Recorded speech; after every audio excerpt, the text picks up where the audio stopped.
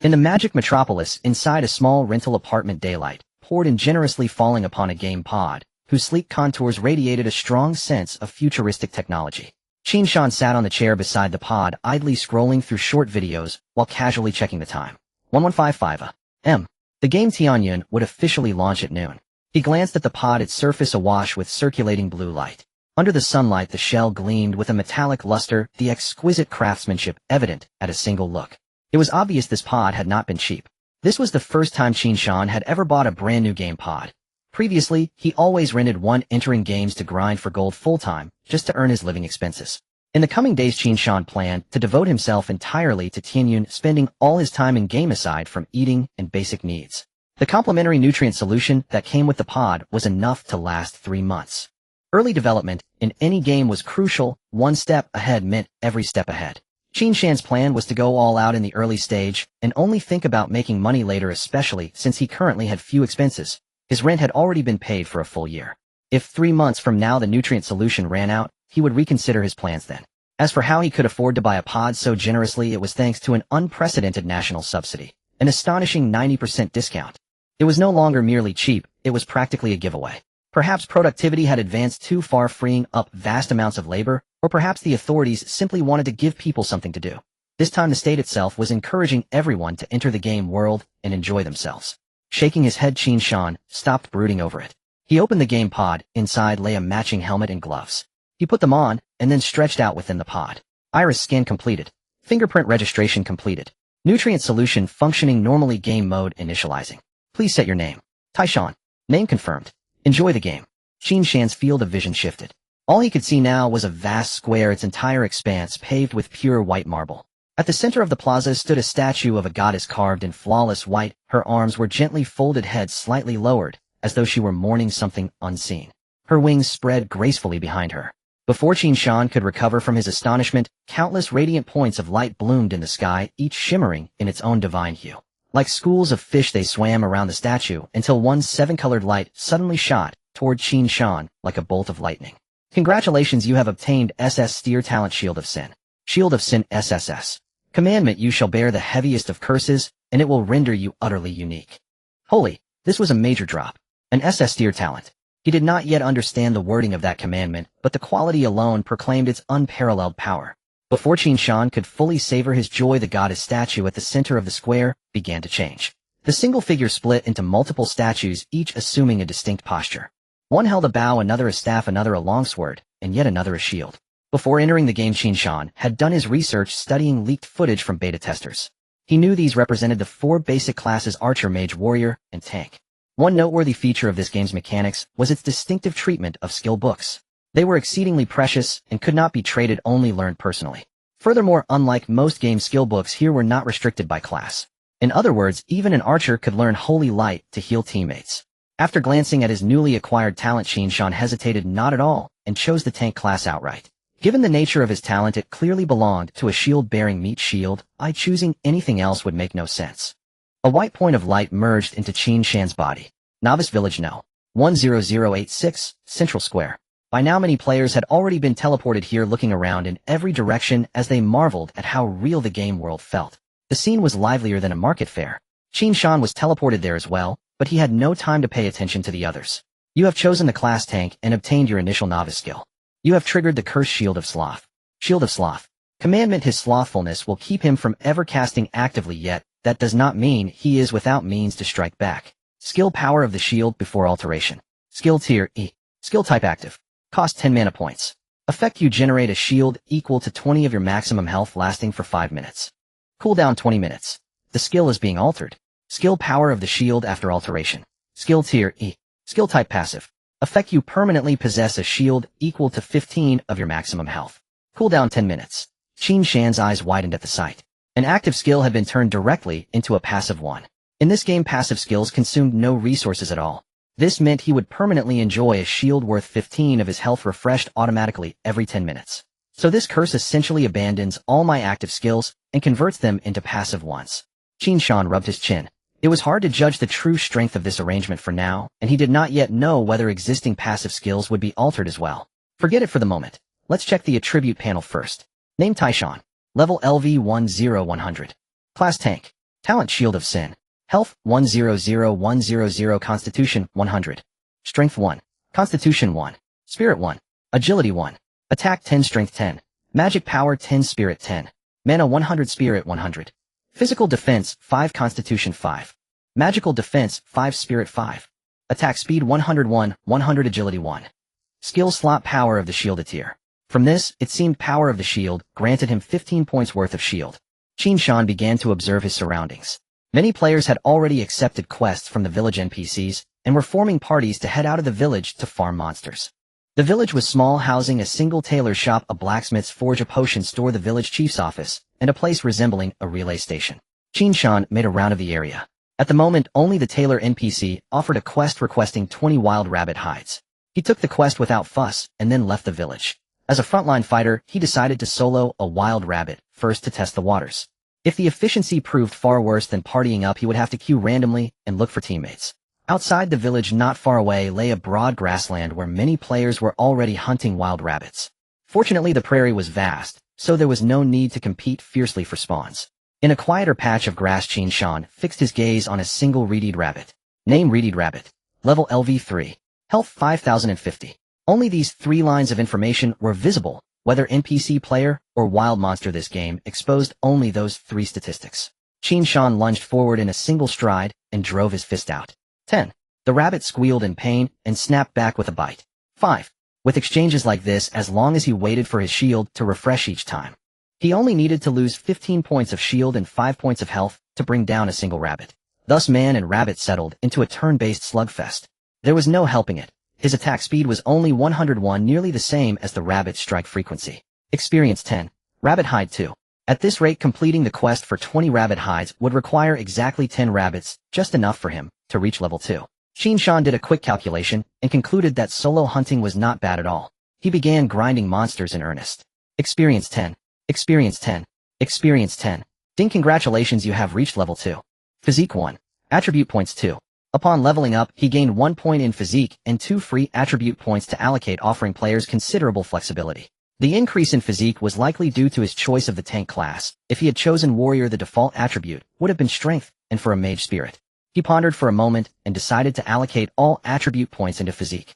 After all, he was still in the exploration phase, and as a tank, investing in physique was certainly the right choice. Physique 2. Open attribute panel. Name: Taishan. Level LV2, 0200. Class None. Talent Sin of the Shield. Health 55400. Physique 100. Strength 1. Physique 4. Spirit 1. Agility 1. Attack damage 10 Strength 10. Spell power 10 Spirit 10. Mana 100 Spirit 100. Physical defense 20 Physique 5. Magic defense 5 Spirit 5. Attack speed 101, 100 Agility 1. Attribute points 0. 400 HP, meant his shield's health reached 60. At the same time, Qin Shan noticed that his health was still at 55, the same as after he had just killed the wild rabbit. Leveling up did not restore status. At this stage, there was no need to waste potions on recovery. It would be a waste of resources. He decided to return to the beginner village, turn in the quest, then idle in the village square to fully recover health before attempting higher level monsters. Qin Shan returned to the beginner village and turned in the quest, receiving only 10 copper coins and no experience points. He wondered if it was because it was a novice quest or if quests in Tianyun simply didn't grant experience. Realizing how little he knew about the game, Qin Shan decided to browse the game forums in his spare time. It would take some time to travel from the village through the plains to deeper areas, so he opened the chat channel. The World tab was grayed out and not yet open. Only the Beginner Village tab was active. Group up, group up. Looking for a warrior to hunt reed rabbits, archers, and mages need not apply. Why aren't they giving out beginner equipment? Without a staff, my fireball spell can't be cast. What the heck? Share tremendous strength brank. Talent effect: your base strength is increased by an additional 50. I'm a brank talent warrior looking for skilled players for a long-term party. Efficiency first. DM me if interested. Seeing this, Qin Shan raised an eyebrow. It was the first time he saw someone else's talent. Such a powerful talent is only brank. Qin Shan muttered to himself. He then glanced at his own talent. Sin of the Shield, SS rank. Proverb: you shall bear the heaviest curse, which will make you unique. His talent had no explicit effect, only a proverb. Unknowingly, Qin Shan had ventured deep into the grassland. Reed rabbits were almost invisible, replaced by packs of 2 or 3 wolves. Name: Bloodthirsty Wolf. Level LV5. Health 100,100. Qin Shan decided to test the damage on 2 wolves nearby. He threw a punch. 8. The 2 wolves provoked retaliated in unison. 10. 10. Qin Shan frowned. With 400 HP and a 60 shield, he could withstand 23 exchanges. He needed 13 strikes to kill one wolf. This would result in heavy health loss, but he didn't know how much experience a wolf would drop, making it hard to compare efficiency. He grit his teeth and decided to kill one first. After a back and forth of punches and bites, one wolf finally fell. Experience 40. Qin Shan quickly retreated, moving out of the wolf's aggro range. One wolf was worth 4 rabbits, so the rewards were decent. However, the problem was having to frequently return to town to heal, which wasted a lot of time. Looking at his remaining 200 HP, he decided to kill the lone wolf as well, since he would need to return to town anyway. After a brief wait for his shield to recharge, he replicated the tactic and claimed the other wolf. Experience 40. He immediately turned back and headed to the beginner village to heal. This grind is too inefficient. Should I find someone to party with? Qin Shan pondered. Glancing around, he saw many players starting to group up and hunt wolves. After healing in town, he eventually decided to go to the wolf area and see if anyone wanted to team up. If no one teamed up with him, he would go back to hunting rabbits. Familiar with the route, Qin Shan returned to the usual spot and looked around. He noticed a white-haired youth staring blankly at a distant small wolf pack. He stepped forward and spoke proactively. Bro, want a party? Each wolf gives 40 XP. I'll tank as the front line. Qin Shan said cheerfully. The handsome youth initially intended to refuse, but after a moment of thought he nodded. Alright, I'm a warrior. I'll rely on you to pull aggro, he said with a smile, extending his hand. Qin Shan also extended his hand and shook it. Taishan sent a party invitation to Duan Guxing. Party formed successfully. Qin Shan glanced at the other's panel. Name Duan Guxing. Level LV2. Health 100,100. Then the two found 2 wolves for a quick test. Qin Shan drew aggro, and the two focused fire on one wolf. Since the warrior's basic skill required a sword, they could only punch barehanded, landing ordinary attacks on the wolf. 832. Seeing this damage, Qin Shan knew the party was a good choice. The warrior's damage was indeed impressive. The 2 wolves retaliated, hitting Qin Shan for 10 and 10. For Qin Shan, this damage was acceptable. Soon the first wolf fell. Experience 20. Wolf hide 2. They immediately continued to beat down the remaining wolf. 840. Qin Shan glanced at the party interface. A Duan Guxing was still LV2, but his damage had increased. Curious, but not wanting to pry, he didn't ask. After all, asking about someone's talent was a bit rude. Thus the two began an efficient grind. Duan Guxing's damage stabilized at 40. During the grind, Qin Shan also noticed that Duan Guxing's attack speed seemed faster than his. During their grind, they also noticed some player teams grinding very efficiently. Clearly the gap, brought by talents and skills, started snowballing from the beginning of the game. The strong would become stronger, the late-blooming talents couldn't be ruled out. Qin Shan began to feel a bit anxious. Although his talent was SS rank, it didn't seem overwhelmingly powerful like in those power fantasy stories. The two continued grinding in tacit understanding. As Duan Guxing's fist struck, the bloodthirsty wolf collapsed and dissolved into a flash of white light. On the ground lay a shield and a wolf head. Equipment: wolf hide shield white. Equipment level 3. Requirement: none. Effect: when equipped, health 100, physical defense 10. Item: bloodthirsty wolf head. Description: a collectible worthy of keeping. Qin Shan and Duan Guxing exchanged a glance, neither speaking first. Qin Shan was torn. Equipment drops in Tianyin were very rare, and the shops sold them at exorbitant prices. Currently, Qin Shan didn't have enough currency to buy the equipment. If he offered to owe the debt, why would a stranger trust him so soon after meeting? Just as Qin Shan was torn, a voice came. Take the shield. You're the empty, it's useful for you. I'll take the wolf head. Duan Guxing said, bending down to pick up the wolf head and stowing it in his inventory. Qin Shan wasn't one to be coy. The shield was indeed very useful for his early stage. He nodded and said earnestly, this time I owe you one. We're in a party together. Next time a good item drops, it's yours first. Just as Qin Shan bent down to pick up the shield, he suddenly froze. Because a voice echoed in his ear. You have triggered a curse, arrogance of the shield. The pride of the shield. Tenet: a shield steeped in pride deems no armor necessary, for it is the ultimate weapon. Reading these words, Qin Shan grasped the implication. He could not equip gear. It's over. A shield that cannot wear equipment. No shield at all. What's left to play? What's wrong? Tired. Qin Shan snapped out of his daze and shook his head. Nothing. Let's keep going. I only need 1 more kill to level up. How many do you need? 3 more. Good. We'll clear those first, then I'll return to town to restore my health. No problem. Qin Shan resolved to reach level 3 alongside Duan Guxing before delving deeper into his own peculiarities. As a seasoned gamer, he knew full well this game would inevitably feature player versus player combat, not just player versus environment. PvP denotes player and player conflict, PvE denotes player versus monster encounters. Thus, preserving hidden advantages early on was vital. Secrets multiplied mystery, and mystery bred surprise. This did not mean Qin Shan distrusted Duan Guxing. Rather, their rapport had yet to mature to the point of mutual vulnerability. Eager to investigate, Qin Shan swiftly dispatched 3 wolves, exchanged friend requests with Duan Gahong, and hurried back to the novice village. He allocated both attribute points from his level up to Constitution, raising it to 7. His maximum health now surged to 700. Yet he had no time to admire his newfound vitality. Equipment: Wolf Hide Shield, common, unequipable, consumable. Level 5. Affects 100 HP, 10 physical defense. He noticed 2 unusual modifiers: unequipable and consumable. He selected consume. 10 HP. 1 physical defense. The Wolf Hide Shield vanished. Qin Shan's eyes widened. Unable to equip, yet able to consume. The effect appeared to be roughly 10 of the original stat bonus. He wondered whether quality, common, rare, or legendary, would alter consumption yields. He exhaled in relief. As long as it wasn't a pure restriction, he could adapt. Then it struck him.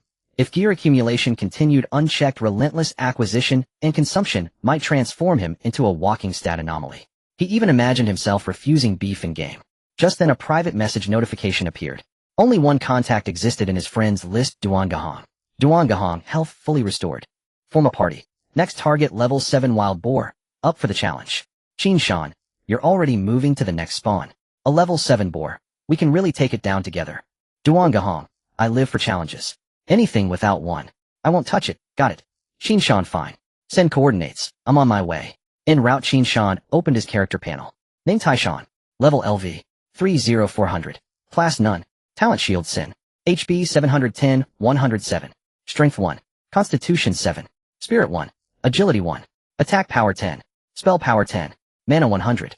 Physical defense 36. Magic defense 5. Attack speed 110. Skill slot: Shield 4Z rank. Unspent attribute points 0. The panel omitted internal calculations. His stats were unremarkable. No significant bonuses yet. If pressed to assess his talent, Qin Shan would admit it was abysmal early game. Yet its true power bloomed only later. Soon Qin Shan met Duan Gahong at the designated spot. Dozens of players already hunted wild boars there. Duan Gahong sat atop a small grassy mound of foxtail grass stem dangling lazily from his lips. Spotting Qin Shan, he waved enthusiastically. Over here. Same routine. We've confirmed with others. Each boar grants exactly 100 experience points. 50 apiece is already substantial. Duan Gahong said, brimming with excitement. Then paused, scanning Qin Shan closely before scratching his head in puzzlement. Hey, where's your shield? Why isn't it equipped? I sold it back in the novice village. Qin Shan sighed. I'm short on real-world funds. He concealed the truth with a lie. Caution dictated discretion when venturing abroad. Duan Gahong fell silent. Perhaps financial hardship weighed upon his friend, and prying further would wound pride. He shifted topics smoothly.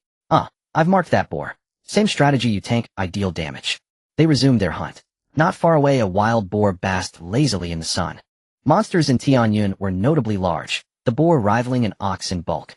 Name: Porcupine Boar. Level LV. 7. HP 600. They crept stealthily behind it, and struck without warning. 6. 54. Qin Shan landed a meager 6 points of damage, while Duan Gahong dealt 54, 9 times greater. Did that imply 9 strength? Qin Shan's constitution stood at 7. Clearly Duan Gahong's talent was extraordinary. Enraged, the boar lashed out, kicking Qin Shan squarely in the chest. 30. At this rate, 10 coordinated strikes would fell the beast, and Qin Shan possessed 107 shield points. Killing one boar would cost him all 107 shield points, plus 163 HP. The toll remained acceptable. With synchronized fists and kicks, the porcupine boar collapsed. Its life extinguished, its essence transmuted into experience. 50 experience. They waited several minutes for Qin Shan's shield to regenerate, then set off in search of another. With numerous players competing for scarce boars, they scoured nearby terrain. As they walked side by side, Duan Gahong asked curiously. I read on the forums that shield skills have a 20-minute cooldown, but yours resets in about 10. Is it your talent? Yes. A cooldown reduction talent. Having it. That's formidable. More or less. We seem well matched. How about forming a permanent party? I'll think it over, Qin Shan replied, arching a brow. After all, prolonged partnership risked exposing his secrets. Claiming he'd sold his shield worked once, but avoiding equipment forever. Impossible. They spotted another porcupine boar, snuffling contentedly through tender grass. Same tactic: silent approach, then explosive assault. 6. 60. Qin Shan raised an eyebrow. Why had Duan Gahong's damage spiked again? Soon each blow stabilized at 60 points, confirming exceptional potential. He weighed the merits of a lasting alliance. He needed damage dealers. Duan Gahong needed a frontline tank, and they conversed effortlessly. Mid-combat, Qin Shan asked directly. Your damage keeps rising. How? Talent. Does it stack strength permanently? That is potent. More or less. Qin Shan. The phrasing felt familiar, yet he understood the meaning. He smiled. Let's stop hiding things. Permanent party, with mutual confidentiality. Duan Gahong grinned back. Agreed. To show goodwill, I'll go first. Killing each new monster type grants me permanent attribute growth. I can convert active skills into passive ones. A beat of silence passed, then in unison. Overpowered. After a brief warm-up, the two happily continued hunting monsters. Each monster granted 50 experience points, while leveling up from level 3 to level 4 required 400 experience points. Due to the significant health loss from fighting wild boars, Qin Shan's health was insufficient to take down 8 in one go, so after defeating 4 he decided to return to the newbie village to recover. He also planned to stop by the tailor's shop to sell the wild boar hides and wolf pelts he had collected. Short Song was also planning to return, and he intended to check if any other NPCs had tasks available and to sell some materials at the tailor's. After the two returned home, Qin Shan first went to the tailor's to sell his materials, earning a total of 1 silver coin and 2 copper coins in addition to the 10 copper coins he received from the last quest. He planned to check the square to see if anyone was selling equipment, as it was likely that some players were offloading gear obtained from hunting rabbits. To build momentum, he intended to purchase equipment long-term to enhance his abilities. In the square of the newbie village, Qin Shan was recovering health. At that moment, many players were healing, while some were raising weapons and shouting. Soon Qin Shan spotted his target. Not far away, a female player was holding a shield and calling out, "Level 3 shield, anyone interested?" Selling at a low price. Qin Shan hurried over, eagerly signaling, "Let me take a look." He quickly checked the shield's attributes. Equipment: newbie shield, common, cannot equip, cannot devour. Equipment level 3 equipment effect, health 50, physical defense 5. Qin Shan paused for a moment and then changed his mind. "Forget it, I won't look anymore, my apologies." Before the female player could finish her sales pitch, Qin Shan had already turned to leave. She was somewhat speechless, standing there murmuring, "Who is that?" After Qin Shan left, he felt increasingly dissatisfied. What if it would have been okay if he had bought it? He went back and purchased the shield, only to find it still could not be devoured. After some back and forth, Qin Shan awkwardly returned the equipment. Sitting on a step in the square, he felt a sense of despair. It seemed that others' equipment could not be devoured, only the gear obtained from his own team could be. He had hoped to strengthen himself quickly with this, but unexpectedly his plans had fallen through before they even began. Suddenly a hand rested on his shoulder. He turned around sharply to find it was Short Song. Looking at the flattering smile on his face, Qin Shan felt something was off. He suspiciously asked, "Aren't you supposed to be looking for quests? And what's with that lewd smile on your face?" "I circled around, and the other quests haven't opened yet." Ahem, bro, I'm in a bit of a bind. Can you lend me some currency?" Short Song said with an awkward smile, then added, "Just a silver coin will do." "Bim, just short of 1 silver coin, it's really important to me." Qin Shan directly tossed him a silver coin. After all, the shield incident had been a loss for Short Song, so giving him a silver coin was no big deal. However, at this stage, aside from potions, where else could he spend so much currency? After all, Short Song should also have a silver coin on hand. Curious, Qin Shan asked, "What good stuff did you find?" "Talent, you know what I mean. After I finish buying, let's regroup and continue hunting monsters." Short Song finished speaking and hurried off. Soon the two arrived at the wild boar hunting spot. This time they could quickly level up to 4. Experience 50, experience 50, experience 50. Soon with a punch, the wild boar turned into a white light and disappeared, leaving behind a quaint longsword. Another piece of equipment dropped. Qin Shan exclaimed. Wasn't it said that the drop rate for gear was very low? How did another piece drop? Perhaps it's the newbie welfare period. Short Song stroked his chin and responded. Equipment: antiquated longsword, common. Equipment level 7. Equipment effect, attack power 20, attack speed 10. Nice, this will greatly improve our monster hunting efficiency, Qin Shan said with a smile. But at that moment Short Song was still stroking his chin. It's a warrior's equipment, take it. Why are you just standing there? With this sword you can unleash warrior skills. Qin Shan thought Short Song was just being shy. After pondering for a moment, Short Song slowly spoke. Brother, I've decided to leave this sword for you. I think you need it more than I do. Short Song said seriously. Qin Shan. Short Song continued, I know it's tough for you, let's sell this sword. There's no rush for this. You equip it first, we only need to defeat 1 wild boar. To level up we can do that. Short Song anxiously said, brother, listen to me. Early stage equipment depreciates quickly, I'll waiting to sell later will lower the price. But at this moment Qin Shan had already caught on, glancing at Short Song, and suddenly spoke. Dude, you can't equip it, can you? Short Song was momentarily speechless, just about to argue, when he suddenly gasped. As if he had come to a realization, he suddenly said, you said you sold the shield. In the early stages silver coins are plentiful, and many rich players are buying them in bulk. How come you didn't sell it in the square, just now? You know a silver coin is quite valuable now. He paused, and with a questioning yet seemingly certain tone said, so your equipment didn't sell, you can't equip it either, can you? The two exchanged glances, both smiling and pointing fingers at each other. Refer to the meme of Monkey King and the Supreme Old Lord here. They both said in unison. So you can't equip gear either. Qin Shan then curiously asked, honestly, what tier is your talent? S. Short Song feigned profundity, smiling and remaining silent. SS. He shook his head. SSS. He shook his head again. What the heck, you have SSS too? He raised his head proudly, wearing a carefree smile, and then spoke. I originally wanted to keep a low profile. Short Song suddenly widened his eyes, looking at Qin Shan, and said, you have SSS too. They both exclaimed in unison, are you kidding me? After a while, the two, now trusting each other, sat on a small grass patch and chatted happily. So you devoured the shield? No wonder. Short Song nodded. No wonder what? Qin Shan asked in confusion. No wonder your health is 710 instead of 700. I had noticed it long ago but didn't ask. Oh, what about you? What did you buy with 2 silver coins? My talent is called Collector. I just wanted the tailors to buy his handcrafted items. Theoretically, I can collect the works of every crafting NPC to provide me with bonuses, but each craftsman can only be collected once. So the new monster first kills are also for collecting monster illustrations. Exactly, and I come with a starting aura skill that increases monster drop rates by 1. The wolf heads I collected added another 1 to the drops. No wonder the drop rate is so high. I mean, you boost the drop rate and I devour. If we join forces, won't we be invincible? Qin Shan suddenly stood up excitedly. After exchanging information, the two formed an ironclad alliance, the strongest duo, and named their combination Mountain Song. The two then rubbed their fists together, setting their sights on the next wild boar.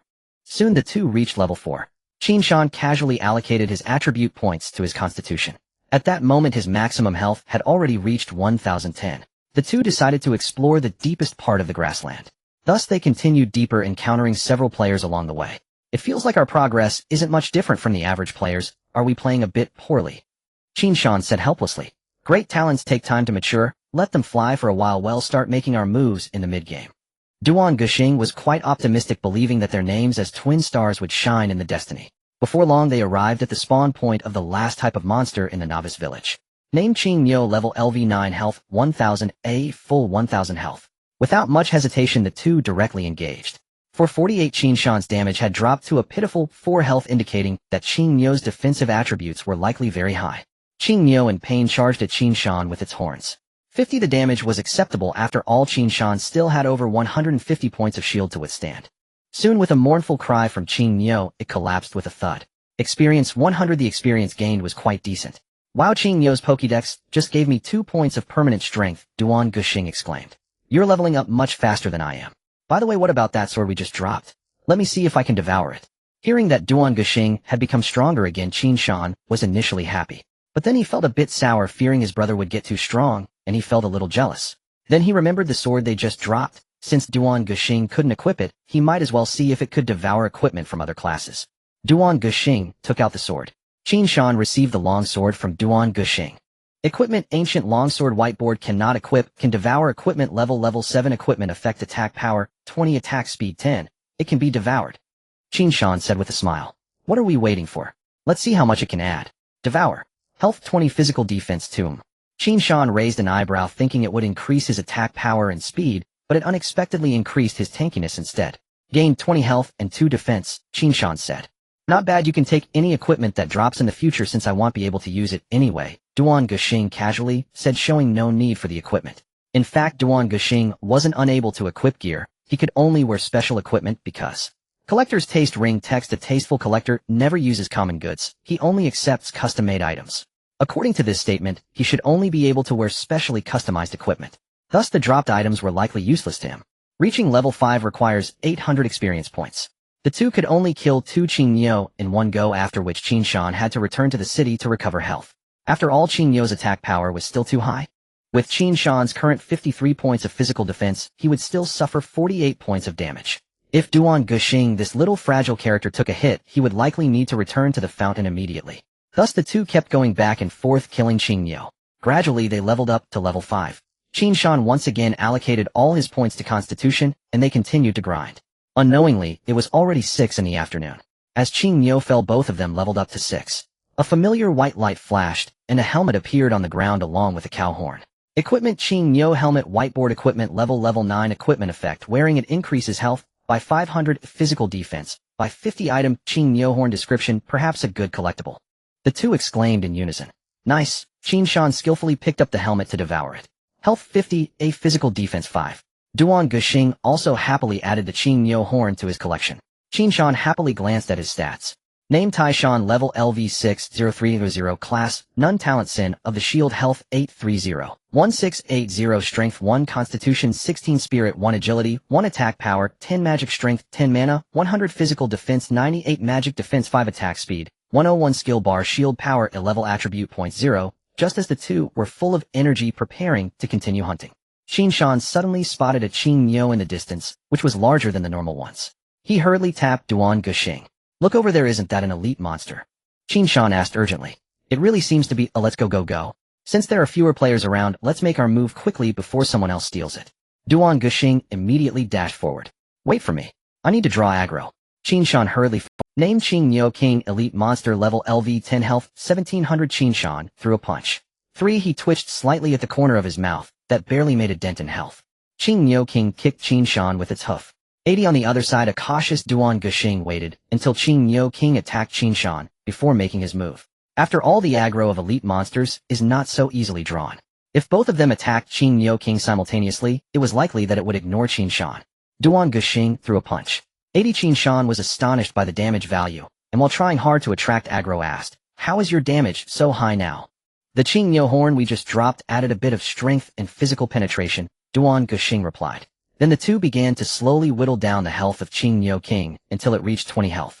Qing Nyo King began to scrape its hooves on the grass, exhaling air through its nose, slightly lowering its head to point its horns at Qin Shan.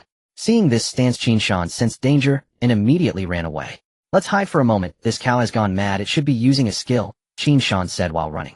Just as he finished speaking, he saw that Duan Guxing had already hidden behind a nearby haystack, only his head exposed. The old cow charged forward with momentum just as it was about to get close. Qin Shan pounced in one direction, just getting up, when he saw the old cow's second charge. A man and a cow entered bullfighting mode. Minutes later, the old cow finally stopped panting heavily. The two rushed forward and finally secured the first kill of the old cow. As Qing Nyo King lay down with reluctance and exhaustion. Experience 200. Congratulations on completing the first kill of the elite monster in the 10086 Novice Village. Neither of them expected to be so lucky as to obtain the first kill of an elite monster. It was simply like a divine opportunity bestowed upon the twin stars. However, it seemed like nothing dropped. The two watched as Qing Nyo King's corpse vanished without leaving anything behind. Was that not a wasted effort? Qing Nyo King counts as a new Pokédex entry. Forget it, even if I didn't gain anything, at least I filled a Pokédex entry, Duan Guxing said at this moment. Just as Qin Shan was feeling annoyed at the lack of rewards, he suddenly found he had received a team quest. Quest: the team heads to the village chief's house. Perhaps there will be some rewards. Progress 01. The village chief's parlor in the beginner's village. The village chief entered slowly, accompanied by Qin Shan and Duan Guxing. Qin Shan glanced around. The parlor was spacious and well furnished, only with a wooden table and chairs, while several classical landscape paintings adorned the walls. As the village chief prepared tea, he spoke. "Our village's farming has always been relatively peaceful, until recently when a herd of azure oxen migrated from the distant Luofeng Mountains." He sighed deeply. No one expected the herd to produce a sovereign. This azure ox king now roams restlessly near our village, bellowing incessantly and luring away our plow oxen. Villagers have raised this matter with me repeatedly. I've been deeply troubled by it, the chief said, then smiled warmly. "You two brave heroes have truly come to our village's rescue." Duan Guxing accepted the cup of tea the chief offered, smiling politely. "Chief, you're far too kind. It is our duty." After handing them their tea, the chief chuckled. "Please enjoy your tea while I fetch something." Qin Shan and Duan Guxing exchanged a knowing glance. Both eyes gleamed with quiet anticipation. With a gentle smile, Qin Shan replied, "By all means, chief. Take your time. We're in no hurry." The chief soon returned to the parlor, this time carrying two ancient weathered books cradled carefully in his arms. Their covers were faintly yellowed with age. The chief smiled as he set them down. "Our village possesses little of value, but these two manuals awarded by the town magistrate are now yours. May they empower you to aid many others rather than gather dust upon my shelves." His voice softened with quiet sorrow. He shook his head slightly. Duan Guxing's gaze locked onto the books instantly. He stepped forward eagerly and bowed deeply. "We are profoundly grateful, chief." Meanwhile, Qin Shan remained seated, not unmoved, but keenly sensing the whisper of a hidden quest. "Chief, why this melancholy?" Qin Shan rose swiftly, not reaching for the manuals, but locking eyes with the elder's clouded gaze, gently grasping his trembling hands. "If there is any burden you bear, we shall scale mountains of blades and wade through seas of fire to lift it for you." The chief first entrusted the manuals to Duan Guxing, then folded his hands behind his back, and after a thoughtful pause began to speak. "These manuals were sent home by my son who enlisted in the army. He included a letter explaining he had earned them with battlefield merit, hoping they might open wider horizons for his son." The chief paused again, voice thickening. After that he vanished without trace. Yet my grandson proved worthy. He left the village 2 years ago and became a mage. These manuals, however, hold no use for a spellcaster. Quest triggered the chief's sorrow. Objective: locate the chief's missing son. Reward: unknown. Without hesitation both accepted. They received a token from the chief, and departed joyfully bearing not only 2 skill manuals, but also a newly unveiled hidden quest. One manual, meant for warriors, was automatically bound to Duan Guxing upon quest completion. The other, designed for tank-class practitioners, bound itself to Qin Shan. Skill name: Indomitable Bulwark. Ranked higher. Type active. Cost 100 mana. Effect: temporarily increases both defensive attributes by 50 and maximum health by 30 for 5 minutes. Cooldown 30 minutes. Curse triggered Shield's Lethargy. Skill name: Indomitable Bulwark. Ranked higher. Type passive. Cost none. Effect: permanently increases both defensive attributes by 20 and maximum health by 10. Cooldown none. Without a moment's hesitation, Qin Shan chose to learn it. It was astonishingly potent. A skill whose scaling potential was immense, especially given its percentage-based enhancements, which would grow increasingly formidable as his power ascended. The extraordinary nature of his SS strength talent was now unmistakable. Qin Shan felt a quiet surge of emotion. Before learning this skill, his survivability had been indistinguishable from that of ordinary players. Now at last he sensed the first true stirrings of strength. After steadying his breath, he glanced at Duan Guxing, whose excitement was equally palpable. Surely his skill was equally impressive. Qin Shan checked the time. It was already 9 p.m. After 9 consecutive hours of play, fatigue began to settle in. Though the neural interface pod supplied nutrient solution, the absence of real food still felt unsettling. He decided to log out briefly, to eat instant noodles, browse the game forum, then return. After a brief farewell to Duan Guxing, he disconnected. Emerging from the pod, Qin Shan felt disoriented. The world of Tianyun was simply too vivid, too real. Truly deserving of its title as the second world, he sat dazed on his chair, scrolling idly through a popular short video platform, where unsurprisingly every trending clip revolved around Tianyun. As he stirred his noodles, he opened the official game forum. Unlike fragmented video content, the forum offered deeper, more analytical insights into gameplay mechanics. The top-ranked post caught his eye immediately. Its author's ID: Shi Xiao Shi, Bao Major News Minor Report. The post detailed numerous concealed game systems, such as how every beginner's village's level 9 Azuroxes once slain 1,000 times randomly spawn an Azurox sovereign. Only the first kill yields a skill manual from the village chief, the subsequent spawns appear randomly. But if more than 3 players participate in the first kill, the chief's reward degrades to mere equipment. Qin Shan paused mid-bite. How could such intricate mechanics be uncovered so soon after launch? Doubt rippled across the comment section, with many questioning the post's credibility. He scrolled down to the second highest post, a video uploaded by a player filmed at the Azurox spawn point. From a distant hilltop, the camera captured dozens of players attacking the oxen, but deliberately withholding the final blow when their health dropped critically, instead herding them toward a burly warrior player to deliver the killing strike. Qin Shan froze, chopsticks suspended in air. Was such coordination even possible? A team devoting all effort to elevate a single member. Under this model, that warrior would surely reach level 10 before long. This leveling strategy was undoubtedly employed by major guilds, though few instances had yet surfaced on record. Prioritize members with elite tier talents, concentrate resources upon them, let their ascension nourish the entire guild. A sudden wave of urgency washed over Qin Shan. He resolved to resume play immediately, otherwise early game disparities would widen irreversibly. After all, playing within such high-fidelity neural pods approximated deep meditation. According to official data, 16 uninterrupted hours of daily immersion posed no physiological risk. He followed Shi Xiao Shi Bao, then turned his full attention back to his noodles. Qin Shan reasoned that such meticulous intelligence gathering must rely on a dedicated network of contributors. Even if the information were later debunked, unfollowing would cost him nothing. A flash of white light appeared, and after logging out, Qin Shan quickly opened the chat channel. Taishan, where are you? Gather to continue grinding experience and reach level 10 for the first job change as soon as possible. Duan Guxing, let's gather at the blacksmith shop. Upon hearing the news, Qin Shan hurried to the blacksmith shop. Soon he arrived at the shop, which was already open. Many players surrounded the blacksmith shop, making it hard to pass. Qin Shan, with his keen eyes, spotted Duan Guxing at the entrance. Duan Guxing had been waiting for quite a while.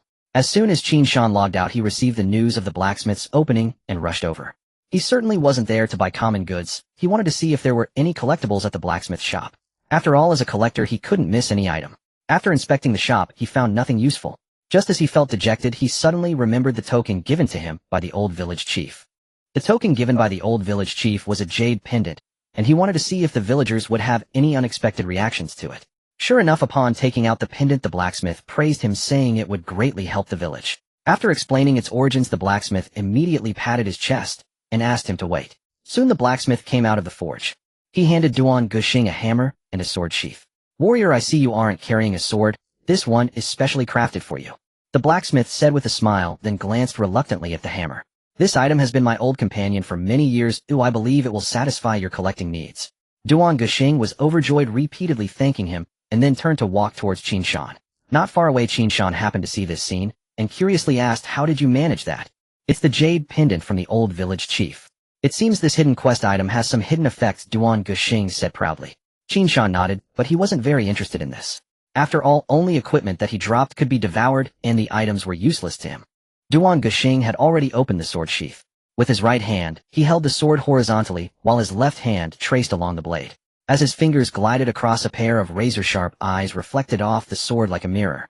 "With this sword I can sweep through the enemy forces at will," Duan Guxing chuckled.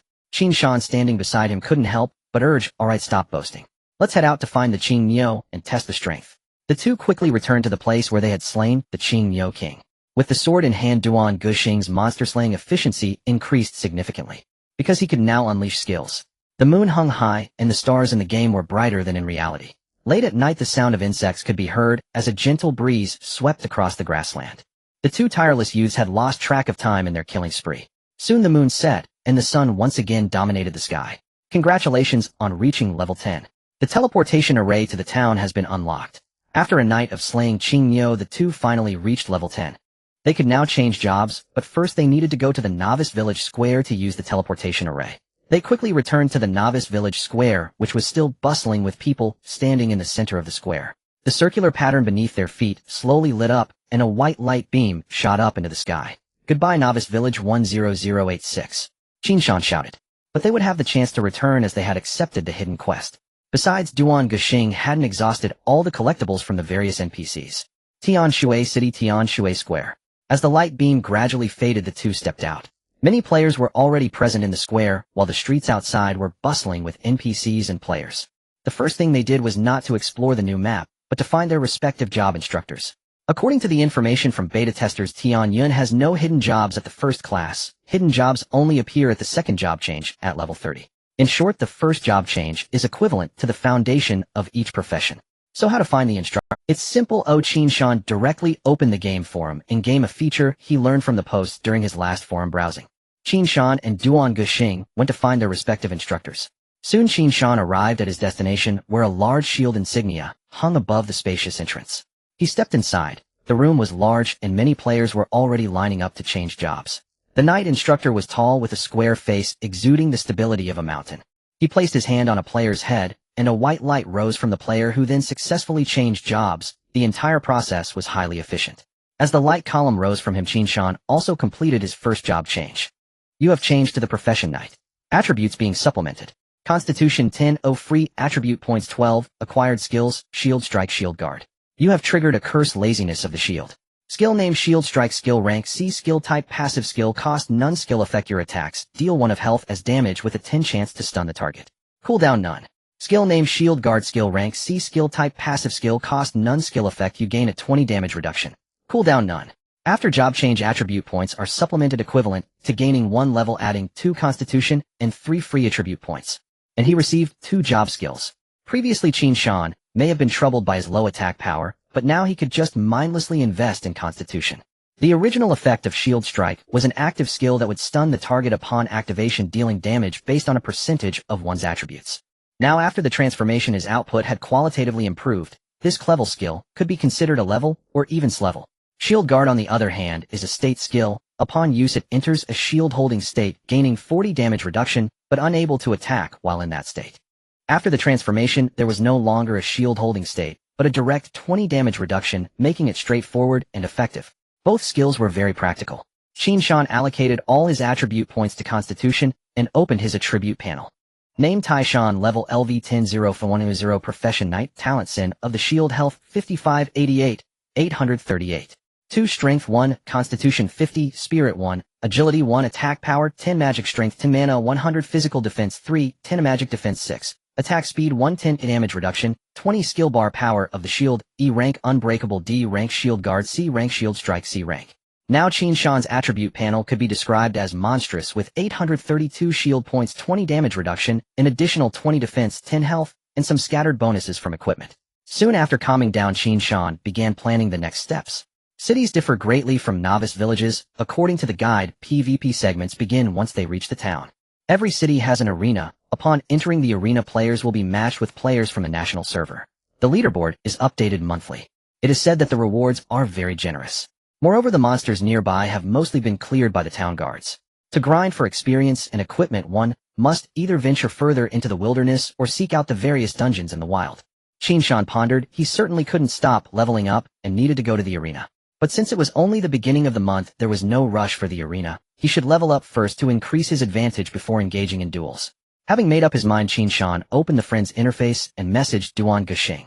Qin Shan, have you finished your job change? Where shall we gather? Duan Guxing, let's gather at the East City Gate. There's a tricky problem we need to address. Soon Qin Shan arrived at the Eastern City Gate to meet with Duan Guxing. What tricky situation are you talking about?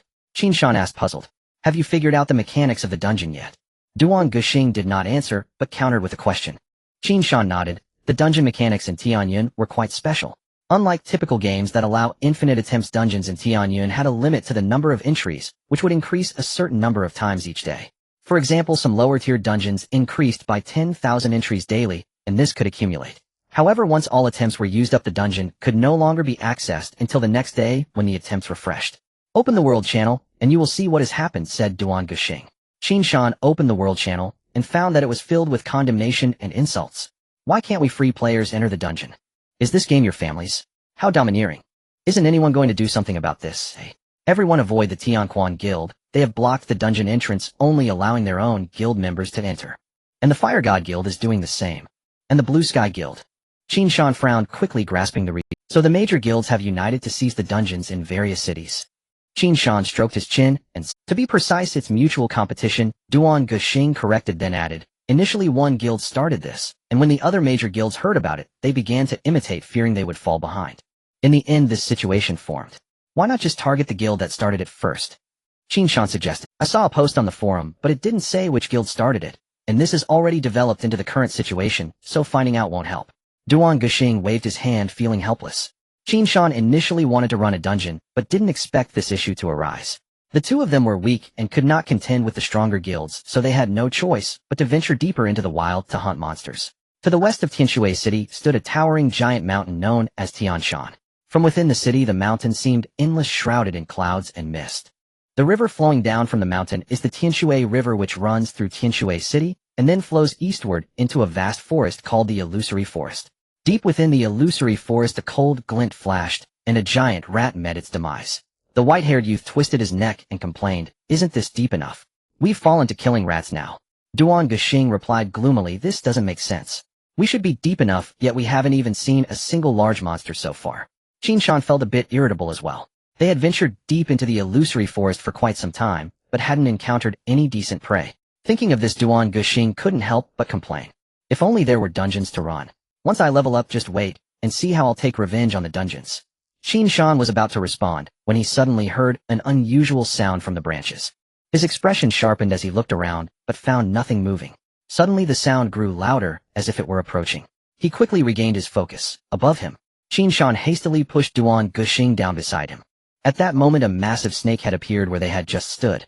Missing its strike, the giant snake's eyes locked onto them, but did not act rashly. Its enormous body coiled around a nearby tree. At this point, the two quickly stood up, named Qing Meng, elite monster, level LV, 15 health, 20,000. Oh no, we've hit an elite monster. No wonder there weren't any monsters nearby. Duan Guxing exclaimed in shock. Qin Shan had already taken the initiative to strike. He didn't attack the snake's head, which would be foolish. He punched the giant snake's body coiled around the giant tree. 255.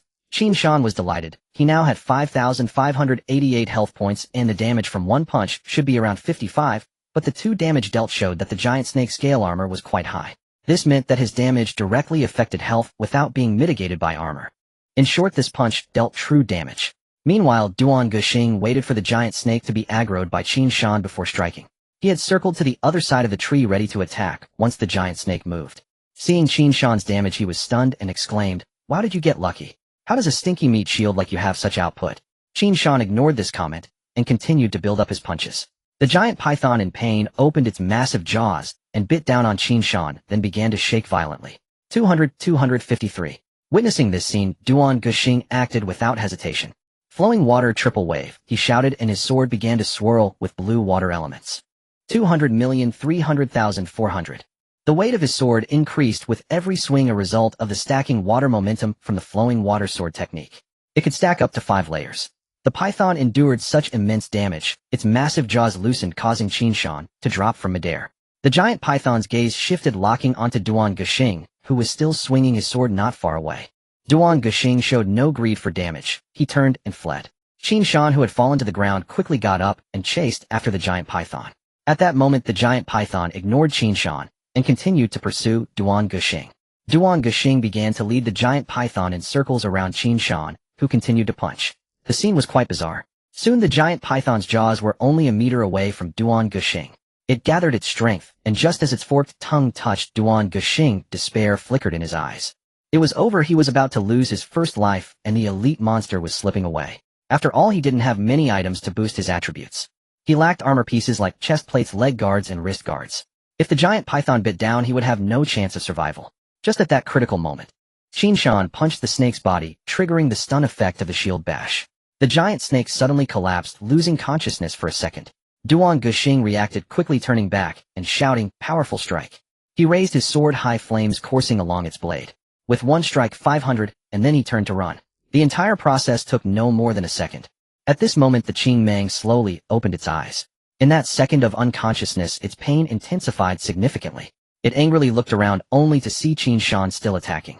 Unable to tolerate it any longer, it unleashed its finishing move. Its tail suddenly coiled around Qin Shan, then its thick body began to wrap around him, gradually tightening. 200, 300. Qin Shan's health was dropping rapidly. Duan Guxing, hiding behind a tree to avoid detection, suddenly charged out. Swift Wind Sword Technique. 100,000,000, 100,000, 100. The python did not release its grip. It seemed determined to strangle Qin Shan. Duan Guxing felt anxious. His strikes were becoming increasingly rapid as the Swift Wind Sword Technique increased attack speed. His sword moved faster, but Qin Shan's health was dropping faster than the boss. If he killed the boss, Qin Shan would likely be finished.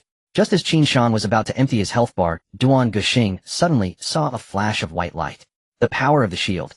It was the sudden refresh of the shield's power that saved Qin Shan's life. As the final sword of the short song fell, the green python could no longer hold on and transformed into a white light, dissipating. Only a dagger remained on the ground, its hilt entwined with vines, the blade glimmering coldly. Equipment: Jungle Dagger, rare, non-wearable, can be devoured. Equipment level 15. Equipment effect: when equipped, increases attack power by 300, attack speed by 30, and allows the use of the skill Snake Venom. Skill name: Snake Venom. Skill rank D. Skill type: active. Skill cost 10 mana. Skill effect: the next attack will poison the target, causing a loss of 20 health points per second for 10 seconds. Cooldown time 5 minutes. Without further ado, Qin Shan directly devoured it. Health 300, physical defense 30, acquired skill Snake Venom. You have triggered the Cursed Shield of Laziness. Skill name: Snake Venom. Skill rank D. Skill type: passive. Skill cost none. Skill effect: the next attack will poison the target, causing a loss of 20 health points per second for 5 seconds. Snake Venom cannot stack. Cooldown time none. Qin Shan. It turns out the skills attached to the equipment can also be devoured. This must be the true way to devour. Originally, Qin Shan was still worried. After all, leveling up quickly increased his attributes significantly, and the rapid equipment upgrades provided more attributes. The inability to keep up with the devouring of equipment seemed a bit useless. But being able to devour skills changed everything. Qin Shan's evaluation of the equipment devouring immediately transformed from negative to positive, emphasizing a drastic change. Qin Shan glanced at the short song, initially feeling that his damage was quite high, but now suddenly thought him unworthy of the SS level talent. It seems he still needs to devour more equipment. After not eating beef, he should help the little song level up and take him to farm the bestiary. The short song found it very strange when Qin Shan picked up the equipment and suddenly glanced at him. If he wasn't mistaken, that glance contained a hint of disdain, a touch of contempt, and a hint of coldness. The short song scratched his head, not thinking much of it. Instead, he continued to enjoy admiring his bestiary, looking at the shining green python in his monster collection. Monster collected: green python collection bonus. You gain slight poison resistance, and strength increases by an additional 10. The short song chuckled to himself, thinking, just wait, once I set up my collection, it'll take you flying. After all, not every damage dealer has explosive output like me. Having said that, he gave Qin Shan a glance, his eyes carrying a hint of disdain, a touch of contempt, and a hint of coldness. Moreover, the green python also granted the two of them 3,000 experience points, leaving them with abundant rewards. As Qin Shan's health bar was nearly depleted, with only the shield holding up, the two could no longer continue hunting. They then set off back to Tianshui City. Qin Shan roughly reviewed the recent battle, recalling that his shield refreshed every 10 minutes regardless of weather. This meant he could actively aggro monsters just 2 minutes before the shield refreshed. Thus, after 2 minutes his shield would be nearly done, and he could refresh it with a brand new one. He called this the double shield strategy. The encounter with the green python earlier was actually an unintentional use of this tactic, which allowed him to survive at a critical moment. One could only say that Lady Luck was on their side. Soon the two returned to the plaza of Tianshui City, which was much larger than the plaza in the novice village, with many marble benches for players to rest. The two sat down chatting while browsing the forum. Qin Shan opened the forum again, and soon saw that the major news outlet he followed had published a new post. The title was Major Guilds Occupy Dungeon Entrances, Tianwang Hall Rectifies the Environment. The main content stated that a guild named Tianwang Hall claimed it would regulate the major guilds, providing a fair dungeon environment for solo players. They hoped the major guilds would cease their actions promptly, or they would face repercussions. As soon as this post was released, it garnered support from many solo players. However, the comments section also contained many who held a pessimistic view. After all, there were a total of 16 major cities in the national server. Even if Tianwang Hall had the strength to clear one city, what about the other 15 cities? The major guilds were all reluctant to give up their interests. Even with the support of many solo players, it was nearly impossible to achieve. After reading this post, Qin Shan felt that Tianwang Hall had great ambition. After all, while the major guilds were solely seeking their own interests, Tianwang Hall was the first to step up. If guild wars occurred in their cities, he would be willing to contribute, as Tianwang Hall was looking out for the interests of solo players. Soon their health was fully restored, and they continued their journey, but this time, they chose to head north. The Tianshui River flows from west to east, forming a forest, while the northern part is a marsh. This swamp had a lot of miasma. As the two walked north, there were significantly fewer players compared to the eastern city gate. They continued to delve deeper, defeating quite a few toads and poisonous snakes, but none dropped equipment. It could be considered a good supplement for the Short Song's bestiary. The two had no map, and could only head north blindly, killing monsters along the way. Soon they arrived at a deeper marsh. Name Rock Crocodile, level LV, 13 health 9,000. Without a word, the two charged directly. Only when they got close to the crocodile did they realize there were 10 or so more beneath the mud. The two suddenly hit the brakes. Wait a minute, something seems off. Qin Shan reached out to stop the Short Song. Can you withstand it? Are you blind? There are over 10 lurking underground and barely going to survive. Qin Shan glared at the Short Song. That's true, let's try to deal with them in batches. After searching for so long, it would be a pity not to eat a big one. Indeed, Qin Shan thought the same. It was hard to come across one, so how could they let it go? The two then cautiously probed the outermost crocodile. Qin Shan and the Short Song circled around to the back of the crocodile, and then Qin Shan initiated the attack. 458-2020. The Short Song immediately followed up with a powerful strike, 400. Just as the two focused their fire, the 10 or so crocodiles charged at them together. Qin Shan felt a tingling sensation on his scalp. Draw them out, pull them to the outside, and don't hold back on skills. Take one down first. The two attacked while pulling away. Finally, just as the 10 or so crocodiles arrived, the two had just managed to slay one crocodile and pulled it out of the attack range. Are these crocodiles so united? Aren't they cold-blooded animals? The Short Song was a bit surprised. What does it matter if cold-blooded animals are united or not? Qin Shan rolled his eyes and replied speechlessly. In the animal world, I saw crocodiles often bite off the legs of their own kind as a matter of course. The Short Song continued. Hearing this, Qin Shan frowned. He remembered that crocodiles behaved similarly, so how could they be so united now? Could it be that the game design was too rough? It didn't restore reality. He shook his head, feeling it was unlikely after all the animals he had previously encountered were roughly the same as in real life. Abnormalities must have their reasons, and there was a very likely possibility. At this moment, the Short Song also thought of it. They exchanged glances and spoke in unison. Treasure. The more he thought about it, the more reasonable it seemed. The greater the risk, the greater the reward. With so many monsters united, it was likely to protect some treasure. After all, that's how it's written in fantasy novels. The two of them planned, and then began their long journey of bloodletting, slowly killing one monster after another. Although Qin Shan lost a bit of health with each kill, as long as he waited for his shield to recharge, and for the cooldown of the Short Song skill, he would be fine. Unlike Qin Shan, Duan Guxing hadn't bought any health potions. He was without blood potions, but had prepared plenty of blue potions to restore his mana. The two moved like patient hunters, gradually wiping out all the crocodiles. As the last crocodile fell, they began to search the mud pit where the crocodiles had been. After all the crocodiles had been guarding the mud pit, and even the fool knew that the treasure lay within. They bent down wildly, searching the mud with their hands. If outsiders saw this action, they might mistakenly think the two were there to pan for gold. Soon Qin Shan raised both hands high as if he were a boxing champion and excitedly said, "I found it. Ha ha." Upon hearing this, Duan Guxing immediately looked up and saw something covered in mud. It resembled a small furnace. Qin Shan brushed off the mud to reveal its full form, which indeed looked like a furnace. He quickly checked its attributes. Item: urinal of the demon god. Description: a urinal casually used by the demon god. Qin Shan's smile froze on his face. After all that effort and clearing so many monsters, he ended up with a urinal. Were these crocodiles lured here by the demon god's urinal? Please, could it be any more embarrassing? Haha, crocodiles. At that moment, Duan Guxing caught up, and upon seeing the attributes, he was stunned as well. He then lunged forward, snatching the urinal, and threw himself into the mud pit. Ha ha ha, I've made it. My dear urinal treasure, I've kept you waiting. Duan Guxing appeared, as if he had just passed the imperial examination. Qin Shan. He was left dumbfounded by this series of actions, watching Duan Guxing hugging and kissing. From Duan Guxing's perspective at that moment. Item: urinal of the demon god. Description: a urinal casually used by the demon god. Collection value: a container of the demon god's essence with extremely high collectible value. Collection bonus: adds 10 dark attribute damage when attacking. Soon after a while, Duan Guxing calmed down and informed Qin Shan about the bonus. Upon hearing this, Qin Shan smiled genuinely. He admitted that Duan Guxing's talent was indeed remarkable. He felt envy, but he wasn't jealous. After all, Duan Guxing had given him all the equipment since they teamed up. The two joined forces to grow stronger. Brothers united, their synergy unbreakable. After this round of hunting, their experience points reached over half, but leveling up to level 11 required over 50,000 experience, and finishing the remaining small fraction wouldn't be quick. Qin Shan's health was also running low, so the two decided to head back. After all, continuing to grind posed greater risks. Encountering minor monsters wouldn't yield much experience, and they couldn't defeat elite monsters. Missing an elite would mean a whole day of suffering. Glancing at the time, they realized that along with the time spent hunting a dozen crocodiles, several hours had passed. Soon they returned to the familiar healing spring in Tianshui City. The healing spring in Tianshui City still had many players recovering, as only a few teams had healers.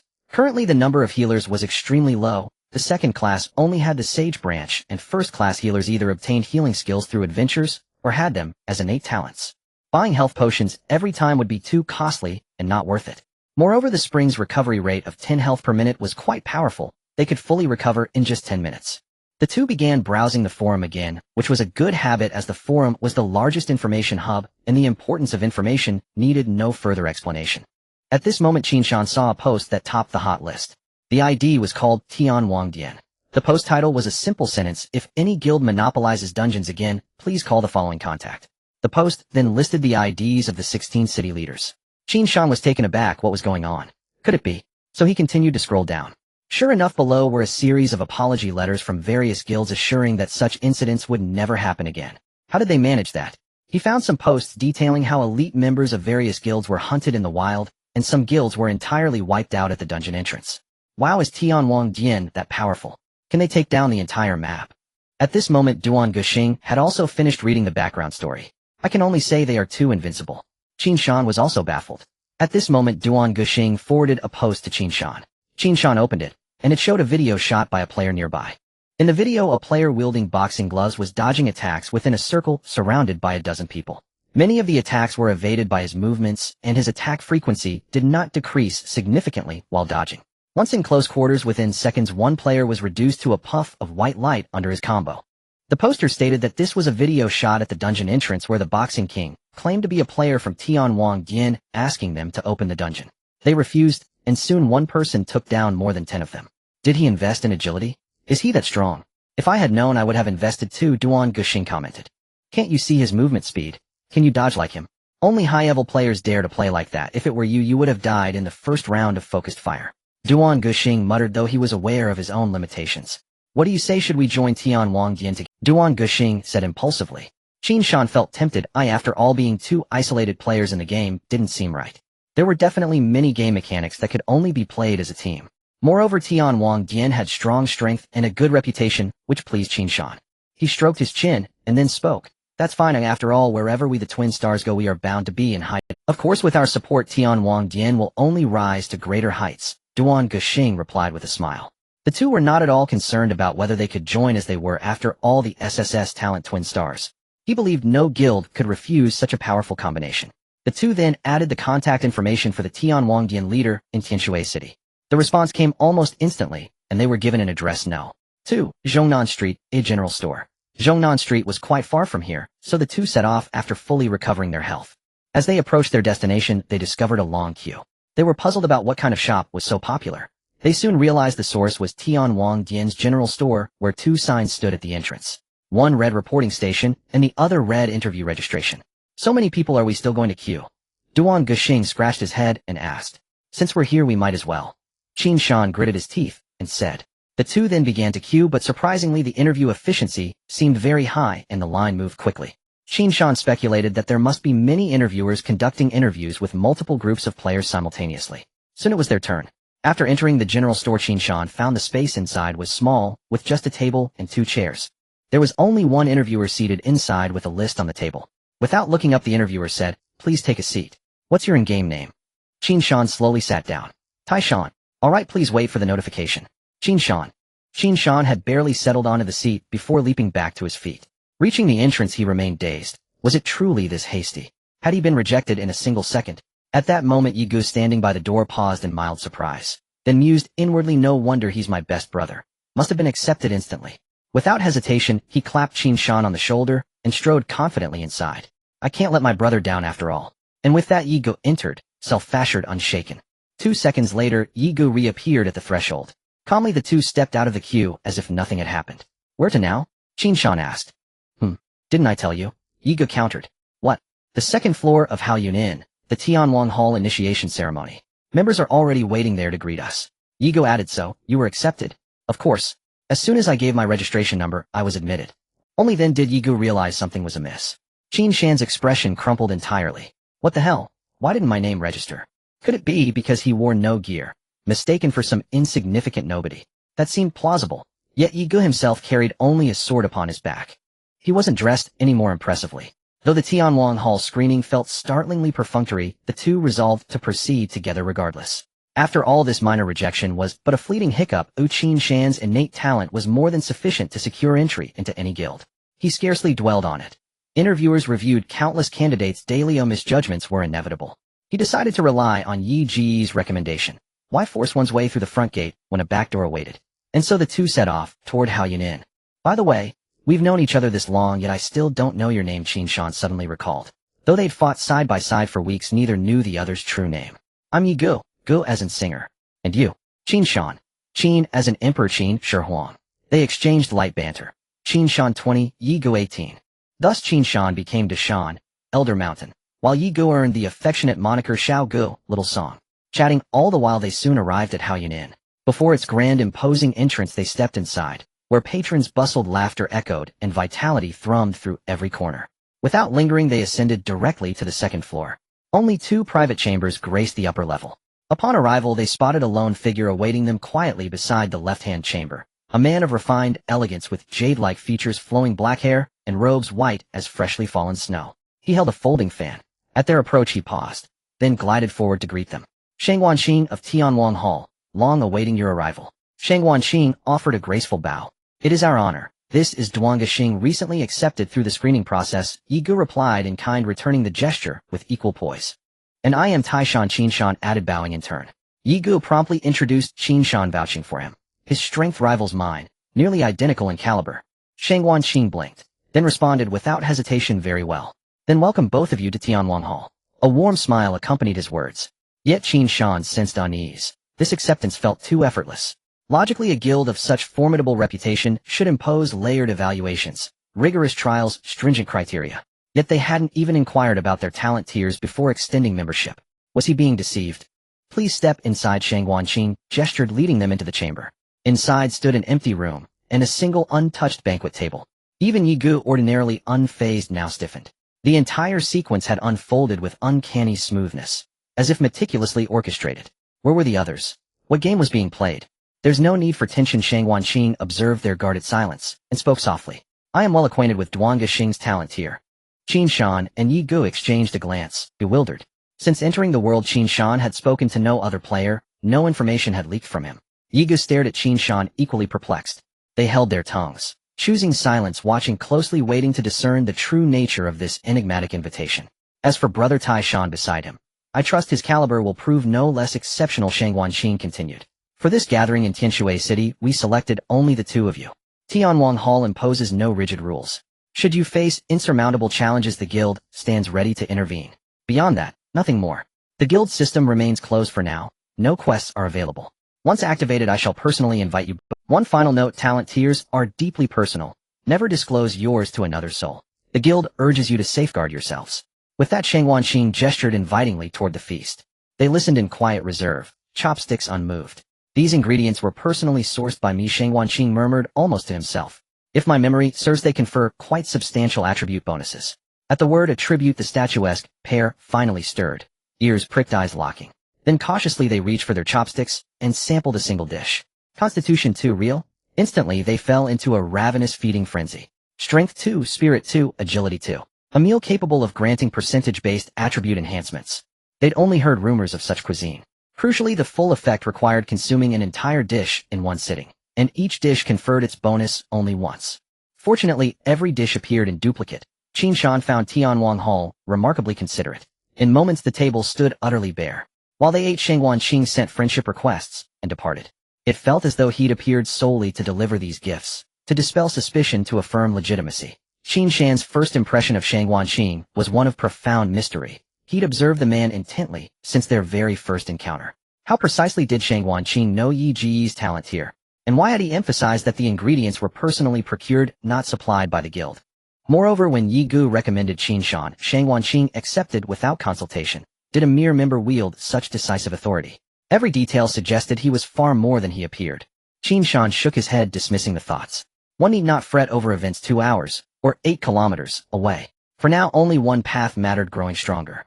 Sated and invigorated, they resolved to enter a dungeon. Now that access was granted, delay risked exhausting daily quotas, leaving them to wait until tomorrow. Consulting guides, they scoured nearby dungeons within Tianshui City, and ultimately selected the optimal entrance to the Xiangui dungeon, a floating portal pulsing like a breathing shard of space, its surface shimmering with indigo and violet light. This dungeon had been chosen with meticulous care. Few players ventured here. Its level requirement was notable. Further, its Xiangui guardians possessed extraordinary durability, rendering most players' clearing speeds impractically slow. Stepping across the threshold, the two were instantly teleported to a small island adrift in open sea. The sun blazed overhead, its fierce heat warping the air into visible ripples. On the sunlit shore ahead, colossal Xiangui basked lazily upon the sands. Looking at the picturesque seaside leisure scene, Qin Shan couldn't help but sigh, feeling as if he were the villain disrupting this harmonious atmosphere. Just as Qin Shan was lost in thought, he saw a migratory bird land on the beach, and beside it the Xiangui snapped it up with lightning speed. Soon blood began to flow from the corners of the Xiangui's mouth. After a slow chew, it moved a bit, leaving nothing but feathers behind. Seeing this scene, Qin Shan suddenly felt he could take action. Name: Xiangui. Level LV17. Health 14000. He glanced at the quest conditions. Level evaluation number of Xiangui killed 05. The dungeon is rated by level evaluation, and the most basic requirement to pass is to kill 5 Xiangui. The two quickly found a lone Xiangui. Qin Shan threw a punch. 14. 61. 20. 20. After consuming a dish that increased his constitution by 2, Qin Shan's health had surpassed 600, reaching 6138. The Xiangui bit back in pain. 200. This level of damage was nothing significant to Qin Shan. At this moment, Yi Gu also circled behind, unleashing a series of 3-wave combos. 400. 40. 500. 50. 600. 60. With the magic god's urinal, Yi Gu's damage undoubtedly reached the ranks of numerical monsters. Soon the two managed to take down the first Xiangui. Experience points 2000. Not bad. The Xiangui Pokédex gave me an additional 3 points in constitution, Yi Gu said with satisfaction. Qin Shan glanced and noted that the Xiangui hadn't even managed to break his shield. This meant that if they kept grinding, he wouldn't even need to consume health potions. This was also the reason they had carefully chosen this target. Xiangui had low leveling efficiency for other players, but one relied on percentage and poison damage, while the other was too high in stats to fear tanking. The low damage from the Xiangui allowed for a perpetual motion, with the only resource needing replenishing being Yi Gu's mana. This time he prepared plenty of mana potions, ensuring he could last for a long time. Soon the task of killing 5 Xiangui was completed. This meant they had fulfilled the most basic quest requirement. Level evaluation: kill 5 Xiangui 55 completed. Level evaluation: kill 10 Xiangui 510. The two continued grinding without a word. The high-hanging sun slowly descended while the moon took over the sky on the other side. The two on Turtle Island had fought until it was dark, during a brief wait for their skills to cool down. Level evaluation kill 5, Xiangui 55, completed. Level evaluation kill 10 Xiangui 1010, completed. Level evaluation kill 20 Xiangui 2020, completed. A level evaluation kill 30 Xiangui 3030, completed. Level evaluation kill 50 Xiangui 4950. Having killed Fortinine, they had already leveled up to over half of level 11. After a brief rest, the two continued to besiege another Xiangui. Just as the Xiangui was about to die with 10 health left, it suddenly leaped into the ocean with lightning speed. The two were left stunned, having never encountered such a situation after killing so many. Just then a drop of rain fell on Qin Shan's hand. He looked up at the sky and saw dark clouds gathering, obscuring much of the moon. It was raining and flashes of thunder wove through the clouds. The Xiangui on Turtle Island all leaped into the ocean. Not far away, a turtle shell the size of a truck flickered in and out of view under the dim light. This must be the summoning animation. Indeed, its level evaluation is not so simple, Qin Shan speculated. Clearly, the elite monster was the final obstacle for this level evaluation. Soon this colossal creature emerged on Turtle Island. Its massive eyes like gigantic rubies were fixed intently on the two. This was by far the largest monster they had encountered.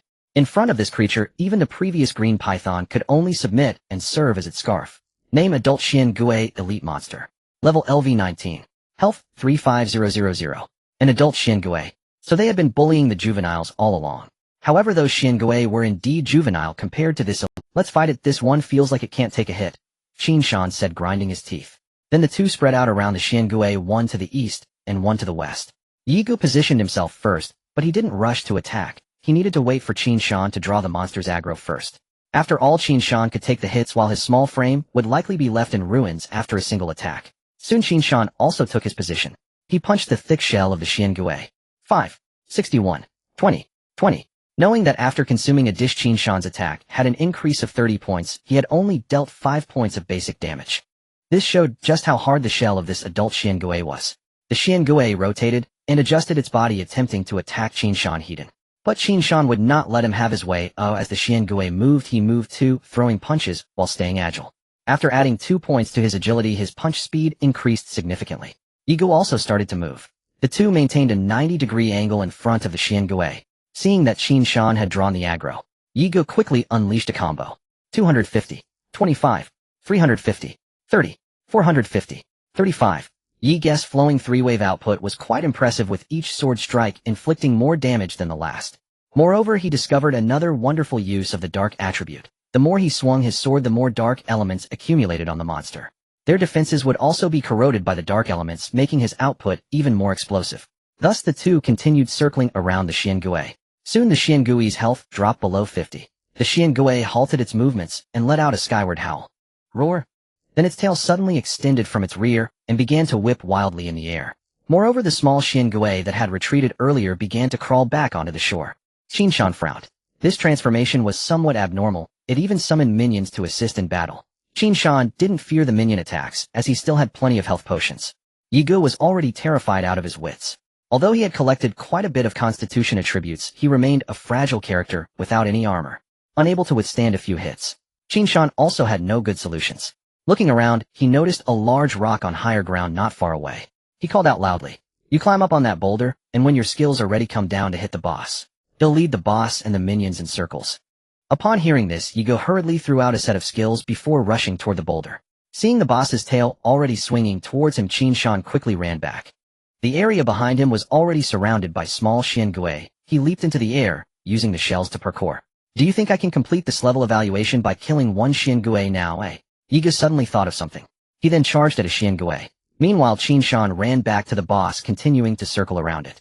With the boss tail constantly attacking, only a few of the nearby minions dared to approach. On the other side, Yigu had nearly drained one Xiangui's health. But the Xiangui then locked its health and leaped into the ocean. At this moment, Qin Shan noticed that the boss tail was swinging more slowly. It seemed that this was not a second phase, but rather a skill similar to a berserk state. While drinking a health potion, Qin Shan quickly informed Yigu of his findings. Soon the small Xiangui retreated on its own, and the large Xiangui retracted its tail. The two surged forward and, using their old strategy, finally ground down the Xiangui. Experience points, 10000. As the Xiangui fell, it transformed into a burst of white light and dispersed. A greenish-blue shield lay quietly on the ground. Equipment Mystic Turtle Shield Rare, cannot be worn, can devour. Equipment level 19. Equipment effect when worn Constitution 10, gains skill longevity. Devour. Constitution 1. You have triggered the curse laziness of the shield. Skill name longevity. Skill rank D rank. Skill type passive. Skill cost none. Skill effect Constitution increases by an additional 10. Cooldown time none. Undoubtedly, this is a significant enhancement for Qin Shan. After all, Constitution is directly related to health points and physical defense, and this skill provides a percentage boost, becoming stronger as Qin Shan's base values increase. Other players might find it challenging to fully utilize their skills, as not every skill aligns with their chosen path. For Qin Shan, every skill is a passive skill, so he doesn't have to worry about skill combinations or his utilization of skills is astonishingly high. As he progresses, the accumulation of skills will amplify his advantages infinitely. Dungeon settlement completed. Contribution points 1,000. Experience points 15,000. As a golden light flashed, the two of them leveled up once again. Indeed, dungeons provide quick leveling. After a single run, they spent approximately 4 hours transitioning from day to night within the dungeon. Their gains were plentiful, with experience points rising from just over level 10 to level 12. After allocating all new attribute points to Constitution, they exited the dungeon. A single rank evaluation from the dungeon rewarded them with 1,000 contribution points. From game forums, he learned that contribution points can be used to purchase supplies at the military supply station in the city. These contribution points essentially equate to lower-tier military merits introduced by the government of Tianshui City to incentivize mercenaries to regularly clear major monster nest dungeons. In the shop, they could even exchange for skill books. They planned to return to the city first to see what good items the military supply shop had, then proceed to clear each dungeon. Let ye go clear through the compendium first. From this perspective, both of them shared a bit of sympathy. Simply put, they both leaned towards being effort-based talents requiring constant accumulation with evident advantages and extremely high potential. Other players may encounter bottlenecks at each stage, but for them strength increases linearly without any bottleneck. Tianshui City Military Supply Shop. Knight Skill Book 100000. Warrior Skill Book 100000. Justice Medal 1000. Mana Potion 100. The shop's goods range in price from high to low. At this rate, to obtain a skill book, would they need to clear the dungeon a full 100 times? Thinking of this made Qin Shan's teeth ache. Looking at this amount of contribution points, he couldn't buy anything. He shook his head and left the shop, pondering which dungeon to tackle next. Meanwhile, Yiga soon exited as well, holding a justice medal. What did you buy that for? Can you even collect this? Nonsense, otherwise why would I waste contribution points buying it? With that small exchange over, the two entered a At this moment, their efficiency was already beginning to show. The efficiency of their duo was comparable to many fully staffed 4-person teams, even surpassing some. The sun rises in the east and sets in the west, day and night alternate. 5 days later, Qin Shan and the others returned to the military supply shop, and unlike last time, this time, they were considered wealthy. During these few days, they had swept through 6 dungeons ranging from levels 11 to 20, having cleared each dungeon so many times that they could not remember. Aside from sleeping and some necessary eating and drinking, they were completely immersed in the dungeons. Short Song was nearly able to complete the monster compendium for the area around Tianshui City, including elite monsters. Their levels also reached level 20. During this time, they had only obtained 2 rare pieces of equipment and a few common items. They acquired 2 new skills through devouring. Skill name Gecko Regeneration. Skill rank D rank. Skill type passive. Skill cost none. Skill effect restores 1 health every 10 seconds. Cooldown time none. Skill name Hedgehog Thorns. Skill rank D rank. Skill type passive. Skill cost none. Skill effect when hit by melee attacks reflects 10 of the damage taken. Cooldown time none. Subsequently, the two purchased skill books from the military supply shop. Skill name Knight's Guardian. Skill rank C rank. Skill type active. Skill cost 5 mana. Skill effect choose a target to share 50 of the damage taken by the target for 10 minutes. Cooldown time 30 minutes. You have triggered the cursed laziness of the shield. Skill name Knight's Guardian. Skill rank C rank.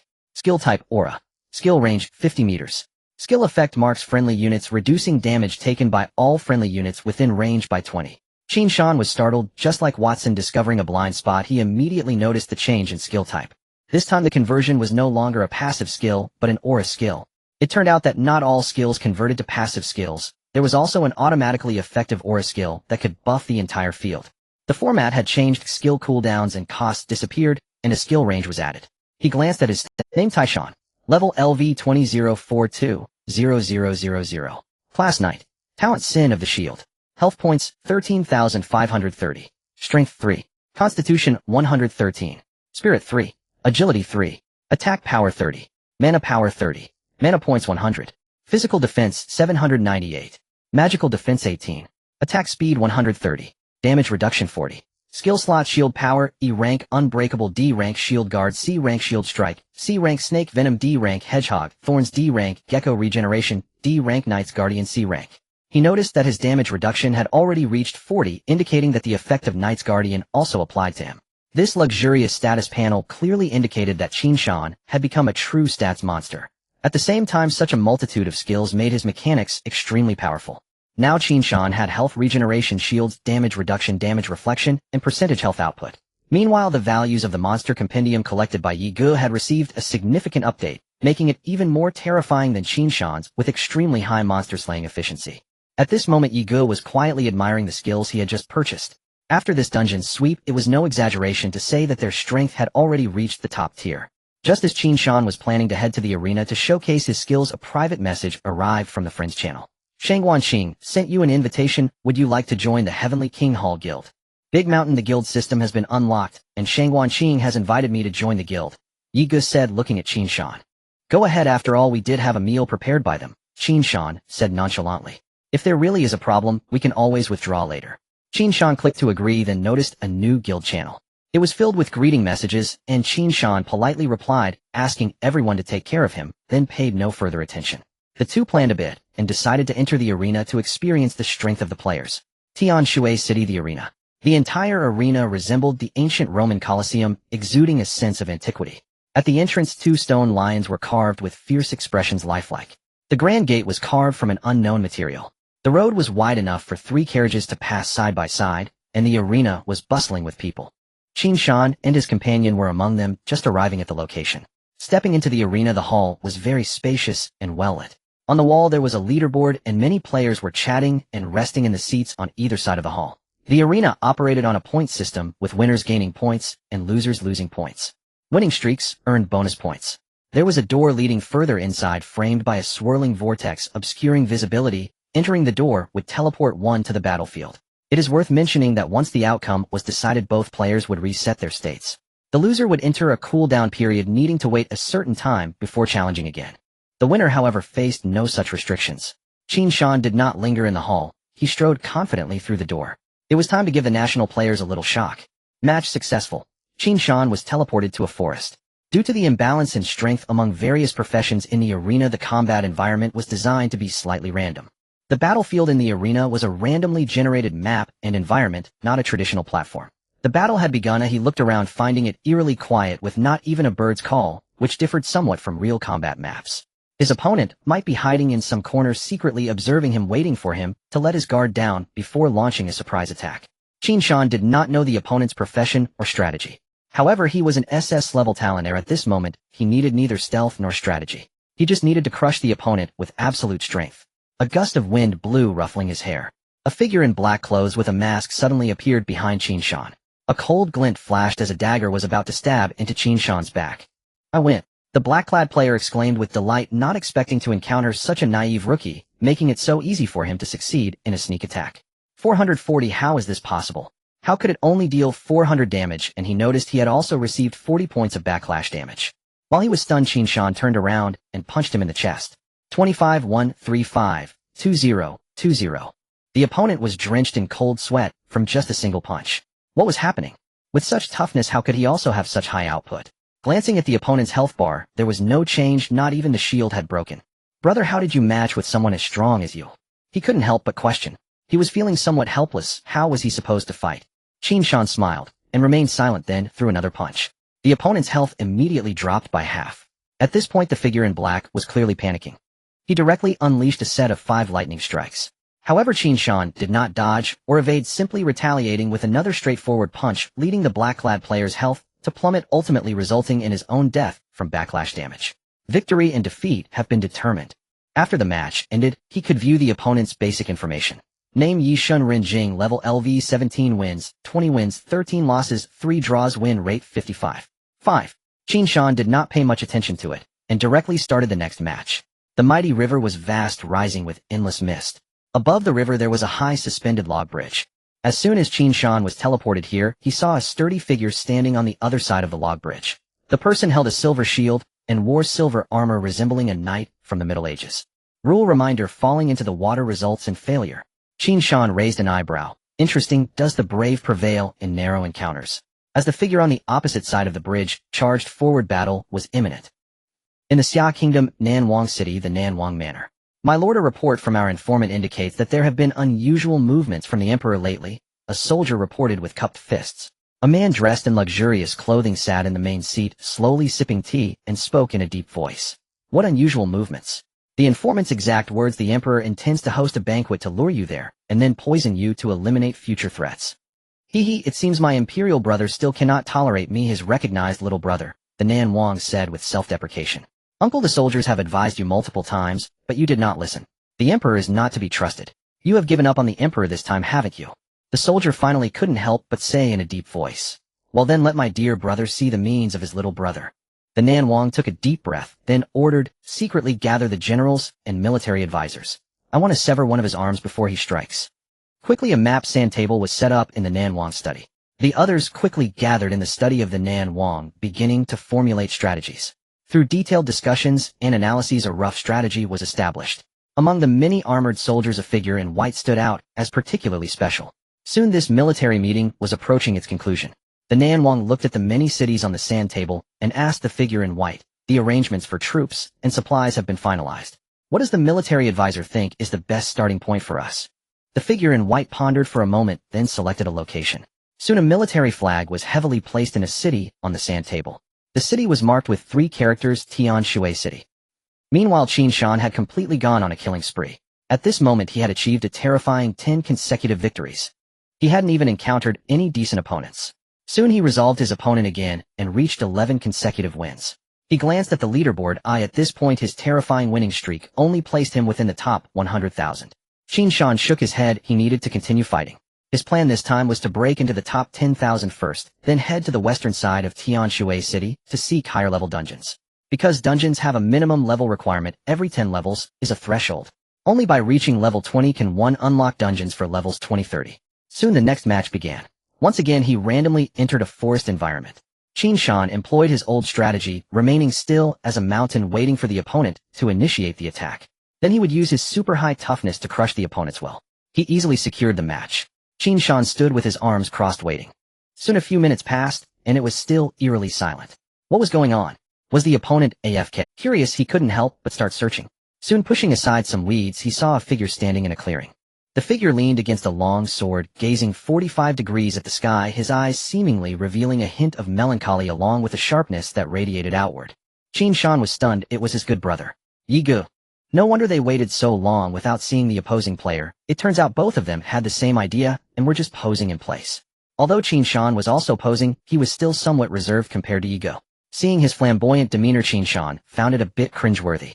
Qin Shan watched Yi Gu continue posing, unable to help but laugh in frustration. How long do you plan to hold that pose? You finally arrived. Meeting me is your misfortune. Come on. He'll let you take 3 moves first. Yi Gu set his tone as lonely as snow. He then felt that the voice sounded somewhat familiar and slowly turned his head to take a look. What a coincidence. Yi Gu's eyelids twitched slightly, and he was immediately petrified. Soon the brief interlude passed. They exchanged glances, both seeing the eagerness in each other's eyes. After all, they had been in a team for so long, and sometimes they couldn't help but wonder who was stronger in an unknown duel. Thus they found an open space and prepared to settle it. This battle will determine our strength and our lives. Yi Gu danced, his sword holding the long sword in a reverse grip with his palm facing inward, resting his left hand on his right wrist. A gust of wind blew by, causing the white-haired youth's sleeves to flutter wildly, just like his current boiling battle intent. Qin Shan sat cross-legged on the ground, appearing calm and composed. In truth, Qin Shan was biding his time, waiting until the shield's power would refresh in 3 minutes before making. This way, after the first shield was shattered, he could refresh another full shield in less than 3 minutes. This dual shield tactic was incredibly useful. Qin Shan was determined to execute everything to perfection to ensure he could fight at full strength. After all, if he lost, he would undoubtedly lose his voice in the team. With Yi Gu's personality, if he won, he would probably start calling him Little Shan and expect Qin Shan to call him Big Gu. When there were 3 minutes left for the shield to refresh, Qin Shan opened his eyes, slowly stood up, and assumed the Tai Chi starting position. After all, Yi Gu was already posing, and not doing so would feel like losing momentum, even though Qin Shan didn't know Tai Chi. The battle was about to begin. Yi Gu launched a powerful strike right away. 1123. 112 Qin Shan 10 retaliatory damage. 112 Yi Good Dark Attribute 10 output. 11 Qin Shan 10 retaliatory damage. A sword struck Qin Shan's shoulder. The skill damage was high, but Qin Shan's retaliation was not low either. Moreover, this sword hit the shield, so Qin Shan didn't lose health. Instead, Yi Ge's health decreased a bit. Qin Shan exchanged injury for injury, landing a punch on Yi Ge's chest. 19. 135. 10. 10. Did the snake poison only deduct 10 health? What was going on? Yi Ge noticed Qin Shan's confusion and laughed, saying having the snake poison skill is nice, but unfortunately, I have poison resistance.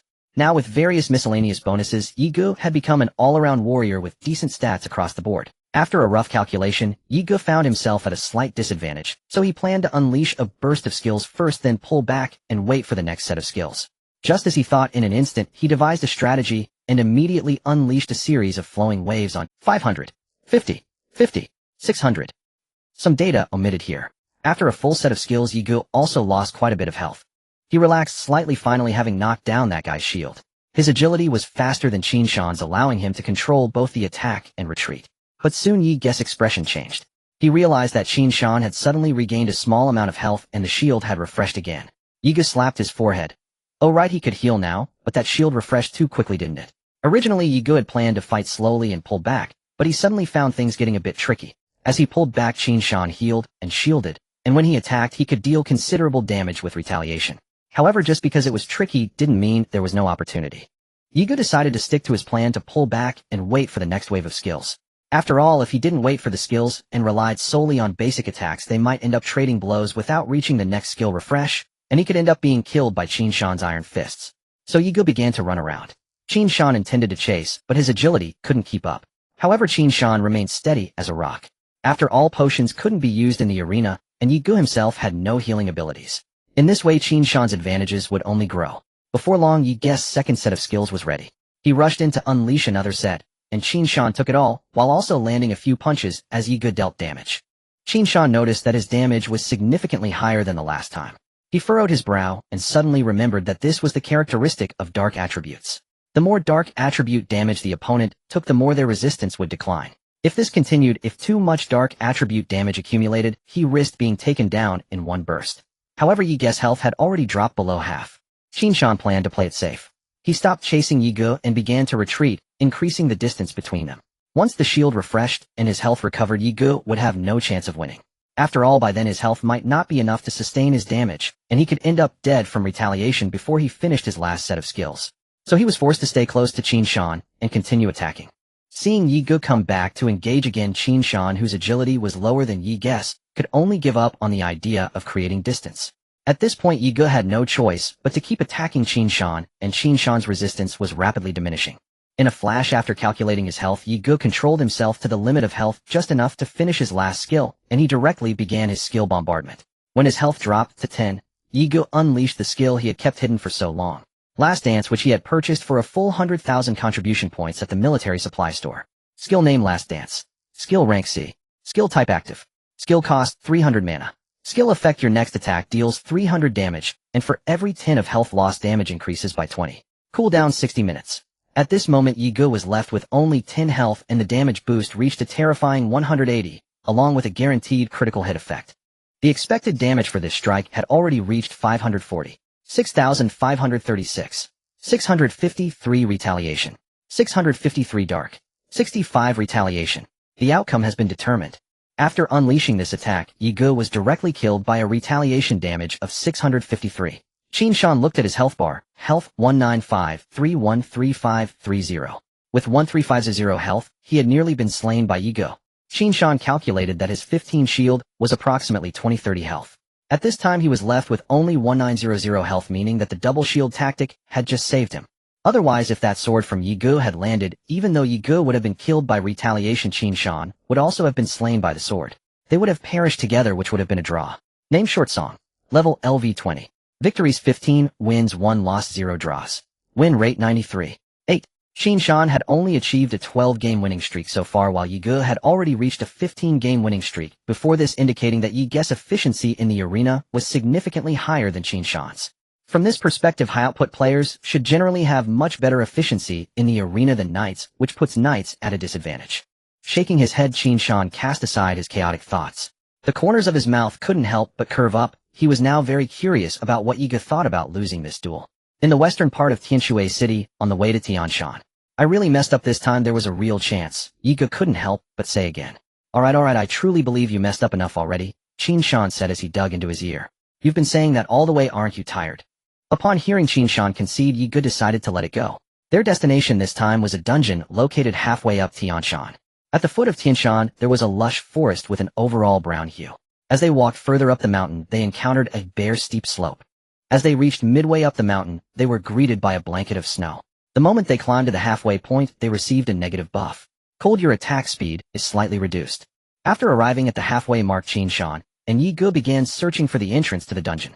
At this time, players visiting Qin Shan were extremely rare. After all, only top-tier players would dare challenge a dungeon of level 20-30 at this time. The snow fell incessantly, making it difficult for them to track the footprints of other players on the ground. Shang Guanqing sent me a message saying we must be on standby in Tianshui City by 7 o'clock tomorrow morning and assigned us a task. Yi Ge suddenly said. Did he mention what the task was? He said he would tell us tomorrow morning. He mentioned that there are only the two of us in Tianshui City, and the task is quite arduous, so we should be mentally prepared. Yi Ge glanced at the chat history and spoke up. Qin Shan looked at the current time, which was 5 in the afternoon, and quickly calculated the time. He said, alright, it's 5 now. Let's grind until midnight, and then head back. Can't we grind a bit more? Half an hour of travel should be enough, right? Yi Ge asked, as Qin Shan usually didn't waste any time improving himself. Qin Shan recalled his first impression of Shang Guanqing during their meeting at Haoyun, in which could only be described in 2 words: mysterious. It seems Shang Guanqing knows you very well and trusts your strength. He should be quite aware of our capabilities. Qin Shan paused and continued, since he said the task is very challenging, we should take it seriously. Let's rest early today to regain our spirits. I have a feeling that tomorrow's task will be quite difficult. This is the first task assigned by the guild. If we don't perform well, won't the other members of the Heavenly King Palace look down on the strength of our twin stars? After hearing Qin Shan's words, Yi Ge nodded in agreement. This matter came to a temporary conclusion, and then Qin Shan opened the game forum, found a post about the dungeon's location, and followed the guide to locate it. The howling wind roared as snow mixed with raindrops fell. The snow and rain spread across the thick ice layer, creating an endless expanse. After entering the dungeon, Qin Shan and Yi Ge arrived at an open ice field, and their negative buffs refreshed. Cold, your attack speed is slightly decreased. Frostbite, your health limit is locked at 10. Hypothermia, your health will gradually decrease. Qin Shan's first impression upon entering was that the difficulty of the dungeon had increased.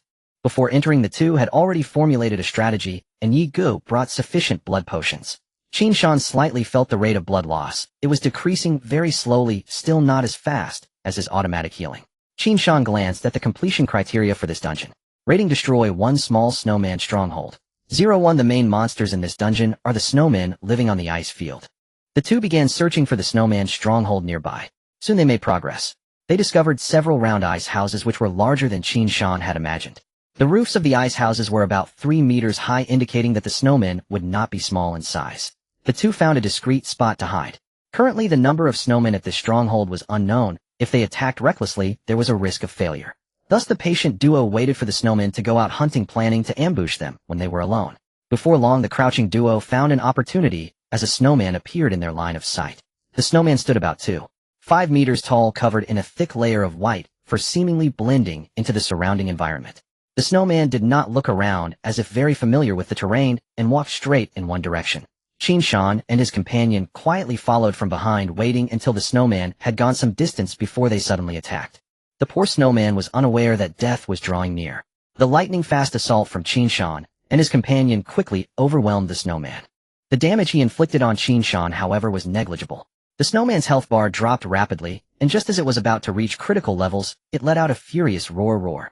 Qin Shan and his companion retreated, sensing that the snowman was about to fight to the death. They would not give it a chance. After all, saving some health meant saving a lot of time for healing. After the snowman's roar, it slammed its hands against its chest, and then ran towards the weak point of the encirclement. Wanna run?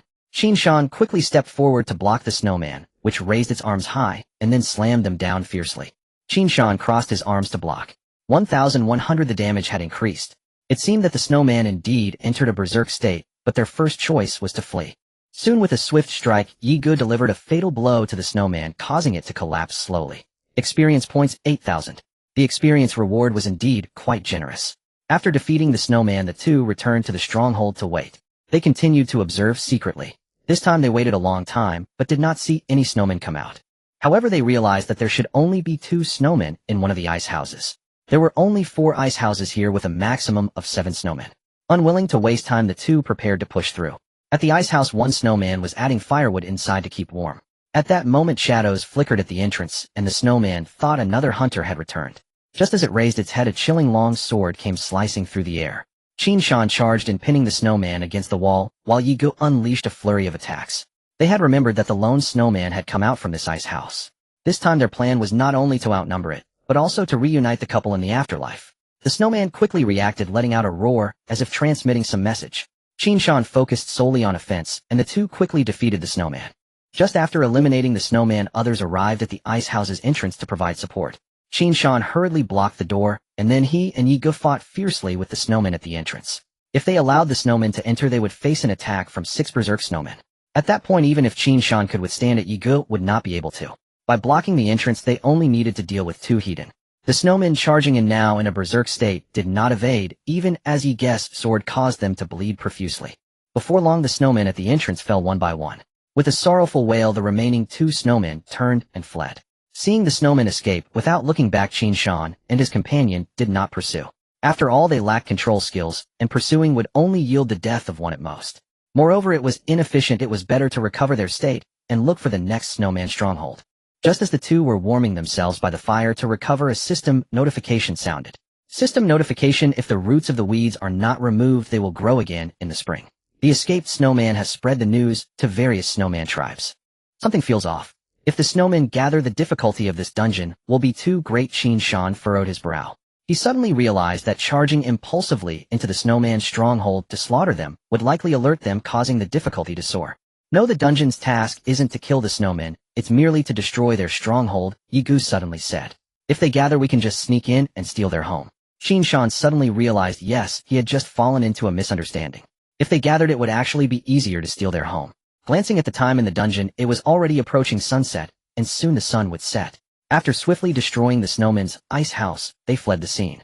Subsequently, they cautiously found the next snowman stronghold. The 2 hid at a distance, secretly observing. There was no movement at the stronghold. The sun had set, but from a distance it seemed that no bonfires had been lit inside the ice houses. They boldly approached the stronghold, and found that the snowmen had indeed relocated. With little effort, they destroyed one of the strongholds. As the moon gradually rose, visibility decreased again with the deepening night. Qin Shan and the others smoothly destroyed several strongholds, all of which without exception were devoid of snowmen. Just as the 2 continued searching for the next stronghold, a wolf howl echoed from afar, followed by a chorus of howls from the wolf pack. At that moment, Qin Shan seemed to understand something. Perhaps the solution to this dungeon lies in waiting for the wolf pack to attack each snowman stronghold, allowing them to reap the benefits. If he was not mistaken, the ice houses also served a function to ward off the wolves. They quickly headed towards the wolf pack. Soon they spotted a larger snowman stronghold where many snowmen were already taking defensive positions around the ice house. The number of wolves was enormous. Qin Shan roughly estimated it to be 3 times that of the snowmen. However, the wolf pack did not seem eager to attack, as if they were waiting for the snowman's condition to deteriorate. If he wasn't mistaken, the wolf pack should respawn near the snowman strongholds every night. If players were nearby, the wolves would attack the snowman strongholds at the right moment. If they were to take down each stronghold one by one, it might take several nights to clear them all. Thus it seemed that through a twist of fate, they had actually accelerated the speed of clearing the dungeon. As time gradually passed, the snowmen employed a defensive strategy. Some snowmen entered the ice houses to warm up, which indicated that their condition was declining. At this moment, the lead wolf began to howl, signaling the attack. Soon the wolf pack launched their assault, and the snowmen formed a circle back to back. Although the wolves were numerous, they did not gain much advantage. As the battle reached a fever pitch, Qin Shan and his companion could no longer hold back and joined the fray. After all, they were not merely here to benefit from others, they needed to gain experience as well. The 2 first entered the battlefield from the outskirts to balance the situation. They would evenly distribute their kills among both sides. If the wolf pack fell into a disadvantage, they would assist the wolves in killing the snowmen. It was a lively battlefield akin to a political fence-sitter. Soon dawn broke and a ray of morning light shone from the horizon. Notably, only the monsters killed by players would dissipate into white light. The fighting among the monsters would not disappear. Watching the sun rise, Qin Shan slowly wiped the blood from his face. Yi Gu also gently wiped the blood from his long sword. His great evaluation destroyed an ultra-large snowman stronghold. 11. Dungeon settlement, successful contribution value, 4,000 experience, 100000. The experience was abundant, and some basic equipment dropped. Glancing at the time, it was now 8:30 p.m. The two skillfully repeated the routine and cleared the dungeon once more. Fortunately this time, they obtained a rare piece of equipment from the snowman. After consuming it, Qin Shan acquired another skill. Skill name immune to wind and snow. Skill grade crate. Skill type passive. Skill cost none. Skill effect: your physical defense and magic defense merge into one defensive attribute, and you gain an additional 1 damage reduction for every 100 defense. Cooldown time none. Qin Shan was taken aback. It was as if he had found a pillow while feeling sleepy, as if he were the chosen one favored by the heavens. Earlier during the arena matches he had noticed this issue.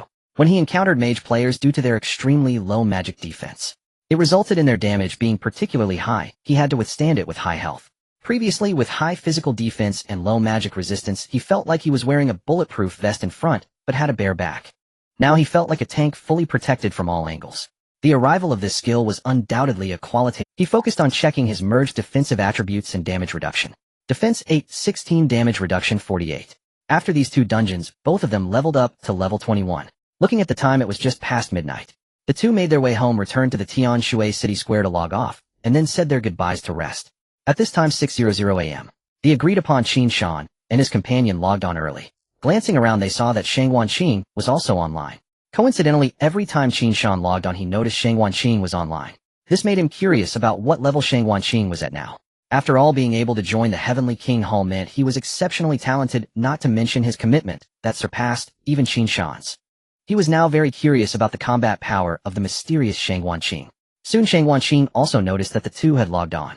Shangguanqing, south of the city, East District Zhang Mansion, just knock on the door to enter. The two quickly found the address mentioned by Shangguanqing.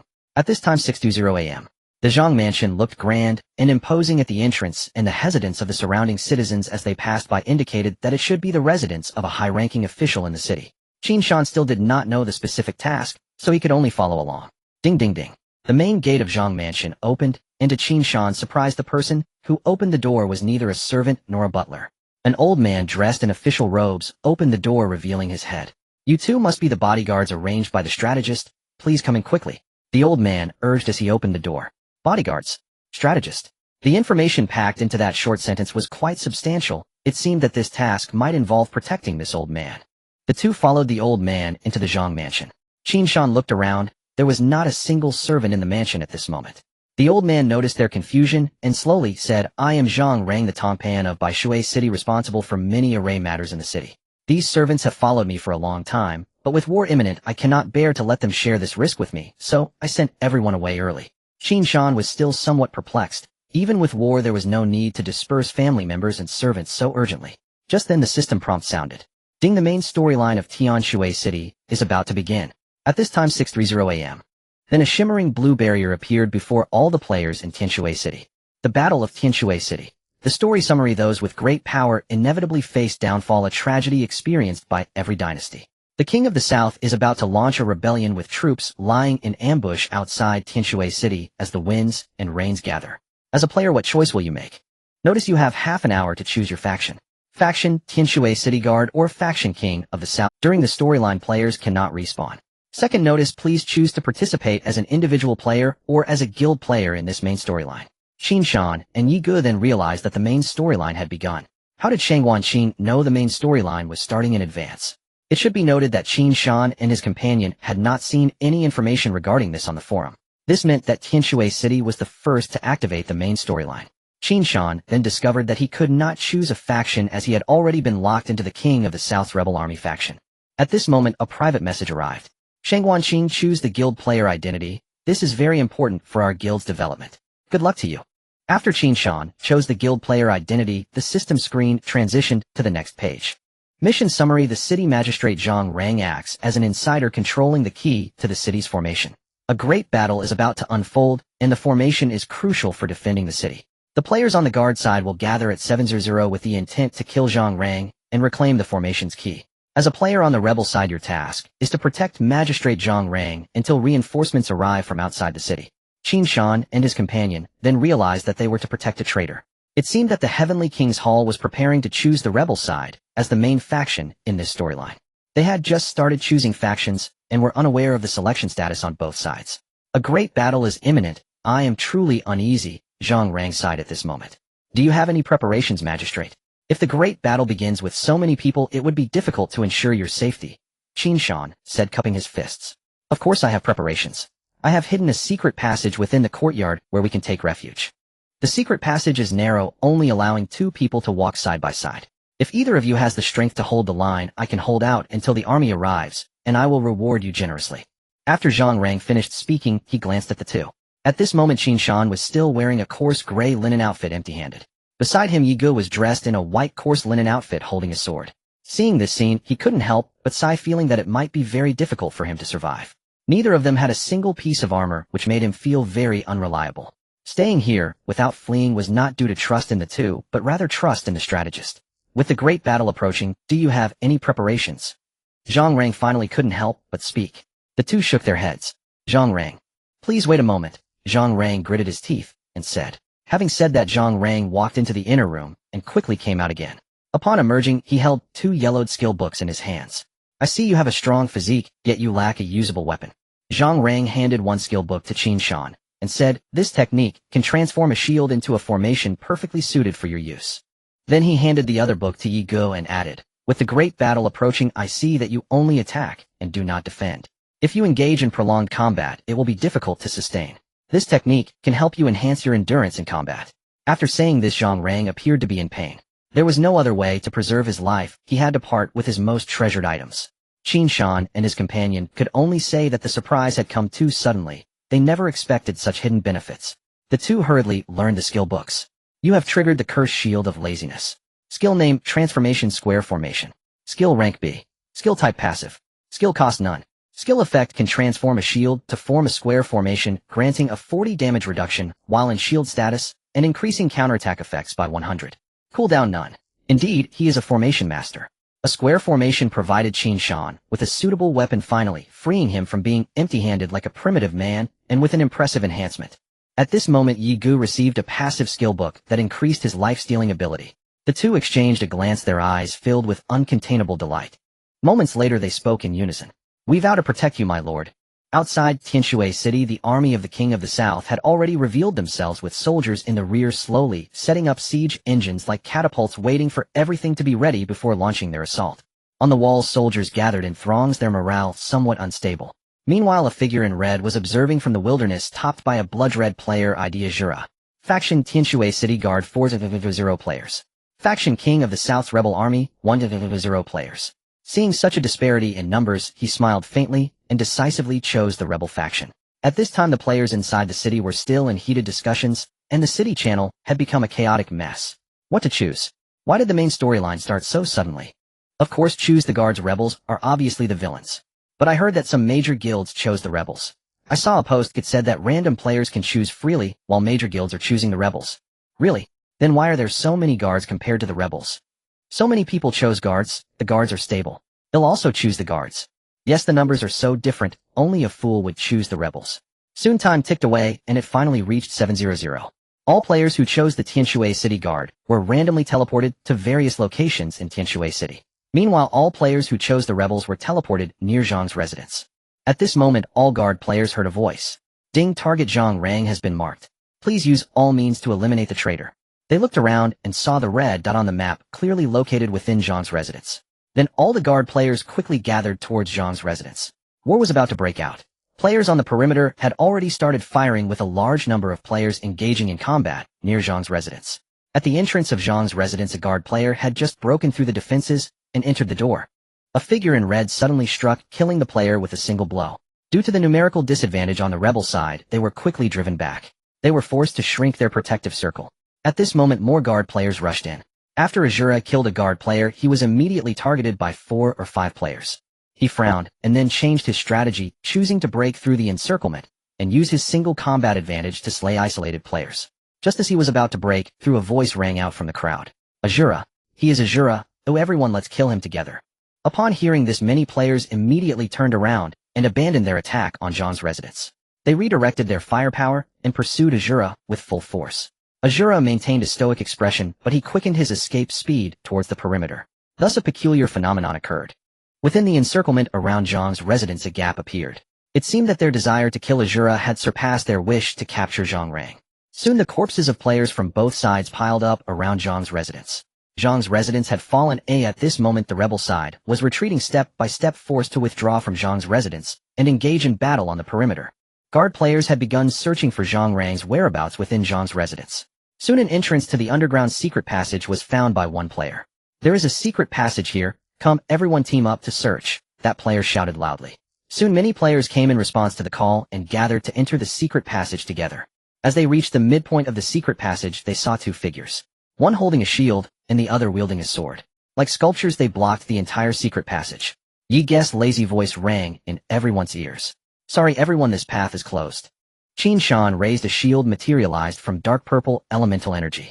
Dark purple energy rippled outward along the shield's rim, like water, forming concentric waves that coalesced into a translucent violet wall, sealing the entire narrow passageway.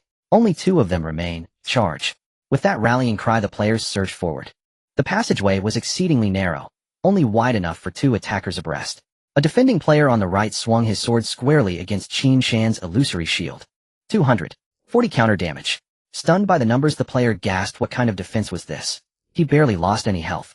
Meanwhile, a defender on the left lunged forward with his own shield, delivering a powerful shield bash toward Yi Gu, but the blow struck the shimmering water wall conjured by the Fanyuan formation.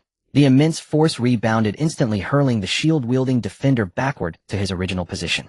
At that very moment, damage numbers flickered above Qin Shan's head. 50. Yi Gu arched an eyebrow and remarked, "Impressive. You've got a new skill that even shields me from harm." Qin Shan remained silent. Instead, he redirected his shield's counterattack straight at the sword-wielding player on the right. 13. 138. 20. The player recoiled in shock. What kind of damage is this?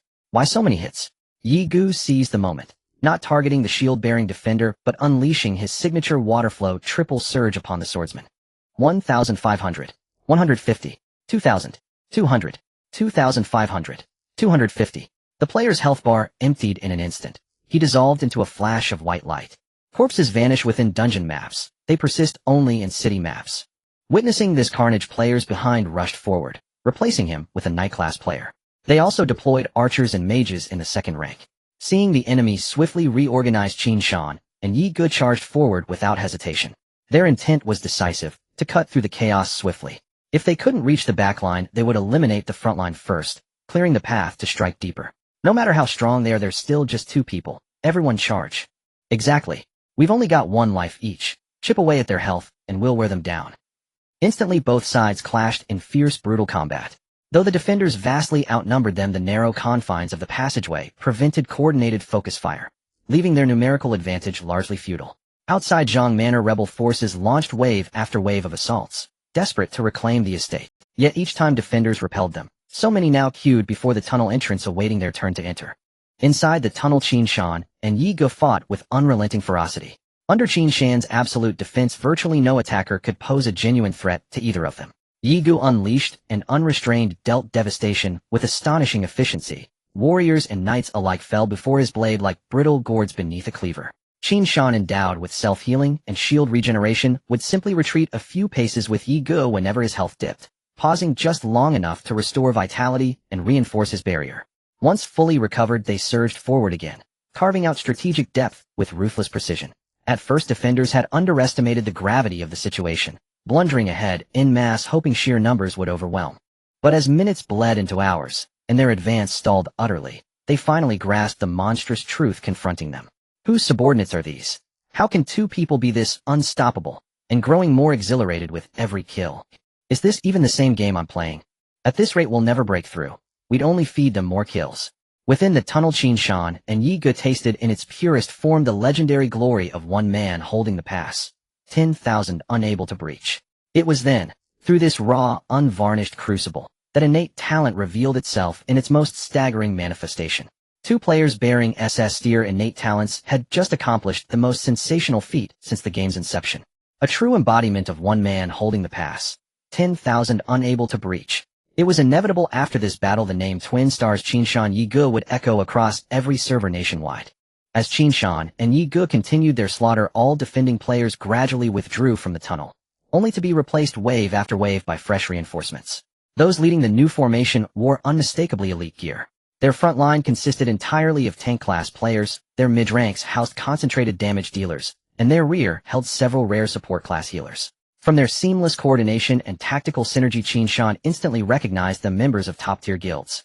High-level, impeccably equipped, perfectly synchronized, and executing orders with flawless discipline. Qin Shan and Yi Ge braced themselves anew, their eyes sharpening with sober resolve. With a single command from the defenders, Commander Phase 2 of the Tunnel War officially commenced. Outside Zhang Manor, a dagger pierced the defender's heart. He crumpled silently.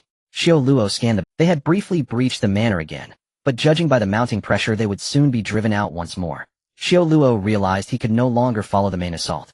Instead, he circled the perimeter, seeking a weaker point in the defenses. A crimson figure darted fluidly along the battlefield's fringe, unnoticed, unchallenged. Within moments, he slipped unseen into Zhang Manor and vanished. By now, the defenders had exhausted every stratagem.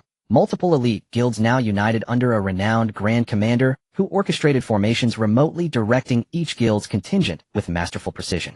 Even more perilous were several players wielding aura skills, bestowing multiple buffs upon those inside the tunnel, dramatically intensifying the pressure on Qin Shan and Yi Ge. Qin Shan and Yi Ge focused fire on the frontline knights, but when one neared death, he retreated, instantly replaced by another. Once healed, he rotated back into position. This relentless rotation robbed Qin Shan and Yi Ge of their earlier ease in eliminating enemies. Under the Grand Commander's calm, methodical orders, Qin Shan's health bar began descending steadily. Qin Shan frowned. This pace could not last. Sooner or later he would falter. The enemy warrior's execute skill will cool down in 1 minute.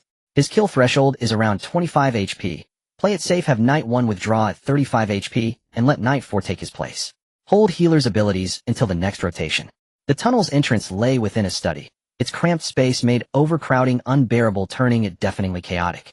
Thus all casual players were cleared out, leaving only the Grand Commander and elite combatants assigned to the warrior. Just used his 3-strike combo. I'm at 50 HP, stable for now. Inside the tunnel, silence reigned. No noisy chatter, only the frontline knight's voice transmitting vital intel directly to the commander's ear. Such discipline ensured clarity in a large-scale operation. Fragmented communication would spell disaster. For any commander, timely, precise frontline intelligence was indispensable. Press forward, compress their space. Deny them breath, deny them respite. The commander replied coolly. At that instant, the air beside him warped, light bending unnaturally. A crimson figure emerged from the distortion. The commander reacted instantly, opening his mouth to call for aid. But faster than thought, faster than speech, came a blood-red dagger. In the study, apart from the two combatants, there were also 2 severely injured knights recovering and 2 players with aura skills. The figure in red was none other than Xiao Luo, who possessed an invisibility skill. He did not need to know where the target was being protected. He only needed to observe where the defenders were most numerous and their defenses most formidable. After overhearing the defenders' discussions, he quickly understood the situation of the rebel forces. Thus he stealthily infiltrated the study and launched an assassination against the crucial commander. Help! Help! There's an assassin, protect the commander. The cries echoed in the study. Wasn't the door to the study supposed to be closed? How could an assassin suddenly appear? Soon the players who reacted opened the study's door. The study was now in chaos, with several corpses lying haphazardly on the floor. As they entered, they caught sight of Xiao Luo withdrawing his dagger from the last night player. The study had been completely slaughtered in just a few seconds. The players were left dumbfounded, suddenly caught in an awkward predicament.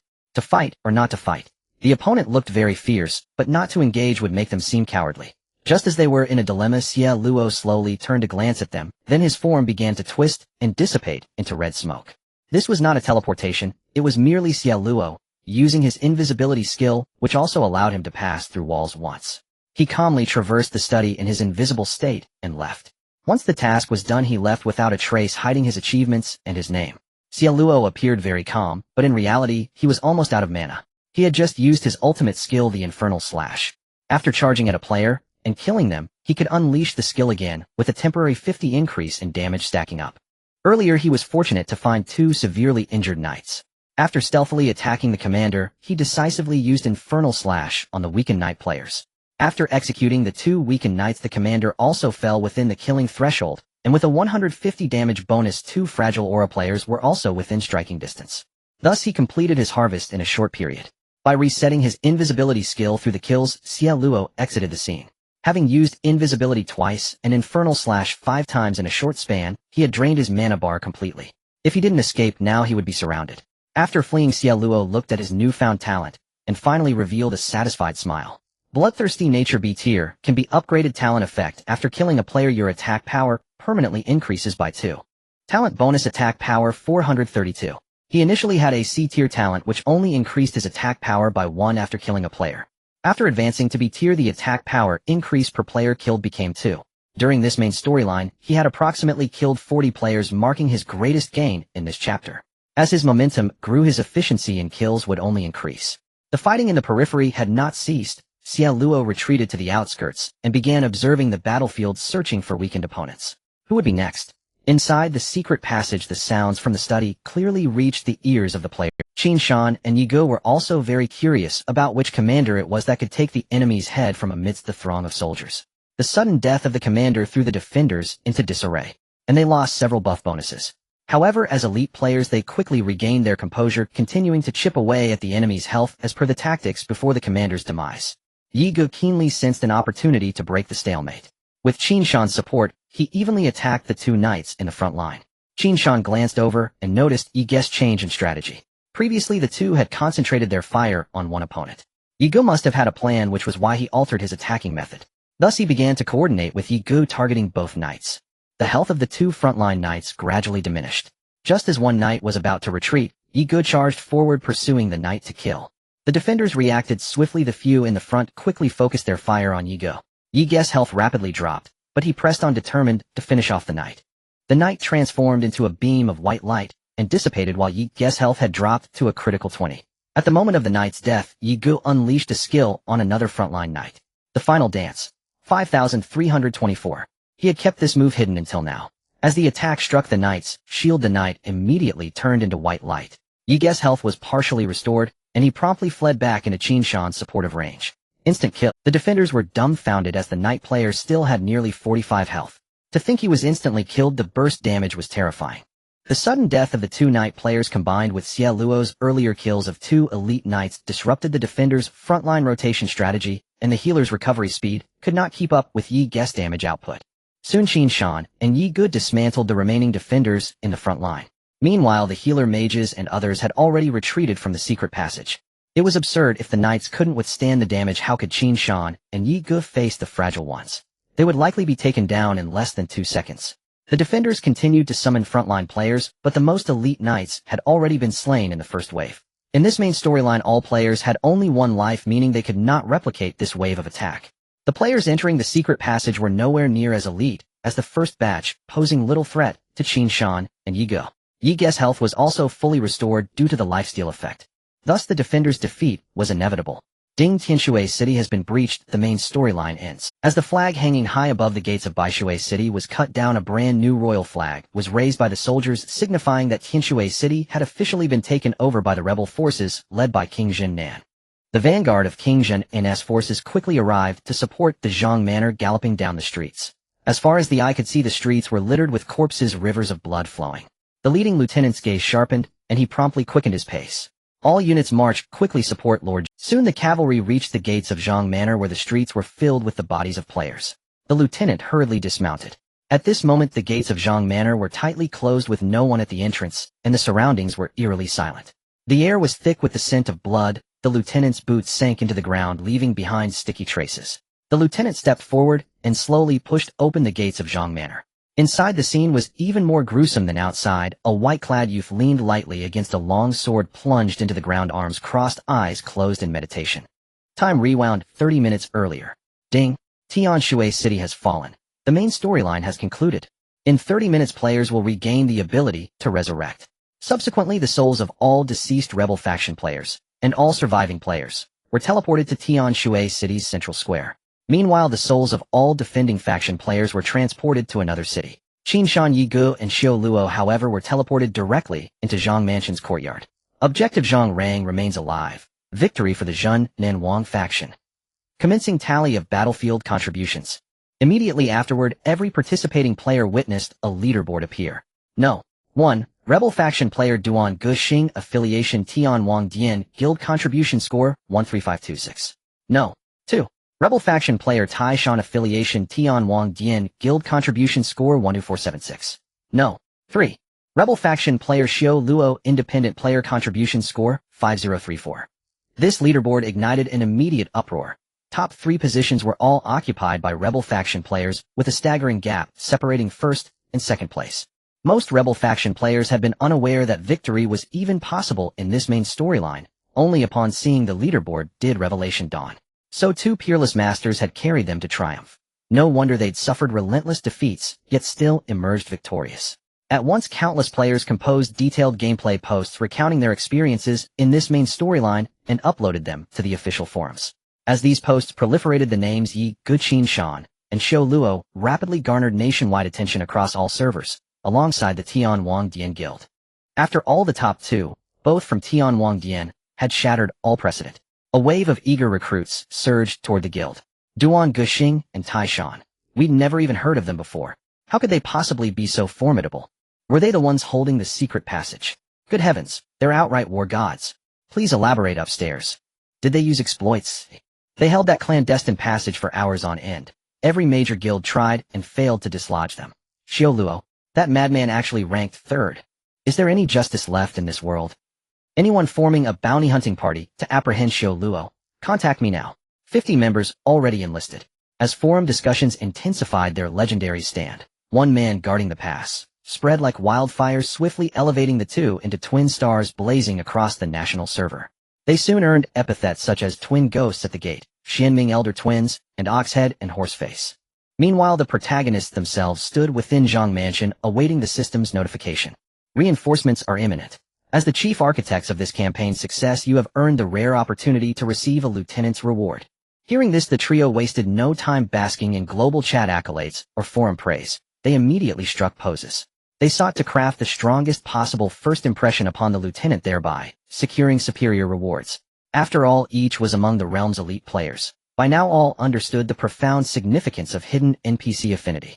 Indeed, Qin Shan and Yi Gu had previously triggered hidden conditions, and thus received Zhang Rang's concealed boon, precisely because their appearances seemed untrustworthy. After careful deliberation, Yi Gu settled upon his most familiar stance, projecting aloof mastery and serene nonchalance. Qin Shan, equally thoughtful, chose instead to embody unwavering composure. Xiao Luo, observing their poses, inexplicably extended his tongue and licked his dagger. Thus unfolded the moment the lieutenant opened Zhang Mansion's gates. Upon opening the gates, the lieutenant gazed upon the three and fell silent, lost in contemplation. I have arrived, yet still too late. His pupils contracted slowly, disbelief coloring his voice. My lord, have I truly failed you? At those words, the trio's minds froze entirely. Qin Shan lifted his bewildered gaze toward the lieutenant. This doesn't align with the narrative. Didn't we win? Frantically, Qin Shan interjected. My lord, Lord Zhang lives. He is safe. We succeeded. Then where is Lord Zhang? Why does he not emerge?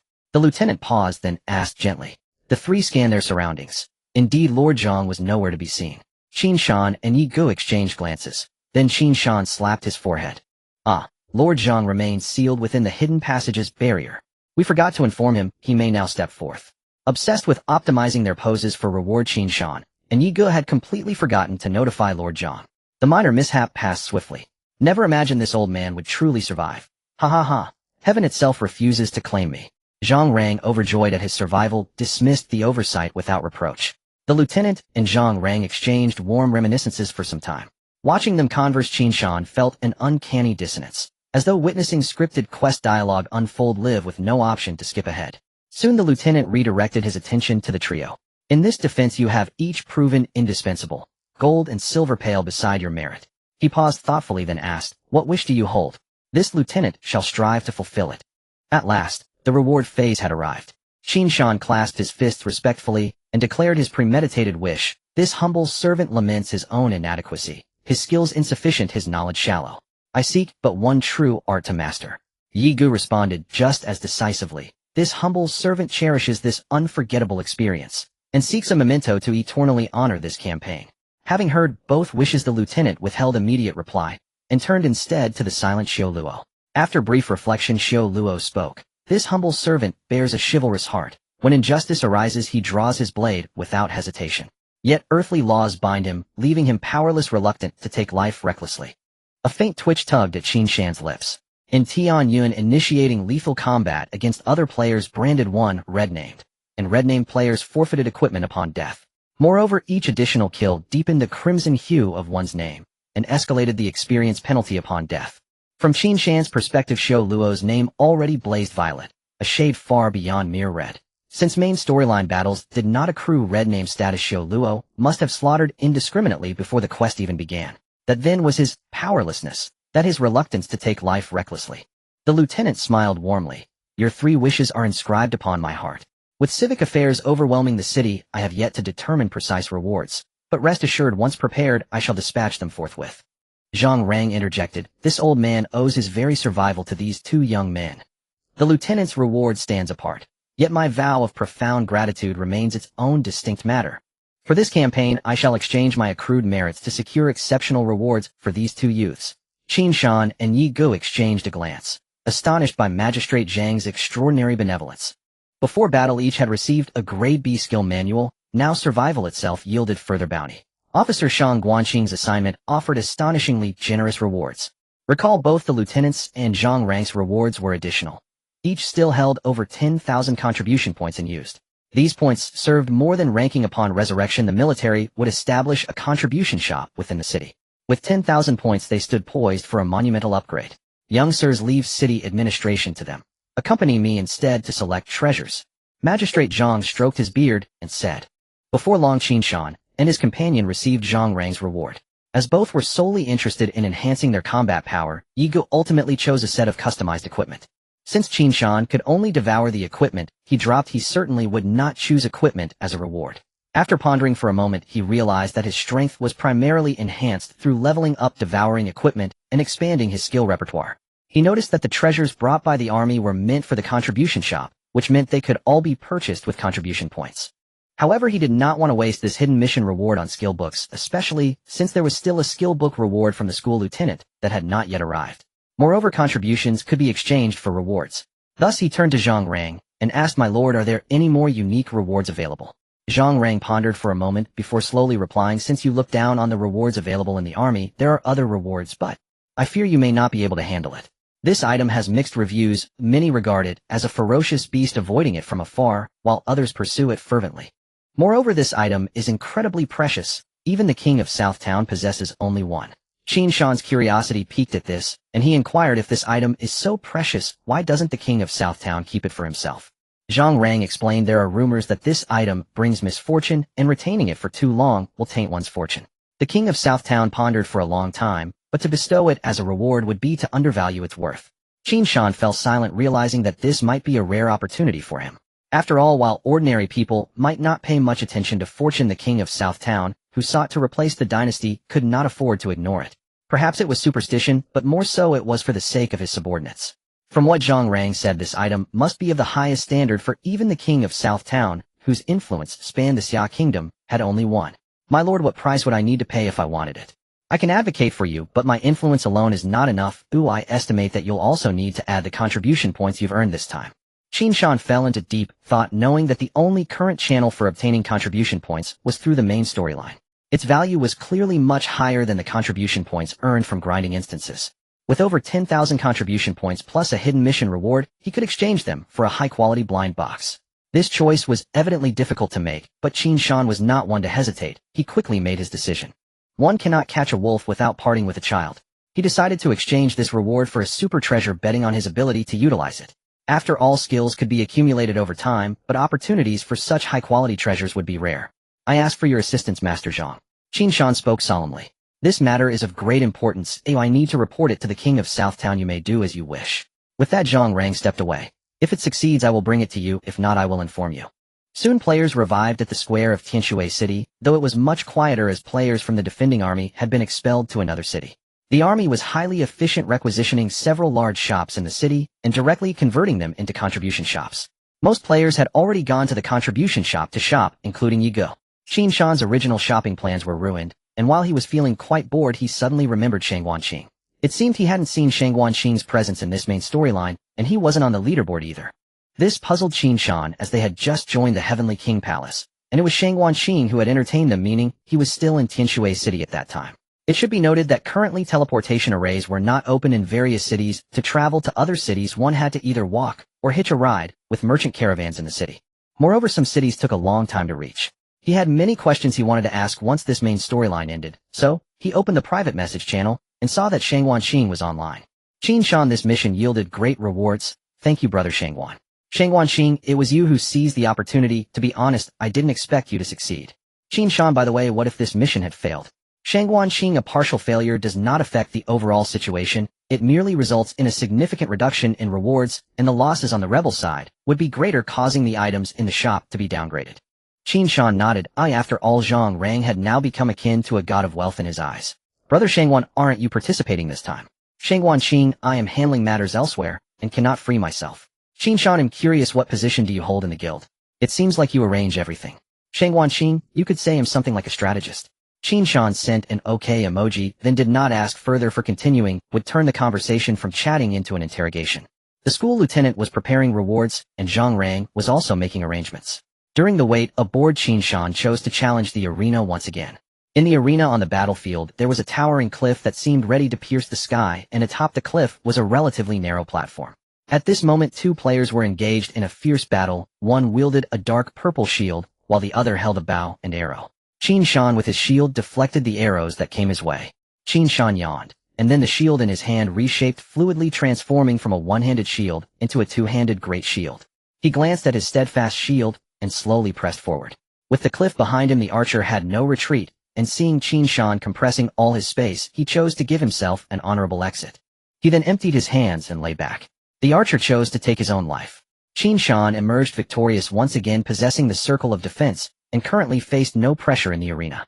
After all, the 40 damage reduction from the circle of defense was incredibly powerful, and with the shield, he could also switch shield forms flexibly. He had a two-handed great shield, a one-handed shield, and a small shield that could be embedded on his wrist. He even tried making the shield dart-shaped. Through his testing, he discovered that throwing the dart shield could deal damage within a range of about 15 meters, but beyond that it would dissipate. With this skill, Qin Shan's operational space had greatly expanded. It was worthy of being of great skill. Zhang Rang's offerings were undoubtedly premium. After coming out, he glanced at his private messages and saw that Yi Ge had sent him a message informing him that the school lieutenant's reward had arrived. The school lieutenant was indeed righteous, delivering the reward so quickly, and he promptly exited the arena. In the East District at the Flower Garden, the school lieutenant was temporarily residing here, as managing city affairs took a considerable amount of time. When Qin Shan arrived, Yi Ge was already waiting at the door. The two then entered together, and under the guidance of the soldiers at the entrance, they soon met the school lieutenant. After a few pleasantries, Qin Shan quickly received a skill book. Skill name, Yizhen Dai, show modified. Grade B. Type passive. Cost none. Effect, every time you suffer 10 attacks you gain a formation shield equal to 5 of your maximum life. This effect may stack up to 5 times. Cooldown none. Qin Shan could only feel a surge of happiness. Both rewards this time were formation-related, perhaps reflecting the temperament of the military encampment. Cooldown none. Qin Shan could only feel a surge of happiness. Both rewards this time were formation-related, perhaps reflecting the temperament of the... With this ability, Qin Shan now felt confident enough to scoff at any guasha practitioner. He already pictured the look of despair on the healer's face as the shield beneath his hands grew ever thicker. At Qin Shan's side, Yi Ge was far more excited, for he had acquired a rare collectible. Item: Zhen Nanwang's Military Formation Experience Book. Collectible value: the notebook of Zhen Nanwang's studies on military formations, immensely prized by collectors. Collection bonus: experience gained is increased by an additional 20. As the saying goes, a brisk first step quickens every following stride. With this relic in his possession, Yi Ge's pace of advancement would accelerate considerably. Seeing the relic, Yi Ge already imagined himself out-leveling Qin Shan. He gave a faint aristocratic shake of the head. "We're the same level, I never meant to crush you by degree." Meanwhile, this assault on Tianshui City had been led by a single general accompanied by 3 Shaowei military captains. Zhen Nanwang's headquarters lay in a city far to the south. Nantian City was the fief of Zhen Nanwang and the origin of his title. To the south lay Wuzhe country. Zhen Nanwang had long held Nantian City to guard against incursions from Wuzhe into Xia. North of Nantian City were 2 more cities, Tianshui City to the northwest and Chuan City to the northeast, each occupying a mutually strategic position. The emperor had placed heavy defenses at those 2 cities. One functioned as the second line should Nantian fall to guard against Wuzhe, the other served as a covert check on Zhen Nanwang's northward ambitions. No one had expected Zhen Nanwang to take Tianshui City by storm. With that victory, Xia's gateway lay wide open, and Zhen Nanwang now faced many possible courses of action. Nantian City, the study of Zhen Nanwang's manner. "Thus is the situation. I beg your highness' decision," Zhang Rang said with a slight bow. Zhang Rang had wasted no time regarding Qin Shan's matter. He used the army's special teleportation formation to send himself directly to the main camp outside Nantian City. Zhen Nanwang did not speak at once, but pondered for a while, before consulting his military advisor. What is your opinion, strategist? I submit that this matter is most auspicious. First, awarding this ominous object away will spare the king from its stain of ill fortune. Second, let this reward be given before the troops as proof indeed. Let merit proven by rewards speak louder than words. If this is proclaimed, our officers and soldiers will swell with morale. The strategist spoke slowly. Very well. Proceed as Zhang Rang suggests. Zhen Nanwang decreed with decisive resolve. Soon Zhang Rang returned to the Tianshui teleport formation carrying a mysterious wooden box accompanied by a detachment of soldiers. At that moment in Tianshui City in the Huahao and Qin Shan, and Yi Ge were seated on the first floor browsing a game forum. The captain's jade token had ordered that the treasure be awarded in front of all the troops. Zhang Rang arrived at the inn amid a round of applause. Qin Shan solemnly accepted the wooden box. Before the assembled crowd, Zhang Rang used the secret key to unlock the formation seals woven across the box's surface. When Zhang Rang opened the box, the treasure within slowly revealed itself, a goddess statue somewhat like the one Qin Shan had seen when choosing his vocation, but this one was missing a wing. A thread of black aura danced across its surface as if it were a fallen angel made solid. Statue Lu Zaifa's tears. Protection of life. Your maximum life is increased by 100. Curse of anti-magic. Your mana consumption is increased by 300. Do you choose to offer worship? I entrust you with the key. Ponder this carefully before you decide. Once the choice is made, there is no turning back. Zhang Rang said gravely to Qin Shan. Qin Shan feigned composure and nodded. The moment he saw the statue, he knew. This gamble had been once. The anti-magic curse would be unacceptable to most players. After all, it merely increases life, and aside from knights, few professions would accept such a trade-off. Qin Shan was different. The statue seemed tailored to him. He half suspected that a goddess of luck watched over his. He did not worship it on the spot. After the awards ceremony, he slipped away, finding a deserted alley, and instructing Yi Ge to stand guard at the entrance. Being cautious, he feared someone might snatch the statue the moment it emerged. With lightning speed, he arranged the statue and chose to worship. Many colored orbs rose from the statue and gathered above the goddess, forming a small rainbow river suspended over her head. At the same time, a viscous stream of grayish-purple curse energy coalesced. The twin rivers wound around Qin Shan and flowed into his brow. You have gained protection of life. You have been afflicted by the curse of anti-magic. Hidden attributes unlocked. Notice your character sheet has been updated. You have triggered the curse Shield's Greed. Shield's Greed. Edict. Your avarice causes the protective effects you receive to be doubled, but the curses you suffer will become correspondingly heavier. Qin Shan's pupils contracted. His talent had gained a new edict. A cascade of alert tones made him unmistakably aware that he had obtained something extraordinary.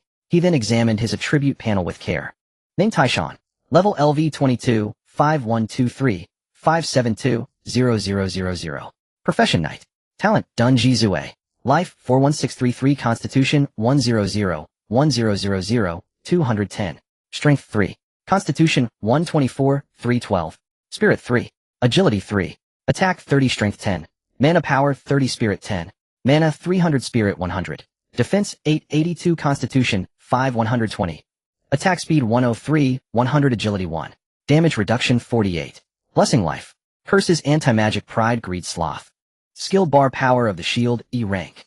The protection of life granted him an additional 200. Several prior curses had materialized, though some still appeared locked. His life total had surged instantly to 41633, an absurdly large figure. Who would have expected a single gamble to reveal a hidden system within the game? After use, the goddess statue had dulled into mere stone. As Qin Shan calmed and prepared to stow the statue, an urgent voice sounded by his ear. Let go of that statue. Let me. The newcomer was none other than Yi Ge. He saw Qin Shan return after paying homage to the statue, showing no interest in worshipping it. After all, while it increased his health by 100, it would also cause his mana consumption to triple. Not to mention, this posed a significant limitation for daily monster hunting, as he usually cast skills casually with enough mana to spare and no need for many mana potions. Besides, he didn't typically require such a large health pool. Having a tank in front was sufficient. Thus, at first glance, the statue seemed quite useful, but in reality, it was only necessary for a select. What concerned him more was whether the statue would turn into a collectible once used, as the mechanics of collectibles remained unclear to him. But soon enough he learned the answer as he rushed back when Qin Shan received the protection. Item Damaged Statue. Collectible value: a mysterious artifact symbolizing the ancient gods. Although it has lost its divine power, it still holds significant collectible value. Collectible bonus: you can become immune to the next curse received.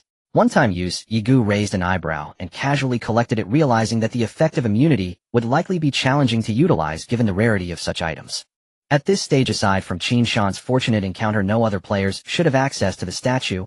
Perhaps it would only be available once players had developed sufficiently. Thus all rewards had finally been consumed, leaving Qin Shan feeling surreal, as if he suddenly possessed an invincible aura, which made him notably exhilarated. The two calmed their emotions and decided to continue through the dungeon, having only completed one snowman dungeon in the Qin Shan region thus far. They then headed towards Qin Shan, casually browsing the forum along the way. Upon opening the forum, he saw many comments about him, and some claimed they only took advantage of the terrain, while others believed they were merely lucky, leading to a flurry of opinions. He then stumbled upon an intriguing forum post regarding the Azura, as being ranked 3rd, had drawn significant attention from players. The poster shared a video titled "Killing in the City, Why Is He Not Notorious?"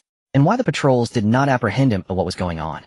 He clicked on the video, which started with a battle already in progress. The poster seemed to remember to record only halfway through. In essence, it depicted the Azura taking on 3 opponents who also appeared to be players verbally attacking him. In plain sight, he swiftly dispatched the 3 and left, and as he saw the Azura deplete a player's health by half, with a single strike, Qin Shan felt he had grown significantly stronger in this main storyline. Soon a post of considerable popularity caught his eye. The main storyline in Chuan City, located east of Tianshui City, had begun following a similar pattern to that of Tianshui City. However, it was still early and players were preoccupied with combat, so news of it had yet to spread. It seemed the actions of the Southern King were swift. If this continued, they would soon reach the north. As the two scrolled through the forum, while on their way, a sudden commotion erupted ahead on the mountain, filled with noisy exchanges, curses, and the sounds of skills being unleashed. Due to their ascent, their view was obstructed, preventing them from seeing what was happening. Curiously, they quickened their pace and soon witnessed the scene. A dozen players of various classes were besieging a figure clad in red, while on the outskirts of the battlefield a bald player was lurking suspiciously in the bushes. The two immediately recognized the besieged individual as the Azura, and chose to observe for the time being, as they were unaware of the circumstances. Azura, let's see where you run today. Do you really think being ranked 3rd makes you invincible? Do you think you're short song? What are you pretending for? Let's see how many focused attacks you can withstand. The Azura remained expressionless, dodging the ranged skills without saying a word. As he evaded fireballs and wind blades whizzed past him, but none could land a hit. Qin Shan and his companion nodded frequently. They could tell that the Azura's agility was exceptionally high. After a warrior's second job change, they could choose the Berserker or Assassin branches, and even first-tier skills included various foundational abilities of the Assassin branch, though luck was still required to obtain them. Qin Shan learned from the forum that some skill systems not only provided additional attack power, but also agility bonuses. The higher the agility, the greater the damage. If free attribute points were allocated to agility, one's movement speed would significantly increase, as would their attack speed, making it a distinct choice. While dodging, the Azura would rush into the back line whenever skills were on cooldown, emerging with several players. Though the players were numerous at this first job stage, there were not many control skills available. The clumsy knights could not contain the Azura, and the warriors were fragile. Just as Qin Shan and his companion were enjoying the show, a sneaky bald player passed right in front of them, heading towards the recently fallen players. He then began to chant scriptures, with each word of the Buddhist incantation materializing and glowing with golden light as the characters shot forth from his mouth. Qin Shan observed this scene with wide eyes. If he wasn't mistaken, was he performing a rite? Has he become a monk? This struck Qin Shan as quite peculiar, prompting him to nudge Yi Ge with his elbow, signaling him to look towards the bald player. Yi Ge followed Qin Shan's gaze. Is he really playing a Buddhist master in this game? Yi Ge exclaimed in surprise. Soon the bald player finished chanting, satisfied, and walked past Qin Shan and Yi Ge. Since another player had fallen on the other side, he was preparing to do his next job. At this moment, Qin Shan couldn't help but call out to him, curious. Master, are you performing a rite? The bald player glanced at Qin Shan as he passed by, showing no interest. He continued walking forward when suddenly his figure froze, but he didn't turn around. Instead, he slowly walked back towards Qin Shan. He stared wide-eyed at Qin Shan, and then, as if realizing something, he looked at the other figure he had previously overlooked. Seeing him glance over, Yi Ge raised an eyebrow in response. Wow, a deity. I can't believe my eyes, you two are the Oxhead and Horseface. I have long admired your names. The bald player exclaimed excitedly. The bald player's loud voice caught the attention of many nearby players engaged in battle, causing several to frequently turn their heads to look. Qin Shan slightly curled his lips. What Oxhead and Horseface? The bald player's loud voice caught the attention of many nearby players engaged in battle, causing several to frequently turn their heads to look. Qin Shan slightly curled his lips. I also want to join the Heavenly King's Hall, can I? The bald player bombarded him with a series of questions. Qin Shan found himself at a loss for words, unsure of how to respond, so he shifted the topic. I noticed you seem to be performing a rite. Oh, what's the use of that? Reporting to the deity, this is my talent. I can gain experience points by performing rites on players' souls, the monk said, scratching his head with a smile. Wait, did he really change the subject successfully? Yi Ji's eyes widened in surprise. Experience points bonus. Hearing this, Qin Shan finally glanced at the bald player's information. Name Jekka. Level LV26. You're at such a high level. After all, Qin Shan was only level 22, and he considered their efficiency already quite high. Yet now a level 26 player had appeared. Moreover, the newcomer hardly looked like a powerhouse. Qin Shan frowned in bewilderment, scrutinizing Jekka once more before pausing thoughtfully and speaking. If you wish to join the Heavenly King Hall, you may apply for an interview. I can recommend you. Thank you, senior expert. I'll go right away. Let's set that aside for now. Were you traveling with this group? No. Then do you know why this brawl erupted? I've heard rumors. It seems Xielua offended them, so they've been stalking him. Every time he leaves the city gates, battle is inevitable. How did you know a fight would break out the moment he exited the city? Jekka scratched his bald head and whispered conspiratorially. I've been shadowing Xielua. Wherever he goes, my soul transcendence experience flows freely. Don't you grind monsters on your own? Qin Shan asked, astonished. Soul transcendence yields far swifter leveling than solo grinding. Clearly this young man possessed an exceptional innate advantage. According to his own account, he had no permanent party, yet had reached level 26 solely through soul transcendence. Qin Shan suddenly felt a pang of discomfort. He and Yi Gu had trained relentlessly yet remained at level 22, while Jekka ascended effortlessly through soul transcendence alone. If his intuition was correct, Jekka must have performed countless soul transcendences during the main storyline. Shaking his head, Qin Shan watched as the chaotic melee ahead finally subsided, and Jekka hurried forward to begin his rites. Meanwhile, Xielua knelt on the spot, gulping down healing elixirs. Watching the bald youth perform soul transcendence, he seemed entirely accustomed to this persistent shaven-headed follower. From afar, he glanced at the two observers standing with arms crossed. Realizing they bore no bounty hunter intent, he exhaled in quiet relief. He lacked confidence to defeat them both just yet, but he believed that day would come. He would overtake them all. Jekka's sudden appearance jolted Qin Shan into sobering awareness. Beyond every peak lay another, beyond every master a greater master. He found himself pondering whether any player had already achieved second ascension, and then shook his head, banished. Let's quicken our pace. We must reach level 30 and undergo second ascension without delay, Qin Shan declared with renewed vigor. Moments later, the duo resumed their dungeon clearing routine. Meanwhile, as Qin Shan and his companions cleared dungeons, the main storylines quietly ignited across other cities. Chuan City Southgate. Chuan City's main storyline diverged slightly from Tianshui City's. Learning from Tianshui's failure, Chuan City's internal traitors had long been purged. Thus its players received no special quests, only frontline combat, raw and bloody. And following Tianshui's precedent, the rebel faction's numbers had grown marginally, now nearly matching those of the garrison faction players. The battlefield's war horn blared, and after the initial charge, brutal slaughter erupted. Amidst the chaos at the battlefield's heart, a lone player stood still, his back bearing a colossal sword casket. Then, fingers forming the sword seal, he proclaimed aloud, Heavenly King Hall, Li Xiaoyao, I challenge you. Instantly a streak of blinding light shot forth from his casket, too swift to discern, followed immediately by another. As more streaks surged forth, they coalesced into a perfect circular sword formation, encircling Li Xiaoyao. Every hostile player within range saw their health plummet rapidly, just as their life bars neared fatal thresholds. A colossal lotus bloomed within the formation. Swift, luminous blades sliced relentlessly at its petals, but growth outpaced severance. Inside the lotus, enemy players' health surged upward. A wide-area healing art. Li Xiaoyao's eyes narrowed, then locked onto a distant figure clad in white robes, her staff shimmering with roseate light. Jiulong Guild by Linglong. Your opponent is me, she declared coldly, long hair whipping in the wind. Li Xiaoyao gazed back expressionless. He harbored no chivalry. On the battlefield, all were enemy. With intensified focus, two more luminous swords erupted from his casket, bringing the total to 8 gleaming blades circling him. Sword formation, fourfold annihilation. At his command, the blades whirled with precise, lethal rhythm, pressuring the burgeoning lotus with overwhelming force. Soon the lotus shattered under the formation's relentless assault, petal fragments scattering on the wind. As the bloom dissolved, garrison faction players fell en masse, leaving behind a temporary vacuum on the field. Just as he prepared to press the advantage and strike, Bai Linglong down, his health bar plummeted violently. A flicker of surprise crossed his face. He checked his status. Buff lifelink active.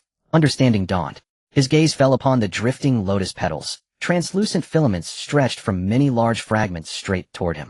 Each blade strike against a petal triggered proportional damage to his own health. Recognizing this instantly, he ceased attacking petals and lunged toward Bai Linglong instead. Bai Linglong retreated swiftly, then swept her staff, conjuring a miniature tempest. Li Xiaoyao dismissed it, vanishing in a blur to evade the storm's sweep. When her first strike missed, she fell back and launched several fireballs. Li Xiaoyao furrowed his brow. Why expend mana on attacks he could easily dodge? Their trajectories offered no positional confinement, yet he grasped her intent instantly. He turned. There the tempest had gathered dozens of lotus petals into a dense vortex.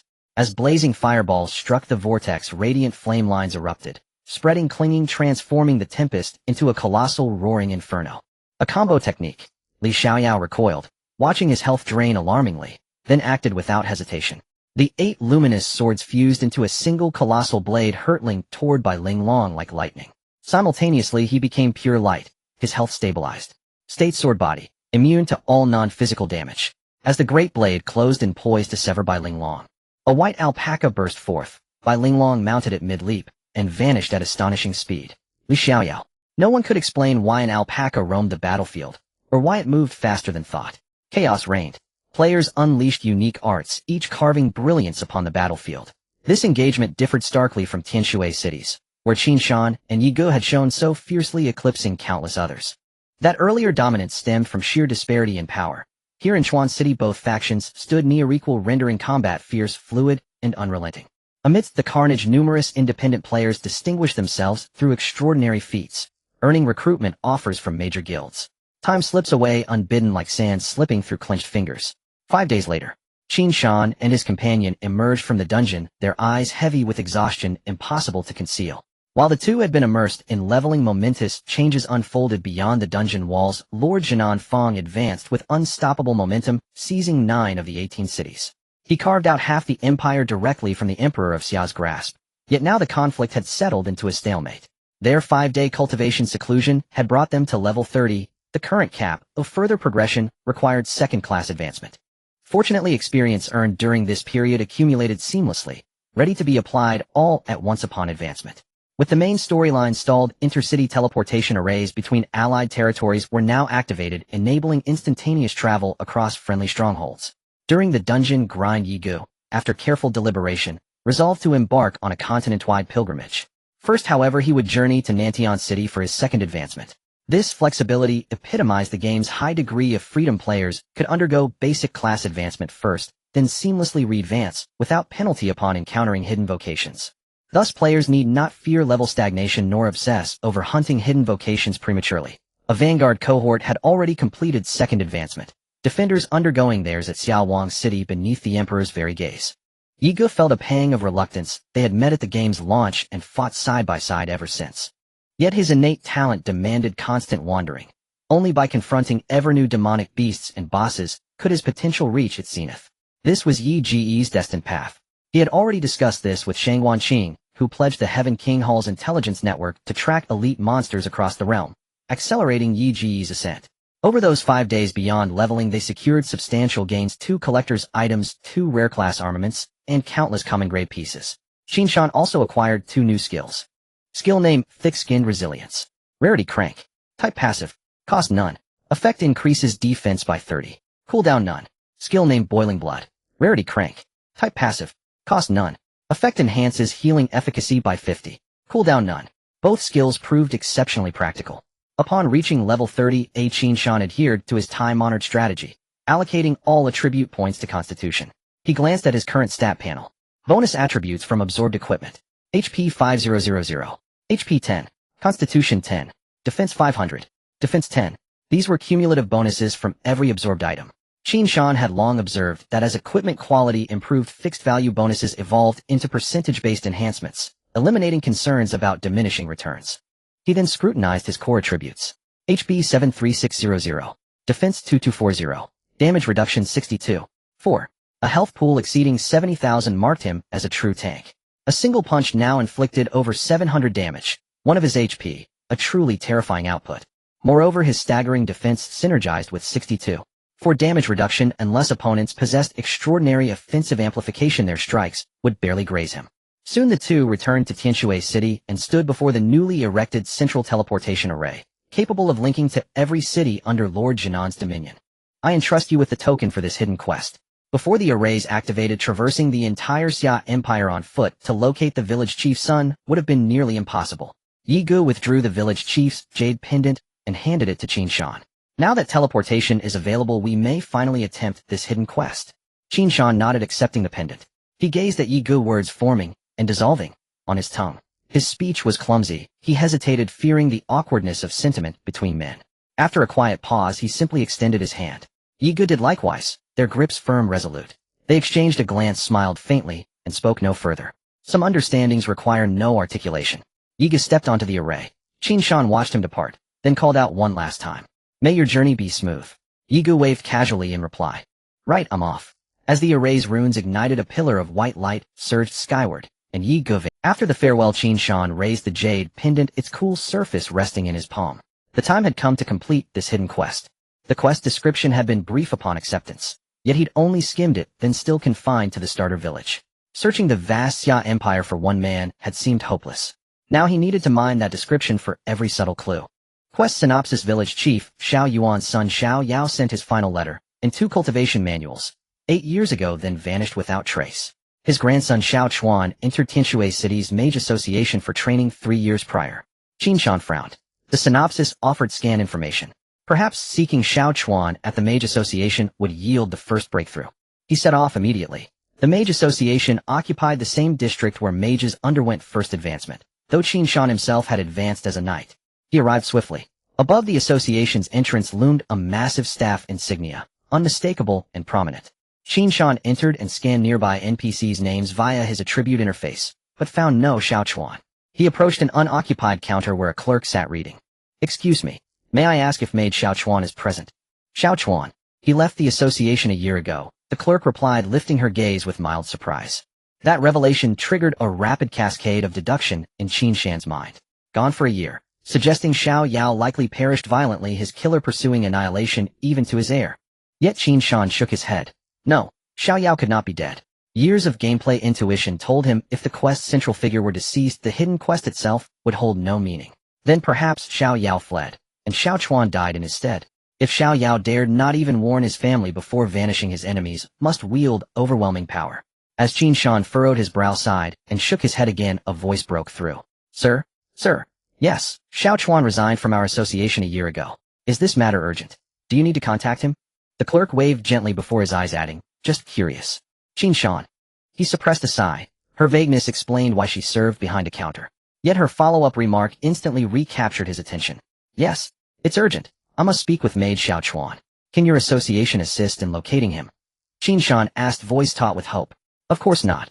I merely asked out of curiosity, she said with an apologetic smile, scratching her head. Stepping out of the Mages Association, Qin Shan felt that this hidden task was not simple. He questioned another mage who had been close to Xiao Chuan, and that mage said Xiao Chuan had left to search for his father.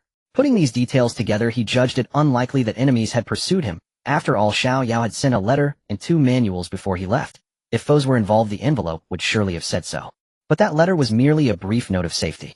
Realizing this, Qin Shan felt his head spin with frustration. There had originally been only Xiao Chuan as a lead. Qin Shan had intended to unravel the threads and trace the source of the task, but his endeavor faltered, and the lead slipped away.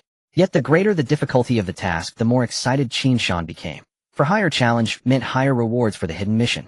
Not defeated by setback, he soon thought again. If Xiao Chuan's trail was temporarily blocked, then search for clues about Soon another lead occurred to him: the archives. The main city belonging to Newbie Village No. 10086 was Tianshui City, so that was also where players were teleported. Therefore the archives in Tianshui City might contain records of Xiao Yao's transfers and yield some clues. Because of Qin Shan's outstanding performance during the main quest line, he enjoyed a degree of influence among the NPCs in Tianshui City. In short, a very high favorability rating.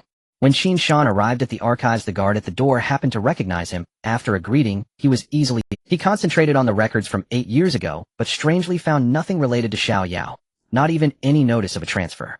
He flipped forward, and then found Xiao Yao's transfer entries 9 years ago reassigned to Nantian City, 10 years ago to Chuan City, and so on.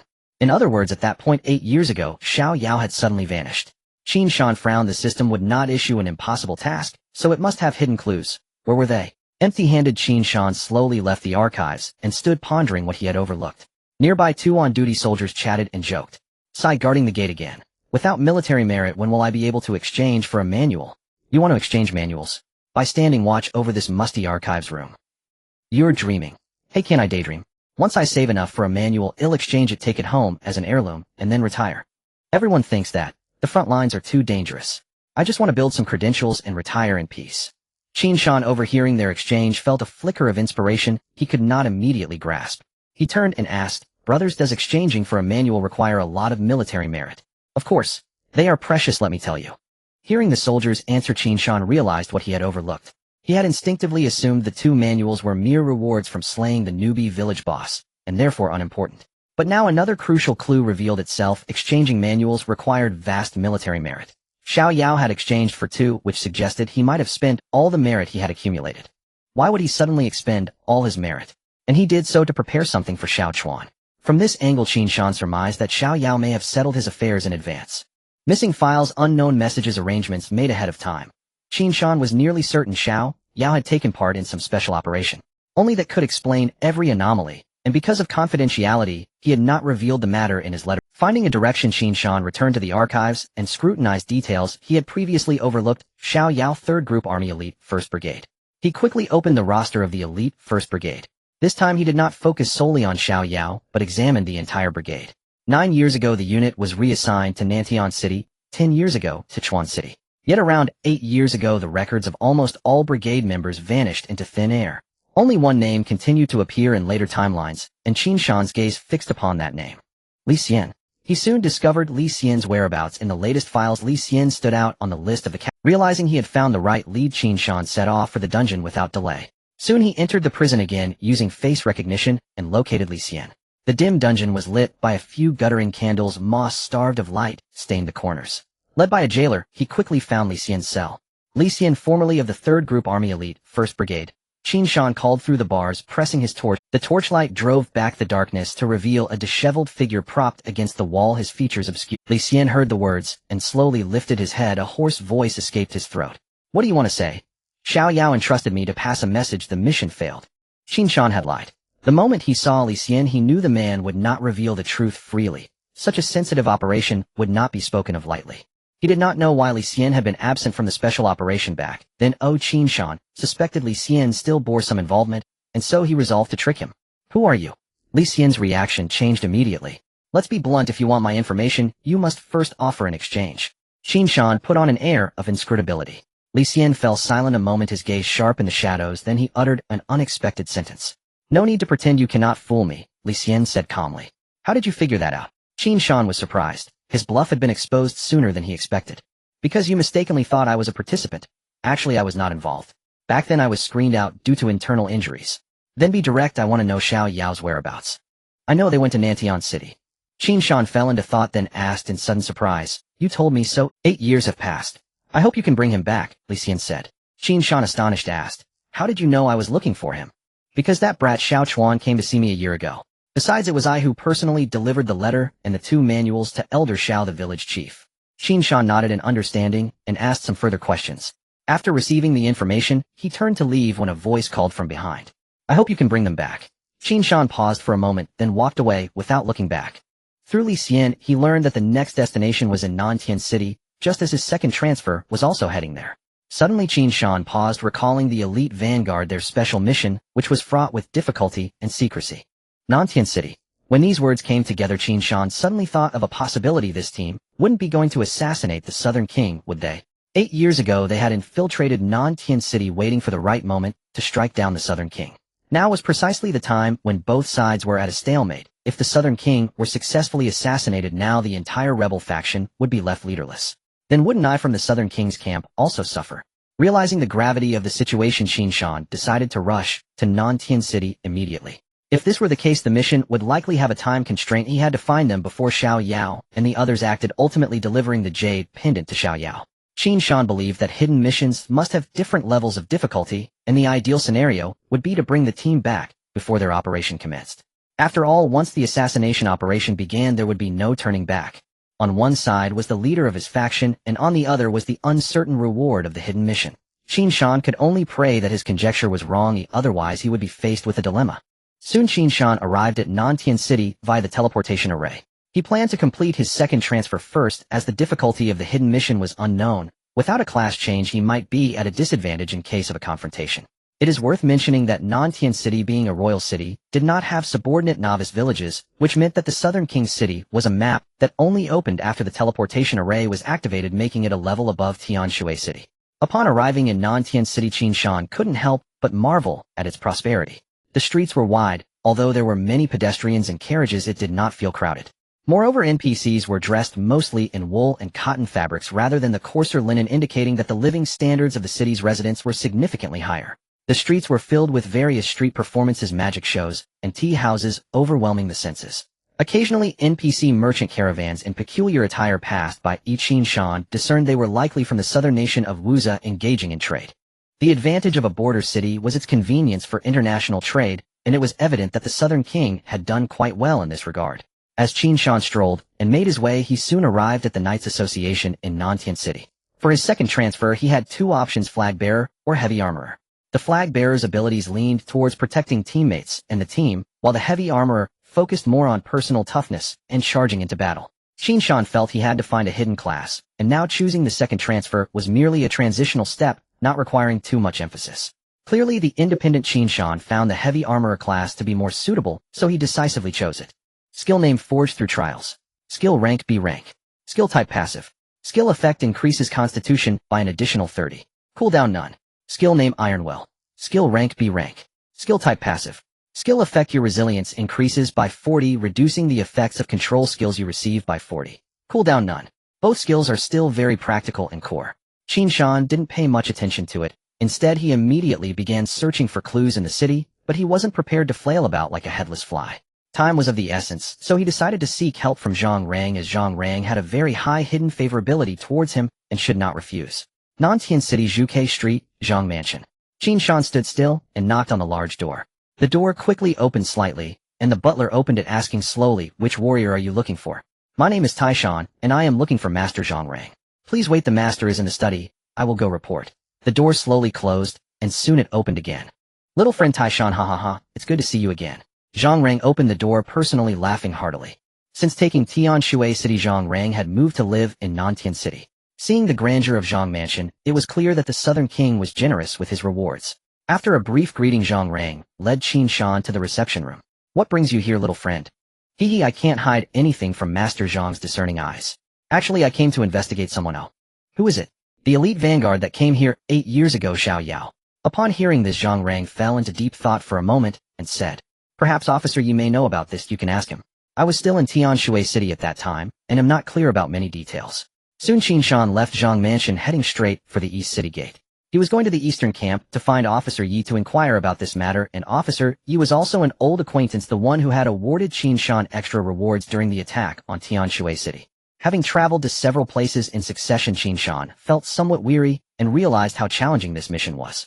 After all, normal players wanting to undertake this hidden mission would first have to secure a first kill against the novice village boss, then trigger the hidden mission with the village chief, and finally raise their favorability in the archives to obtain the second clue.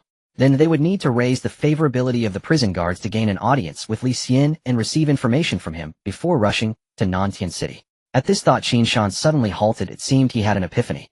Indeed, the reason he was able to obtain information so quickly was due to the significant favorability gained from the main storyline.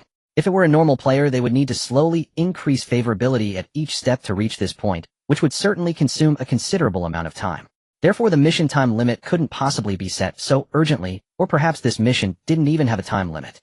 He suddenly felt that his earlier conjecture about Xiao Yao assassinating the Southern King might be unrealistic, and the answer to this question would be revealed as soon as he met Officer Yi. Because if Xiao Yao were to assassinate the Southern King, he would have to have risen to a high position during these 8 years to have that opportunity. As long as he could find out what position Xiao Yao currently held, it could resolve everything.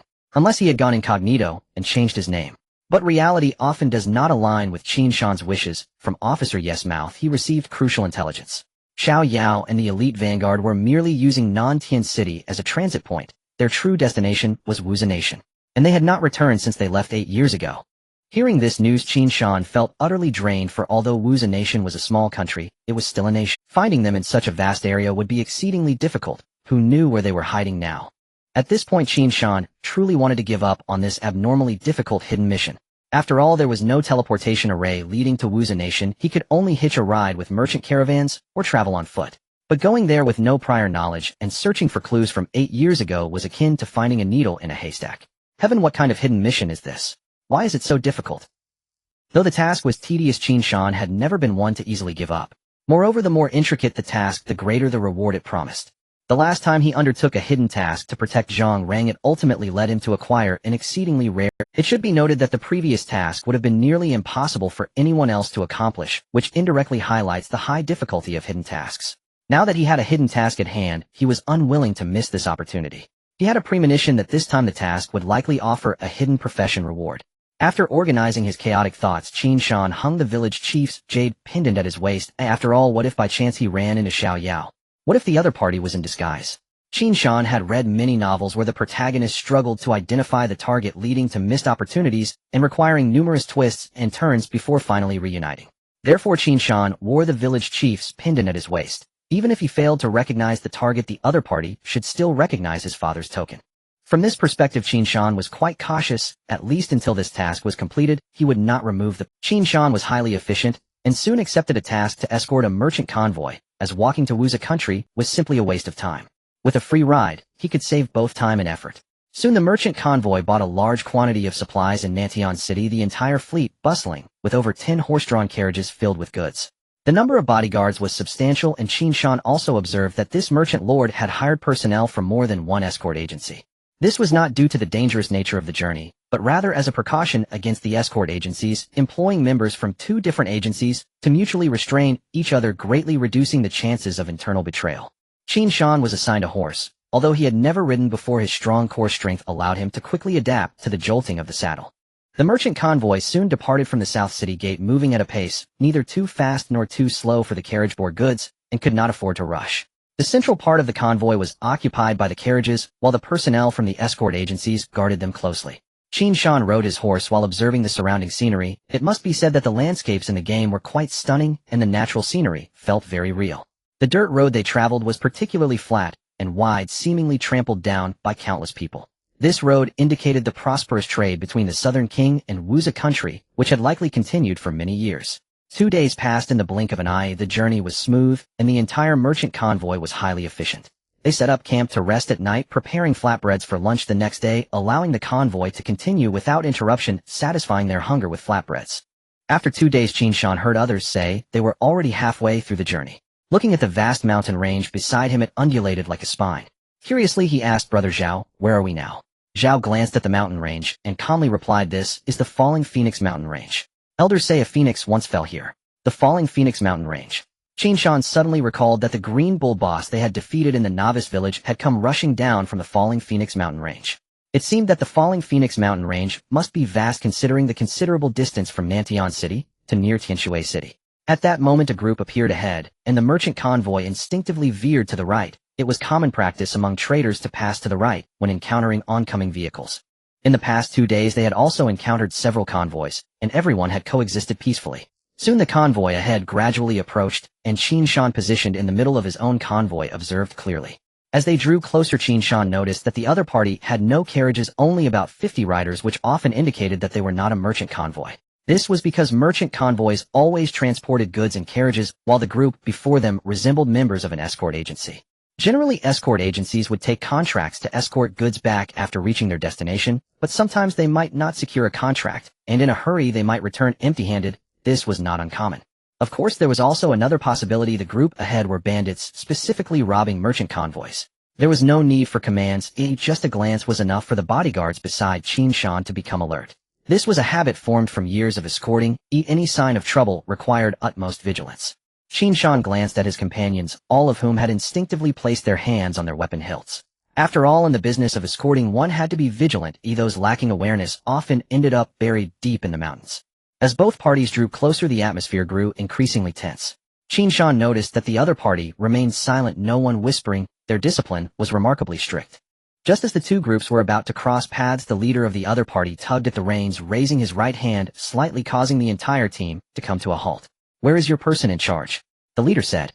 Upon hearing this, a plump man dressed in fine clothing with a bulging belly slowly pulled back the curtain from the front carriage and loudly inquired, "What can I do for you, good sir?" The leader slowly produced a token, displayed it, and said, "We are the city guard of Wuza country. We are currently pursuing a fugitive and need to inspect your convoy for this person. The plump man furrowed his brow, remaining cautious. He did not step forward, but signaled a subordinate to retrieve the token. Only after confirming that it was indeed the city guard's token did he speak. Then I must trouble you, military officer. Everyone please cooperate. Let them inspect. He then gestured for his subordinate to step forward, who approached and said, Military officer, you have worked hard in this hot weather. My master has a little token of appreciation for you to quench your thirst. At the same time, he pulled out a piece of gold from his sleeve. The leader remained straight-backed, sitting on his horse, not even glancing at the subordinate's actions, completely ignoring the gesture, and waved his hand. Search me thoroughly. After a meticulous search, no hidden fugitive was found, and only then did the leader speak. All right, you may go. Qin Shan had remained still throughout the process, frowning as he watched. He then asked Brother Zhao, is this kind of thing common? Zhao shook his head, pursed his lips, and shrugged. In all the years I've been escorting, I've never encountered anything like this. If this had happened in reality, Qin Shan would have overlooked it, thinking it was just an ordinary occurrence. But this was in a game, and he pondered whether he had unintentionally triggered special conditions for a hidden task, a unique scenario. Just as he was contemplating, the jade pendant at his waist suddenly reacted, and he took it in hand to examine. The jade pendant reacted, warming slightly, and emitting a faint glow. Though it was not obvious under the blazing sun, he could still feel a slight tremor while holding it. Indeed, the hidden plot has been triggered. Qin Shan couldn't help but smile at the corner of his mouth. His journey had been far from easy. As a meat shield who could detach his brain, engaging in such reasoning had truly exhausted him. Now all he wanted was to indulge in a thrilling battle. Then he could complete this hidden quest. No, he couldn't laugh, yet he had to wait until he finished this storyline. Beside him, Brother Zhao heard a faint sound and glanced at Qin Shan, revealing a strange expression. At this moment, Qin Shan had covered his face with one hand, occasionally twitching and emitting strange giggles. Looking at the sun, it was indeed large at this time, but was it really that delicate? Did he need to actively shield himself from the sun? Had the child been sun-dazed? Xiao Shan, a man looks healthier when he's tanned, it adds to his masculinity, Brother Zhao comforted. Cough cough. I'm fine. Qin Shan replied, returning to normal after being interrupted. Soon he regained his composure. The merchant caravan had already set off again. Qin Shan stroked his chin, pondering. To trigger the storyline, the protagonist of this segment should be that fugitive. Thinking of this, Qin Shan turned to look at the Luofeng mountain range, which he hadn't yet fully traversed after 2 days.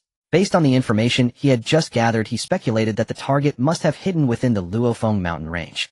After all, which fugitive would foolishly take the main road? Such low IQ behavior would get them caught before they even left Wuzi Kingdom.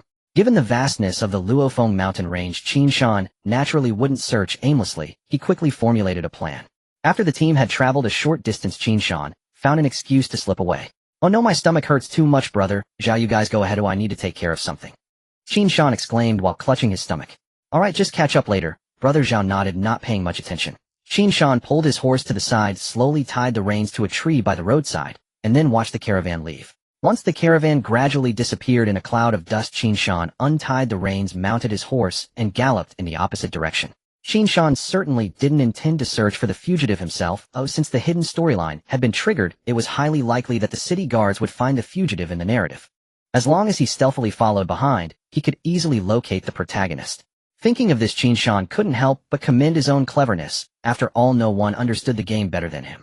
Before long, Qin Shan spotted the city guards team again. They had halted their horses by the roadside, leaving only a few people to guard the mounts. Without a second thought, Qin Shan dismounted and dashed into the woods. As if the target was killed right here, his journey would have been in vain.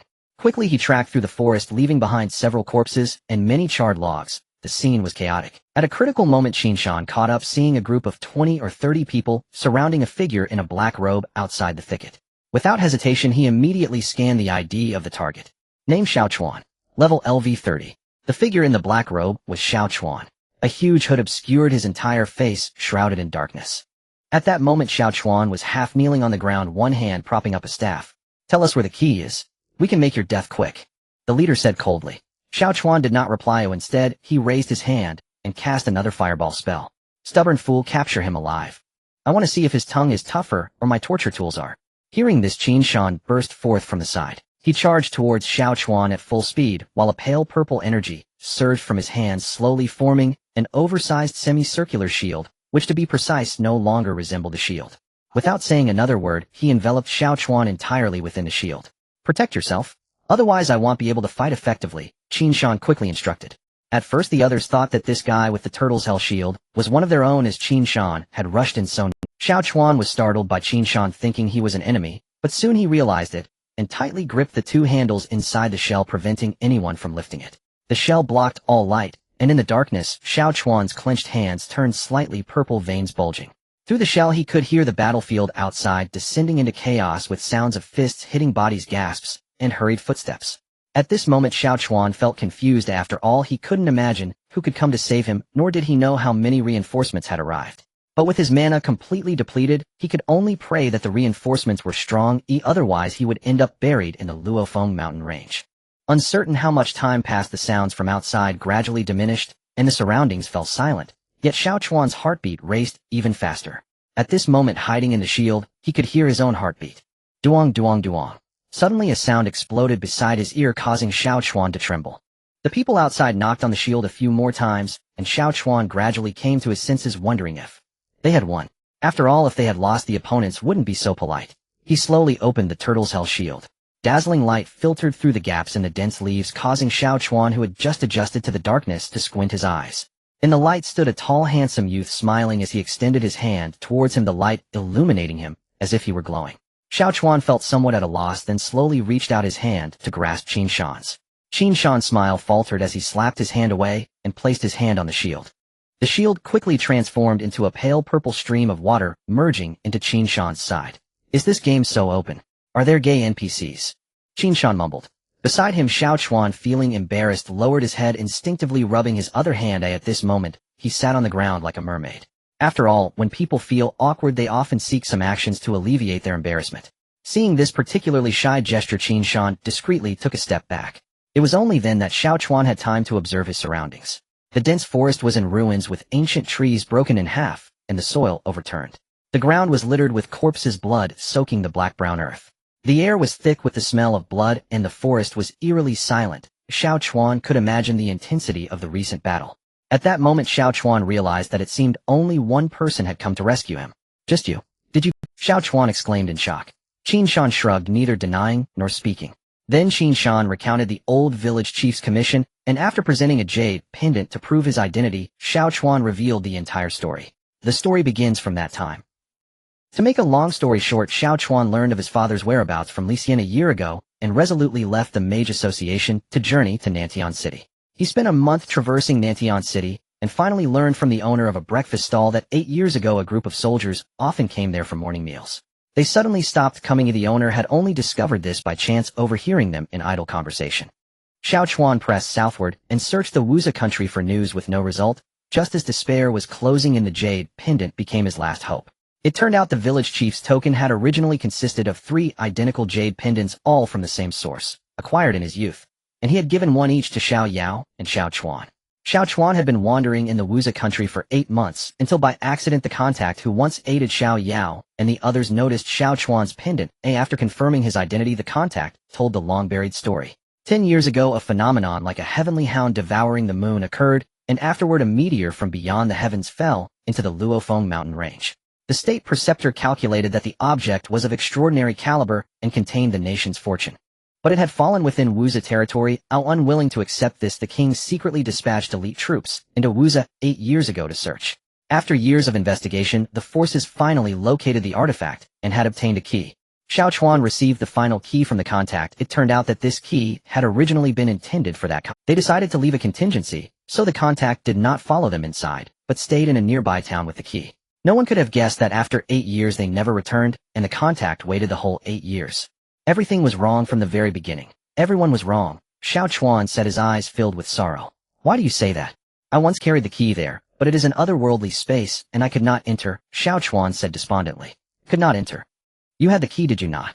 My rank was too low. Then what did you mean by saying it was wrong? At the threshold I was overwhelmed by a titanic curse. There was no divine relic at all. Everything was false. As Xiao Chuan spoke, the memory of being wrapped in that unwholesome sensation returned. He then looked at Qin Shan, was struck by an idea, and gripped Qin Shan's hand with sudden excitement. Yes, warrior, your rank is sufficient. Can you help me? At the same moment a system chime sounded. Ding, accept final chapter quest. The cursed one. Accept, Qin Shan answered without hesitation, speaking decisively, as if a single second's delay might auto-decline the task. Xiao Chuan then led Qin Shan to a neglected corner of the Luofeng mountain range, dug up the key, and handed it to. Because Xiao Chuan was wanted, and only a first-rank mage, he could be of little help. So he was sent back to Nantian City, while Qin Shan alone approached the entrance Xiao Chuan had described. A few days later in the depths beneath a river, enter SS-level Legacy Dungeon, Cursed Paladin. SSS. The system's mechanical chimes sounded, but Qin Shan discerned a celestial cadence beneath it. This hidden quest spanned an immense timeline, and involved grand backdrops, the king, the state preceptor, and more, and it demanded arduous deduction to glean the next clue from the faintest traces. Qin Shan had long suspected the quest's extraordinary nature, yet he still underestimated the reward an SS-level profession. In Tianyun, every SS-class vocation is singular and unparalleled. Cursed Paladin. The very name sounded formidable. Qin Shan nearly shed tears of gratitude, though sadly he was still at the bottom of the river, and no one could see. Old village chief, it seems my devotion to you was worthwhile, Qin Shan murmured. With a flash of white light, welcome to the SS-level Legacy Dungeon. Quest objective: clear the 7-treasure glazed tower and earn its recognition. The task was blunt and straightforward, exactly to Qin Shan's taste. No need for convolutions, it was all about combat. First floor. Qin Shan was transported in and took in his surroundings. The tower was vast and empty, free of ornate trappings. Beneath his feet the bluestone slabs were slightly cracked, dust and small pebbles strewn across them. Torches provided the only light, casting the tower in a dim hush. Can this even be called the 7-treasure glazed tower? Qin Shan scoffed. If someone called it a demon suppression tower, he would believe them. Looking up, he saw a figure in a black robe ahead, clutching a long sword, as thin wisps of black aura curled from his body. Soon the black-robed man, charged blade raised with terrifying speed. Qin Shan clenched his left hand, and in an instant a purple shield coalesced in his palm. A devastating cleave, like splitting Mount Hua, struck the shield. 4,800 reflect. In the gap between the black-robed figure's attacks, Qin Shan's right fist slammed into the man's chest. 8832, 2020.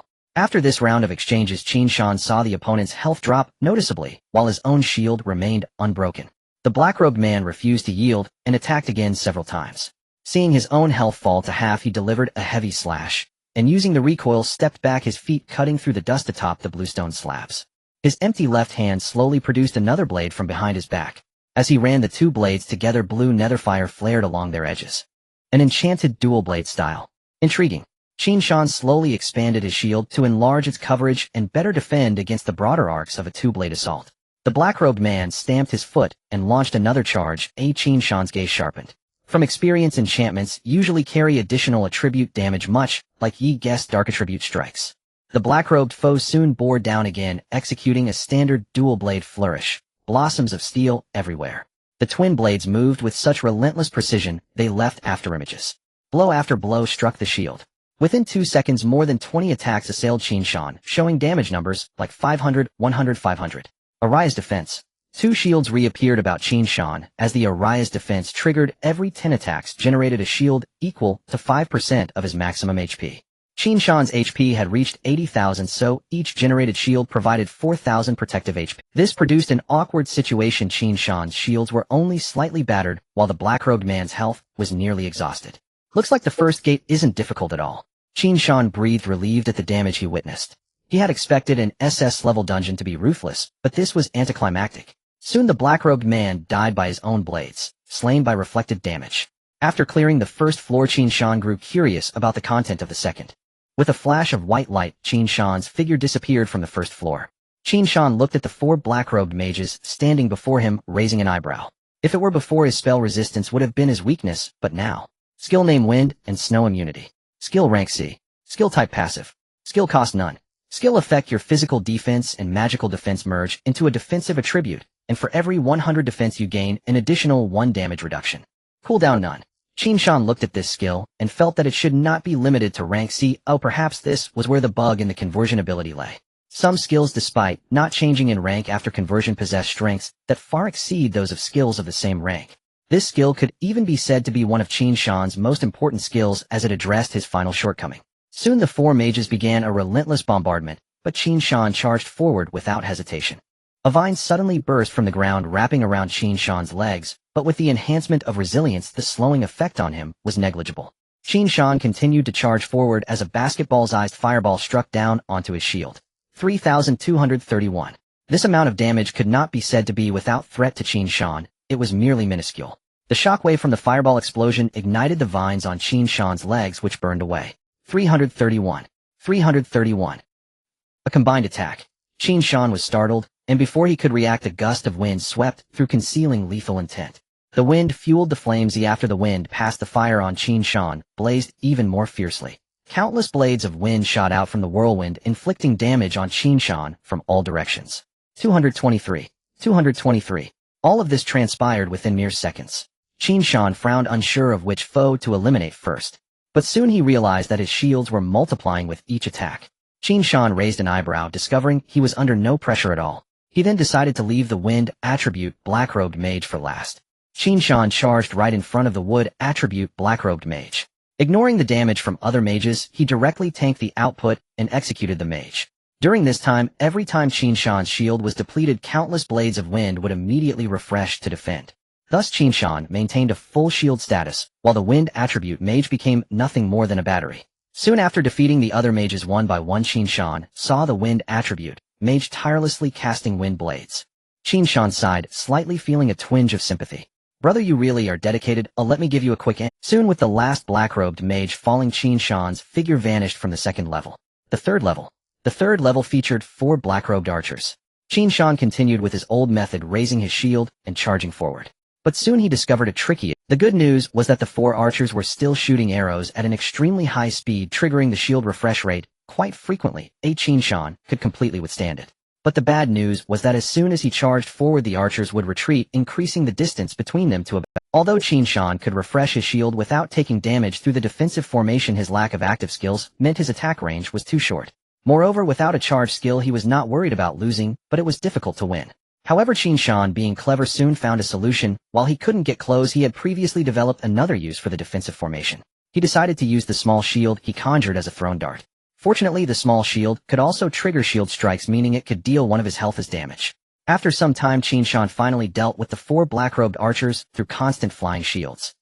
As a flash of white light appeared, Qin Shan looked around and found the entire floor of the tower covered in high-temperature magma, illuminating the whole level while he stood on a small stone platform.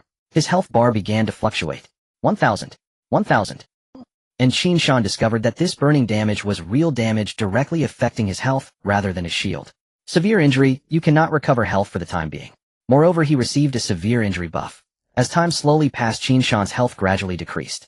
With real damage compounded by the inability to heal, Qin Shan could only watch his health bar decrease helplessly. He stood on the small platform, confused, trying to find a way out, but all around him were only magma and the crumbling tower walls.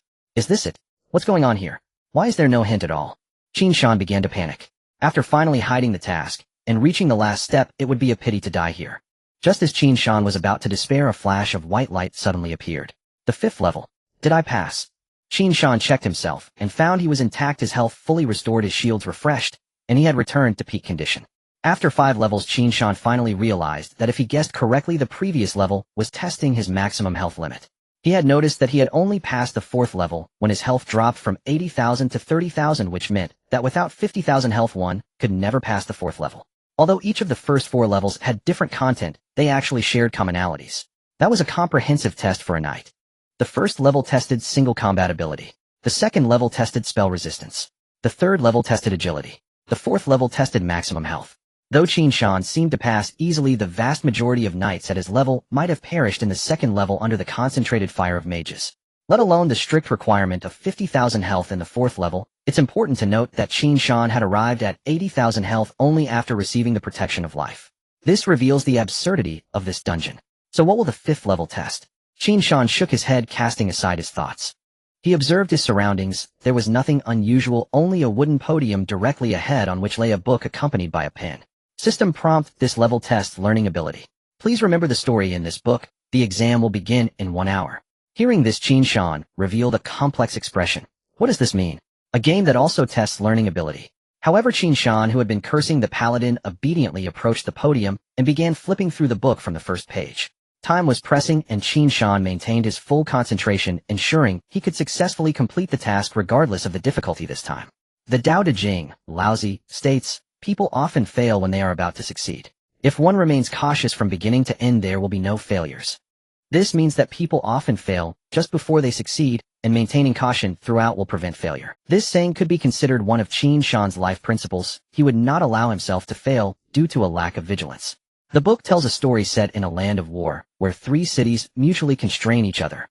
One day a powerful knight was born in one of the cities strong enough to make the other two cities uneasy, prompting them to secretly unite against him. One city declared war on the knight's city, while the other chose to infiltrate secretly waiting for the right moment. The powerful knight fought bravely, becoming the great hero defending the city, yet he remained oblivious to the impending danger, ultimately ambushed by the enemy city and cursed with 7 sinister spells. Due to the evil and dark nature of the curses, the people of the city feared being tainted. Eventually influenced by public sentiment, the entire city united to exile the knight. After his banishment, the city, once the strongest, was conquered by the enemy and became a vassal.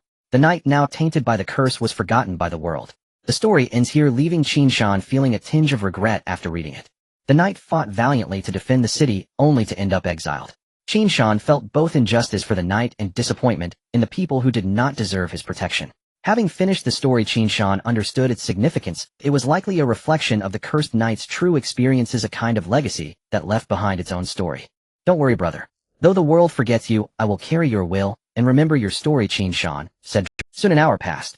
A white light enveloped the book, and when it dissipated, the book vanished, replaced by a paper. A test paper. Qin Shan was momentarily stunned, thinking it would just be a few questions. He picked up a pen and began to answer with the questions derived from the story. Qin Shan attentively finished reading the story and easily completed the test. The only thing that puzzled him was the awkwardness of taking an exam in a game. As Qin Shan submitted the paper, a flash of white light occurred, and he smoothly arrived at the 6th level. He took a deep breath. Although he was confident about passing the 5th level, it felt like an exam where one still holds their breath until the results are revealed. At the 6th level, Qin Shan slowly raised his gaze, frozen in place. He saw more than 10 figures in black robes, among them a familiar stranger. Name Xiao Yao. Level LV 35. Indeed, it was Xiao Yao, and as he scanned the crowd, he recognized many names from the elite squad's roster. It seemed that all those who failed their challenges would become examiners at the 6th level. Nearly half of the figures were unfamiliar to Qin Shan, leading him to speculate that they might be a team sent by the Wuzhe Kingdom. Before entering the dungeon, he had speculated that Xiao Yao and the others might have been ambushed by the Wuzhe Kingdom, but it now appeared otherwise. These individuals likely entered using keys, only to be trapped in the dungeon after failing their challenges. Perhaps only by successfully completing the dungeon and obtaining the legacy of the cursed knight could they be rescued. As the figures in black launched their assault, the battle against overwhelming odds commenced. After engaging with numerous NPCs, Qin Shan realized that their individual strength was only slightly above that of monsters of the same level, and that was all. With abilities like damage reflection, damage reduction, healing, damage absorption, and percentage-based damage, Qin Shan ultimately relied on superior mechanics and powerful stats to defeat all enemies. As the last black-robed figure fell to Qin Shan, he finally cleared the 6th level. Soon a flash of white light occurred. The 7th level. His status instantly restored to peak condition. Qin Shan effortlessly observed his surroundings. At this moment, he was very curious about the 7th level's trial. According to the hints from the 7 Treasures glazed tower, he had a strong premonition that this would be the final level. Qin Shan's gaze locked onto the front, his eyes widening slowly. The torchlight seemed to dim further, and the blue stone floor of the entire tower trembled slightly. A shadow heavy as a mountain slowly stepped out from the darkness ahead. Clad in thick dark armor, its sharp edges seemed cold and unyielding, while the helm completely obscured its face, leaving only a viewing slit. Peering in, he saw a bottomless darkness devoid of features or expression, its mere presence almost suffocating the surrounding air. In its left hand, it steadily held a massive, intricately patterned shield, the shield's surface dark and heavy, covered in twisted, sinister, ancient engravings, exuding an oppressive aura that firmly locked down all surrounding paths. Continuous streams of dark, malevolent energy surged from the gaps in its armor, swirling and coiling around it, emanating an eerie curse that could corrode both body and soul. Without a sound, it stood silently, and an overwhelming sense of dread swept through the air, as if a hellish war steed had emerged from the depths of darkness. Name: Level LV 30. Just one glance, and Qin Shan could tell that the boss of the 7th challenge was the cursed knight of the same level. After witnessing this oppressive entrance animation, Qin Shan's expression turned grave. After all, this knight appeared terrifyingly strong. Taking a deep breath, Qin Shan charged forward, resembling a fearless warrior challenging the demon lord. In the Xia Kingdom, in the city of Hualan Desert, a flash of sword light cut through the air, and a massive ostrich slowly fell to the ground. This damn ostrich can really run. Killing an elite monster is quite a hassle. Yi Ge slowly wiped away the non-existent sweat. Recently, after going to Nantian City to change jobs, he began touring various cities. Different dungeons near the cities in Tianyuan contained various monsters, so it was Yi Ge's time to shine. His monster encyclopedia had significantly expanded during this period. Although each increase in permanent attributes was not substantial, accumulating small gains led to significant improvement. During this time, Yi Ge also hunted quite a few elite monsters. As a result, Yi Ge's stats had reached a terrifying level. The Tianwang Hall had a strong intelligence network in all major cities. Most first-hand news about elite monster spawns reached Tianwang Hall, which was then relayed to Yi Ge by Shang Wanqing. It was as if the entire intelligence system of Tianwang Hall was being leveraged by Yi Ge, creating a snowball effect. The more he killed, the higher the efficiency, and the higher the efficiency, the more he killed. This not only greatly enhanced Yi Ge's encyclopedia, but also provided him with a substantial amount of experience points. Now his level had reached 36. At this moment, Yi Ge noticed a new message in the private chat channel. Shang Wanqing, what are you doing? Yi Ge just finished off an elite monster, what's up? Is there a new elite monster spawn? Shang Wanqing, urgent news. There is a tremendous opportunity. Shang Wanqing, I'll send you the location, I'll come quickly. Yi Ge, what opportunity? Don't keep me in suspense, just tell me. Shang Wanqing, level hidden class. On the 7th floor, Qin Shan was surrounded by black mist, mysterious runes flowing continuously across his body. Not far away, the corpse of the cursed Holy Knight lay quietly on the ground. Health 206, 508, 0370. Looking at his remaining health of 20,000, Qin Shan let out a sigh of relief. If it weren't for the statue's blessing, I would have truly fallen here. Qin Shan spoke with a mix of surprise and relief. He realized he had been somewhat hasty and had underestimated the difficulty of the SS class hidden profession.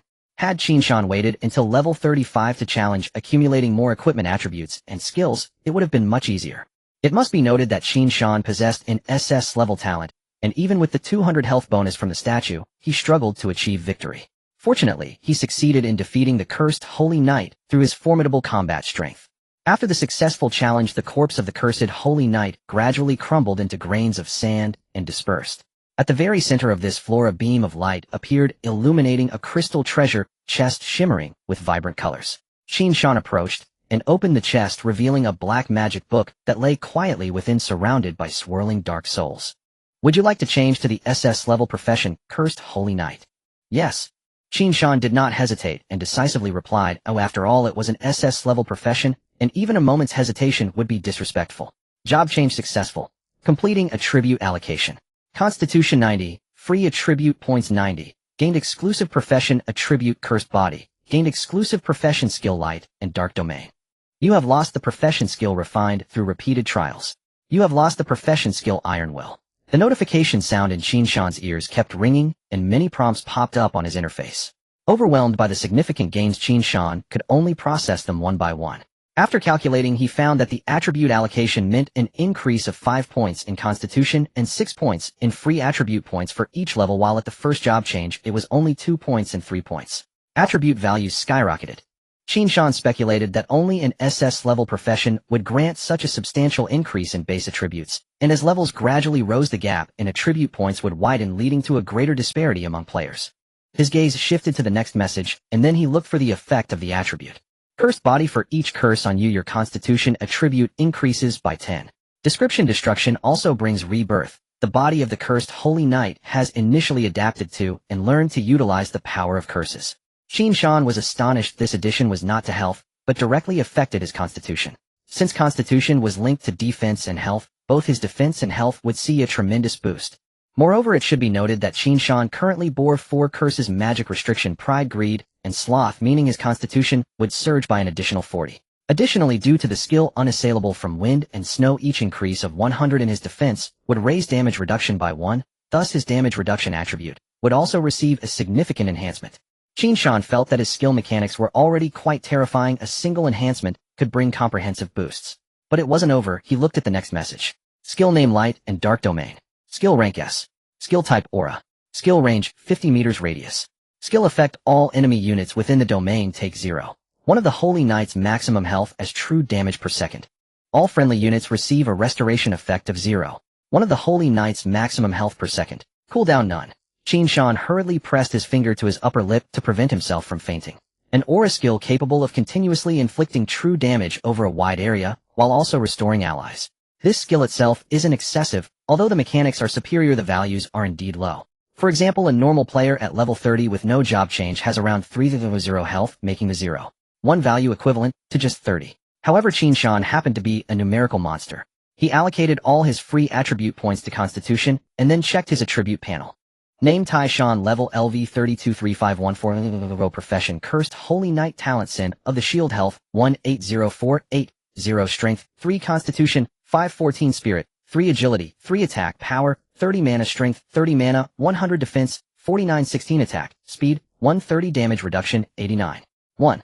Protection Life Curse Magic Restriction Pride Greed Sloth Attribute Cursed Body Skill Bar Light and Dark Domain S Rank 180,480. Calculating, he could now deal 180 damage per second to enemies with Light and Dark Domain.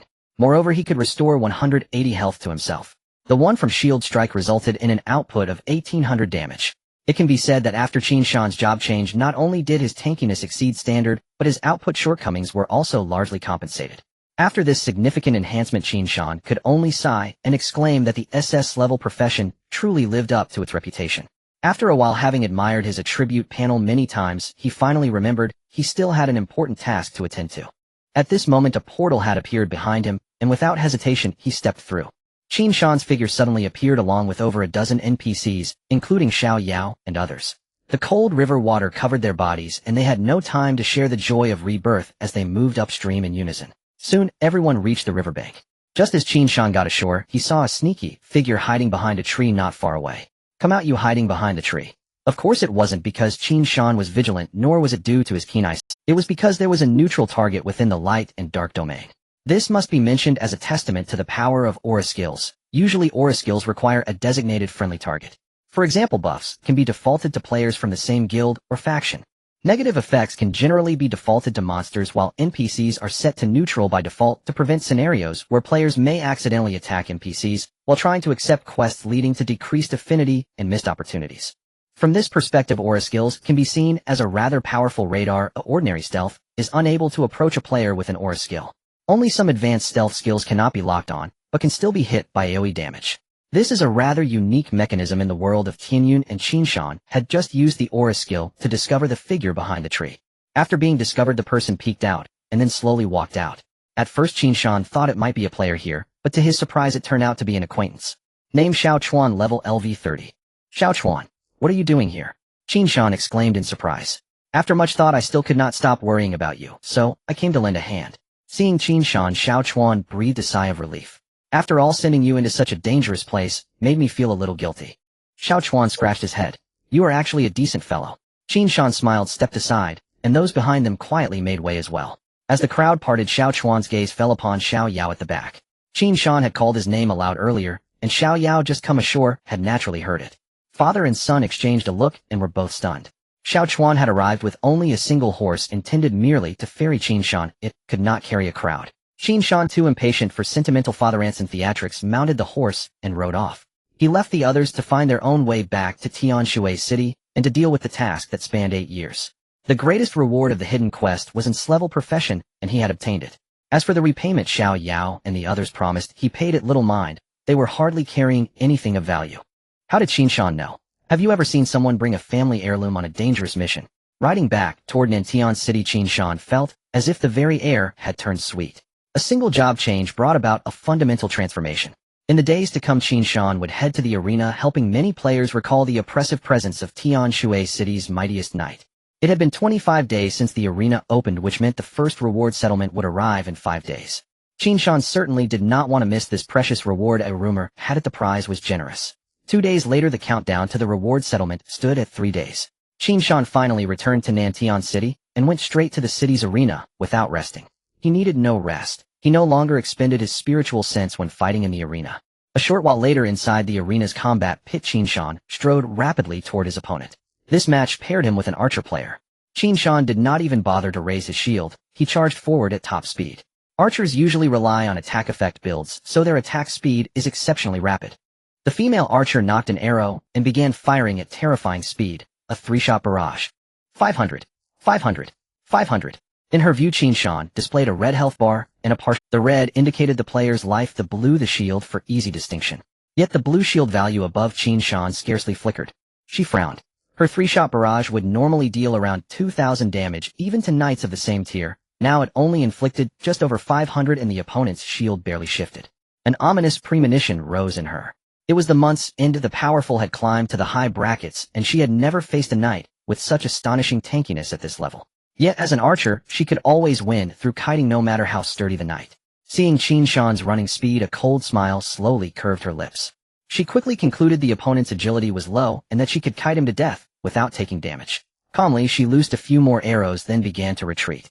Retreating and shooting confident she would wear him down unscathed, she soon felt as if she had misread the situation. Why was the opponent's shield growing as she struck? As Qin Shan closed within 50 meters, the light-dark domain began to corrode her body. 180. 180. She noticed her health bar start to fall and froze. That momentary lapse caused an error in her kiting. Qin Shan seized the chance to close the distance, slamming his shield into her. 12. 1804. 180. 20. Ignore the snake venom afterwards. The shield bash dealt a full 1804 damage. It also triggered the stun from the shield strike. By the time she regained consciousness, she was already back in the arena. She stood like a wax figure until she saw the opponent's information and suddenly realized what had happened. She scratched her head and reluctantly queued for the next match. Meanwhile, Qin Shan had already begun the next battle. Brother, what kind of defense is that of yours? An assassin emerged from stealth, staring at his strongest blow that hadn't even broken the shield, feeling both exasperated and helpless. Pressed for time, Qin Shan answered only with an iron fist. Opponents who spawned on the single-plank bridge map were even more hopeless. Struck and unable to dodge, they could only die in despair. Qin Shan continued to rout opponent after opponent, his ranking shooting upward. Soon threads appeared on the forums, drawing considerable attention. One highly trafficked post contained only a single screenshot and a short video. Name Taishan. Level LV 30. Record 45 wins, 0 losses, 0 draws. Win rate 100.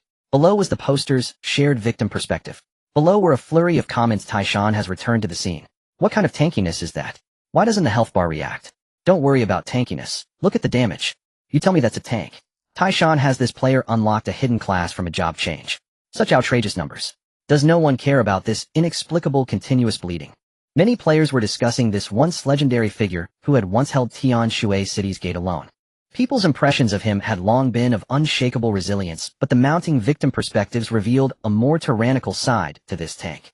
They began to realize he was not merely a frontline able to absorb every blow, but an output-exploding behemoth. Meanwhile, Qin Shan, the story's protagonist, kept pushing for higher ranks with single-minded focus. 2 more days passed. The settlement countdown reached 1 day, and Qin Shan's score had surged into the nation's top 100. At this bracket, he met far greater resistance and ever more peerless experts. These masters shared a trait: some wielded unanswerable mechanics, others possessed godlike statistics, and some displayed fearsome technique. Qin Shan had once faced an archer whose special arrows bore a dark element corrosive effect.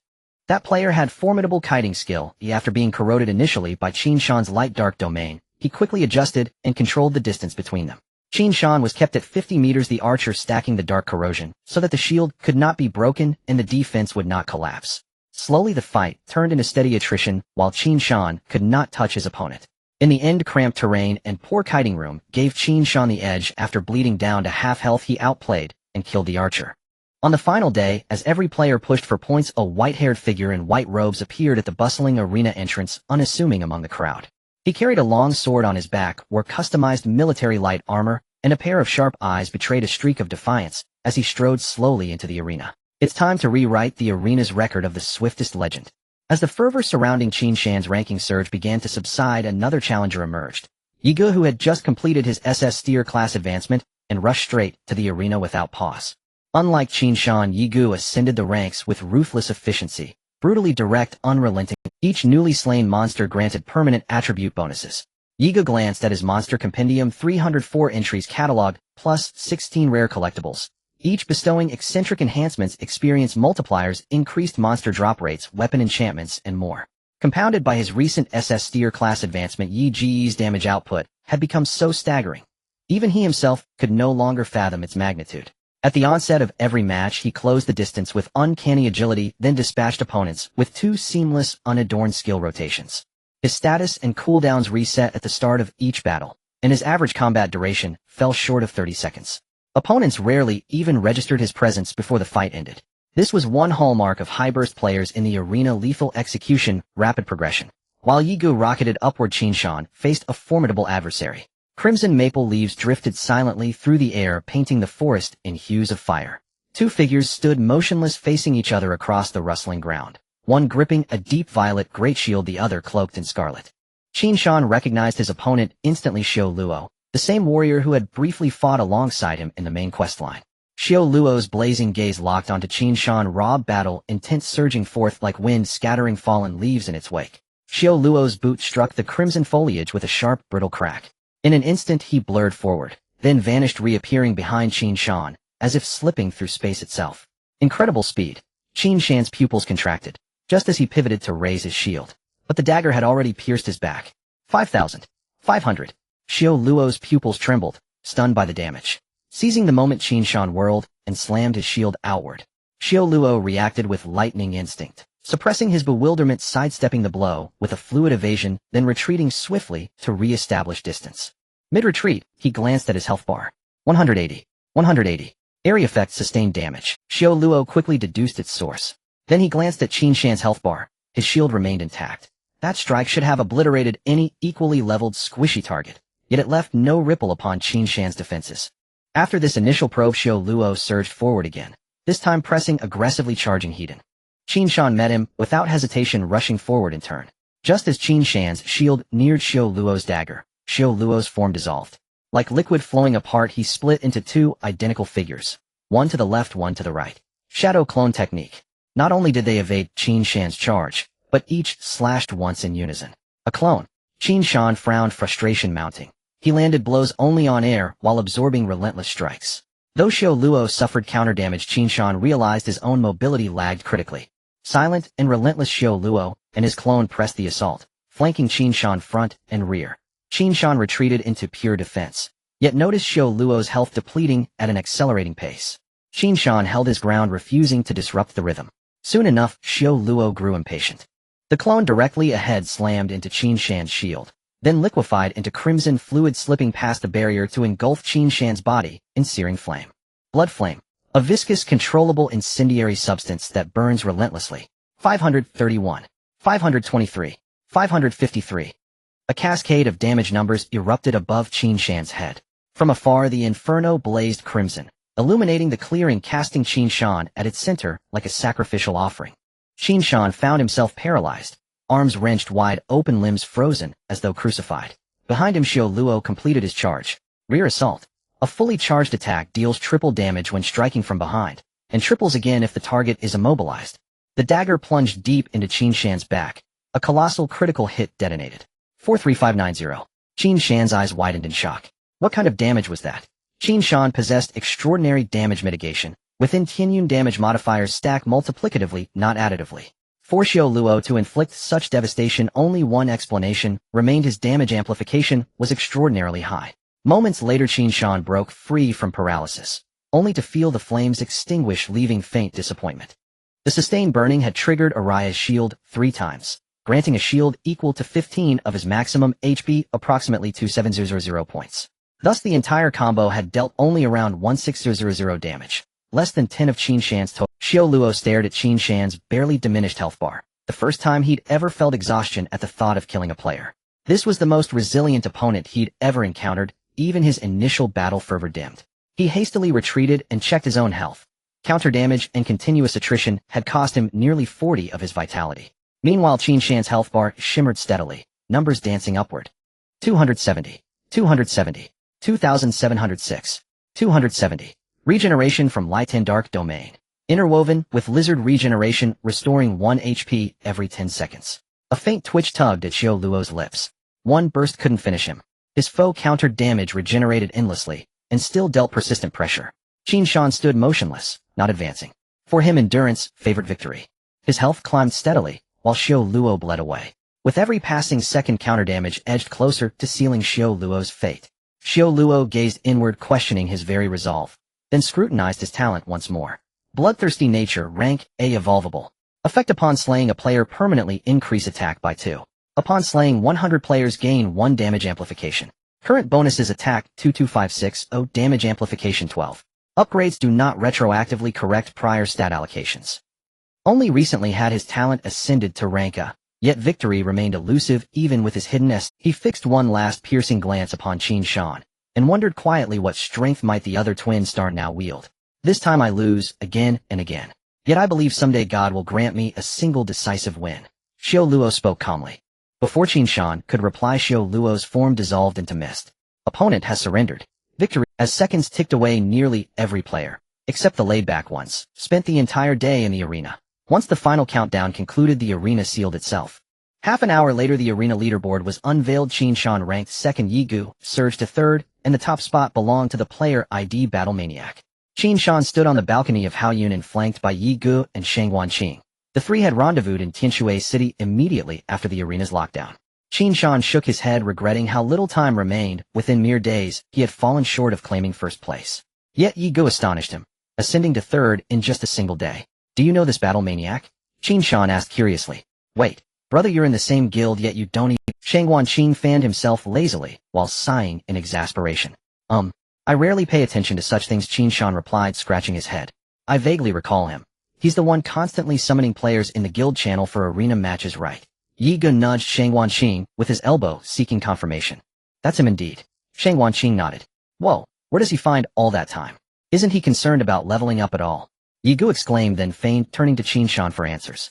Shang Wanqing remained silent, offering only a faint knowing smile. Yi Gu had once again coaxed intelligence from him. The Heavenly King sect enforced a strict rule: every player's innate talent could remain concealed. Private exchanges were permitted, but public disclosure was forbidden. Shang Wanqing himself had instituted this regulation, though many members argued that transparency would streamline cooperation and accelerate leveling efficiency. There was no need to guard secrets even from fellow guildmates. Yet Shang Wanqing overruled them. Gazing upward, he murmured an enigmatic observation into the starlit sky. The night sky tonight is exquisite. Ugh, how dull. Just tell us already. What's so secretive? This is my decree. A quiet premonition tells me it's safer if talents remain unshared. Shang Wanqing gazed into the night as if lost in contemplation, or perhaps in memory. It's fine, we'll keep it strictly between us. No one else will hear it. Yi Gu, now thoroughly familiar with Shang Wanqing's character, knew well that his lips weren't always sealed, and seized the moment to press further. Fine, I'll tell you, but only because it's you. To anyone else I'd say nothing. His talent allows him to generate perfect duplicates, each sharing experience points and attributes with his true self. Qin Shan and Yi Gu drew sharp breaths, instantly grasping the extraordinary utility of such duplicates. So he lets them grind experience non-stop while he battles in the arena. Qin Shan suddenly understood. Then he can even form a party with himself, doubling his experience gain. Yi Ji's insight as ever took a uniquely pragmatic turn.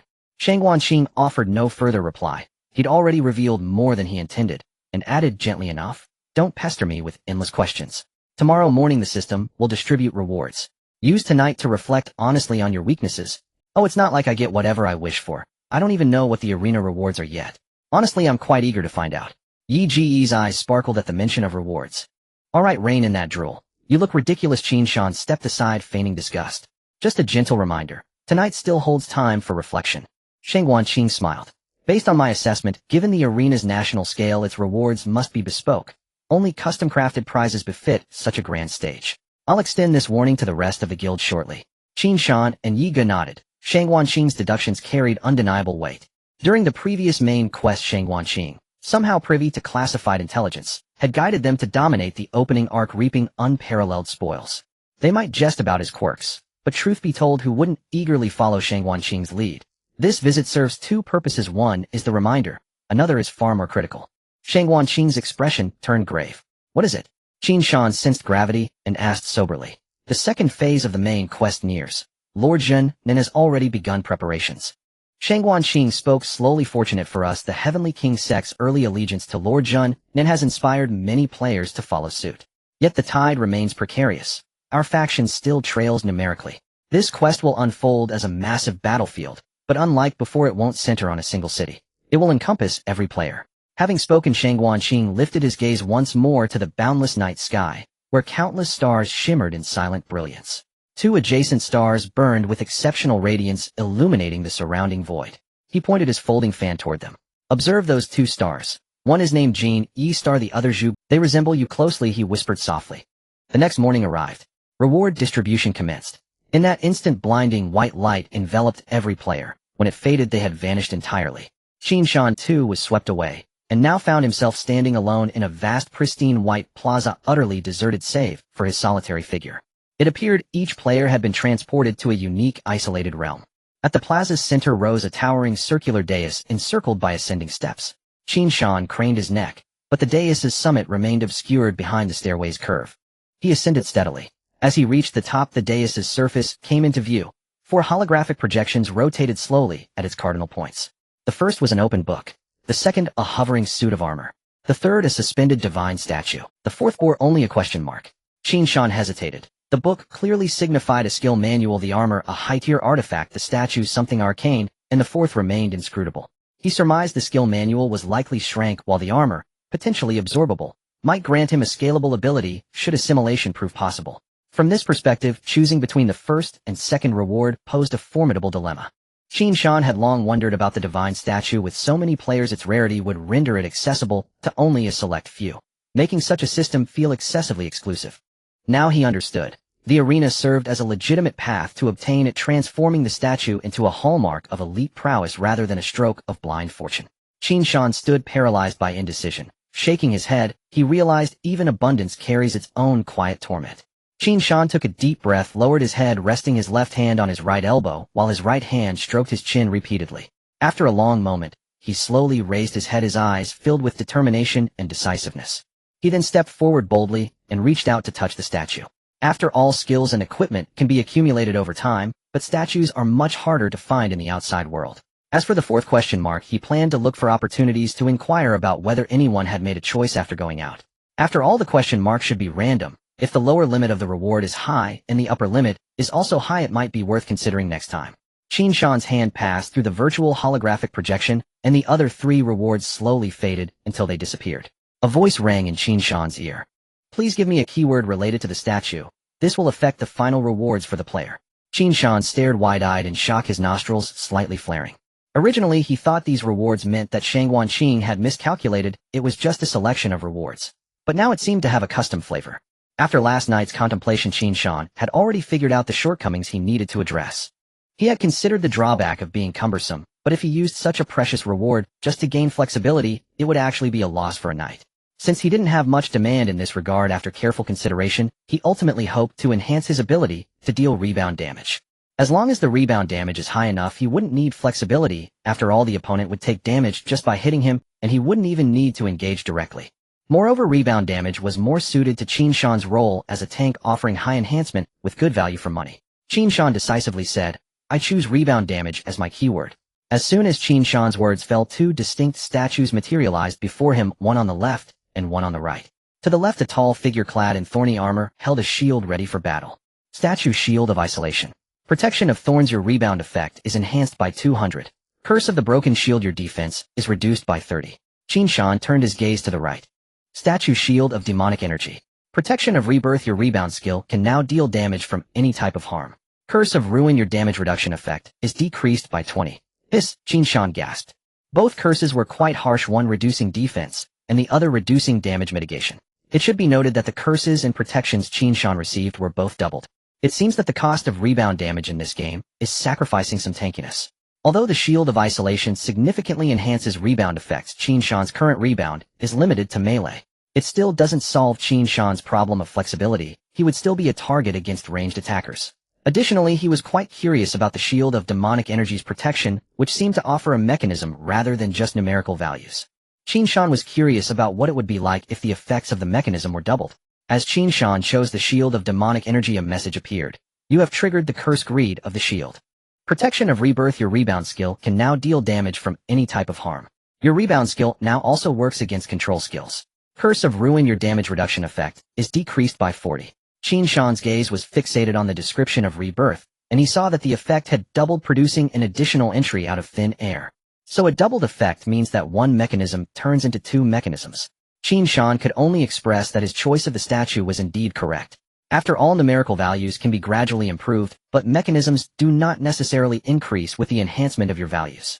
He had already imagined the scenario, the opponent unleashing a flurry of attacks only to be brought to the brink of death by rebound damage, and then the severely injured opponent attempting a desperate fight.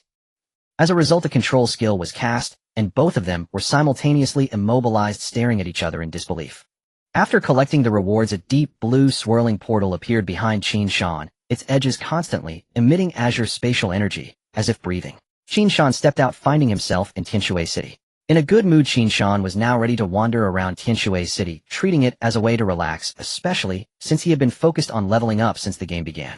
At first he thought that moving quickly would allow him to seize the initiative and earn money to support himself, but after obtaining the SS level talent, he was aware of his great potential. He realized that in the early stages he only needed to continuously improve himself, and later on acquiring money would be quite simple.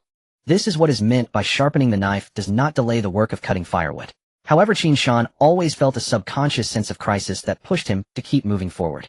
He didn't know where this sense of crisis came from. Perhaps it was the fear that if he stopped he wouldn't be able to make money. Or maybe it was his own ambition. It might also be his unwillingness to lose. He couldn't be sure and felt somewhat confused. The sky was brightening slightly with morning mist lightly enveloping the ancient city of blue bricks. The majestic city walls were bathed in a faint morning glow and the city gates stood wide open with people coming and going continuously.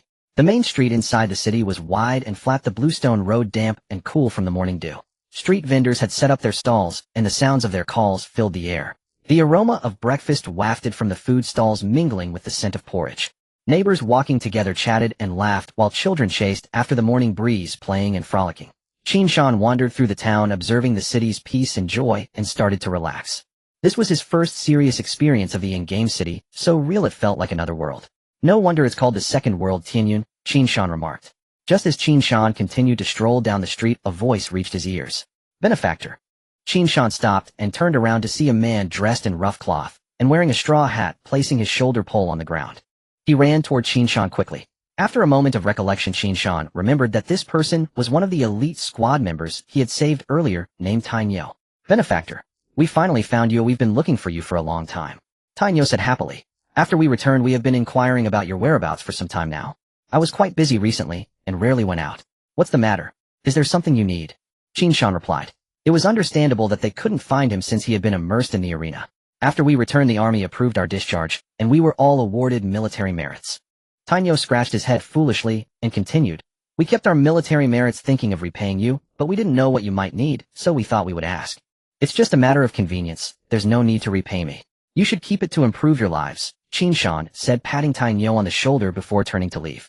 Tainyo hurriedly blocked Qin Shan, insisting, Benefactor, without you we might never have returned. Let us do something for you so we can feel at ease.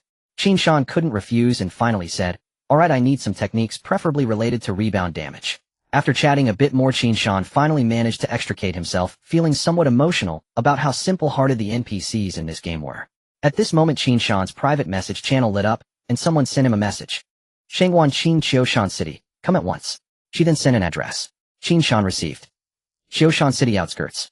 Maple forests carpeted the hills in endless waves, sunlight filtered through the gaps between leaves fracturing their shadows upon the ground. A gentle breeze stirred the air as Qin Shan hurried along a forest path, his footsteps crunching crisply over fallen maple leaves.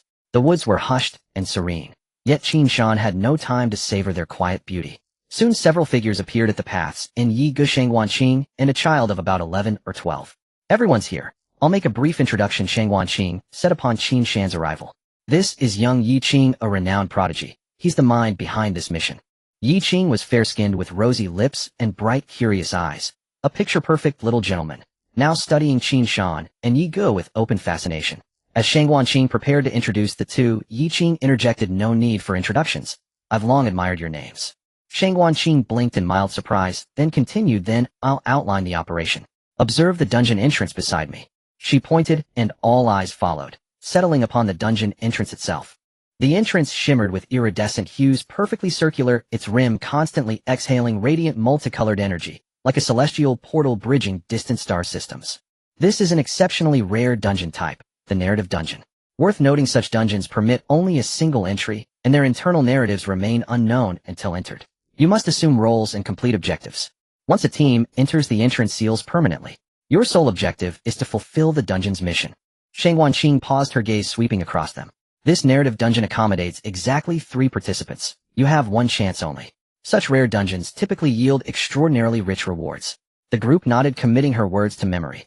No worries. I'm confident we'll clear it with a strength rating backed by 2 powerhouse seniors. Yi Qing declared, tilting his chin upward, voice clear and bright. A large hand ruffled his hair affectionately. What is a kid like you know? Just wait, while this young master carries you through. Yi Gu chuckled, rubbing the boy's head again. Yi Qing pouted, muttering, another self-important adult. Time's nearly up. Good luck.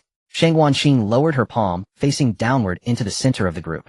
Yi Qing stretched upward, placing his small hand atop hers. Qin Shan and Yi Ge layered theirs over his. In unison they cried, "Let's go." As the trio stepped forward toward the dungeon, Shangguanqing's voice echoed once more from behind. "Wait." They turned back, puzzled. "What is it?"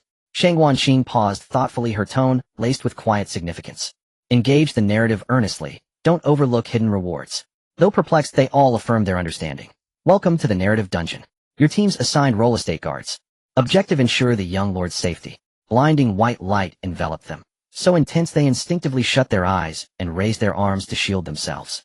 In an instant the radiance faded. They lowered their arms and opened their eyes, to find themselves within a vast courtyard, flagstones of bluish-gray stone, ornamental rockeries, a murmuring waterfall, and lush foliage blooming in full splendor. It was the quintessence of a grand aristocratic residence. Servants in simple cotton robes moved briskly back and forth across the grounds. "What's our next move?" Ego asked. "Let's locate the young lord first. We'll guard him without ever parting company." "No, it won't be that simple. Our task is to protect him, yet this estate scale suggests it belongs to a princely mansion." Yi Qing interjected. "A princely mansion? Excellent. If its defenses are formidable, the mission should be straightforward." Yi Ge smiled wryly. Yi Qing shook his head. "If even the mansion's own forces cannot safeguard him, how could just the three of us succeed? We must prepare contingency plans. But first let's meet the young lord." Yi Ge gazed at Yi Qing's solemn little face and gently tousled his hair again. "Don't worry, we'll bear the burden if anything goes awry. With the twin stars standing watch, this mission shouldn't pose much difficulty. Don't keep ruffling my hair, it'll stunt my growth, Mom says." Yi Qing clutched his head in protest. Yi Ge burst into hearty laughter, and finally withdrew his hand. They began exploring the courtyard, larger than expected, wandering aimlessly like lost souls unable to locate the young lord. Their meanderings soon drew the attention of a passing steward. "You three, who do you serve? Why wander idly here?" he demanded sternly. "We're newly appointed estate guards, searching for the young lord," Yi Qing replied with a deferential smile. "Next time keep closer watch over him. The realm grows unsettled." The steward's scowl softened slightly. After a moment's reflection, he added, "He's likely slipped away again to visit the lady." Having delivered this hint, he hurried off. The trio exchanged glances, each seeing shared bewilderment in the other's eyes. "Slipped away?" Suppressing their doubts, they intercepted a passing maidservant and asked, "Could you tell us where the lady is now?" She halted, appraising them up and down before asking, "And who might you be?" "We're newly appointed estate guards." The maidservant glanced around, then confirming they stood alone, whispered, "Follow the rockery straight to its end. The entrance bears a peach tree." She cast another wary look about, then vanished swiftly. Without delay the trio set off toward the lady's residence, following her directions precisely. Qin Shan murmured, "Why do these NPCs feel so peculiar? Could something be amiss with the lady?" Yi Qing nodded. "It's possible." As they advanced, the garden's elegance, unraveled flowers grew wild, and untamed weeds and wilted blossoms sprouted between flagstones. Servants vanished entirely from sight. "Something's wrong. The further we go, the more desolate it becomes. Has the lady been banished to the cold palace?" Yi Ge observed, scanning the surroundings. Soon they reached the peach tree described, still bare of fruit. Before them rose a modest courtyard. The area just outside its gate had been swept immaculately clean. They knocked softly on the door and waited quietly at the threshold. A light patter of feet approached, and the gate creaked open. A child peered out, round-cheeked and plump, with luminous eyes and flawless porcelain-pale skin. He blinked twice, then piped up brightly. "What do you want? Why have you come to my mother's quarters? Are you his young lordship?" Yi Ge stepped forward and bowed. "I am, but you still haven't answered my question. We are newly appointed estate guards entrusted with your safety." "Very well, stand guard at the gate." They exchanged glances, curiosity burning in each pair of eyes, eager to glimpse the lady herself. Yi Ge spoke again. "Actually, the steward warned us the realm grows unstable, so we've been instructed to remain close." Bang! Before Yi Ge could finish, the wooden door slammed shut with a heavy thud. Yi Ge. As a few individuals chatted under the peach tree, a young man strolled over, looking refined, resembling a scholar. Before Qin Shan and the others could ask, the scholar spoke first, saying, "What are you servants doing here?" Upon hearing this, the scholar was taken aback and exclaimed, "What? The young master is inside." He then urged, "You fools, quickly bring the young master out." Qin Shan and the others exchanged glances, not rushing to act. Qin Shan asked, "May I ask who you are?" "I am the strategist." "Hurry up. Immediately. Right now. Bring the young master out." Qin Shan and the others hurried forward to knock on the door, but it was locked and wouldn't open. Seeing this, the strategist shouted, "Young master, come out." He then charged forward and kicked the door, but the wooden door was too heavy and well-made. The strategist stumbled back after his kick and hurriedly directed Qin Shan and the others to kick the door. As Qin Shan kicked the door open, the strategist dashed past them into the courtyard, directly spotting the young master, who was busy playing with a Luban lock. All other doors were closed, and the courtyard contained only the solitary figure of the young master. He quickly hung the jade pendant he wore around his neck onto the young master's head and rushed outside with him. Upon witnessing this, Qin Shan and the others felt their lips twitch slightly.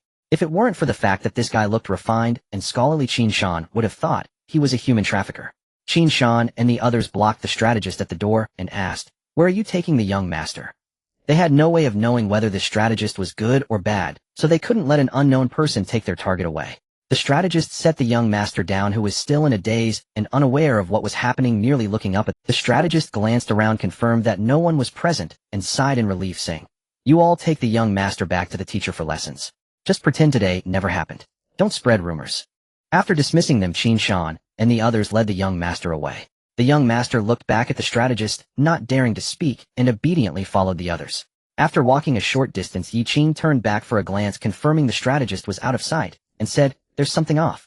Brother Yi, you should quietly return and observe the madam's residence." While they were chatting, Yi Qing had learned the true names of the two. Yiga nodded and remarked, "The strategist's reaction is quite strange. Let's keep it a secret, and coupled with the banished princess. Could it be that the princess is having an affair with someone?" Qin Shan suddenly spoke up. "That shouldn't be the case unless he's a fool. Otherwise, how would he dare to be so blatant?" Yi Qing rolled his eyes and continued.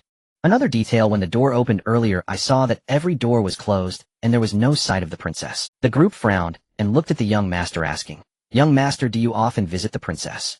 The young master merely walked with his head down, ignoring them. Yigu became annoyed, grabbing the young master's ear and twisting it while loudly saying, "Hey young master, is there something wrong with your ear? I'll give you a massage to see if it helps. You can't have problems with your ears at such a young age, that would be a disaster." After increasing his grip, the young master, in pain, covered his ear and quickly said, I'm fine, let go." Upon hearing this, Yigu released his hold. The young master, still holding his ear, said pitifully, "My mother only allows me to find her when I play in the courtyard and doesn't let me get close to her. She watches me play from a distance." The others exchanged glances, still having little clarity as the current information was too scarce. Then they assigned tasks. The most agile, Yigu, quietly returned to the vicinity of the residence to observe, while Qin Shan and the others took the young master to the private school within the Wang residence. This way, even if something happened, the nimble Yigu could quickly return to regroup with the others. Near the princess, Yigu stealthily hid in a corner, watching the princess residence from a distance. At this moment, the strategist's figure had disappeared, and the main door was tightly shut. Yigu frowned. Could the strategist be inside? Did he really have an affair with the princess? Was that why While Yigu was deep in thought, a middle-aged man carrying water appeared from afar, looking around suspiciously. As seeing the man's sneaky demeanor, Yigu widened his eyes to get a better look at his face.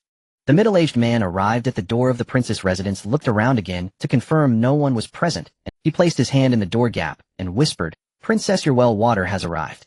At this moment, Yigu caught a glimpse of the man's appearance. He had a square face and a beard that seemed to have gone untrimmed for years. The impression he gave Yigu was simply one of greasiness. Soon footsteps could be heard from inside the princess residence, and the door slowly opened. Yigu hid in the nearby bushes and vaguely saw a graceful figure opening the door. The man hurriedly entered, even leaving the water he brought outside without bringing it into the courtyard, and closed. Yigu, who witnessed the entire scene, had a rather interesting expression. He took a deep breath, feeling somewhat confused. "Princess, oh princess, from afar you still have some beauty. If you are having an affair with that strategist, you could say you like them yet. But how could you be involved with this oily older man? Is it that the prince is too ugly for you to bear, or do you have some peculiar preference?" Yigu hurriedly wanted to share this scene with the two, so he quickly left the spying site. It's worth mentioning that in this storyline instance, the player's attribute panel and team chat channel were both locked. Yigu recounted with vivid animation what he had seen and heard, then clicked his tongue in wonder. The NPC was truly hideous. He had been startled even from afar. Yi Qing listened, pondered for a moment, and said, "We have also gleaned some whispers here. The prince used to dote on the princess, but 3 years ago, without explanation, he had her residence moved to a remote corner of the prince's mansion.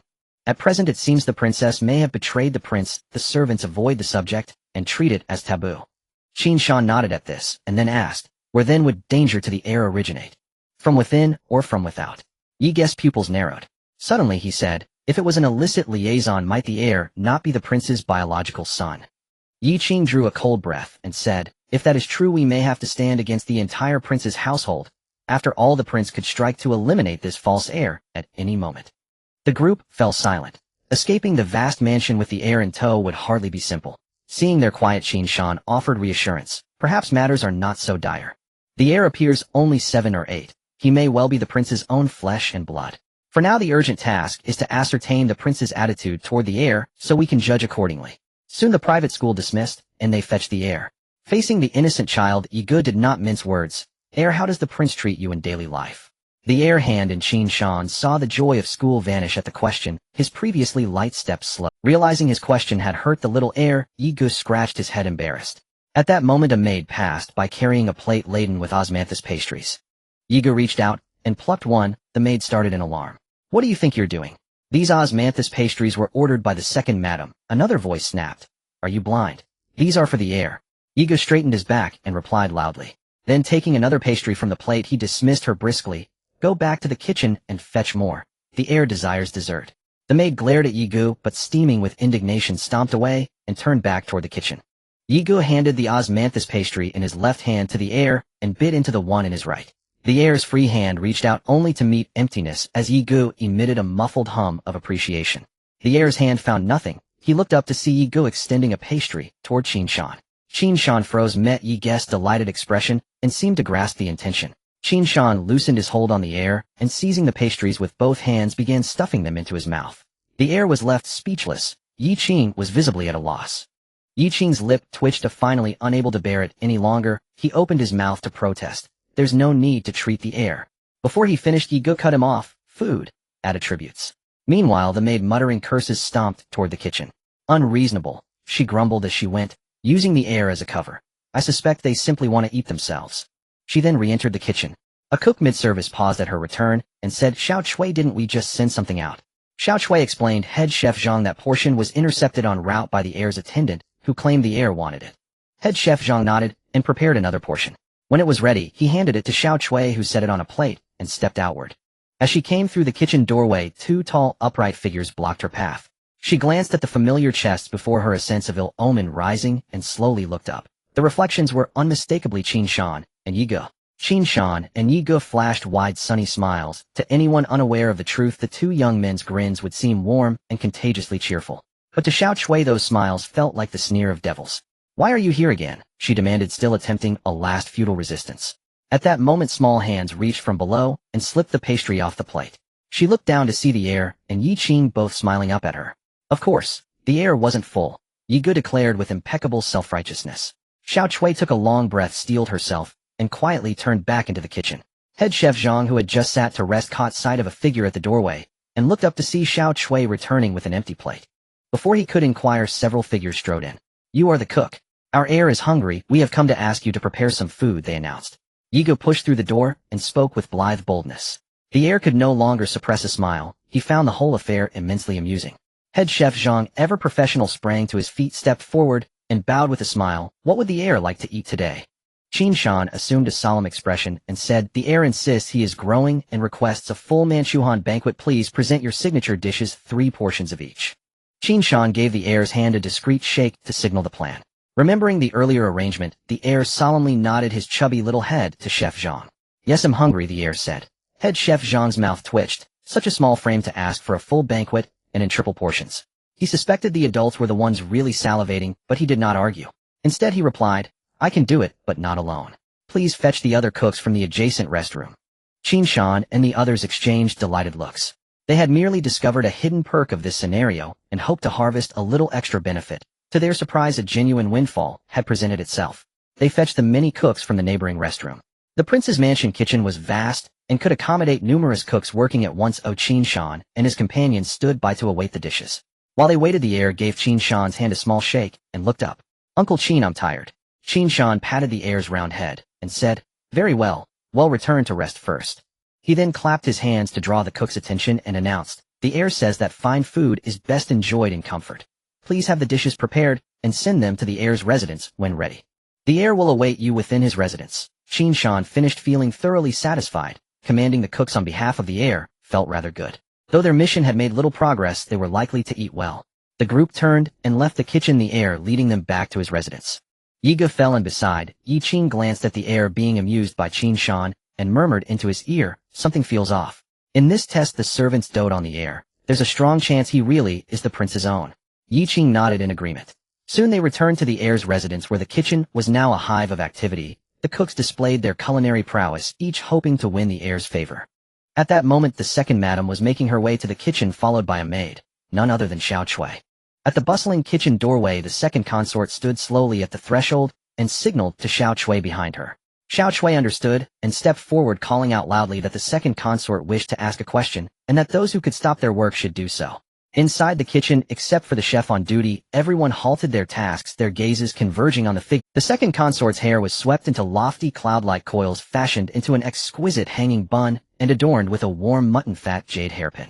Her complexion was smooth and pale like set cream, her bearing stately and refined. She wore a flowing cloud brocade gown, every movement redolent of noble upbringing. Xiao Chui told me the heir took my osmanthus cake, she said, her eyes sweeping the assembled. And this is not mealtime. Why are so many cooks busy now? Can anyone tell me what happened? Hearing this, Chef Zhang stepped forward and calmly recounted the full sequence of. At the gate of the heir's mansion, the second consort stood slowly at the entrance, Xiao Chui at her back, and the cooks. She signaled for quiet and remained at the threshold. From the courtyard came the heir's clear laughter. Ha ha ha, I won. Heir, you are amazing, your shuttlecock skills have surpassed mine so quickly.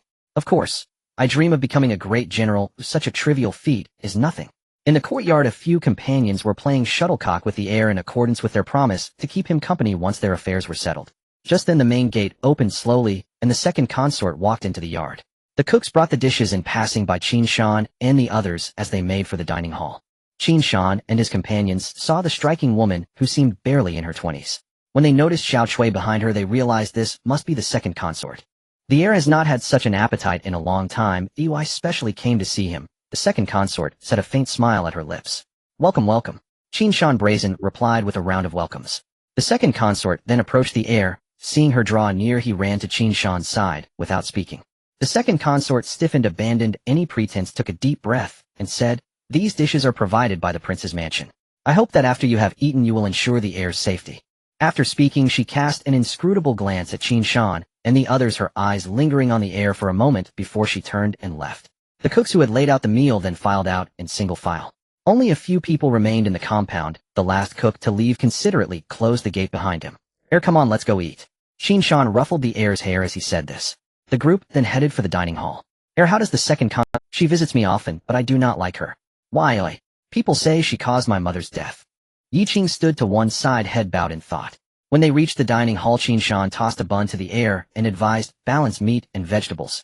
Heir, eat a little less to slim down." The three of them then descended on the table like famished wolves. The prince's mansion's feast was indeed lavish, 18 dishes, each prepared in 3 portions. After finishing his meal notifications began chiming incessantly in Qin Shan's mind. Constitution 2, Strength 2, Spirit 2, Agility 2. Qin Shan tallied the gains and found his constitution had increased by a full 10% from that single meal. He paid little mind to the other stats. Qin Shan's baseline constitution was already high and that 10% surge caused his health bar to swell noticeably. The sky grew dim. After escorting the heir back to his chamber to rest the three convened in the parlor. From what we know so far the threats come from several quarters.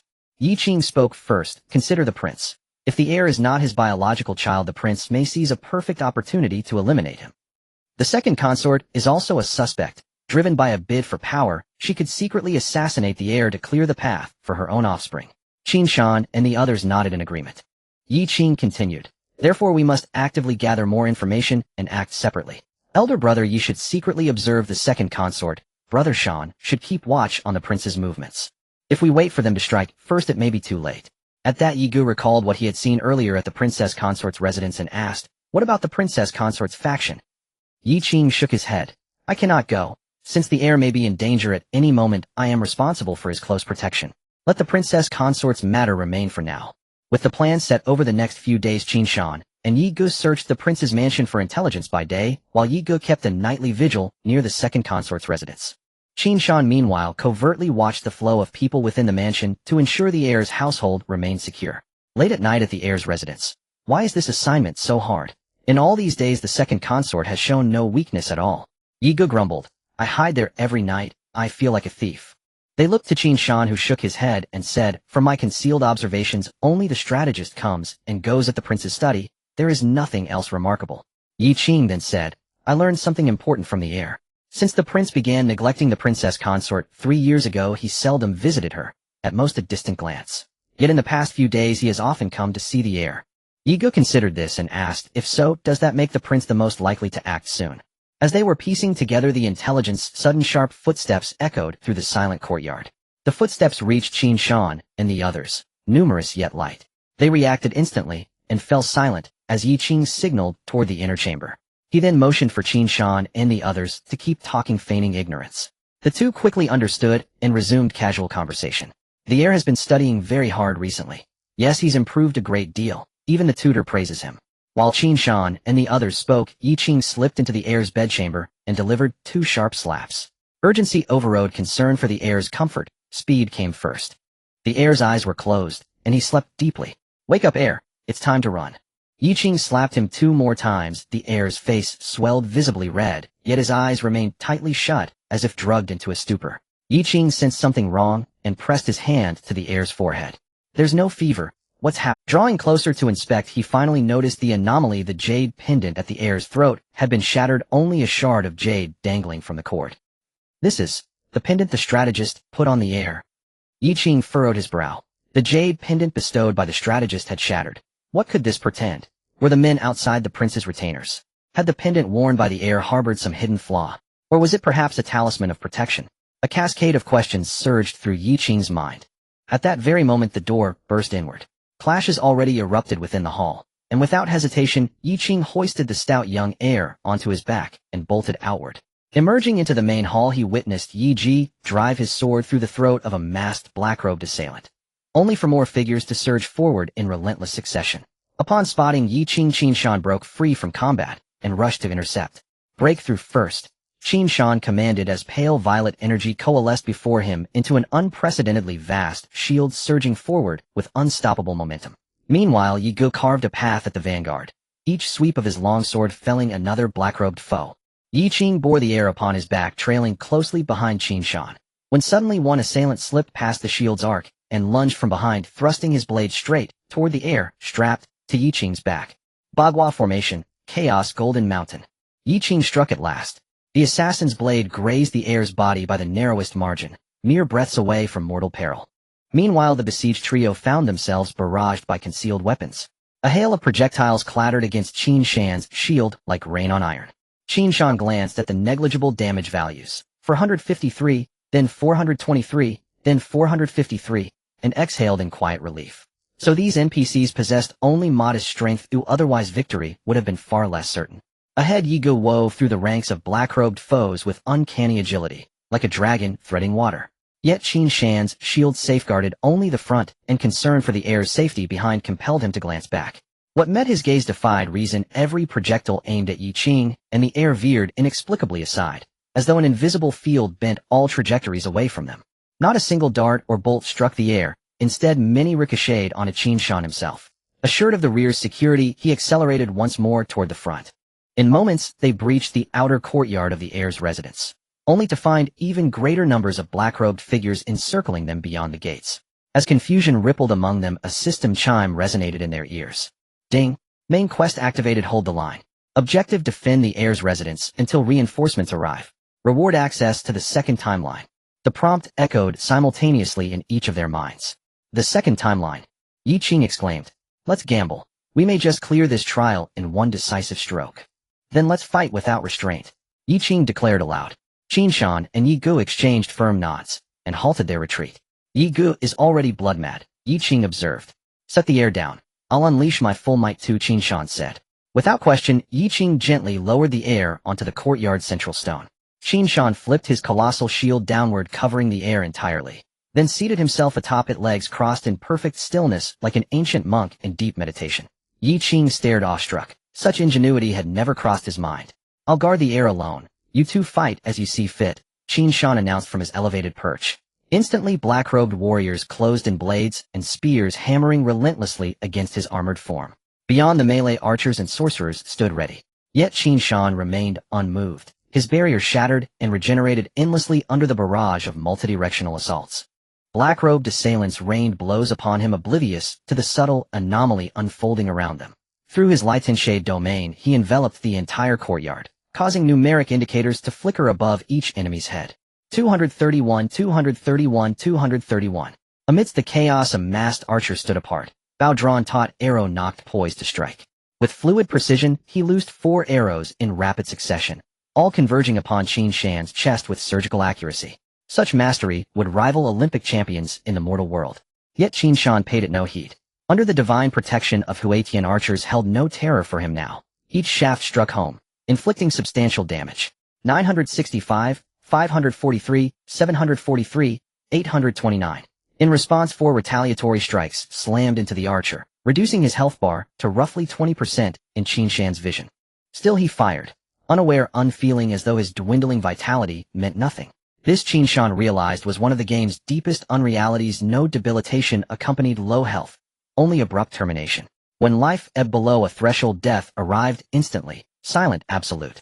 And still the archer drew and loosed, blind to the Reaper already at his side. Under the dual pressure of retaliatory damage and the Lightenshade domain's attrition, the archer's vitality drained to 0. His bow arm froze mid-draw, blood gushed from his lips. Then he collapsed heavily to the ground. His fall triggered a domino collapse. Fragile ranged attackers fell one after another, struck down not by blade or spell, but by Qin Shan's unique ability to eradicate distant foes across vast distances through retaliatory force. Meanwhile, Yi Ge fought with berserk fury. Having acquired a life-siphoning technique from Zhang Rang, and bolstered by Qin Shan's Knight's Guard aura granting 20% damage reduction, his lethality soared. Further enhanced by the Lightenshade domain's regenerative pulse, his health bar danced wildly, plummeting then surging back to full again and again. Reckless and radiant, he carved through enemies with terrifying efficiency. He moved like a living storm. Wherever he passed, black-robed figures dropped like wheat before the scythe. From afar, Yi Qing watched their brutal, seamless annihilation. His eyes widened in disbelief. By his estimation, these assailants possessed attributes befitting level 40 cultivators. Yet to Qin Shan and Yi Ge, they were little more than chickens awaiting slaughter. A true dimensional transcendence of power. If you two are this formidable, then I too must demonstrate my art. Yi Qing's own spirit blazed anew. He stilled his posture, spine erect, shoulders relaxed, knees slightly bent. From his waist his palms rose slowly, tracing gentle arcs upward, palms softly uplifted, fingers spread wide, and supple elbows sinking naturally without rigidity. One hand lifted level with his chest, palm facing forward in a gesture of solemn offering. The opening stance of the Bagua formation. East, Zhun the gate of injury guarded by Azure Dragon. South, Li the gate of scenery held by Vermilion Bird. West, Dui the gate of alarm anchored by White Tiger. North, Qin the gate of rest sealed by Black Tortoise. Yi Qing intoned the incantation with measured cadence, and beneath his feet a luminous circular Bagua array unfurled, expanding until it enshrouded the entire courtyard. Black-robed assailants surged forth without end, wave upon wave, endless and inexorable. The 3 warriors fought until numbness set in, yet Qin Shan's health remained steadfast at 70% despite concentrated assault. Yi Qing, however, had exhausted his spiritual energy and now crouched in a secluded corner, evading focused attacks. None questioned the endless tide. These were merely systems-pawned adversaries designed to test resolve. Time bled onward. Yi Ji's reserves too near depletion. The courtyard had become a charnel ground, limbs scattered, blood pooling thickly across the stones. Just as exhaustion began to dull their edges, a figure clad in white armor galloped into the courtyard, riding a snow-white steed bearing a gleaming spear, his robes billowing like clouds beneath the sun. Zhao Yu was in a state of urgency, extremely anxious. Just an hour ago, he was on duty, as usual, responsible for the safety of the prince. The prince was still working late. The study was brightly lit, while outside Zhao Yu felt drowsy and showed no concern for potential danger. After all, this was the prince's residence, a place safer than anywhere else in the entire city. Suddenly, a large group of men in black appeared, as if out of nowhere, scaling the walls to enter the study. Zhao Yu instantly awakened and led the guard team to defend the study. Soon the commotion attracted the strategist, who quickly brought a team for reinforcement. However, as the strategist and his men broke through the black-clad men's line and successfully joined forces with Zhao Yu, even more black-clad individuals surged forward. The strategists soon realized they had fallen into the enemy's trap of encirclement and annihilation. In this critical moment, I knew I had to step up. As the prince's personal lieutenant, I grew up in the military, proficient in all forms of martial arts. Winning duels in the military was second nature to me, yet I was assigned to protect the prince. I felt frustrated, but the strategist reminded me that the prince's safety was of utmost importance. Now it was finally my time to showcase my skills. Just as my battle spirit surged, and I was about to join the fray, the prince called out to me. The prince issued a dire order for me to break through and head to the heir's residence to protect him. A soldier's duty is to obey orders. I accepted the command and charged out of the study courtyard alone. What I did not expect was the sheer number of black-clad men, leaving me astonished. They seemed to appear from thin air, and despite my all-out effort to break through, I found myself in the midst of a sea of enemies, and my horse unfortunately had its legs severed. Looking up, I saw a tide of black-clad men surrounding me, plunging Zhao Yu into despair. He was not afraid of being encircled. Having grown up in the military, he had learned the art of killing on the battlefield, and these lowly minions posed no threat to him. With a single-handed thrust of his spear, he accurately pierced the neck of a black-clad man, hot blood gushing forth and splattering onto the spear. The red tassel on the spear became even more vibrant with blood, and at this moment Zhao Yu felt despair, realizing that if these were the enemies he faced, the few guards beside the heir would surely not hold out long enough for his support. As the top warrior in the army, although he had yet to achieve merit, he often boasted with great bravado. If this mission failed, and he could not protect the heir, he would have no face to show to the prince the strategist or his fellow soldiers. Thinking of this, Zhao Yu's spear became even more ferocious. Slashing, piercing, reversing thrust. The great rock spreads its wings. A series of techniques erupted from his spear, causing the surrounding black-clad men to fall, like leaves, forming a small vacuum around him. Just as his anxiety peaked, he finally spotted a black-clad man riding a horse not far away, drawing his bow and nocking an arrow. Zhao Yu's eyes brightened. If he could seize the horse, there would still be hope. Time was of the essence. He had to consider whether this was his last chance. He suddenly changed the direction of his spear and swiftly broke through. The black-clad man was quickly dismounted. He mounted the horse, pulled the reins, and successfully escaped the battlefield, racing towards the heir's residence. Zhao Yu galloped forward, noticing that the prince's residence was engulfed in flames, with many people running around like headless flies. Many were also engaged in battle with the black-clad men, and as the residence blazed in the night sky, more and more soldiers rushed to provide protection. Zhao Yu hastened his horse and soon saw the outline of the heir's residence in the distance, feeling a sense of unease. As he got closer, he realized that many black-clad men had already surrounded the residence, and loud sounds of fighting echoed from within. His heart leaped with joy. He had made it. He hadn't expected that the few guards newly recruited by the second princess actually had strength. He crashed straight into the encirclement of black-clad men, like a giant breaking through a wall of blocks, instantly tearing a hole in their formation. He rushed into the courtyard, quickly assessing the battlefield situation, then froze. Not far away, a youth wielding a long sword was frantically slaughtering the black-clad men, the once pure white ground stained red with blood, leaving only a few white spots. In the center of the courtyard, a burly young man sat on a shield, seemingly chanting sutras. Zhao Yu could hardly believe his eyes, doubting whether he had entered some strange place. After all, at this moment numerous blades and swords were striking the youth, producing sounds of metal clashing, yet the blades would bounce off. Even in the dim moonlight, the blades sparked as they struck, while many archers readied their bows nearby. Yet this youth seemed completely unfazed, not even bothering to open his eyes. He appeared so calm, as if he were not the target of the collective assault, like an enlightened monk of Buddha in the world. Zhao Yu did not believe in Buddhism, but he felt that even a Buddha could not meditate and chant sutras amidst a group of people attacking him. He looked up in disbelief at the plaque overhead. It was indeed the heir's residence. Zhao Yu pondered while his hands continued to move, dispatching more black-clad men. At that moment, a head popped out from a corner of the courtyard. It was Yi Qing. Yi Qing breathed a sigh of relief. Finally, reinforcements had arrived, and it seemed the mission was about to be accomplished. He called out loudly, "Who are you?" Zhao Yu turned to the source of the voice and did not answer, but instead asked in return, "Where is the heir?"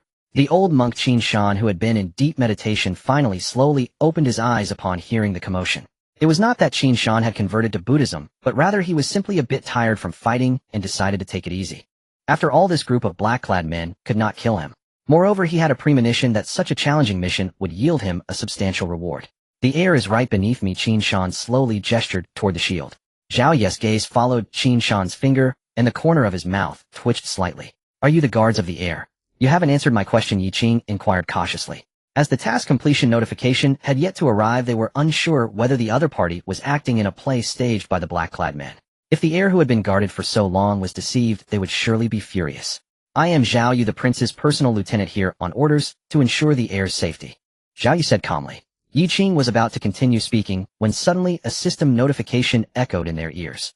"Ding, reinforcements have arrived, and the mission is entering its final stage." With the system notifications sound, the black-clad men suddenly changed their actions.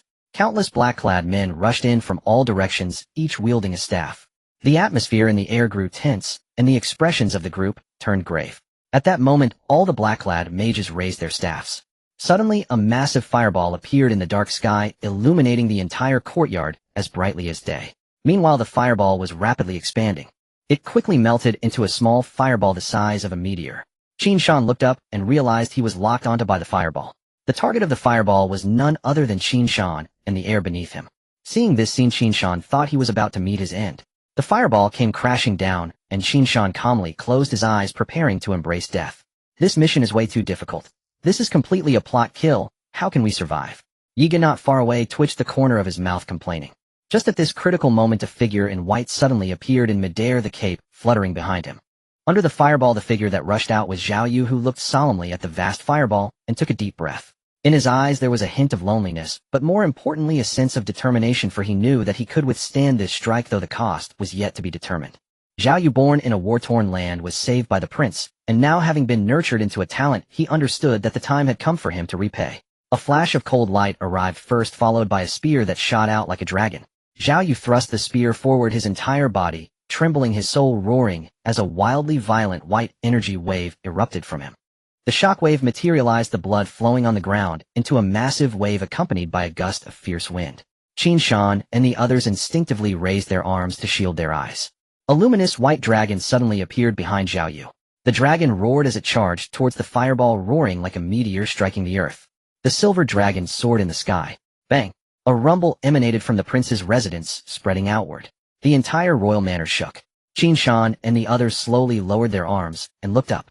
They saw that the falling star had split into countless tiny fragments, some scattering like fireworks, while others shot straight into the sky. There were no figures in the air. The crowd shifted their gaze downward and saw a bloodied figure lying quietly on the ground. The surrounding black-clad mages were knocked down, blood flowing from their 7 orifices, lifeless. At this moment, all the black-clad individuals had begun to retreat. Ding, the task is complete, a voice echoed in Qin Shan and the others' ears, but they were too preoccupied to listen. Qin Shan quickly opened the shield below. The shield, and saw that the prince was still unconscious. However, compared to the beginning, his face was even paler, and his brows were unconsciously furrowed. Yi Gu and the others hurriedly stepped forward to check Zhao Ye's injuries. Upon getting closer, and seeing clearly, the two were stunned in place. Zhao Ye's chest was only slightly rising and falling, indicating that he was still alive. His entire body was mangled, with blood continuously flowing from the gaping wounds. Even more tragically, Zhao Ye's entire right arm had seemingly vanished. After Yi Qing assessed the situation, he quickly stepped forward, squatting in front of Zhao Yu, and began to form hand seals. 8 trigrams gather chi, the 8 directions return to origin. Leave fire to warm the pulse, stabilize the source. Yin and Yang harmonize, flesh and blood revive. Swiftly as commanded. After reciting, a stream of turquoise energy flowed from Yi Qing's fingertips, slowly nourishing Zhao Ye's skin. Some energy penetrated into the internal organs. You can also heal? Yigo asked from the side. Of course, I know a little about everything. Yi Qing replied. Can he recover? With such severe injuries, of course not. I can only help him stop the bleeding. Do you think giving him life potion would have any effect? Yiga suddenly had a bright idea. Upon hearing this, Yi Qing took out a bottle of high-grade life potion and slowly poured it into Zhao Ye's mouth. It seems we passed this mission. Let's take him and the prince back. Yi Qing glanced at the silent surroundings and said slowly. A moment later. Cough, cough. Vomit. Zhao Yu coughed once, spitting out a large chunk of blood. Slowly opening his eyes, he was met with 3 large faces staring at him in a row. You know, this life potion is really effective. How are you feeling? Brother, that move you just pulled was so cool. Can you teach me? The others all chattered when they saw Zhao Yu wake up. Zhao Yu first looked around and asked, where is this? What happened to the prince? It's unbelievable. You looked like you were dying earlier, but after 2 bottles of medicine you're already doing this much better. Hey Yi Qing, why don't you feed him another bottle? Yiga didn't answer, but elbowed Yi Qing beside him, speaking in surprise. Is medicine free? My medicine is very precious. I was already paying to give 2 bottles. It's really good for saving lives. Yi Qing rolled his eyes and replied irritably. Qin Shan automatically ignored the 2 who were being silly and looked at Zhao Yu, saying, this is the prince's residence. The prince should be fine for now. Zhao Yu instinctively tried to sit up to express his gratitude, but suddenly felt that his right arm was completely gone, only a bandage wrapped around a massive wound. He was stunned, and Yi Gu and the others slowly fell silent. Seeing this scene, Qin Shan whispered to comfort him. It's a good thing you took this fireball, otherwise the prince would have been burned to ashes with me. After a pause he added, you did well. At that moment Yi Gu, who had been racking his brain for a way to comfort Zhao Yu, finally managed to say, a flawed jade is still fit for a king. Yi Qing. Qin Shan. The 2 fell silent, not knowing how Yi Ge's mind worked. Someone was injured, and he offered such a Chinibu remark. Haha, then I'll change my name to Zhao Wang from now on. Zhao Yu chuckled lightly, then continued. This time I can say I fulfilled my mission.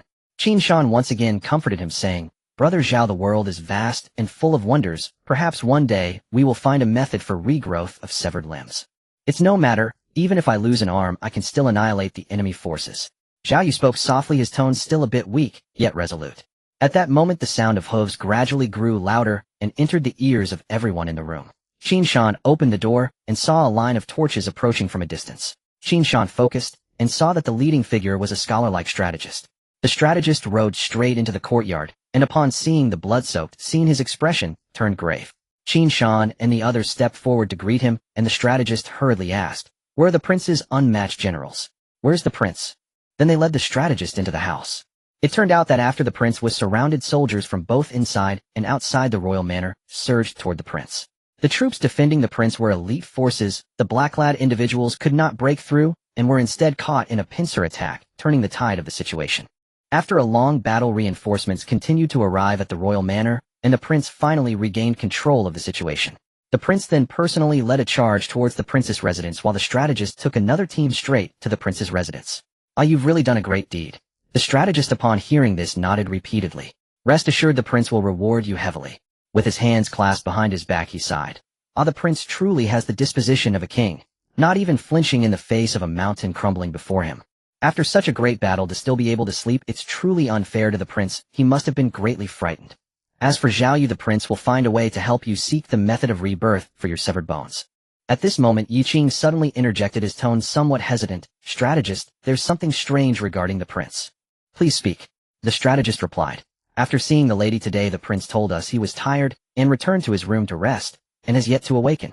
The strategist was taken aback upon hearing this, and hurried to the prince's bed, lifting the collar with his hand, his pupils suddenly constricting. The strategist replied. "After seeing the lady today, the prince told us he was tired and returned to his room to rest, and has yet to awaken." The strategist was taken aback upon hearing this, and hurried to the prince's bed, lifting the collar with his hand, his pupils. The strategist took a slow, deep breath, then said solemnly, "This matter is serious. Someone quickly ride to inform the prince." The strategist ordered everyone to leave the room. After a while he stepped out of the young master's chamber, closing the door behind him. At this moment Qin Shan and the others were waiting in the hall. "Is the young master all right?" Yi Qing hurriedly stepped forward to inquire. The strategist shook his head, remaining silent. Qin Shan and the others also frowned, not expecting that one issue had not yet settled before another arose. The strategist paced back and forth in the hall with his hands clasped behind his back. After a long while he stopped, contemplated for a moment, and addressed the crowd. "You all have worked hard. There will be generous rewards from the prince, and as for the young master, I will arrange for military personnel to protect him. You can take a break for a while." As soon as the strategist finished speaking, the system's prompt echoed in the minds of Qin Shan and the others. "Ding, this storyline mission has been completed. Would you like to continue the challenge?" Hearing the system prompt, Qin Shan and the others exchanged glances for a moment. Soon Qin Shan and Yi Qing turned their gazes towards Yi Qing, allowing her to make the decision. Evidently, this was a minimum guarantee for this storyline mission. If they chose to settle, it was highly likely they would receive the lowest reward. All of them were high-level players and would clearly not accept such a conclusion. After all, Shang Wanqing would not let their group settle for a minimum guarantee. Yi Qing pondered for a moment and cupped her hands, saying, "Thank you, strategist, but we wish to continue protecting the young master's safety." After Yi Qing finished speaking, a prompt sound echoed in everyone's ears once more. "Ding, player, Yi Qing has chosen to continue the challenge." The storyline continues. Task refresh. Task 1, help the young master recover. Task 2, help the second princess fulfill her wish. Upon receiving the task, Qin Shan and the others were taken aback. The second princess, wasn't she a villain? This seemingly contradictory task instantly overwhelmed the brains of Qin Shan and the others. However, the quick-thinking Yi Qing immediately began to investigate information about the second princess and continued speaking. "Strategist, the assassin situation is perilous. Is the second princess safe?" The strategist slowly shook his head, sighed, and said with complexity, "Even if the prince is in trouble, the second princess will not be harmed." Before the others could digest this information, he continued, "Since you are so determined, I can rest assured in trusting the young master to you. However, there is one thing I need to tell you. The young master is afflicted by a curse and must not be approached lest it spread. Remember." The strategist seemed reluctant to reveal too much, and then walked out. "So much has happened tonight, and I have many urgent matters to attend to. As for the rewards, I will arrange for someone to deliver them tomorrow morning. You all should rest for now." Once the strategist left with his subordinates, Yigu could no longer contain his curiosity and spoke up. "This task is a bit strange. Why did it suddenly switch to the second princess? Tasks usually don't shift abruptly. Perhaps task 2 is hinting that the key to the young master's recovery lies with the second princess.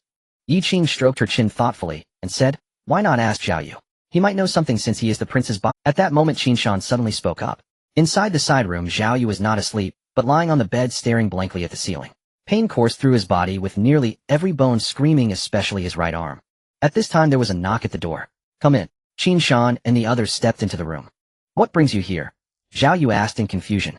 Qin Shan took a deep breath, and then with a serious expression said in a low voice, "The young master is in trouble." The strategist said the young master is cursed. Zhao Yu's pupils constricted suddenly, and then he furrowed his brows tightly. Yi Qing was observing Zhao Yu's reaction. There was surprise and gravity, but no doubt, which often indicated that he knew something. "We want to help the young master recover. I believe you should know something. Could you share it with us?" Yi Qing got straight to the— Zhao Yu fell into silence upon hearing this, then spoke lightly. "I know a bit, but I cannot say. Let me introduce myself. I am known in the martial world as Firmo Qing the Guangdong Di Renjia. I have solved 643 reasoning cases." Yi Qing began to make up stories. Hearing this, Yi Ge turned his head to look at Yi Qing, his half-raised body almost level with the bedboard. Yi Qing's boasting was so outrageous that Yi Ge couldn't bear to listen. It seemed utterly unconvincing. What expertise in cases? It was clearly just a reasoning game, Yi Ge thought to himself. "I need your clues. Perhaps I can find a way to break the deadlock," Yi Qing said seriously. Qin Shan, who was beside them, maintained a stern face, watching Zhao Yu intently, unable to look at Yi Qing as he found it somewhat out of character and feared he would break down. Zhao Yu lay on the bed slightly lifting his head, but after trying he gave up. From his angle, he could only see Qin Shan and Yi Ge, not Yi Qing. He thought for a moment, although he didn't understand who this Firmo Qing was. It sounded like a foreign name, but he did know about solving cases. After all, the prince wouldn't blame him for speaking. Moreover, they had just become life-and-death brothers. It wouldn't hurt to share. With that in mind, Zhao Yu spoke up. "Ask away. What do you want to know?" "The curse on the young master came from the princess, right?" Zhao Yu thought for a moment and said, "That's the only—" "Where did the curse on the princess come from?" "This matter has to start 3 years ago." They slowly heard the twisted story about the prince from Zhao Yu. It turned out that 4 years ago the prince was honored for his military achievements and awarded the title of a king of different surname known as Naninjun. His childhood sweetheart became the princess, and the prince guarded the southern borders, instilling awe in foreign lands, becoming the pillar of the dynasty. However, the dynasty always faced a century-old problem, a powerful minister overshadowing the ruler. The prince's rise quickly aroused the emperor's jealousy. At this time, the current princess happened to have a fondness for the formidable prince, so the emperor thought to marry the current princess to the prince to strengthen control over the borders. This involved a long-standing royal custom. The princess must be the primary wife to be worthy of her status. The emperor bestowed marriage, and the prince did not refuse. However, with one decree the emperor sought to make the princess a concubine, and the current princess the primary wife. This time the prince refused. But by then the marriage had already been announced, and the princess expressed that she would accept being a concubine to marry the prince. Ultimately, the emperor still approved the marriage. But it left a thorn in the emperor's heart, deeply embedded in his face. Thus, 3 years ago, while the princess was out playing in the suburbs, she was suddenly attacked by assassins. The worried prince rushed over and rescued her. However, the princess was still cursed, and in his anxiety the prince took on half of the curse's power. On the surface, the method of the curse appeared to be from a foreign enemy, but the prince quickly realized the emperor's hand in it. He knew this was the emperor's warning to him. The emperor used the most direct and domineering way to tell him that the might of the emperor could not be desecrated. Naninjun was unusually furious. The princess was his heart's desire, and the emperor's actions undoubtedly struck at his reverse scales. However, misfortunes never come alone. At that time the southern nations were stirring, and if news of the prince being cursed were to spread, it would destabilize the military and could provoke a great war. The prince stood in his study, gazing at the elegantly inscribed characters of Naninjun on the plaque, lost in thought. In the end he gritted his teeth and chose to conceal this matter. He was angry, he was unwilling, but as one beloved by the people he could not act rashly. For the stability of the southern border and the well-being of countless families, he had to swallow this bitter loss. The curse laid by the assassin arranged by the emperor would not be fatal, but it would cause extreme suffering, as if 10,000 insects were gnawing at the heart whenever it struck. The prince was skilled in martial arts and had robust vitality capable of suppressing half of the curse, but the princess, being a mere woman, experienced the curse's agony, as if she had walked through the gates of hell each time it flared up. This was still with the prince sharing half of the curse's burden. Otherwise the princess might have completely lost her sanity under the curse's torment and descended into madness. To prevent the curse from spreading and keep this matter under wraps, thereby maintaining military morale, the prince had no choice but to reluctantly adopt the strategist's plan. On the surface he feigned a rift in his relationship with the princess, treating her coldly. In reality, it was to prevent the curse from disseminating and to distance himself from her, reducing the frequency of the curse's occurrences. Lovers unable to meet. What a tragic lament. And neglecting the young heir was also a reluctant choice. After all, the child was still small, and if he were to contract the curse it would be hard to endure. Thus the prince could only appear cold and heartless. The emperor's slight scheme struck directly at the prince's heart, leaving him in a state of distress. Upon hearing this, the crowd in Qin Shan was filled with emotion. So the prince is so benevolent. I thought he would despise his wife after achieving success. How shameful. So the second princess is the current princess. Yi Qing analyzed seriously. Exactly. Hiss, so the emperor is the mastermind behind this assassination. Qin Shan followed suit in analysis. Only the emperor could send so many assassins into the prince's residence without anyone noticing. So the emperor's main goal in this assassination is to eliminate the heir and the princess, forcing the prince to let the second princess ascend to power. The assassination of the prince is merely a warning. After all, if the prince truly died, the south would plunge into chaos. That seems quite likely. Qin Shan nodded in agreement, realizing that the emperor was indeed overly tyrannical, treating the pillar of the nation so inhumanely for the sake of royal face and authority. Perhaps for an emperor who is accustomed to controlling everything, losing that control is unacceptable. What is the prince's attitude toward the second princess? At this moment, Yi Qing finally remembered their task, having been so engrossed in the story that he nearly forgot about the second prince's mission. The prince has always believed that if it weren't for the second princess, he and the princess wouldn't have ended up in such a predicament. Therefore, he generally holds little regard for the second princess. Yi Qing frowned, still not understanding why their task was to help the second princess rather than assisting the prince. Just as he was puzzled, a remark from Zhao Yu enlightened him. Aren't you the guards summoned by the second princess? How come you seem to know nothing about her? So that's how it is, they were summoned by the second princess, which makes sense. Having arrived just a few days ago, would the second princess know about the assassination of the heir?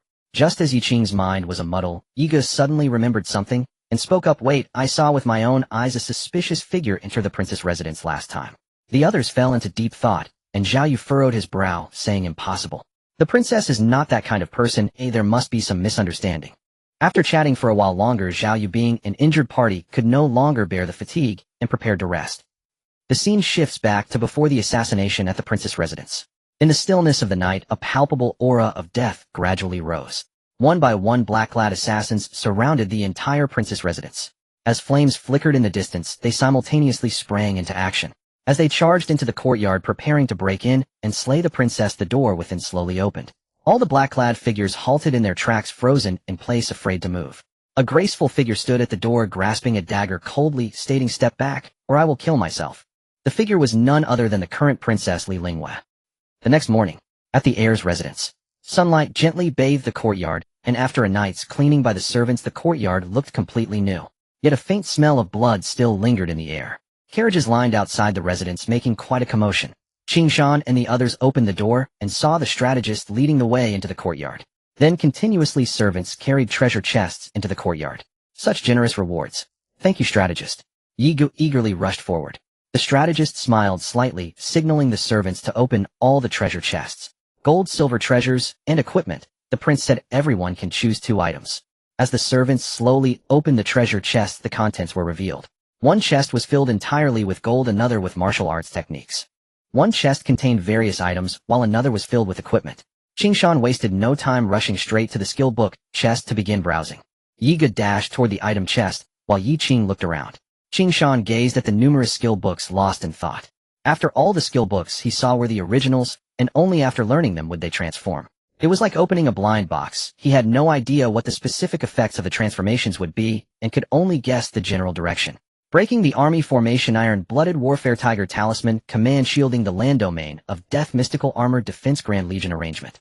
Many skill books dazzled his eyes, and he could feel that these skill books were all applicable to the battlefield. After pondering for a moment, he quickly recalled that what he needed most was a counter-damage skill. Thus he chose the only counter-damage skill book among them, and for the second book, he could only pick one with an imp. Soon Qin Shan finished selecting his 2 skill books, which the strategist personally handed over to him as a gesture of ceremony. Thank you, strategist. Qin Shan raised his hand in a bow.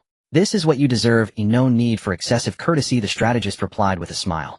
The moment he received them, Qin Shan immediately chose to learn. He then directly checked the introductions for the 2 skills. Skill name: Mystical Armor, Defense. Skill rank: A. Skill type: Passive. Skill effect: when taking damage, reflect 20 and generate a shield equivalent to the reflected damage. Cooldown none skill name domain of death skill rank A skill type area skill range 50 meters skill effect. Each enemy unit that dies on the battlefield temporarily provides you with one of their life attributes.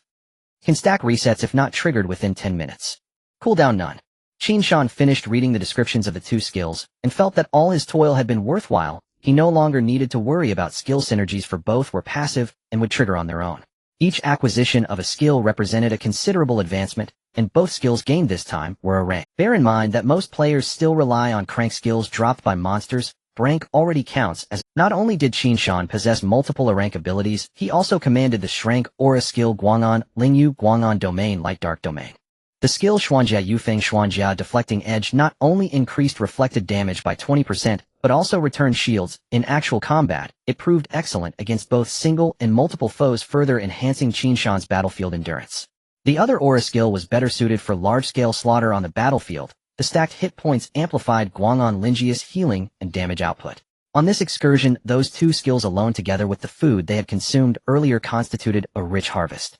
Beside him, Yi Ge had also chosen two treasured relics, and held them with a foolish grin. His gains seemed quite satisfying.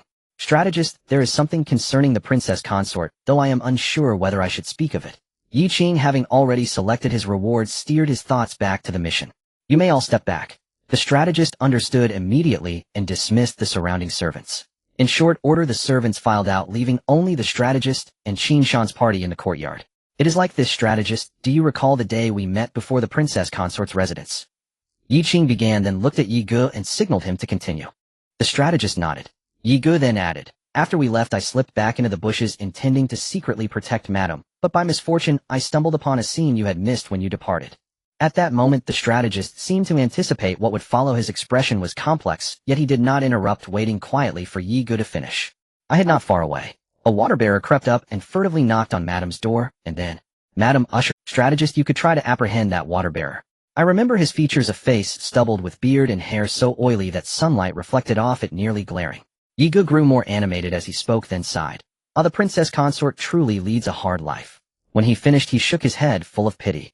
The strategist, hearing this, felt both amused and exasperated. He opened his mouth, as if to speak, only to have a laugh interrupt him.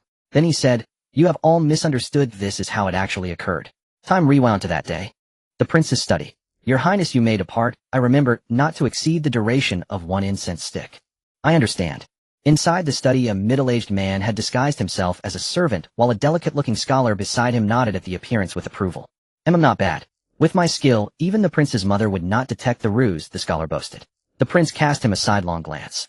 The scholar quickly realized his slip and hastily assumed a serious expression, adding, Ahem, Your Highness, I mean I will ensure everything is utterly foolproof. Haha. Don't only study books and learn more about the ways of the world. The prince did not press the point further, muttering, your way of speaking is worse than a dog's bark.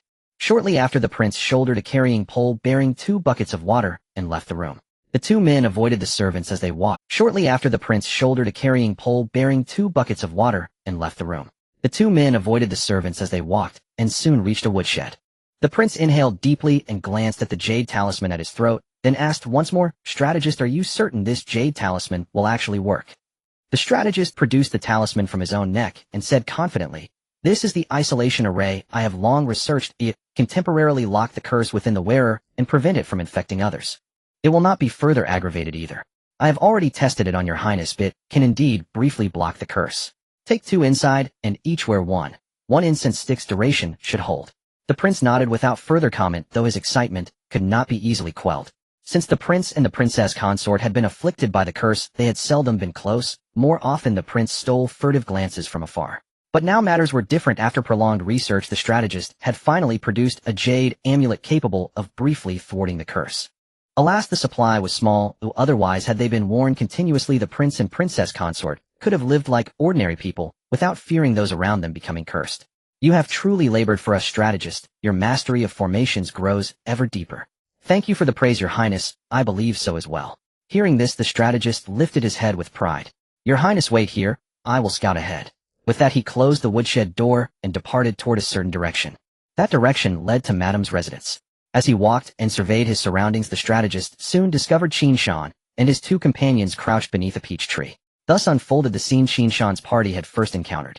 The strategist spoke with measured calm, and Qin Shan's group fell silent. What a narrow escape. This mission was riddled with pitfalls. Earlier they had suspected the prince, and even the second madam of villainy. Yi Gu had also witnessed the princess consort in a compromising scene. He never expected that the greasy man he saw turned out to be the prince in disguise. No wonder there had been a reflective glare at the time. It was the sheen of the talisman. The group spun out a web of conspiracy theories, enough material for a novel of love and hatred, only to discover in the end that they were all actually on the side of the righteous. At the thought, Qin Shan and the others felt a chill. Had they presumptuously concluded the men in black were sent by the prince and stormed the mansion to kill, they would have lost the chance to uncover the truth. Had they not encountered the pivotal NPC Zhao Yu, they would never have learned of the prince's hidden sorrow, nor that his aloofness toward his wife and lax treatment of the heir were but a crafted persona. They would have remained ignorant of the heir's curse, running about with him like headless flies, and daring not to seek the prince's aid for fear of being pursued and killed. In the end, they would have watched helplessly as the heir succumbed to the curse, and the mission ended in failure. Qin Shan, though merely conjecturing, strongly believed this to be the outcome of the first timeline. Yet they had successfully held the heir's residence for nearly an hour until Zhao Ye's reinforcements arrived. This divergence sent the mission down a different timeline and dispelled the dungeon's misleading early clues. The decisive factor was the trio's near-abnormal combat capability. If ordinary players had undertaken the task, they could not have survived until Zhao Yu arrived, and would have been cut down by the ceaseless tide of men in black. Therefore, do not attribute Qin Shan and his companion's success to mere luck. It was their immense strength that served as the safety net delivering those rewards. The second timeline was essentially the dungeon, granting powerful players an opportunity to resolve matters through force, providing a stage where they could bypass tedious deduction and arrive at the truth directly. From this one, can see that Tianyan story dungeons are well designed. They allow players to piece together the truth from subtle clues, while also permitting those of overwhelming strength to simply bulldoze their way to resolution. By the way, strategist, how is the princess consort? Qin Shan suddenly recalled her. After all, last night's chaos had been immense, and she had been the primary target. With only a few covert guards assigned by the prince, her safety seemed perilous. Last night, Princess Li Lingwei threatened to take her own life, thereby sparing the princess consort. But she herself lost excessive blood from cutting her wrist and lapsed into unconsciousness. The strategist replied, his tone layered with quiet complexity. Blimey, what noble integrity this princess possesses. So it appears she aligns with the prince's faction, Yi Gu exclaimed in astonishment. Yi Qing listened in silence to every detail, then his eyes gleamed, and a confident smile curved at the corner of his lips. He believed he now knew precisely how to fulfill this mission. He slowly raised his head, gazed at the strategist, and said with a faint smile, I have a plan. What plan? Only the one who tied the bell can untie it. The royal residence's kitchen. Head chef Zhang emerged slowly, bearing a tray holding a meticulously prepared medicinal broth. Carrying the tray, he vanished down the labyrinthine corridors lined with pavilions and terraces. A side hall of the royal residence. Chef Zhang appeared again along the corridor, just as two maids strolled past, chatting animatedly. I heard the crown prince has lain unconscious for several days since that day, terrified by the ordeal. Indeed, Lady Heir has visited him daily, frantic with worry. Is that so? Truly she treats the crown prince as her own son. Precisely. Were I the prince, I'd hush, this talk is forbidden. Hush, hush. The maids passed Chef Zhang, his ears pricked up. He'd caught every word. He frowned slightly, then quickened his pace. Soon he arrived before a grand, imposing tower. 2 sentinels stood guard at its entrance. Halt. State your name and purpose, one soldier demanded, flatly scrutinizing him without expression. I am Chef Zhang from the kitchen. Lady Heir has ordered the sea cucumber and corn soup. Wait here. Very well. One soldier entered the tower to announce him. Moments later, a maid emerged alongside him. Xiao Chui. Chef Zhang, follow me, Xiao Chui said coolly. They stepped inside the tower together. 3 stories tall, adorned with carved beams and jade-inlaid pillars, its halls displayed masterpieces by renowned painters, an edifice of imperial majesty and solemn grandeur. Chef Zhang did not glance about. He followed Xiao Chui with practiced ease. Before long, she paused before without knocking. Xiao Chui murmured softly, Your Highness, Chef Zhang has brought the medicinal broth. A moment later, a voice, faint and fragile, floated out from within. Enter. At her words, Xiao Chui pushed open the door. A Chef Zhang entered, tray in hand. A lacquered screen concealed the princess's bed. Xiao Chui approached and gently helped her sit upright at a round table. Chef Zhang lifted his gaze and saw the princess's pallid complexion, her eyes veined with crimson fatigue. His breath caught briefly, then steadied, composed once more. He set down the medicinal dish, preparing to depart. Xiao Chui lifted it, intending to feed the princess herself. Xiao Chui, go downstairs and fetch some silver. Reward Chef Zhang. Princess Li Lingwei spoke softly. The clarity of her voice remained, yet its strength waned like that of a lark too long starved to sing. Yes, Your Highness. Xiao Chui placed the dish down and withdrew. Once she was gone, Chef Zhang bowed deeply. This humble servant greets Your Highness. What brings you here in person, Chef Zhang? Li Lingyue lifted the bowl, gently blowing across its surface. After a pause, Chef Zhang replied, my superiors instructed me to convey this to your highness. Keep your distance from the crown prince. He fell silent for a beat, then added, they also wish you to remember your surname. And not repeat last time's mistake. If that is all you came to say, you may leave. Li Lingyue's brow furrowed faintly, as if enduring silent pain, and as she sipped the warm broth a delicate flush slowly returned to her ashen cheeks. She lifted her gaze, locking eyes with Chef Zhang, and repeated firmly, regarding the assassination attempt last time. You warned me in advance. This time I shall not press you. You may go. Chef Zhang lowered his head, closing that subject, and asked, Your Highness, are you afflicted by a curse? My death concerns you not. Li Lingyue did not answer, only spoke coldly. Footsteps echoed on the stairwell. Chef Zhang knew their conversation must end, so he hastily added, This servant will seek the antidote immediately. Your Highness, please preserve your health. Xiao Chui re-entered, handing him the silver. This humble servant thanks Lady Air for her generosity. May Lady Air enjoy robust health and longevity. Having spoken, Chef Zhang turned and departed. As Chef Zhang descended the stairs, he remained utterly unaware that in the chamber adjacent to the princess's private quarters, 3 eavesdroppers, Yi Qing and his companions, had overheard every word. This was Yi Qing's ingenious stratagem, a single stroke yielding dual triumphs. For from the princess's self-sacrificing defense of the princess consort he had deduced that Lady Air remained loyal to the prince's faction. Though the prince and his scholars had studied the curse for years, they had succeeded only in crafting talismans offering fleeting resistance. Thus restoring the crown prince's health could only be achieved through Lady Air. They began circulating rumors of the crown prince's prolonged slumber, then orchestrated the princess's daily highly visible visits to his chambers.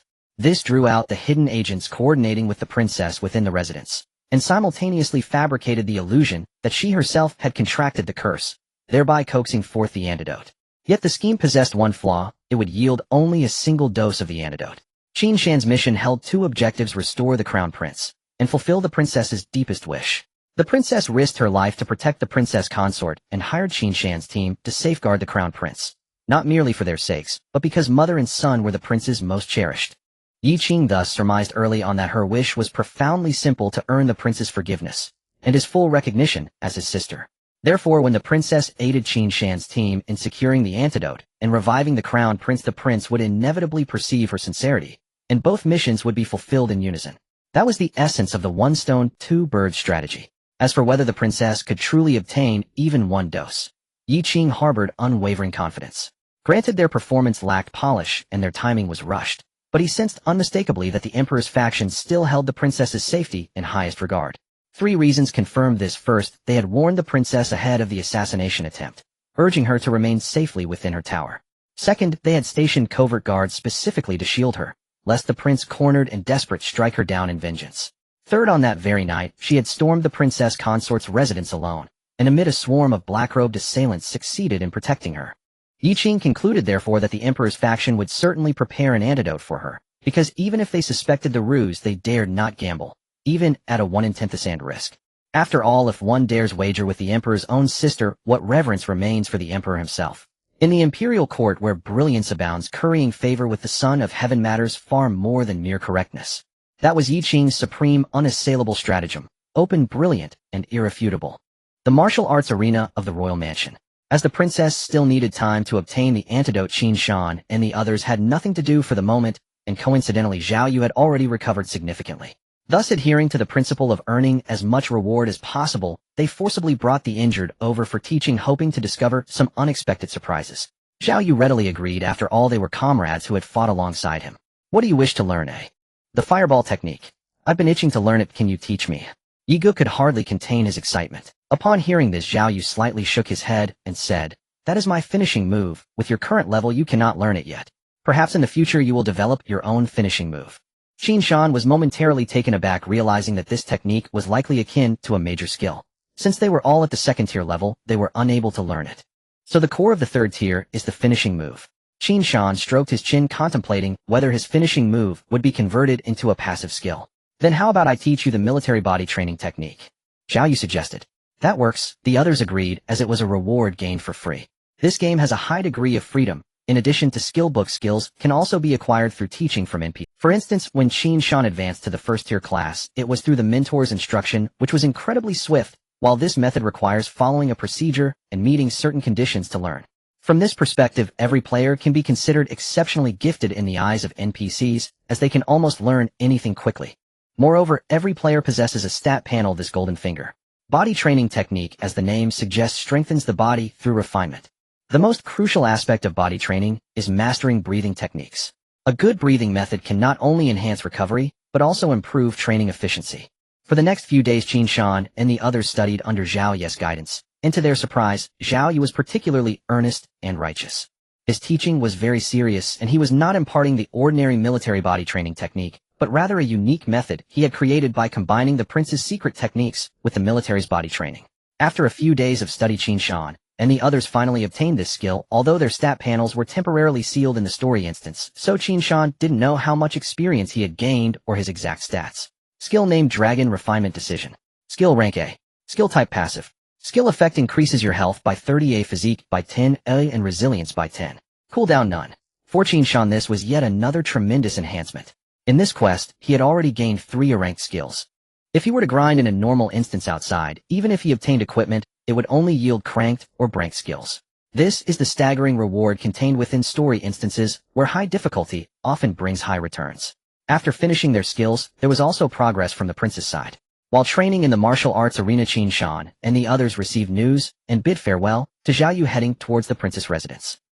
In the side hall, the princess laughed. "Thank you, my lady. I believe after this matter is resolved, the prince will change his mind and truly understand you." Yi Qing took the antidote from the princess and said with a smile. After hearing this, Li Lingyu's watery eyes brightened even more. Since marrying into the prince's mansion, the prince had always treated her with respect, never openly complaining, but the prince had never smiled warmly at her. At the age of 20, she was in the prime of her beauty, having given up her palace life to come here, yet the people around her treated her as a princess, either with awe or caution. Having stayed in the royal mansion for several years, her only friend was the princess. When she first arrived, the servants in the mansion looked at her with either curious glances or indignation, as if she had disrupted the lives of the prince and princess. She had unintentionally overheard servants cursing her. On the surface, she appeared strong, but inside, she could not suppress her sadness. In unseen corners, this princess of a nation would cry like a child, and then wipe away her tears to maintain her royal dignity. What she did not expect was that the first person to accept her in the royal mansion was actually the princess, who told her that the rift between the prince and the emperor was not her fault, it was merely a catalyst that would have happened sooner or later, and urged her not to be sad, talking to her like an older sister. This was also one of the reasons why the princess would risk her life to protect the princess. Yet little did she know her emperor brother chose to err again for the sake of his so-called pride, creating a thick barrier between her and the prince. After obtaining the antidote, Qin Shan and the others bid farewell to the princess. Let's head to the heir's residence. Finally, we are about to complete this quest. Indeed, it has been quite a challenge. As Qin Shan and the others walked along the path, they couldn't help but express their sentiments. Yi Gu raised the antidote in his hand, observing it under the sunlight. The antidote was a glass vial containing gray liquid within which mysterious characters flowed faintly, becoming more pronounced under the sunlight. "Could you hold it more carefully? Don't be so cocky," Qin Shan said, looking at Yi Gu's demeanor with annoyance. "Oh, don't worry, my hands are as steady as a surgeon's, nothing will happen," Yi Gu replied nonchalantly. "Don't forget we tricked our way into getting this antidote. Carrying it so openly, what might happen if the emperor's henchmen see it? They might go wild." Yi Qing shrugged, reminding him. Upon hearing this, Yi Gu tightened his grip on the antidote, glancing warily around, and only relaxed once he saw no one was nearby. "Come on, it's a big fuss over nothing. The task is almost complete, nothing else should happen. Surely there can't be another hurdle at the end. Besides, it's daytime. Even if the emperor's henchmen are arrogant, they wouldn't dare cause trouble in broad daylight, right? I think you guys are just scared," Yi Gu said, casting a glance at Qin Shan and the others. Just as they exited a long corridor, suddenly the ground around them lit up with intricate patterns of formations, and in an instant the surrounding space altered. They saw a pitch-black liquid beginning to spread from beneath their feet. Qin Shan and the others reacted swiftly, although they did not yet know what was happening. Their instincts urged them to flee the area. However, they were still a step too late, as the viscous liquid slowly enveloped the entire space, isolating it into a square pitch-black area. At this moment, there was not a glimmer of light in the space, and one could not see their own hand in front of them. However, from outside the formation it appeared no different than usual, as if an additional layer of illusion had been set up to conceal the situation. For a time the group found themselves trapped in an unknown crisis. The entire space was pitch black, with Qin Shan and the others back to back guarding against their surroundings. Just as they were on high alert, a shadowy voice echoed within the confined space, making it difficult to trace its source. Last time you ruined our plan this time, let's see how you escape.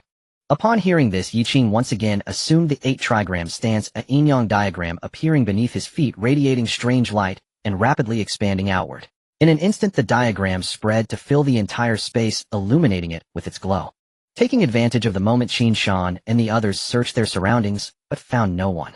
At that moment cracks began to appear in Yi Qing's yin-yang diagram, which then shattered. No, my formation cannot unfold within his array. Yi Qing frowned and said slowly, "Ha ha ha. With just you, a mere guardian, thinking you can break my 9 underworld array, what a delusional thought. This array was originally designed to deal with Xiao Yu, so let's use you to practice." Qin Shan and the others felt a chill run down their spines. Based on their deductions, Xiao Yu was likely at the peak of the 3rd transformation. Breaking the array with their current strength would be extremely challenging. Yi Qing, think of a way quickly. Yi Gu urged anxiously. Yi Qing's mind raced. Then, he said, to break this formation, we must either find the formation I or locate the main array master. However, we have not detected any signs of the main array master, so he must be hiding within the array. At that moment the voice echoed again. "Ha ha ha, don't waste your efforts, it's almost time we should get going." As soon as the words left his mouth, black liquid began to seep into the surrounding space, and the water level was continuously rising. The water level had now reached their knees. This is the water of the underworld, capable of dissolving bones in an instant. Die in despair. Hearing this, Qin Shan suddenly froze, then turned to Yi Qing and asked, "Is the damage from the formation calculated by the main array master?" Yi Qing nodded and replied, "The formation can be understood as an attacking weapon, so it certainly counts." "Why do you ask this?" Qin Shan did not answer, but slowly processed this information. At that moment damage numbers continuously floated above their heads, and as the water level rose the frequency of damage gradually increased. 634, 743, 844, 934. Yi Gu had little recourse, but felt anxious, so he unleashed waves of sword qi. The sword qi gradually vanished into the darkness, as if swallowed, without causing the slightest ripple. "It's over. I hope I don't end up failing at the last moment. That would be a loss." Yi Gu felt out of options, although he never had many tricks up his sleeve. At this moment Yi Qing spoke up. "I can forcibly create a formation within the array, but it can only protect us for a limited time. If the main array master doesn't appear, we will eventually be doomed." At this time Qin Shan remained silent, for he had already seen the outcome. From Qin Shan's perspective at this moment. Skill trigger log. Mystic Armor Defense generated shield value through reflection 231. Mystic Armor Defense generated shield value through reflection 321. Using array to defend generated shield value 6341. Thorny Hedge.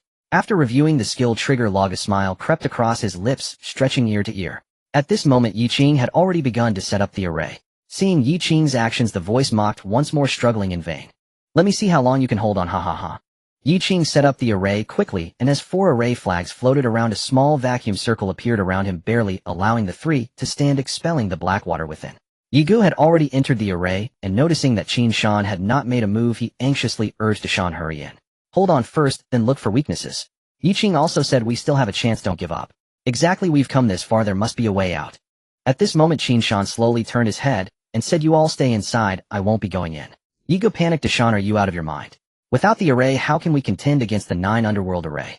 "It's simple, I'll break the array myself." Qin Shan's calm voice carried a strong sense of confidence. Yi Gu and the others were taken aback. Before they could respond, the voice in the air rang out again. "Ha ha ha, what a joke. With just you, a mere guardian. I want to see how you can break my 9 underworld array. To me you seem to have lost your mind in fear of death. If you beg for mercy now, perhaps I will make your death a bit more painless." The voice in the air swelled with excitement, revealing the person's thrill.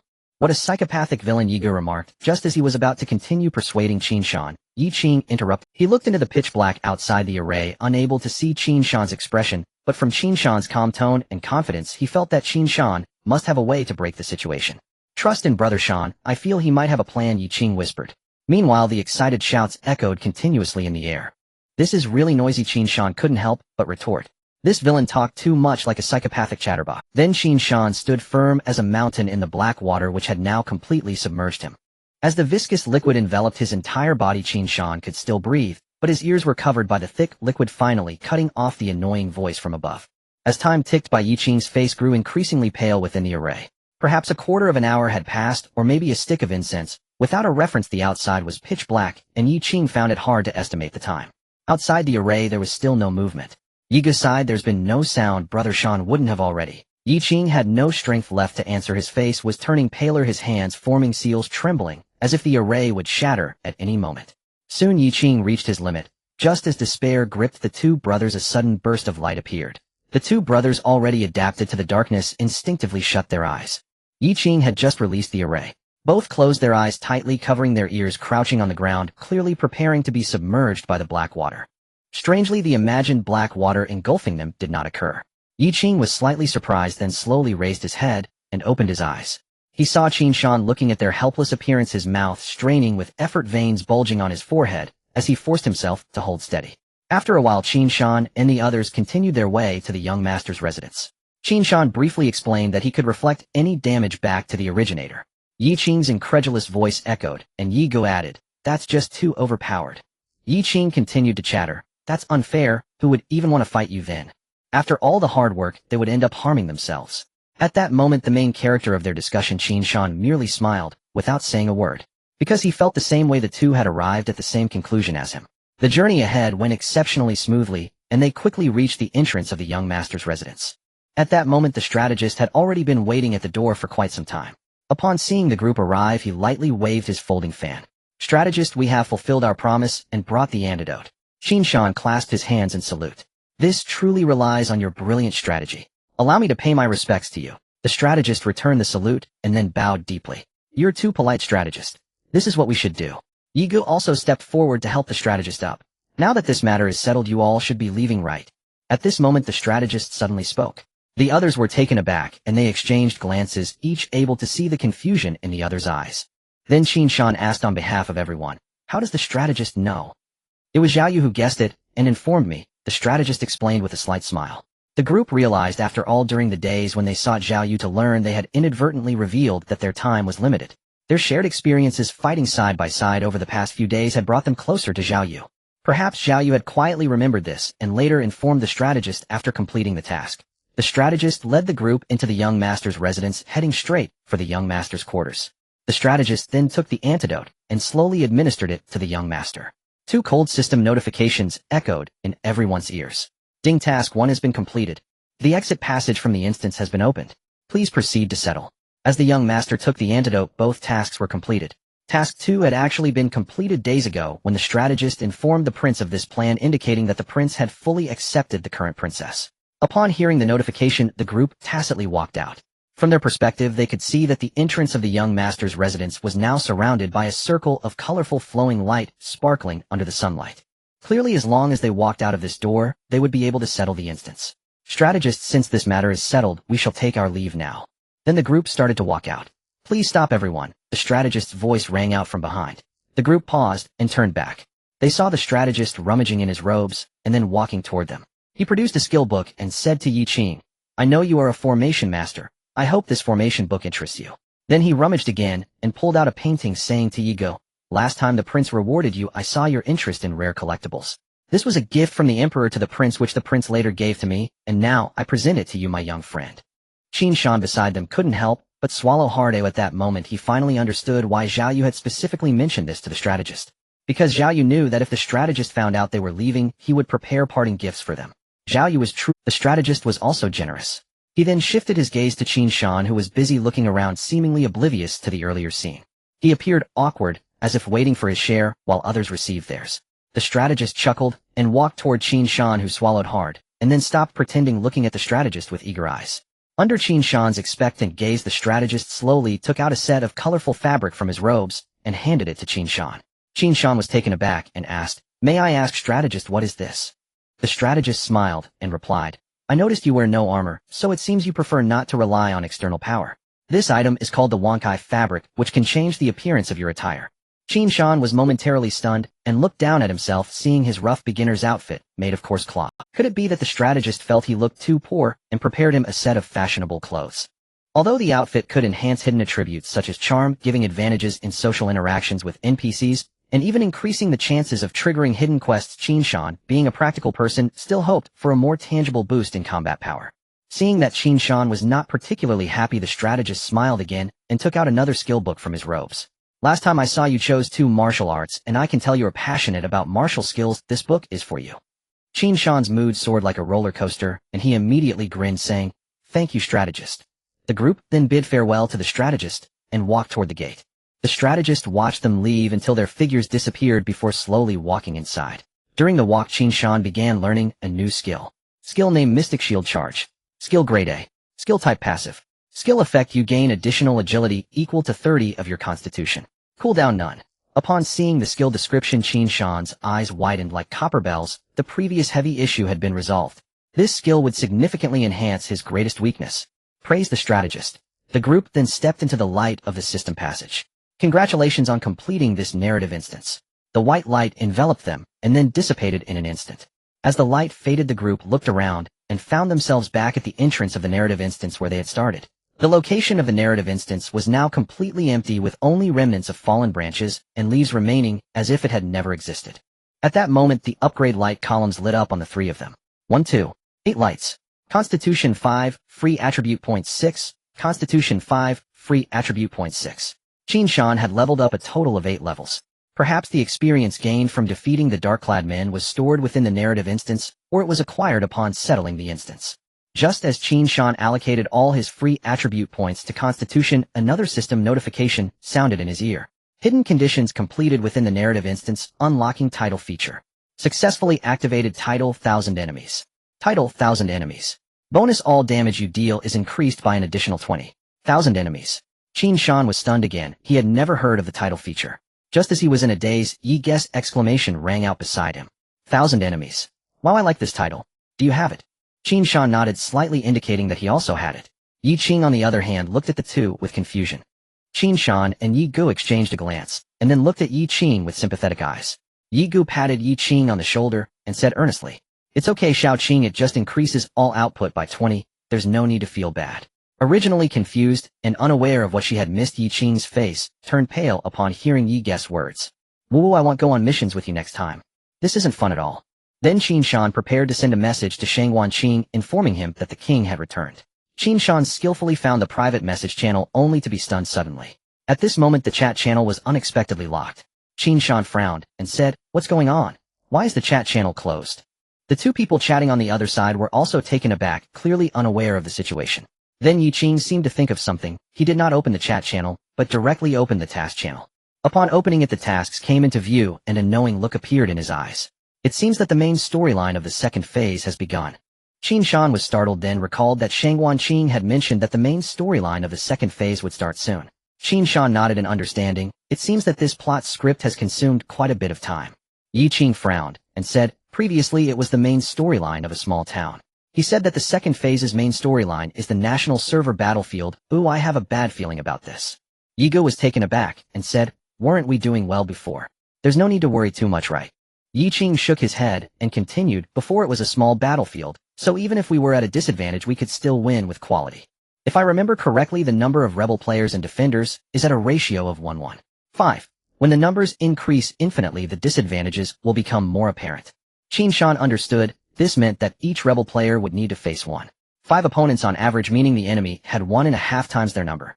In a large battlefield, no matter how strong your strength is, being focused down makes it easy to be taken out, making it impossible to implement the strategy of one against many. The urgent matter now was not knowing how long the main storyline had been ongoing or the specific advantages and disadvantages. I'll log off to contact someone in the guild to see who's online and ask about the situation. Help me watch over my body. Yi Qing clearly thought of something critical. Qin Shan and the others nodded and began to patrol the surroundings. Soon Yi Qing logged back and looking anxious and said, "Return to the city and teleport to Hulagwan." Upon hearing this, everyone took immediate action and started on their way, planning to return to Qoshan City and then teleport to Hulagwan. The current situation has reached a stalemate. If our rebel side is almost certain to lose. Yi Gu furrowed his brows and said, "Is it really that difficult? Isn't our Heavenly King Hall very strong? It seems that many large guilds have secretly switched sides to join the defenders. I need to find out the exact situation when we get there." I only asked roughly before logging back in. Not long after they finally returned to Qoshan City. The moment they entered, a system notification echoed in their minds. Ding, the main storyline of the second phase has begun. Main storyline summary: Noble lords and generals, do you possess the will to fight? The King of the South and the Emperor of the Xia Kingdom have initiated their final battle. As players of their respective factions, you cannot remain uninvolved. Please take up your weapons and fight for your respective factions. Gameplay summary: this task employs a stronghold point system. Each faction occupies cities, and every night at 2:0 a settlement will be made. Those occupying the secondary battlefield will earn 1 point each day, while those in the main battlefield will earn 3 points daily. Players who kill opposing faction players can earn personal military achievements, and after the main storyline ends a military achievement shop will open. Secondary Battlefield Baidi City Emperor Faction. Secondary Battlefield Tianlong City King of the South Faction. Main Battlefield Chang'an City Emperor Faction. Emperor Faction Points 12 King of the South Faction Points 3. Next Settlement Countdown 64-12. Main Storyline Summary Settlement Time 784-12. Stronghold Battle. Qin Shan calculated slightly, meaning that 3 days of settlements had already taken place. There are 3 battlefields, and they currently only occupy 1 secondary battlefield. Currently the point difference has reached 9. Thus the key lies in the main battlefield. Given this, the entire main storyline should last about a week. So under the condition of 1 person per secondary battlefield, the control of the main battlefield becomes of utmost importance. If the Emperor's side successfully occupies it for 4 days, then even if they reclaim it, they can only hold it for 3 days, which still amounts to a loss. Therefore, to win, they must successfully seize Chang'an City within almost 6.5 hours. Qin Shan took a deep breath. The 3 of them had digested the main storyline information and realized that the chances of winning were extremely slim. However, they did not give up. The few of them silently rushed toward the teleportation array. No matter how difficult the situation, as long as they had a glimmer of hope, they would not easily give up. With their rapid pace, they soon arrived at the teleportation array. This was all thanks to the skill book given to Qin Shan by the strategist, which had increased his agility by 200 to 300, speeding up their travel. When they reached the teleportation array, they found that there were actually 2 long lines near the teleportation array. A troop was surrounding the teleportation array to maintain order. The line was long and winding, filled with many soldiers, and even some civilians transporting various supplies from the newly arrived carts to the teleportation array. The boxes contained various supplies, some with vegetables, some with eggs, and others with meat, as well as weapons, gunpowder, and various military supplies. The entire teleportation array plaza was filled with various supplies, and many carts were lined up to unload cargo, while numerous soldiers were preparing to follow the teleportation array to unload goods. Both the queue of people and the goods were overcrowded. Qin Shan, anxious, asked Yi Gu and the others to line up while he approached and inquired, "Big brother, we are in a hurry to support the front lines. Can we cut in line?" The soldier glanced at him and said, "Look at these lines. Who isn't in a hurry to get to the front lines?" He then said no more and continued his duty. Qin Shan, not giving up, found another soldier and asked again, "Big brother, could you please help us? We 3 brothers are really in a hurry to get to the front lines." This soldier was evidently Kinder. He whispered, "It won't help you to have me assist you. If you want to go to the front lines, you'll still need to make 2 or 3 trips. Qin Shan was taken aback and asked in confusion, "Why? Aren't we going to the front lines? How could we send you directly? The front lines are too far and the consumption of spirit stones is immense. We can't handle it. We can only send you to the next city. Furthermore, even if it were possible, how could there be so many teleportation arrays at the front lines to accommodate resources from so many cities? The goods wouldn't even be unloaded in time. The front lines are tight. All cities have been taken over and resources are being pushed forward city by city. To reach the front lines, you'll at least have to transfer through 3 cities first." After listening, Qin Shan understood. The main point was that he might have no chance. Looking ashen, he returned to the line. At this moment, Yi Qing hurriedly asked, "How was it? During wartime, the load capacity of the teleportation array is great, and the transportation pressure is high. We can only send resources city by city." Yi Qing was startled. "What?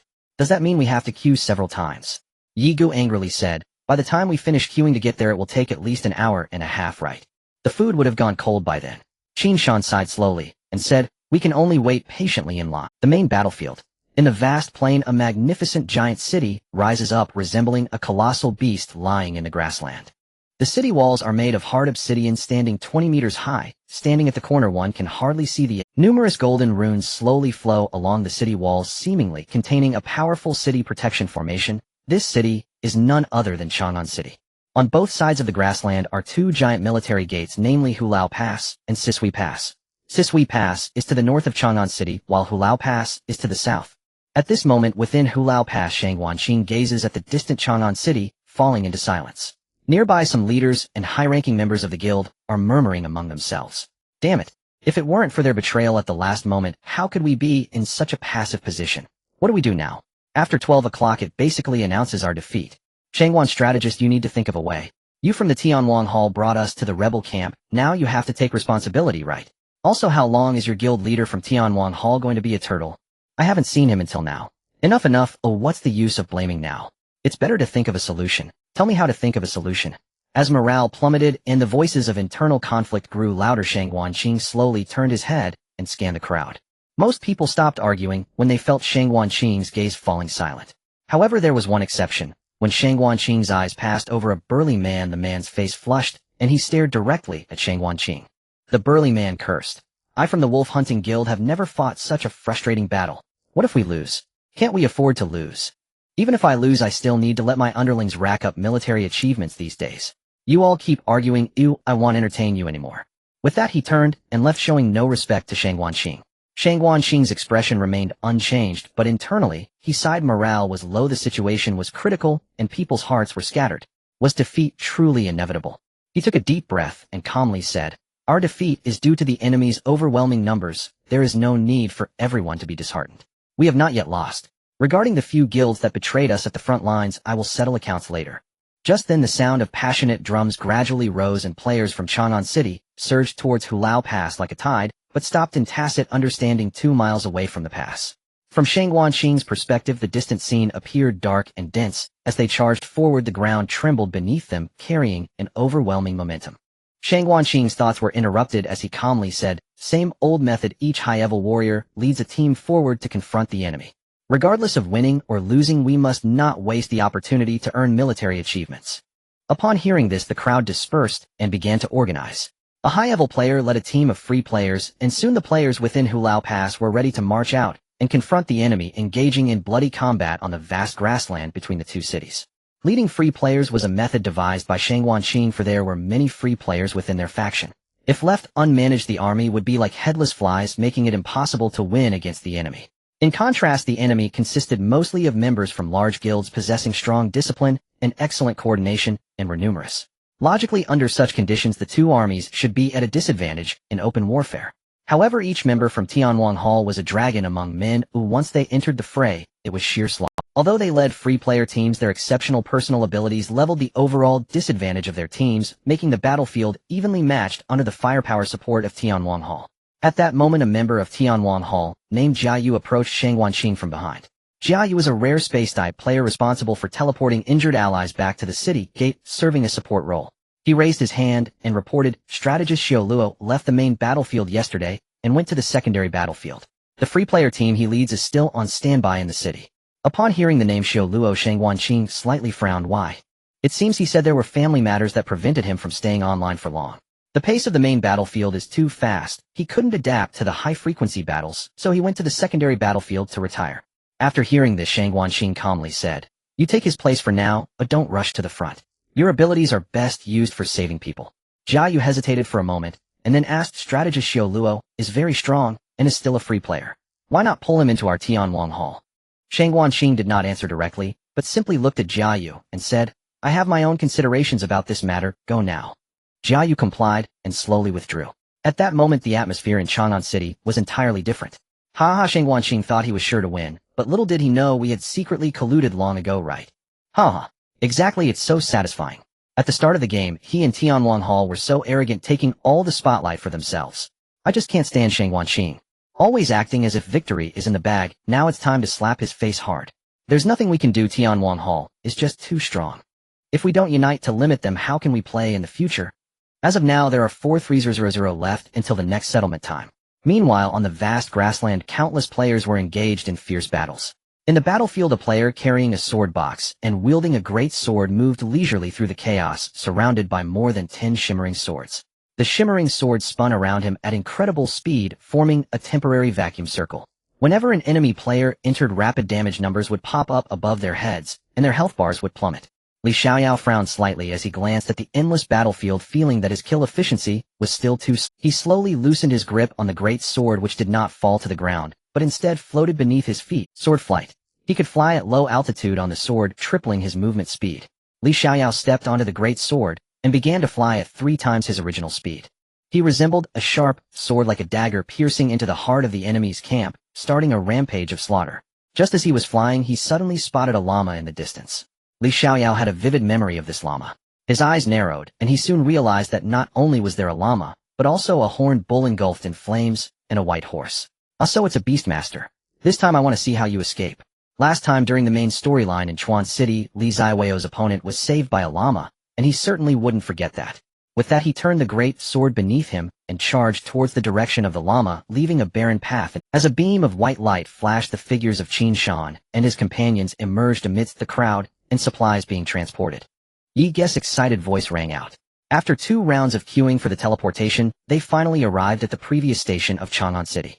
The teleportation array they came from was specifically designed for receiving supplies, while the one heading to the front line was separate, requiring them to queue again. It was because of this that Qin Shan and the others spent a lot of time queuing, resulting in their slow travel speed. Beyond this city lay the front line.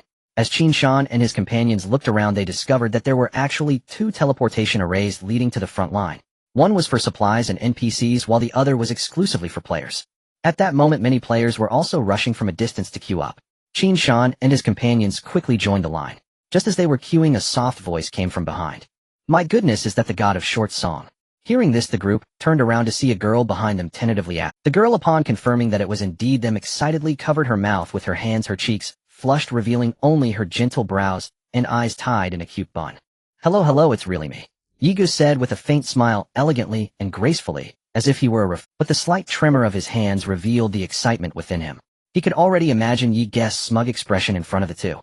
He was surely saying something about celebrities and gods. "While the twin stars are here, can I take a picture with you?" The girl, seeing the 3 turn their heads simultaneously and recognizing Qin Shan's identity, couldn't help but gasp in excitement. Yi Qing smiled sheepishly beside her, appearing quite busy. At that moment, the crowd also heard the gasp and turned to look. They saw Qin Shan and the others taking pictures. The girl initially wanted to pose, but noticing many eyes on her, lowered her 2 delicate hands, intertwining them as they played with their fingers. "God of short song, can I add you as a friend?" "Of course." Yigu then accepted her friend request, glancing at her ID Xiaowen. Xiaowen, with a slight smile on her lips and her eyes crescent-shaped, felt delighted to have successfully added a friend. At this moment, Qin Shan had nothing to do in the queue, so he curiously asked, "Why are there so many players here?" Xiaowen blinked and thought for a moment before responding. "Because players' resurrection points are all here at the second defense line. There are no resurrection points set up at the front line. This way, after dying, they can return to the battlefield the fastest."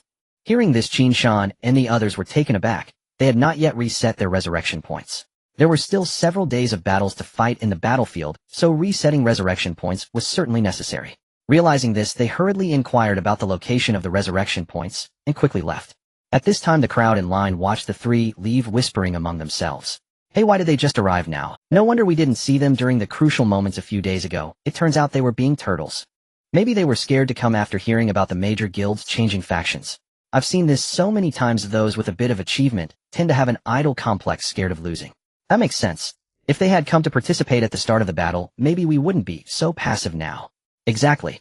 They were so impressive before, winning so many rewards, yet now they are nowhere to be seen on the battlefield. The crowd's chatter grew louder and more disparaging, as if Qin Shan and his companions were the culprits behind the current situation. Xiaowen stood in the queue surrounded by cold jibes and sarcasm, and couldn't help but lower her head, clenching her pink fists. However, with so many people around her, social anxiety prevented her from having the courage to argue back. Resurrection point. To reset the resurrection point, you need to stay in the spring water for 5 minutes, a player explained. "Okay, thank you," Yiga said warmly. The group then glanced at the time. Countdown 33621. Qin Shan couldn't help but frown. Only 3.5 hours were left. Bored, he opened his attribute panel to admire. Name Taishan. Level LV 38235142428000. Profession Cursed Paladin. Talent Sin of the Shield.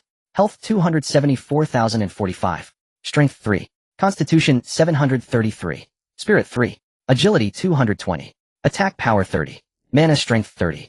Mana 300. Defense 6,664. Attack Speed 320, 100 Agility 1. Damage Reduction 66. 6. Tenacity 10. Counter Damage 30. Protection Life Return to Heaven. Curse Magic Seal Pride Greed Laziness Decay. Attributes Cursed Body. Skill Bar Light and Dark Domain S rank. Qin Shan glanced at his attribute panel, noticing that his health had reached a terrifying 27000. Moreover, it was worth noting that his agility had reached 220 points. At this point, Qin Shan's movement speed was remarkably fast, and agility also affected his attack speed. Now Qin Shan could deliver 3 punches in 1 second. It should be noted that Qin Shan's attacks carried an additional 1 of his maximum health, so, with a health bar of 2700, each punch dealt an additional damage of 2,700. 3 punches per second meant that Qin Shan could output 8 to 9,000 damage in just 1 second. If a squishy character dealt such damage, it would be insignificant. However, if this kind of burst damage were applied to a tank, it would be quite terrifying. Moreover, Qin Shan had already stacked 30 counter damage. The only pity was that the 100 counter damage effect of the circular array could not be applied to attacks other than. Qin Shan and his companions quickly finished resetting the resurrection point, and then hurried back to the player's teleportation array was extremely efficient as it did not require unloading or loading supplies, and by the time Qin Shan and the others returned to the teleportation array, Xiao Wen had already queued to the front. Seeing them, Xiao Wen enthusiastically waved her hand. "Gods, come cut in line here, the front line needs you," she mustered the courage to say. She also knew that many players around would have opinions about her statement. However, she didn't care. Hearing them whisper behind her, she felt a surge of frustration. She was well aware that these people would slander those stronger than them, simply unable to tolerate anyone better. Just then Qin Shan and his companions, pressed for time, decided to cut in line together. Yi Gu heard this, turned to speak, but a hand gripped him. When he looked back, it was Yi Qing. Yi Qing spoke calmly, "Time is short. Since Xiao Wen gave up the spot, you should teleport there. Brother Shan and I will queue slowly." Qin Shan listened with no ripple in his chest. The accusation held no venom. Orphaned from childhood, he had walked a road paved with malice and learned not to be shaken by it. A few barbed words in a game could not touch him. With such people, debate only degrades oneself. The only proper response was silent disregard. There were too many like them. It was nearly Yi Gu's turn to enter the teleport array. He opened his mouth to speak, then swallowed the words back. Soon it was Yi Gu's turn. He did not shirk. On such a battlefield, his kill efficiency and endurance were In the earlier story instance, Yi Gu had already shown an uncanny ability to reap the field and break deadlocks. Letting him lead into battle was unquestionably the right choice. Yi Qing believed that those who met Yi Gu on the field could only hope for divine mercy. Yi Gu understood that plainly. He did not linger and swiftly vanished into the array. Xiao Wen then stepped out quietly and fell in behind Qin Shan as they prepared to rejoin the queue. At that moment, a bright, hearty voice rang out before the teleport array and reached Qin Shan's ears. "Hey brother, I don't know you, but I can't stand those who cry when winds shift. They'll give you my spot." A blonde-haired. Another voice chimed in, "Ill yield too. I'm from Tianshui City. A great player once carried me to victory. I trust them. Ill yield as well." Qin Shan halted and glanced at the countdown. 31334. Time was pressing. He bowed his head slightly toward the two, offering no words. He knew the truest rebuttal was to tear through the battlefield and reverse the tide. He and Yi Qing turned and strode straight for the teleport array. Xiao Wen watched them go, bewildered and momentarily at a loss. All eyes fell upon her, and panic flickered across her face. In the end, she simply followed the two and stepped into the array with them. As the runes flared, the three figures dissolved into light, meaning the main battlefield of Chang'an City and the Tianshui City Twin Stars had officially come online. The defending players on the main field were about to face two SS-level talent holders who each possessed an SSS hidden class. Hulao Pass. A white light arced and Qin Shan appeared inside the pass as numerous players nearby were taking a breather. Notably, there were no springs in Hulao Pass to auto-restore health. If one lost hit points, one must either use a recovery skill or rely on potions. Qin Shan stepped down from the array and saw many players nursing near-empty health bars. He also noticed that on this battlefield one could not scan opponents' names or levels. Only their health bars were visible. This was a hallmark of the game's fate mechanics. Once a major mission began, many functions were locked to pursue a truer, grimmer experience. Chat channels could be sealed, teleport ranges restricted, and now information scanning limited. "Let's find Shang Wanqing and learn the situation," Yi Qing said. Qin Shan nodded, and the two hurried toward the north wall at great speed. On the way, they ran into a tide of players returning, apparently a group that had just been withdrawn from the field. Each of them hung their heads, spirits crushed. Qin Shan frowned. The prolonged disadvantage at the front had begun to erode the camp's morale. After countless charges over days, even the staunchest resolve slackens. A burly man happened to pass beside Qin Shan. Then, after a few steps, something clicked in his mind. He turned, squinted at Qin Shan's back, and evidently recognized him. "Hey you, aren't you from Tianwang Hall?" he called. Qin Shan turned at the sound, meeting a man who stared straight at him. "Me?" Qin Shan asked softly. "I know you, one of the Twin Stars, right? I once told the wolf pups in my guild to take you as an example." This burly man was the leader of the Lai Lang guild present at the earlier meeting. "Bah, when we needed help most, there wasn't a soul, and you call yourselves the Twin Stars." He spat to the ground. Qin Shan's brow tightened, but he said nothing. He did not know this man, and could not fathom the current muddle. Many in the crowd were Lai Lang guild members. With their leader taking the lead, they clustered around him, silently backing their chief. Yi Qing beside Qin Shan frowned and checked the time again. Time would not wait. This was not the moment. "My whole guild came for this main line. We fought for days and nights. As allies, we gave everything. Yet Tianwang Hall's second and third simply vanished. Is that how Tianwang Hall conducts itself? Making others shoulder all the burden while you slack? How can you face our brothers in the same camp?" Yi Qing could no longer hold back. "We entered a special instance, and were delayed. It was not intentional. There is no need for such hostility. Qin Shan spoke as well. If you have come to accuse us of idleness, I will act now. You may return home. The Lai Lang leader's face flushed with anger. After a long moment he muttered, I was simply angry on behalf of the pups, and spoke rashly. If you did not mean it, then fight well. His tone softened. He recognized his earlier outburst had been improper and impulsive. He had expected retort and swagger. Their magnanimity left him mildly ashamed and reluctant to. With so many eyes upon them, he could not back down gracefully, so he led his people away. At the north gate, when they reunited with Shangwanqing, Yigu had already arrived. The countdown showed 30132. Yigu had informed Shangwanqing of the instance's outcome. Well done. I knew you would succeed, Shangwanqing smiled. Strategist, we came to support the main battlefield. What exactly is the city occupation mechanic? Qin Shan uncharacteristically direct cut to the chase. Anxiety threaded his tone. Time was of the essence. He wanted to skip pleasantries. They had already squandered too much. Every second, Shangwanqing paused, sensing Qin Shan's state. He guessed they had borne the brunt of the camp's resentments on their. As morale faltered, rancor festered through the camp, like an inescapable cloud. Qin Shan and the others became convenient outlets for that pent-up anger. When a mob lashes out, it seeks not explanation, but a pretext to vent. Shangwanqing shot Qin Shan a brief look of apology, then composed himself, and set to work. He summarized tersely, if over 66 of a faction's players are present within Chang'an City for a continuous 15 minutes, that faction will successfully occupy the city. In open field engagements we are no weaker in combat, but they have numeric superiority, and ultimately seize Chang'an by numbers alone. Yi Qing frowned in puzzlement. If our strength had been equal, would we not have had opportunity to retake Chang'an in earlier days? Shangwanqing nodded and his tone grew grave. After occupying a city, the enemy deploys 6 formation-image NPCs to take over its formations. The formation continually discharges 6 devastating thunderbolts, inflicting extreme, single-target damage. I have observed that it prioritizes striking knights. I therefore infer the formation targets the units with the highest current HP. So far we have not determined the thunderbolt ceiling of damage. In short, no frontline has proved able to withstand even one of those strikes. The 3 of them were momentarily stunned and exchanged glances. In tacit understanding, they all recalled Qin Shan's method for breaking the Jiuyu formation. After listening, the 3 of Qin Shan thought of the same thing.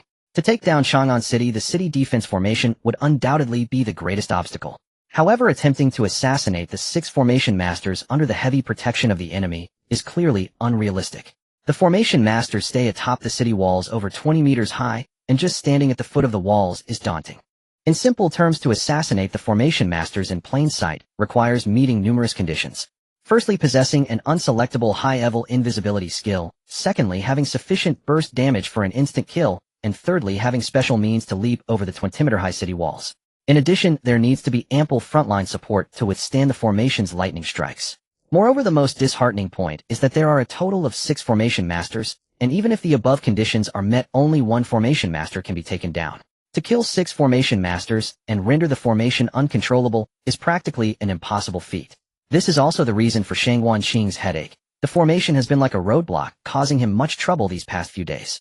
Before the main storyline commenced, Shangwanqing had calculated everything.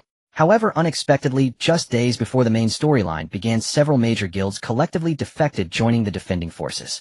This was something Shangwanqing had not anticipated. With the shifting balance, the gap in numbers between the Emperor's faction and the Southern King's faction widened. During the struggle for Chang'an City, the Southern King's faction briefly forced the Emperor's faction's players out of the city, but by the time they held the city for more than half the time. Due to the prolonged stalemate, their numerical disadvantage became evident. The enemy surged back like a tide while they were severely short-handed. Ultimately, they failed to seize control, and the Emperor's faction occupied Chang'an City. Can Qin Shan reflect the formation's damage onto the NPC? Is there a chance? Yi Qing was the first to speak. Shangwanqing showed a hint of surprise upon hearing this, and then asked, what is the reflection rate? 38, Qin Shan replied. Upon hearing this, Shangwanqing fell into thought. After a moment, he slowly shook his head, and said, it's difficult, the probability of success is low. Yigo asked in confusion why. Shangwanqing did not answer, but continued to ask Qin Shan, how much health do you have now? Around 270000. With 270000 health, your reflection damage would be approximately 80000. From my estimation, a level 50 formation master has around 700 health. Yigo exclaimed, that's enough damage, this could work. Upon hearing this, everyone fell silent for a moment. Qin Shan patted Yigo on the shoulder, and softly said, let's not comment, just quietly be a general. Yigo was a bit confused, not understanding where he had gone wrong. At this moment, Yi Qing, who was nearby, noticed his bewilderment, and helplessly said, killing one is sufficient, but if the damage is distributed among the 6 formation masters, it will be far from enough. Oh, Yiga suddenly realized, then awkwardly scratched his head and chuckled, hee hee, you all keep talking. He then discreetly found a corner to squat down. After Yiga lost his right to speak, the efficiency of the discussion among the others evidently increased. It seems the path of killing the formation masters through reflection is unfeasible. It appears we can only force our way through. Yi Qing said. Shang Wanqing nodded and added, when we fight on flat ground we should eliminate more enemy players to deplete their manpower. The resurrection cooldown for players is half an hour, and with travel time included this might be enough for us to occupy Chang'an. Just as the two were discussing, Qin Shan, who had been pondering with his head down, suddenly lifted his head, and a glimmer of light flashed in his eyes. No, we should still try the reflection path. We still have a chance. Qin Shan's expression was calm, but his tone was firm, infused with an inexplicable confidence. Hearing this, the two stopped their discussion and looked at Qin Shan, waiting for him to voice his thoughts. Qin Shan's gaze was fixed intently on a skill which might become the key to breaking the deadlock. Skill name: Slaughter Domain. Skill rank A. Skill type: Domain Skill. Skill range: radius of 50 meters. Skill effect: each enemy unit that dies on the battlefield temporarily grants you 1 of their health. Resets if not triggered within 10 minutes. Cooldown: none. This A-level domain skill was granted by the prince. In theory, as long as Qin Shan accumulates enough health, he can reflect damage while simultaneously killing all 6 formation masters. He slowly articulated his thoughts, and the eyes of the others lit up upon hearing it. Meanwhile, Yiga, who had been quietly listening in the corner, was so excited he stood up. The others exchanged looks, all processing this astonishing news. Then the group gradually refined the entire plan. Countdown 23523. Chang'an City. Ha ha ha, they still aren't giving up. There are only 2 hours left before it ends. A president of a major guild mocked as he looked at the troops rushing from afar. But soon the troops stopped 3 miles away and did not advance. With the city gate opening, a great battle was about to erupt. On the battlefield, Qin Shan mingled among the crowd, now dressed in a white training outfit. For a moment the surrounding players did not recognize him. The players from both sides quickly clashed, and Qin Shan was filled with rage, wanting to vent it fiercely. He charged forward at high speed, and the area of the light and dark domain quickly engulfed all players within a radius of 50 meters. Numbers began to float above all enemy players' heads. 328. 328. 328. 328. Looking up, all enemy players had red damage numbers floating above their heads, creating a somewhat spectacular scene. What the hell, whose damage is that? I wasn't even hit. What's going on? The voices of the crowd rose while the friendly players also had numbers appearing above their heads, but they were green. 274. 274. 274. Whose healing is this? So powerful. While my health bar is recovering so fast. Qin Shan paid no attention to the crowd's reactions. He simply charged forward. Soon his gaze locked onto a knight. He rushed forward with great speed and delivered a heavy punch. The knight player reacted quickly, raising his shield to block. 21. 3,288. 20. Qin Shan's basic attack carried 1 of health as damage. The value reached 2,740. And the 1,000-man enemy general's damage was boosted by 20, reaching 3,288. After the first punch landed, the knight player merely raised an eyebrow, thinking that some skill must have been used to achieve such high output. Although the hit was painful, as a skilled player with a health bar of 800 taking over 3,000 damage was merely a drop in the bucket. But soon he realized something was wrong, because the opponent's punching speed was too fast. In just 1 second, he had been hit 3 times. Moreover, each punch dealt such high damage. In just 2 seconds, he had already lost 2,000 health. And he was continuously losing health. Looking at Qin Shan, who was holding a shield in his left hand and swinging his fist with his right, the player fell into deep self-doubt. Bro, aren't you a knight? Why is your damage so high as a frontline player? The high-level knight ultimately met his demise. Just before dying, he pondered retreat, only to realize that the opponent's speed was several times greater than his own. In the end, he perished, filled with despair, unable to fight back or escape. Meanwhile, many players on the battlefield had already succumbed. Qin Shan glanced at the skill log for the killing field. Killing field activated life limit 321, temporary killing field activated life limit 412, temporary killing field activated life limit 521, temporary. Qin Shan's health bar began to surge. Surrounded by many players focusing their attacks on him, Qin Shan chose to ignore them. Because Qin Shan had damage reflection, and the damage from many surrounding players was even less than the speed at which his shield generated health. Qin Shan contemplated abandoning the idea of fighting solo, and looked around to find the area with the highest efficiency for death. This would allow him to accumulate health more quickly. His gaze drifted across the battlefield, eventually locking onto the distance. On the other side of the battlefield, a dark purple sword energy sliced through the air, causing 2 players to fall simultaneously. Yi Ge danced wildly among the crowd, seemingly wanting to vent all the frustrations of his journey. He simply swung his sword, slashing down the enemies that appeared before him. Yi Ge did not deliberately pursue kills in the back line. Even the front line only slightly hindered his advance under his stats. At his current damage output, the difference between the back line and front line was merely a few extra strikes. Soon a knight player reappeared ahead, and Yi Ge delivered a devastating strike to the knight's shield. 32,414. This strike even triggered a critical hit. The knight player, originally at full health, saw his health bar plummet to below half, in an instant, his expression changing drastically as he fled. "There's a cheat. There's a cheat," he shouted while running. However, his speed was far too slow. To Yi Ge, it was no different from standing still. Yi Ge's monster codex granted him numerous attributes: strength, constitution, spirit, and agility. Thus at this moment Yi Qin was akin to a terrifying Pentagon warrior lacking any weaknesses. Yi Ge casually unleashed a stream of sword techniques. 1-1-2-4-1, 1-2-4-2-3, 13,231 terrifying numbers struck the knight player, instantly depleting his health bar. The knight's cry before death drew the attention of surrounding players. Their gazes were firmly locked onto Yi Ge. At this moment someone in the crowd recognized him. "Isn't that Duan Guxing? How did he appear? I haven't seen him here before." "Who knows? What are you standing there for? Focus fire on him." The crowd gradually regained their senses as a torrent of skills rained down upon him. Fireballs, wind blades, and various enchanted arrows flew his way. At this moment, Yi Ge finally realized that while he had been focused on killing, he had inadvertently pushed deep into enemy territory. Enemies surrounded him from all sides. Yi Ge remained calm. His speed was extremely high, allowing him to dodge a significant amount of incoming skills. Though he couldn't evade them all, he possessed a lifesteal skill. A single circle through the crowd would restore his health completely. Thus he continuously dodged while replenishing his health. More and more hostile players noticed the situation and rushed to assist. Yi Ge's survival space gradually shrank, and among the crowd were some clever players using control skills to limit his movement. Yi Ge understood that under such an overwhelming siege he could take some damage-dealing skills, but he absolutely could not be caught by control skills. Once controlled, even with his high constitution, he was not as durable as Qin Shan. The crowd only needed to focus on him in a single wave to take him down. With more and more players joining the encirclement, every time Yi Ge attempted to break free, numerous control skills would seal off his movement. He was forced back into the encirclement. Yi Ge frowned, realizing that breaking free was difficult, so he decided to take down a few more before he died. He then stopped holding back and started to unleash his mana to use his ultimate skill. As Yi Ge traversed his path, maple leaves began to fall. He dodged skills while observing the number of leaves. As he continued to move, the number of leaves increased. Seeing that the timing was nearly right, Yi Ge swept his sword across the ground. The entire area of maple leaves began to dance wildly, forming a storm of maple leaves around Yi Ge. The storm temporarily isolated the external skills.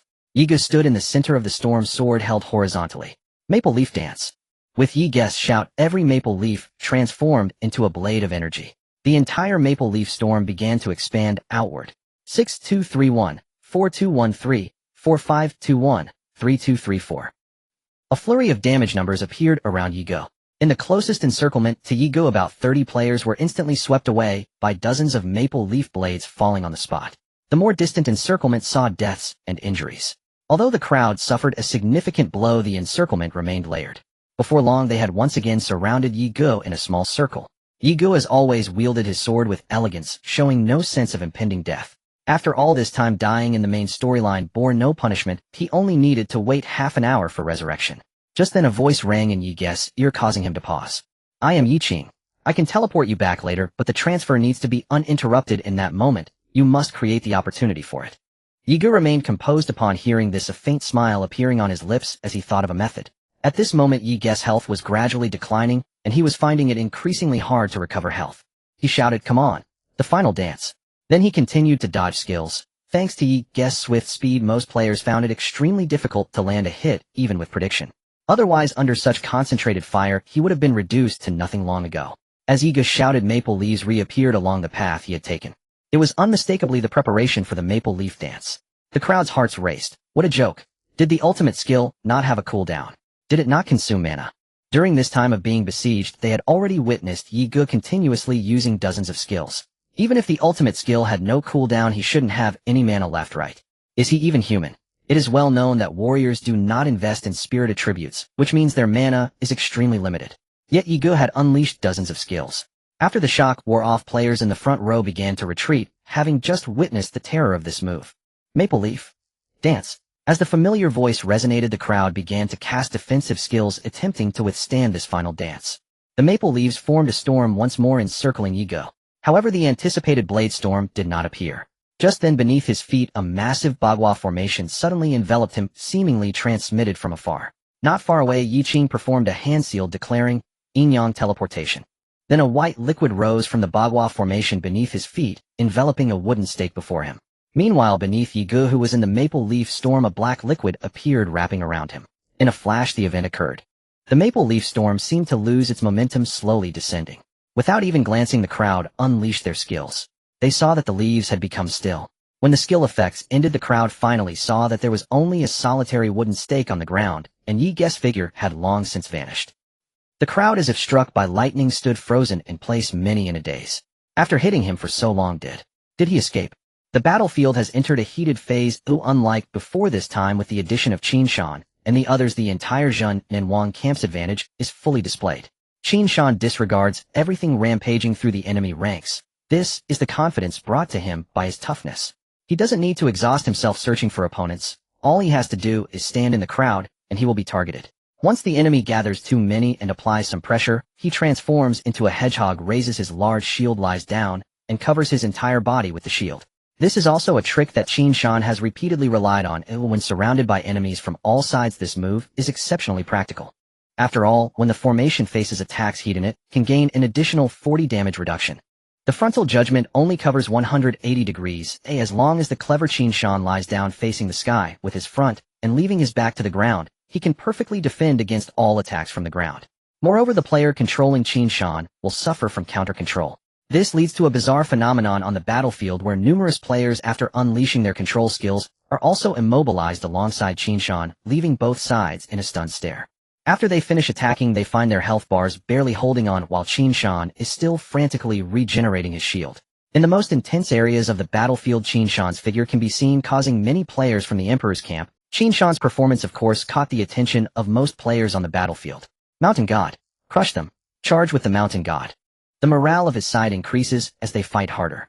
Qin Shan does not rush to charge. Instead, he glances at the countdown to 1 to 3 1. He checks his current health. Health, 1203 to 13130231. After nearly an hour of fighting, his temporary health has reached 120,000. According to their plan, 120,000 is sufficient for the plan to be executed. Through counterdamage, it can cause an average of around 75,000 damage to 6 formation masters. So he uses his high mobility to walk towards his camp, where a long-haired man is waving at him. The person is none other than Jia Yu, a special space-type player who since the start of this battle has been hiding in his camp, always ready to assist Qin Shan. Master, is the plan about to start? Jia Yu said excitedly. He is also a crucial part of this assassination. After all, relying solely on Qin Shan cannot allow him to cross the enemy's formation and enter the city defense range at full health. Jia Yu's teleportation ability perfectly compensates for this. Qin Shan nodded and said, I am ready. Upon hearing this, Jia Yu took a deep breath, suppressing his inner excitement. He slowly closed his eyes, and a wave of spatial energy emanated from him, causing ripples that distorted the air. Jia Yu's long hair fluttered, and his sleeves billowed, making a rustling sound. Granting order transcendence. As the words fell, Qin Shan's figure instantly vanished from the spot. Within a mile of the city defense formation, a surge of spatial ripples erupted, and Qin Shan's form reappeared. At the moment Qin Shan's figure appeared, dark clouds suddenly gathered above him. 6 bolts of purple lightning as thick as bowls shot down from the clouds with a thunderous force. Qin Shan did not raise his shield, but faced the lightning with his body. 11000000. The thunder struck down, and a massive white number popped up. Qin Shan's health bar was nearly empty. Only a sliver of health remained. At that moment, he couldn't care less about his own safety. He hurriedly looked up. He saw that among the 6 NPC formation masters above the city wall, their health bars were also nearly empty, yet they were still alive. Qin Shan's pupils suddenly constricted. Failed. Unwilling, Qin Shan looked up, hoping to be struck by lightning again and take the formation masters down with him. But he saw the most disheartening sight. The dark clouds gathering above his head had vanished. Qin Shan stood frozen in place, which meant that this assassination operation had utterly failed. The commotion just caused attracted many players who were drawn back to their senses by the sound of thunder, and the crowd began to focus their attacks. The mixed real damage instantly killed the already low health Qin Shan. What the hell, how did he get over here? What just happened? The murmurs of the crowd quickly hit mute, and Qin Shan's vision turned completely black. A cold system prompt echoed. You have died, you can respawn again in half an hour. Qin Shan slowly opened the game pod, sat at the desk, and silently poured himself a glass of water. He drank glass after glass feeling as if his throat was stuck, yet he couldn't swallow a single sip. The plan ultimately failed. They had calculated that the counter damage of 11600 health could kill all the formation masters. Yet they failed to account that the 6 bolts of lightning could only cause a total of 11000 damage.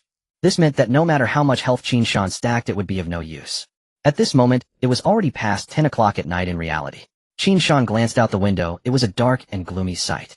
It is worth mentioning that the game operates on a 48-hour day system, which does not correspond with reality, and daytime lasts a full 36 hours. This move extends the length of daylight, benefiting players by increasing their online time. After all, humans are creatures that thrive in light, and daytime makes players more spirited. Qin Shan sighed, silently waiting for the cooldown time to end. The words of the Wolf Hunting Guild's president echoed in his mind if they hadn't chosen to continue challenging, but had left the instance after clearing it. They might have caught up with the main quest. Perhaps the fate of Chang'an City would have been different. At the south city wall of Chang'an, a group of high-ranking guild members were discussing the scene they had just witnessed. What just came over? That person just now seemed to be Taishan. Did I see wrong? A damage value of 110,000. What a joke. How could a player have that much health? It should have been 11,000. You must have misread it. Meanwhile, the 6 NPC formation masters have already been healed to full health by healer players. Once the high-ranking members recovered from the earlier thrilling scene, laughter soon erupted again from the walls of Chang'an City. At Hulao Pass, Jia, you had swiftly teleported back to the city wall. Strategist, the plan has failed. Jia, you said somewhat despondently. I saw it, but it's alright, we did our best. Shang Wanqing gently patted Jia, yes, shoulder, comforting him. Jia, you nodded, and then turned to leave. Sound the retreat. Everyone is tired from the fighting. Shang Wanqing quietly observed the battlefield, speaking without turning his head. Soon the frontline players retreated from the battlefield. In this battle on flat ground, they had gained a significant advantage. However, the players of the Zhun Nanwang camp all looked dejected, as if they had suffered a defeat. In contrast, the Emperor's camp players, though at a disadvantage, held their heads high, morale soaring. Yi Gu and Yi Qing hurried along the road, both silent. The battlefield was vast, and they couldn't see Qin Shan's actions. But since Shang Wanqing ordered a retreat, it meant the operation had failed. Meanwhile, there is still 14623 left until the next settlement countdown. The teleportation array of Hulao Pass. As a flash of white light past a towering figure slowly emerged. This person was Qin Shan, who after being resurrected immediately rushed back to Hulao Pass. Every time he thought about being just a hair's breadth away from breaking the array, Qin Shan felt a sense of regret, which weighed on his spirits. On this journey many players encountered him, but this time was different. All players praised his performance. Seeing that he seemed a bit despondent, they continuously offered comfort. After all, Qin Shan's dominating performance on the battlefield was witnessed by all. They also noticed that Qin Shan felt a tinge of self-blame. This only made him feel more guilty. Qin Shan was like that. If you spoke harshly to him, he wouldn't show much emotion because he was used to it. However, if you spoke kindly to him, he was eager to cherish the rare goodwill. Glancing at the time, the countdown had already reached 1 to 3 to 1. Qin Shan couldn't help but sigh, lamenting the sliver of health that had been lacking. If only his counter damage was a bit. But now there was no time left for him to learn the counter damage skill. Skills could not be traded, and they would only be available after the military merit shop ended, making it impossible for him to exchange them in the short term. At this moment, he was truly out of options. After slowly walking out of the teleportation array, he found many players recuperating within Hulao Pass. Originally anxious to provide reinforcements, he relaxed slightly, knowing that another ceasefire had been called. His hurried steps came to a halt. Though it was night in reality, the game still had the sun high in the sky. Qin Shan looked at the bustling players around him and the many NPCs transporting supplies. Players occasionally greeted him. Qin Shan remained unfazed. He just wanted to find a quiet corner with fewer players to rest. Soon he arrived at the logistics department. There were rarely any players around, mostly NPCs working hard to transport supplies. He casually found a house and sat in a corner, lost in thought. Under the blazing sun, a figure pulling a cart and wearing a rain cape passed by Qin Shan. Suddenly he stopped, sweat pouring down, and without wiping it away, he slightly lifted his rain cape to observe Qin Shan. Qin Shan stared blankly, still lost in thought, completely unaware that someone was observing him from a short distance away. After a moment, that person's eyes suddenly widened as he walked towards Qin Shan. "Benefactor, is that you?" the person tentatively said. Upon hearing this, Qin Shan looked up, a hint of surprise in his gaze. "You are Tainyo," Qin Shan exclaimed in surprise. "What are you doing here?" Readers who forgot can refer back to the end of chapter 38. This person was indeed Tainyo. He was an NPC that Qin Shan had saved during his inheritance quest. Qin Shan was somewhat surprised because the last time he encountered Tainyo was in Tianshui City. How did he end up so far away at Hulao Pass? Tainyo, realizing it was truly Qin Shan, smiled happily and scratched his head, saying, Benefactor has changed his appearance. I almost didn't recognize you. All of us brothers are here. Qin Shan curiously asked. I remember you all had retired to the countryside, right? Tainyo grinned and said, we came to earn military merit. Didn't the benefactor say that counter-damage skills were needed? We were thinking of pooling together some military merit, but in principle the military doesn't allow pooling military merit. It can only be used individually. However, the officer, considering our contributions and past hardships, ultimately softened and agreed. But the military merit required for counter-damage skills is quite expensive, and our combined military merit isn't enough. Just so happens that the front lines are tight. So we discussed doing some logistics work to earn military merit. Coincidentally, we just gathered enough yesterday and exchanged it for the skill. We were just thinking of finding the benefactor to repay the favor after finishing today's work. Unexpectedly, we ran into the benefactor. It's as if heaven is helping us. Tainyo finished with a heart. Qin Shan listened to the entire story, his mouth agape, his pupils shaking. His hands trembled involuntarily, and then he excitedly said, Tainyo, you are truly sent by heaven to help me. Time was pressing, and Qin Shan spoke quickly. Tainyo, where is the skill? I urgently need it. After I finish this matter, I will repay all of you brothers. Upon hearing this, Tainyo placed the cart aside and quickly ran ahead to lead the way. All right, benefactor. Soon Qin Shan followed Tainyo to a dilapidated courtyard. At this moment, no one else was in the courtyard. The courtyard was surrounded by simple wooden planks, the ground uneven, and the wooden door was broken. When pushed open, some weathered wood chips fell off. Qin Shan was in a rush, and soon Tainyo took out a delicate wooden box from the courtyard. After opening it, a brand new skill book lay quietly inside. Holding the skill book, Qin Shan quickly bowed to Tainyo. Tainyo was shocked and hurriedly returned the bow. Excited, Qin Shan bowed 3 times in a row. Tainyo also returned 3 bows. Passers-by outside the courtyard looked on in astonishment as the two bowed to each other, slowly shaking their heads. As they walked away, they mumbled, people nowadays are really strange. After quickly bidding farewell to Tainyo, Qin Shan sprinted away while learning the skill. Skill name: Iron Formation Counterstrike. Skill grade B. Skill type passive. Skill effect: after receiving melee damage, reflect 10 damage. If attacked by cold weapons, the reflective damage increases by an additional 5. Cooldown: none. After learning this skill, his counter damage increased by another 10. The crucial skill sent by Tainyo became the last piece of the puzzle in Qin Shan's assassination plan. Previously, Qin Shan's counter damage was only 30, while the city defense formation would inflict 110 damage on him. This meant that to slay the array mage through counter damage, Qin Shan had to either increase the counter damage or reduce his own toughness.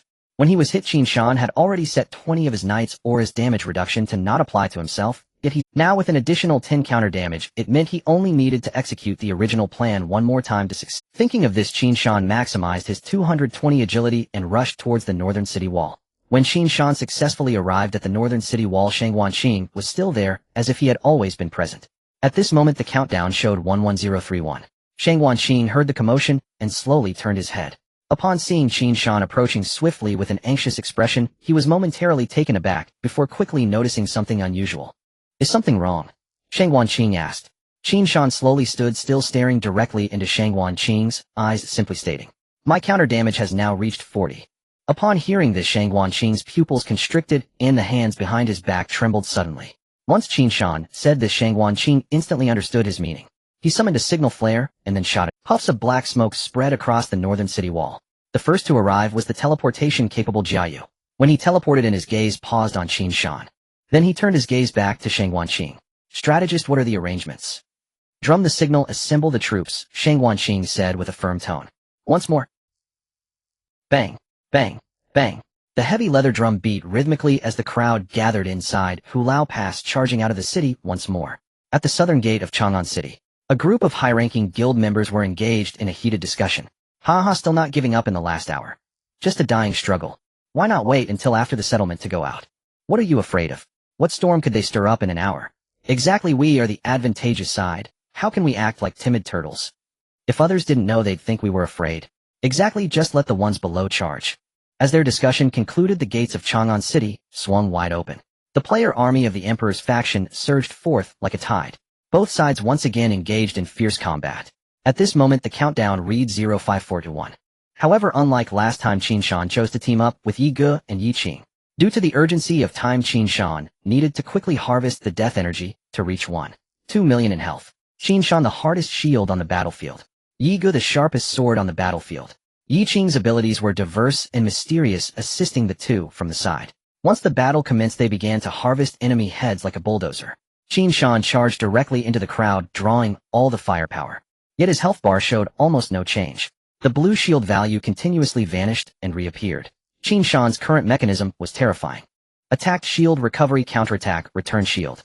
For every 10 attacks received, he would recover 5 of his shield value. Every 10 minutes, he would recover 15 of his shield value. The percentage shield value might not be particularly impactful for other knights. But for Qin Shan it was of great significance because his health was incredibly high. Whenever a player died, near Qin Shan a flow of death energy would enter his body. His health limit gradually increased, and the shield value rose accordingly. As his health increased, the damage and healing from the light and dark domain also surged. Moreover, there was a high amount of damage reduction. This was the terrifying aspect of him. On the battlefield his strength only grew stronger. It seemed as if he was born with the mission to charge into battle. With Qin Shan as this sturdy shield, Yi Ge could unleash his firepower without restraint. When encountering squishy opponents, a single skill could take them down. After the few of them formed a group, the efficiency of Qin Shan's health increase significantly improved. Their frenzied combination successfully drew everyone's attention on the battlefield. Enemy players began to consciously distance themselves from this battlefield, while their own players moved closer. The trio of Qin Shan resembled a sharp blade brutally stabbing into the heart of the enemy, breaking their formation into disarray. Their achievements resonated across the entire battlefield, making it difficult for the Emperor's faction players to withstand. Soon 20 minutes passed, and Qin Shan reached 1.2 million in health again. At this point they had charged to a very forward position, and this time the plan had slightly improved. Qin Shan soon spotted Jia Ye's figure not far behind. As their eyes met, Qin Shan nodded. Everything was understood without words. Meanwhile, Yi Ge did not retreat, but stood firm with Yi Qing. As the familiar spatial ripple emerged, Qin Shan's figure vanished once more. In the distance, a mass of dark clouds reappeared. After Yi Ge eliminated the player in front of him, he looked up at the distant dark clouds, silently praying. Yi Qing, being too short, was blocked by the crowd and anxiously jumped. Noticing this, Yi Ge grabbed the back of his collar and lifted him up. In the distance, thunder crashed down. The dark clouds dispersed once more. At the very moment the thunder struck, an enormous bagua array appeared beneath Yi Qing's feet, instantly covering Qin Shan's position. Then a white liquid spread over Qin Shan's entire body. In the blink of an eye, Qin Shan's figure disappeared, replaced by a wooden stake lying quietly on the ground. Yin-yang shifting. Then Qin Shan's figure appeared beside Yi Qing. Jia Yu, Yi Ge, and Yi Qing were all nervously watching him. The success or failure rests on this decisive moment. Qin Shan returned with only a sliver of health remaining. Upon returning, his first reaction was not to retreat, nor to share joy. Charge! Qin Shan roared with all his might. His voice was somewhat hoarse from the exertion. Yet he continued to shout as if he wanted to vent all his emotions. As if he wanted everyone to know he was not a selfish coward fleeing the battle. He was the twin stars of Tianshui. He stood like Mount Tai before them. With Qin Shan's roar, the military drums in the back, prepared for so long, began to quicken their rhythm. The drum beats were passionate. They reverberated across the entire battlefield, penetrating everyone's ears. It felt as though they were pounding on the heart, stirring up one's blood. The dazzling array patterns above Chang'an City slowly faded away. The golden barriers surrounding Chang'an City also vanished without a trace. The horn of charge sounded. Yi Ge and Yi Qing no longer paid attention to Qin Shan, but charged forward with the sound of the horn. At this point, many sage players in the back were quickly restoring Qin Shan's state. Various life potions were recklessly poured into Qin Shan's mouth. This was the improved tactic. The three of them formed a spearhead, pushing the troops inward, until they advanced to where Yi Qing's bagua array could support Qin Shan. Once the goal was achieved, they would rescue Qin Shan and arrange for the sage troops to support him, quickly restoring Qin Shan's state, allowing him to re-enter the battlefield. Meanwhile, Yi Qing's bagua array still had not disappeared. Yi Qing closed his eyes, a shimmering green energy overflowing from his body. Then he suddenly opened his eyes, and the shimmering green energy burst forth. 2 instruments of heaven and earth. The shimmering green energy all flowed into the bagua array beneath him. Then it emerged from beneath Yi Ge's feet, enveloping his entire body. 2 instruments of heaven and earth. Select a player, stacking all of your base attributes onto them, adding would attribute damage to their attacks, and bearing all control effects for them. In simple terms, it enhances Yi Ge's attributes, adds enchantments, and grants him a body effect. Yi Ge was now completely unleashed, unafraid of being controlled, transforming into a god of slaughter on the battlefield. Moreover, due to Yi Qing's high spiritual attributes, Yi Ge's mana surged drastically. He unleashed his skills without restraint, relying on the body effect, carving out a bloody path. The players from the Southern King faction also reacted to what had happened, erupting in cheers. Kill! Take! Shang Guanqing stood atop the city wall, gazing at the crowd charging into Chang'an City. His hand slowly reached up, hesitated for a moment, and after confirming that no one was around, he relaxed. Nice! Slap them hard in the face. Let's go. Shang Wanqing raised his arm and shouted wildly, even starting to dance completely, letting go of his composure. Not long ago the entire camp had been in a prolonged slump, and as the commander, he could only maintain a calm facade. After all, if the commander lost heart, it would deal a significant blow to the entire camp. To be honest, maintaining that composure had been exhausting. Now that everyone was fighting fiercely ahead, he could finally relax and shout out loud. At that moment a player hurriedly climbed up the city wall looking anxious and ready to report something. Then he saw their commander dancing the disco. While dancing he was also singing aloud. The player opened his mouth, but didn't know how to interrupt, feeling a bit awkward. At that moment while dancing, Shang Wanqing made a graceful turn and caught sight of someone standing not far away. His expression changed drastically and he froze in place, but a second later he regained his usual calm demeanor. Ahem, if there's something, just say it.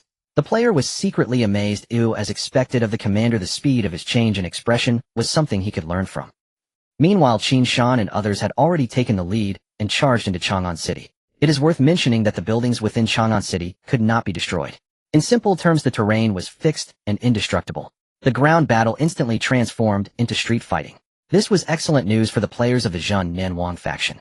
The originally flat battlefield was divided into alleys and streets. In such a small battlefield, every high-powered player was a sharp weapon. This led to a significant increase in the speed of the Emperor faction players' defeat within Chang'an City. Yigo was in high spirits, sweeping through enemies on the left and slaughtering groups on the right, thoroughly enjoying himself. Just as he was in high spirits, a voice rang in his ear. Don't linger here, keep killing northward.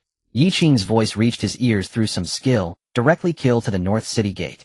Surround and cut off reinforcements. Yi Qing observed the aimless slaughtering crowd and shouted, kill to the North City Gate. Block the door. Many heard this and suddenly realized. That's right, the enemy's reinforcements were all coming from the North City Gate. As long as they blocked the gate, the players inside would be like fish in a barrel. Realizing this, the crowd began to concentrate their firepower, pushing towards the North City Gate. Qin Shan did not hear this, as he was already on his way to the North City Gate. He had planned this before entering the city. Setting up a large shield at the North City Gate would greatly accelerate their progress in reclaiming Chang'an City. In this street fighting, the strength of the Tianwang Hall was fully displayed, causing the Emperor faction players to suffer greatly. At the North City Gate of Chang'an City, a group of high-ranking players from various guilds gathered here. When the city's protective formation shattered, they had strategically retreated here. Compared to their earlier exuberance at the start of the battle, they now looked disheveled. I told you, hold steady and wait an hour for the settlement before fighting. Who knew that Taishan would be so fierce? Can we be blamed for this? Moreover, we have a backup plan. Why are you panicking? Exactly, why hurry? Calm down, you anxious one. You, really unreasonable. Just as the crowd was arguing and falling into internal discord, a player silently observing the situation inside the city suddenly narrowed his eyes. He thought he was mistaken, so he leaned over the city wall to see clearly, and his eyes widened in shock. Stop arguing quickly, look, what is that? The crowd gradually quieted down upon hearing this, and leaned over the city wall to look into the distance. They saw a dark purple dot rapidly enlarging from afar, moving at high speed. As the dark dot drew closer, they finally saw its true form. It was an enormous dark purple shield. The massive shield almost occupied half the street, and was rushing towards the North City Gate at an incredible speed. That person was none other than Qin Shan. He had completely released himself, transforming into a massive vehicle, pushing forward relentlessly. What a joke. That was him. 110,000 damage. I saw it clearly. I accept the tankiness. But what's up with the movement speed? Is he playing a cracked version? Waves of exclamations rose among the crowd. Just then a commotion came from the distance, prompting them to look again. They saw a gigantic bagua array moving towards them. On the same street, another small green dot appeared. It was charging towards them at an even faster speed. Furthermore, this one had a more imposing presence, with a massive bagua array moving beneath it. As it got closer, they could see it was a swordsman in white, emanating gleaming green energy, charging forward. Everywhere he passed, corpses lay scattered. His speed was even faster than Qin Shan's. And on his back he carried a child. It was the Shuangye duo. Yi Ge's speed was simply too fast for Yi Qing to keep up. His skill required Yi Gu to be within the bagua array to be effective, resulting in the current scene. Heading straight towards the North City Gate, the two figures shone like comets, pushing forward. The people at the city gate completely lost their composure. Another one is coming. If they're coming, what's with bringing a child? Do they look down on us? What about the competition? Are we playing? How many cities do they want to fill themselves? Hey. Just as they grumbled, Qin Shan had already arrived at the North City Gate. Surrounded by many players, Qin Shan slowly stood still among the crowd, raising the shield upright. He said nothing, directly pressing it against the inner gate. Not long after, Yi Gu hurriedly arrived as well. He intuitively blocked inside the city wall, separating the inside and outside into two worlds. Hearing the commotion, Qin Shan slowly turned his head and found Yi Gu had also arrived. Seeing Yi Gu carrying Yi Qing, the corners of his mouth twitched slightly as he teased, "After a while apart, you've turned into a nanny." "A special times call for special measures," Yi Qing awkwardly replied as he jumped down. Yi Gu ignored this and laughed. "Haha, why not compete to see who gets more kills?" Qin Shan chuckled at this, suddenly feeling that the scene before him was a bit familiar, saying, "Don't say it, blocking the doors side by side feels a bit like when we blocked the road in the secret passage before." Nearby players watched as the few of them chatted and laughed, while continuously eliminating the nearby players unable to help but angrily shout, "You guys are enough. Who do you think you're looking down on?" They rushed forward in anger, and then, there was no then, they were taken down like a roadside weed. The three of them exchanged casual banter, even as enemies pressed in from both sides, utterly unruffled by the pressure. Yi Gu declared with heroic grandeur, "Once this battle concludes, our names shall resound across the land once more." Qin Shan chose not to respond. He knew Yi Ji's adolescent bravado had flared up again, while Yi Qing remained at a loss for how to reply. Yi Gu, accustomed to such silence, casually silenced an opponent with a precise strike to the throat, and continued, "Hey, what should we call our trio?" Qin Shan knocked down an adversary and retorted, "Our old duo was Shango. For three, how about Qing Shang?" Yi Gu wrinkled his nose in disdain. "No, it's too rustic. Even our old name needs an upgrade. We're prominent figures now. Being caught with that name would invite ridicule." Qin Shan pursed his lips. So Yi Gu had developed starstruck pretensions after all. As they debated the perfect name for their trio, a voice resonated simultaneously in every player's ears across the battlefield. Ding! Countdown initiated for the Zhun Nanwang faction to seize Chang'an City, 001500. They glanced. The final settlement timer still showed 25 minutes remaining. Qin Shan and his companions exchanged knowing smiles. Clearly, everyone had performed magnificently. Chang'an's defenders were nearly eradicated. Upon hearing the announcement, every Zhun Nanwang faction player erupted in thunderous battle cries. Meanwhile, enemy forces at the northern gate grew steadily thinner. Have they surrendered? Why are reinforcements dwindling? Yi Gu asked, puzzled. Perhaps despair has already claimed them, Qin Shan agreed. Yi Qing said nothing. His mind raced, sensing something amiss yet unable to articulate it. At this critical juncture, logic dictated a final desperate charge. If they could push back, even briefly, holding the line for just 10 minutes would carry them to settlement, securing victory. Yet contrary to Yi Qing's expectation of a last stand, the enemy seemed to have abandoned Chang'an entirely. The flow of reinforcements dwindled to a trickle. 15 minutes later, a chime echoed across the realm. Ding! Sovereignty of Chang'an City has shifted. Instantly, the city's former banners vanished from the ramparts, replaced by a majestic, windswept banner bearing the single character Nan. Simultaneously, formation masters took position and activated Chang'an's celestial defense array. A soft golden dome shimmered into existence over the city, its luminous runes pulsing rhythmically along the walls. At that moment, violet lightning descended from the heavens, scouring the city of lingering foes. "Yes, we've won. Brothers, legendary. I'm so elated. I'll kowtow to you all." Cheers swelled like a tidal wave, transforming Chang'an into a jubilant festival. Players exhaled in triumphant relief, expelling days of pent-up frustration. Qin Shan and his companions lifted their heads, smiling freely. Then the celebrating crowd surged toward them, swiftly encircling the trio. "Grandmaster, you're absolutely dazzling. Without you, who else could have led us to victory? How did you pull it off? It's simply unbelievable. I hadn't even blinked before their celestial array shattered." The crowd roared with admiration, lavishing praise upon the battle's true architects. Qin Shan stood encircled, offering only a quiet, serene smile. One part confidence, one part effortless grace, one part quiet certainty, as if mastery itself were his birthright. Yi Gu, meanwhile, had already launched into an impromptu fan meet and greet. He raised a hand in cheerful greeting, then chuckled lightly. "Oh please, mere trifles hardly worth mentioning. Heroes always arrive precisely when destiny demands, don't they, eh?" Instantly the crowd erupted anew, lavishing adulation upon the two. Yi Qing blinked, bewildered, first glancing at Qin Shan, then at Yi Gu. He stood between them, yet dwarfed by their stature, he faded into the periphery of the jubilant throng. Yi Qing's eyes welled with silent despair. Qin Shan and Yi Gu had ascended to legend, yet left him behind. "Don't forget me." Yi Qing leapt skyward in desperation. Hearing him, Qin Shan and Yi Gu exchanged a glance, and shared a knowing, conspiratorial smile. In the next breath, they seized Yi Qing, one gripping his wrist, the other lifting his ankles, and hurled him high into the air face up. "Friends, don't overlook our little hero." Yi Gu teased, prompting immediate imitation. The crowd caught Yi Qing midair, tossing him upward again and again. Hey, this isn't cool enough." Yi Qing cried out mid-flight. But soon despite himself his lips curled upward. For suddenly he realized, this too felt utterly perfect. Yi Ji's triumphant grin had barely faded when the crowd swept him aloft as well. Qin Shan followed instantly, 3 figures soaring and descending in unison, joy swelling like a rising tide. From a tea-house balcony nearby, a long-haired figure watched the scene in quiet reverence, her lips curving unbidden into a gentle smile. It was Jiayu, who had just arrived via teleportation, dispatched to deliver a message, yet wise enough not to intrude upon this radiant moment. Her thoughts drifted back to Shangguanqing's words on the city wall moments earlier. Minutes before, in Hulao Pass atop the northern gate, Shangguanqing spoke slowly. The Emperor's faction launched a surprise assault tonight on our secondary battlefield, Tianlong City. Jiayu stiffened, then instantly grasped the stakes. Their score lead stood at 9 points. If Tianlong City fell, even their capture of Chang'an would yield only 3 points daily, while the Emperor's faction would earn 2 per day. Over 4 days they could recover just 4 points, insufficient to close the gap. Put plainly, if the enemy held both secondary battlefields for 4 days, victory would remain beyond reach. Jiayu blurted anxiously, "I'll rush to the front lines and alert Qin Shan and his team to reinforce immediately."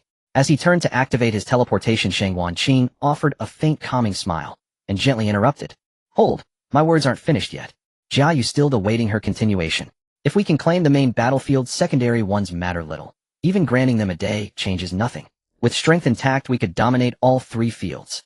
At that, Shangguanqing gazed far toward Tianlong City, her gaze piercing distance as if already witnessing its brutal, blood-soaked struggle. Moreover, their nocturnal maneuver was anticipated long ago.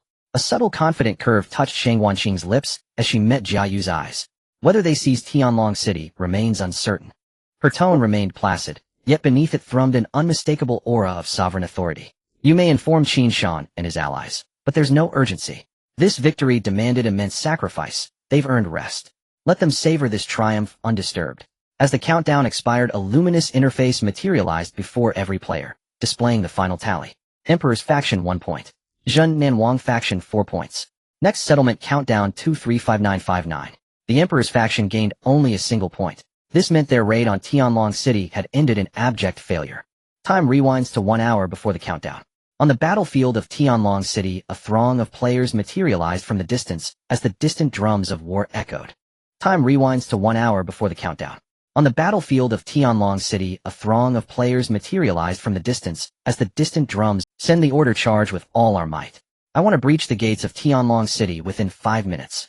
Order the warrior players to clear the path and the assassin players to lock onto the mages on the city wall. I must break the city's defensive formation within 15 minutes. Our numbers are double that of the enemy, so strike with all our strength. We need to carve out a breach. The enemy's main forces and high-level players are all in Chang'an. Right now Tianlong City is just filled with weaklings. If we can't take Tianlong City, bring all of their heads to me."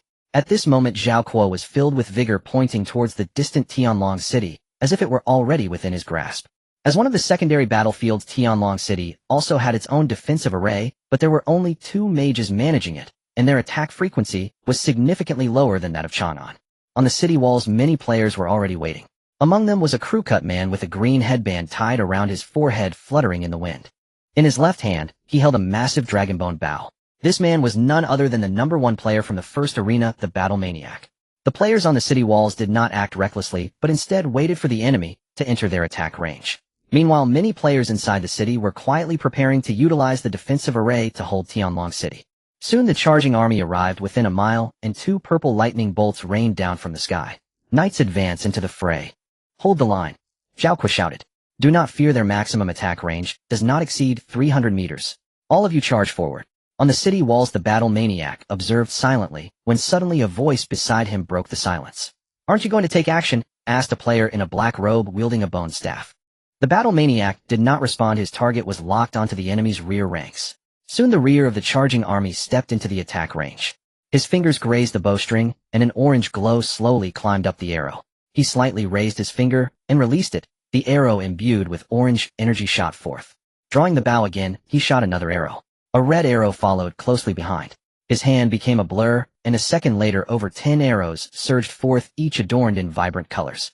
The target was evidently the fragile backline. Zhao Kuo sensed the arrows from afar and looked up. The colorful arrows rained down upon the rear. "What kind of joke is this?" Zhao Kuo exclaimed, his face filled with shock. How could a player's attack range reach a mile? As the arrows fell, a rear-line mage player instinctively dodged. but 4 arrows landing precisely struck his chest. 4 stars in alignment. 4 arrows instantly emptied his health bar, and he died in shock. Such a scene unfolded for many players. Precise kills. Perfect control of health. Zhao Kuo, who had just stepped into the mile range, unconsciously took a step back. At this moment gasps erupted from the crowd. The number 1 in the nation. What? The battle maniac is here. What are we going to do now? Zhao Kuo was baffled. This level of combat prowess should only appear in Chang'an. How could it be here? Looking up on the city wall, a figure was unleashing a mini rain of arrows. He scanned the battlefield and noticed that many players' charging steps had slowed. Clearly they were intimidated by this terrifying pressure. Zhao Kuo furrowed his brow. As the saying goes, a single surge of energy can wane with repetition. The morale of the troops had already dipped, and if this continued it would not bode well. Thus he quickly laughed heartily. So what if he's number 1 in the nation? His mana won't hold out for long. Everyone keep charging. At this moment on the city walls, the black-robed player watched the battle maniac unleash his might and became intrigued. Meanwhile, enemy knight players were closing in on the city walls. I want in on the fun too. The black-robed player slammed his staff into the ground. A dark-colored necromantic formation appeared on the ground. Quickly a skeletal creature crawled out from the formation, its back burdened with a skeletal bow. Once the skeleton got up, it found a position and began shooting arrows at the enemy below. The necromantic formation did not fade, instead skeletal archers continued to be generated. Then the black-robed player raised his hand again. A massive necromantic array appeared below the city walls, and skeleton warriors armed with bone shields crawled out. The rhythm of war drums inside the city suddenly accelerated. Kill! The gates of Tianlong City swung wide open, and the army inside began to charge out. The two sides met in close combat, and a great battle was about to erupt. Amidst the bloody clash in a certain part of the city, a bald figure shook a red-clad figure repeatedly. They're coming over. The bald man was Jig, and the red figure was none other than Xiao Luo. At this moment Jig was frantic. The louder the commotion outside, the more anxious he became. Of course this was not because he wanted to contribute to the battlefield. Rather it was because he could gain experience by rescuing fallen players. Every minute he spent outside the battlefield meant a loss of experience. Players who logged out on the front lines or in the wild had no idle protection. Thus before logging out, Xiao Luo entrusted Jig to look after him. After shaking for a while, Jig finally gave up. He collapsed to the ground in despair, heartbroken. My experience points. Gone. I've lost everything. It was no wonder he felt this way. Ever since he followed Xiao Luo to the secondary battlefield, he hadn't had a decent meal. The frequency of battles here was simply too low, like a retirement home. Recently both sides had only come out symbolically to gain some achievements. Today, after a long time, both sides finally began to fight earnestly, but Xiao Luo just happened to be offline. Nevertheless, no matter how upset he was, Jig still did not abandon Xiao Luo.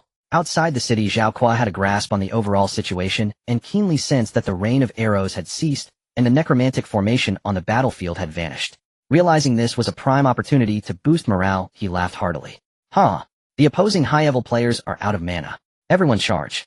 Without the terrifying suppression of the arrows, most of the idle players in Tianlong City were gradually overwhelmed. Soon they were pushed back into the city gates. At this moment on the city walls, the battle maniac and the black-robed player were furiously drinking potions of mana. There was no choice. The battle maniac had to rely on the special enhancement of the colorful arrows to reach a mile's shooting range. But the cost was a significant drain on mana. Below the city, Zhao Kuo saw the situation was favorable and could no longer contain himself, rushing forward. Just then a barrage of arrows struck again from the city walls. Zhao Kuo glared furiously. Wasn't he out of mana? 3 arrows hit him, and he quickly retreated, falling back to a mile away. He did not care for his disheveled appearance and immediately laughed. The enemy is already at the end of their rope. Have they exhausted all their tricks? Brothers, keep charging. The purple thunder still reverberated across the battlefield, yet the efficiency of the kills could only be described as a drop in the bucket. Clearly the ambush by the Emperor's camp had been premeditated, with the players arriving meticulously arranged. Within Tianlong City, half of the players were elderly and lacked the strength to resist. Soon the enemy forces had already pushed into the city. The madman on the city wall frowned and arranged. Everyone on the city wall, protect the steps with all your might. Do not let a single enemy ascend the wall. Meanwhile, fierce battles had erupted in multiple areas within the city. Zhao Kuo observed from outside the city for a while, realizing that the city wall could not hold, and he finally led his troops forward. He told himself that as the commander of the 3 armies, ensuring his own safety was wise. A large number of players surged into the city as the gates swung wide open. Zhao Kuo quickly charged into the city, his spirit soaring. Everyone, kill every last one inside the city. Leave none alive. He swept his gaze across the battlefield where the defenders on the city wall were stubbornly resisting. The players within the city were being pushed back relentlessly, and the situation was looking favorable. Zhao Kuo laughed heartily. Huh. Brothers, let's give it our all and seize Tianlong City in one fell swoop. At that moment, he spotted a bald man in the distance carrying a figure in red as they fled in all directions. He recognized the red figure as somewhat familiar and quickly realized it was Xiao Luo. Moreover, Xiao Luo was in a state of idle gameplay. Come on, charge with me. Let's kill that bald donkey. Zhao Kuo shouted excitedly. Hearing this, a large number of players pursued Jagger, who turned pale as he saw enemies closing in from all directions. Realizing he was doomed, he decided to stop running. He hurriedly squatted down and began to meditate on the spot, chanting Buddhist scriptures. A golden bell enveloped Jagger and the Xiao Luo on his back. Zhao Kuo, arriving just in time, burst into laughter. Huh, is that really a bald donkey? Came to the game to become a monk. Attack! As soon as he finished speaking, fireballs, poison arrows, and blades rained down on the golden bell. Attack struck the golden bell, yet it remained unscathed. Zhao Kuo was taken aback. What was going on? How could this bald donkey withstand the concentrated fire of 10 players? Little did they know Jagger had already reached level 55 prior to this. A special transcending mechanism had propelled his level far ahead. Jagger's profession was also extraordinary. He had once inadvertently met an old monk who insisted that he had a connection with Buddha, and in a haze he was granted a legacy. In reality, Jagger's high level and powerful job transfer made his strength formidable. Zhao Kuo was anxious as every moment on the battlefield was critical. He was unaware of when the enemy's reinforcements would arrive. Suddenly his expression froze, and his breath halted. Not only Zhao Kuo, but everyone else also froze in their movements. Jagger closed his eyes, fervently chanting. His golden bell could solidify further through his recitation. At this moment, he was trying to buy more time to alleviate the pressure on the battlefield. As he was chanting, he still saw no signs of the next round of concentrated fire. He felt puzzled and couldn't help but open his eyes. Just then a hand reached from behind, gently patting his shoulder. You've worked hard, leave the rest to me. Xiao Luo's calm voice rang from behind. At this critical moment, Xiao Luo finally came online. Zhao Kuo's face instantly turned pale. It was over. He had truly dragged it out until Xiao Luo came online. If they didn't take down 2 players with the concentrated fire this time, the balance of offense and defense would shift. After all, Zhao Kuo had personally witnessed Xiao Luo's fearsome reputation. He had seen the brutal achievements of Xiao Luo at the main battlefield from the very beginning. Incredible movement speed and terrifying burst damage. Ordinary mages, archers, and other fragile classes simply could not withstand a single blow from him. Jagger, hearing the familiar voice, felt that this cold voice was filled with beautiful resonance. After the enemy breached the city, he had been fleeing alongside Xiao Luo. If one were to say he was in a sorry state, Jagger wouldn't care, but he was very concerned about experience points. Because of Xiao Luo, a lot of experience points had already slipped away from him. Xiao Luo, they are bullying me. Jagger pointed at the location where Zhao Kuo was with a face full of grievance. Xiao Luo followed his line of sight and saw only empty air as everyone else had stepped aside. As soon as the words fell, Xiao Luo's figure disappeared. Hell Slash. A charge at the player that upon killing the player could be reused and damage temporarily increased by 50. It could stack. Xiao Luo's figure was so fast that only a bloody afterimage remained as he darted through the crowd. More than 10 players fell in response, and after eliminating the first batch of players, Xiao Luo ceased using Hell Slash. After all, the mana consumption of Hell Slash was still substantial. Meanwhile, many knight players began to gather around him, aiming to surround him. Xiao Luo moved like lightning, instantly maneuvering behind a knight player. The player's pupils contracted. His speed was astonishing. Along with that incredible speed came an extremely high attack speed. Xiao Luo did not use a skill. His dagger shimmered coldly as he repeatedly stabbed at the heart. 11341, 1321, 312313. In just 2 seconds, a knight player collapsed. Xiao Luo did not pause, but continued to select his next target. No one could stand against Xiao Luo. Of fragile classes could not withstand even 2 hits in his hands. The bloody figure wildly darted through the crowd, taking lives one by one. Jagger, watching from the side, felt extremely relieved as he followed in Xiao Luo's footsteps, transcending the fallen. Just as the bodies lay down, their souls were immediately transcended, akin to a honest-op service in the underworld. Everyone was stunned, gazing at the enormous damage numbers springing up, unable to believe their eyes. This damage. What's going on? Has Xiao Luo become this much stronger than before? Just as Xiao Luo began his slaughter, a figure had already run far away. The moment Zhao Kuo saw Xiao Luo, he knew something was wrong. He shielded the others in front of him and took off running. After all, he was the commander. This was not a moment of cowardice, but a matter of ensuring the bigger picture. He fled in a panic, quickly spotting many allied players ahead. His expression brightened, and he laughed heartily. Gather around me. Let's huddle up. He began to gather the surrounding players, hoping to lead the crowd back for a counterattack and take Xiao Luo down. Hearing his call, many players nearby drew closer. Seeing more and more players gathering around, Zhao Kuo raised his arm and shouted, follow me to slay Xiao Luo. At this moment, not far away, a group of players had just arrived on the battlefield looking around. The strategist was right, it really has turned into a fight. We didn't arrive too late, did we? There are people ahead. The newcomers were the High-Tier reinforcement team that Shang Wanqing had arranged in advance. As the two groups met, Heaton Zhaoqua's eyes widened because he saw the renowned Li Xiaoyao among the opposing. He instinctively wanted to laugh to boost morale, but instead, he could only manage a smile that looked worse than crying. Just as he stumbled out of the wolf's den, he fell right into the tiger's mouth. Isn't it said that those who love to laugh have good luck? Zhaoqua swore he would never laugh again. Zhaoqua lost, utterly and irrevocably. Upon the arrival of reinforcements, his fantasy of seizing Tianlong City shattered completely. In the following days, morale within the Emperor's faction plummeted, and the conflict devolved into a tedious grind for battle merits. Meanwhile, Qin Shan seized a moment to visit Tai Niu and other NPCs alongside Shang Wanqing, offering formal gratitude. After all, they had been pivotal contributors to the great battle. Strikingly, Shang Wanqing chose not to claim the final secondary battlefield, leaving it deliberately for them. Soon as the final settlement timer reset to 0, Phase 2 of the main quest concluded at last. A system chime resonated in every player's ears. Ding. This main quest has ended. The merit shop has now unlocked at all major passes. Victorious faction, the Lord of Zhenan's camp, granted a universal 20 discount on all purchases plus upgraded rewards. Merit leaderboard. No. 1. Tianwang Hall. No. 2. Longa Pavilion. No. 3. Wolf Hunter Guild. In Chang'an City, Qin Shan glanced at the leaderboard and paused, startled. First, he hadn't expected the merit tally to be aggregated by guild rather than individual. Second, he was genuinely surprised to see Wolf Hunter Guild ranked 3rd. So their guild master hadn't been bluffing after all. The entire guild had gathered. The Longa Pavilion in the center also rang a bell. He recalled it well. It was one of the largest guilds aligned with the Lord of Zhenan's camp. As Qin Shan studied the rankings, a voice sounded from beside him. Stop staring. Let's go. Time to check out the merit shop. Yi Gu strode over. Qin Shan nodded, and the two set off toward Hulao Pass. Why doesn't this merit leaderboard track individuals?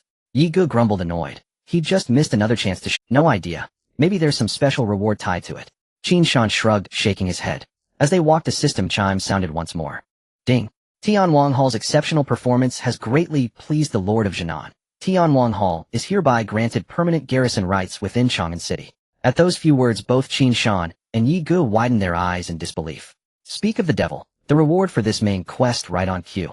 On their way to the merit shop, they opened the Qin Shan rarely used the guild channel. Shang Wanqing usually assigned tasks via private messages. Now, however, it was exploding with chatter, everyone debating what garrison rights actually entailed. Qin Shan scanned it briefly but found little of substance. Mostly idle speculation and wild fantasies. Before long, he and Yi Gu arrived at Hulao Pass. The merit shop occupied the central plaza of Hulao Pass, housed within the pass's largest auction hall. The entire area buzzed with unprecedented energy, crowded beyond capacity. Not only players thronged the place. Numerous NPCs hurried in hauling crates of supplies. Seeing the impenetrable queue before the shop entrance, Qin Shan and Yi Gu resigned themselves to waiting patiently in line. Chatter swirled around them, everyone eagerly anticipating the shop's offerings. With nothing better to do, while waiting, Yi Gu struck up a casual conversation. So, what are you planning to exchange for?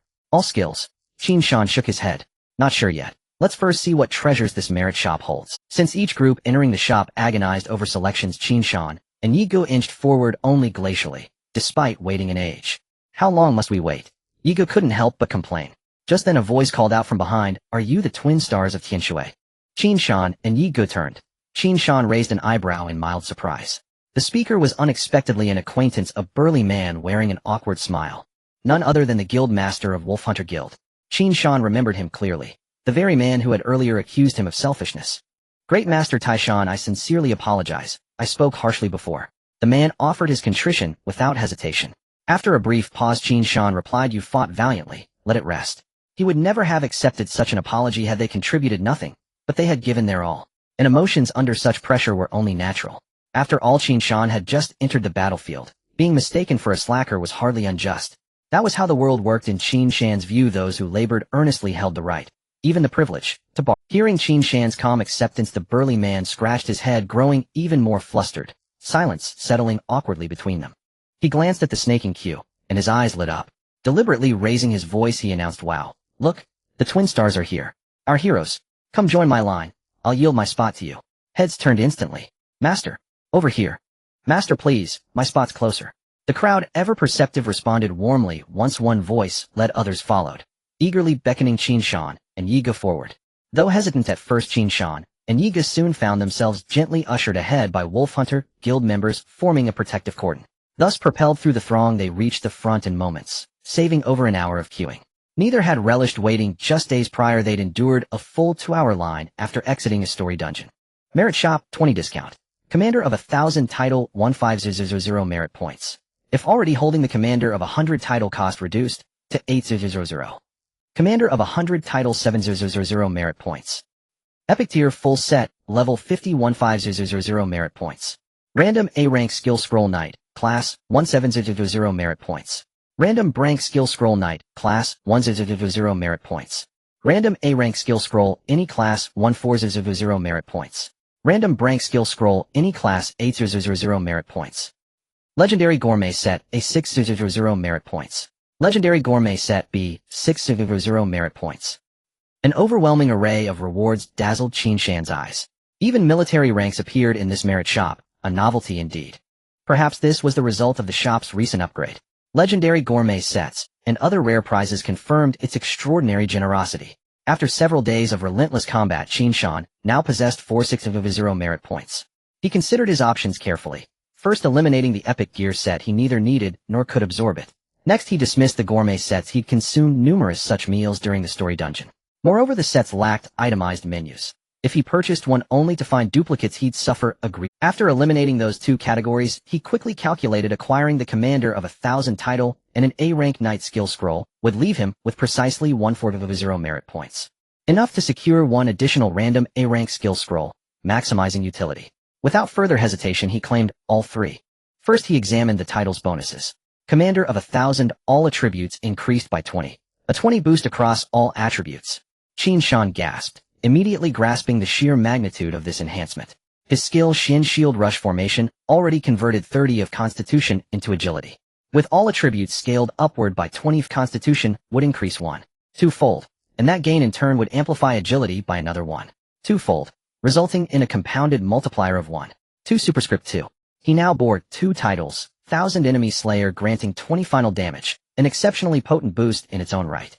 Clearly titles ranked among the most formidable enhancements in Tianyan. In contrast, Divine Idols represented extremes, offering staggering mechanics or raw power, yet burdened with crippling drawbacks. Next he turned his attention to the A-rank knight skill. Skill named Despair Shield. Rank A. Type Passive. Effect defense increased by 20. Additionally, each point of Constitution grants 1 point to both physical and magical defense. Cooldown none. A pure defensive skill. Previously, each Constitution point yielded 5 defense points. Now it yields 6. An extraordinarily high-yield acquisition. Dazed by fortune's sudden bounty, Qin Shan took a deep breath and turned his gaze to the random class skill scroll he'd just claimed. Its cover bore an exquisitely rendered longbow. Qin Shan opened the skill description. Skill name Lava Rocket. Skill grade A. Skill type active. Skill effect: your arrows carry a molten lava effect lasting 5 minutes. Upon hitting it inflicts burn damage equal to 30 of your agility per second for 5 seconds. Stackable. Cooldown 20 minutes. Mana cost 15 mana per arrow. Upon hitting it inflicts burn damage equal to 30 of your agility per second for 5 seconds. Stackable. Skill name Lava Rocket. Skill grade A. Skill type passive. Skill effect: your attacks carry a molten lava effect dealing burn damage equal to 30 of your agility per second for 3 seconds upon hitting. Stackable. Cooldown none. Seeing the altered skill, Qin Shan was momentarily stunned. It must be known that skill books in Tianyan cannot be traded and players can indiscriminately learn skill books from all professions. This is a distinctive mechanism in Tianyan, greatly enhancing player diversity and playability. However, the majority of mainstream players still tend to select skills aligned with their own profession, because that is the most fitting. This brings us to the various professions in Tianyan. Mage skills mostly rely on spirit value. The higher the spirit, the stronger the skill effect. Shooter skills mostly correlate with agility. A popular playstyle for shooters in Tianyan is the attack effect. By attacking at high frequency, one can apply one or even multiple attack effects to achieve extremely high sustained damage output. Most attack effect skill books are linked to agility. There are also shooter builds focusing on pure attack for burst damage. Regarding warriors, there are currently 3 mainstream types. The first is the Berserker build with full strength allocation. The second is the balanced warrior with half strength and half constitution. The last is the assassin build with full agility. Knights have 2 main builds. One is the full constitution tank build like Qin Shan. The other is the healer tank build, which invests in some spirit to provide team buffs and healing during battles. More inclined to a semi-support, semi-tank role. Of course, these are just some mainstream builds. Many unique core skills or talents give rise to various innovative and unconventional playstyles. Previously, Qin Shan had focused solely on tank profession skills because they greatly improved his defense. This was certainly correct, but now Qin Shan suddenly saw the dawn of a new world. Thanks to the unique A-grade skill mechanism of Shen Shield Charge. Originally, Qin Shan did not have to consider agility-linked skill books, but now with his agility tied to Constitution. His skill book compatibility expanded from just one of the 4 main attributes, Constitution, to 2 of them. He no longer needed to limit himself to Constitution alone. He could simultaneously stack tankiness and pick up several agility skill books to significantly boost his offensive power. This random selection of skill books enlightened Qin Shan. He began to fantasize what if he could obtain more skills like Shen Shield Charge, linking his Constitution with other attributes. Would that not make him a hexagonal warrior? Just as Qin Shan was immersed in this daydream, a cautious voice came from nearby. "Hello, great player, are you done?" A female player behind timidly reminded. Qin Shan snapped back to reality from his grand dream, remembering he was still holding a spot at the shop. "Oh, sorry for keeping you all waiting." Qin Shan apologized repeatedly, then turned to yield his place. The female player smiled and pointed to the side. Qin Shan's gaze followed her finger.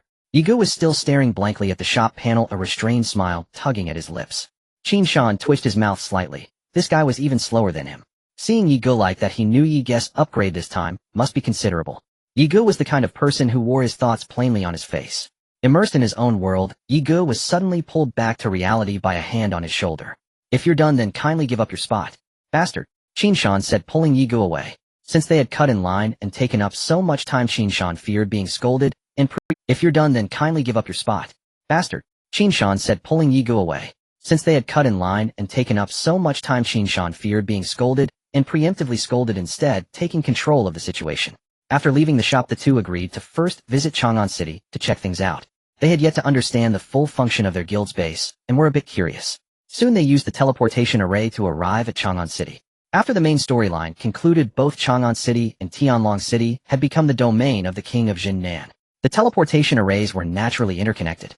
With a flash of white light, the two stepped down from the array and looked around. After lifting the wartime state, Chang'an City had returned to its former appearance.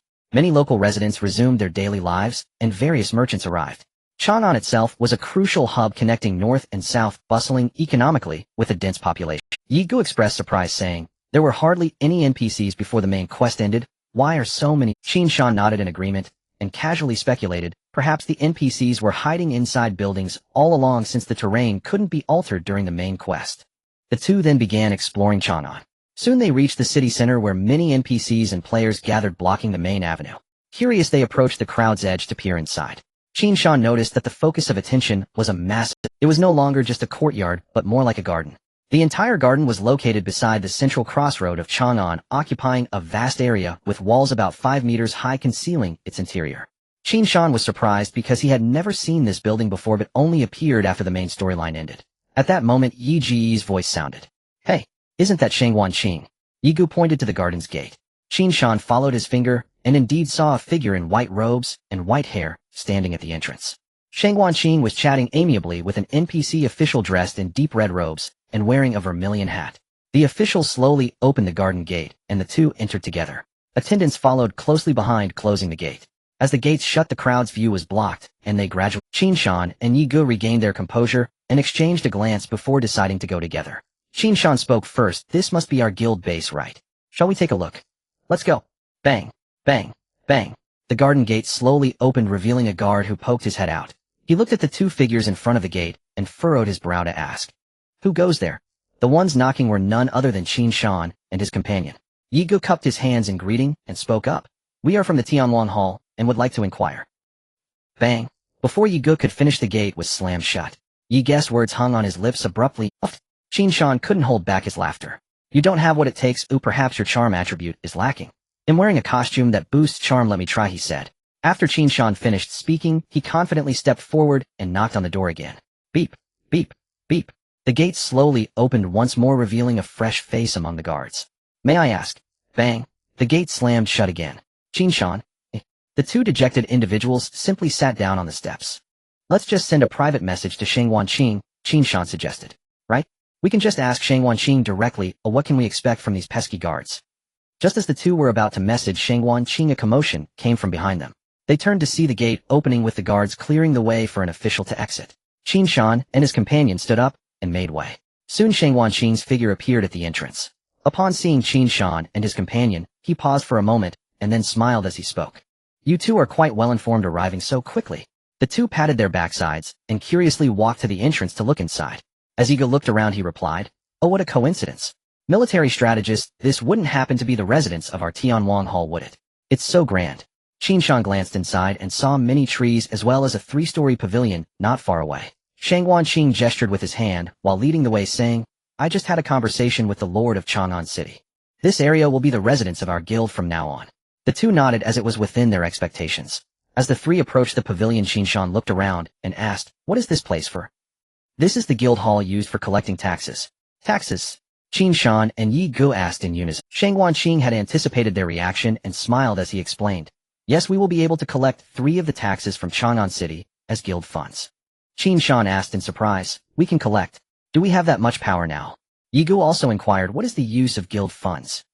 The two began to pepper him with questions, and Shang Wanqing gathered his thoughts before responding, "The guild station cities are part of the new policy from the Southern King.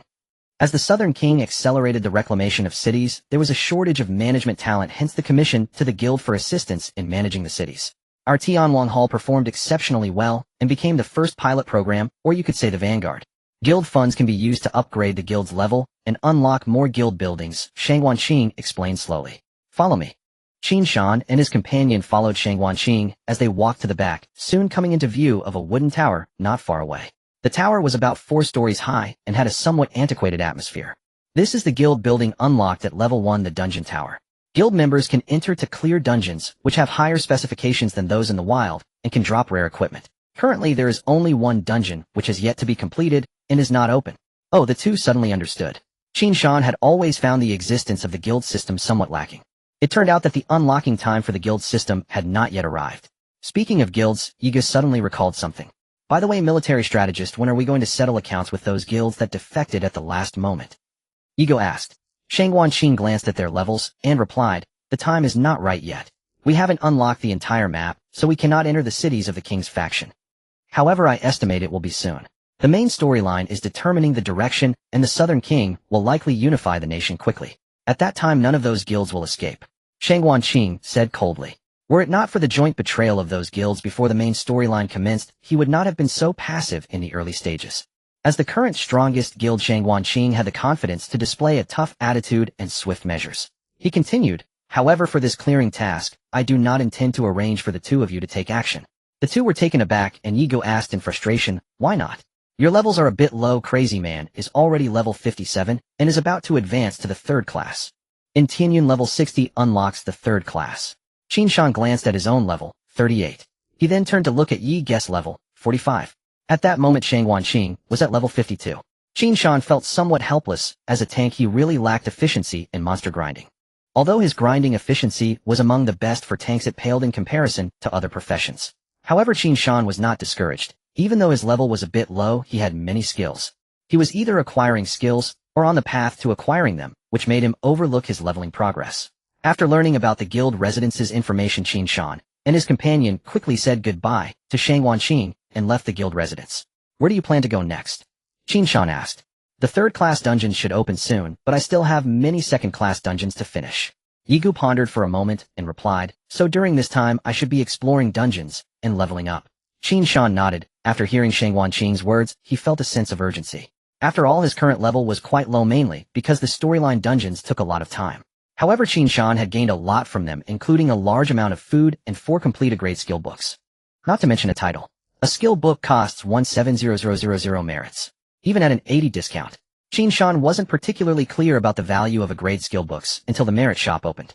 He was only then realizing the significance of the princes and others. Yiga was set to wander, leaving Qin Shan to grind levels alone. Soon Yiga set off, bidding farewell to Qin Shan. After thinking for a moment, Qin Shan began searching the forum for suitable dungeons, planning to catch up on levels and grind for some equipment. Soon he saw a post from a blogger he had followed since the game's launch. The blogger's ID was Big News and Small. From the very beginning of the game, he had provided a wealth of hardcore information, sharing it freely with everyone. At first, people did not realize the significance of this ID, with many thinking it was just nonsense meant to fool others.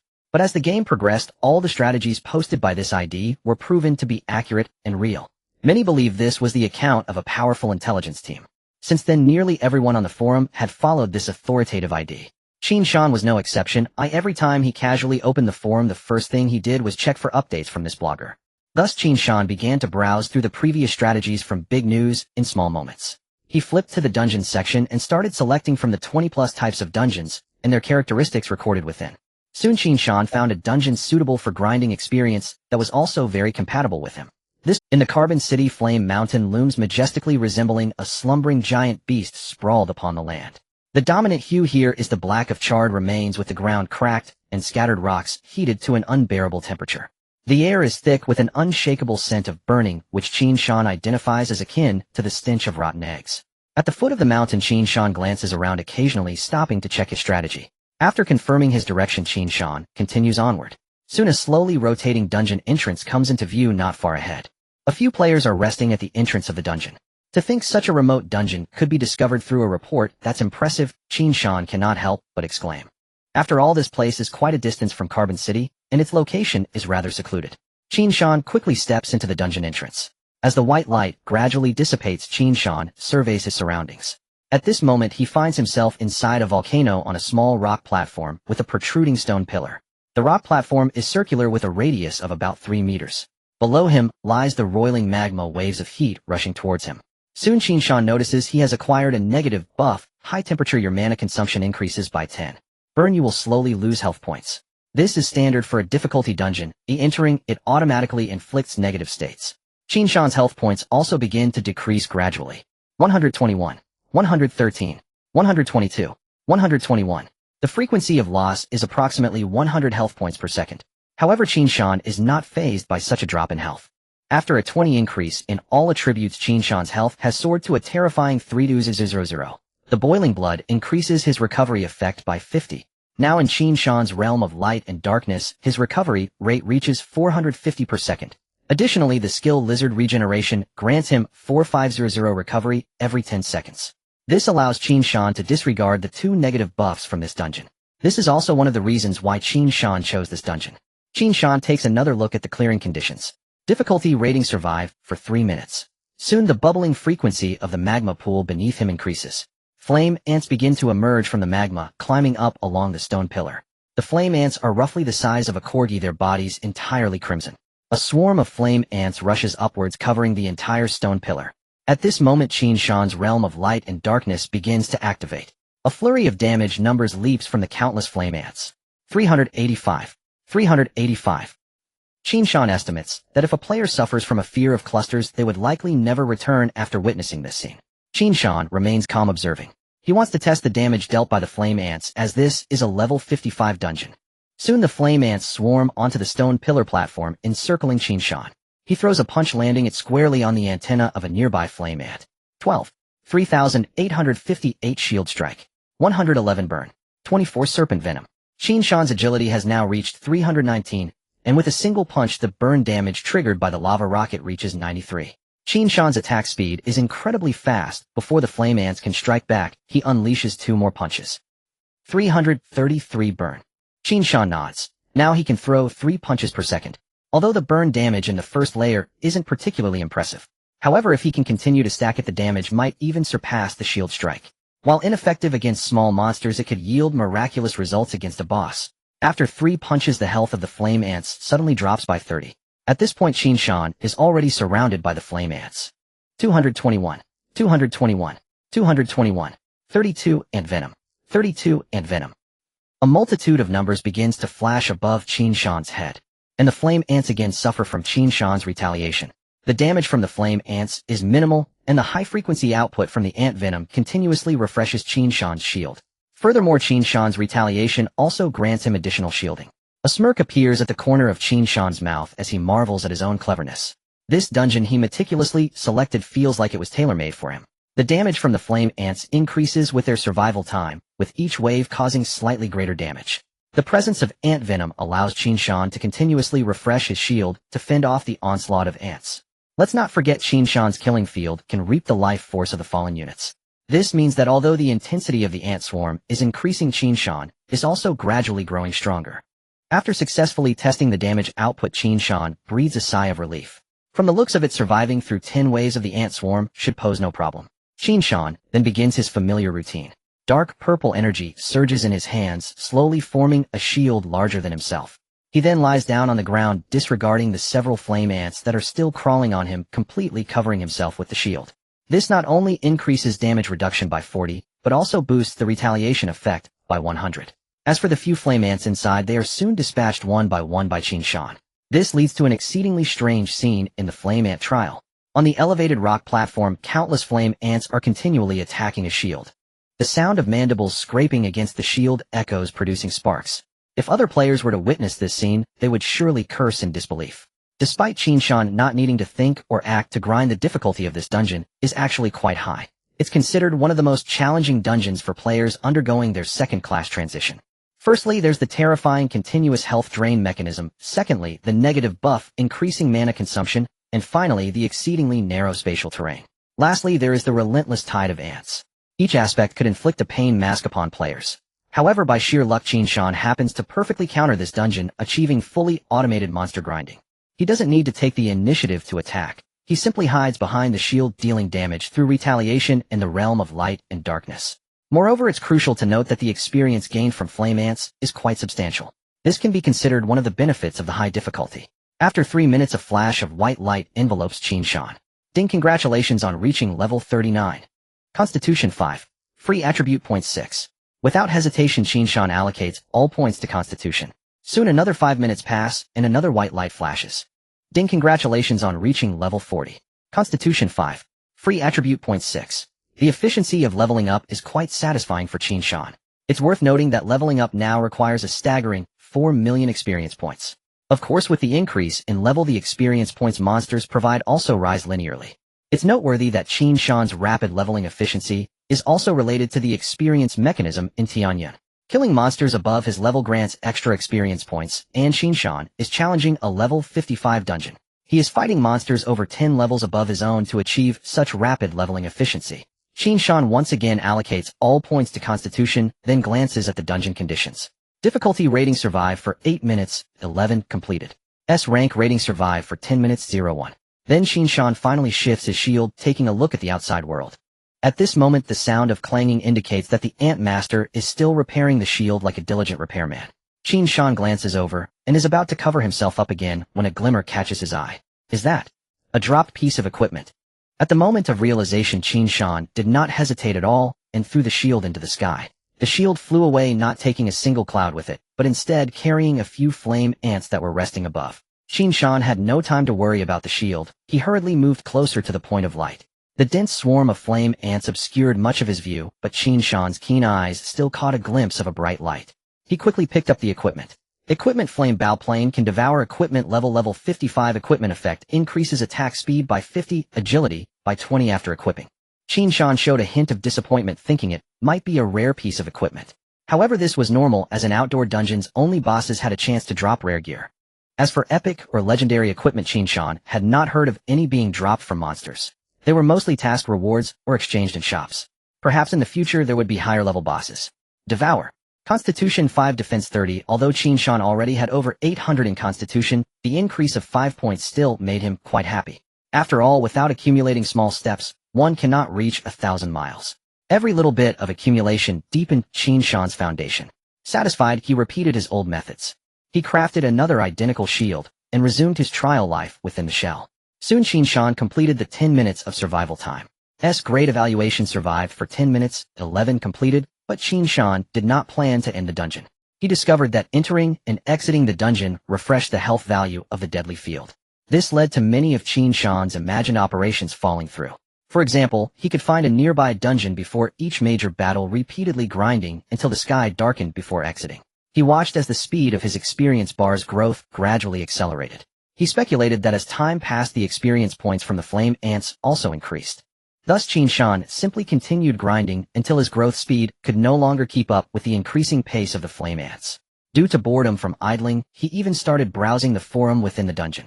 Qin Shan skillfully opened the forum and found that the news report had updated with new posts. The title of one post was "The Role and Benefits of Guild Bases." Qin Shan raised an eyebrow. What was going on?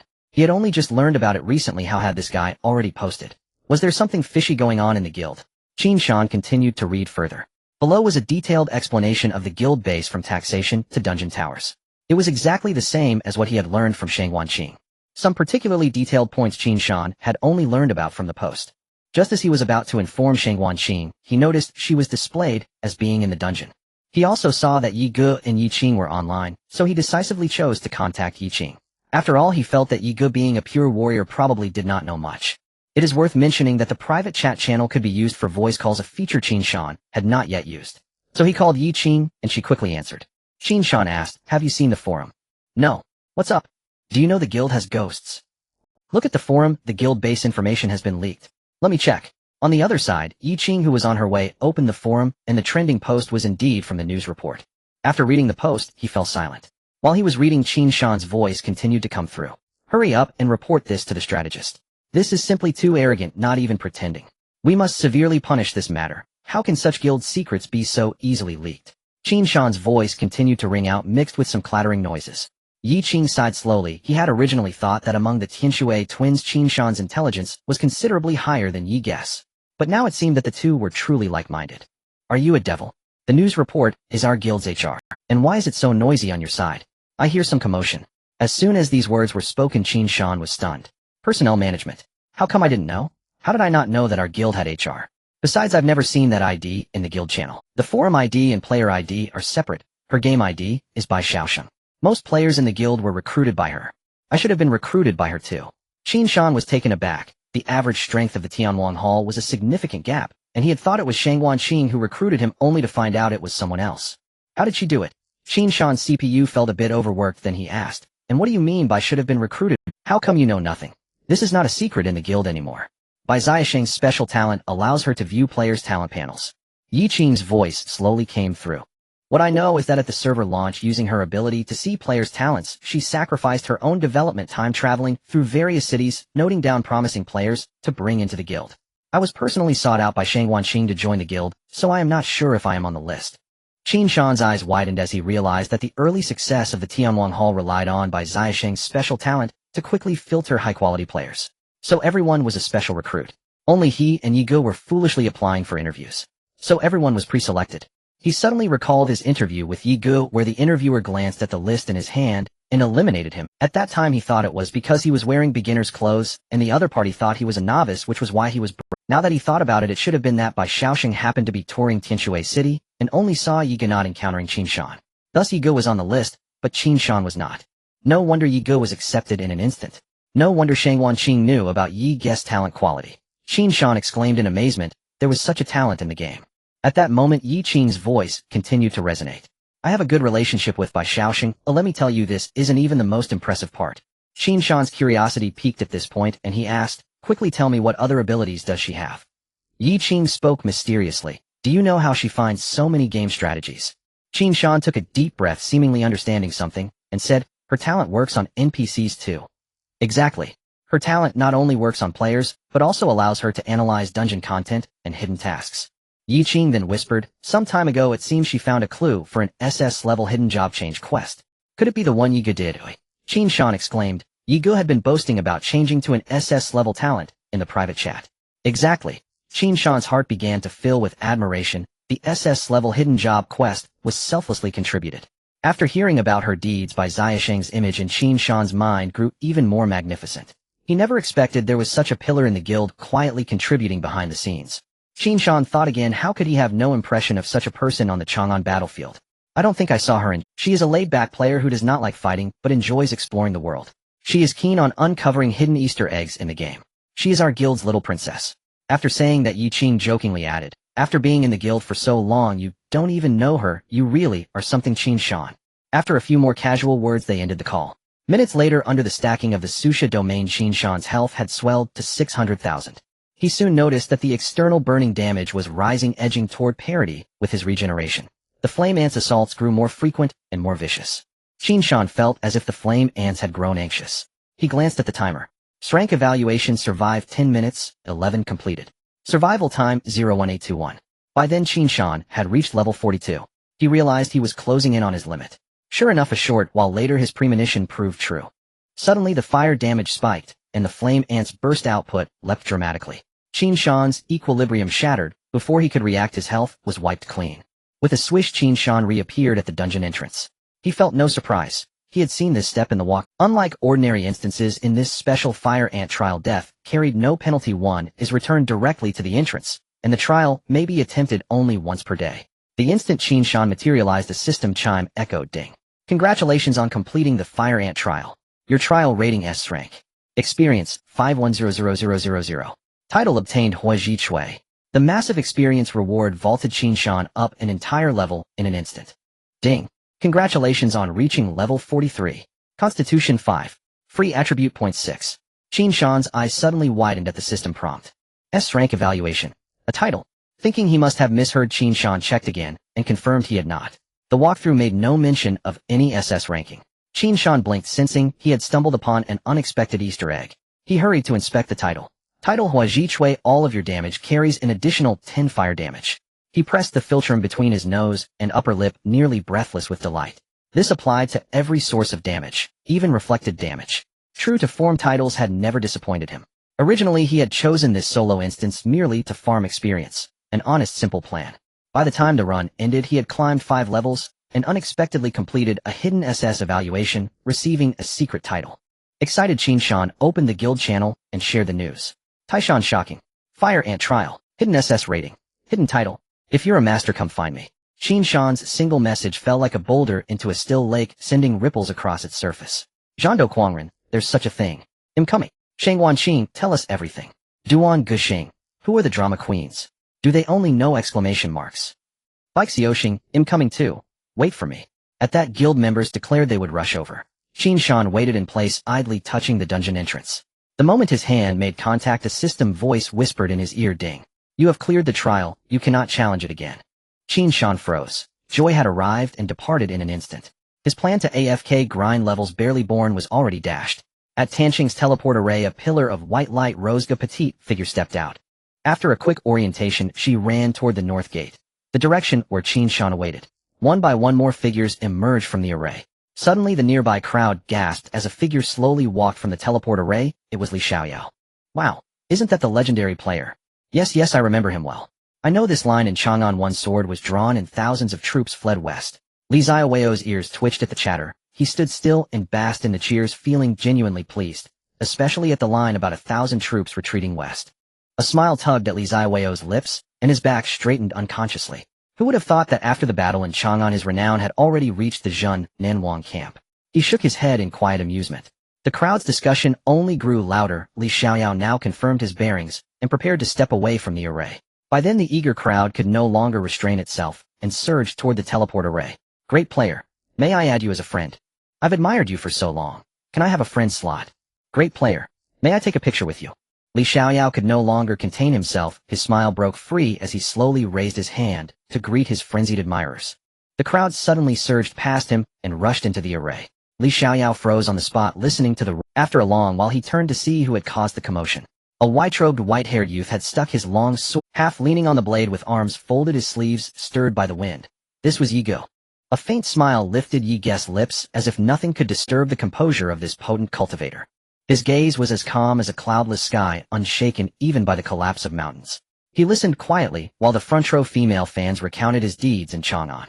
He kept a gentle smile and nodded from time to time. Li Xiaoyao watched in astonishment as Yi Ge attended to his admirers with effortless ease.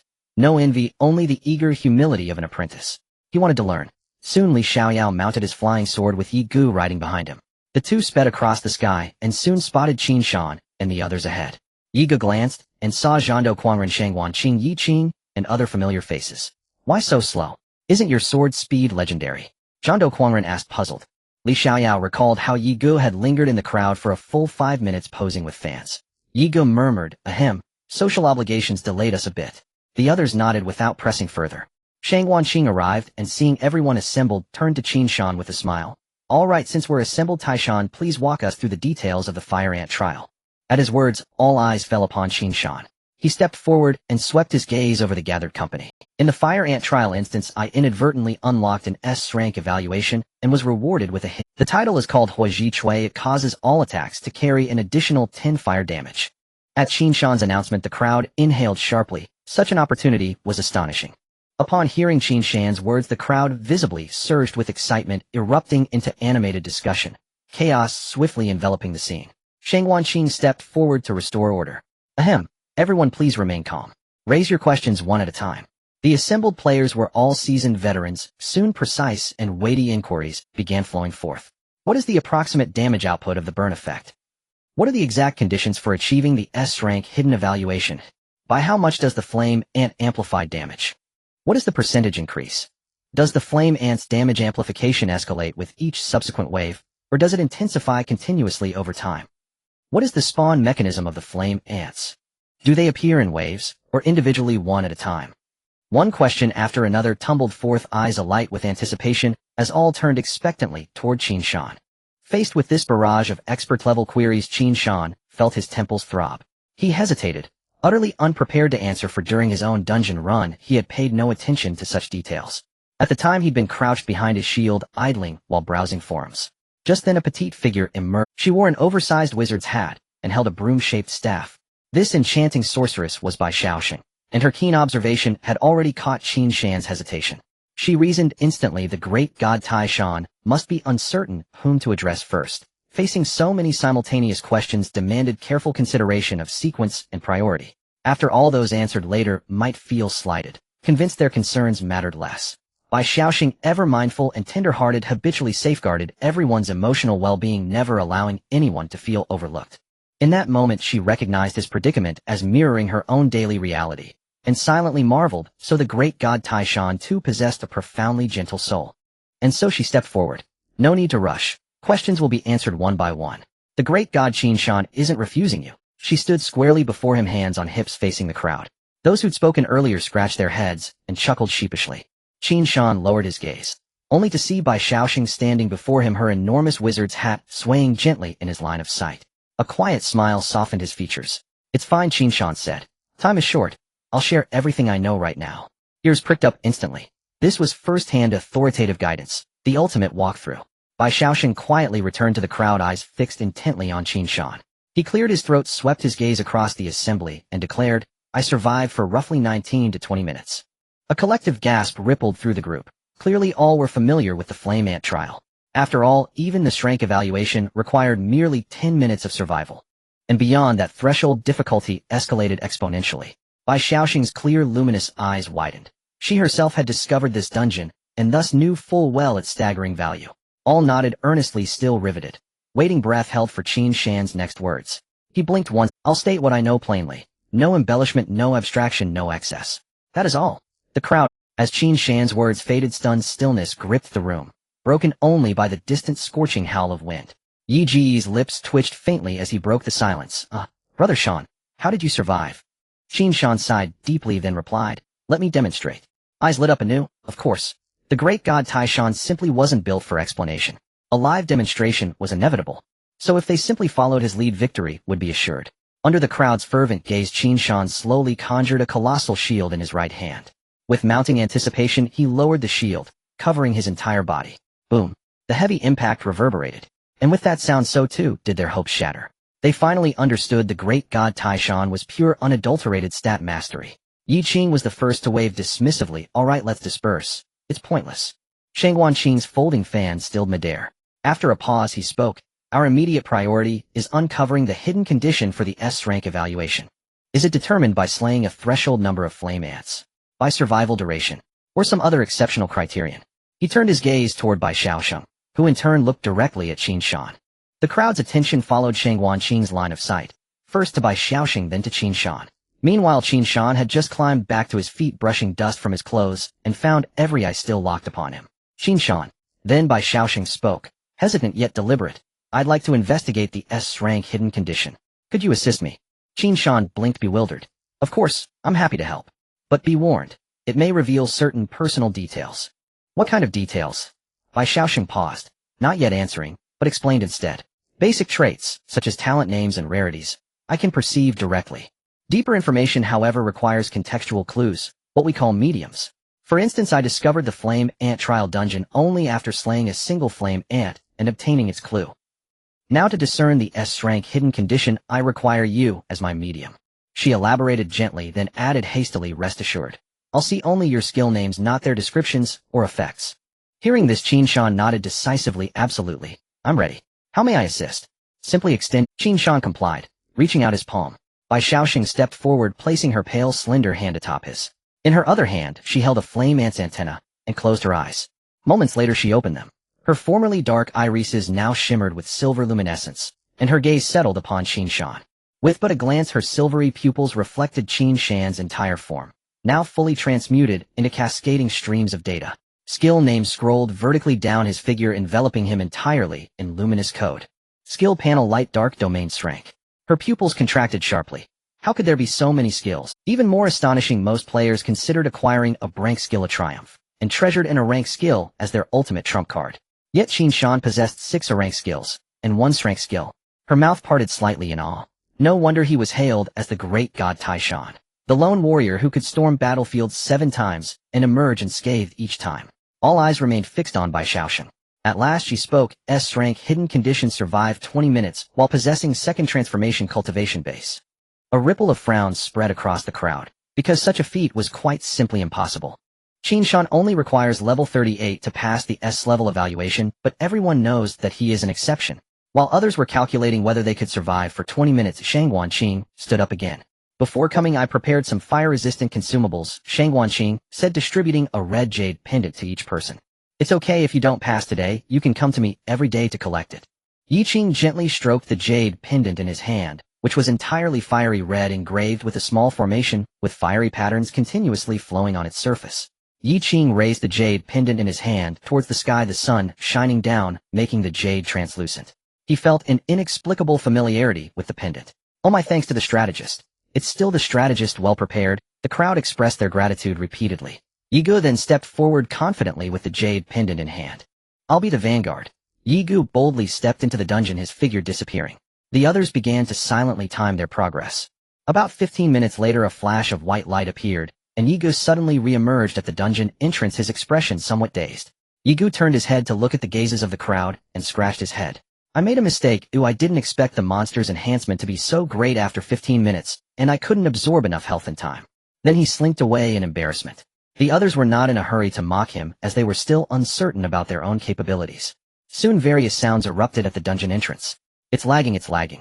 I was just drowsy and didn't rest well. I was careless this time. As more challengers failed, Qin Shan gradually lost hope. You all keep it up. I'm going to level up now, Qin Shan greeted before continuing to grind for levels. Although this dungeon had raised him by 5 levels, his level was still only barely approaching Yi Gu. Meanwhile, Yi Ji's output efficiency could certainly be considered top tier among players. The reason he couldn't level up faster, aside from the time wasted in the storyline dungeon, was that he spent most of his time to catch up with the new boss in the wild. He spent most of his time waiting at the teleportation array, occasionally grinding. As soon as news of the boss's appearance came in, he would teleport over to snatch a kill. In simple terms, Yi Ji's talent destined him to a life of constant struggle. Qin Shan also began his arduous journey of grinding dungeons. Time slipped away unnoticed. 3 days later, Qin Shan was unable to enter the Fire Ant trial, a sacred place for experience grinding, significantly reducing his leveling efficiency.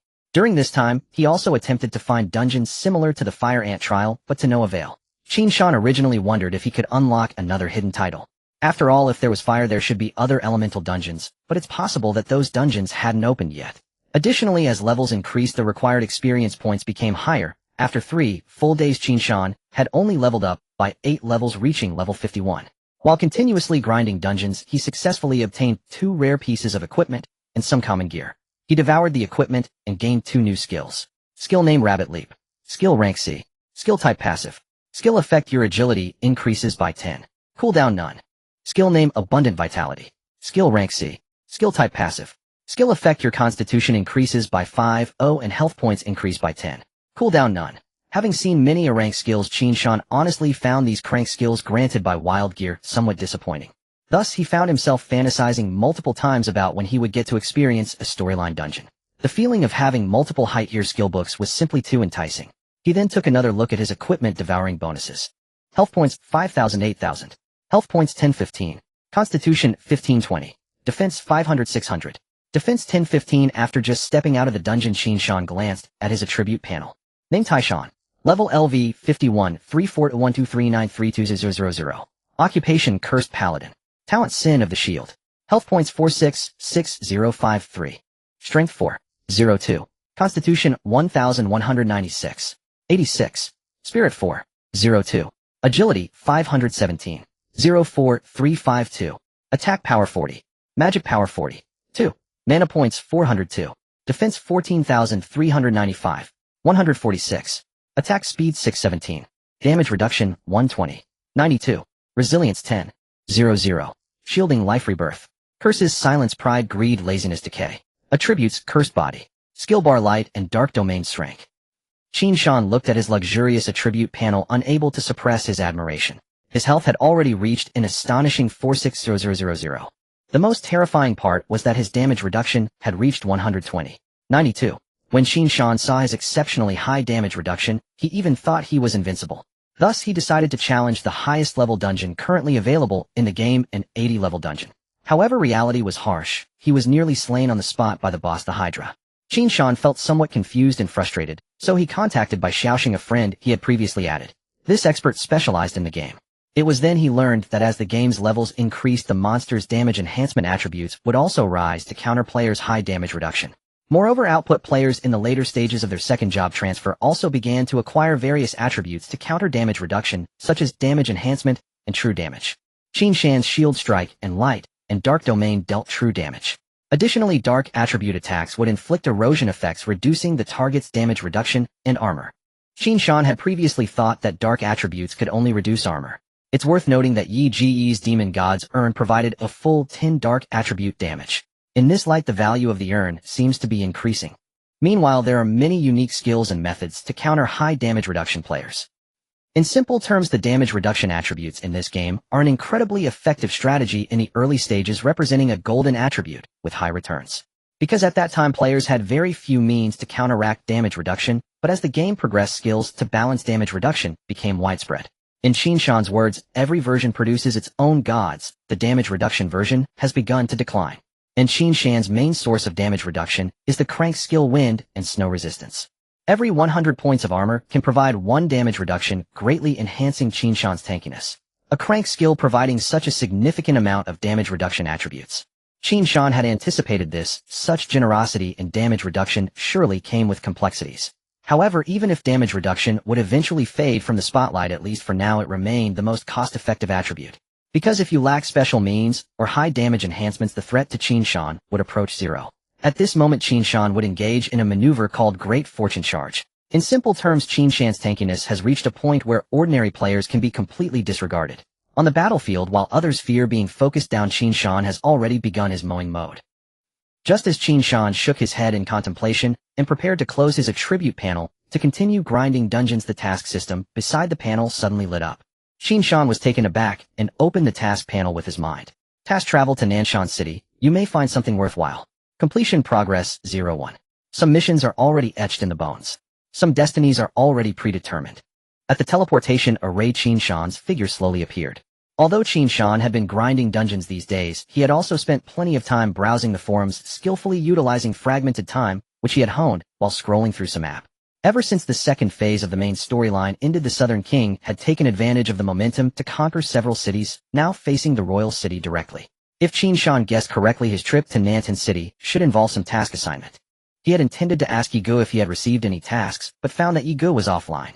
This fellow was getting lazier. He wouldn't have floated away, would he? Stepping out of the teleportation array, Qin Shan surveyed his surroundings. He had visited Nantan City several times before, and now with the Southern King's growing power, the city's prosperity had reached new heights.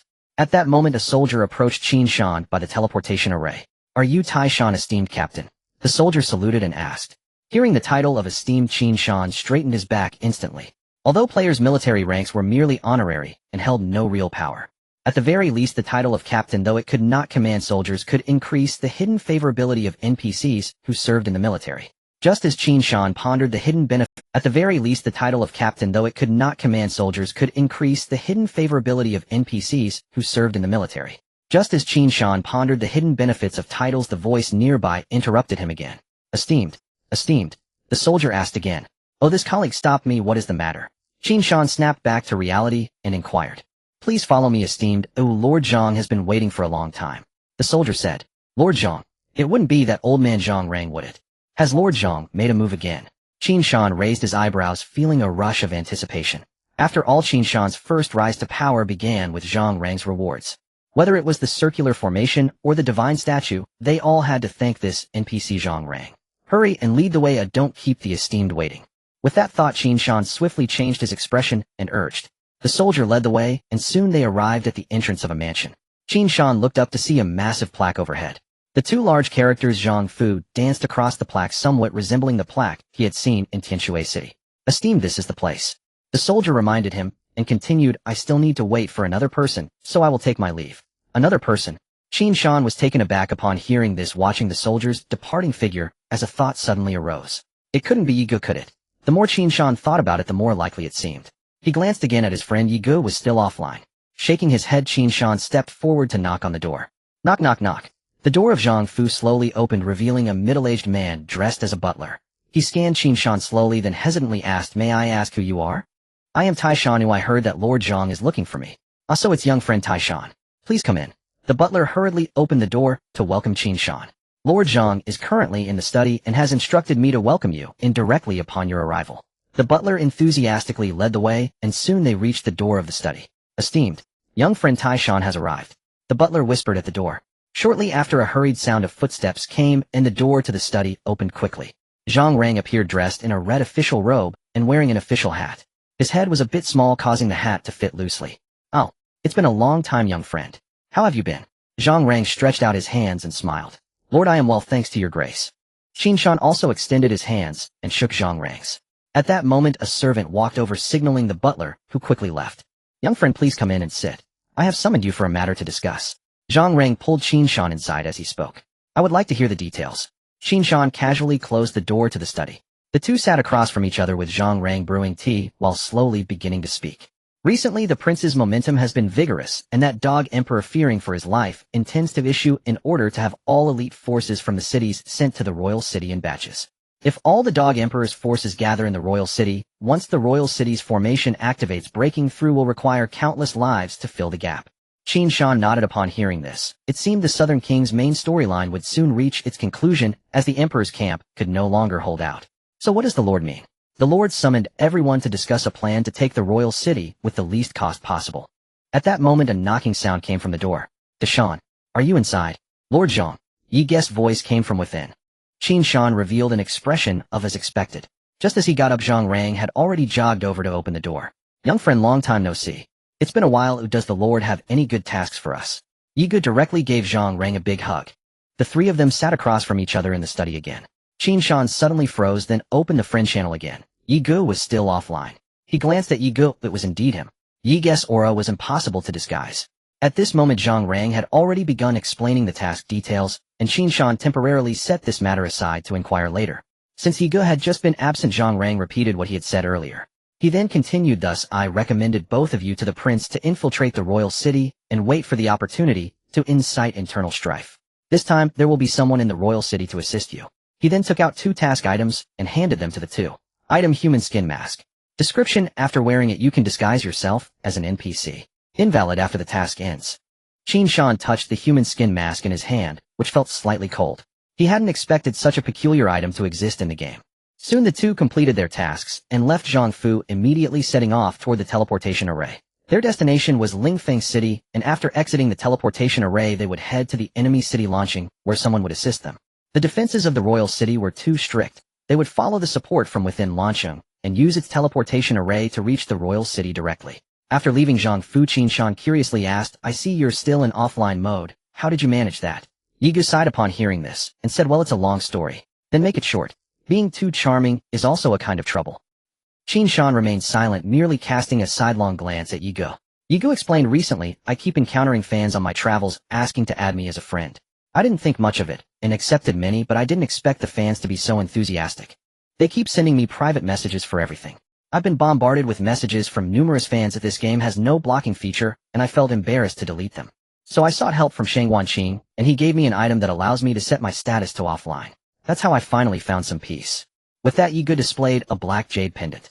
After hearing this, Qin Shan couldn't suppress the smile on his lips, and said you should learn your lesson for being so flamboyant, enjoying adding friends, and basking in the limelight. You should suffer a bit to know when to restrain yourself. In Lawn City, the wilderness. The lush trees concealed the sunlight. The leaves fragmented the light, creating scattered patches on the ground. From within a patch of grass, two heads peeked out stealthily, observing their surroundings. It should be here, whistle. After confirming safety, Qin Shan said to Yi Go. At that moment, Qin Shan and his companion had transformed into the appearances of two middle-aged men. Before they set off, they donned human skin masks and purchased a set of coarse hemp clothing from a costume shop in the city. After all, they were going undercover, so it's better to dress inconspicuously. While in Lingfeng City, many players mistook them for NPCs and approached them hoping to trigger hidden quests. Qin Shan and his companion were interrupted several times along the way. They hurried here, arriving at the meeting point indicated by the mission. They were very close to Lawn City, about a 10-minute walk away. As they walked, they encountered quite a few players from the Emperor's faction, hunting in the wilderness. The secret signal for their meeting was a whistle. At this moment, the surroundings were exceptionally quiet, with not even the sound of birds. Yi Ge's whistle echoed through the forest. Soon a figure gradually appeared nearby. Dressed in coarse hemp clothing with several patches, the figure was unremarkable, but his two eyes sparkled with a cunning glint. Quickly he approached, following the sound of the whistle, and spotted Qin Shan and the other. Hey, that guy, there are two trees in front of our house. Yi Ge directly recited the secret signal. We know that one is a jujube tree and the other is also a jujube tree, the man replied, visibly relieved. After the two parties met, they both relaxed. Qin Shan extended his hand, and the other shook it. I'm Zhang Dashu said with a smile. The fortune teller said I have a weak fate, so I gave myself a cheap name for survival. After finishing, he sheepishly scratched his head. Qin Shan nodded, and said, I'm Nyoto, similar to you. Yi Ge added, I'm Mamian. Hearing this, Zhang Dashu exclaimed in delight, finally someone understands my name. The group then began discussing business, and Zhang Dashu took out 2 passes from his pocket and handed them to the two. These were prepared by Butler Li. You two keep them safe. You'll need them when entering the city. The three then walked side by side, and after about 10 minutes they finally arrived at Lawn City. At that moment, Lawn City was heavily guarded with many people queuing at the city gate, both players and NPCs. Soon the line was about to reach them, and Zhang Dashu stepped forward to present the identification of the three to the soldier. The soldier glanced at Zhang Dashu briefly, then looked past him, seeing his simple attire which indicated he lacked a background. He pretended to examine their resumes for a moment before speaking in a deep voice. This is not quite satisfactory. Hearing this, Zhang Dashu, understanding the situation, stepped forward, leaned closer to the soldier, and handed over some copper coins. Then he forced a smile, and said, Hee military sir, just a little token of appreciation. After accepting the coins, the soldier persisted. You know the current situation, and if something goes wrong. Zhang Dashu's smile froze for a moment, and he reluctantly took out another small handful of copper coins from his sleeve. After the soldier accepted the coins, he nodded in satisfaction, patted Zhang Dashu on the shoulder, and said, You can go in. This scene was clearly visible to Qin Shan and his companion, as the guard was not even pretending. Yi Ge frowned, watching Zhang Dashu's obsequious demeanor to get the three of them into the city, feeling uneasy in his heart. Meanwhile, Zhang Dashu continued to smile, saying, Thank you, military sir, thank you, military sir. Then he beckoned Qin Shan and Yi Ge to enter. Qin Shan also felt uncomfortable. No wonder the Emperor's faction was retreating. This kind of extortion from the common people was a manifestation of lax military discipline. The two had expressionless faces, preparing to follow Zhang Dashu inside. Just then the soldier reached out again to stop Qin Shan and Yi Ge. Wait, he can enter, but you two cannot.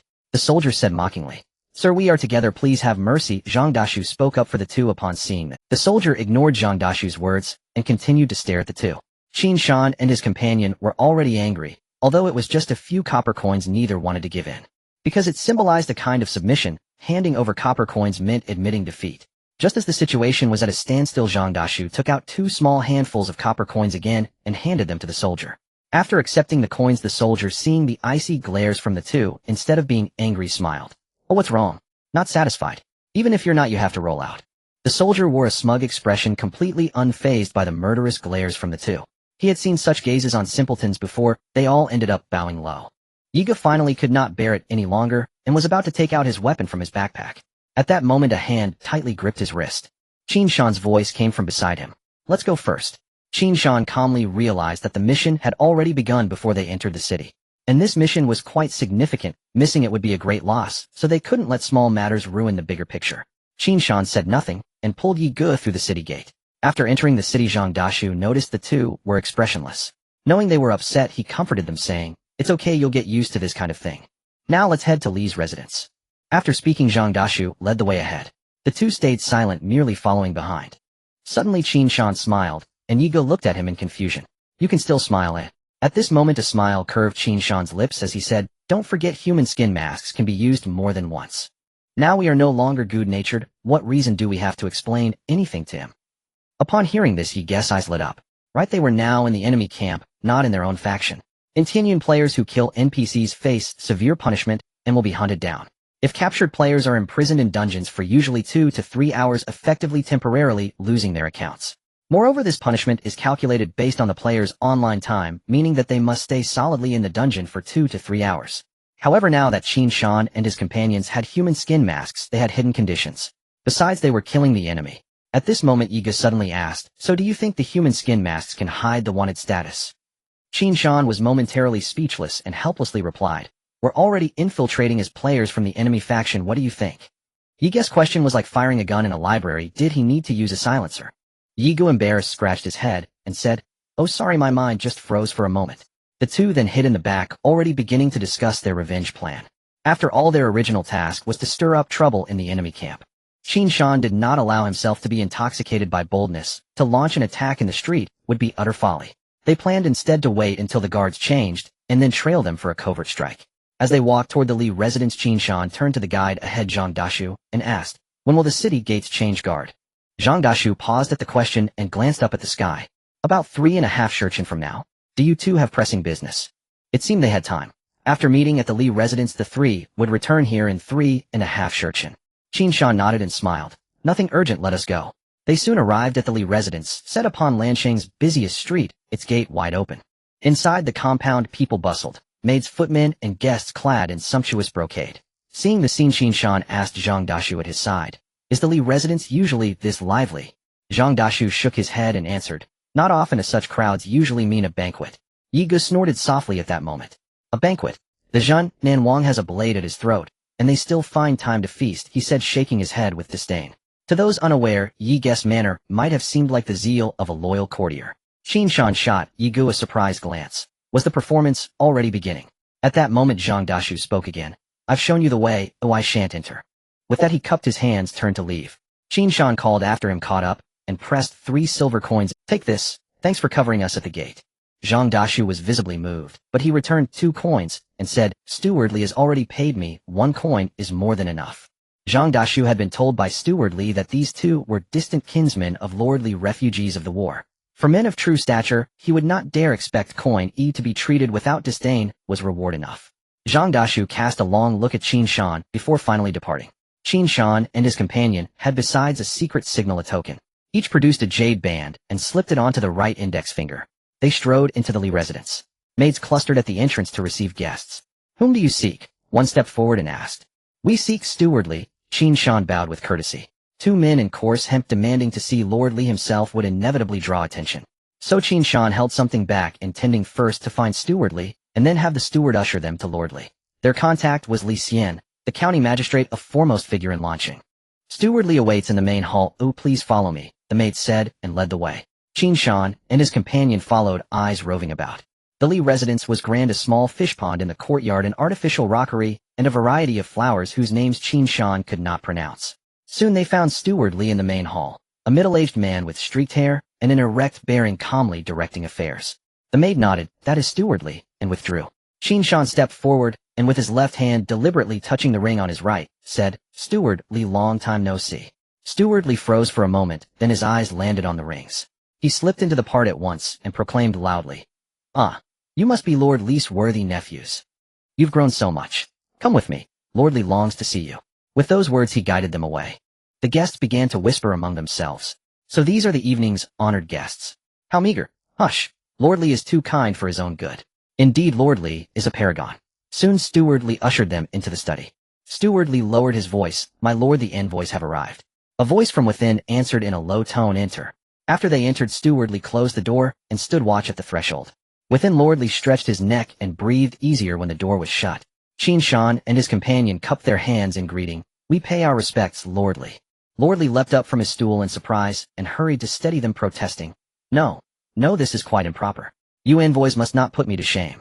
He continued, You envoys ought not to dishonor an old man so. Qin Shan and his companion were taken aback for a moment. Qin Shan replied, Lord Li, you jest. We are the ones indebted to you for your trouble on this mission. Li Xian smiled obsequiously and said, "Oh no, my lordness is too formal. Just call me Li Xian." At those words the two men understood precisely where they stood. Yi Ge's nostrils flared and his spine straightened with pride. Qin Shan's ears twitched and a smile lifted his lips. Zhang Rang had withheld the mission's particulars, telling them only to act as occasion required. Until now they had assumed themselves to be under Li Xian's command.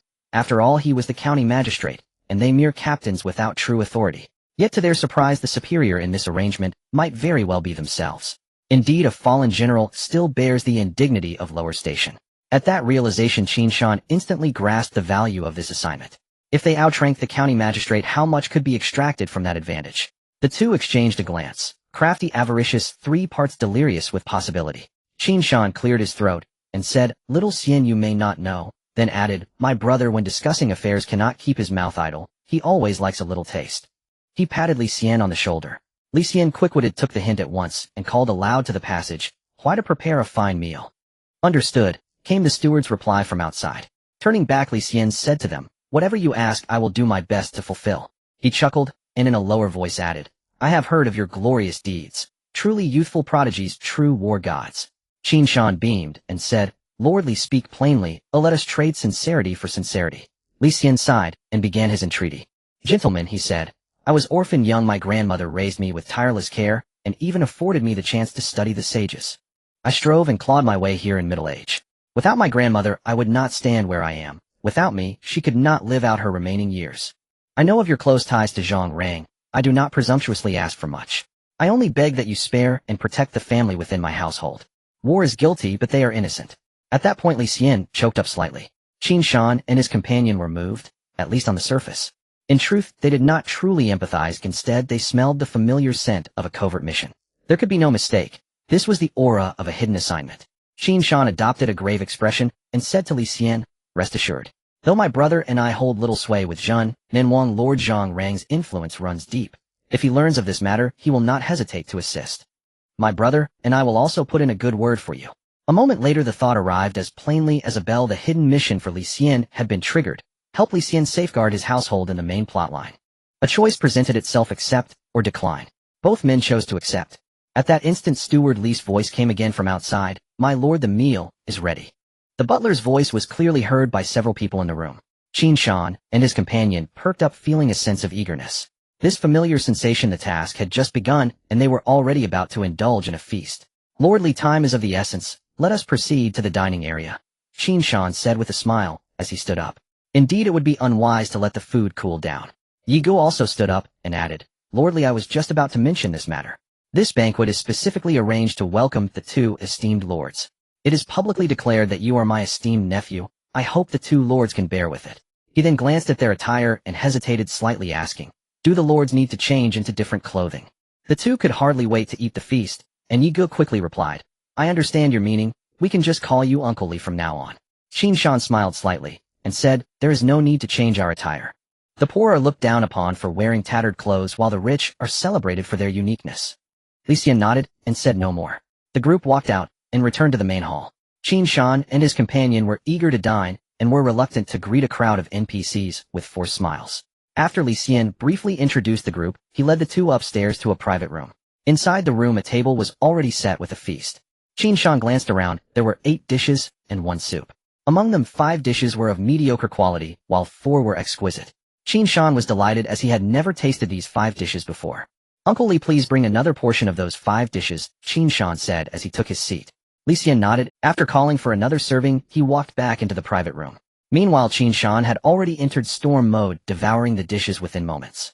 Constitution 2, Agility 2, Spirit 2, Strength 2, Constitution 2. When he entered, the 5 dishes on the table had already been wiped clean. All of it was consumed by Qin Shan, while Yi Ge waited for the next table. The dishes needed to be fully consumed for their effects to activate. Qin Shan was worried about the effectiveness of the dishes, and had even licked the plates clean. Li Xian paused, blinking as he saw 5 gleaming plates on the table. Had he not just entered and seen the plates with food, he might have thought he was under an illusion. He paused, and still smiled, saying, "Young man, what a hearty appetite you have." Bang bang bang. Soon there was a knock at the door again. To Qin Shan's surprise, it was not the servant bringing the dishes. The butler walked back and holding a wooden box. Qin Shan and his companions' gazes were fixated on the box. Here it comes, that familiar sensation. It was just like the previous time when they accepted Zhang Rang's hidden task. They received a skill book even before the task officially began. That skill book was the illusion square and round array a skill Qin Shan had been using ever since. In this rapidly changing situation, I have specially selected a technique for you both, Li Xian said as he stood up addressing the wooden box. By now Qin Shan and his companion had approached the box. Li Xian slowly opened the box to reveal two identical skill books lying quietly inside. If things go awry, this will increase your chances of escape. Li Xian smiled. This was indeed a selection made with care, for he had resolved to bet on Qin Shan and his companion. The decline of the Emperor's faction was a foregone conclusion, and the victory of the Southern King was inevitable. If they executed this task successfully, the status of Qin Shan and his companion would surely rise. At that time, Li Xian could use the backing of Qin Shan and Zhang Rang to secure his position. That is why he lowered his stance and fully committed to meeting their demands. His biggest concern now was whether Qin Shan and his companion could survive until the task's conclusion. If the task ended with Qin Shan and his companion sacrificing themselves, then all his efforts and loyalty would have gone to waste. After all, the only two who knew of his loyalty would be dead. Making it worse, the Southern King might even suspect that he was pulling a Mission Impossible stunt, deliberately causing harm to Qin Shan and his companion. In that case, Li Xian would be finished. To prevent his efforts from going to waste, he had to find a way to ensure the safety of Qin Shan and his companion. This was Li Xian's plan. If successful, he could clear his name and secure his position. Thank you for your concern, Uncle Li, Qin Shan said, and he realized he had unknowingly acquired a skill book. Yigo beside him was equally swift. Skill name Dreamy Step, skill rank B, skill type active movement, skill effect increases movement speed by 30 for 5 minutes with a chance to create a phantom at the original location. The probability increases with agility. Skill cost 500 mana, cooldown 30 minutes. Qin Shan's eyes widened in an instant. Active movement skill, a type of skill he had never seen before. Qin Shan was unaware that such a type of skill even existed. Without a moment's hesitation, he immediately learned the skill. You have triggered the cursed shield of laziness. Skill name Dreamy Step, skill rank B, skill type passive movement, skill effect increases movement speed by 20 with a chance to create a phantom during a full sprint. The probability increases with agility. Cooldown none. The active movement skill had transformed into a passive one. The value of the laziness curse had just increased. This curse was definitely the MVP among Qin Shan's many curses. After filling their bellies and collecting their rewards, Qin Shan and his companion left Li's residence. Before leaving, Li Xian handed the county magistrate's badge to Qin Shan. Naturally, the two were not the type to take advantage and then flee. Initially, they had planned to seek revenge after the soldiers finished their shift. But now they held the county magistrate's badge in their hands. Previously, Qin Shan thought they were there to be subordinates, which is why they had endured. Who could endure when they found out they were meant to be the masters? They never let grievances go unresolved overnight. Their purpose was to seek vengeance. As for Qin Shan's earlier strategy of maintaining a low profile before entering the city. Low profile. If they were to keep a low profile, then why take the badge in the first place? Walking towards the southern city gate, Qin Shan suddenly stopped. Oh no, I forgot something, he said, slapping his forehead and addressing Yigo beside him. What business does the county magistrate's nephew have? Yigo said with a smile flattering him. How could we seek revenge without bringing Zhang Dashi along? Qin Shan lamented. I should have asked the butler about Zhang Dashi's whereabouts just now. I will ask when I get back. It will be a good opportunity to test this movement skill, Yigo said eagerly. Qin Shan nodded in response, also looking forward to it. Yigo's attributes were exceptionally high, and Qin Shan was curious to see the effect of this skill. Yigo took a deep breath, crouched down, and assumed a professional starting position. Then a white mist-like aura began to emanate from his entire body. It was like stepping out of a hot shower in winter. Yigo's foot struck the ground heavily, and he shot forward like an arrow released from a bow. He quickly vanished from Qin Shan's sight. Qin Shan missed no details. The entire street was nearly filled with Yigo's phantoms. The phantoms were slightly blurry, but with the phantoms drawing attention, Yigo's true self became even harder to detect. Qin Shan silently calculated, estimating that a phantom appeared every 5 meters. The duration of the phantoms was around 3 seconds. Qin Shan took a deep breath, immediately realizing the extraordinary aspect of this skill. With this skill on the battlefield, Yigo's explosive speed would be even more advantageous. From this it was clear. Movement skills were simply divine techniques for agile assassins and archers. Lan City, East District. After inquiring the address of Zhang Dashi from the steward, Qin Shan and his companion hurried here. Qin Shan furrowed his brow slightly, gazing at the many ragged figures seated along the roadside. A thick, unrelenting stench hung in the air, sweat mingled with excrement, so foul it turned the stomach. The streets themselves were squalid and chaotic. Discarded food littered the ground, some already moldy and putrid. This place bore little resemblance to a district. It was more aptly called a slum. Hey, look over there. Yiga said, suddenly pointing into the distance. Qin Shan followed his finger with his gaze. There a group knelt motionless upon the earth, each person before a crudely carved wooden statue placed directly before them. They alternated between bowing deeply and murmuring prayers toward the idols. The common folk lacked clothes to cover their bodies and food to fill their bellies. This emperor rules with abysmal incompetence. Yi Gu sighed aloud. Qin Shan nodded. Warfare must also be to blame. Chaos shatters order, and such disorder becomes fertile soil for religion to take root. If the magistrates performed their duties properly, who would willingly prostrate themselves before a block of wood? Yi Gu nodded in quiet agreement. As they drew nearer, Qin Shan abruptly halted. Only then did he truly see what they worshipped was no unified. Each wooden idol differed. Qin Shan scanned them one by one, then froze in astonishment. He realized with chilling clarity that every statue depicted its own worshipper. Truly the world is vast, and stranger than any fable. Qin Shan shook his head, and the two hastened away. Soon they arrived at their destination. It was a modest dwelling enclosed by a crude courtyard fenced with wooden stakes driven into the earth. When Qin Shan and Yi Gu arrived, Zhang Dashi stood chopping firewood, sweat streaming down his face. Dashi, do you have a moment? Qin Shan called from beyond the low bamboo fence. At the sound, Zhang Dashi looked up and recognized them both. What brings you here? Zhang Dashi asked, startled. We'll speak as we walk. Yi Gu replied, a mysterious smile playing on his lips. Urged by the two, Zhang Dashi set aside his axe. Together the three set off toward the south gate. It was still too early. The sentry would almost certainly still be on duty. Along the way, casual conversation unfolded. Do you live alone? Yi Gu asked. My parents died when I was young and my grandmother raised me. Then why didn't we see her just now? She's gone to worship at the temple at this hour. Qin Shan and Yi Gu exchanged stunned glances. Another sect? Tell us more, Qin Shan urged. Lately a new sect has spread through the city, calling itself the self-cultivation sect, Zhang Dashi explained slowly.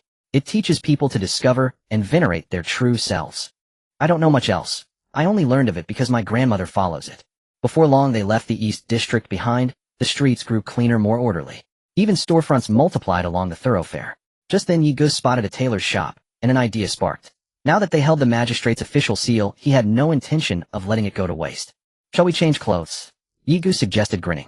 Qin Shan shrugged indifferently, and all three entered the shop. Master, bring us 3 sets of your finest garments. Yi Gu announced loudly upon entering. The shopkeeper rushed forward, selecting elegant robes for each man. Gentlemen, which patron shall settle the bill? He asked, smiling. Present this invoice to the Li residence for settlement. Yi Gu replied, holding up the magistrate's seal. With that the 3 strode out, leaving the bewildered shopkeeper scratching his head. Qin Shan chose a sleek black robe, Yi Gu a flowing white one. Zhang Dashi too received a dignified gray robe. Yi Gu ran his fingers across the fabric, smooth, light, cool to the touch, rich in texture and refinement.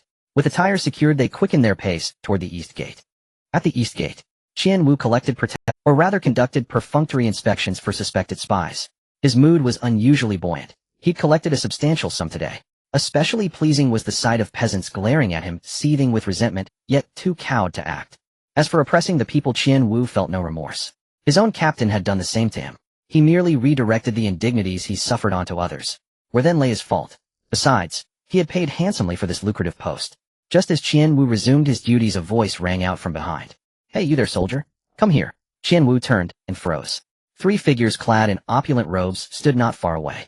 What chilled him most was the sight of his own captain standing beside them, meek, deferential like a well-trained retainer. Qian Wu's heart plummeted. Could this be an inspection by high-ranking officials? Out of all the corrupt officers in this city, why must I be the one caught? As he wrestled inwardly with dread, the white-robed figure spoke again, impatiently. Are your ears deaf? I mean you, get over here now. Trembling, Qian Wu approached with head bowed, refusing to meet their eyes. This was his practiced tactic, used repeatedly during past inspections. By lowering his gaze, he projected contrition, and more crucially ensured his face remained forgettable. This stratagem had never failed him. Officials rarely cared for justice. They sought only tribute. His head dipped even lower. Do you know why you've been summoned? A calm voice asked. Qian Wu dropped instantly to his knees, shouting, This servant deserves death. I have wronged the people. I beg punishment. The visitors were none other than Qin Shan and his companions. Upon reaching the south gate, they had first summoned Qian Wu's captain. Armed with Magistrate Li Xian's official seal, the captain had paled with terror. Thus began the day's true purpose. After Qian Wu's confession, silence fell, brief, heavy. That silence terrified him most. Cold sweat broke across his brow. He had only recently paid his captain a hefty bribe, and had yet to recoup the cost. His greatest fear now was losing this post entirely. As dread seized him, a pair of polished boots entered his. Yiga stepped forward, extended one boot, and said coolly, "Since you admit your guilt, clean my boots." "Yes, yes. This servant will do so immediately." Qian Wu scrambled forward on his knees, sleeves already raised to wipe the leather. When the boot jerked sharp, a sharp rebuke cracked through the air. "Do you dare use those filthy sleeves? Zhang Dashi, strike him twice." With his head lowered, Qian Wu's pupils shrank. Something felt different this time. Previously, although he was sometimes strict, it was merely verbal punishment. Zhang Dashi was already eager to try. Upon hearing this, he rushed forward and delivered 2 slaps. Slap, slap. The solid blows landed on Qian Wu's face, knocking his body slightly askew. Qian Wu's left cheek visibly swelled up. His head lowered, even more. The sting on his left cheek was intense, but he dared not move. Just when he thought it was over, Qin Shan's voice rang out, "Dashu, haven't you eaten?" Slap, slap. Another 2 solid slaps, this time to his right cheek. At this moment, both sides of Qian Wu's face were swollen, resembling a pig's head. He wanted to cry, but had no tears, feeling a bit aggrieved, not understanding what wrong he had done. Yiga felt an immense sense of satisfaction within. He took a step forward, and Zhang Dashu tactfully stepped aside. Yiga looked down at Qian Wu from above.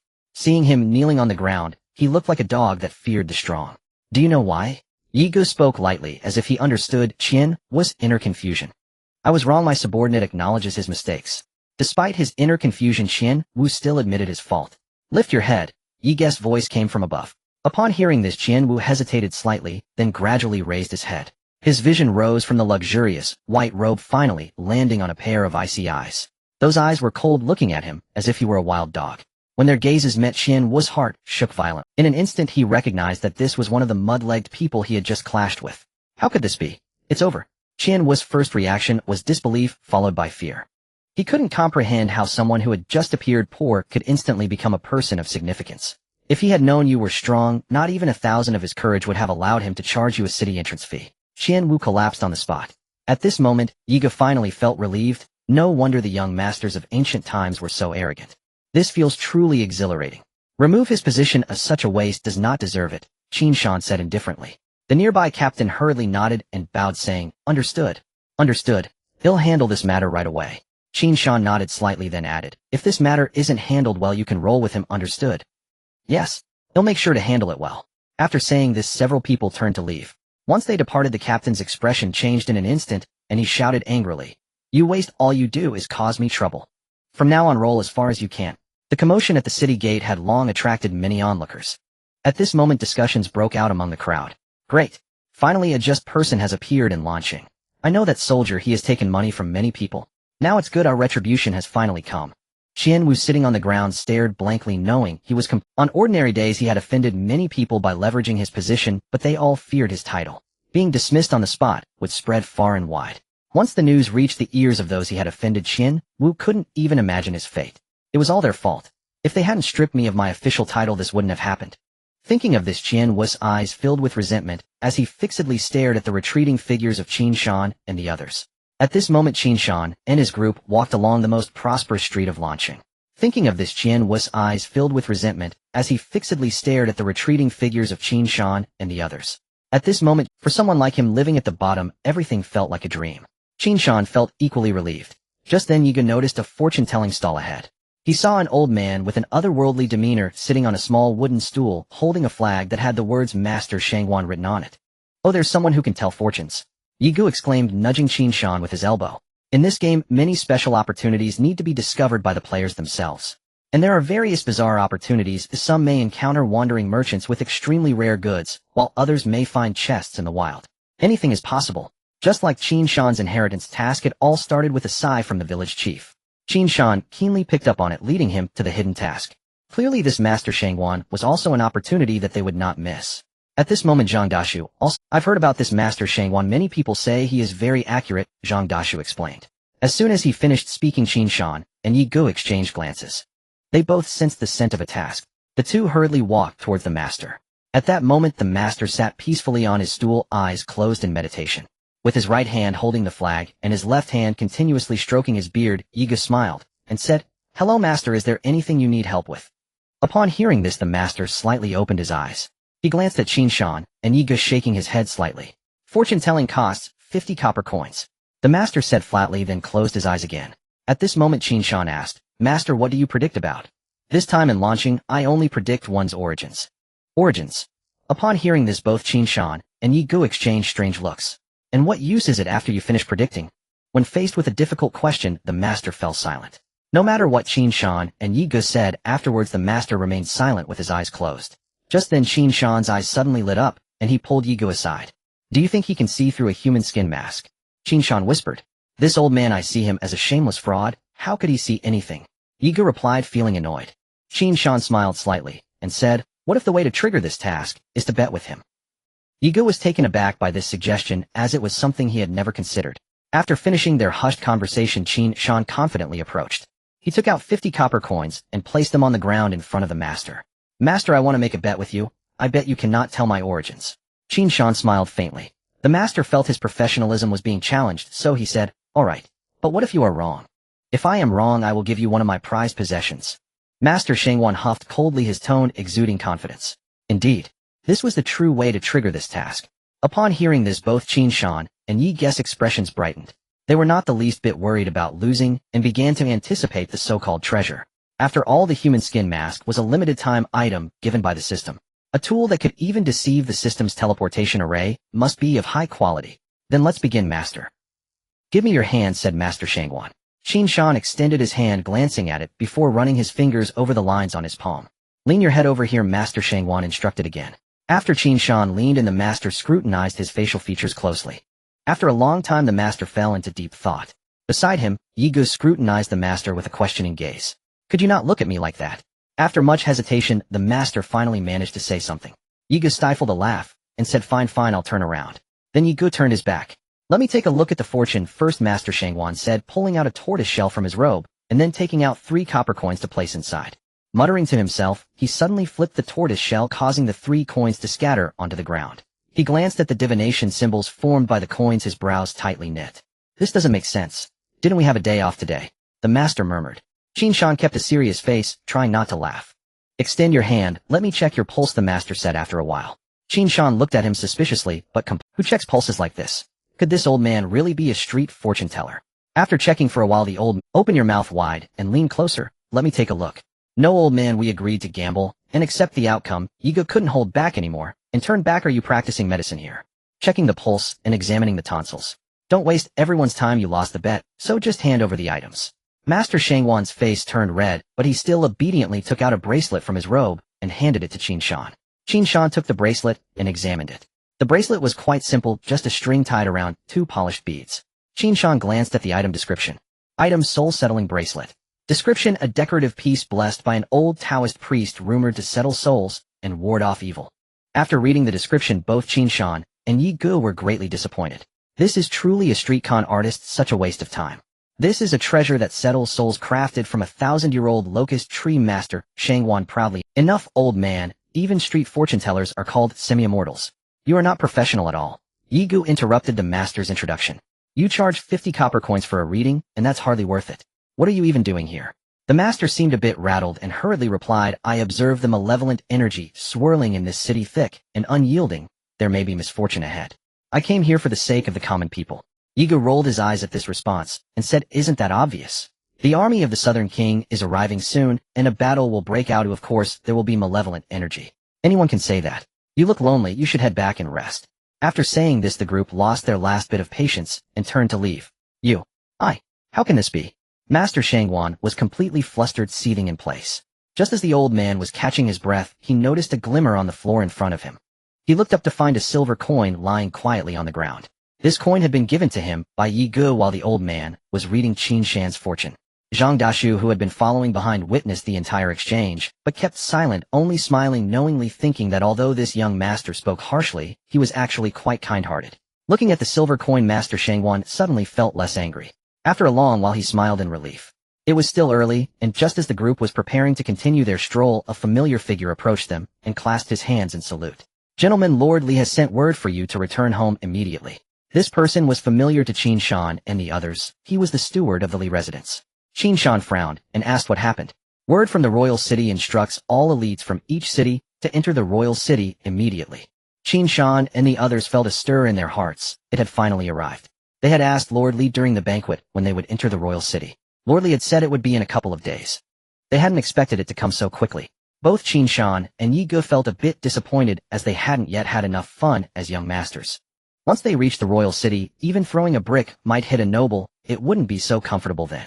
Meanwhile, Zhang Dashu behind them listened to their conversation with a bewildered expression. Alright, let's head back now, Qin Shan said to the steward. He then turned his gaze to Zhang Dashu behind them. Zhang Dashu, this is for you, we'll meet again. Qin Shan casually tossed the useless item that the fortune teller had given him to Zhang Dashu. After all, it was just a worthless trinket that even Yi Ge looked down upon. That meant it had no collectible value either. Zhang Dashu caught the bracelet, opening his mouth as if he had many words to say. But in the end, he only managed to utter safe travels. Then Qin Shan and the others followed the steward away. Zhang Dashu stood there in a daze watching their departing figures. He had many words of gratitude to express, such as thanking them for buying him a fine outfit. He wanted to thank them for treating him equally and for standing up for him. Although Qin Shan and the others hadn't done much, it was the first time Zhang Dashu felt the warmth of friendship. However, Zhang Dashu was at a loss for words. He didn't know how to express himself and didn't manage to say goodbye. He understood they were from different worlds and might never meet again. A brief acquaintance, never to meet again. He quietly watched as Qin Shan and the others disappeared from sight, carefully putting on the bracelet. Royal City. As a massive white light beam rose and dissipated, the figures of Qin Shan and his party slowly appeared. This was the first batch from Lanshang heading to the royal city, mostly high-ranking officials and their families from Lanshang. Subsequently, there would be many batches transporting the elites of Lanshang to the royal city. Qin Shan and the others walked down from the teleportation array, which was located in the central square of the royal city. They pointed and exclaimed as if they were sightseeing. Wow, the royal city is so prosperous. It's so lively. The streets were paved with green jade stone slabs, clean and tidy. Extremely spacious, allowing 4 carriages to pass side by side. On the streets, a large crowd moved about, and the common people were dressed in fine clothing. Qin Shan had initially thought that Nantai City was the highest standard, but unexpectedly the royal city surpassed it. It was worthy of being built over many years of the dynasty's foundation. Yi Ge beside him also marveled. Meanwhile, soldiers equipped with fine gear were already there to greet them. Soon Qin Shan and the others boarded the prepared carriage. The carriage traveled smoothly to the gates of the Emperor of the Xia Kingdom. As soon as Qin Shan stepped off the carriage, he saw that the palace was separated from the royal city by extremely high walls. It seemed that the majesty of the emperor was not to be glimpsed by the common people. Wait, are we going to live in the palace during this time? Yi Ge questioned. Hearing this, Li Xian explained, of course, not all officials arriving in the royal city must first pay their respects to the emperor. Most officials have their own courtyards in the royal city. I bought a large enough courtyard, so you have a place to stay, don't worry. Qin Shan nodded repeatedly. Traveling from Lanshang to the royal city had given him many thoughts. This emperor truly paled in comparison to the southern king, whether in enlightenment or governance. The southern king valued talented people and sought the wise. This emperor wasted so many resources building the royal city and repairing the palace. His officials were corrupt, and the military discipline was lax. From this perspective, the emperor's failure was not a plot twist, but rather an inevitable trend. By the way, Uncle Li, do you have any information about Wang City? Qin Shan asked softly. He had not forgotten that their mission was to stir up trouble, but relying on just the two of them, both second transformation players, to confront directly would certainly not work. After all, apart from players, there were still many formidable NPCs around. If Qin Shan and his companion were exposed, they would surely be cut down immediately. Hearing this, Li Xian shook his head and said, if you're talking about Lan City, I definitely won't be in trouble, but I don't know much more about Wang City than you do. Qin Shan frowned upon hearing this. He actually had some ideas about this mission, considering that many cities were flocking to Wang City, which would undoubtedly lead to chaos. Qin Shan thought of instigating conflicts among the high officials, causing a lack of unity within Wang City. This way they could achieve their goals with minimal effort. Afterward, Li Xian went to the palace to meet the emperor, and it was possible that he would hold a convention. Since Qin Shan and his companion held no official titles, they were not qualified to meet the emperor, so Li Xian suggested they wander around the city first. He even thoughtfully provided the address of the Li residence in Wang City, suggesting they could return to rest if they got tired, which was quite considerate. Qin Shan and his companion wandered aimlessly through the streets of Wang City. They had not gathered any information from Li Xian. This was extremely bad news for the two of them. Losing access to information meant that Qin Shan's plan to sow discord would be difficult to succeed. In Wang City, both of them felt lost and clueless. Therefore, the urgent matter was to find a source of information. Brother Shan, what should we do next? Yi Ge asked. Qin Shan stroked his chin, falling into silence. How could they find a source of information? The streets were bustling with activity, not only with shops lining the sides. There were also various vendors setting up stalls. The shouts from the vendors reached Qin Shan's ears, making it difficult for him to concentrate on thinking. Yi Ge beside him had already given up on thinking, realizing it was useless. At that moment, Yi Ge noticed a crowd gathering ahead, blocking half the street. There are so many people up ahead, well, I'm going to see what's going on, he said. Without waiting for a response, Yi Ge quickly walked ahead. Qin Shan did not react, continuing to ponder deeply. Soon Yi Ge returned and spoke. It's boring, so many people are watching this outdated trick of smashing stones on the chest, Yi Ge said with a pout. Hearing Yi Ge's grumbling, Qin Shan's ears perked up, and he looked up. Right. A smile slowly crept across Qin Shan's lips as an idea began to form in his mind. Hearing this, Yi Ge quickly asked, have you thought of a way? I have a trick. Once it's accomplished, all the information in Wang City will be at our disposal, Qin Shan said confidently, a smile on his face. Yi Ge's eyes widened in disbelief as he exclaimed, are you kidding? Brother Shan, have you gone crazy from playing games? Saying this, he reached out to feel Qin Shan's forehead. Go away, listen to me carefully. Qin Shan brushed Yi Ge's hand away and leaned in to explain. Yi Ge's expression changed from shock to confusion, then to realization, and finally, to wild excitement. Good idea. Wang City, Xuanwu Street. Come and take a look. Miss this village and you won't find this shop. Two middle-aged NPCs dressed in coarse clothing and banging drums made a deafening noise. It was indeed the disguised Qin Shan and his companion. They had bought a set of clothing and then used human masks to change their faces. This was the brilliant method Qin Shan had come up with, street performance. If they relied solely on themselves to gather information, the efficiency would be far too low. If they didn't gather much information, the main storyline might end before they even got started. Thus Qin Shan devised a brilliant plan. They would impersonate NPCs, pretend to issue quests, and motivate players to take action. They would let players become their eyes and gather information for them. It should be noted that at this moment, there were countless players in Wang City. Utilizing this part of the force, in no time at all, Qin Shan could gather a wealth of information regarding high-ranking officials and noble families. At that point, he could easily distinguish between the pro-war faction and the peace faction. The show is about to begin. Ladies and gentlemen, if you have money, please support our performance. If you're broke, just lend us your presence. Due to the loud commotion and Qin Shan's deliberate choice of the bustling Xuanwu Street, soon many players and NPCs began to gather around. Realizing that a crowd was forming, Qin Shan understood it was time to start showcasing some of their skills. We are known as the Black and White Twin Killers in the martial world. Having roamed the martial world for many years, we have built quite a remarkable reputation. Yi Ge played the supporting role beside him. That's right.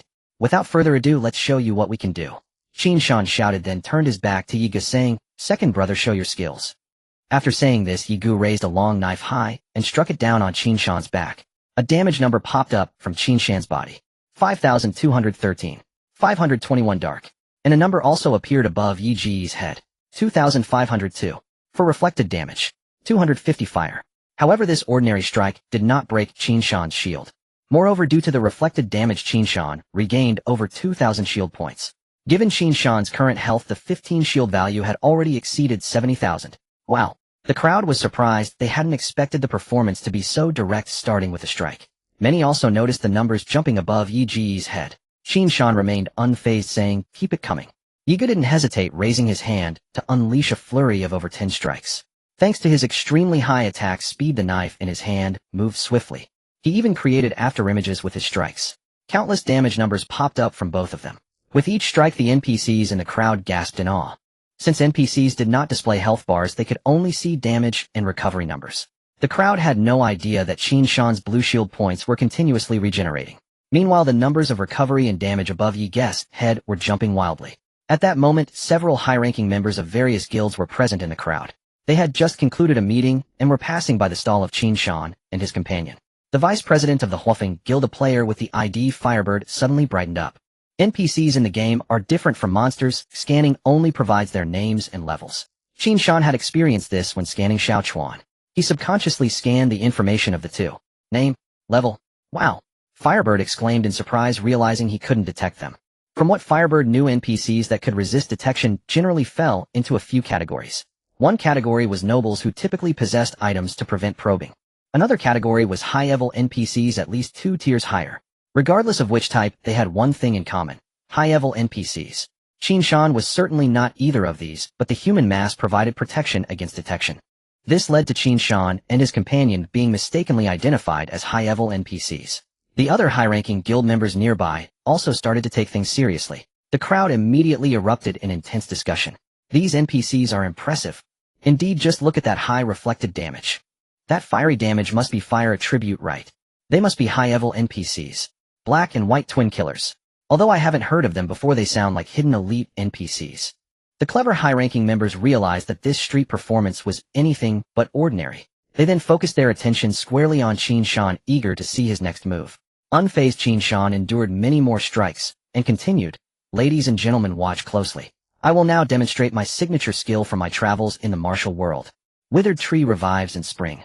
Qin Shan shouted, then sat cross-legged on the ground. Above his head, green numbers began to appear.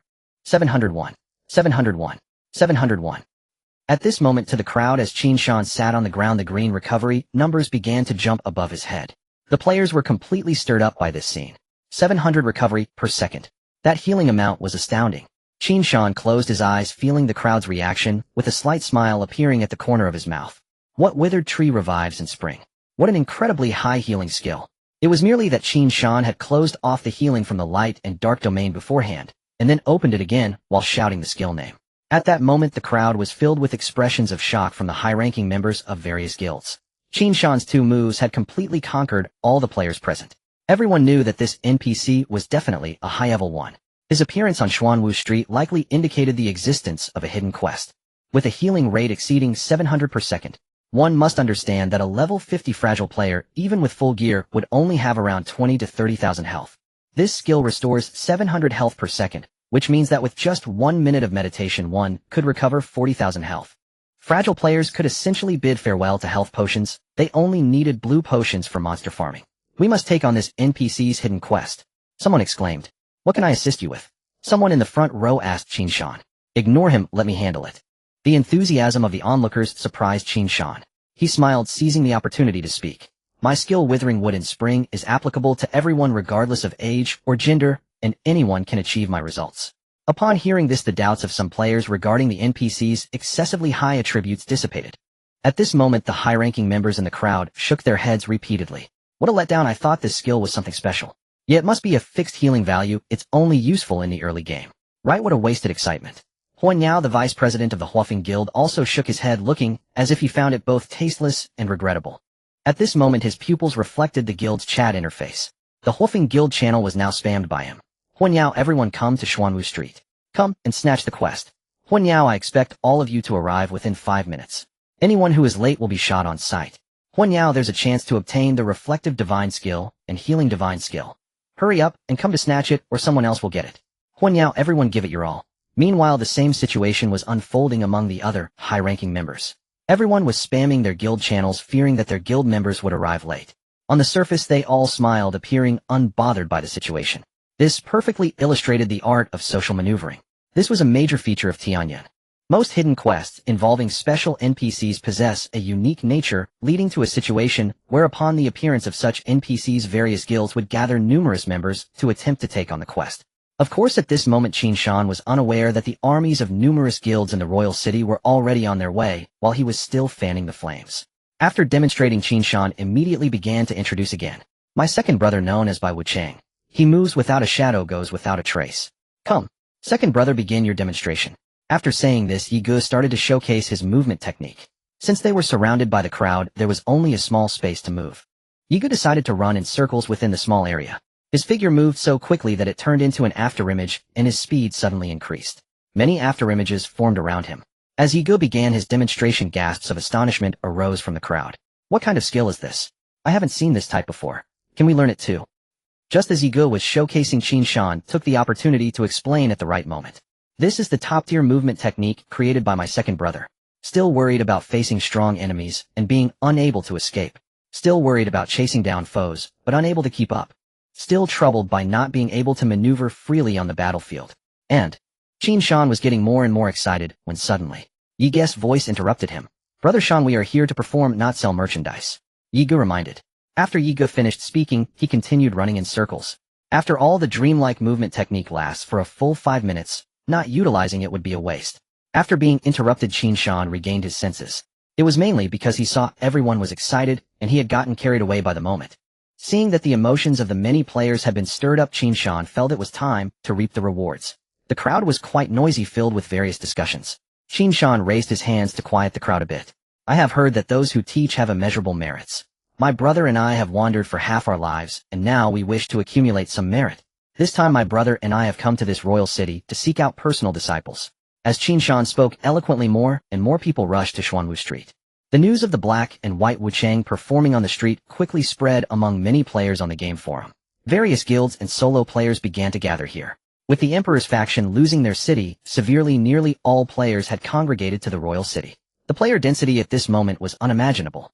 Qin Shan showed no signs of stage fright as he spoke loudly. My brother and I have no other hobbies. We only have one. We enjoy hearing the bizarre stories of various nobles and royals.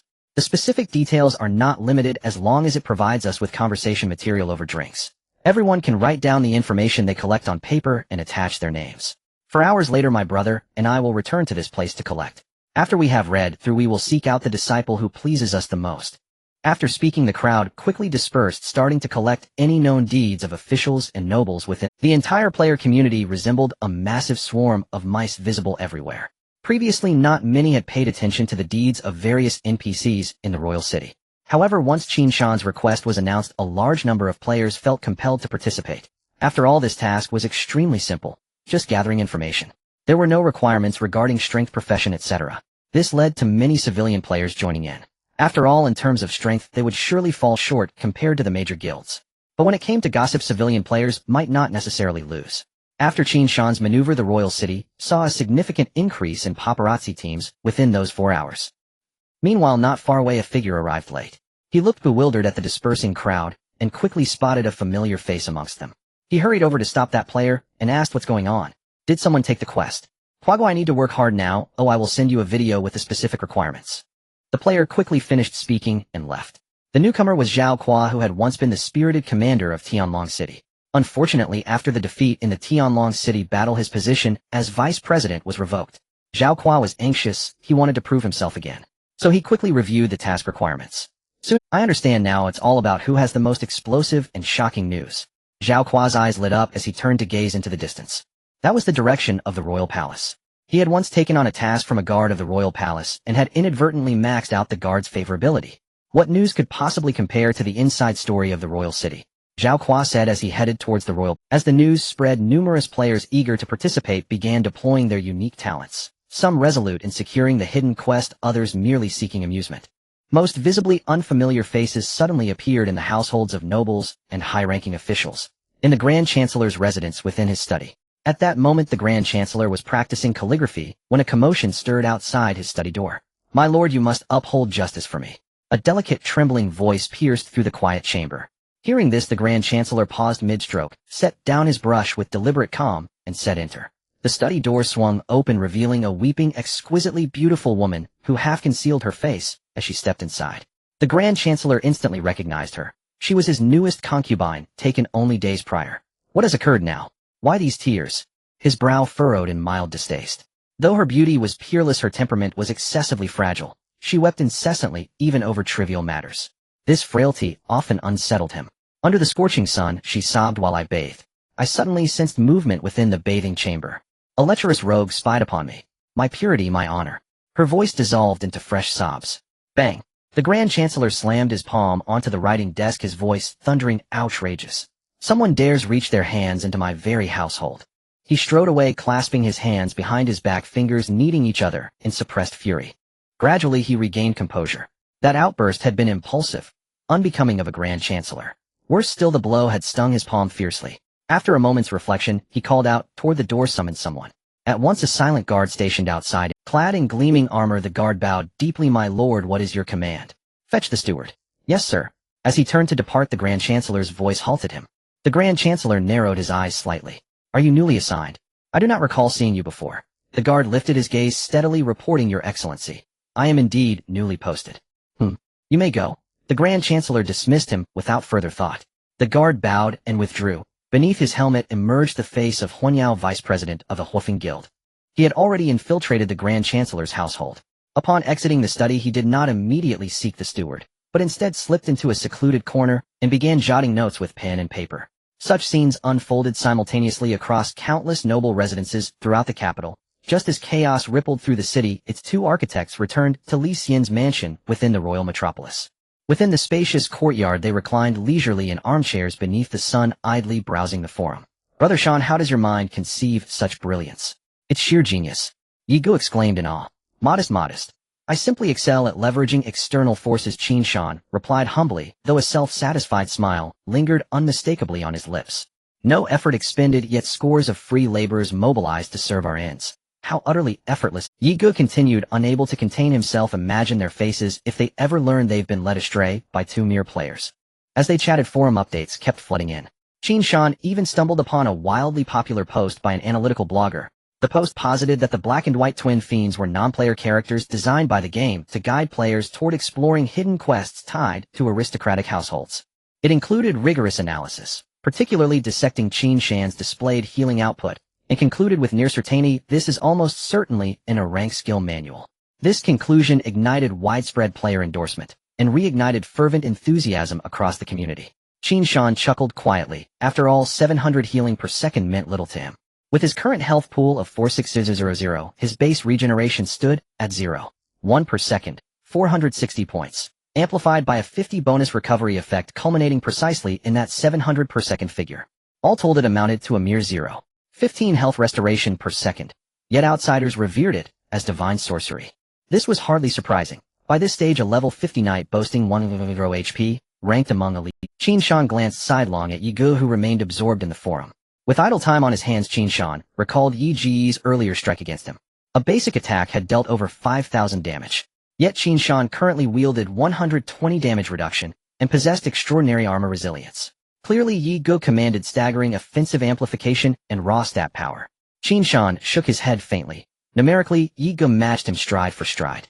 To truly gain the upper hand over Ye Ge, he would need to strive even harder. He returned to scrolling the forum. While Ye Ge, still immersed, stumbled upon another player's recorded footage. The clip captured Ye Ge's very strike against Qin Shan. Glancing at Qin Shan, Ye Ge's eyes darkened with quiet contemplation. Ye Ge had traversed city after city, relentlessly grinding attributes, believing his amassed attack power and damage amplification would effortlessly overwhelm Qin Shan. Yet one swing yielded only 5,000 damage. How immense must Qin Shan's defense and mitigation be? A pang of frustration struck him. He knew Qin Shan's health pool was colossal. Preposterous. Was his arduous journey across realms merely testament to diligence? He'd also noted Qin Shan's formidable counterdamage capability. He silently weighed his chances should they meet again in the arena. Could he finally redeem himself? His gaze sharpened, probing Qin Shan for any weakness, any flaw. Minutes passed. He abandoned the effort. Qin Shan seemed flawlessly balanced. Massive health, supreme mitigation, impenetrable armor, potent retaliation, exceptional speed, and relentless regeneration. A perfect hexagonal tank.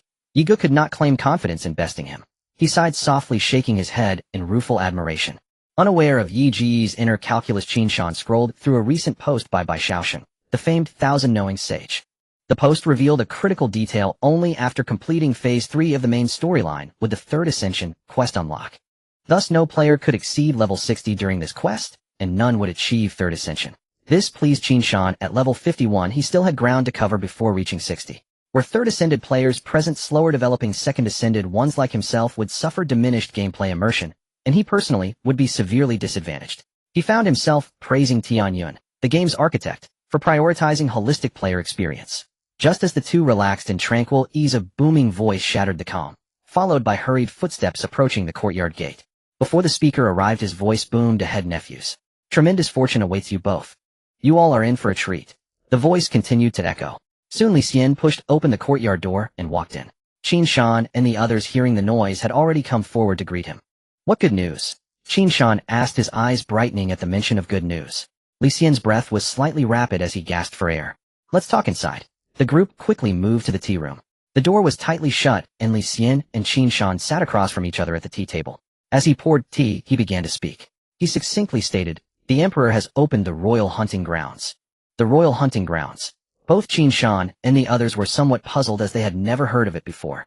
Uncle Li, what exactly are the royal hunting grounds? Ye Ge asked. The origin of the royal hunting grounds is a grand achievement crafted at great cost by the late emperor with the utmost effort of the national master. Upon hearing this, Qin Shan and the others immediately became interested. If it was something done by the current emperor, they might have scoffed at it, as they had never heard of this emperor accomplishing anything noteworthy. However, if it was something left over from the previous emperor, it would be something of great significance. Please elaborate, Ye Ge quickly inquired. The royal hunting grounds were originally an extraordinarily special alternate space discovered in the wilderness. Later, under the National Master's guidance, great efforts were made to relocate the entrance to the royal family's back garden, Li Xian said animatedly. Previously, it was only open to the ministers once every 3 years, and usually, it was exclusively for the royal family. And within the royal hunting grounds, it is said there are many rare and exotic beasts. This time, the emperor is also going to great lengths to open the royal hunting grounds in order to boost morale, in order to enhance strength and increase their chances as much as possible before the great battle. Li Xian spoke extensively while Yi Ge and the others nodded occasionally. Qin Shan slightly lowered his head and thought, from this perspective, the royal hunting grounds might very well be a new type of instance. Could it really be relocated to the back garden? Such a method exists. Qin Shan thought, suddenly associating it with the instance tower at the guild base. Could it also be constructed using the same principle? Shaking his head, Qin Shan cast aside his wandering thoughts. Seeing the two were processing the information, Li Xian first took a sip of tea. After a while, once the two had digested the information, he continued.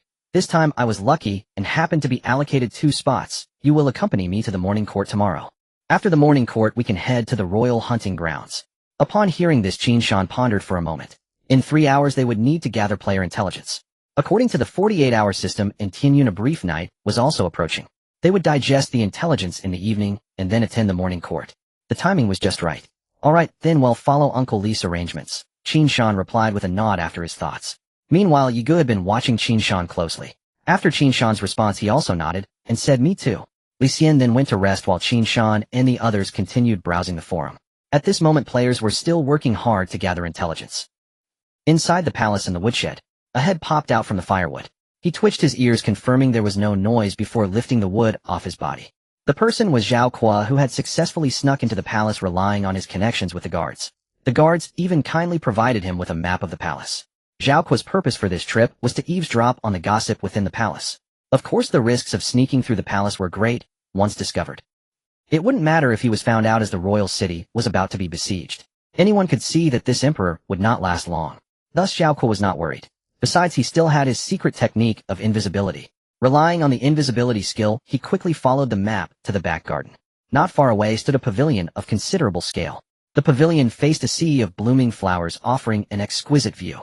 At that moment, several concubines were enjoying the scenery inside the pavilion. Many servants were passing by carrying trays filled with various pastries. Bored in the deep palace, the well-connected concubines often gathered to chat. I heard the emperor is going to open the hunting grounds. Isn't that exciting? The last time it was opened was only a year ago. I wonder who will take first place this time. I heard that 5 years ago a notorious criminal was locked up in the hunting grounds. Really? Of course. It was secretly transported in, and my maid saw it with her own eyes. This was precisely Zhao Kuo's purpose for coming. After all, when it comes to topics of conversation, the secrets of the palace are surely among the most explosive.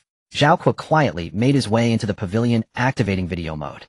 In his invisibility state, he couldn't take out pen and paper to record, so he could only record it first and write down the content later.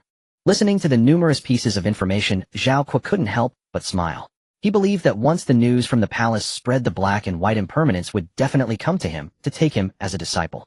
Zhao Kuo felt that other news, such as that of prime ministers or generals, were all beneath him. While recording the video, Zhao Kuo had already begun to daydream. If black and white impermanents were to impart their skills to me simultaneously, should I learn the withered tree blooming or the body technique first? Zhao Kuo found it hard to decide for a moment, then shook his head, becoming a little more alert. He glanced up. The invisibility time was about to end. Zhao Kuo did not panic, but skillfully searched the nearby area. Soon he spotted an apparently unoccupied house. He gently pushed the door open and then closed it behind him. After waiting for the invisibility skill to cool down, he would set out again. This was also the reason Zhao Kuo had not been discovered thus far. After Zhao Kuo closed the door, he twitched his nose and caught a faint scent of sandalwood. Could there be someone? His muscles tensed as he sniffed again. The fragrance was very faint, and since the room was not ventilated, Zhao Kuo roughly estimated it must have been lit several hours ago. He did not relax, lightening his footsteps as he began to explore the room. Before entering, Zhao Kuo had seen a bit of dust accumulating on the floor and the door, which led him to judge that there was no one inside. Soon he thoroughly checked the room, ensuring no one was present before he sighed in relief. With his tension eased, Zhao Kuo glanced at the remaining cooldown time for his invisibility, which was still 10 minutes. With nothing to do, Zhao Kuo wandered around the house. The overall style of the house leaned towards pink. The furniture was not exquisite, resembling basic designs. On a small wooden table, there was also a small bronze mirror. Zhao Kuo's first impression was that it was ordinary. He speculated it must be the residence of a maid who at this hour should still be at work. The incense must have been lit before leaving. Soon Zhao Kuo's peripheral vision caught sight of a jade artifact placed on the bed. Zhao Kuo was somewhat curious. If it was a rare item, he would not advise stealing it. He quickly walked over and saw a jade carving come into view. Zhao Kuo picked it up to examine it. The statue was engraved with the likeness of an unremarkable woman. Is this thing a goddess in Tianyun? Not exactly stunning, Zhao Kuo muttered somewhat disdainfully, placing the item back. Not long after he left, a figure pushed open the door again. If Zhao Kuo were present, he would surely be astonished, for the person entering bore an uncanny resemblance to the jade carving. Li Manor. Qin Shan glanced at the time with his companion, realizing it was almost time to act. The two stood up and pushed the door open, where a carriage was quietly waiting at the entrance of Li Manor. This carriage was prepared by the steward arranged by Qin Shan. Naturally, Qin Shan did not have a steward of his own. This steward had come from the Li Manor in Lan City. At that moment, the driver was standing idly at the entrance waiting. Upon hearing the sound of the door opening, the driver immediately stepped forward to greet them and pulled back the curtain of the carriage. Qin Shan and his companion entered the carriage, naturally savoring this hard-won treatment. After all, this feeling of being a young master was only temporary. While other players were running around completing tasks and strategizing with NPCs to raise their favorability, Qin Shan and his companion were fortunate enough to enjoy a delicious meal and even received a skill book before starting their task. They could also relish the arrogance of being young masters, making the gaming experience utterly fulfilling. If other players found out, they might just spit out a mouthful of blood. To Xuanwu Street. Qin Shan's voice emerged from within the carriage, his tone calm, yet orderly, as if he were truly an elegant young master. Beside him, Yiga rolled his eyes, recognizing that Qin Shan had intentionally added a bit of flair to his voice. What a jerk, really immersing himself in the role of a young master for a task. So he cleared his throat and softly said, "Could the speed be a bit faster?" His tone resembled that of a refined scholar, like a snow lotus in an icy mountain, subtly emanating elegance. That damned competitive spirit of Yiga. The driver paused for a moment after hearing this, then responded, "All right. Please hold on tight, young masters." Xuanwu Street. At this moment, the task deadline set by Qin Shan was approaching, and many players were already waiting there. Fortunately, the road from the royal city was wide enough to prevent the entire road from being blocked. A carriage came rushing in from a distance. Qin Shan and his companion lifted the curtain to take a look. "Driver, stop up ahead," Qin Shan said. Yiga rolled his eyes and remarked, "Are you hailing a ride?" Qin Shan ignored him. He was already used to Yiga's chattering and directly got out of the carriage, with Yiga following closely behind. As soon as the two got out of the carriage, they noticed that they were surrounded by players. They had already changed back into the attire of the black and white duo, and as soon as they appeared, they were recognized. Players in the front row reacted, quickly stepping forward and handing a stack of papers to Qin Shan, as if submitting an assignment. "Everyone, please don't rush. Orderly, place your papers into the carriage. Everyone has a chance." Qin Shan maintained order upon seeing this. "Remember to write your names. After my brother and I have reviewed them, we will seek out the disciples we favor." If order was not maintained, the players on site would turn into chaos. With Qin Shan's loud shout, the surrounding players gradually regained their order. They lined up in an orderly fashion, consciously stepping forward to place the information they held into the carriage. Qin Shan and his companion stood by, their smiles evident. At this moment, a player in the crowd, known as Firebird, secretly sighed, truly amazed by the great fortune, as there was even a high-ranking NPC specifically gathering gossip. But soon a smile crept onto his face, for what he held was the weighty secrets of the Chancellor. He had even taken risks to sneak into the Chancellor's concubine's bath to spy. All for the success of completing this hidden task of the black and white duo. Firebird looked at the dense information in the hands of the surrounding players, and a cold laugh rose within him. A bunch of ants daring to compete with me for an A-level skill book. According to his speculation, although the black and white duo claimed to be interested in the secrets of nobility, they would accept any type. But in reality, it was otherwise. What they truly desired was not convenient to state openly. Firebird had once learned about some Jianghu NPCs, but only a small portion were interested in high officials, while more were interested in the beauties within their mansions. As the black and white duo were from the Jianghu, their desires were naturally carnal. Thus there was only one truth. What they sought was the erotic paintings. Firebird examined the paper in his hand once more. He saw a vividly depicted scene of a beauty emerging from the bath. Firebird felt he had hit the jackpot, standing amongst the crowd with a sense of clarity amidst the drunkenness of everyone else. Just as he was in ecstasy, a voice rang out. "Hey, that pawn, hurry up and submit. Don't waste everyone's time." Qin Shan looked at him with a strange expression. From Qin Shan's perspective, this player dressed in armor suddenly closed his eyes to rest while waiting in line. Hearing this, Firebird hurriedly stepped forward, placing his precious painting into the carriage. As he left, he did not forget to wink at Qin Shan. Qin Shan felt it was quite strange, but did not understand its meaning. After a long time, Qin Shan finally gathered all the information, as the players were overly enthusiastic. The carriage was already half filled with papers, and Qin Shan could only close the window to prevent them from falling. Qin Shan and his companion stood on the deck looking at the surrounding players, feeling as if they were looking down on the small mountains. Return to the manor. At Qin Shan's command, the carriage began to move. At this moment, many lingering players happily watched the carriage slowly depart. Everyone, if fate allows, we will meet again. Qin Shan, in a good mood, cupped his hands to the crowd, thinking to himself, not a chance the black and white duo would be a limited edition and would not return.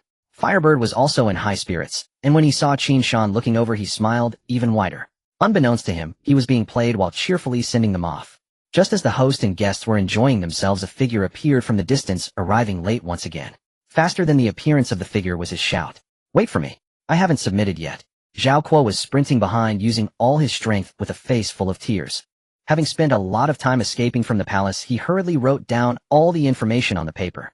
As a result, when he finally arrived, the Qin Shan's carriage had already begun to leave. Qin Shan and his companion stood on the deck, turning to look back. "Hiss, I remember him," Yiga said after glancing. "I remember too, isn't he that commander?" Qin Shan said uncertainly. Seeing him anxious, Qin Shan, unable to bear it, said, "Yiga, you run fast, go down and get it." Yiga was taken aback for a moment, then softly said, "Do you really think you are an NPC? We can't teach him." Qin Shan slightly shook his head and said, "I know, but often what people want is simply to have no regrets." Qin Shan's words were a bit clumsy. He thought for a moment and said, "It's like an exam I prepared for a long time. I can perform poorly, but I cannot miss the exam." Yiga somewhat understood Qin Shan's meaning and nodded in agreement. Then he posed a soul-searching question, "Then why can't we let the driver stop? Do I really need to get off the carriage myself to feel that way?" Qin Shan was momentarily stumped by the question, and after a long time he said, "If I say I forgot, would you believe me?" Yiga. That night, in the study of the Li residence. "How long is this going to take?" Yiga said with boredom as he quickly flipped through the papers in his hands. The study was filled with piles of papers while Qin Shan quietly scanned the intelligence in his hands. Enough with the chit-chat, focus on the information regarding the war faction and the peace faction. Tomorrow, once we enter the hunting grounds, we'll wait for our opportunity to act. Qin Shan replied without lifting his head as he quickly sifted through the intelligence. Hearing this, Yigu obediently continued to read the information. Numerous players provided various types of intelligence, and the two of them categorized it as they went along, quickly dismissing the gossip with just a glance before tossing it aside. Only clear relationships between characters were retained by Qin Shan and his companion. Yigu read rapidly, the sound of paper flipping resonating in the air. Soon he turned a page and was met with an unexpected sight. A picture of a beauty emerging from the bath. "What the hell, who drew this?" Yigu exclaimed. Qin Shan looked up and saw a vividly drawn spring scene in Yige's hands. His lips twitched slightly. The variety of players was truly astonishing. Are there really such talents?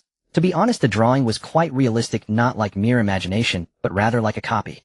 Soon this little interlude passed, and the two continued their late-night study.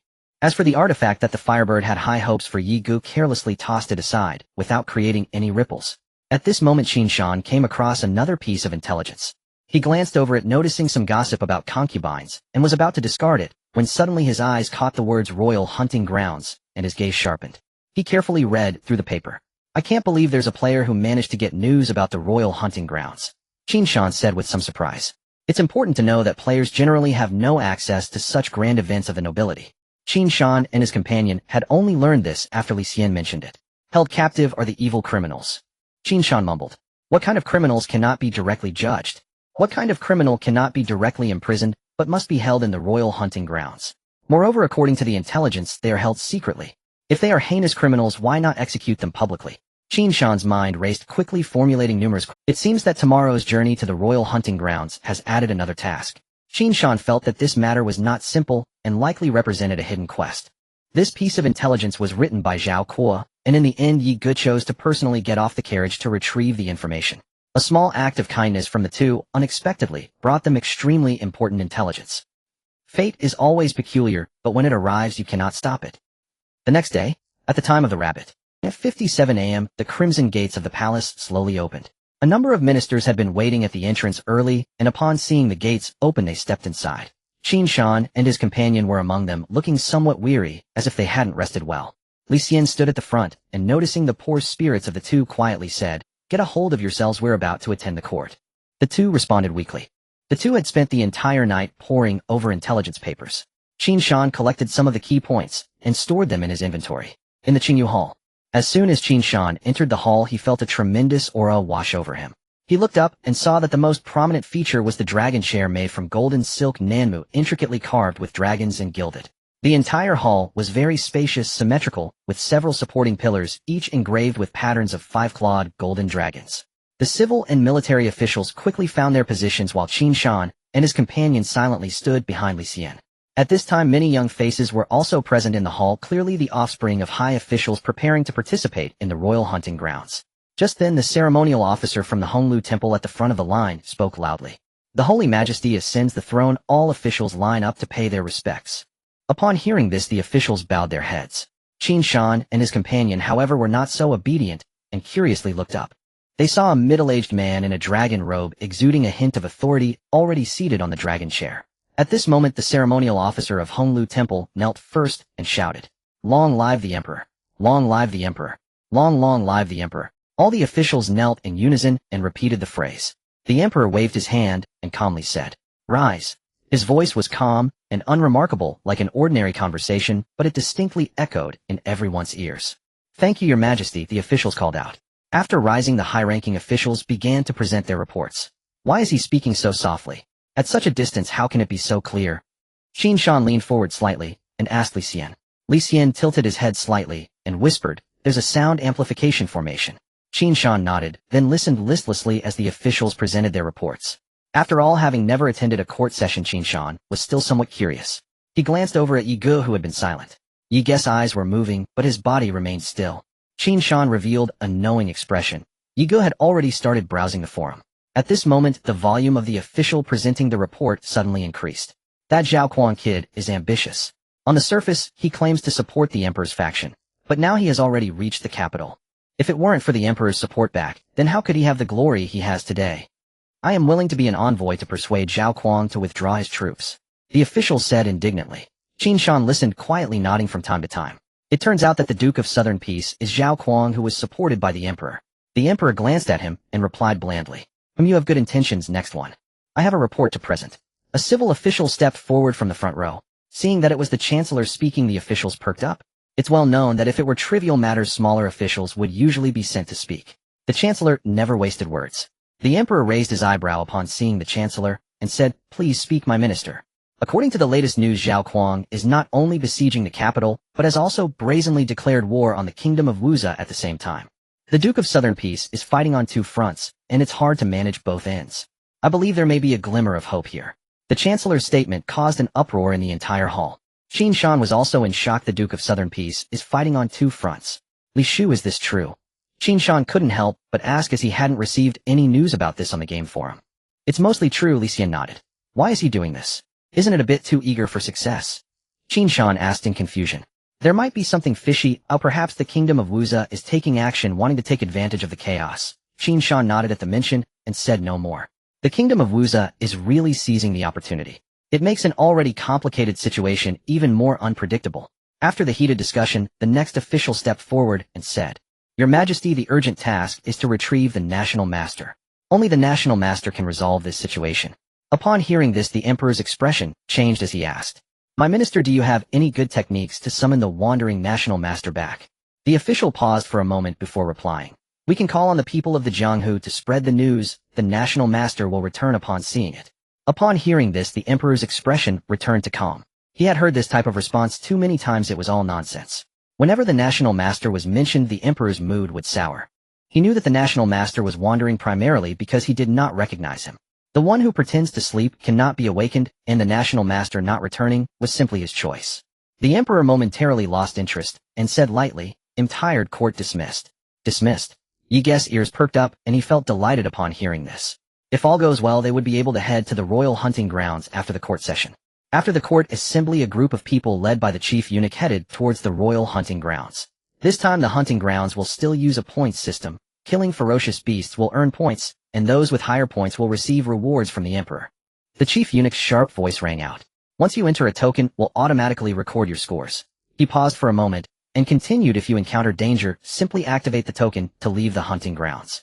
Soon the group stopped at a square paved with white jade. Seeing the chief eunuch halt, Qin Shan felt a bit puzzled. "Why aren't we moving?" Li Xian whispered in explanation, "We've arrived." Qin Shan was confused, but quickly, the entire square's ground slowly emitted a bright light, with intricate patterns swirling across it. It turned out that the whole square was a massive teleportation portal. Qin Shan was somewhat puzzled, and Li Xian explained at the right moment, the royal hunting grounds have been initially refined, which makes it somewhat different. Refined? Such a technique exists. Doesn't that mean they have some access to certain dungeons? Hearing this, Qin Shan and the others became curious about the hunting grounds. Soon all the officials began to leave, leaving only those entering the hunting grounds. Li Xian glanced around and reminded, "Be very careful once you go in. Oh, I have a strange feeling about this." Then he followed the other officials away from the square. Qin Shan and the others nodded at his warning, but none truly took it to heart. They were feeling great eager to get in touch with rare treasures and extraordinary beasts. The royal hunting grounds are officially opened. The sharp voice rang out again. As soon as the words fell, the patterns accelerated, and the light grew increasingly blinding. Finally, a white light engulfed Qin Shan's vision. In an instant, he opened his eyes to find that the surrounding environment had completely changed. There was no one beside him. It must have been a random teleportation. He first glanced at the conditions for passing through. Dungeon rating none, 11, completed. What? None? Qin Shan's eyes widened. This was his first time entering a dungeon without needing to complete any objectives. It opened his eyes. It seemed this was the change after refinement. However, he was unsure whether it was the passing conditions set by the refiner. Qin Shan scanned his surroundings. He was now in a dense forest. The trees twisted and intertwined, blocking out the sun. The trunks were extremely wide, needing about 6 people to encircle.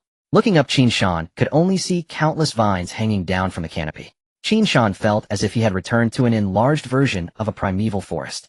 Just as he was about to take a step, he noticed something odd at his waist. Looking down, he saw an ancient bronze token had appeared. Qin Shan examined it. A large 0 floated in the center of the token. This should be the token for recording point. Not thinking too much about it, Qin Shan took a step forward and began exploring the surroundings. The forest was eerily silent, with no birds or beasts, only the crisp sound of his footsteps on the dry branches and fallen leaves. After walking for a minute, Qin Shan still hadn't seen any ferocious beasts. Instinctively, he felt a thrill. Based on his experience, this meant he had entered the territory of elite monsters. As Qin Shan continued to look around, a massive serpent's head quietly approached from above. At that moment, Qin Shan seemed completely unaware, still surveying his surroundings. The serpent's eyes were filled with bloody, killing intent, and then a gaping maw lunged toward Qin Shan like lightning. Unexpectedly, actually, Qin Shan had already detected the approaching beast through his light and dark domain. However, he remained silent and first set the python as a neutral unit, so the light and dark domain would not initiate an attack first. In this environment, if he startled the python, they would have to face off for a while before it would engage Qin Shan in battle. Qin Shan intentionally created an opening, hoping to lure it down, which would save him much time from the python's probing. Just then a whooshing sound came from behind. Qin Shan's ears twitched, and upon hearing the noise, he instinctively dodged to the side. At that moment, the massive fangs of the serpent clamped down fiercely. The giant python's teeth slammed shut, producing a cracking sound. However, it soon realized something felt wrong. It did not have the expected sensation of teeth sinking into flesh. Before its eyes, the Qin Shan it had bitten gradually dissipated, revealing the illusion left by Qin Shan's phantom steps. At this moment, Qin Shan calmly turned his head to examine the giant python. Name: Forest Python, Elite Monster, Level LV 75, Health 100. With such a massive health pool, Qin Shan let out a sigh of relief. Thinking to himself, it was fortunate that it was just an elite monster that was 24 levels lower than him. Now with Qin Shan's stats, defeating a small boss was no problem. Qin Shan, being cautious, avoided the python's first strike. With a thought, his light and dark domain began to erode the python's body. 559. 55 fire. 559. 55 fire. With Qin Shan's 460 health and a 20 damage increase from his 1000 enemy skill, the damage had already exceeded 500. Additionally, the fire attribute caused an extra 10 output. The giant python, realizing it had been toyed with after its first strike, missed, became even more enraged. Qin Shan quickly conjured a dark purple shield in his hand. The python's tail shot forward with great speed from behind. Qin Shan reacted swiftly, turning around to stand with his shield raised. Bang! The tremendous impact struck heavily against Qin Shan's shield. He was pushed back repeatedly. Meanwhile, numbers flickered above both of their heads. 4013.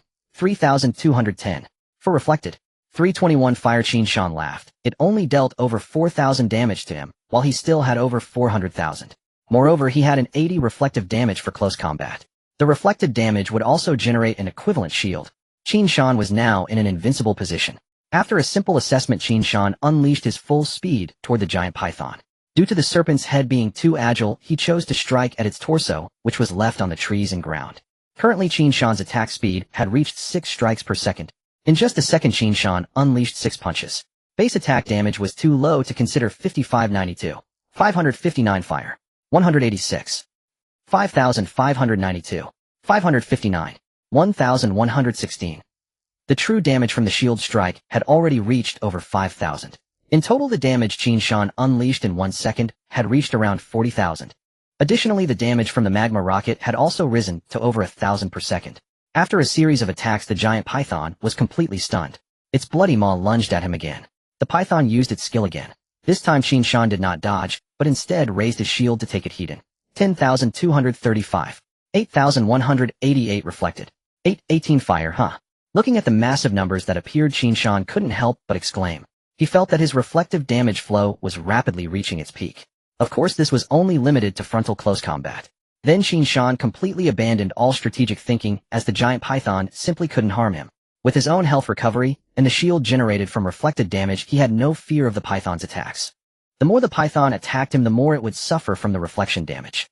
Qin Shan was getting more and more excited. He dealt damage to the boss, while the boss dealt damage to him. Thus, rounding it off, it was as if he and the boss were both attacking the boss. Meanwhile, the giant python was now numb to the onslaught. This little figure before it was relentlessly outputting damage.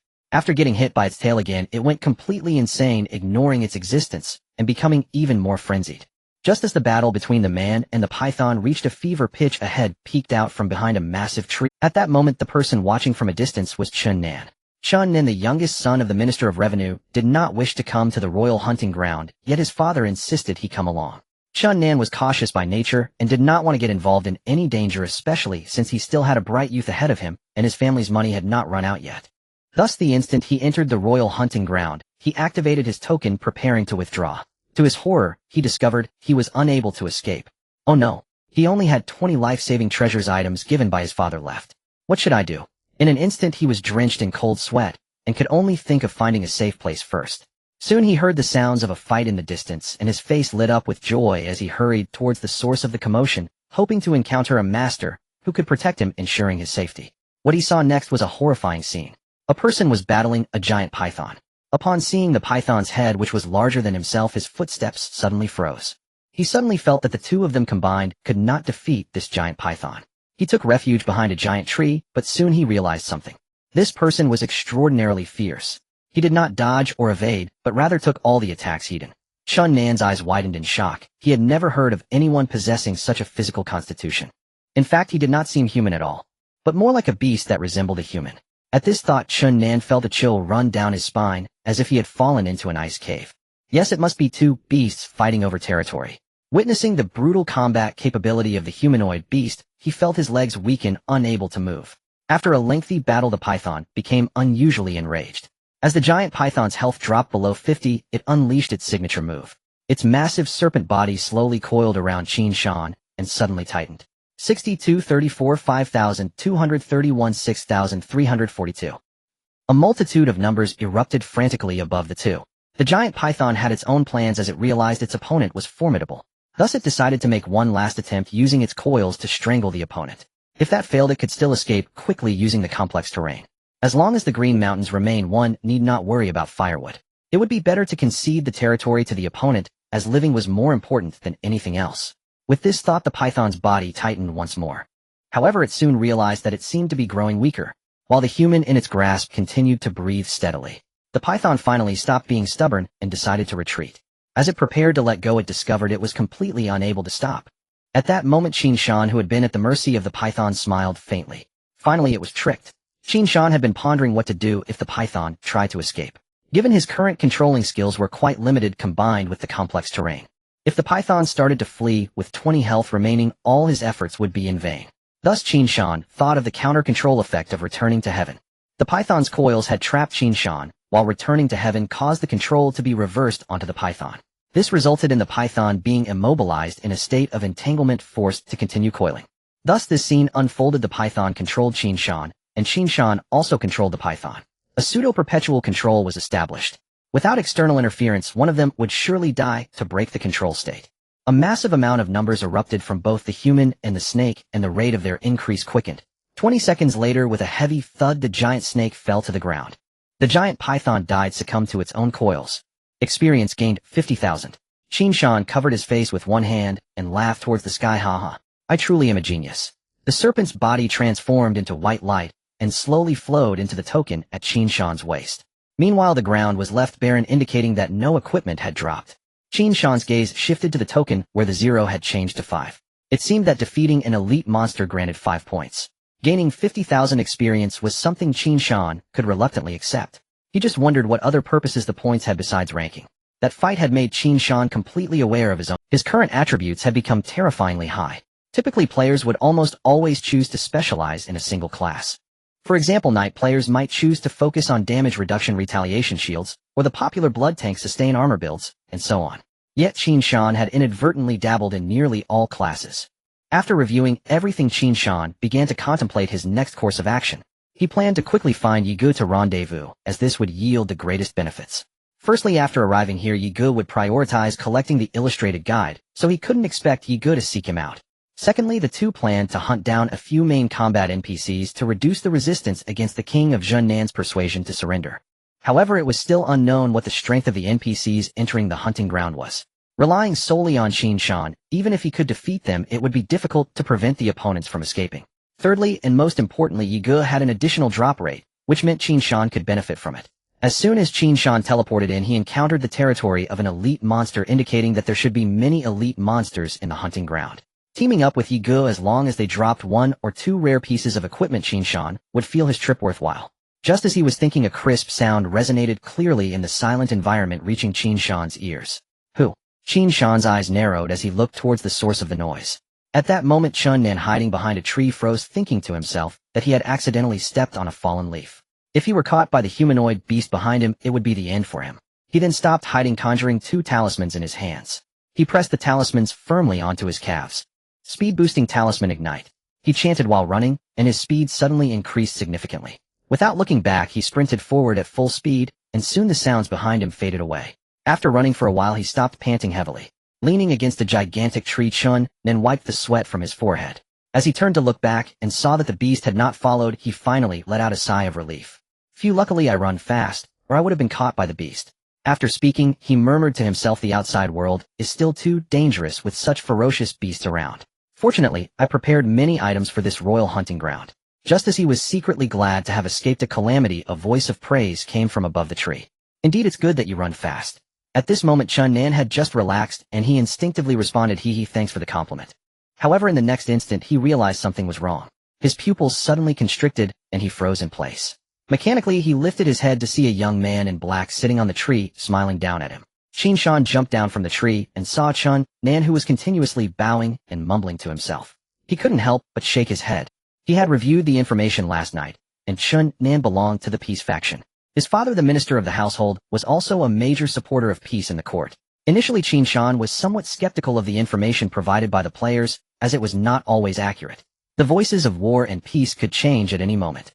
But now Qin Shan believed it, at least with Zhunnan's demeanor, he must be from the peace faction, perhaps even following in his father's footsteps. Naturally, Qin Shan would not make a move against the peace faction, as they were considered a form of support. Let me go, I have elders above me, and little ones below me. Zhunnan continued to bow, even becoming incoherent. Alright, get up, I am a good person. Qin Shan rolled his eyes. Upon hearing this, Zhunnan smoothly raised his head, chuckling as he said, thank you for sparing my life. Although he said this, Zhunnan did not let down his guard. He was afraid of dying, but he was not foolish. The royal hunting grounds had never encountered any issues over the years. Why was it that this time the token was suddenly unusable? While Qin Shan spoke from the tree, he realized Qin Shan was human. Although there were many kinds of beasts, some could disguise themselves as humans, and some could cast illusions. However, one could distinguish them by their speech. Yet Zhunnan still felt very afraid, as he suspected the token's failure was related to the emperor. He even speculated that the emperor might take this opportunity to annihilate the peace faction within the hunting grounds. Thus, Zhunnan was testing Qin Shan's attitude towards him, trying to discern if the other party was there to kill him. After getting up with a smile, he took out a piece of talisman paper and handed it to Qin Shan. A small gift for our meeting, a token of respect. Qin Shan raised an eyebrow. As expected from the minister of the household's family, he presented a tool right away. Tool Purification Talisman. Description: a rare consumable that can dispel control once. Qin Shan's eyes widened. Oh, a rare consumable. What a good item. We're all brothers. You're too polite.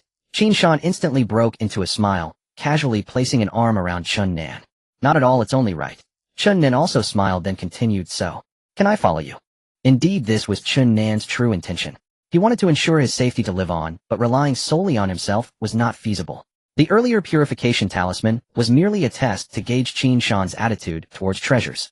Qin Shan's reaction reassured him, as long as there were desires, he could offer leverage. The man before him, with his overwhelming combat power, evidently provided a sense of security. Whether it was assassins or fierce beasts, he believed this man could handle it.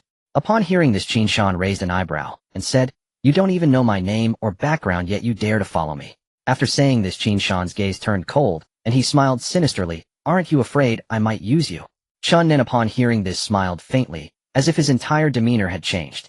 He slowly clasped his hands behind his back and firmly stated, "No one can use me." Qin Shan was taken aback. Could this kid be hiding something? He quickly asked, "Why? Do you have some secret means of survival?" Chun Nan, hearing this, gently shook his head and slowly said, "Because I am useless and have no value to exploit." Remember, as long as you have no value, no one can use you. Qin Shan. So he was just a source of amusement. Qin Shan took a deep breath, feeling somewhat embarrassed by his earlier reaction, as he had truly been fooled by him. Then he returned to the main topic. "My name is Li He, I am the nephew of Li Xian." Qin Shan extended his hand, casually making up a story. "I am Chun Nen, the youngest son of the minister of the household. My family is quite wealthy." Chun Nen also extended his hand for a shake. Did he really need to emphasize his family's wealth, even during introductions? What a character. Qin Shan smirked slightly, and then began discussing serious matters. "Do you have a map, Oi?" Qin Shan asked, as he felt the other party should have made considerable preparations. "Of course, I have prepared a lot before coming in." As he spoke, he pulled out a map from his bosom, which had a gilded edge. Qin Shan took the map, opened a private chat channel, and sent his location to Yigo. Soon Yigo sent back his location. Qin Shan input the location into the map, and suddenly a red dot and a blue dot appeared on the map from Qin Shan's perspective. This function was something Qin Shan had learned from the forum not long ago. It allowed the input of locations into the map item, visually displaying them. The blue dot represented himself, while the red dot was Yigo. Qin Shan carefully examined the map. The entire map was divided into 3 major terrains. One was a snowy mountain, another was a forest, and the last was a desert. At that moment, the red dot was located in the snowy mountain terrain, with both parties quite far apart. It seemed they needed to pick up the pace. After considering this, Qin Shan naturally stored the map into his inventory. Chun Nen, who had witnessed the entire process, did not dare to say much. "Let's go." Qin Shan slightly adjusted his orientation and said. Chun Nen followed closely behind Qin Shan, fearful of losing him. As they traveled, the two began to chat. Qin Shan asked, "By the way, if you're afraid of dying, why not directly activate the token?" "Because the token has failed." Qin Shan, upon hearing this, continued walking. He glanced at the evaluation. Instance evaluation survive 120H01 incomplete. What? The instance evaluation had actually changed. Qin Shan remembered that when he first came in it showed as none, indicating a completed status. Thinking of the token, Qin Shan suddenly seemed to understand the entire mechanism of the instance. What a genius idea. Since the instance required completing the minimum evaluation to exit at any time, the one who refined it set the minimum evaluation to none, creating an instance that could be entered and exited at will. However, it might require the token as a medium. But now he had changed the evaluation again, with the minimum evaluation set to surviving for 5 days. That meant to get out, one must first survive for 5 days. Everyone within the hunting grounds would be trapped for 5 days. But Qin Shan did not worry too much, as this would not trap them. As long as they died, they could be resurrected. However, if one died inside, this infiltration mission would likely fail. With this thought, Qin Shan's mind raced. This plot was undoubtedly orchestrated by the Emperor. But why would he do such a thing? It should be noted that most of those participating in the hunt were the relatives of various ministers. Wouldn't this offend all the ministers? Has the Emperor gone mad? Lacking sufficient information, it was difficult to deduce the outcome, so Qin Shan simply decided not to care. After all, when soldiers come, he would block with soldiers. When water comes, he would dam with earth. First, he would enjoy grinding through the instance for 5 days. Just as the two were on their way, a sudden loud commotion erupted ahead. Qin Shan's ears perked up, catching the sound of a woman's scream and a booming noise. Clearly there was fighting ahead. Qin Shan rushed forward, preparing to check the situation. After all, this instance should pose no threat to him at the moment. Meanwhile, Chun Nan followed behind, slowing his pace a bit. Upon hearing the commotion, he instinctively moved to shield Qin Shan in front. Hastily stepping past the thicket, Qin Shan lifted his gaze. Before him, flames intertwined, igniting the surrounding dead branches and leaves. The area was charred black, filled with traces of an explosion. In the center of the fire, a young man holding a staff was protecting the girl behind him. Not far from them, a nimble shadow of a monkey swung back and forth using the vines.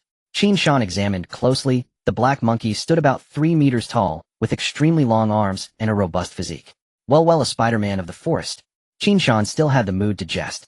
He first glanced at the information of the two NPCs. Name Huang Xing, level LV 68. Name Zhang Xinxin, level LV 66. just as Qin Shan was scanning the information of the two. The shadow of the monkey descended from the air, crashing towards Huang Xing and the other. The staff in Huang Xing's hand emitted a brilliant blue light, forming an energy shield to protect both of them. The monkey carrying gravitational potential energy tightened its fists and smashed down on the energy shield. Bang! The energy shield instantly cracked, barely holding for a moment before shattering. Huang Xing was violently thrown back by the rebound force, crashing heavily against a giant tree. 33212 Qin Shan was taken aback. This giant monkey could actually utilize gravitational potential energy. The residual force from breaking Huang Xing's shield dealt over 30,000 damage. Brother Xing, Zhang Xinxin hiding behind screamed, and hurriedly ran towards Huang Xing. Qin Shan did not rush to intervene. He recalled that these two names belonged to the main combat faction NPCs. So he took out a list from his inventory to confirm they were indeed from the main combat faction.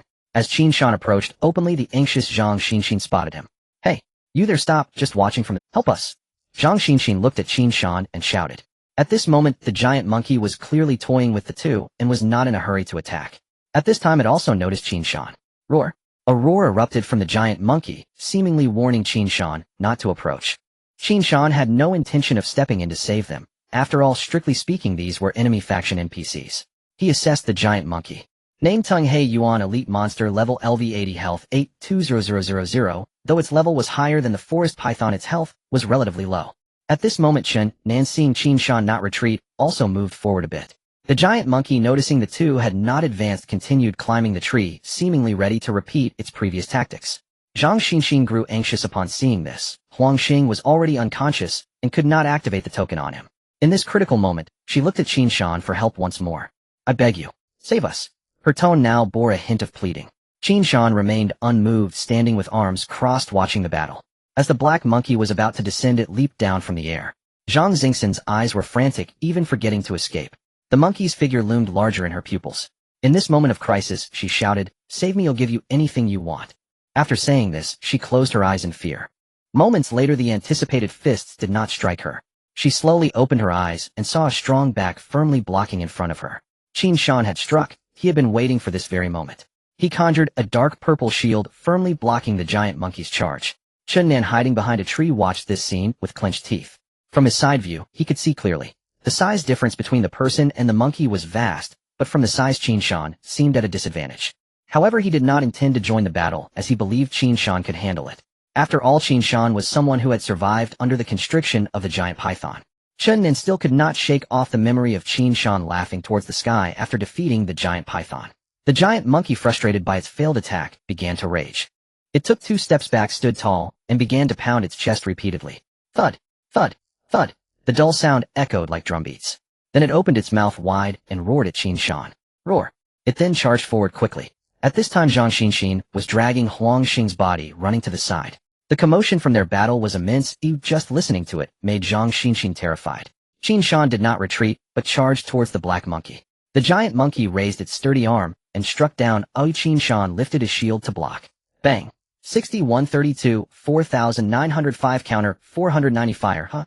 Come. Seeing that the giant monkey had only dealt over 6,000 damage, Qin Shan felt relieved.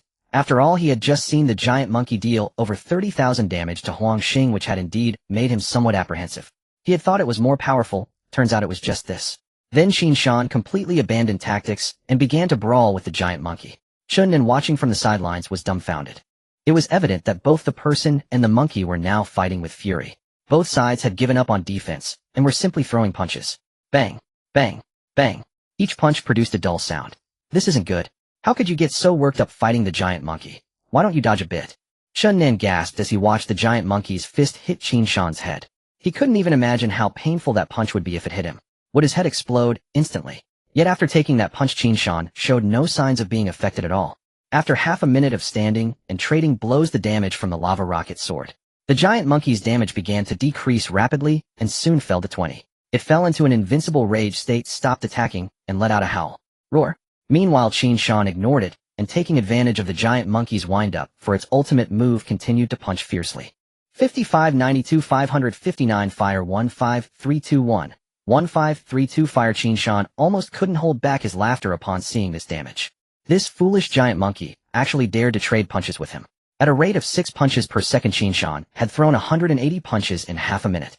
Moreover, as Qin Shan's attack speed increased, the stun effects from shield strikes triggered more frequently. This caused the giant monkey to spend a significant amount of time being hit, while Qin Shan never ceased his output. Seeing the extremely high output of the lava rocket, Qin Shan himself was shocked. Although the lava rocket did not deal real damage, the cumulative output had far exceeded that of the shield strike. The giant monkey, having received numerous fire damage hits, now exhibited some unusual signs. Its entirely black surface began to flicker with sparks, as if it were about to ignite. Seizing the opportunity, Qin Shan landed a few more punches before the giant monkey finally unleashed its ultimate move. With a roar, it suddenly grew a meter taller. Its muscles tightened. Qin Shan, who had to look up at it before, could now only see its chest. The giant monkey then leaped high, grabbing a branch before continuing to ascend. In the blink of an eye, it reached an extremely high place, leaving only a small black dot. Qin Shan was momentarily stunned. Had it run away? Soon the question was answered. Qin Shan looked up at the sky. A figure with only about 3 health plummeted from an unimaginable height. Carrying immense kinetic and gravitational potential energy, it locked onto Qin Shan like a meteor falling. Boom. With a tremendous crash, the giant ape's massive body slammed heavily onto the ground. The immense inertia caused the earth to tremble. Surrounding dead branches and fallen leaves were swept into the air, and dust obscured Chun Nan's vision, preventing him from seeing the outcome of the battle. Chun Nan's pupils contracted sharply, for just before the giant ape descended, he had witnessed Qin Shan standing still without moving. He felt a pang of anxiety. This Li He, although powerful, was exceedingly arrogant. Foolish. How could one withstand such a grand move? Chun Nan exclaimed anxiously. This giant ape was too strong and adept at leveraging the terrain to its advantage. Soon the dust began to settle. A large pit gradually came into view before Chun Nan. He saw the giant ape sitting firmly on the ground. The giant ape remained motionless, as if it had already lost its breath. Chun Nan dared not approach, fearing the giant ape might come back to life. After waiting for 2 seconds, he heard no movement from Qin Shan. Only the sound of Zhang Xingxin's sobs could be heard not far away. Chun Nan's heart sank. It was over. His bodyguard had perished before accomplishing their mission. My dear He Go, why were you so impulsive? After confirming the giant ape's death, Chun Nan slowly walked forward. Why are you in such a state? He said sorrowfully. The purification talisman I invested in. Under such impact, the purification talisman must have been damaged. With this thought, Chun Nan's feigned cries grew louder. But he still did not lose hope. What if the purification talisman could still be used? Just as Chun Nan approached, preparing to collect the body, he noticed the giant ape slowly moving. What? In an instant, 2 higher-level swift movement talismans appeared in his hand, surpassing the speed talisman. Swift movement talisman ignite. Hey Go. Take care of yourself over there. I can't collect your body anymore. Chun Nan said, turning to flee quickly. Just as he had run a distance, a familiar voice called out from behind. Come back, your He Go is still alive, Qin Shan said helplessly. Chun Nan watched as Qin Shan slowly emerged from before the giant ape, holding a piece of equipment. Indeed, he had finally obtained equipment. A moment ago, Qin Shan was picking up gear. Hearing this, Chun Nan executed a smooth turn and dashed back. Hey Go, I knew you would be fine, Chun Nan praised. Qin Shan rolled his eyes and ignored him. The giant ape's final attack had indeed been fierce, but Qin Shan had not taken it at all. After all, he was not foolish. The ape had a long wind-up before its attack, descending from the sky. Suddenly, Qin Shan recalled a type of palm technique that descended from the heavens, and he inexplicably felt a sense of unease. Thus, when the giant ape fell, he dodged at full speed, coincidentally creating a phantom in place. The giant ape, filled with rage, successfully missed its attack and crashed into carbon dioxide and oxygen. After dodging the giant ape's ultimate move, Qin Shan instinctively attempted to land a finishing blow, only to discover the giant ape was still losing health after hitting the ground. It was then directly eroded to death by Qin Shan's light and dark domain. Rounding it up, the giant ape essentially killed itself. Meanwhile, Qin Shan still had 70 of his health left. Soloing an 80-level mini-boss was virtually effortless. This was the formidable strength Qin Shan possessed now. It was worth noting that under normal circumstances, a mini-boss required a full party of 4 to defeat, let alone that Qin Shan had leveled up a full 29 levels. Just as Chun Nan returned, Qin Shan glanced at the attributes of the equipment in his hand. Equipment: Black Ape Gauntlets, rare, can devour equipment, level 80, equipment effect after equipping, attack power 3000, attack speed 50, skill Black Ape Punch can be used. Devour. Health 3, health 500. You have triggered the Cursed Shield of Laziness. Skill name: Black Ape Punch, skill grade C, skill type passive movement, skill effect in a full speed dashing state. Your next attack deals additional damage equal to 110 of your health based on the charge time. Cooldown: none. Upon seeing the skill description, Qin Shan was also taken aback. Wasn't this precisely the Black Ape's strongest trick? However, the Black Ape relied more on gravitational potential energy, while Qin Shan's technique could only utilize kinetic energy. Now Qin Shan could also play the charge game. Only the charge duration still needed to be researched. Another point that surprised Qin Shan was that there were actually monsters that could drop movement skills. It seemed that movement skills would gradually become more common in the game's mid-stage. However, being just a crate skill, Qin Shan felt it shouldn't be too useful. But regardless, Qin Shan had again acquired a skill and an attribute for health, and his mood was exceptionally delightful at that moment. Just then Chun Nen arrived. "Hey Go, what should we do about this woman?" Only then did Qin Shan come back to his senses. He turned to look not far away. At this moment Zhang Xingxin's face was pale, slumped on the ground. Lying on the ground, Huang Xing remained motionless. With a glance, Qin Shan knew Huang Xing was already dead. He swept his gaze across the floor, noticing that Zhang Xingxin had dragged Huang Xing away. A complete trail of blood flowed on the ground, and the corner of Qin Shan's mouth twitched slightly. Could it be that Zhang Xingxin had dragged Huang Xing to death?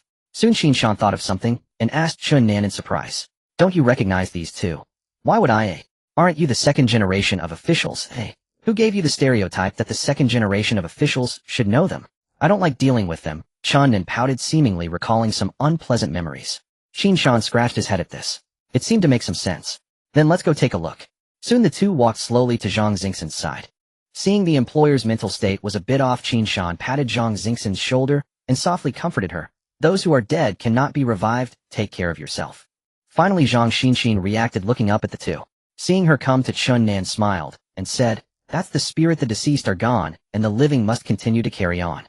Zhang Xingxin's gaze gradually regained its focus as she looked at Huang Xing, who had lost all motion, her pupils trembling uncontrollably. Qin Shan and the other remained silent, quietly accompanying her, waiting for Zhang Xingxin to process this bad news. After a long while Zhang Xingxin finally stood up. Qin Shan did not rush to mention the payment, as it was not quite the right time to do so. It could be discussed before leaving. However, at this moment Zhang Xingxin hoarsely spoke, "It's all your fault." Upon saying this, both Qin Shan and Chun Nan were stunned. "Blame us." The two exchanged glances, both filled with confusion. Did they save the wrong person? Although Chun Nan did not take action. After Zhang Xingxin said this, her gaze was fixed firmly on Qin Shan. Qin Shan's eyes widened, feeling a bit at a loss. At this moment Chun Nan seemed to understand something and spoke up. "Miss He Ge at least saved you. If you want to back out, you can say it directly. But it is a life-saving grace. You shouldn't repay kindness with malice, right?" After hearing this, Qin Shan suddenly realized, perhaps she feared that Qin Shan would use this to blackmail her into a life debt, given she was a young woman. Qin Shan explained, "Rest assured, I only seek some external possessions and have no excessive demands." Chun Nan noticed the situation was somewhat stalemated and also smiled in agreement. Indeed. "I say, it's all your fault. If you had come earlier, Brother Xing wouldn't have died." At that moment Zhang Xingxin said with all her might, "Why didn't you come sooner? Why? Her hoarse voice was filled with resentment, clearly ringing in Chun Nan's ears, causing his laughter to suddenly. His eyes widened. What on earth was she saying? Qin Shan was even more drained of patience. Damn beast, how dare it disguise itself as a human? Zhang Xingxin was dead, reduced to pulp by several brutal punches from Qin Shan. Chun Nan stood silently beside them, uttering no word to intervene, merely watching as Qin Shan struck. After Zhang Xingxin's death, Chun Nan gazed upon the corpse and sighed faintly. "Brother Hei's fists are swift," he murmured with quiet admiration. With that minor episode concluded, the two resumed their journey. Qin Shan lowered his gaze to the map and led the way forward, while Chun Nan followed closely behind. "I understand what you meant by that remark." "What remark?" Chun Nan blinked, puzzled. "The one about worthless?" "No." "Then which one?" "I now grasp why you dislike dealing with them." Chun Nan smiled wryly. "Indeed, many of them are quite unhinged." As they chatted idly, Yi Ge sent a message, short song versus symbol immediately. "We've made a major discovery." Qin Shan read it and turned to Chun Nan. "We must press forward at full speed." Wang City Li residence. The study. "My lord, a letter has arrived from the Imperial Palace," announced the steward, placing the sealed missive upon the desk. Upon hearing this, Li Xian paused mid-stroke with his brush. The Imperial Palace. Lately an air of grim austerity had thickened across Wang City. Even curfews had been imposed within its walls. Patrols along the thoroughfares had intensified, soldiers marched through the streets with increasing frequency. A confluence of ominous signals hung heavy in the air, a storm gathering on the horizon. At this volatile juncture the news unsettled Li Xian deeply. Hastily he tore open the envelope and scanned its contents with urgent haste. Almost instantly his pupils contracted sharply, his hands trembled uncontrollably, and cold sweat broke out across his spine. Alarmed by his master's pallor and agitation, the steward rushed forward. "My lord, what has occurred?" Li Xian did not answer. He panted heavily, his face drained of color. After several deep breaths, he steadied himself. The emperor has sealed off the imperial hunting grounds and taken the relatives of all ministers as hostages. He uses this to compel the ministers to commit fully to the war effort. Li Xian exhaled slowly, then added with bitter complexity, I had intended to bestow the secrets of the imperial hunting grounds upon the two censors. Yet I never imagined this very gesture would deliver them hand and foot into the emperor's grasp. The emperor's move was unexpected, yet chillingly logical. For the emperor's authority had waned as should battle erupt, even the most untrained I would see that many ministers would defect. Morale would crumble, unity shatter. The emperor would lie exposed, like fish laid bare upon the chopping block awaiting slaughter. At this thought Li Xian was seized anew by guilt. He should have foreseen it. A single measure of greater caution might have changed everything. The emperor's gambit forcibly knitted together fractured loyalties, effectively quelling treacherous intentions among the courtiers. Yet, even granting the city's successful defense, this act would remain a thorn, deeply embedded in every heart. An unbridgeable chasm would now yawn between the emperor and his ministers. But the emperor could no longer afford such considerations. He stood now at the precipice with no path but forward. And Li Xian found himself trapped squarely between these opposing tides, torn, agonized. He knew Zhang Rang held the two censors in exceptionally high regard, and owed them his life. As one of the first grandees to pledge allegiance to Lord Jinan, Zhang Rang was the linchpin upon whom all defectors relied for legitimacy and stability. This placed Li Xian in an excruciating dilemma, caught between irreconcilable obligations. Per the original plan, once hostilities commenced, Li Xian would first evacuate his family, removing all personal liabilities, before coordinating an inside-out assault upon Wang City with his forces. The imperial faction, meanwhile, would surely move at once to eliminate Qin Shan and Qin Nan. Even if Li Xian succeeded in defecting, Zhang Rang would hardly greet him with warmth, for he had doomed Zhang Rang's saviors.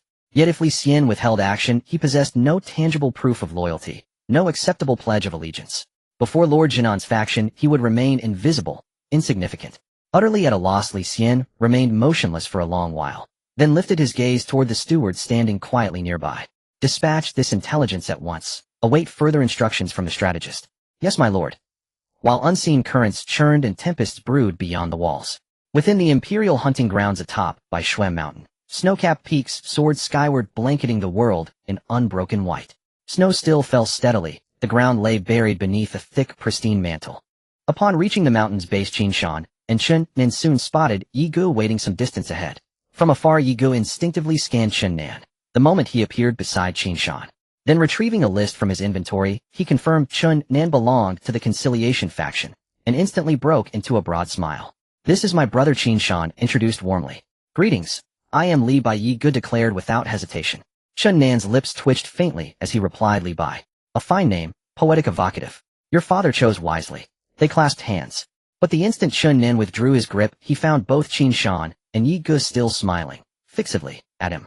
Qin Nan blinked, sensing expectation radiating from their gazes. Oh, right, nearly forgot. He fumbled in his robe and produced a talisman, offering it to Yi Gu. A modest token of goodwill. Yi Gu feigned astonishment, waving his hands emphatically. No, such a precious item is far too valuable. My father always taught me treasures must never be accepted lightly. Qin Nan, ever the diplomat, pressed gently, brotherly.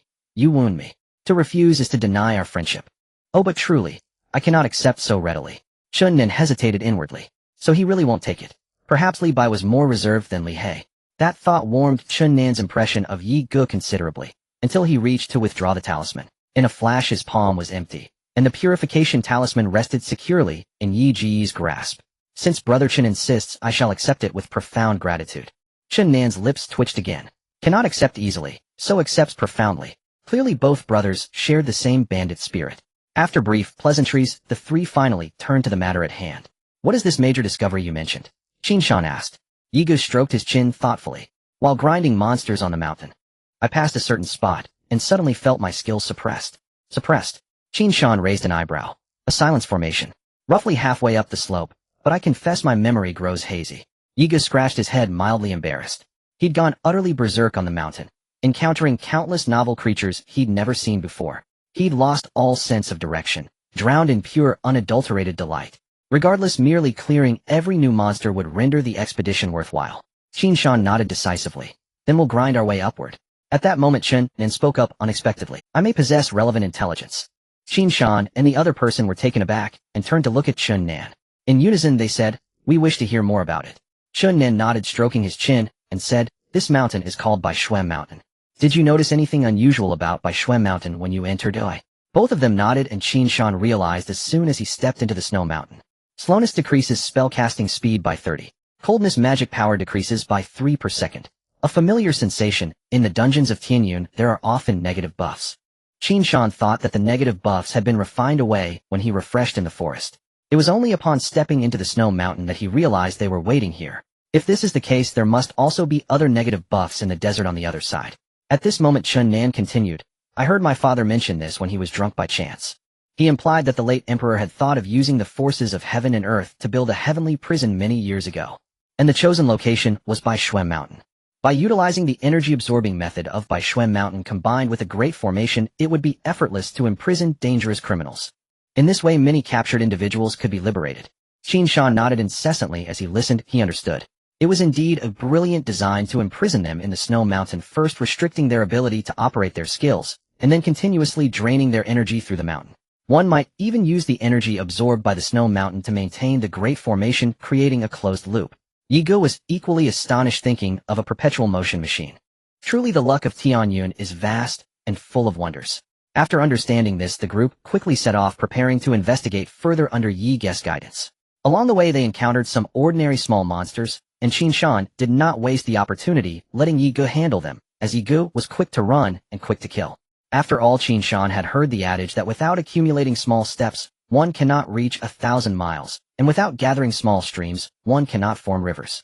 An hour ago at the entrance square of the royal hunting ground, many elite soldiers were already standing on the square. Not far away, an officer was giving a speech. Keep the mission firmly in your hearts. Do not let down the emperor's expectations of you. Set off. Meanwhile, inside the Ministry of Revenue, the mansion, vast in area, exhibited a grand and imposing decorative style. At this moment, the interior was silent, with numerous servants moving about in silence. At this time, the mansion was already adorned with white cloth. One could see many figures in white moving about. Many servants were setting up the altar for the deceased. A middle-aged man in white stood quietly in the main hall. His 10 fingers were adorned with various rings made of gold, sheep fat, jade, imperial green, Hetian black jade, and so on. The man was Qin Nan's father, the Minister of Revenue, Qin Shan. At this moment, Qin Shan was pouring out his heart to the spirit tablet. It was my fault. I shouldn't have let you go. I should have prepared you with 100 talismans. If the other ministers were to see this, they would surely be astonished. For at this moment, news outside was spreading that the Minister of Revenue had gone mad over his son's matter. But in reality, Qin Shan was very calm at this time. Just then, Qin Nan's mother, Madame Shin, spoke up. My lord, don't be too pessimistic. Perhaps Nanair is still alive. The news hasn't come yet. Qin Shan shook his head and said, he only brought 50 talismans. He won't survive 5 days in the hunting ground. I originally wanted him to see the outside world and not be cooped up at home, but I didn't expect that something would go wrong on this trip. Moreover, he is so useless, knows nothing, has a weak character, and doesn't fit in. Madame Shin fell silent after hearing this, not knowing how to refute. Qin Shan sighed and said, the emperor has completely lost his mind. To control the ministers, he has sealed the hunting ground without any regard for the consequences. The hunting ground is fraught with danger, and the tokens have lost their effectiveness. Without this life-saving measure, many lives will undoubtedly be lost here. One can imagine that many ministers will resent the emperor afterward. Of course, whether the emperor can survive until then is another matter. Madame Shan was startled and said, isn't the emperor afraid of the collective pressure from the ministers? He is afraid, of course, which is why he is reluctant to send troops for rescue. He is keeping his forces to protect the palace, fearing the ministers will forcefully seize power. I resorted to this underhanded tactic to put pressure on the emperor. Only then will he send people into the hunting ground to search for Nanair's whereabouts. Hopefully the emperor can capture Nanair soon. Although he may suffer a bit, at least his life will be preserved. In this way, my son might have a chance to survive in the hunting ground for 5 days. Madame Shen still didn't understand and continued to ask, wouldn't it be better for the emperor to send someone to protect everyone as soon as possible? Qin Shan shook his head and said, it's not that simple. If they enter the royal hunting ground for protection before it opens, such a huge commotion cannot be hidden. At that time, no one would dare to let their relatives take risks. And if they enter after it opens, the royal hunting ground is so vast, how many people would it take to rescue them? Who should they save first? What about the opinions of others? The emperor is currently unable to care about anyone else. He can't afford to spread his forces thin to rescue people, because he still has to guard against the ministers. At this point, Qin Shan walked out of the altar, looking up at the sky. The sky appeared somewhat gloomy, with dark clouds gradually rolling and obscuring the heavens. Qin Shan sighed lightly. If this plan succeeds, the elite troops dispatched by the emperor have already set out. At this moment, he wished more than anything for the emperor to send someone to threaten him. to tell him personally that Chun Nan was in their hands. Meanwhile, Chun Nan was unaware that the altar had already been set up at home. He was currently traveling with Qin Shan and the other two. Suddenly Qin Shan stopped in his tracks. For in his realm of light and darkness, he detected neutral entities ahead in the snow, and there was more than one. It should be noted that Qin Shan had set it up so that he would directly attack upon encountering hostile entities. This means that what lay ahead in the snow was mostly NPCs. Seeing Qin Shan stop, Yi Gu and the others were also taken aback. "Why aren't we moving?" Yi Gu asked in confusion. "Those ahead come out." Qin Shan did not answer Yi Gu, but instead called out loudly to the front. As his words fell, snow began to explode in front of them. One by one, soldiers clad in white armor emerged from the snow, no longer hiding. Chun Nan furrowed his brows, for he recognized this armor. "Yulin, how did you end up here?" Upon hearing this, Qin Shan's heart sank. Oh no, could it be that Li Xian has already been exposed? Or is it possible that Li Xian has turned against them and sold them out, just as the group was at a loss? At those words, Qin Shan's mind raced furiously. What did it mean? Were they here for Chun Nan after all? He and his companion exhaled in quiet relief. Their cover, it seemed, remained intact. Chun Nan, meanwhile, stood utterly bewildered. He slowly raised a finger and pointed directly at himself. "Who?" "My father," he blurted out, disbelief etched across his face. "Impossible. My father is even more cautious than I am." The squad captain snorted coldly. "Enough talk. Surrender now, and you'll spare yourself unnecessary pain." "Seize him." The command rang out, and instantly the soldiers advanced, tightening their encirclement. Qin Shan swept his gaze across them. Every single one was a Tier 3 NPC. Altogether, there were roughly 30 men. Good heavens, 30 soldiers deployed to apprehend just one Chun Nan. As the Imperial Guard closed in, Chun Nan lunged forward and seized Qin Shan's sleeve. His face paled, his voice trembled. "Brother, hey, we're friends, right? You'd help a true friend, wouldn't you? These men must be imposters. I know my father well." His thoughts whirled as he spoke rapidly. "They're not here to arrest me. They're here to kill me." Beside him, Yi Gu watched Qin Shan intently, awaiting his decision. He knew his own mind was ill-suited for strategy. His role was simply to follow Qin Shan's lead without question. If Qin Shan said fight, they would fight. At that moment, all eyes, 2 pairs then dozens, fixed upon Qin Shan alone.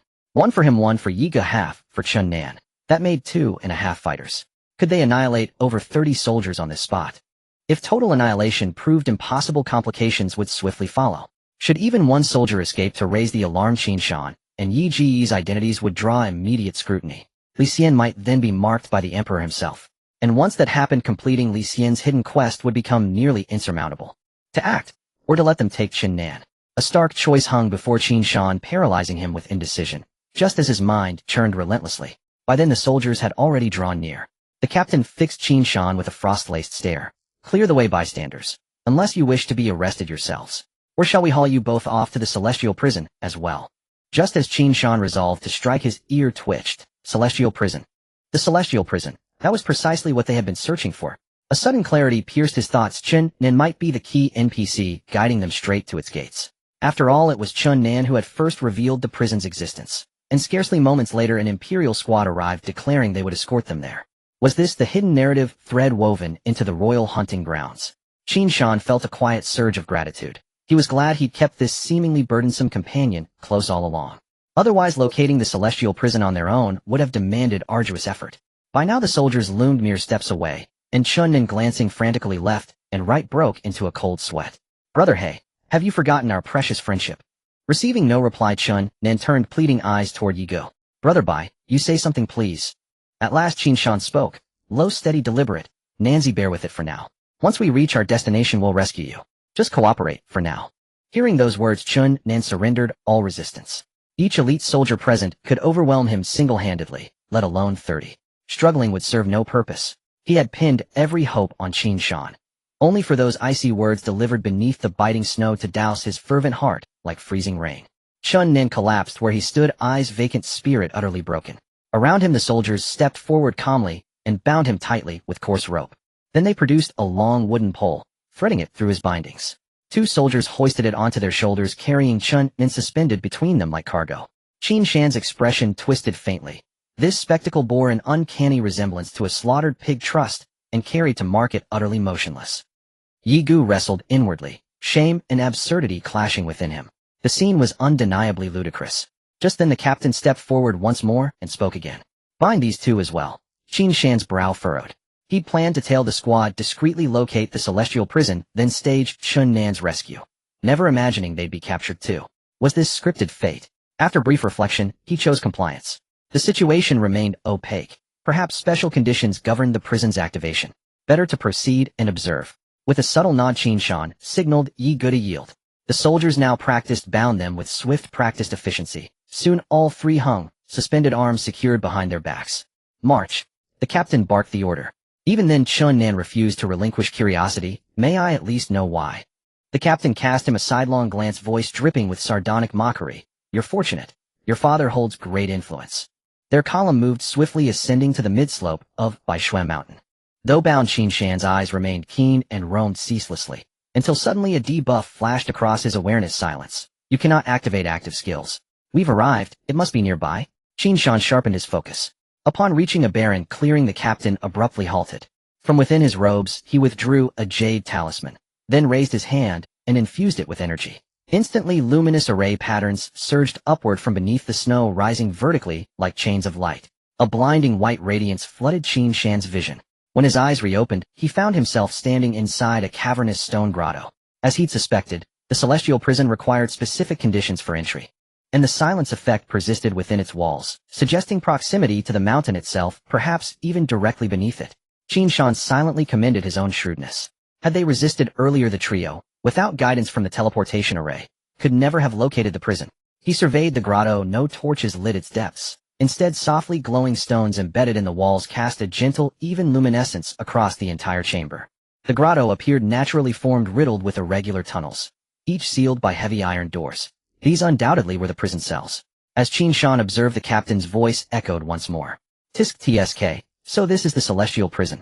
Not quite how I pictured it." He gestured dismissively. "You, take them to their cells."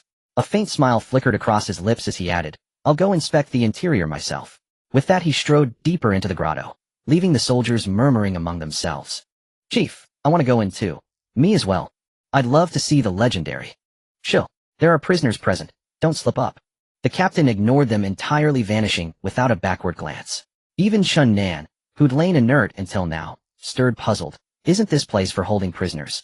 What's there to see?" Qin Shan's eyes gleamed. Earlier players had shared intelligence reports, including precise timelines. Chun Nan surely possessed deeper knowledge. If only he could align the chronology, answers might surface. Qin Shan spoke aloud. "All I know is that the prisoner was secretly incarcerated 5 years ago." Chun Nan fell silent, deep in thought. 5 years ago, no notorious criminal was apprehended then. Anyone prominent, widely known. Don't be absurd. Criminals aren't popular. Generals perhaps, but not convicts. Yi Ji's grin froze mid-expression. Qin Shan's prompting ignited a torrent of memory. Suddenly Chun Nan gasped. "I think I know who's imprisoned here." Chun Nan slowly uttered a name. Wushuang Ho. Both Qin Shan and the other person paused upon hearing this. Yi Gu, puzzled, asked, "Isn't this a title? How could he be captured?" At that moment the soldiers lifted the three of them and tossed them into the prison, slamming the iron door shut. Chun Nan directly ignored the soldiers, a glimmer of brilliance flashing in his eyes as he continued speaking. "It can't be wrong, it must be Wushuang Ho. 5 years ago Wu Zhe attacked Nantian City, and Wushuang Ho, under the command of the Southern King, disappeared after that battle. Many said he was dead, his bones untraceable. But I remember that at that time the royal palace also dispatched an elite force. It must have been during that time he was captured." At this moment a guard at the door could no longer hold back and said, "Stop guessing. You talk too much. If you keep discussing the emperor, be careful we don't make you suffer a bit." Qin Shan chose to ignore the guard's words, his brows slowly relaxing. If that's the case, it makes sense. No wonder a criminal was secretly sent to the heavenly prison. No wonder the emperor seemed unfazed, even if it offended many ministers. It seems he still had a trump card hidden. This was his final ace. After all, the Southern King was supposed to be acting under the banner of respecting talents and loyalty. If at the onset of a great battle the emperor used Wushuang Ho as a bargaining chip to coerce the Southern King into retreating, the Southern King would find himself in a dilemma. To fight would severely damage his prestige and result in the loss of the great general Wushuang Ho. To retreat would cause morale to plummet. Morale is like a wave, it surges initially, then declines and finally exhausts. Thinking of this, Qin Shan shook his head slightly. He had always thought the emperor was merely a dim-witted supporting character in the main storyline. He never expected that when faced with life and death the emperor actually became clever. With this in mind, Qin Shan speculated that the lockdown of the hunting ground must have been premeditated. Yi Gu at this moment asked, "Big brother, there are over 30 soldiers, should we take action?" This remark also awakened Qin Shan. Right, the main task of these 30 elite soldiers definitely wasn't to capture Chun Nan. Perhaps it was just a side task, since Chun Nan was of no significance. And since Chun Nan was so weak, there was no need to imprison him in the heavenly prison. Their main task should have been to escort Wu Xuanhou. Qin Shan nodded incessantly. Everything was falling into place. Unexpectedly, this hidden mission had so many twists and turns. No wonder it was a turbulent time before the decisive battle. Qin Shan marveled inwardly. Fortunately, Qin Shan had the NPC's information at hand and had gathered a wealth of intelligence from players.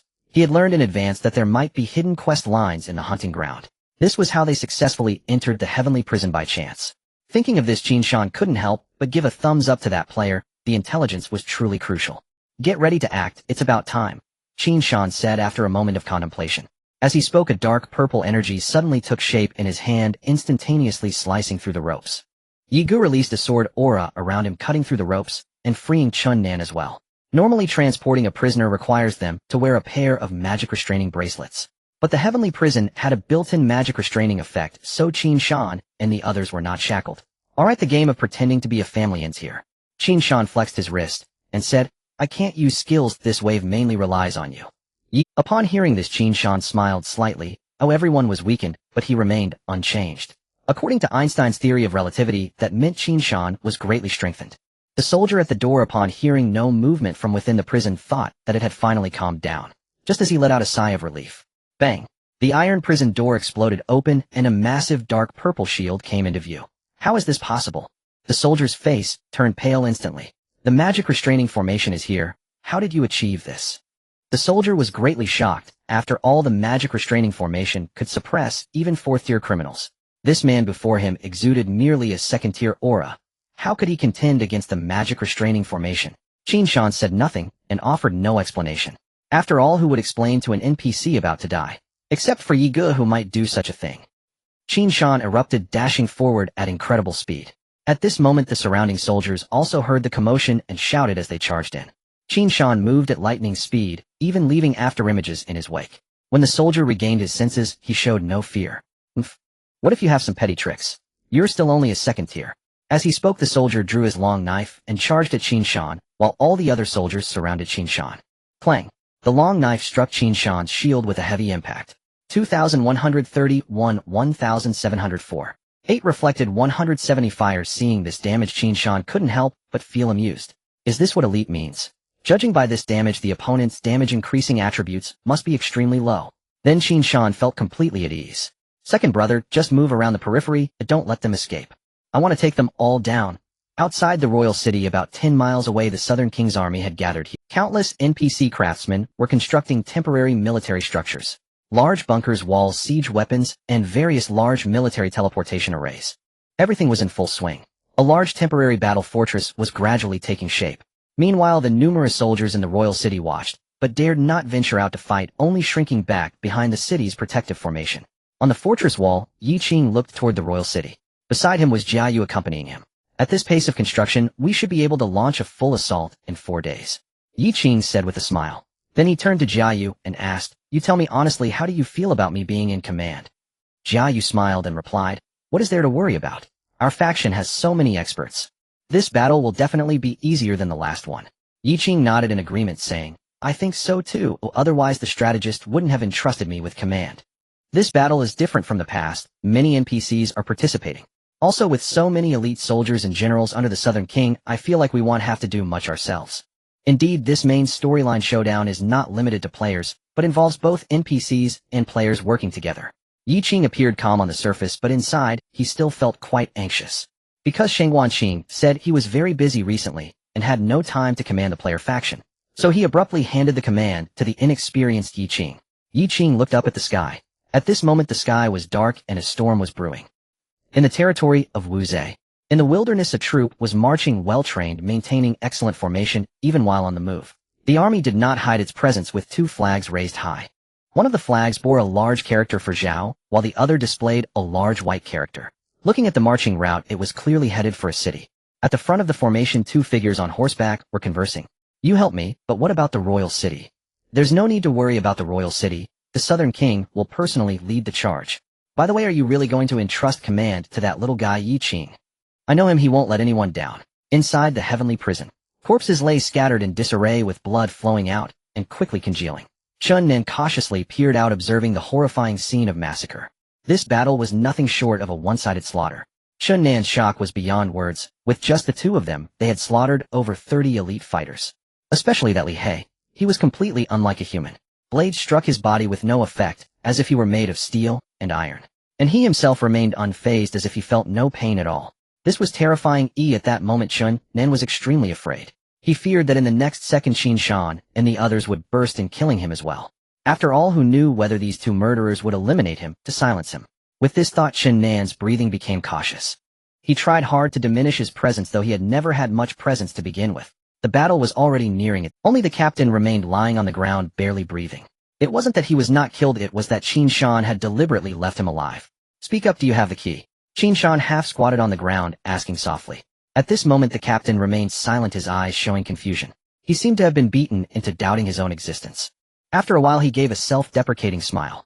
I started martial arts at 3, entered the second transition at 15, and stepped into the third transition at 25. From childhood to now, I have been obsessed with martial arts, never slacking for a day, and everyone around me called me a genius. Yet I never thought that today, with over 30 fellow compatriots, we would be easily slaughtered. Why? I don't understand. Yi Gu chuckled lightly in response. Do you want to know why? Why? Because success requires the right time, place, and people, and you only have the right time and people. What do you mean? Because you lack the right time, my brother. Upon hearing this, the captain spat out a mouthful of old blood. His gaze then fixed firmly on Qin Shan. Unwilling to give up, he asked, before I die, I just want to know your names. Qin Shan sighed. However, he still had a fondness for those about to die, and replied, the ones who will kill you are the twin stars of Tianshui. The captain, bloodied in mouth, nodded repeatedly, laughing heartily. Ha! Since the twin stars of Tianshui were born, why was I born? Pooh! Saying this, he spat out a mouthful of blood, dying with a smile, as if his last breath had flowed away with the blood.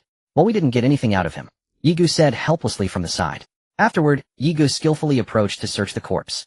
After the fight had begun, the captain had summoned a jade talisman.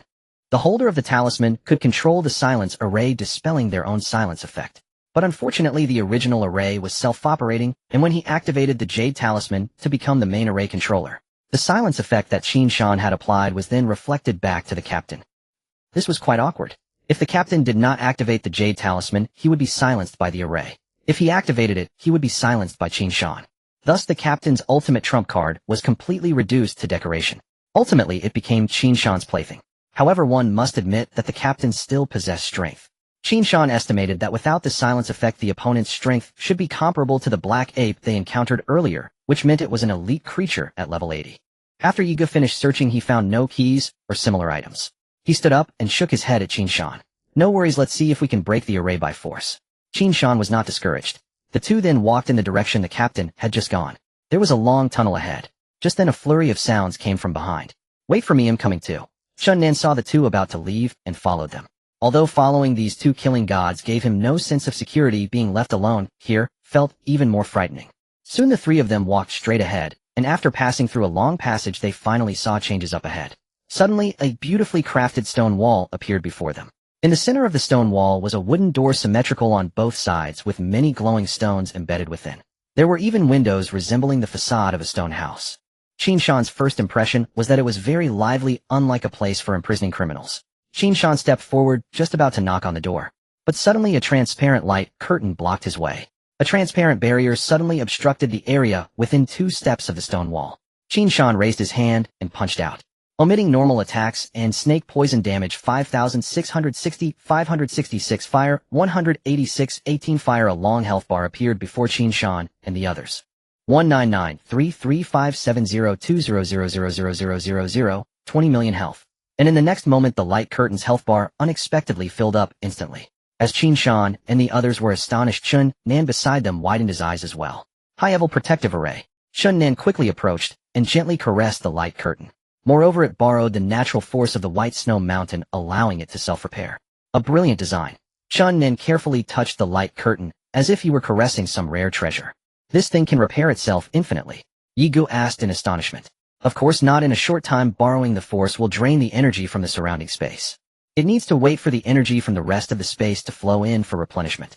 Qin Shan nodded understanding. In other words, this was a shield that automatically healed, and they needed to break it to rescue the unparalleled Marquis. Let's get to work. I've been waiting for this. Yi Gu was already rubbing his fists in anticipation. After taking the jade talisman, he dispelled the silence effect on Qin Shan. With that, he could now unleash his skills.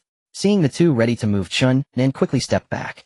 Yigo was the first to strike, raising his hand for a powerful chop. 132,421. 13242 Dark 1 slash dealt a staggering damage of over 130,000. Qin Shan's eyes widened in shock. Yet Yigo did not stop. He unleashed a series of flowing sword techniques. 72321. 7232 Dark 82132. 8213 Dark 9. 3213. 9321 Dark. Yige's attack speed was incredibly fast, with over 10 attacks unleashed in just 1 second. Qin Shan was completely stunned. Why don't you hit it yourself? Qin Shan spoke up. Just as he finished speaking, he saw the light curtain's health bar almost fully replenished. Alright, we still need to focus our fire together. After saying this, Qin Shan transformed back into the six-fist overlord. 6 punches per second. Chun Nan watched the two hammer away, not daring to intervene, fearing that the aftermath would severely injure him. The light curtain's health bar fluctuated back and forth, as if dancing. Meanwhile, Qin Shan's lava rockets were stacking higher and higher. During this time, Qin Shan also tried to see if the light and dark field could target the array. 3 minutes later, Qin Shan's lava rockets had reached a staggering 20,000 damage per second. Damn, you're worse than I am. Yigo couldn't help but exclaim. That's different, you're explosive while I provide sustained output. Under the extreme output from the two, the light curtain's healing efficiency dropped significantly, and it finally shattered. As the light curtain broke, the stone wall trembled. Then the wooden door slowly opened in the gaze of Qin Shan and the others. A figure gradually appeared before their eyes. Qin Shan and Yige's pupils suddenly contracted, frozen in place. They saw that the figure's right arm was completely empty.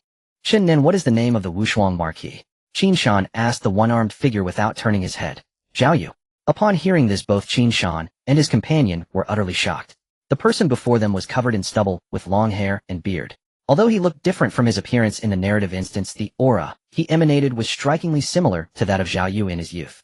They had a particularly vivid impression of Zhao Yu.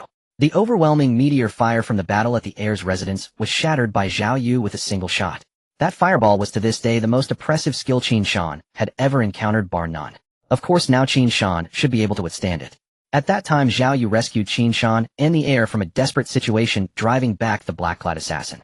He even lost his right arm in the process.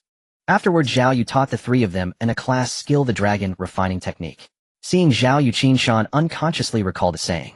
With an imposing aura and murderous intent, he displayed his loyalty to the king. While Qin Shan and his companion were still in shock, Zhao Yu looked puzzled and said, "What are you two trying to do this time? I told you I won't pledge allegiance to that dog emperor. Do as you wish.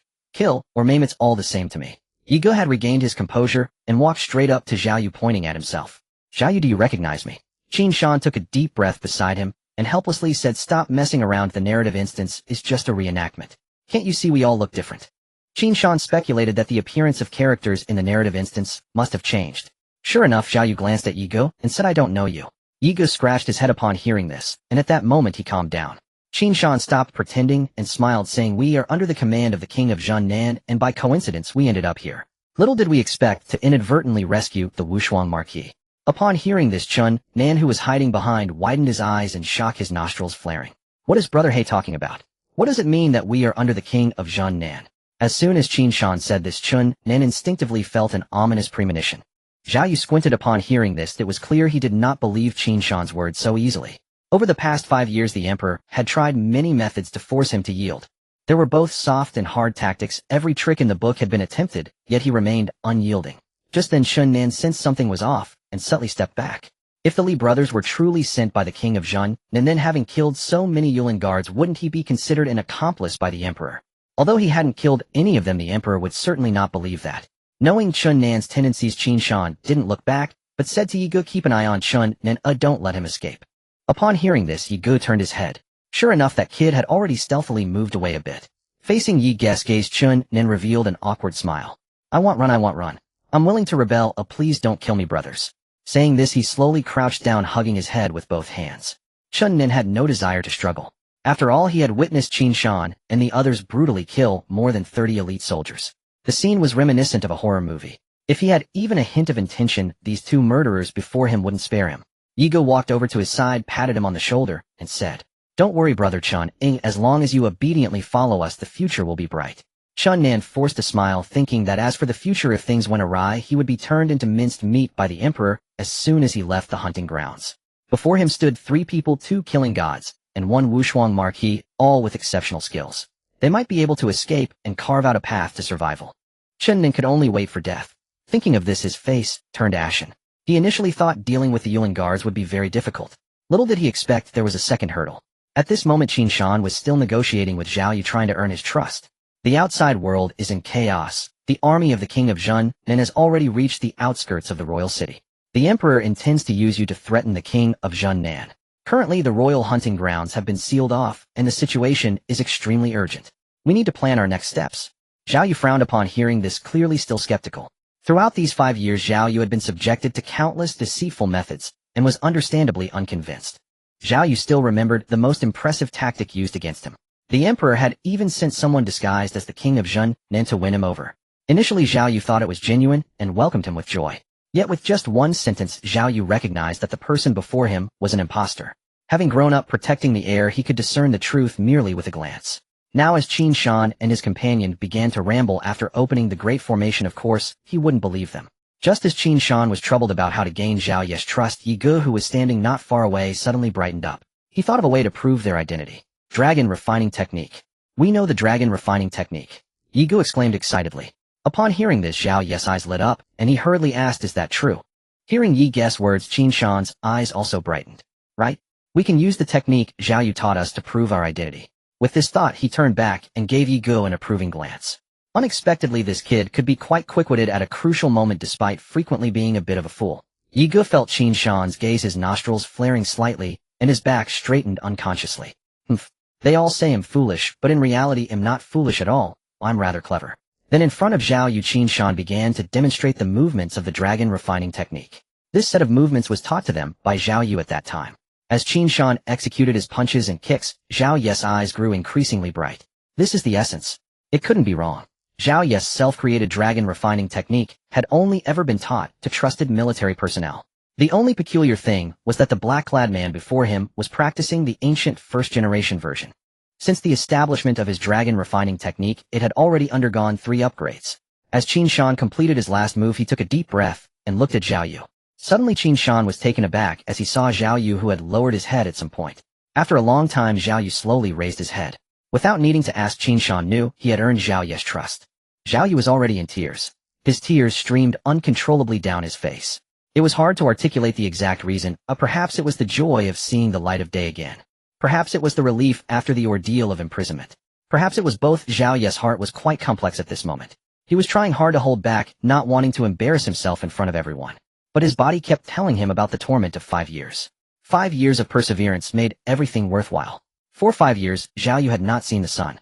He had spent a full 5 years in this dark, sunless stone room. During these 5 years, he often questioned the significance of his perseverance. Yet the passage of 5 years did not wear down his sharp edges. Instead, it allowed this once gifted youth to patiently smooth away all his rough edges. All suffering transformed into a sharpening stone.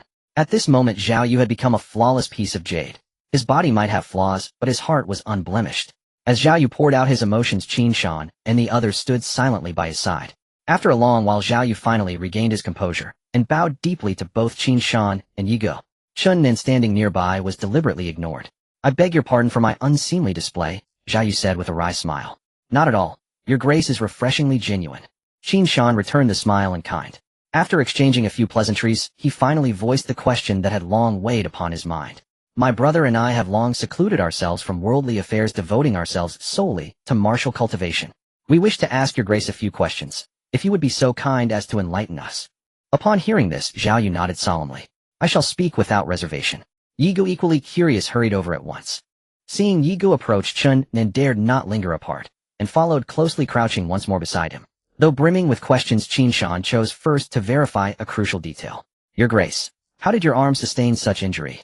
"During the late emperor's reign, assassins from the royal mansion attempted to murder the young lord. I lost my arm shielding him." Qin Shan stiffened, just as he'd suspected. If Zhao Yu was the peerless marquis, then Lord Jinan Zhao Kuang must be the heir apparent. What transpired afterward? Might your grace recount it in full? Zhao Yu's gaze grew distant, lost in recollection. "It is a long tale, one buried deep in time. The precise dates elude me now.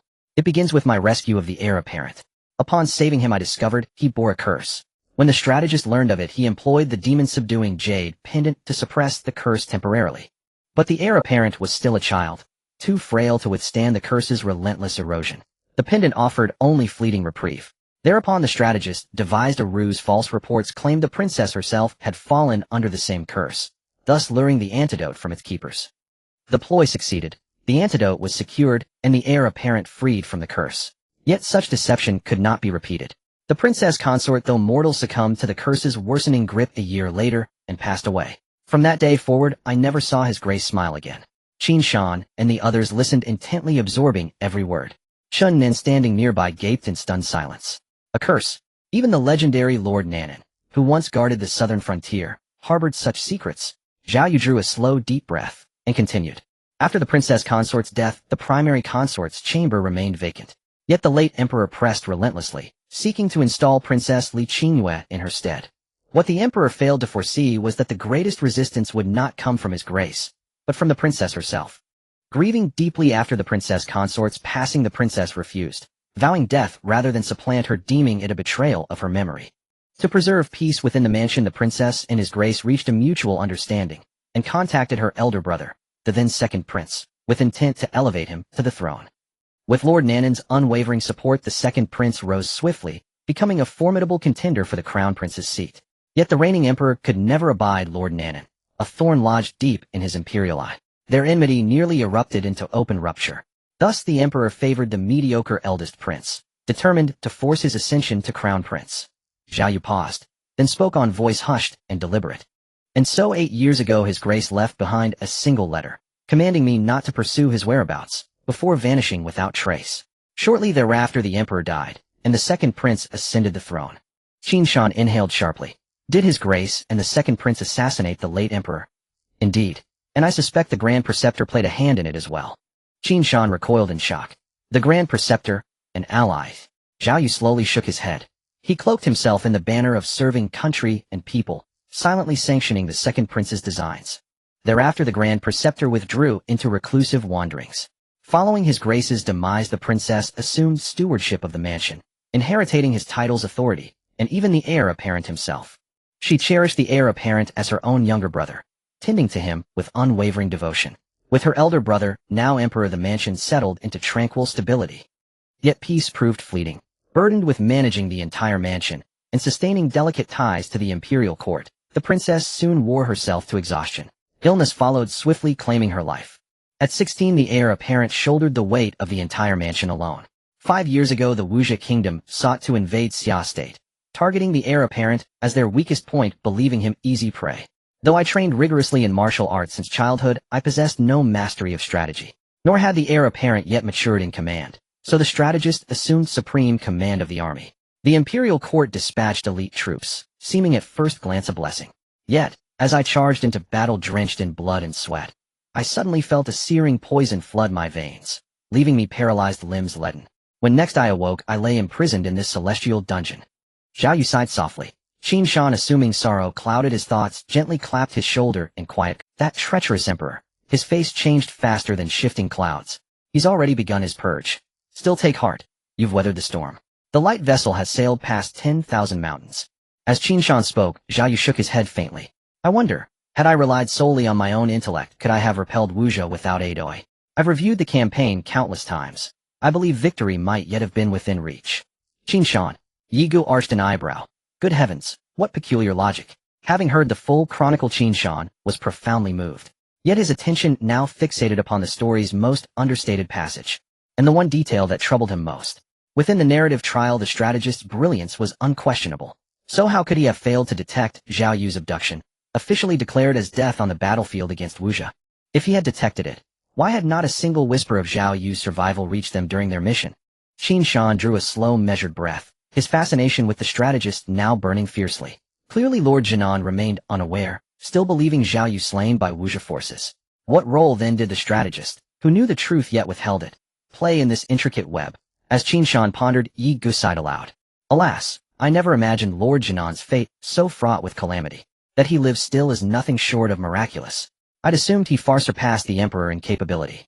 Now it seems the current emperor has squandered an overwhelming advantage, turning triumph into ruin.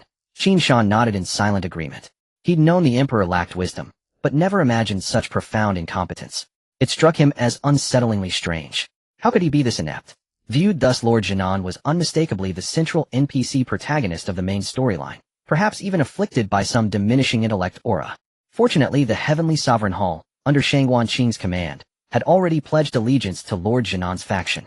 Qin Shan shook his head, dispelling the thought. Having rescued Zhao Yu at great effort, Qin Shan, by habit, saw opportunity to extract value. His eyes flickered meaningfully toward Yigo.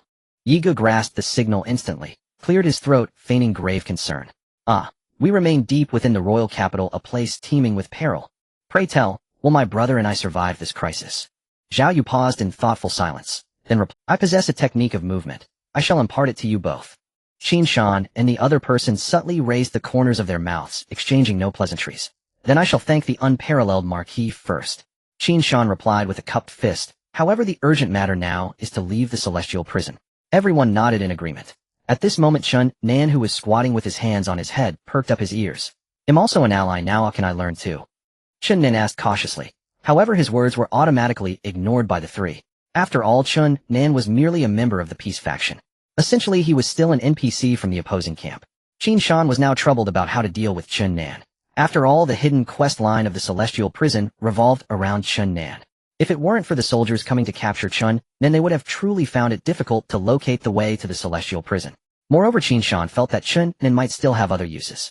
According to the deceased captain of the Feather Forest Guards, Chun Nan's father should have had a conflict with the emperor outside. If they could win Chun Nan over, they might also pull the Minister of Revenue into the camp of the Southern King. Furthermore, there was one crucial point. If they contributed to protecting Chun Nan, it might trigger the hidden rewards from the Minister of Revenue. Speaking of which, the 30 or so elite soldiers were quite unfortunate. They thought it was easy to capture a couple of inconsequential people. Little did they expect that the other side could easily kill them as well. Back to the main topic, teaching skills wasn't something that could be accomplished in a short time, so the group prepared to find a way out of the celestial prison. Upon returning to the formation area, they had been researching for a long time without any clues. In another direction, Yi Gu discovered a long tunnel, and Qin Shan and his companions had no choice but to attempt to explore the end of the path. 2 hours later, at the end of the dimly lit tunnel, they finally saw a beam of light. The group hurried forward, and as the brightness intensified, they saw towering stone walls on both sides with only a narrow path to proceed. Looking up at the sky, they could see a sliver of the sky. It appeared to be a canyon. Initially very narrow, it widened after several steps, revealing a vast expanse. As they emerged from the canyon, they gazed upon an endless desert. Zhao Yu stretched his arms, closed his eyes, and greedily absorbed the essence of nature. The blistering sun shone down upon him, but he remained oblivious, simply reveling in the moment. After 5 years in prison, he was finally liberated. Zhao Yu have returned. Zhao Yu shouted exuberantly. Meanwhile, Qin Shan glanced at the negative buffs on himself. Scorching, the damage you receive increases by 10. Restless, your mana consumption increases by 10. Qin Shan had noticed the change in negative effects at the end. He pulled out a map and took a look. Indeed, they had already left the snow mountain. Their current position was precisely at the junction of the snow mountain and the desert. Thinking of this, Qin Shan couldn't help but marvel at the absurdity of this quest. To save Zhao Yu, if they didn't follow the quest line, they would have to accidentally enter the celestial prison through the desert canyon. Who could have imagined that? With this thought, Qin Shan gratefully glanced at Chun Nan beside him and patted his shoulder. Brother Qin, my friend, you have truly made a great contribution this time. At this point, Chun Nan was also surveying his surroundings. After this journey, he had readily accepted his identity. Now he was a soldier under the Southern King. He pondered for a moment. There was nothing wrong with aligning himself with the Southern King. After all, the situation under the Southern King was quite favorable, and aligning early was certainly better than surrendering after defeat. Hearing Qin Shan's words, he looked puzzled and scratched his head. Great contribution. Who? Me? Chun Nan recalled that he had caused Qin Shan and the others to be implicated and captured in the celestial prison. Then during the battle, he merely stood by and watched without lifting a finger. In the end, he was unwittingly persuaded to surrender, and that was it. It was already good that Qin Shan and the others didn't blame him. How could he have made a contribution? Thinking of this, Chun Nan smiled and said, "Oh, not at all. For the Duke's grand ambitions, all my efforts are expected. Regardless, if Brother He says I made a great contribution, then there must be some truth to it. Maybe I really did make a great contribution, who knows?" At this time, Zhao Yu finally returned to normal and spoke up. "By the way, I still don't know how to address the two of you along the way. Tai Shan, short song." Chun Nan on the side slightly nodded, his lips remaining silent.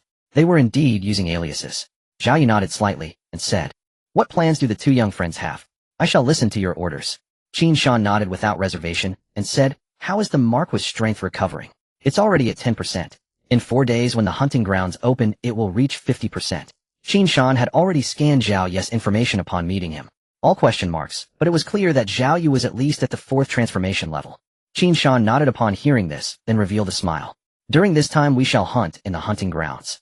Meanwhile, Marquis, could you also teach us your movement technique? Once the hunting grounds open, we will break out of the formation. We will rush to the Li residence at the first opportunity to assist County Magistrate Li. This was Qin Shan's plan. After all, he hadn't forgotten the hidden quest of County Magistrate Li. But if the situation becomes untenable, they would have to sacrifice the small for the greater good. It was foreseeable that after saving the unparalleled Marquis, there would definitely be a significant reward. Thinking of this, Qin Shan had already begun to daydream. What good things would it be this time? With that, Qin Shan walked forward while asking, Marquis, we can begin now. The group stepped forward, and Zhao Yu began to explain. This technique of mine is a method of charging through formations, allowing one to advance courageously amidst chaotic armies. Time flew like a white horse, and in the blink of an eye 3 days had passed. There was 1 day left until the hunting grounds opened. During these 3 days, Qin Shan truly experienced the thrill of effortlessly leveling up. With Yigu, a powerhouse of destructive output, leading the charge, and the 4th transformation unparalleled Marquis Zhao Yu behind, Qin Shan didn't even need to lift a finger. Just teaming up with Yigu allowed him to enjoy the experience points. Over 3 days, Qin Shan and his group had killed numerous small monsters, while the number of elite monsters had significantly decreased. During this time, they also encountered many nobles and aristocrats participating in the hunt. Qin Shan refrained from attacking them, as he was unaware of the Duke's intentions. If the Duke intended to recruit them, any rash actions would only backfire and create obstacles. In the forest, the figures of Qin Shan and the others appeared. At this moment, Yigu and Zhao Yu were besieging a massive black bear. Within less than half a minute, the black bear lay dead on the ground.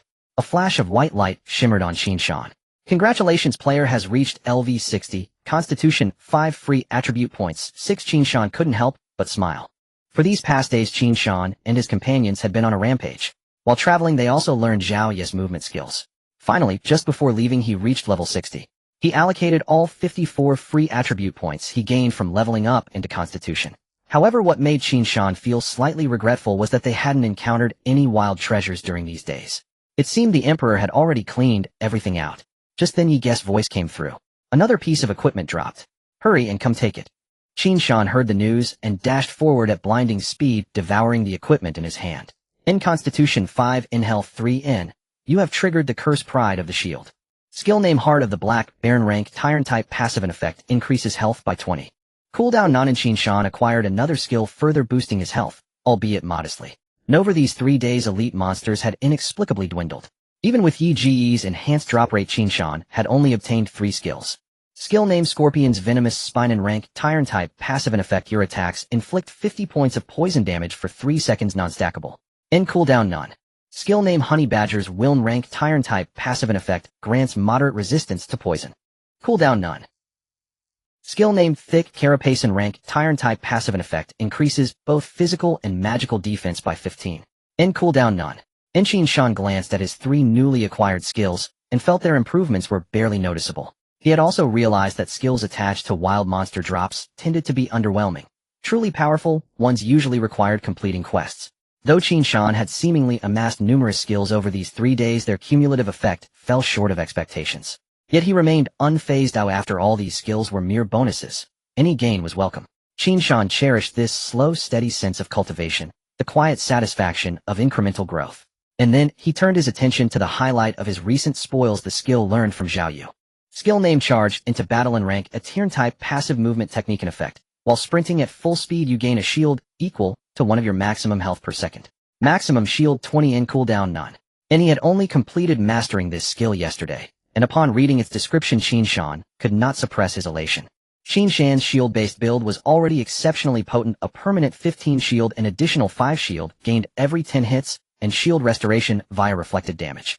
Now came yet another source, shield generation while running. And with his already extraordinary health pool, the synergy of this shield-centric strategy reached its zenith. And this was merely the present benefit. Qin Shan had already begun envisioning the rewards awaiting him from Lord Jin Nan. Lately, Qin Shan couldn't help but wonder if even Lord Jin Nan possessed a divine idol. Might the Imperial Treasury house one as well?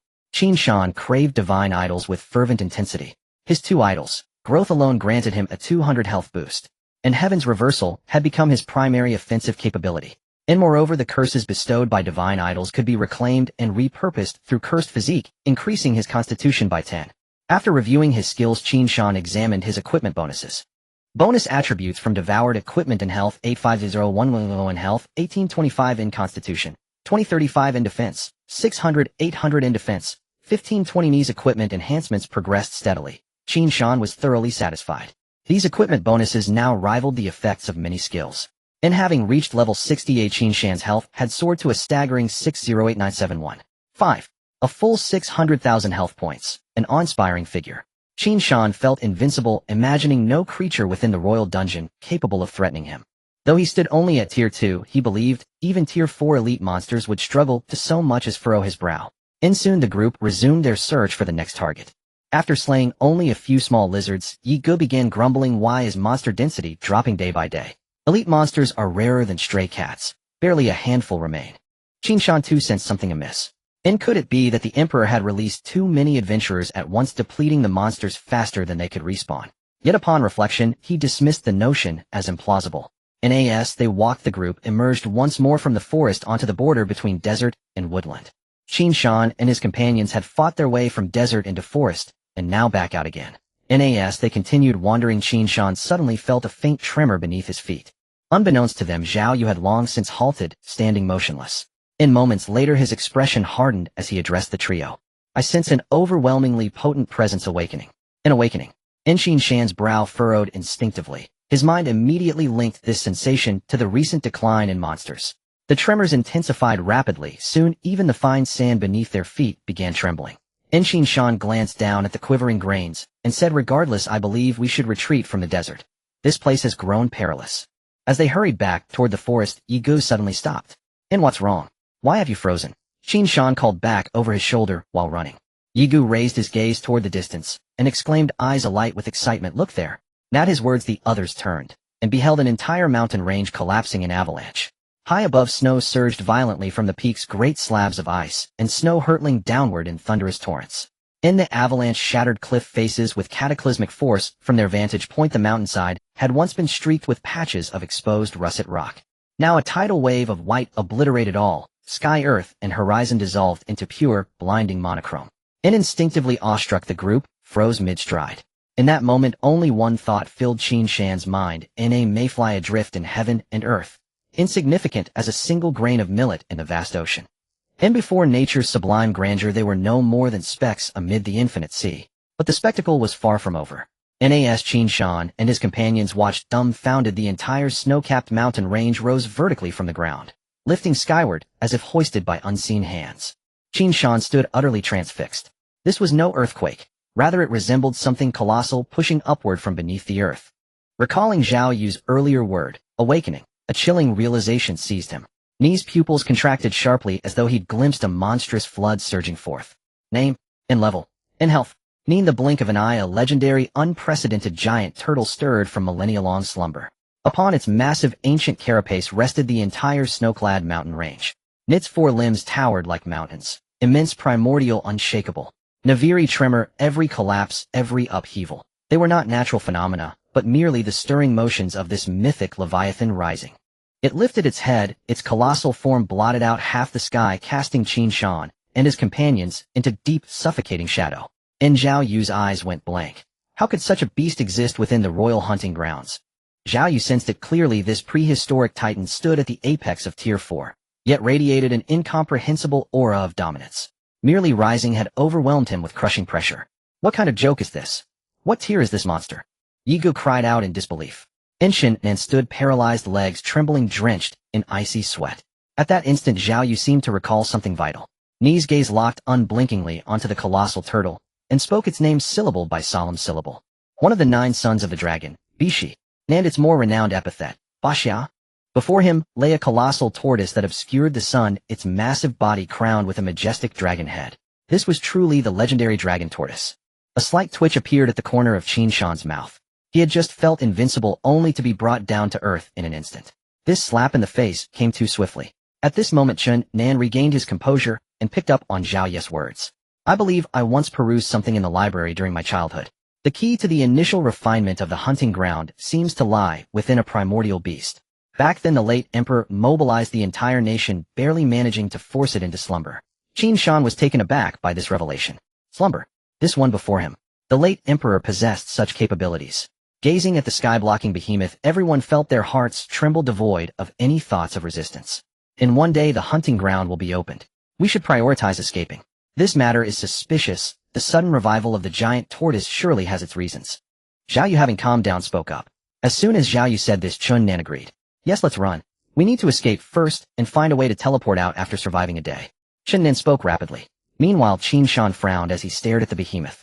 Yi Gu also showed no signs of movement. Seeing that the two appeared to still be under the pressure of the giant, Zhao Yu was about to offer some words of comfort. At that moment, a fierce wind swept through, causing the other's sleeves to billow. Qin Shan's hair flew wildly, slightly obscuring his eyes, yet it couldn't hide the battle intent igniting within them. He slightly tilted his head and spoke before Zhao Yu could. I want to give it a try.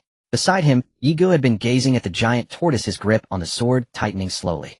He then chuckled softly and remarked, finally, a somewhat impressive boss. What a joke! In a game could one truly be frightened away by a boss? Qin Shan had always approached games with a mindset of caution, but this time his fighting spirit suddenly surged. After all, it was just a game. If he died, he could still resurrect. Qin Shan himself did not understand why he wanted to take this risk. Perhaps it was because he had been too comfortable and things had gone too smoothly along the way. It left him with a sense of lonely invincibility, even diminishing his interest in the game. The appearance of the behemoth was akin to encountering an even taller mountain, just as he thought he had seen it all. It ignited Qin Shan's competitive spirit, further fueling his battle intent. Of course, Qin Shan was steadfast, not impulsive or foolish. The reason he suddenly wanted to try defeating the behemoth was that he saw a glimmer of hope. At that moment, a wild idea surged in his mind. If this plan could work, there was a chance to defeat the behemoth. Meanwhile, Yi Gu felt a surge of confidence within. I should avoid its sharp edges. It was evident that the behemoth before them was undoubtedly a higher-level monster, yet due to their low ranks they could not detect it. Yi Gu estimated that if they could kill the behemoth, the rewards should be quite substantial. Besides, losing would only cost them a life. At that moment, while the two were brimming with battle intent, Zhao Yu shook his head helplessly and said, I have only recovered about 70%. Zhao Yu's recovery speed was much faster than he had anticipated, as if there were some additional recovery benefits from being with the others. In reality, it was Qin Shan's light and dark domain over the past 3 days that had restored the other's health. Zhao Yu, having been imprisoned for 5 years, bore many negative buffs that hindered his condition. Qin Shan replied, it's fine, Duke. You two should find a place to hide. As for this giant beast, we will find a way to deal. Qin Shan did not intend to let the two NPCs participate, as it was far too dangerous. Zhao Yu was someone they had worked hard to save, and Qin Shan did not want to put him at risk. After all, if an NPC died, they were truly gone. Then what about you two? Zhao Yu frowned and asked hesitantly. Don't worry, we brothers have our means of survival. I should stay and support you too. Zhao Yu insisted. Qin Shan felt numb at the side, wondering what these guys were talking about. Am I the only normal person among the four? Can the giant tortoise just be killed whenever? With our strength, wouldn't that mean we were just walking to our deaths? Qin Shan grumbled inwardly, but dared not voice it. He knew he had no say. After some persuasion from Qin Shan, he finally convinced Zhao Yu to hide with Qin Shan. Afterward, Qin Shan and Yi Gu slowly charged towards the behemoth. They planned to climb onto the back of the tortoise first. At this moment, the behemoth stood quietly, showing no signs of action. It was as if its body had awakened, but its mind had yet to catch up. In simple terms, it was still in a state of drowsiness. Qin Shan and the others sprinted at high speed, and half an hour later, they finally reached the foot of the giant tortoise. Qin Shan and Yi Gu did not rush to attack, but instead began to climb up the thick mud on the giant tortoise's sturdy legs. The skin of the giant tortoise was quite rough, and after 10 minutes of climbing, they finally reached its back. Brother Shan, should we make our move now? Yi Gu asked somewhat impatiently. Not yet, follow me. Qin Shan scanned the surroundings, speaking without turning his head. Yi Gu scratched his head at this, saying nothing more, and obediently following Qin Shan. At this moment, Yi Gu felt a touch of happiness. He believed that Qin Shan's insistence on engaging the behemoth was partly to help him unlock the bestiary. In fact, this was true, but there was more to it. Qin Shan's actions this time were not spurofement. The awakening of the giant tortoise was most likely due to the progression of the plot. For a typical player, the next step would be to avoid the giant tortoise and survive until the hunting ground opened. However, Qin Shan had no intention of following the usual path. He speculated that the conditions for the late emperor's initial refinement of the hunting ground were likely related to the giant tortoise before them. Killing the giant tortoise would undoubtedly yield incredibly rich rewards. Since they were here, there was no reason to miss out. Qin Shan did not want to let this opportunity slip away, so he decided to give it a try. Fortunately, the behemoth was still in a daze and merely stood there. Qin Shan did not dare to act hastily, fearing that the behemoth would become enraged if provoked. Walking on the soil of the tortoise's shell, Qin Shan and Yi Gu occasionally spotted parts of the exposed tortoise shell. The shell was not as smooth as they had imagined, rather it was rough and cracked. The size of the behemoth was truly immense. Qin Shan leading Yi Ge sprinted, as if searching for something. Soon half an hour passed, and Qin Shan was still running. Yi Ge could no longer hold back his curiosity. Brother Shan, where exactly are we going? Running like this isn't a— Qin Shan hearing this did not slow down, but continued to dash forward. Their direction was unmistakably towards a towering ice mountain. At that moment the wind howled fiercely on the tortoise's back. Without pausing, Qin Shan explained loudly, "Have you noticed that after the avalanche the height of the snow mountain hasn't—" Yi Ge blinked at this, having heard it clearly, but not understanding it. What relevance did this have to what they were about to do? Yi Ge's mind simply couldn't fathom the connection between the snow mountain and killing the giant tortoise. He thought simply that once they climbed onto the giant tortoise they could just keep attacking. If they could win they would fight, if they couldn't they would have to wait for the cooldown to resurrect. Qin Shan did not wait for Yi Ge's response, and glanced back. Seeing Yi Ge's puzzled expression, he knew Yi Ge hadn't understood his words. Qin Shan dropped the idea of further explanation, deciding to wait until they reached their destination.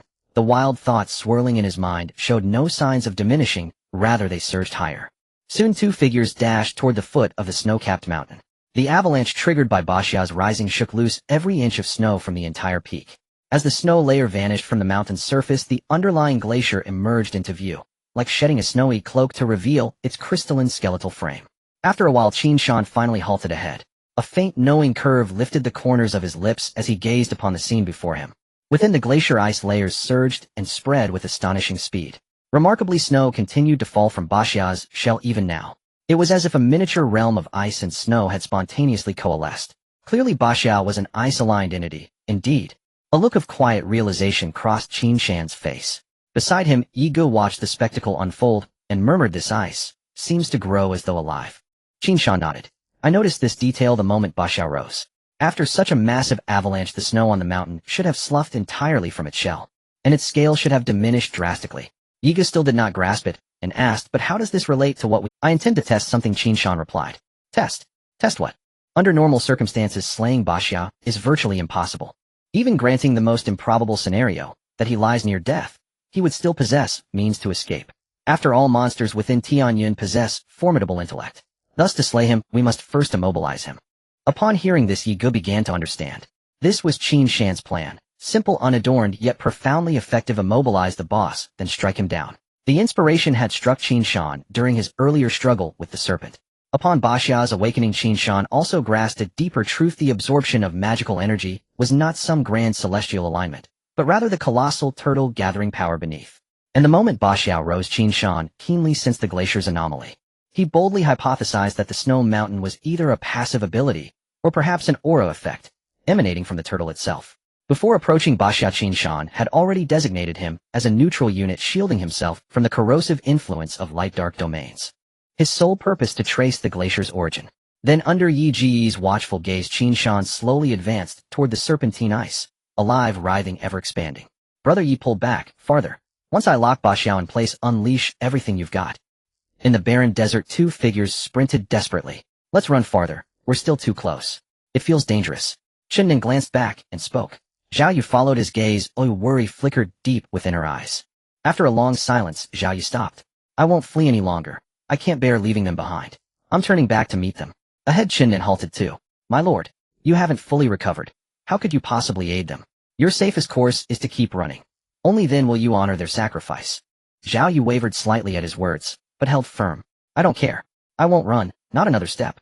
If you wish to flee, go ahead without me." As the two quarreled, a sudden metamorphosis seized the distant dragon turtle. From Baxia's shell the spreading ice accelerated 1,000-fold.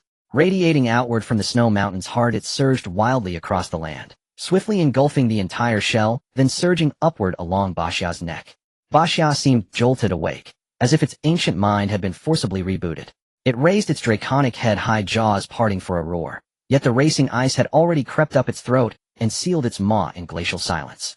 The ice did not pause. It flowed downward relentlessly, encasing all four limbs until the colossal form stood frozen, transformed utterly into a monolithic ice sculpture. Zhao Yu froze mid-step, pupils contracting sharply.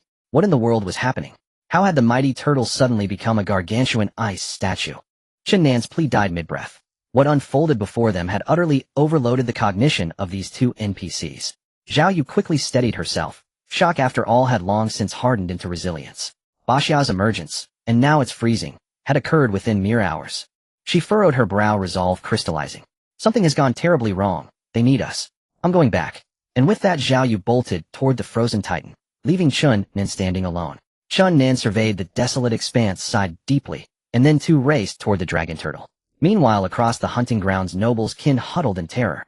The tremors of Baxiao's awakening had terrified them all beyond measure. Scattered across the forest, they fled blindly, praying only that their legs might outpace doom. They longed only to put distance between themselves and that primordial horror, though many instantly recognized the beast, the legendary Baxia. Yet even as they ran, doubt gnawed at them. Could mortal hands truly overcome such a creature? Soon, however, the chaos subsided. Silence descended, profound and eerie. Sensing something amiss, those still hiding climbed trees, peering into the distance, then stood utterly transfixed. There the once unassailable titan now stood petrified in ice, a flawless towering sculpture. And at its core, buried deep within the glacial lattice, Qin Shan himself lay encased. Qin Shan's insight had come from the serpent, the concept of eternal control. Thus, upon detecting the glacier's anomaly, he dared to theorize. The snow mountain was likely a byproduct of uncontrolled energy leakage from the beast, evident from its presence even during slumber. To Qin Shan, this was unmistakably Baxiao's passive ability, one that would persist even while controlled.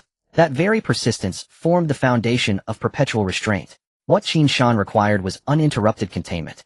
And now the first phase had succeeded. Using Baxiao's own passive glacier, he had frozen himself. Then through the counter-control effect of heaven's reversal, he reflected the freezing effect back onto Baxia. As the ice continued to grow and refrost him, the cycle repeated endlessly, achieving true eternal control. With this step complete, Qin Shan had secured invincibility, for even if Yi Ge failed to slay the turtle, they could still exit the trial upon reaching the 5-day survival threshold, fulfilling the dungeon's evaluation criteria. Yet the sudden eruption had ensnared Yi Ge, who stood atop the shell, now likewise immobilized. Still, Yi Ge remained calm. Qin Shan's control was continuously applied to Baxia, while Yi Ge himself had merely suffered incidental one-time entrapment. He needed only wait for the effect to expire before commencing his assault. At that thought, though encased in ice, Yi Ge's excitement flared anew. One must not forget Yi Ge wielded the urn of the demon god. His strikes carried dark essence, corroding Baxiao's defenses, steadily eroding its damage reduction and armor. With such divine power, Yi Ge believed he truly stood a chance to wear the titan down. Tick-tick. Time slipped away, but Yi Ge felt no thawing, no softening of the ice. Unease prickled his senses. He glanced down at his debuff timer. Frozen duration 234323. Yi Ge. Private chat channel. Taishan, I did it. Now strike him hard. Taishan, why can I only see my aura damage? Aren't you going to make a move? Taishan, hey, can you see this? Duan Guxing, I've been banned for a full 24 hours. At that moment, Qin Shan, frozen like an ice sculpture, was startled and quickly sent a message. Taishan, you got banned. Are you cheating? Taishan, wow, I didn't expect you to be that kind of person. Taishan, I wondered how someone could match my strength. Turns out you were cheating, which makes sense. Taishan, thinking about it, that makes sense. After all, without cheating, it's quite difficult to catch up to my strength. While Qin Shan was bombarding with messages, Yi Ge felt speechless. On the other hand, Qin Shan was quite excited and happy. Not only had he controlled the Baxiao, but he also discovered his endless potential. With the idea of counter-control, using Hui Tian, Qin Shan had already envisioned many applications. For instance, when a great battle begins, multiple enemies cast an unprecedented control formation. Qin Shan charged out alone, thrusting his sword into the formation, forcibly counter-controlling the enemy's main formation controller. The opponent in a controlled state could not manipulate the formation. Qin Shan could easily break the formation alone without any complicated maneuvers. He could act thoughtlessly, merely charging into the formation. Soon Qin Shan calmed down a bit, but noticed Yi Ge hadn't replied much. He thought, oh no, this kid can't really be banned. He thought it was a joke, and even playfully teased Yi Ge's words. This can't be true. I haven't heard of anyone cheating in Tianyun. Soon Yi Ge finally sent another message. Duan Guxing, am frozen, I can't move for 24 hours. Upon hearing this, Qin Shan fell into speechlessness. Taishan, didn't Chun Nin give you a purification talisman? He now seriously doubted whether too much Tianyun had caused problems in Yi Ge's mind. Yi Ge suddenly realized, alright, I have a purification talisman that can dispel this. Saying this, Yi Ge opened his inventory. At this moment in the inventory, all equipment and consumables were in a gray locked state and couldn't be used.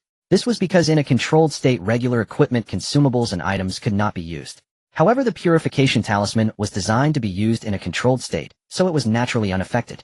This is also one reason why the purification talisman is classified as a rare consumable. Yi Ge quickly found the purification talisman and selected to use it. Suddenly the ice surrounding Yi Ge melted away, allowing him to successfully escape from the controlled state. Watching the half-meter thick ice melt around him, Yi Ge moved his hands, feeling amazed. At that moment, he emanated a faint, gentle white light, which was what melted the ice. Truly a rare item, I wonder if it can dispel multiple controls. So useful, it seems I'll have to find a chance to extract more from Qin Shan later. Ye Ge thought to himself. Then he stopped hesitating, raised his sword, and began to dig upwards. The layer of ice on the surface of Basya was extremely thick, and Ye Ge dug upwards for 3 full minutes before finally seeing daylight again. Now free, Ye Ge had a wide view as the howling wind billowed his white robe. At this moment light poured down from the sky, illuminating the ice mountain and the ice layer beneath Ye Ge's feet. The refracted light displayed a dazzling array of colors. Snowflakes as light as cotton gradually fell, covering the ice layer. Ye Ge stood on the ice layer with the distant desert and forest clearly visible. Seeing this scene, Ye Ge couldn't help but smile, enjoying the moment. In such a situation, I truly feel like composed. Ye Ge felt a bit sentimental. In reality, he was an online gaming addict. Although his family was wealthy, he had very few material desires, and nothing he particularly wanted. He rarely stepped outside, had no hobbies, and just liked to stay home playing games. Because in games he could experience many different fantastical landscapes, while the scenery in reality was merely flowers and grass.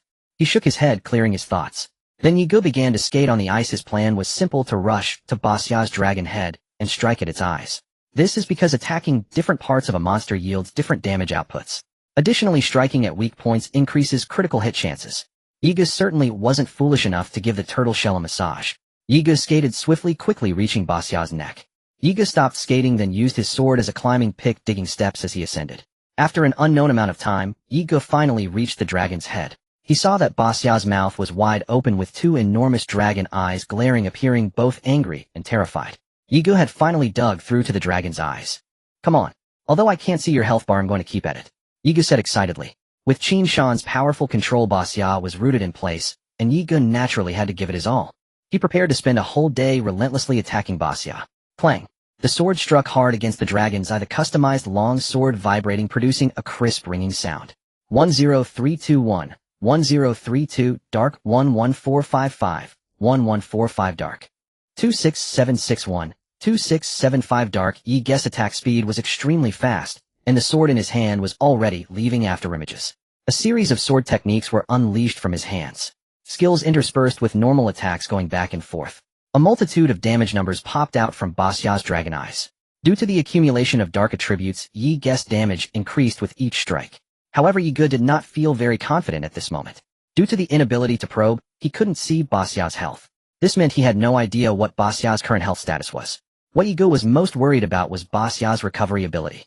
If Basya possessed a high life regeneration effect, the probability of Ye Ge successfully killing it would drop to 0.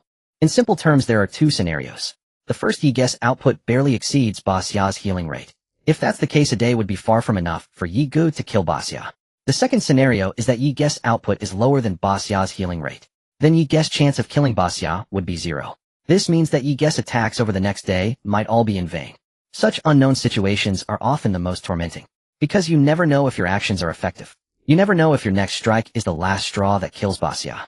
Simply put, it's like being on a game show just 1 coin away from winning. This situation is known in psychology as the near-miss effect.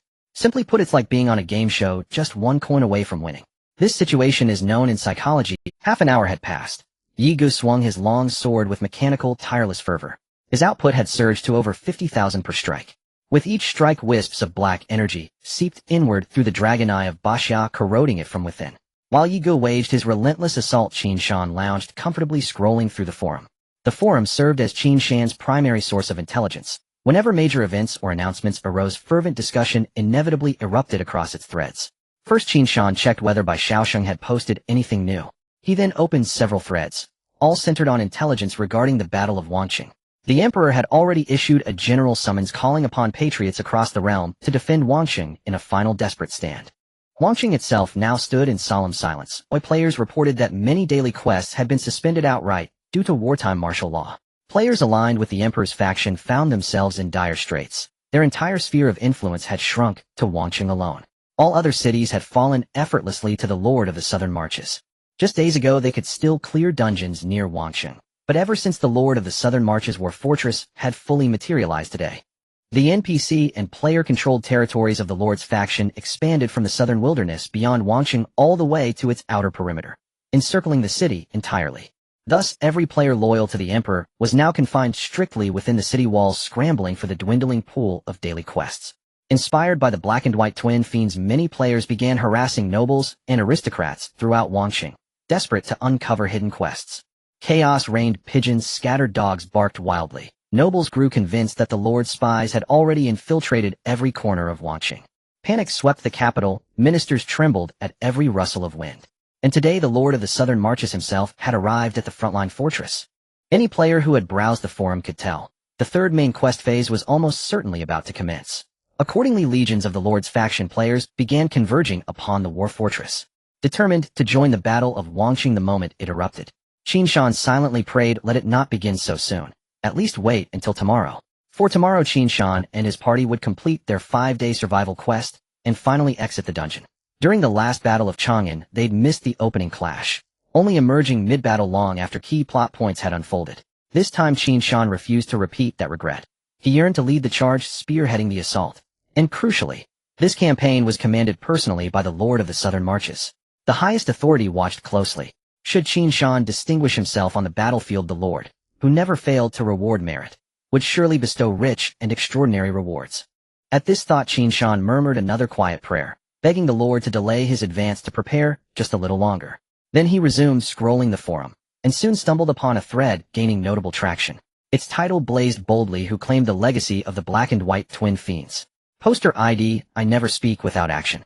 The poster began by recounting his arduous pursuit of the black and white twin fiends quest, sacrificing even a cherished NPC ally along the way. After a brief summary, he appealed directly to fellow players who has accepted the twin fiends quest. Please contact me privately. If you're a solo player, I'll arrange your entry into my guild. Finally, feigning pathos, he pleaded, I simply must know what the quest rewards are. I wish only to die knowing the truth, to depart as a soul unburdened by mystery. Qin Shan nearly choked reading it. Someone still cared about the black and white twin fiends. And the thread's high engagement suggested just how deeply his and Yi Ji's ruse had wounded countless players. If they ever learned the twin fiends were merely two players mocking them, they'd surely hack him into minced meat. A shiver ran down Qin Shan's spine. This truth must never surface. Still uneasy, he sent a message to Yi Gu, still locked in combat, to keep his mouth shut about the whole affair. Given Yi Ji's flamboyant nature, Qin Shan knew such a reminder was essential. Otherwise he truly might blurt it out. Of course, Yi Gu had no time to check messages. He remained locked in rhythmic mechanical strikes, casting his skills the instant they cooled. Qin Shan continued scrolling, then suddenly recalled something. He swiftly searched the forum using targeted keywords, seeking specific threads. He found a few obscure posts, each mentioning only in passing the war between Wuxia Kingdom and the Lord of the Southern Marches. Yes, this was precisely what Qin Shan sought. Yet shockingly few threads discussed it at all. Qin Shan frowned. Was this storyline deliberately withheld from players? Had the Lord dispatched exclusively NPC forces for this southern campaign? Instinctively this felt illogical, and Tianyun every narrative thread existed to serve players. Yet here reality defied Qin Shan's deepest expectations. As he scrolled, Qin Shan's thoughts crystallized. He opened his private messaging interface and began typing. Meanwhile, outside Wangqing, at the war fortress, the Lord of the Southern Marches stood atop a hastily erected wall. Though hastily built, it soared over 10 meters high, constructed of colossal stone blocks. Intricate formation runes were etched deep into its surface. More vital than the wall itself were the formations inscribed upon it, the true bulwark of its defense. A solitary figure stood there, hands clasped behind his back, gazing steadily toward Wangqing. It was the Lord himself, motionless in that pose for a full hour. No one dared guess what thoughts stirred within the mind of this man whose name echoed across the realm. A young officer, awestruck by the imposing silhouette behind him, stepped forward. General, the siege engines are fully prepared. All soldiers have pinned their final letters, ready to launch the final assault at your command. The Lord did not turn, merely gave a soft, indistinct hum. After a long silence, he spoke unexpectedly. If you were ordered to sever the Emperor's head with your own hand, could you do it? The young officer froze, then replied. Better that the general wield the blade himself. Zhao Kuang turned, and opened his mouth to speak. At that very moment, a voice rang out from afar. Report. An imperial envoy bears a letter from the Emperor. A messenger strode forward, swiftly bowed deeply, and presented the sealed envelope. The Lord swallowed the words on his tongue, and took the letter. He read it impassively, his expression revealing nothing. The young officer, unable to glean a single clue from his face, dared ask outright. General, what has transpired? The Lord replied coolly, none of your concern. Focus solely on your duty.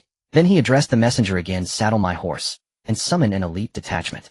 The officer frowned, drew a slow breath, and pressed further. Uncle, before departing south, the strategist entrusted me with oversight. He stressed, This dog emperor has changed. He is no longer the enlightened second prince we once knew. At the mention of the strategist, the lord fell silent, for a heartbeat, then said softly, "Rest assured, the emperor merely requests a reunion, face to face on the battlefield." Zhao Kuang glanced skyward. The heavens were choked with dense, endless clouds. Lightning flickered across the gloom, but no rain fell. Days had passed under this oppressive gray sky, a downpour long overdue. Perhaps it would come in days. Or perhaps it had waited decades. The royal city. On the southern city wall, a chilling wind howled as a golden dragon robe fluttered in the breeze. A figure stood with hands clasped behind his back, gazing into the distance. It was none other than the emperor of the Xia kingdom. Soon in the emperor's line of sight, a well-equipped and well-trained cavalry unit charged out from the fortress ahead. The leader donned a purple-gold dragon armor with two fierce dragon heads on his shoulders that seemed to come alive as they rose and fell with the horse's movements. It was the arriving prince of the southern town. If Qin Shan were present, he would undoubtedly recognize that behind the cavalry unit stood Jia Yu and Yi Qing. The prince of the southern town dared to come this time, clearly having made preparations. Jia Yu and Yi Qing were specially invited to guard against the emperor's desperate attempts. At this moment, they stood between the fortress and the prince of the southern town. They were fully focused on observing every movement around them. Should an ambush arise, Yi Qing would use the Qiankuan transfer to teleport the prince of the southern town to his side, and then Jia Yu would utilize his teleportation ability to extract the prince from the battlefield. They had also rehearsed the entire retreat process, which only required a second and a half. The prince of the southern town could be instantly teleported to the fortress entrance. Such a rapid, life-saving combination was the greatest confidence that allowed the prince of the southern town to come in the first place. Soon the prince of the southern town arrived 3 miles outside the royal city, pulling on the reins to a halt. The troops behind him also came to an immediate stop. These were the prince's elite forces. Then the prince raised his eyes and saw numerous soldiers on the city wall on high alert. In the most prominent position, a figure clad in a golden dragon robe stood with hands clasped behind his back. Zhao Kuang stared at that dragon robe with a complex expression, feelings swirling within him. He then snorted coldly and mocked loudly, going to the front lines without even wearing armor. Is the emperor too reluctant to part with that dragon robe? If he's reluctant, then he might as well wear it a bit longer. After all, he won't be able to wear it for much longer. Zhao Kuang's voice was loud, clearly reaching everyone on the city wall. Upon hearing this, many soldiers on the city wall stirred. Some even considered drawing their bows, but ultimately, the emperor naturally heard this, but his expression showed no change. Seeing that the other side did not respond, Zhao Kuang continued, "Did you summon me here to surrender? If you do wish to surrender, I might even consider leaving you with a whole corpse." Zhao Kuang continuously launched verbal attacks, aiming to suppress the morale of the opposing side. This was a common tactic in battles. Merely using words could to a certain extent lower the enemy's morale. At this moment, the chief eunuch behind the emperor could no longer hold back, stepping forward with a sharp voice that issued forth from his mouth. "Zhao Kuang, you treacherous wolf with ulterior motives. Do you still have the face to shout in front of his majesty?" The piercing voice echoed across the battlefield, albeit lacking sufficient strength. The emperor standing closest beside him felt his eardrums tremble slightly, finding it somewhat uncomfortable. Zhao Kuang retorted defiantly, "You old fool, worthless thing, don't come up here and embarrass yourself. Why don't you send your dog of an emperor to talk? You're not even worthy. You." The chief eunuch, enraged, was about to continue cursing when he caught a glance from the emperor. The emperor gently raised his hand, signaling him to stop. Then the emperor finally broke his silence, his gaze sweeping across the battlefield and locking onto Zhao Kuang's eyes as he spoke. "I almost didn't recognize you, third brother. You're aging too quickly. Is this the price you pay?" The emperor's voice was not loud, but resonated clearly across the battlefield, reaching every ear. This was due to the amplification array embedded in the dragon robe that the emperor wore. This was also the reason the emperor had donned the dragon robe to ascend the city wall. As soon as the emperor spoke, Zhao Kuang's pupils constricted. His expression remained calm, but turmoil surged within him. Just a single sentence made Zhao Kuang realize why the emperor insisted on seeing him before the battle. Perhaps it was to confirm something. The emperor noticed Zhao Kuang's expression and did not dwell on that topic, shifting the conversation. "My dear third brother, tomorrow, I shall present you with a grand gift." A grand gift. Zhao Kuang found those words somewhat familiar, as he had heard them from Yi Qing before his departure. Yi Qing had informed him that the two assassins would have made significant gains at the royal hunting ground and would present a grand gift to the prince at that time. Zhao Kuang, appearing indifferent, smiled in response. "What a coincidence. I also have a grand gift for you tomorrow." Zhao Kuang smirked internally. During the days of the fortress construction, they had not remained idle. Given the prince of the southern town's clear advantage, many officials within the royal city had been coerced into defecting. At noon tomorrow, the army would launch a full-scale attack, while simultaneously chaos would erupt within the royal city. He was already aware of the royal hunting ground matter, thus intentionally avoiding the participation of those officials involved in the hunting ground during the coercion. This significantly reduced the chances of their conspiracy being exposed. The emperor, upon hearing this, spoke with a hint of meaning. "I look forward to your performance tomorrow." Inside, the emperor sneered. He was certain that Zhao Kuang had no idea that the incomparable Marquis Zhao Yu had been imprisoned in the heavenly prison years ago. Otherwise, Zhao Kuang would not be contemplating war with the Wu Zhe kingdom at this juncture, seeking revenge for Zhao Yu. This showed how significant Zhao Yu was in Zhao Kuang's heart. When tomorrow comes, he would order someone to bring Zhao Yu to the city wall, threatening the prince of the southern town in front of the troops. He eagerly anticipated how Zhao Kuang would choose then. Would he opt to save Zhao Yu, who had raised him, or would he choose to launch a full-scale attack? Both sides harbored ulterior motives as this confrontation quickly came to an end. The prince of the southern town returned swiftly to the fortress, and a young general could no longer restrain himself. "General, I think the emperor just wants to stabilize our troops and buy time until tomorrow. How about I lead a surprise attack to catch him off guard, to prevent falling into the emperor's delaying tactics?" The prince of the southern town slowly shook his head, still pondering the emperor's words. Why would the emperor say such a thing? Does he really know something? Zhao Kuang harbored a secret known only to himself, and it was precisely this secret that made the prince of the southern town invincible. Zhao Kuang furrowed his brow, his mind in turmoil. "We also need time to prepare. Let's launch the full-scale attack tomorrow." With the prince's command, the young general responded affirmatively. At the royal hunting ground, at the head of the Basya dragon, a tireless figure continued to strike with the sword in a mechanical manner, his eyes devoid of spirit, as if he had forgotten the passage of time. But this was not the case. Yi Ge had also opened the forum, beginning to surf online. At this moment, Yi Ge was already able to fluently browse the forum while his hands continued their movements. There was no choice, it was simply too tedious, and it had to last a whole day. Thinking of this, Yi Ge felt somewhat weary, suddenly realizing that he was the one suffering. At this point, his damage had reached 100,000 per sword, but the rate of damage increase was slowing down. Yi Ge estimated that his dark attributes erosion had nearly maximized the dragon's various defensive attributes. In other words, every strike was approaching true damage. Meanwhile, Qin Shan was also growing bored. Continuously scrolling through the forum was not particularly pleasant. Suddenly, he sensed that his light and dark field had detected 2 friendly units. Qin Shan paused for a moment. He had only set 3 friendly units in the entire royal hunting ground: Yi Ge, Zhao Yu, and the weakling Chun Nan. The identities of the 2 nearby individuals became clear. "This is great." Qin Shan felt a surge of excitement. With Zhao Yu's damage, the chances of defeating Basya had greatly increased. Without the time to think about why the 2 were here, Qin Shan quickly sent a private message to Yi Ge. Soon a day had passed in the blink of an eye. There was still an hour left until the hunting grounds opened. At the dragon's head of the Basha, 2 tireless individuals were fiercely hacking away. Behind the 2, a figure was continuously pulling out various blue regeneration items, occasionally tossing them to the... After Qin Shan sent a message to Yi Ge, he quickly joined the 2, charging towards the dragon eye with all his might. By the end of the day, the dragon eye had endured an inappropriate amount of punishment, being relentlessly attacked by Yi Ge and Zhao Yu. Over 400,000 of the damage was dealt by Zhao Yu. After Yi Ge weakened the damage reduction, Zhao Yu's output was also explosively powerful. Yi Ge speculated that Zhao Yu's strength was at the peak of the 4th transformation, around level 120. The more he fought, the more anxious he became, glancing at his ultimate ability, which was ready to be unleashed once again. "Step back, I will fight solo." With that, Yi Ge swung his longsword, producing a series of shimmering maple leaf afterimages.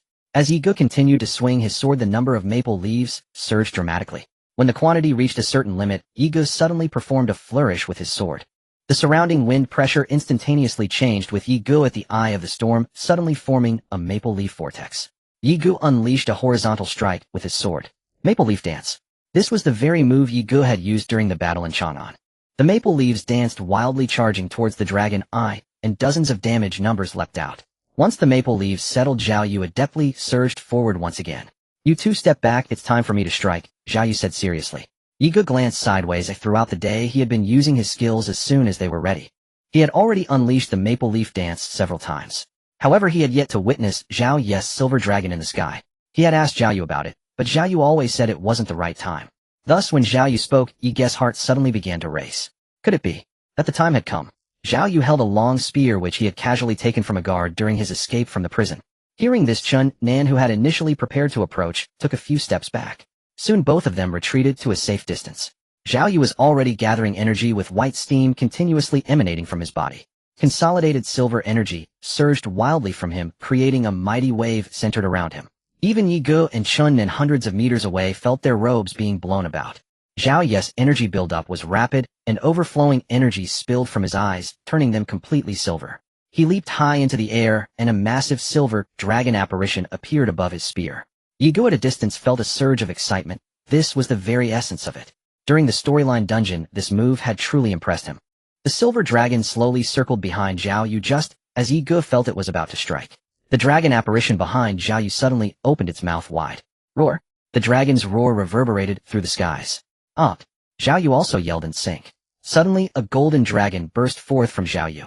The gold and silver dragons intertwined and spiraled.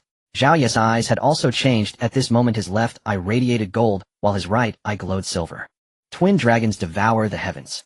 With Zhao Yu's voice shaking the space, his figure crashed down like lightning. The target was unmistakably the enormous dragon eye of Basha as the twin dragons roared downwards.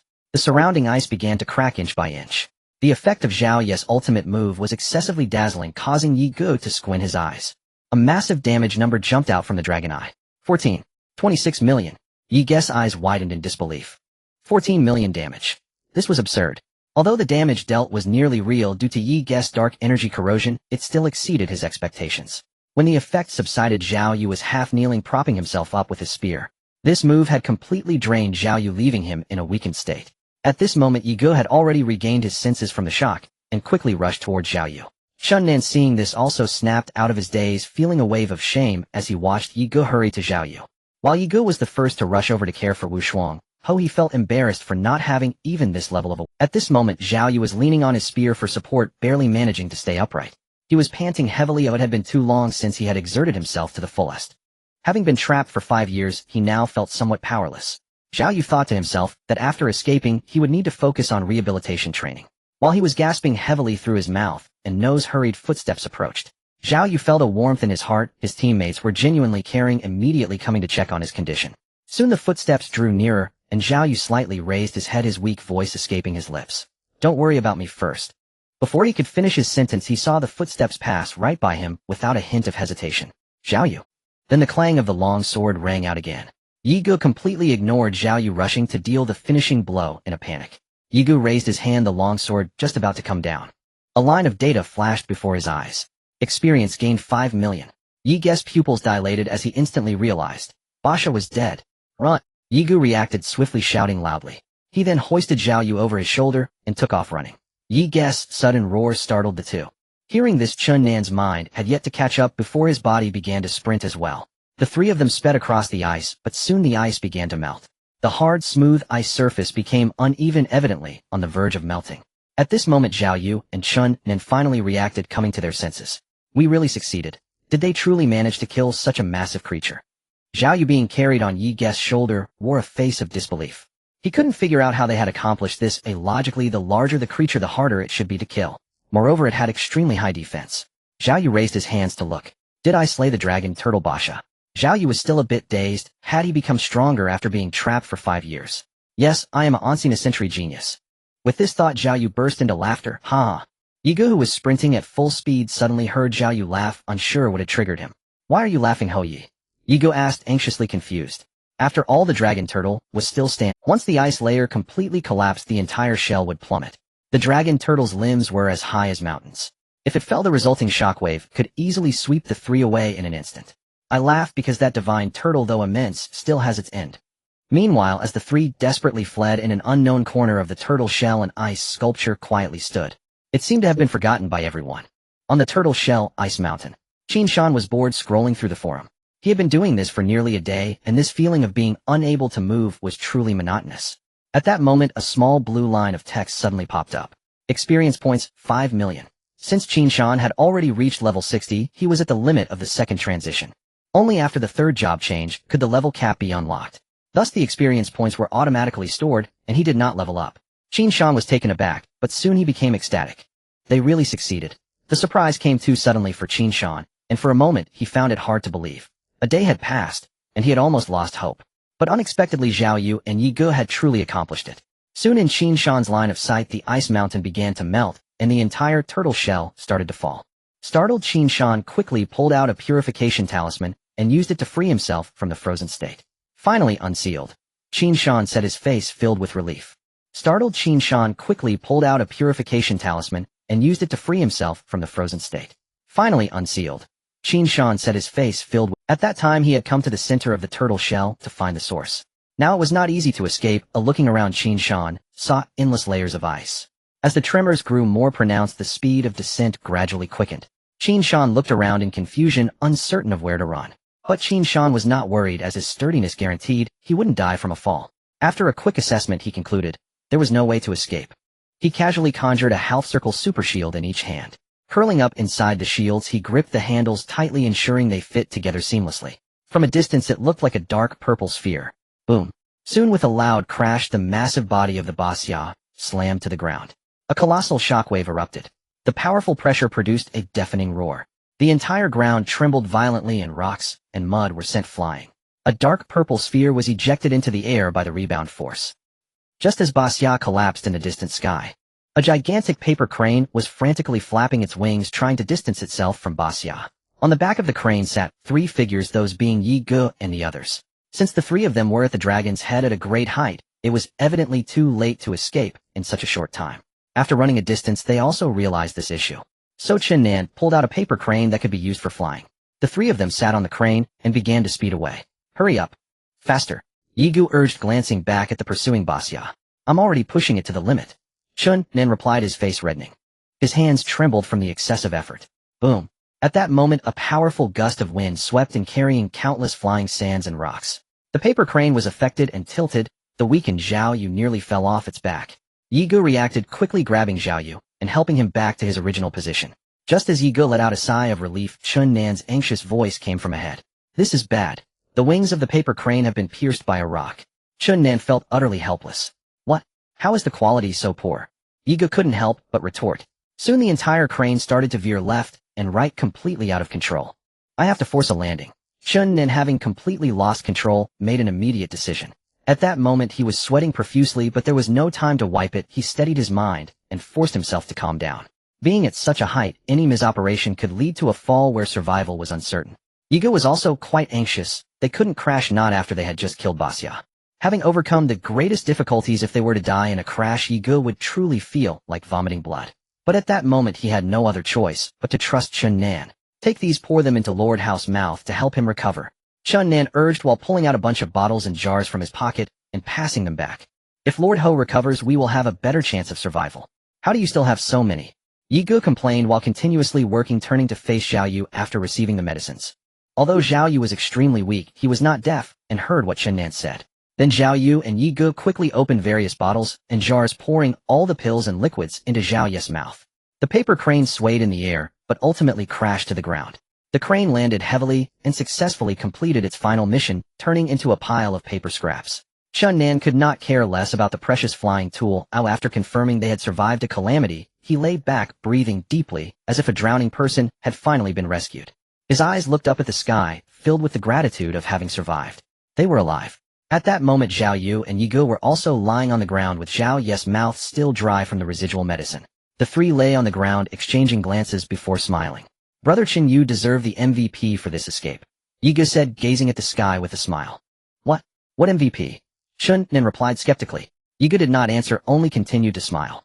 Just then Zhao Yu suddenly spoke up. What about our friend Tai Shan? Hearing this, Yi Ge smiled and said, don't worry, he will be fine. Yi Ge was well aware of Qin Shan's strength. He definitely wouldn't die from a fall. Chen Nan fell silent upon hearing this. To him it seemed nearly impossible for He Ge to survive such a catastrophic event. Yi Ge's words were merely a comfort to them both. Compared to Qin Shan, he preferred to call him He Ge. At this thought, Chen Nan's eyes dimmed a bit. He had just entered the royal hunting grounds and encountered He Ge protecting him the whole way. Although the latter had a tendency to take advantage, Chen Nan did not mind. He enjoyed being around such an honest person who did not hide his desires and spoke frankly. Thinking of the immense sense of security brought by He Ge, Chen Nan couldn't help but sigh inwardly. Although they had only known each other for 4 or 5 days, as Chen Nan said, he had already regarded He Ge as a friend. Then the 3 of them lay on the ground and began to chat idly. Lord Ho, how come your move is different from what I saw before? Yi Ge raised a question. The first half of that move was exactly what Yi Ge had seen, identical to the starting posture of the silver dragon in the sky. But the later appearance of the golden dragon was unfamiliar to him. Different? What's different? Zhao Yu was momentarily taken aback, a bit puzzled. Previously I saw you release it once, and only the silver dragon appeared. Zhao Yu suddenly understood and explained, That was the silver dragon in the sky from the third transition. After my fourth transition, with a deeper understanding, my finishing technique was also elevated. Ye Gu pondered, in that case the fourth transition might just be an enhancement of the finishing technique from the third transition. However, he wasn't sure if there was a difference between the growth systems of NPCs and players, so Ye Gu couldn't draw a conclusion for now. While Ye Gu and Zhao Yu were chatting, Qin Shan, who had been silent, noticed something unusual. He saw a black dot slowly appearing in the sky. Strange, do you see that black dot? Is there a stone that can fly this high? Qin Shan said with a face full of surprise. It has been almost 5 minutes since the Basya fell, yet there is still a stone flying in the sky. The two of them heard Qin Shan's voice and also spotted the black dot in the sky. However, Ye Gu did not pay much attention and continued to ask Zhao Yu about the matters regarding the fourth transformation. As the black dot drew closer, Qin Shan finally saw its true form. It turned out to be a massive dark purple sphere rapidly descending. Qin Shan noticed the familiar dark purple color and remembered the fate of He Gu. He recalled that the shield in He Gu's hand was also this color. He Gu, is your relic coming to find us? Qin Shan stared blankly at the falling sphere and muttered. He guessed that He Gu must also want to go home. The sphere was falling at an incredible speed. Boom. A loud noise erupted as the sphere crashed nearby. It was like a small meteorite falling, kicking up clouds of dust. At this moment, Qin Shan resolutely stood up, his eyes revealing a hint of determination. Ye Gu, who was lying nearby, saw Qin Shan get up and asked in confusion. Where are you going? Ye Gu did not rush to search for the corpse of Basya, but chose to rest with the three of them in that spot. In fact, it was because he had already sent a location to Qin Shan, preparing to rendezvous with him. However, Qin Shan had not replied, and Ye Gu did not know what he was busy with. He could only wait in place for a while. Without looking back, Qin Shan walked toward the place where the sphere had fallen, saying, bringing He Gu home. Ye Gu was stunned by this statement. Could it be that this kid hit his head when he fell? What nonsense is he talking about? Just as he was about to get up, he found that Qin Shan had finally replied. Qin Shan had also sent a location which was surprisingly nearby. Ye Gu stood up and looked around, suddenly stunned. At that moment, Qin Shan had already reached the vicinity of the falling point. Soon as the dust settled, Qin Shan finally saw clearly. In the meteorite pit, a tall figure in black was brushing off the dust from his body. I give up, I should have come out of the cabin a little later, now I'm covered in dust. Qin Shan muttered to himself, puzzled. Then his peripheral vision inadvertently caught a glimpse of something golden. Qin Shan instinctively looked up and saw a young man in a golden silk robe standing quietly. It was Qin Shan, who had a complex expression, awkwardly looking at him. Qin Shan was a bit surprised. So fast. Just a second ago he had sent a location to Ye Gu, and the next moment he was found. It seems Ye Gu is quite efficient, much faster than he imagined. However, the only thing that puzzled Qin Shan was, shouldn't it be Ye Gu who brought them over? Why was Qin Shan the first to arrive? This efficiency is impressive. Where are the others? Qin Shan asked. At that moment, Ye Gu's figure appeared from behind Qin Shan. Our brother, Nan, said he wants to take you home. Ye Gu patted Qin Shan's stiff shoulder and said with a smile. At this moment, Qin Shan felt quite embarrassed, as he originally thought Ye Gu was just comforting them. Seeing Qin Shan lively and well, he finally realized. Ye Gu was really not worried at all. Thinking of Qin Shan's fierce appearance while fighting the ferocious beast, Qin Shan felt it was quite reasonable. With He Gu's physique, how could anything happen? It turns out that worrying leads to chaos. With this thought, Qin Shan gave a self-deprecating smile. Then he completely relaxed. As long as everyone was safe, that was good. At this time, Qin Shan also walked over, smiling. He then hugged each person. The atmosphere instantly returned to normal. As long as everyone is fine, the next moment will be the harvest time, Qin Shan said with a smile. The few of them chatted casually as they headed towards the corpse of Basya. Killing Basya was simple yet difficult. However, what surprised Qin Shan was how the former emperor managed to do it. With preconceived notions, Qin Shan always thought both previous emperors were quite foolish. But now Qin Shan had a change of heart. After all, being able to deal with the massive Basya, the former emperor's skills must be competent. But why did the former emperor seem to go mad, targeting Nan and June in the plot instance? Qin Shan thought there might be some untold secrets behind it. The power of Basya was far stronger than they imagined. Its sheer size was nearly invincible. Soon the few of them arrived beside Basya's dragon head. At this moment, Basya's eyes were tightly closed, and its massive dragon head hung down to the ground. Due to the impact of the fall, half of the dragon head was buried in the ground, forming a huge pit. Only half of the dragon head was on the ground. Even in death, it still exuded a certain pressure. Just as they got closer, a faint blue light emanated from Basya's entire body. Soon Basya's form slowly disappeared, leaving behind the blue light. It also revealed the pit that the dragon head had originally occupied. Suddenly the blue light gathered into a galaxy of light points, all surging into Zhao Yu's body. Thump! The events unfolded too quickly. By the time Zhao Yu reacted, everything had gone dark, and he collapsed to the ground. Qin Shan, surprised, hurriedly approached to check Zhao Yu's condition, saying, "Not good. The Marquis is in trouble." Qin Shan then reached into his bosom to take out healing medicine. After a while hearing no response from Qin Shan and the others, Qin Shan felt puzzled and glanced at the side. The originally standing Qin Shan and the others had suddenly vanished without a trace. Damn, when did this happen? Qin Shan's pupils shrank, Zhao Yu had collapsed, and the disappearance of the two happened in an instant. Could there be some monster nearby? Qin Shan was instantly drenched in sweat, trembling all over, his breathing growing heavy. Just as he was tense, two sinister laughter echoed from the front of the pit. Keeked. Ha ha ha. Upon hearing the familiar voices, Qin Shan dropped Zhao Yu and leaned forward to investigate. He then saw Qin Shan and the others laughing mischievously in the pit. It turned out that the moment Basia's body disappeared, the two fully focused had seen something fall into the pit. The two rushed at full speed and soon got a clear view of the fallen object. Before them lay a delicate mini Basia eye sculpture. Floating nearby was a basketball-sized colorful dodecahedron crystal slowly rotating. Lastly, a mini version of Basia's phantom was peering around. When the two dashed up, that phantom of Basia roared at Qin Shan and suddenly crashed into his body. In that instant, Qin Shan received a system notification. Activated title Eternal Frost's Grief. The surprise came too quickly, and Qin Shan hurriedly checked the title's bonuses. Title Eternal Frost's Grief bonus reduces the target's agility by 1 each time it is attacked, lasting for 30 seconds. Can be stacked up to 20 layers. Qin Shan's breathing became heavy as the surprise came too suddenly. With this title, the possibility of dragging Qin Shan down was virtually non-existent. Moreover, it reduces agility, not movement speed. This means the attack speed of the opponent would also decrease. Qin Shan received another strong boost. Without time to feel happy, Qin Shan hastily looked at the ice sculpture. Item by Shi Ice Sculpture. Description: seems like a nice collectible. Without time to feel happy, Qin Shan hastily looked at the ice sculpture. Item by Shi Ice Sculpture. Description. At this moment, the panel description appeared differently in his eyes. Collectible by Shi Ice Sculpture.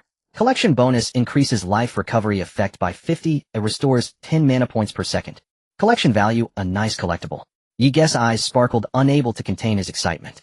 Seeing Yi Guess' infatuated expression, Qin Shan couldn't help but ask, "What bonus? Why are you so excited?" Yigu was already bouncing with excitement. A full 50 additional life recovery effect. And 10 mana points per second. Plus the 10 physique bonus obtained from killing Basia. I'm taking off again. Qin Shan scratched his head at this. He thought the effect would be much stronger. Isn't this just a combination of his two skills? What do you know? With these two bonuses, my fire ant trial finally has a chance. Yiga laughed. Qin Shan suddenly realized. The hidden S-level assessment of the fire ant trial could grant a very powerful title, Fire's Essence. He indeed did not see Yi Guess attack, carrying fire attribute damage. He never expected that the difficulty of the fire ant trial would actually stump Yiga. Qin Shan thought it was quite easy since he succeeded, even while idle. However, upon reflection, the skill that contributed most to his success in the fire ant trial was actually killing Domain. Through the continuously stacked health points, he reached a terrifying number, which led to his success. Soon both of them finally set their sights on the last crystal. The two leaned in closer, observing the crystal. The crystal was floating 1 meter above the ground, slowly rotating and emitting colorful light. What is this? Why can't I detect it? Yigo asked in surprise. After Qin Shan leaned in, the token at his waist suddenly began to tremble, and before he could react, it shot towards the crystal. Whoosh! The token was incredibly fast, and soon disappeared into the crystal. Qin Shan's eyes widened. He originally could not detect the crystal either, but this sudden change allowed him to see it. Can you see it? Qin Shan asked Yigo. Yigo shook his head, indicating he still could not see it. Qin Shan's eyes widened as he looked at the crystal. Treasure Dungeon Crystal to be refined. Can be refined. Bonus experience 1 million extracts. One of the experience points earned by all players from the Dragon Tortoise Cave. Can modify the dungeon rating to a certain extent. Description: it is said that the Dragon Tortoise Cave is the dwelling of a manifestation of the Bishi. Qin Shan was completely stunned, feeling a bit short of breath. He had never heard of such a thing as a dungeon crystal. However, he clearly saw the bonus, earning 1 million experience points per hour. Moreover, it could extract one of the experience points. Just seeing this made Qin Shan very envious. With this dungeon crystal, he could level up effortlessly. This way Qin Shan could spend more time acquiring advanced skills. The equipment dropped by elite monsters in the wild had limited bonuses. To obtain powerful skills, he still had to rely on the various rewards from hidden quests. With the experience bonus from the dungeon crystal, Qin Shan's leveling speed would no longer lag too far behind. I can refine it. Qin Shan exclaimed loudly. Due to his excitement, he could not control his volume. Yiga, startled, rubbed his ears and said, "If you can refine it, then go ahead. Why scare me? Moreover, I can't observe it, so I probably can't refine it anyway." Qin Shan nodded in response, saying, "Maybe I accidentally triggered some special condition. Or perhaps the Bixis approval." Yigu raised an eyebrow, speaking with a strange expression. "Approval? he would be more likely to hate you. Without hesitation, Qin Shan stepped forward and reached for the dungeon crystal, focusing his thoughts. The crystal then merged into Qin Shan, transforming him into a spectrum of colors. Refinement time 10506. Soon Qin Shan realized he could not move. This sensation felt familiar. It was as if he were frozen in time. But unlike before, Qin Shan was now filled with joy. He skillfully messaged Yi Gu, informing him that he needed an hour to refine. Yi Gu nodded, and then crawled out of the pit to check on Zhao Ye's condition. He did not think Qin Shan needed watching for any dangerous beasts, because Qin Shan's durability was many times greater than his own. In this dungeon, aside from the Baxi, no beast could match Qin Shan's ferocity. After Yi Gu crawled out of the pit, he immediately saw Zhao Yu lying on the ground. At this moment, Zhao Yu was radiating a silvery blue light, breathing steadily, as if he were asleep. Chun Nan also calmed down. He realized Zhao Yu was likely in a special state. Brother, what should we do now? Just wait, or anyway the battle outside won't end anytime soon. Yi Gu shrugged and replied. After all, Zhao Yu was in a special state, and likely could not be disturbed. They still needed to guard him. Yi Gu would naturally not abandon Zhao Yu. This was their hidden quest reward. Furthermore, if Yi Gu left alone and left Chun Nan to watch over the risk would be too great. Yi Gu seriously doubted that with Chun Nan's strength, even facing a level 90 Cobra would be a life-and-death ordeal. Royal City. South City Gate. At this moment, only half an hour remained before the hunting ground opened. Dark clouds piled up, blocking all light, as if doomsday were upon them. At this time, on the city wall and inside the city gate, there was a dense crowd of heads, players, and NPCs, all prepared for the great battle. Outside the city, the army of the Southern King had gathered. Banners fluttered, and the orderly formation of troops along with various siege engines were ready. Both sides of players were waiting for a grand battle. One could expect that this battle would be the largest scale of warfare since the game began. On the city wall, the Emperor had also donned a full set of golden armor. The golden sheen stood out brilliantly amidst the dimness. At the foot of the wall, the Southern King was still clad in purple gold battle armor, with the fierce wind blowing, causing his crimson cloak to billow. The gazes of both sides locked across the battlefield. The Emperor sneered inwardly, waiting for the hunting ground to open before the people escorting Zhao Yu arrive. My dear third brother, what are you waiting for? The Southern King also sneered inwardly, waiting for the insiders in the city to move their families and then incite internal strife. My dear elder brother, what are you waiting for? The atmosphere of the entire battlefield also gradually intensified, becoming solemn. Just before the storm arrived, a certain location within the royal city was quite lively. Li Mansion. Come. Enter here, enter here.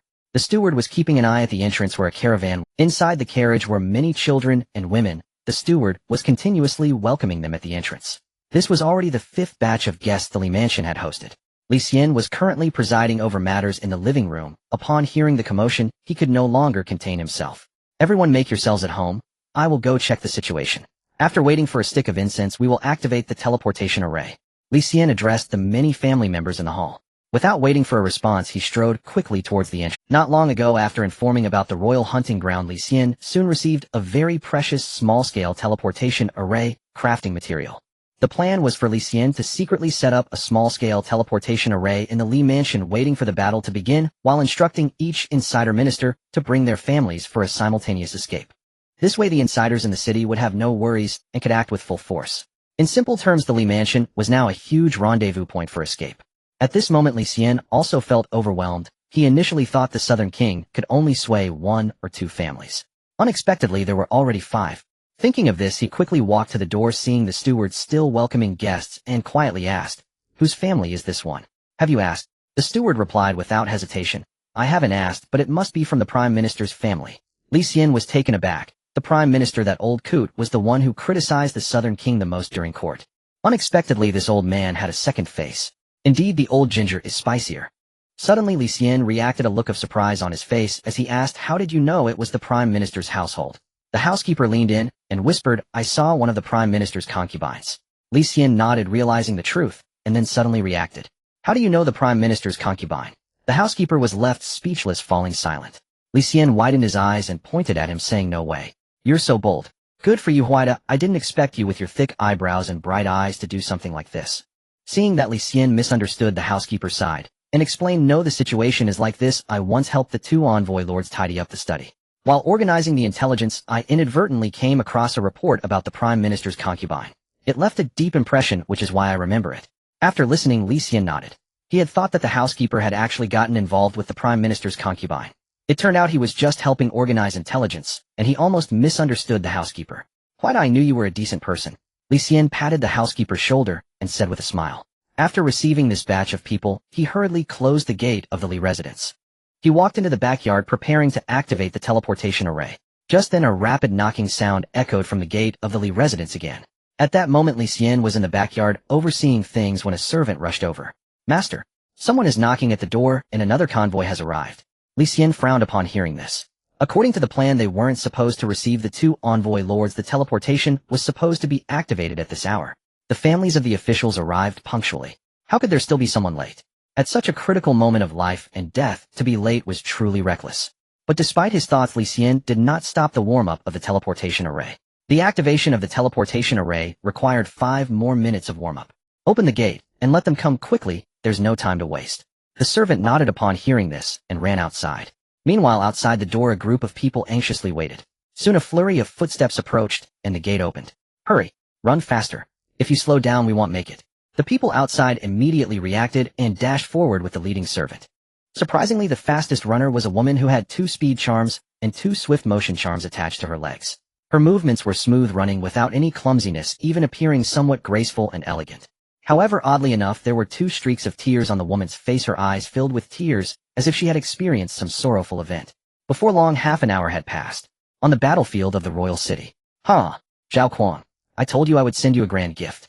I am looking forward to seeing the expression on your face later. The emperor's laughter echoed across the battlefield. He did not expect Zhao Kuang to stand foolishly at the foot of the city without launching a full assault. Originally, he had prepared to strike first, and then use Zhao Yu to force the southern king to retreat. Unexpectedly, there was no need to stall for time. To ensure this operation went smoothly, and to keep Zhao Yu, who had been imprisoned for 5 years, under control, he specifically dispatched over 30 elite third transformation warriors. This was to ensure that everything was foolproof. As expected, more than 30 elite warriors had already brought Zhao Yu over according to plan, estimating they would arrive at the southern city gate in about 5 minutes. At this moment, the southern king was on horseback, listening with a blank expression. Initially, they had planned to act now, but at the last minute, a heavyweight minister chose to defect to them. To accommodate this, the southern king was willing to postpone the attack by 5 minutes.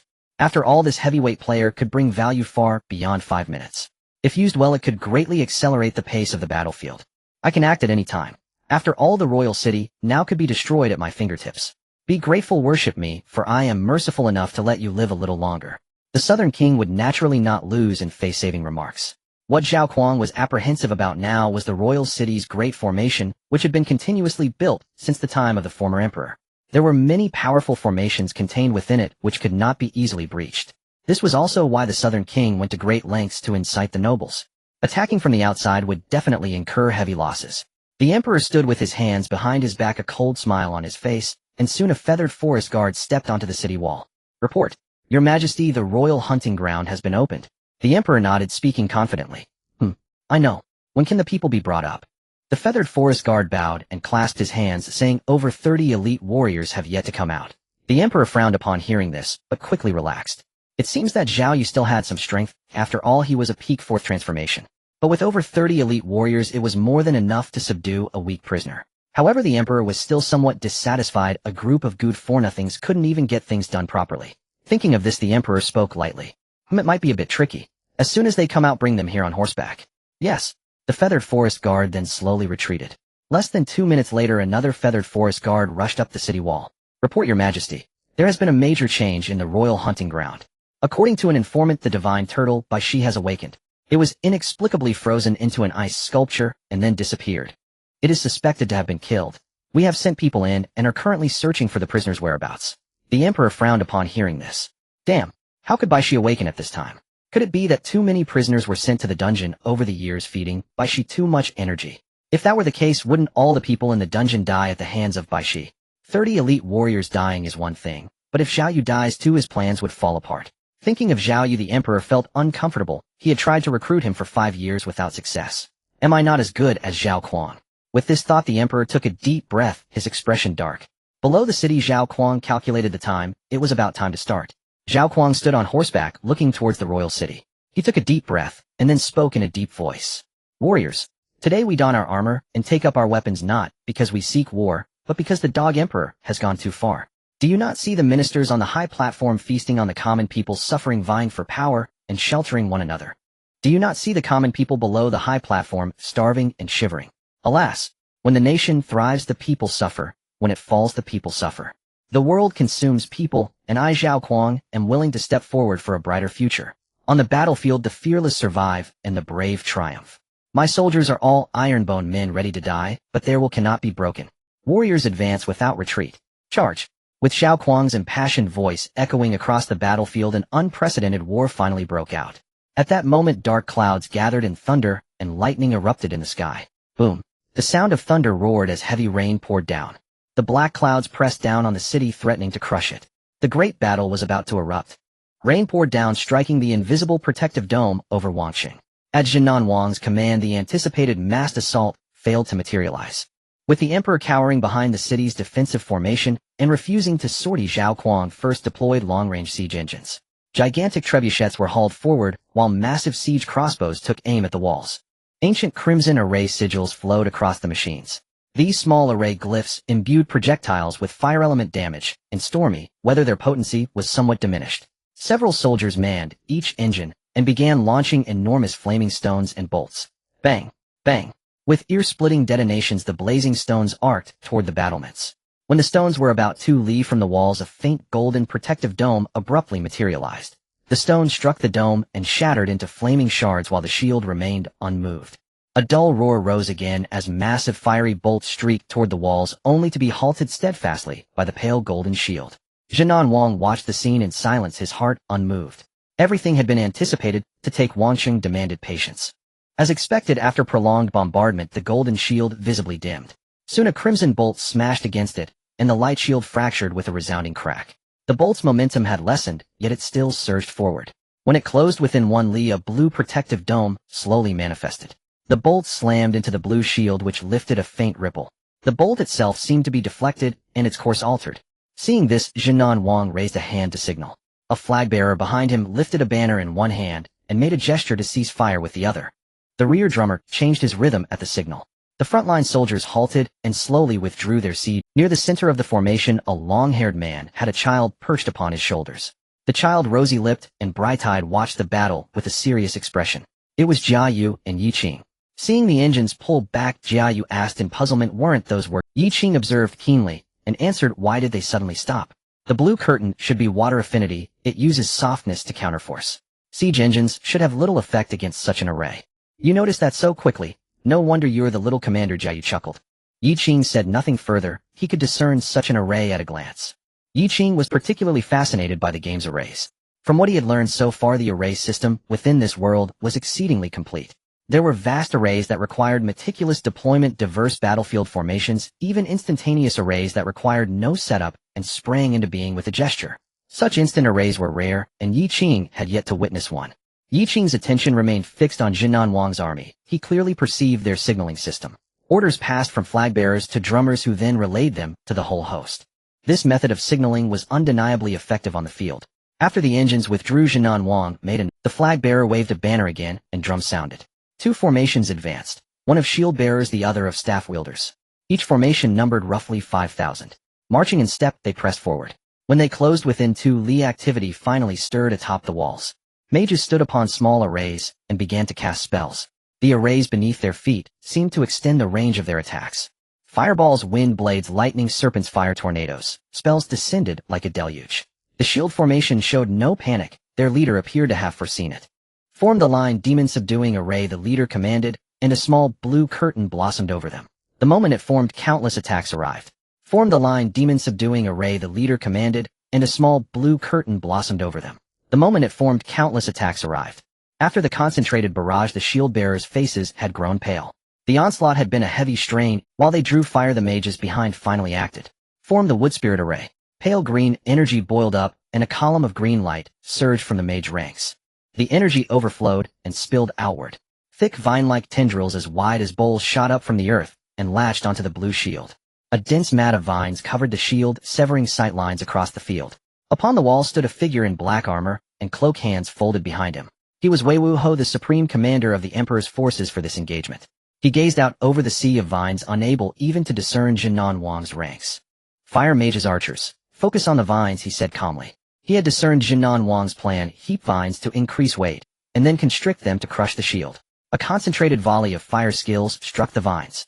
Many tendrils were ignited and reduced to charred roots that fell from above. The counterfire had effectively suppressed the vine's growth.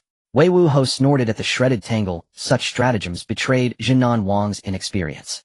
At that moment, the vine's growth suddenly accelerated. Wei Wuho's gaze hardened. Something was amiss. It was not that the vines grew faster, but that fire's restraining effect on them had weakened. It was the water element. On Jinan Wang's side, a mage formation had quietly taken position behind the green array hidden by the vines. Elemental empowerment water, and would they cried, and a blue pillar of energy surged, linking the two formations with a thick band of azure power. Blue tinged the green. The newly sprouted vines were saturated with water element, blunting fire's dominance. In the central ranks, Yi Qing's eyes gleamed. My goodness, this is a battlefield array. He breathed, his gaze fixed and mercilessly observant. This tit-for-tat exchange differed utterly from cold weapon clashes of old. Here, the depth of array, lore decided the day. At this scale of warfare, individual prowess seemed harder to display. Within watching, Wei Wuho also perceived the shift. Yet his expression did not change. His manner remained well-schooled in military treatises. Since youth, he understood the interplay of arrays. A faint smile curved his mouth as he stood with hands behind his back and spoke again. Elemental conversion water into wood, he ordered. The blue curtain wavered and took on faint threads of green. Surprisingly, the shield brightened as green interwove with blue, as if it absorbed the water-endued elements that the outer vines offered. Wei Wuho's move instead allowed the enemy assault to replenish his defenses. Seeing that disdain flitted through his thoughts, Zhao Kuang, without a strategist, how could you possibly best me? The vines continued to grow wildly, seemingly unaware of any anomalies. At this moment, the entire battlefield was divided by the vines. Taking advantage of the cover provided by the vines, Qin Shan then issued commands once more. The entire army pressed forward. Even the siege equipment moved slowly behind the military formation. Meanwhile, Yi Qing furrowed his brows within the formation. Being sensitive to formations, he detected something unusual. Have you noticed that the light curtain is getting brighter? Upon hearing this, Jia Yu below was momentarily stunned, then looked up at the exposed blue light curtain in the sky. It was infused with a faint green hue. It seems to be true. Should I send a message to remind King Zhen Nan? Jia Yu asked softly. Yi Qing looked at the back of King Zhen Nan and shook his head. If I can notice it, how could King Zhen Nan not be aware? King Zhen Nan, standing far behind the entire army, intended to use the cover of the vines to accelerate the attack. This way he would catch Wei Wuho off guard, preventing him from setting up a formation outside the city gates. The dense vines concealed the view of the royal city. The advancing army quickly arranged themselves again, just waiting for King Zhen Nan's command to charge. King Zhen Nan did not rush, but waited for something. Meanwhile, Wei Wuho on the city wall felt a sense of unease. He looked down on Zhao Kuang, but he knew Zhao Kuang was certainly not a fool. Such an act of providing aid to the enemy must be unusual. Yet he could not fathom what benefit it brought to King Zhen Nan. After contemplating for a while, he decided to give orders for safety. Open the city gates. Arrange the troops outside in advance to prepare for an enemy ambush. Due to the many houses within the city, the defenders could not set up a proper formation. To prevent King Zhen Nan from launching a surprise attack, he decided to order the soldiers to exit the city and form up early. If King Zhen Nan was allowed to set up his formation, first charging in would be difficult. At that time, it would be hard to break out through the city gates. King Zhen Nan would not give this opportunity. The vice-general beside him hesitated and asked, General, aren't there several layers of formations? Is it too hasty to form up outside the city gates in advance? Do as I say. Wei Wuho merely shot him a glance, without further explanation. The vice-general ceased to speak, clasping his hands in agreement. Soon the army that had waited long in the city finally surged out of the city gates. At this moment, on another part of the city wall, Minister of Revenue, Qin Shan, watched the outside with a stoic expression. A guard approached quietly and whispered, Sir, the explosion talismans are ready, a total of 365, not a single one missing. Qin Shan nodded slightly, his eyes glinting coldly.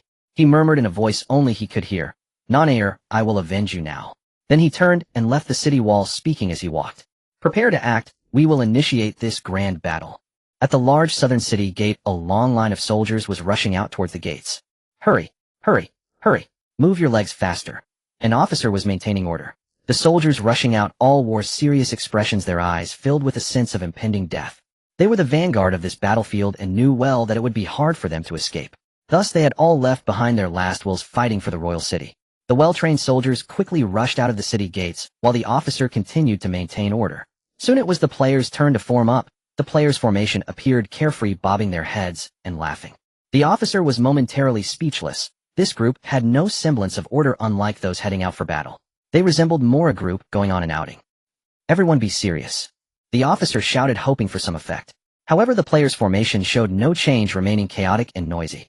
They blatantly ignored the officer's presence. Don't push me. I'm in a hurry to reincarnate. It's not me someone behind is pushing. Are we playing or not? Just as this chaos ensued, a deafening booming sound erupted. Boom. Even the ground shook slightly, and the officer stood on a makeshift wooden command platform. The sudden shaking caught him off guard, nearly causing him to fall. Just as he steadied himself and sighed in relief, a series of uninterrupted booming sounds echoed again, as if heralding the apocalypse. The first booming sound was like a domino effect. Boom, boom, boom. The entire southern city gate trembled, plunging the already chaotic area into utter disorder. The unexpected series of explosions sent the officer tumbling from the wooden platform. He quickly got up, his head spinning. The players blocked at the city gates became even more excited upon hearing the booming sounds. Wow, that's so loud. My ears are about to ring. What a realistic explosion. This feeling is so thrilling. This is way more realistic than the Battlefield games I've played before. Having NPCs join the battle feels different. It's like we're really at war. The officer desperately shouted, trying to restore order at the gates. Move towards the city gates. Don't stay still. Stop looking around. Get moving. But no matter how he shouted, the crowd seemed to have completely blocked him out. It was as if both sides were no longer on the same channel. At this moment atop the royal city, Wei Wuho was no longer calm and collected. A messenger quickly approached. Report, General. The inner walls of the southern city gate show signs of explosives being planted. Many formation patterns are damaged, and the formation eye has been blown up. Wei Wuho trembled all over, his hands clenched tightly behind his back. Damn it. King Zhennan's internal supporter actually has such power. It seems I underestimated him. He then turned his gaze forward, witnessing the blue-green formation violently. His pupils constricted. It was bad. The recent explosions had also affected this protective formation. Dispatch formation masters for emergency repairs. Hurry, he hastily ordered. But just as his words fell, the scene he dreaded most unfolded before him. Under the pressure of the vines, the energy barrier shattered. The vines ceased their movement at this moment. The entire battlefield fell into an eerie silence in an instant. The instant the barrier shattered, losing the protection of the formation, the heavy rain that had been held back now poured down unimpeded. Raindrops pounded heavily on Wei Wuho's face, and with the gusts of wind, he became slightly more alert. Have someone check how many formations are still operational, and arrange some personnel to keep a close watch within the city to suppress any internal chaos. Meanwhile, on the other side of the city wall, numerous ministers and the emperor were caught off guard by the heavy rain. The downpour drenched the emperor, leaving him looking like a soaked chicken. Your Majesty, please find a place to shelter from the rain. There are many ministers here to watch over things. The emperor remained unfazed, slowly extending his hands to catch the raindrops. He felt somewhat dazed. Since he became emperor 10 years ago, he hadn't been caught in the rain. Experiencing the cold wind and the raindrops hitting his face slightly eased his inner turmoil. Your Majesty, the chief eunuch continued to inquire. No rush, let's wait a little longer. The emperor's calm voice resonated. The soldiers are still fighting, and I want to see it with my own eyes.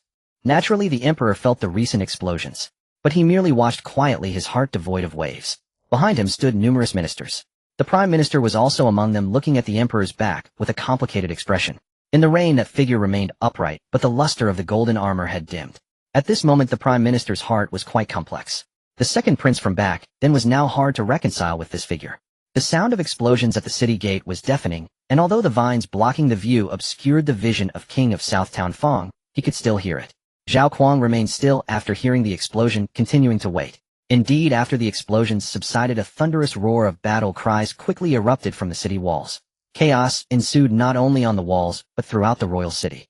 Soldiers patrolling along the route suddenly came under attack. Many unfamiliar faces appeared throughout the city, surrounding and slaughtering numerous patrolling soldiers. Most of them were assassins and guardians secretly nurtured by various ministers. In an instant, the royal city was engulfed in utter chaos. At this moment, Zhao Kuang finally waved his hand. All troops attack. Titles and positions shall be attained today. With his command, the resounding war drums began to beat. The drums sounded passionately, their rhythm seemingly synchronized with the heartbeats of the warriors. The soldiers' hearts raced, their blood boiling. At the same time, the countless vines transformed into green specks and vanished in an instant. With the barriers gone, the chaotic scene of the royal city was laid bare. The battle intent that had been suppressed among the player armies finally erupted. Finally here. Let's go, fight. Let me forget the madness. The player armies charged like famished wolves towards the city gates of the royal city. Outside the gates, many elite soldiers who had initially formed up were slightly disrupted by their own players. The entire entrance turned into a chaotic mess. Soon the player faction of King of Southtown Fong was about to rush within a mile of the royal city. Suddenly a figure in red stopped right outside the mile limit. Above the figure in red, a blood red and dark ID appeared. Azura. The ID was particularly eye-catching on the battlefield, as normal players would not display their IDs unless they actively scanned. However, the ID of a red-named player was always visible and could not be hidden. Azura, wait for me, Jag shouted from behind, running at full speed. As soon as he spoke, he saw Azura's footsteps come to a halt. Jag was momentarily stunned when he realized Azura had truly stopped. Something feels off. Usually whenever there was a chance to kill, Azura acted like a murderer. Jag had always suspected that this guy was a bit dark inside, harboring a hidden killer's instinct. Today, however, he actually listened and stopped. Could it be that after helping him sell equipment lately, he finally learned gratitude? Jag thought to himself, continuing to move forward. After stopping, Azura waited for the surrounding players to cross the mile marker first. A few seconds later, the players behind finally crossed the mile, but the anticipated purple lightning did not appear. Azura observed for 2 seconds, confirming that there was no lightning array before finally feeling relieved and charging forward again. As for Jag's shouts from behind, he completely ignored them. At this moment, his mind was solely focused on stacking kills and increasing damage. Before Jag could catch up, he saw only Azura's fading silhouette. Jag. Azura had always been looking forward to this kind of battlefield, as every time such a battlefield presented itself, it was his best opportunity to reap kills. Of course, it wasn't just because he was a killer, rather killing players could enhance his attack power and increase damage. To improve his efficiency in slaying on the battlefield, he had also invested considerable effort in learning various area effect skills. Kill. The roar of slaughter echoed as the two factions clashed. Azura consciously avoided the NPC army of the enemy and charged towards the chaotic player formation. Naturally, the opposing NPC army would have its own NPC army to counter it. As the saying goes, soldiers face soldiers, generals face generals, and players face players. As a quick assassin, Azura's speed was incredibly high. His speed was so fast that even his ID was difficult to discern. Only a flash of red could be seen rushing forward. Azura quickly caught the attention of the enemy players. There's an assassin. An assassin dares to charge to the front. Here comes a reckless fool. Focus fire. Let's kill this one first. Soon both sides finally engaged in battle. Azura watched as the enemy warrior raised his sword to strike at him, accompanied by numerous spell skills. Instead of dodging, Azura suddenly transformed into a blood shadow, zipping past the warrior player at lightning speed. Blood shadow instant. A damage number jumped from the warrior player. 61321. In an instant, Azura's figure appeared behind the warrior player. The warrior player remained poised with his sword raised, realizing that the red-clad figure in front had vanished. His pupils constricted. The moment Azura appeared, he did not pause for a moment, driving his reverse-held dagger deep into the warrior's back. 107,832. The warrior player didn't even have time to react, left with only a sliver of health. After landing this strike, Azura transformed into blood, and in an instant activated his invisibility skill, evading numerous spell skills. Time was of the essence. From contact to vanishing, it took less than a second for Azura's figure to disappear. This resulted in all player skills missing their targets. The warrior player's reflexes were remarkably fast, and he didn't have time to think about what had just happened. Instinctively, his long sword in hand transformed into a blood bottle. Just as he twisted off the cap of the blood bottle, another damage number appeared above his head. 23461. Bleeding, his health bar was completely drained, and before the warrior player could consume the healing potion, he turned into a corpse. This scene was naturally witnessed clearly by the surrounding players. What happened? A half-tank warrior was instantly killed. This assassin is no ordinary player. Azura, it's him. I've been killed by him several times. I saw the ID, but it's definitely him. Even if he turned to ash, I would recognize him. Many players on the battlefield were discussing, and Azura's identity was quickly uncovered. Meanwhile, Azura, the protagonist of the discussion, was rapidly charging towards the backline. Taking advantage of the chaos on the battlefield and the high-level invisibility skill that couldn't be targeted due to the aura skills, along with his rapid movement speed, he quickly reached the pile in the backline. At this moment, the backline was quite lively. Numerous archers were shooting arrows with smoke, while mages leisurely chanted various large-scale spell skills. The healers were constantly scanning the battlefield, intermittently casting healing spells. They were still engaged in serious combat, contributing their strength to the battlefield. Little did they know the Grim Reaper was here to collect souls. At this moment, Azura's figure, cloaked in invisibility, finally revealed itself. The moment he appeared, he was spotted by the surrounding crowd. He had inserted his dagger into his own abdomen at some point. Continuous blood energy surged from his body, and his eyes had turned completely blood red. What was even more bewildering was that at this moment, a furious blood-red phantom appeared behind Azura, towering about 5 meters high, its face twisted in rage. Before the crowd could react and prepare to focus fire, Azura had already unleashed the blood energy from his hands. Blood Moon. A crescent-shaped blood energy more than 10 meters wide was slashed horizontally. 120421, 1142, 146,213. The blood energy violently slashed through the fragile crowd, rampaging for over 20 meters before finally coming to a halt. Dense damage numbers popped up, resembling a grass-cutting game. Hundreds of fragile players perished in an instant, leaving only a few lucky players with higher health remaining. Surrounding players were left bewildered, unable to comprehend what had just transpired. One strike, and a whole group of players was slain. At this moment, after emptying his mana with that strike, Azura did not hesitate and quickly downed a blue potion. Knowing that nearby players would react and focus fire on him, he needed to replenish his mana quickly before vanishing. At this time, numerous prompts popped up in his eyes. Attack power 3, attack power 3, attack power 3, attack power 3 successfully killed 100 players. Damage increase 1. After one blow, his attack power increased by over 300, plus an additional 1 damage increase. Meanwhile, at the front line, Jag was sitting confidently in the center of the battlefield, reciting scriptures with his eyes closed. As he continued to chant, the golden bell shield around him solidified and grew larger. After sustaining an attack, the golden bell shield would shake before shrinking. Feeling that Azura had finished on his end, Jag opened his eyes. The moment he opened his eyes, the furious blood-red phantom behind Azura also dissipated. The previous move was a combined technique of Jekka and the Azura. Jekka, after his second job change, is known as the Buddha Child and possesses a unique skill that allows him to plant a Buddha seed on his teammates, turning them into his followers. With this, Jekka can cast spells from a distance using the Buddha seed as a medium. The Fury of the Vajra on Azura was one of these buffs, temporarily increasing the attack power of the followers by a certain percentage. It is a powerful single-target buff. However, the downside is that once the chanting stops, the buff will also cease. Now, Jeek's job characteristic allows him to chant 2 skills simultaneously, just like he did a moment ago, reciting the Golden Bell Shield while enhancing the Fury of the Vajra. Jekka looked up to see the blue-skinned Azura desperately fleeing. While evading skills and drinking blue potions, Azura had gone too deep into enemy territory, leading to his position being completely surrounded. The earlier blade aura had caused such a commotion that many players had noticed, and they began to encircle Azura. Jekka charged forward without hesitation. After running 50 meters, he sat down on the ground and began to chant the Golden Bell Shield. As he recited, a shadow of the Golden Bell Shield slowly appeared around Azura, gradually solidifying. At this moment, some players began to focus their fire on Jekka. He immediately began dual casting, shielding Azura while also shielding himself. With the chaos caused by Azura, the formation of the Emperor's camp was momentarily disrupted, creating a small gap in their ranks. Taking advantage of this opportunity, the players of the Southern King quickly pushed the battlefield forward. This finally relieved some of the pressure on Jekka, allowing him to stop his chanting. He switched to the Exorcism spell, beginning to purify the players within a 50-meter radius. Gradually, faint golden light began to emanate from the corpses, which then dissipated into the air, leaving only a trace of golden light. The golden light slowly flowed towards Jekka. He felt the merit gained from the exorcism transforming into experience, causing his stored experience points to surge. Jeek's recitation sped up. Meanwhile, as the encirclement gradually closed in, Azura's space for evasion was being compressed. With the shadow of the Golden Bell Shield, Azura barely held on, but soon the shield was shattered again. Jekka had recited as fast as he could, but the speed of the shield's destruction was too rapid for him to maintain. After a moment, all space was locked down, leaving Azura with nowhere to dodge, and he was struck by a rapidly flying ice spike. The ice spike pierced through Azura's calf, with thin ice spreading upwards along the wound. Azura frowned and looked down, realizing the dire situation. The ice spike had a slowing effect, making his movement speed even slower.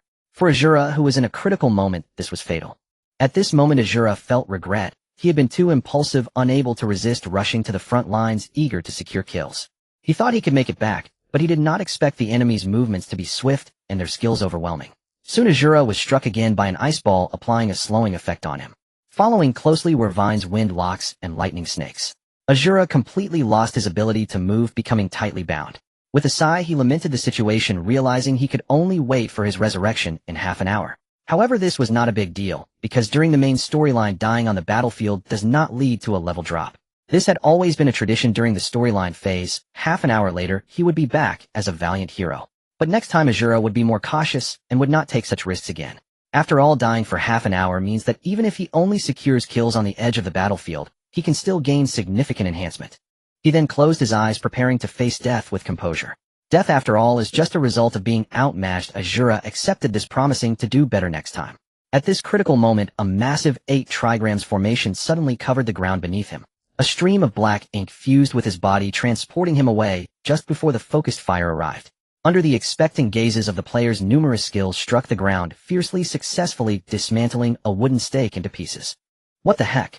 This is possible. I feel like I've seen this scene somewhere before. How infuriating. Many players were nearly sputtering blood and anger as their back line was ruthlessly shredded.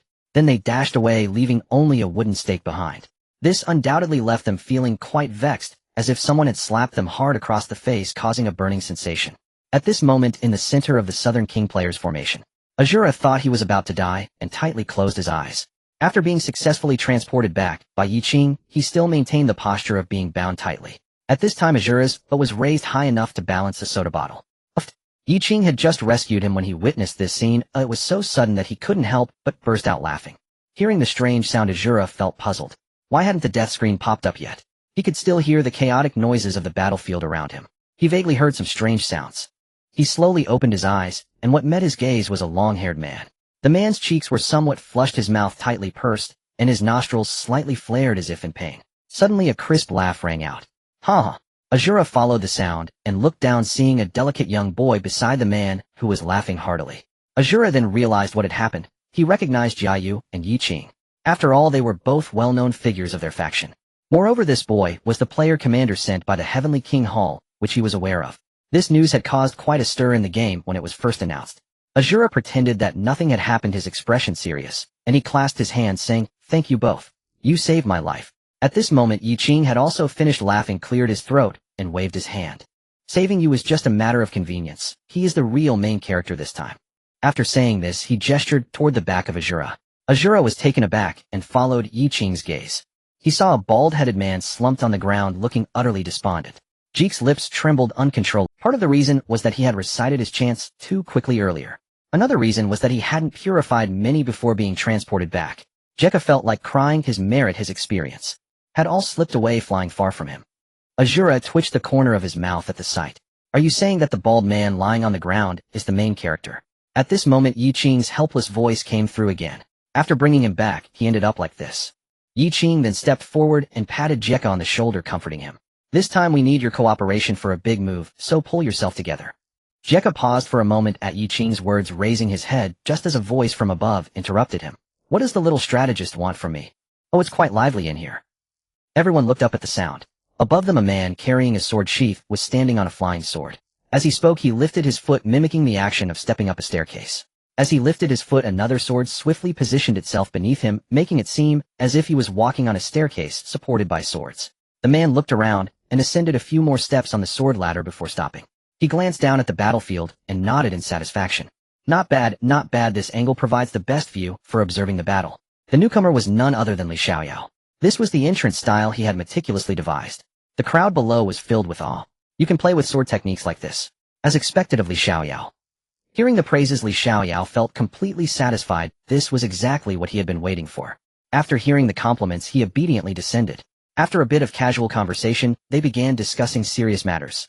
Yi Qing first turned to Jeg, asking, I noticed your golden bell shield seems quite thick. Can it withstand Li Xiaoyao's spells? Jeg was momentarily taken aback and answered truthfully. It can, but I need to plant the Buddhist seed on him first. Yi Qing nodded and then looked at Li Xiaoyao. How long does it take for your sword formation to reach full power? 15 minutes, Li Xiaoyao replied without hesitation. He knew his skills too well. Next to him, Shura was still popping blue potions while listening in. Upon hearing Yi Qing ask about the skills details, he seemed to realize something. He then looked at Jeg, then at Li Xiaoyao, and finally at Jiayu. His eyes involuntarily widened. This was going to, at the city gate. After the battle commenced, various guilds began organizing order. They could roughly guess that the final outcome would definitely be all players from the national server being unified into the Zhen Nanwang faction. However, the main quest hinted that Zhen Nanwang hired only the capable regardless of their background. If they performed well now, they might gain recognition when switching factions later. This was likely a design intended for player experience in Tianyun, to make this grand battle more exciting and not just one-sided decay. Soon, under the coordination of various guilds, order at the city gate was quickly restored with waves of players rushing out. Since the respawn point for players from the Royal City was right at the Royal Plaza, they could quickly reach the battlefield. In contrast, the players from Zhen Nanwang respawned at nearby cities and needed to teleport to the War Fortress before making their way there. This back and forth resulted in a significant difference in travel time for both sides. Moreover, the number of players from the Royal City was already greater than those from Zhen Nanwang, leading to a stalemate outside the city. In a certain battlefield, Zhao Kuo, as a local commander of this battle zone, was coordinating everyone. At that moment, he was riding a warhorse. Retreat, the severely wounded shields the second batch advance. Mages hold off on using skills until the pressure from the enemy increases. Healers keep using blue potions. Drink as many as you can to maintain a healthy mana pool. Zhao Kuo observed the situation gradually favoring them, feeling secretly pleased. He had specifically chosen this battlefield where allied forces outnumbered the enemy. Most importantly, the enemy lacked any overwhelmingly strong high-level players. This allowed him to command with ease as he only needed to manage slowly and the situation would improve. Soon under his careful coordination, a gap appeared in the enemy's formation. Zhao Kuo, who had been controlling the situation, noticed this immediately. What a good opportunity, Zhao Kuo shouted. Without the slightest hesitation, he decisively unleashed his ultimate move. Sun Tzu's art of war military engagement. Swift as the wind. Zhao Kuo raised his right hand high, holding a burning piece of paper. As the paper burned, players within a 50-meter radius suddenly felt their movement speed increase significantly. It was indeed a large-scale buff skill. All forces charge forward. Break through that gap, Zhao Kuo said, brimming with confidence. This move, swift as the wind, could temporarily increase the speed of players within the area by 20. Such a miraculous skill was incredibly useful on a densely populated battlefield. This was also one of the reasons Zhao Kuo could become a commander. The sudden acceleration caught the players from Zhun Nen Wang off guard. The previously open gap had not yet been closed, and the enemy was continuously pushing forward. This caused the entire gap in the formation to widen, making it increasingly difficult to respond. It formed a vicious cycle. To protect the gap, they needed constant reinforcements. However, after reinforcing, the other defenses became even weaker. It felt like a situation of removing the east wall to repair the west. Gradually, the formation became more chaotic and the gap grew larger.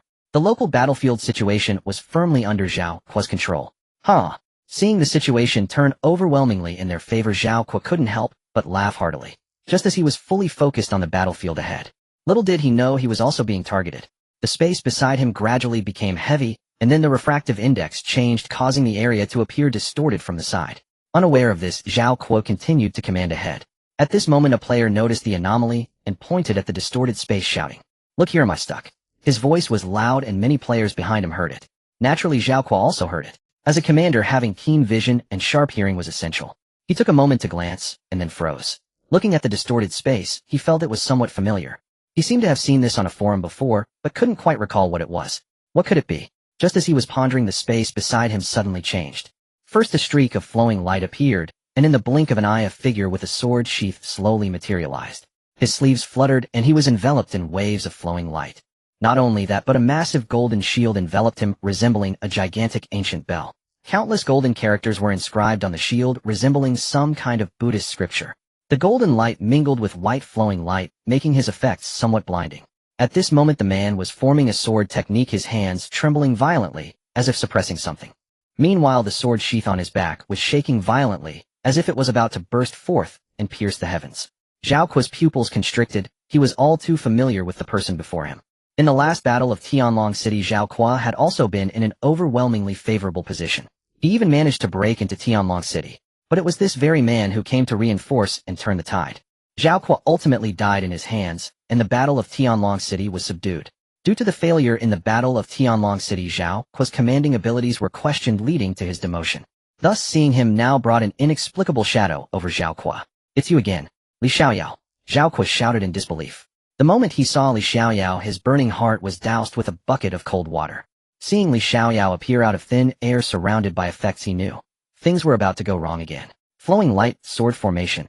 Li Xiaoyao raised his hand like a blade pointing skyward. The moment the words left his lips, he ceased restraining his aura. Its surge erupted upward with thunderous force. Shush, shush, shush. 3, then 5, then 10 golden-bladed swords burst forth from the sword coffer in frantic succession. Their velocity was staggering. Mere focus revealed only streaks of blinding white light. This was the ultimate synergistic technique assembled by Yi Qing, uniting two cultivators. Li Xiaoyao's sword formation possessed overwhelming offensive power, but on the battlefield its brilliance drew relentless attention. Advancing slowly would inevitably invite concentrated assault. Crucially, it required sustained build-up. Each interval of charging unlocked another flowing light sword. With Jia Yu's support, however, Li Xiaoyao could safely accumulate energy elsewhere and teleport directly into the fray for instantaneous explosive release. Zhao Kuo reacted with lightning speed. Though inwardly gripped by dread, he shouted aloud, "Focus fire! Focus fire! Fire upon me! Fire upon me!" Even as Zhao Kuo spoke, multiple golden-bladed swords slashed across his body with brutal precision. 15421, 1421, 416721.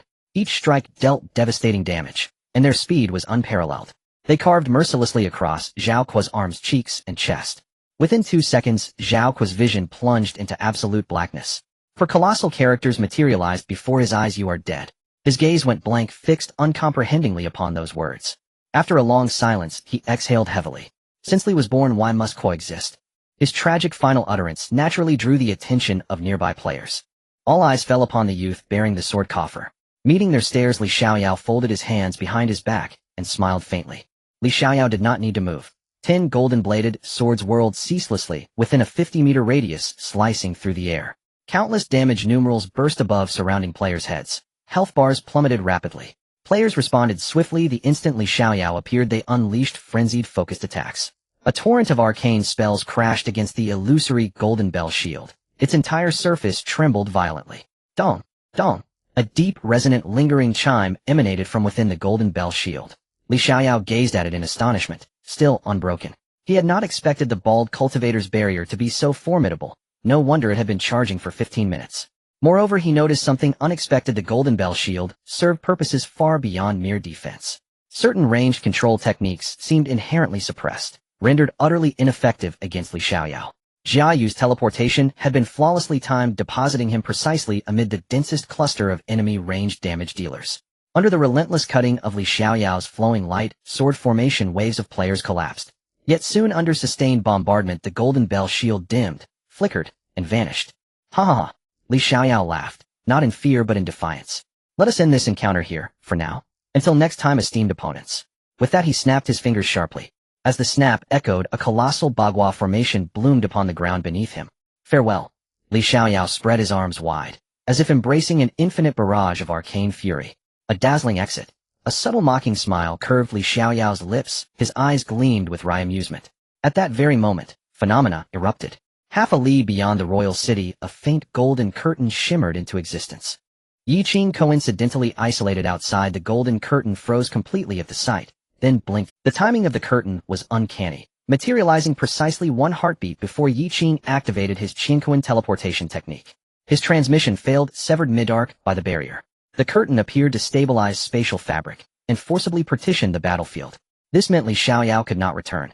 At that instant, Li Xiaoyao was obliterated by concentrated fire. His faint smile had yet to fade. His vision plunged into total blackness. For star characters filled his sight, "You are dead." His grin stiffened. Only then did realization dawn. He was truly dead. He stood motionless for a long while before murmuring, "What in the world just happened?" Li Xiaoyao sighed in frustration.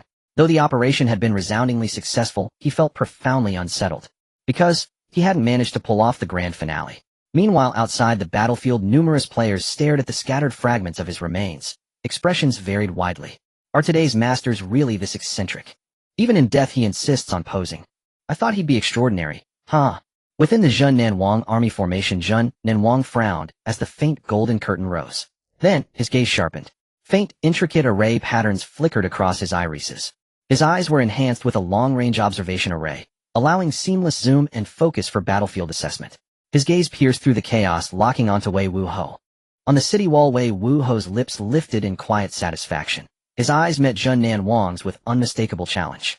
Zhun Nanwang snorted coldly. So he had underestimated Wei Wuho. He had assumed internal unrest within the royal city would shatter his opponent's rhythm entirely. Yet clearly Wei Wuho was regaining firm control. Still, Zhun Nanwang remained unperturbed by the battle's outcome. He had already resolved to lay siege indefinitely. Without supply lines, the royal city could not hold out long. Furthermore, its defensive arrays were all exhausted. Few stratagems remained. A junior general saluted and said, "Wei Wuho indeed possesses formidable skill." First a dome rose 2 li away, then a second at 1 li, lulling our forces into complacency. Yet he concealed a third, precisely at only and a half li. It emerged only when combat reached its fiercest intensity, severing our vanguard from reinforcements. Losses may prove catastrophic. General, I beg permission to lead troops and shatter the barrier. Zhun Nanwang surveyed the battlefield. The golden curtain had cleanly bisected his forward-deployed army. Those trapped within would soon collapse without support. Zhao Kuang nodded. Go, let your father witness your strength today. The junior general lowered his head, face obscured in shadow, and replied respectfully, "Yes, sir." Swiftly he assembled an elite cavalry detachment. Form ranks. Fire dragon drill. He drew a deep breath and commanded, voice ringing clear. With that he struck his mount's flank and charged forward. Soldiers surged after him, already arranging themselves into the fire dragon drill formation during the gallop. Faint wisps of fiery chi thickened with momentum. Speed escalated, until blazing energy coalesced into the ethereal shape of a roaring fire dragon. A deputy officer rode behind him, mouth half open to speak, but seeing the young general's resolute silhouette, he fell silent. The fire dragon drill was a ferociously volatile charge formation. During the rush, the entire unit fused into a single draconic current. All energy converged upon the formation's apex, the dragon's head, currently occupied by the young general at the very front. This position bore the title Dragon Head. All force compressed into that singular point, subjecting the dragon head to cataclysmic draconic energy, a tremendous burden upon the physical body. And that was merely the beginning. Upon breaching the barrier, immense recoil would strike, first and foremost, upon the dragon head. Thus this formation was rarely deployed in conventional warfare. It inflicted grievous harm upon enemies, yet exacted near-equal devastation upon its own. An old adage circulated among the ranks: the dragon head stands unmatched by 10,000 men. This phrase was no praise. It was a solemn warning. If you lack the strength to stand alone against 10,000, do not dare assume the dragon head position. Torrential rain poured ceaselessly from the heavens. A vast courtyard within the imperial palace. Little Master has returned once more. A voice echoed across the open square. Main quest: the final battle of the royal capital. Quest synopsis. Born to nobility, he stands above all others. Main quest: the final battle of the royal capital. Quest synopsis. Born to nobility, he stands above all others. A seeker of talent, yet fated by tragedy. Some destinies are etched into bone, some fates ordained before birth. A generational reckoning, a clash of two eras, now reaches its final chapter. In this fated confrontation, mercy has no place. Only victor and vanquished remain. Give your all. Fight for him. Faction quests spare no cost to ensure Lord Qin Shan's triumph in the battle for the royal capital. Qin Shan finished reading the quest prompt in moments. Indeed, the main quest had already commenced. All chat channels were locked down. Even the forums were inaccessible. This was critically dangerous for Qin Shan. He could no longer afford distractions while traveling. Yet this quest synopsis held his attention a moment longer. The phrase "a generational reckoning" would mean little to most players. Only those who had previously engaged with Lord Qin Shan's or the imperial family's quests might grasp its deeper significance. Clearly, the first generation's fate pitted Lord Nanan against the late emperor. Lord Nanan ultimately sacrificed his life to assassinate the sovereign, clearing the path for the second prince, the current emperor, and in return swore to safeguard Zhao Kuang's rise. Yet fate turned capricious. No one knew why, but the reigning emperor and Zhao Kuang eventually drew swords against each other, once more reigniting their fated duel. Qin Shan shook his head with quiet lament. Truly, these two generations were bound by an ancient, unrelenting enmity. While Qin Shan and his companions scrutinized the question, Nan was already drenched in cold sweat, because the entire square had been encircled by the imperial feathered forest guards. Having learned of the anomaly at the royal hunting grounds, the emperor had dispatched troops ahead of time to seal every exit. And the instant the group emerged from their spatial transmission, soldiers stood poised for battle on all sides. Every soldier fixed their gaze upon the lone figure standing there, one-armed, unwavering, ignoring the three beside him entirely. Wushuang Marquis Zhao. 5 years ago, he had already reached the peak of fourth-tier cultivation. Even standing idle, Zhao Yu radiated an overwhelming aura, so potent that the surrounding guards dared not move a muscle. No one knew whether they could subdue Zhao Yu together, but whoever struck first would certainly never see tomorrow's. Zhao Yu now stood weaponless, his long spear lost aboard the paper crane during their hasty escape. In that dire moment, shedding weight to improve survival odds, he had cast it aside without hesitation. Realizing they were surrounded, Zhao Yu understood the emperor had anticipated their arrival. As every guard's eyes locked onto him with lethal intensity, Zhao Yu slowly raised his left arm. The feathered forest guards tensed instantly, their breaths deepened involuntarily. Here it comes, will he strike? With Zhao Yu's motion, the air over the entire square thickened like molten lead. Chun Nan trembled uncontrollably. Silence fell so absolute that every breath echoed like thunder. Qin Shan, Yi Gu, and Zhao Yu formed a triangular stance. Chun Nan stood at their center. Upon emerging from the transmission, he had faced Zhao Yu directly, then subtly affixed a spirit stride talisman to Zhao Yu's back. His hands remained hidden behind him, clutching 2 more spirit stride talismans. When Qin Shan and his companion remained motionless for too long, Chun Nan glanced back, only to find their rigid silhouettes frozen in place, as if paralyzed by terror. Chun Nan cursed inwardly. Li's brothers were utterly petrified. Seeing no sign they turn around, he swiftly pressed the 2 talismans onto their backs. He then turned forward again, eyes riveted on Zhao Yu's movement. Zhao Yu moved deliberately. His hand now rose toward his head. Under the gaze of the entire square, his arm finally ceased its ascent. From the rear, the Feathered Forest Guard's captain watched Zhao Yu's every twitch, ready to activate the square's protective formation the instant he moved. At that razor's edge moment, Zhao Yu scratched his head. Silence hung heavy. Apologies, I've got an itch. He laughed heartily, deliberately so. Seeing everyone so tense, he decided to toy with them. Just moments earlier, the azure luminescence of the colossal Bashya had merged into his body, leaving him with unfamiliar sensations. It felt as though he'd grown stronger. Yet Zhao Yu hadn't yet grasped the full extent, having awakened only to be urgently dragged out of the dungeon by Qin Shan and the others. Meanwhile, Qin Shan and his companion had finished reviewing the quest. Qin Shan's train of thought had been disrupted by Chun Nan's talisman pressing. Then he swept his gaze across the square. Well, look at this crowd, Qin Shan remarked, lightly surveying the feathered forest guards surrounding them on all sides. His composure remained unruffled. He'd known since his conversation with Yi Qing that Li Xian's family would evacuate via transmission array. Thus exposure held no fear. Moreover, inside the celestial prison, he'd already gauged the guards' true third-tier NPCs. Modest damage amplification, nothing more. And having just emerged from the Dragon Turtle realm, Qin Shan had undergone another profound enhancement. To him, these soldiers posed no threat whatsoever. Quite the spectacle. We seem to face a different challenge. Yi Gu smiled in reply. Likely so. After all, ours is a hidden quest. We may yet have to fight our way all the way to the city gates. Qin Shan added with a nod. They swayed, idly glancing left and right as if strolling through a scenic tour, utterly dismissing the armed guards surrounding them. By sheer atmosphere alone, the feathered forest guards appeared the ones besieged.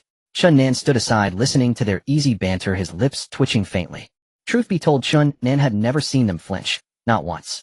Every trial seemed trivial to them. Even confronting the sky-obscuring Bashiao, they'd charged in without hesitation. From the rear, the feathered forest guard's captain watched the scene boil over, rage igniting in his chest. Unforgivable arrogance, he roared. Activate the formation. We shall make these insolent fools pay dearly. Yes, sir, the troops bellowed in unison. Instantly, formation runes blazed across the square, coalescing into a massive radiant array. Trapped at the center, escape was impossible. Within the formation, the four prepared for combat. Though confident, Qin Shan refused to underestimate his foes. As the sage once said, in strategy, despise your enemy, in tactics, honor him. Even a lion commits its full strength to slaying a hare. Qin Shan would not let hubris drown him in shallow waters. Regroup around me. I'll absorb the first wave of damage. Uncertain of the formation's effects, Qin Shan conjured an immense semicircular shield, vast enough to envelop all four. Once they gathered close, he slammed it downward, sealing them beneath its gleaming arc. His true intent was to shield Chun Nan, the weakest link, from sudden death. Then he waited, still and watchful, for the formation's activation. First endure the assault, study the formation's rhythm, then dismantle it methodically. Outside the shield, the feathered forest guard's captain strained every sinew, channeling chi into his jade command token. Qin Shan quietly gazed towards the outside of the formation. At that moment, the entire square was enveloped by a massive golden barrier, seemingly intending to trap them within. Then another enormous blue light screen slowly rose. Chun Nan, who had a strong understanding of formations, suddenly felt his pupils constrict as he exclaimed, "There are actually dual formations." Chun Nan was taken aback internally. One must understand that formations are not merely about continuously casting and stacking them. There is a mutual exclusion between formation patterns. To execute dual formations, not only must the patterns not overlap, but one must also consider that the attributes of the patterns do not counteract or conflict with one another. Moreover, one must also take into account the mutual influence between the formations. The activation of one formation might affect the function of another. For instance, if one were to simultaneously cast a blockade formation and a teleportation formation. Once the blockade formation is established, the surrounding space becomes stabilized, rendering the teleportation formation ineffective. Thinking of this, Chun Nan broke into a cold sweat, not expecting the Emperor to invest such significant resources here. Everyone be careful, the second major formation is coming. As the blue light screen was about to cover the square, Chun Nan warned. Qin Shan and the others, upon hearing this, also became more serious. It seemed that this first challenge upon entering was not as simple as it appeared. If it were just soldiers, Qin Shan felt he could handle them all by himself. However, regarding formations, Qin Shan had seen enough and knew their strength could be unpredictable. During the Battle of Chang'an, a thunderbolt that seemed to want to destroy everything had dealt over 1,000,000 damage to Qin Shan. Soon the blue light screen took shape and Qin Shan felt an additional negative buff. He quickly glanced at the buff, then froze in place, displaying an expression of bewilderment. Silence, you cannot unleash active skills. Huh, what of the unmatched Marquis? The captain, seeing both large formations fully activated, regained his arrogant demeanor. Under the magic suppression formation, you are nothing more than an ordinary person with slightly stronger physique. Everyone charge. Capture the unmatched marquis alive, and the Emperor will reward you greatly. After saying this, the captain initiated the charge. At this moment, Ye Gu also reacted, looking up at Qin Shan with a hint of astonishment in his eyes. Another magic suppression formation, this familiar formula. Qin Shan raised an eyebrow in response, slowly putting away the shield in his hand. Chun Nan saw the dark purple shield above his head vanish, thinking Qin Shan had been affected by the magic suppression formation. He stood there in a daze, somewhat puzzled. He remembered that in the celestial prison Qin Shan's shield was unaffected. He had a vivid impression of the massacre that, "My lord, you protect Chun Nan, we can handle the rest," Qin Shan said to Zhao Yu. Alright. With the charge of the Feather Forest Guards, a bloody battle was about to unfold. The battlefield of the royal city. Report, General. Lieutenant Li has fulfilled his mission, a blood-soaked deputy reported with great difficulty. Thank you for your hard work. You all go tend to your injuries. Zhao Kuang naturally observed everything and said, yes. As for why it was the deputy who came to report, it was because the leading General Li had already turned into a bloodied figure. At this moment he was lying on a stretcher beside King Zhen, then taking in less air and exhaling more. Blood was flowing from all 7 orifices, and his body was severely damaged all over. Many healers were desperately casting healing spells, trying their utmost to save him. Yi Qing felt as though he were watching an ICU rescue scene. Just moments ago he had personally witnessed the spectacle of the fire dragon charging into the formation. A furious fire dragon charged at full speed towards the light screen of light gold. The instant the dragon's head collided, a violent red instantly saturated the golden screen. In just a moment countless cracks appeared on the screen. In the next instant it shattered with a loud bang, turning into countless fragments that scattered. The violent impact swept across the battlefield. Even Yi Qing, standing further back, felt a wave of pressure hit him, ruffling his robes. All the elite soldiers that made up the fire dragon were heavily injured, almost all being carried back by soldiers who had been stationed nearby. After breaking the formation, Lieutenant Li was the first to be teleported back by Yi Qing, allowing him to receive treatment promptly. Otherwise, with such severe injuries, if not treated immediately, he would have likely succumbed before being carried back. Thinking of this, Zhao Kuang spoke to Yi Qing. Young friend Yi, this time we truly owe you a great debt of gratitude. Zhao Kuang said with deep appreciation. General, you are being too polite. It is the least I could do, Yi Qing humbly replied. At this moment he felt quite pleased. Just moments ago he was orchestrating the situation on the player's side, when he was suddenly called by King Zhen Nan. Unexpectedly King Zhen Nan took the initiative to bring him a task. Seeing that Lieutenant Li was promptly assisted, the situation gradually stabilized, and was no longer deteriorating. Yi Qing breathed a sigh of relief, having completed another task successfully. After the last move of the mighty Marquis was exhausted, both sides returned to a stalemate. From the current battlefield situation, it was evident that King Zhen Nan's side was gradually gaining the upper hand. Each of the soldiers under him was full of morale and fighting spirit. In contrast, the Emperor's camp, not counting the players, had soldiers who were clearly weaker than those of King Zhen Nan. Yi Qing observed, nodding repeatedly. He hadn't gathered intelligence on the enemy camp recently. He knew that the Emperor's camp had loose military discipline and was rife with corruption. In some areas the soldiers trained sporadically. If Yi Qing were to make a comparison, the Emperor's side resembled an aging man, weary and dispirited. In contrast, King Zhen Nan's side was mostly made up of young warriors full of vigor and eager to achieve great feats. The disparity between the two sides became increasingly evident. Then Yi Qing turned his gaze to King Zhen Nan, who at this moment was still worried about Lieutenant Li. Glancing over it, Yi Qing's keen intuition detected the scent of a hidden task, prompting him to speak up actively. This time Lieutenant Li has truly made a great contribution. Yes, this kid has been holding back a lot of anger, Zhao Kuang said with a complicated expression. Zhao Kuang then ceased to speak further, continuing to observe the battlefield. Yi Qing listened, his mind beginning to analyze. From the current situation, it was evident that King Zhen Nan had a different sentiment towards Lieutenant Li. Your Majesty, Marquis Wei Wu seeks to alter the course of fate, and requests permission to lead the campaign in person. A soldier bowed deeply, hands clasped before his chest. The rain intensified, thunder roared overhead, and jagged bolts of lightning intermittently illuminated the somber battlefield. The soldier gazed upon the sovereign's motionless, imposing back, his golden armor seeming to dim beneath the downpour. He waited, but no reply came. Amidst the clamor of rain, he mistook the silence for inaudibility, and was about to repeat his report when the Emperor's voice cut through the storm. Granted. Hearing this, the soldier acknowledged with a solemn, "Yes, Your Majesty," bowed once more, and withdrew. Yet the Emperor remained utterly still, standing at the very front, watching the two armies clash beneath the deluge. Beyond the city walls, blood flowed like rivers. Rain washed over it, diluting its vivid crimson into a pale, eerie hue, so that the entire battlefield shimmered with a thin rose-tinted sheen across its sodden earth. As the blood seeped into the soil, it was gradually absorbed by twisted, hidden array patterns buried deep beneath the ground. unseen by any, for beneath the battlefield pulsed an unprecedented grand formation, silently awakening. At that moment ministers stood in silent reverence behind the emperor, not a word uttered. Nor did anyone notice the faint sorrow now glinting in his majesty's eyes. Marquis Weiwu had been personally elevated by the emperor himself, a loyal confidant utterly devoted. And yet now he suddenly volunteered to take the field in person. The emperor was astute, and intimately familiar with Weiwu's unwavering sense of justice. He recalled their shared vow spoken long ago to safeguard the people's destiny. But now uncertainty clouded his thoughts, for he found himself unable to read Weiwu as clearly as before. A quiet sigh escaped the emperor's lips. Are you fighting wholeheartedly for me, or merely seeking to end this war as swiftly as possible?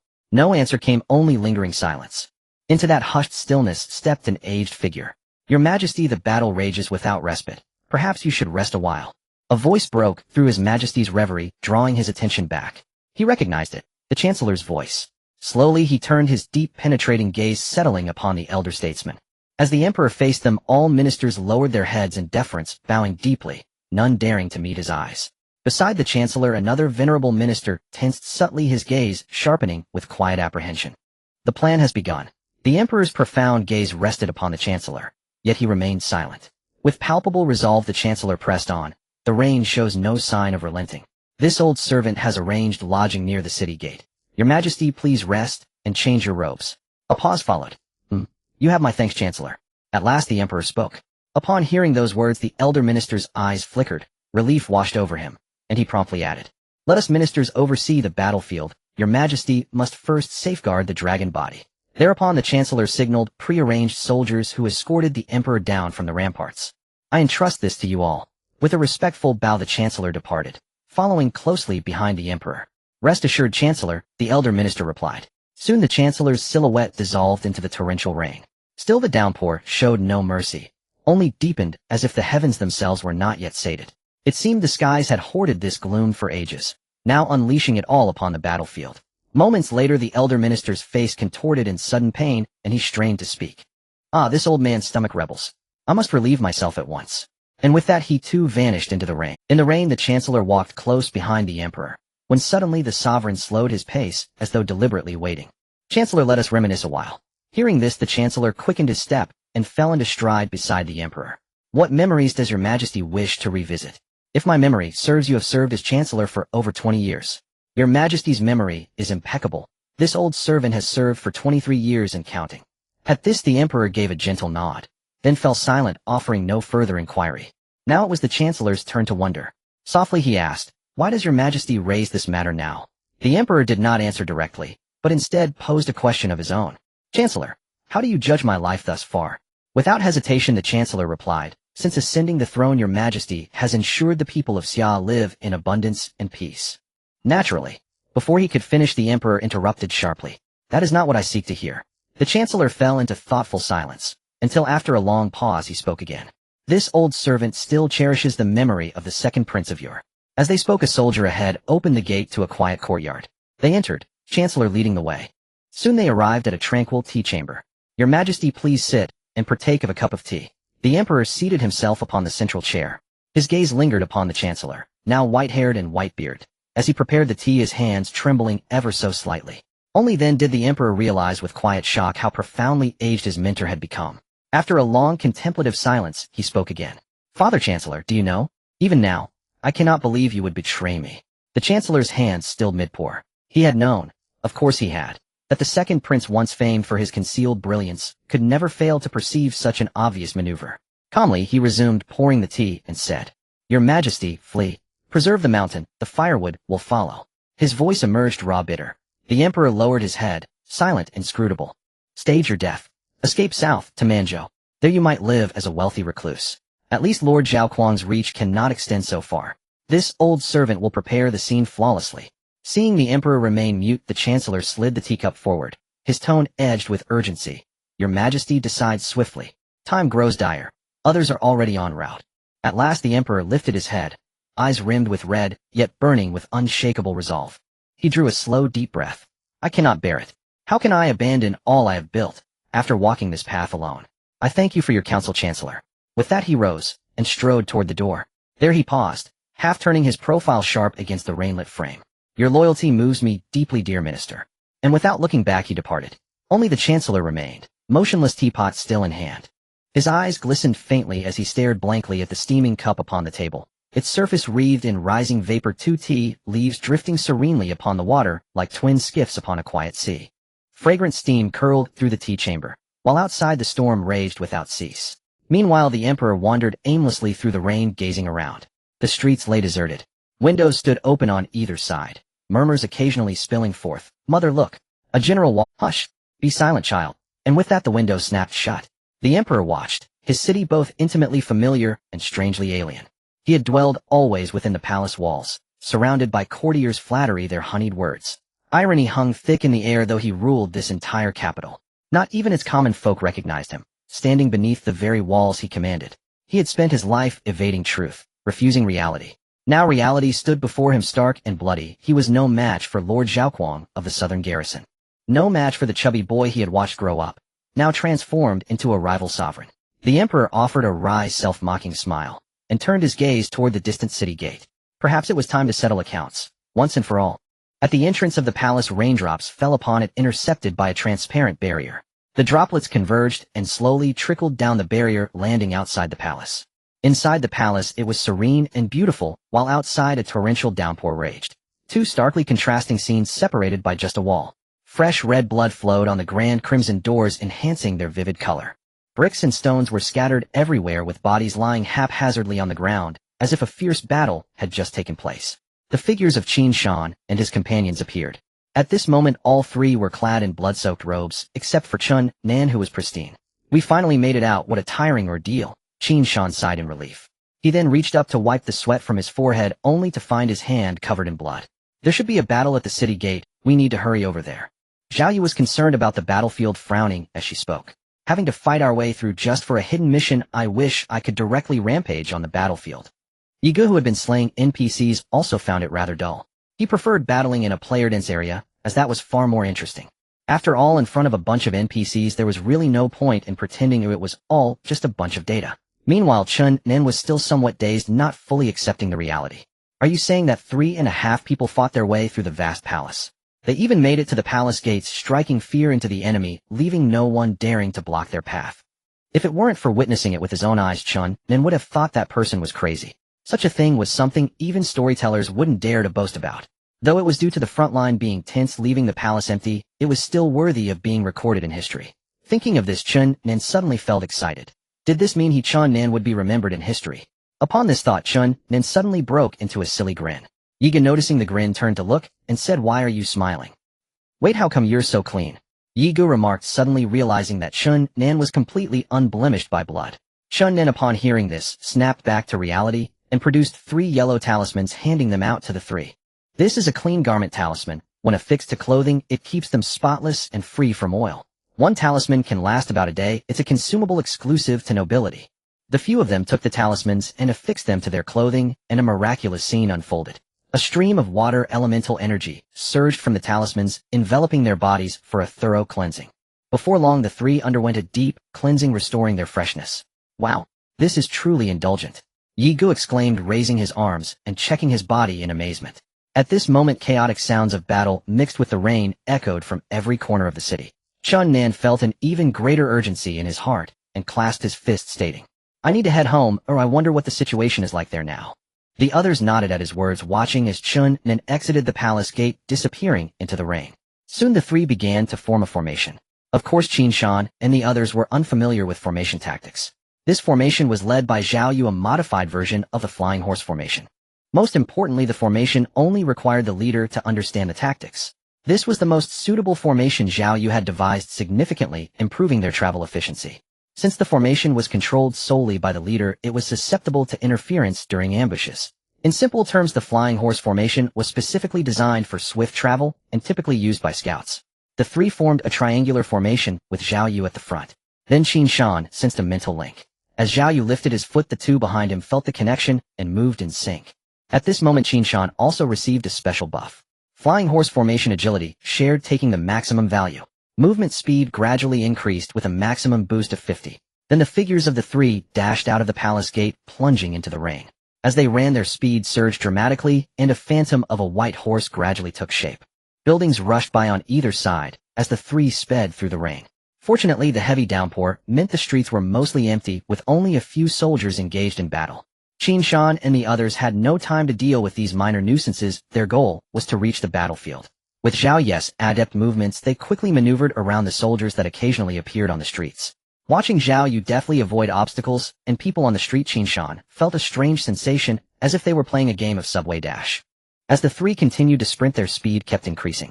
At this point, some soldiers on the street halted stunned in place. A massive phantom of a white horse sped past them, creating gusts of wind that blew their hats away. On the front lines of the battlefield, with the valiant Marquis personally intervening, the morale of the Emperor's camp surged. At this moment, the valiant Marquis rode a sleek black steed positioned at the rear. Surrounding him, within a 50-meter radius, were players including Zhao Kuo. After a half-hour resurrection period, he had returned to the battlefield. At this moment, numerous players along with Zhao Kuo were regaining their strength near the valiant Marquis. This was due to the enticing buff from the Marquis aura skill. As he approached within 50 meters, he received several new buff enhancements. Energy gathering mana recovery effects increased by 20. Healing life recovery effects increased by 20. Excitement damage increase enhanced by 10. Fortification damage reduction increased by 10. The valiant Marquis possessed a total of 4 aura skills. Moreover, each one was a remarkably useful enhancement, especially the recovery effects of energy gathering and healing. This significantly improved the cost-effectiveness of players consuming health and mana potions near the valiant Marquis. It's worth noting that each aura skill is quite rare. The number of fortunate players able to obtain aura skills is extremely limited. Among them, those who can command are even rarer. This led to the fact that most aura players in the Emperor's camp stood at the rear as mascots paired with another commanding player. Zhao Kuo was somewhat unique as he did not possess any aura skills. However, he had a special active skill that provided a wide-range buff, making him one of the rare exceptions. Therefore, the battlefield he commanded would not be equipped with a mascot, as he could handle it himself. Since Zhao Kuo had died, the small battlefield he was originally responsible for had been taken over by other commanding players. This left Zhao Kuo with little to do at the moment. Moreover, after having died once, Zhao Kuo had become more cautious. Although he was a warrior player, he was now playing with an assassin's tactics. Upon reaching the front lines, he would first unleash a skill as swift as the wind, then unleash a combo of skills on the enemy's front line before retreating. This way he barely lost half his health each time, while safely withdrawing to the rear. Soon Zhao Kuo ran out of health potions. He returned to the military supply shop near the city gate for resupply. The shop was quite simple, a makeshift structure set up before the battle. Zhao Kuo felt as if it were a small convenience store at the village entrance. He glanced at the shop while purchasing supplies. Just then a player suddenly squeezed past him. Zhao Kuo frowned and said, "What are you pushing for?" In a hurry to reincarnate. Before he could receive a reply, the crowd only became more chaotic, turning the entire shop into a mess. Zhao Kuo became angry just as he was about to deliver a friendly warning. Suddenly his gaze caught something in the distance. He saw a massive dark purple bull phantom charging toward him. Zhao Kuo froze for a moment, then finally heard what the players around him were shouting. "Run! Head for the city gate. That bull has been cutting its way through. Can anyone tell me why the enemy is attacking from the rear?" Various conversations erupted as Zhao Kuo had no time to ponder why foes had appeared behind them. He instinctively wanted to run with the crowd, but players pressed together in a chaotic crush, and he found himself trapped. "Move aside!" Zhao Kuo shouted in panic, clawing at the players around him and glancing up from time to time at the enormous dark purple bull phantasm. The apparition drew nearer, and to his horror was heading in their direction. Zhao Kuo knew, of course, that it was not aiming for him personally, but for the quartermaster shop beside him. He had just died once before and did not want to die again. He still hoped to earn more military merit, and perhaps clear his name to join the Zhun Nanwang faction. As for the quartermaster shop, what did it have to do with him? It was not his. "Hurry! Evacuate! You fools!" Seeing the bull approach, Zhao Kuo was truly alarmed. When shouting produced no result, he resorted to self-help. "Protect the quartermaster shop! Protect the quartermaster shop!" he yelled. Indeed, it had some effect. Several NPC soldiers began to converge on the spot. At that moment, Zhao Kuo finally discerned the true source of the bull phantasm. Beneath the immense apparition, a figure in black was pushing forward, brandishing an enormous dark purple shield. A figure in white followed closely behind, holding aloft a smaller dark purple shield. And sitting cross-legged upon that shield was a person. Zhao Kuo rubbed his eyes, nearly convinced he was hallucinating. When he looked again, he saw that the person seated on the shield wore Yuanwei armor. The man's right arm was empty. He sat in meditation, his left hand forming a seal. Dark purple energy surged from the front rider, coalescing into the bull phantasm. When Qin Shan and his companion burst from the palace, they had discarded their disguises. Zhao Kuo quickly recognized the two figures, the Tianshui twin stars, the famed Tai Shan and Duan Gexing. His mind raced with 1,000 questions. Why had they broken out from, and why was Duan Gexing carrying a Yulin Wei? There was no time to ponder. He had assumed the bull was an elite city death guard, which was why they had avoided confronting it. Now that he saw them clearly, Zhao Kuo was puzzled. So many players here, yet we are supposed to fear only these two. Especially since Duan Gexing seemed to be shouldering an injured NPC. An idea snapped into place. He suddenly realized they must have accepted a special city mission, most likely to protect this treacherous Yulin Wei and escort him out of the city. Yes, that must be it. Only such a scenario explained everything. Two players burdened by an injured liability. With their hesitance, Zhao Kuo judged his side's odds overwhelmingly favorable to the point that defeat seemed inconceivable. Settling that thought, he instantly calmed. The earlier panic vanished. The quartermaster's stall was makeshift, a few trading tables, and some supply cabinets lashed together. Zhao Kuo climbed onto a table and spoke aloud. Everyone, hear me, only two enemy players are at the rear, trying to raid the quartermaster's shop. Follow my command, focus fire, and burn them down. After he spoke, a scrap of paper appeared in his hand and ignited without wind. Swift as the wind, the sudden haste restored order among the crowd. Zhao Kuo's gambit drew astonished murmurs. Many recognized him. He had earned notoriety in the Battle of Tianlong City. Even some detractors. Qin Shan and his two companions were closing in. Mage's archers strike. Cast every crowd control spell. Be ready to cast at a moment's notice. When he closes, lock him down where he stands. Throw every debuff. Zhao Kuo quickly rallied the nearby players and NPCs, issuing orders with disciplined calm. Qin Shan naturally saw it all. Seeing the players not flee but cluster together, a smile curved Qin Shan's mouth. He had feared they might scatter, but their commander had unwittingly aided him. Through the skirmish, Qin Shan had gained full confidence in his tankiness. Soon the charging bull at top speed bore straight into the crowd. Zhao Kuo could no longer contain his grin. Huh. The twins, so what? In the early stages, crowd control is scarce. That is the very breath of our advantage. By now most players possessed a control skill, or a debuff, or two. If they dared attack, Zhao Kuo vowed that Qin Shan and his companion would pay dearly. Many players recognized the newcomers and began to murmur. Isn't that Tai Shan? That dark purple really? The one behind looks like Duan Gexing. Why is he carrying a shield? The funniest thing is the person on the shield. Clearly a weak NPC. What is that costume? Ha ha ha, ridiculous. The crowd chattered, already confident of victory. Zhao Kuo's confidence was not unfounded. At the front, Qin Shan made no attempt to dodge and absorbed all the debuffs. Slowness, movement speed, corrosion damage reduction decreased by 5. Vulnerability damage taken increased by 5. Brittle shield gain reduced by 5. Minor wound health regeneration reduced by 10. In moments, Qin Shan was afflicted with dozens of Of course, most of them could be avoided. But Qin Shan was controlling the bull formation. He had been charging for a long time, and a sudden turn might interrupt that momentum. Like a bullfight, once the charge was on, its course was hard to alter. Ahead, dozens of crowd control spells waited for Qin Shan. An onslaught of spells descended. Damage numbers bloomed above Qin Shan: 2341, 3241, 4321, 0, no breach. Seeing the damage, Qin Shan smiled slightly. Since emerging from the Dragon Turtle realm, Qin Shan's damage reduction had risen to 160, and he possessed 600 HP and 1900 defense. The recent focused attack laced with burning and toxin damage continuously triggered his Yi Zhun Dai Shou formation as guard. Every 10 attacks granted him a shield equal to 5 of his max HP. Even battered by dozens of debuffs, his stats remained formidable. Most negative effects barely dented Qin Shan's tankiness. At such values, he feared no focused fire. Most players' attacks did not even exceed the shield gains triggered, and many could no longer penetrate Qin Shan's defense. This paradoxically increased Qin Shan's shield the more they struck him. As Qin Shan closed the distance, a barrage of crowd control descended. Countless control skills struck Qin Shan without restraint. Zhao Kuo's smile froze stunned in place. Qin Shan showed no signs of stopping, charging into the crowd with a 5-meter-tall phantom of a fierce bull. As Qin Shan approached, the light and dark domain began to erode their bodies. Countless damage numbers popped up above their heads. 730. 73 fire. 730. 73 fire. Fierce bull formation gains the effect of invulnerability while charging. The charge dealt 10 damage to life points from Bullhorn. The damage taken was 90 borne by Bullhorn. This military formation was the foundation of Qin Shan's confidence. The fierce bull formation consists of 3 key positions: Bullhorn, Bullhoof, and Bullbody. Among them, the Bullbody position is crucial for maintaining the formation. The Bullhoof position is key to determining speed. The Bullhorn position is the most important main force of the entire Fierce Bull formation, responsible for damage output and tanking. The original version of the Fierce Bull formation was not used this way, but was instead paired with chariots. The Bullhoof position was realized with chariots, while the Bullbody controlled the formation from atop the chariot, pulled by the Bullhorn.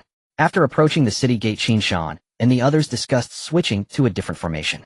Qin Shan chose the fierce bull formation from several formations mentioned by Zhao Yu. Unable to find a chariot inside the city, Qin Shan suggested that Yi Gu take the bull hoof position. Upon hearing this, Yi Gu flew into a rage and refused to comply. In the end, after much persuasion from Qin Shan, he finally agreed. Thus Qin Shan charged forward while Yi Gu carried the pot behind him. The bizarre scene of carrying a shield.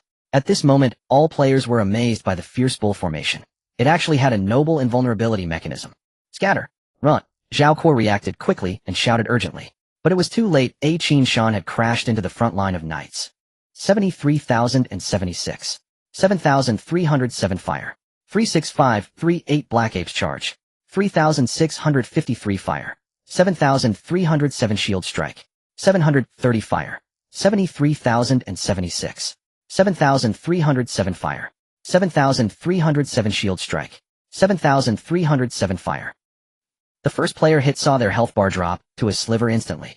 A staggering damage of nearly 120,000. Other players who were hit also suffered heavy damage. Wow, ha! I love the bull hoof. Yi Gu exclaimed again, unable to contain his excitement at the violent aesthetics. As they charged through, everyone violently pushed all the players they encountered aside. The squishy players dropped dead just by grazing them, which was the reason for the chaos at the city gate. Players who saw the power of the fierce bull formation from afar had already fled the city gate. Only Zhao Kuo with a stubborn head remained to resist with a group of players who had never witnessed the power of the fierce bull formation. Qin Shan turned the bull's head, trampling forward, leaving a trail of bodies in his wake. Soon he reached the military supply shop. He initially intended to exit the city directly, but spotted a shop at the city gate. Seeing many players shopping diligently, he thought about destroying the shop. After all, it was an easy task.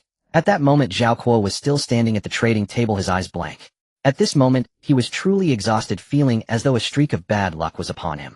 First it was Li Xiaoweo's sudden explosive sword formation, and now a dark purple invincible fierce bull. Zhao Kuo's heart shattered. He stood dazed at the trading table, having given up on commanding and escaping. As the fierce bull crashed past, his body flew 3 meters high, then fell heavily to the ground. No one noticed, as there were already dozens of corpses around him with the same cause of death. After smashing the shop, Qin Shan's bull continued to charge toward the city exit. The commotion caused by Qin Shan and the others was clearly visible to all players at the city gate. All players at the gate ran for their lives, trying to distance themselves from the gate. In an instant, a small wave of panic erupted at the city gate. Firebird was directing players in a small battlefield near the gate when he heard the commotion and turned around. Just then a player fleeing from the city gate passed by. Firebird stopped him and asked loudly what happened at the city gate. Why is it so chaotic? The player was at a loss for words, pondering for a moment before responding. There was a big bull charge at the city gate and not. Firebird was momentarily stunned, and just then more commotion came from the gate. A gigantic bull phantom charged out, heading directly towards Firebird's battlefield. The player's face changed in shock, and he hurriedly said, "I need to run, I want to earn more military merit." He then dashed away. Firebird didn't have time to ask for more information before the player had already run far. Furrowing his brows, he looked at the fierce bull, and upon seeing the situation within the bull's phantom, he was perplexed. Wasn't there just 3 people? Firebrother, should we escape too? Upon hearing this, Firebird chuckled softly and said, "Should I avoid its sharp edge? Lucky Charm, you better take a closer look. I can easily handle this fierce bull." Seeing the bull charging recklessly, he raised his arm and shouted, "Brothers, focus fire on this bull and turn it into a roasted whole bull." At this point, Qin Shan had completely gone berserk. He originally intended to plow a few more rounds on the battlefield. But just now Zhao Yu told him that it wouldn't hold for long. Only then did Qin Shan come to his senses, preparing to return to his base first. As the battle raged, Qin Shan's killing domain continued to trigger. Health 523 temporary. Health 621 temporary. Health 1138 temporary. Health 821 temporary. Moreover, due to the increase in players' health, the speed at which Qin Shan's health accumulated also accelerated. This was because Qin Shan absorbed one of the life value from the deceased. At this point, Qin Shan's health had reached 9,000. To put it in Qin Shan's own words, "The stronger the enemy, the stronger I become. The stronger I become, the weaker the enemy becomes. Therefore, the stronger the enemy is, it means the enemy becomes weaker." Rounding it off, Qin Shan has won tremendously. Just then Qin Shan saw that the players ahead were gathering again, preparing to intercept them. Qin Shan decided to end it quickly, as he did not know how long Zhao Yu could hold on. If they suddenly faltered, causing the fierce bull formation to fail, they would surely be controlled to death deep in enemy territory. If this went wrong, and the enemy killed Zhao Yu, whom they had painstakingly rescued, they would have no time to cry. Qin Shan also noticed that the journey so far was markedly different from the Battle of Chang'an. As the game progressed, players' control and debuff skills gradually increased. Only a person like Qin Shan, who possessed extremely high damage reduction and nearly perfect shield cultivation, could perform as if walking through a no man's land within the enemy ranks aided by the invulnerability formation. Anyone else would not be able to survive under the overwhelming control debuffs and concentrated damage. The fierce bull was fast, and in no time it was close to the group of players directed by Firebird. Qin Shan turned his head and shouted at Yi Ge, "Now's the time. Use both movement techniques together and give me a super acceleration. Illusory stride. Charge into the fray." Yi Ge had been waiting for Qin Shan to say those words. No sooner had Qin Shan spoken than Yi Ge activated two skills at once. With the skills triggered, Qin Shan felt his speed surge once more. The man Yo's velocity leapt, and like a bolt of wind and lightning it hurtled toward the crowd. "Stay close." Qin Shan shouted in exhilaration as he tasted that incomparable speed. He himself did not possess such swiftness, for speed was being governed by Yi Ge as Nyo Ti Cow Hoof. Through the Man-Yo formation, Qin Shan's tankiness fused with Yi Ge's movement, forming a super-synchronized war machine, the Man-Yo. Qin Shan once more experienced Yi Ge's airy fluid speed in full force. That invincible, god-defying sensation stirred a thrill deep within him. The Man-Yo barreled straight into the crowd. "Control it. Apply debuffs.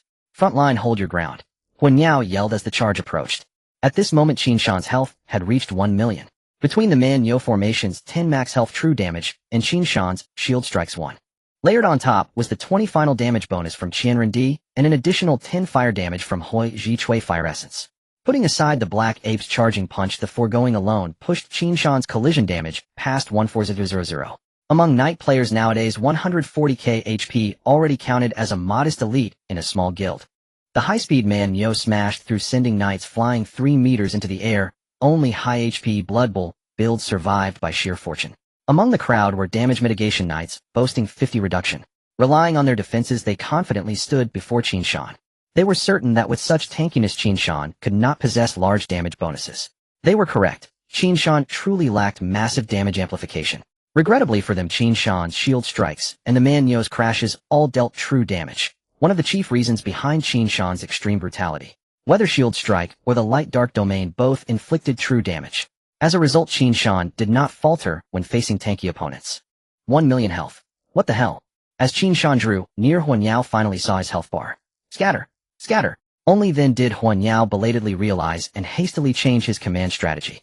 The Man-Yo could not be controlled, could not be killed, and possessed such vast health. This was beyond his capacity. Qin Shan, however, had already locked onto Huan Yao within the crowd. He possessed more than raw numbers, an acute eye, and a clever mind. Qin Shan's stats shone so brightly that brute force often sufficed without thinking. He had already noticed in the densest part of the crowd a red-haired player gesticulating wildly. Breaking through in any direction would do, and along the way he might as well demolish a supply depot. It would be no trouble to also take out a commander while passing. At that moment, Huan Yao sensed something was wrong.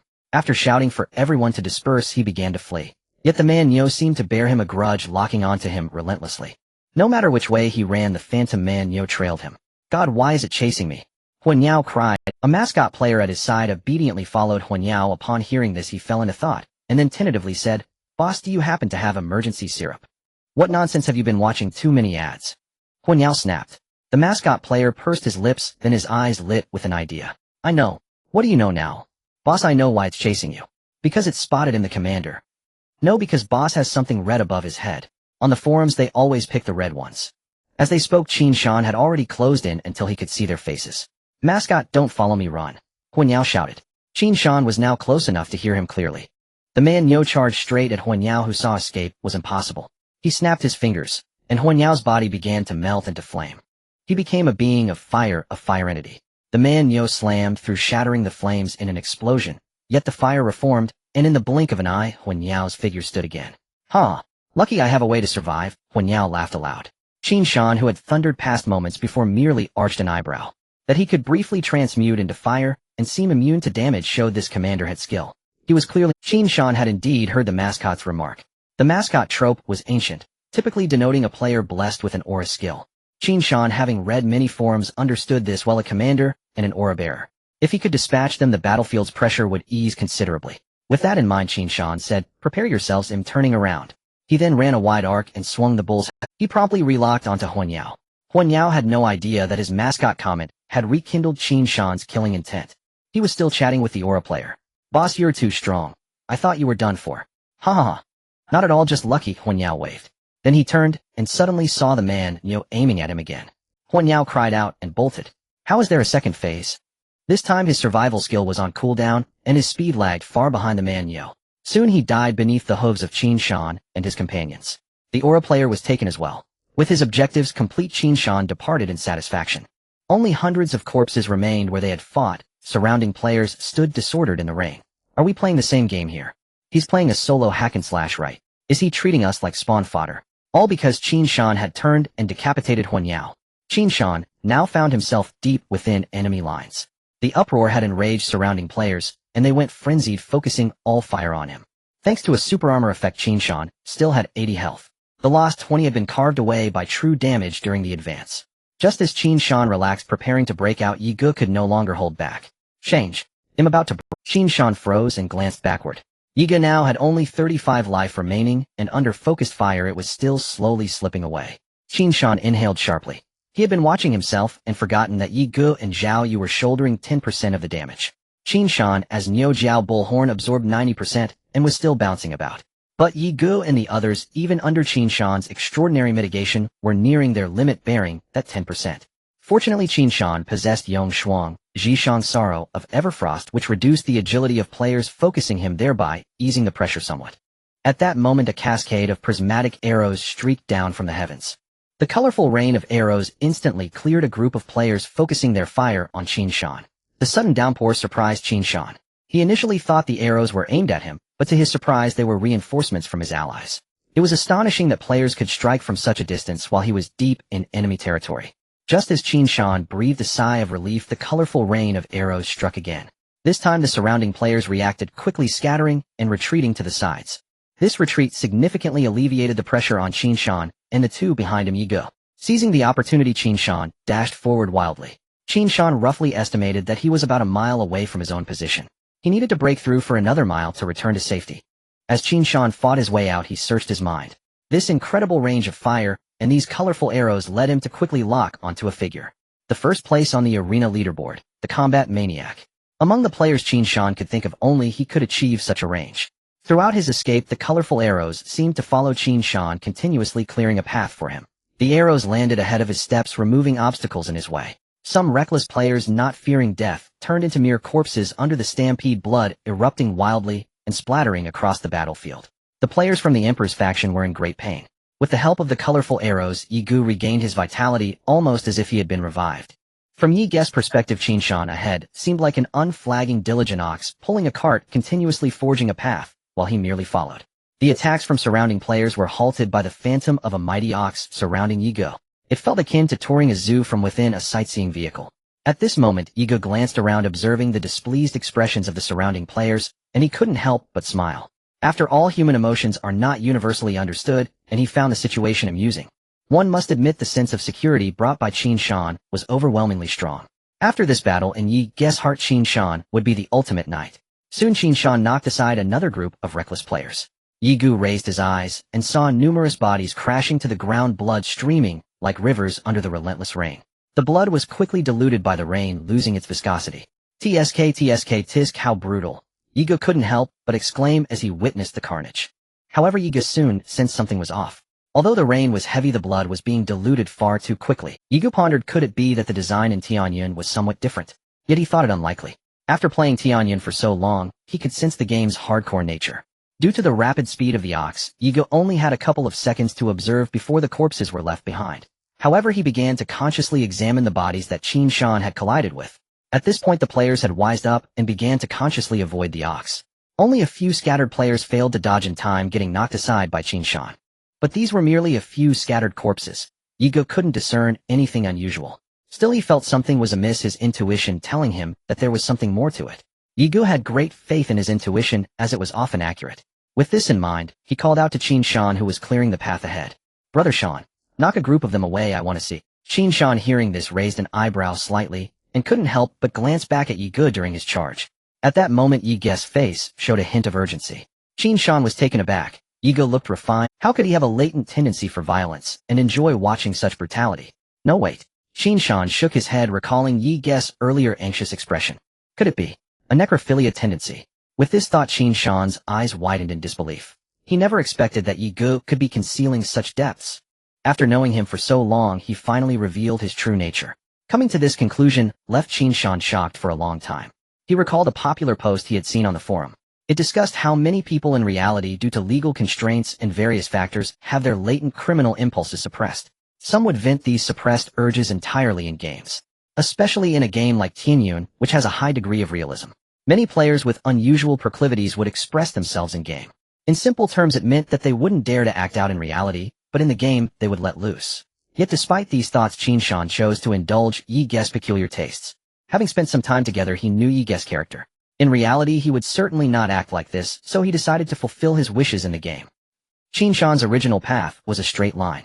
This was both to help him return to his own position faster, and to form a tacit understanding with the maniac nearby.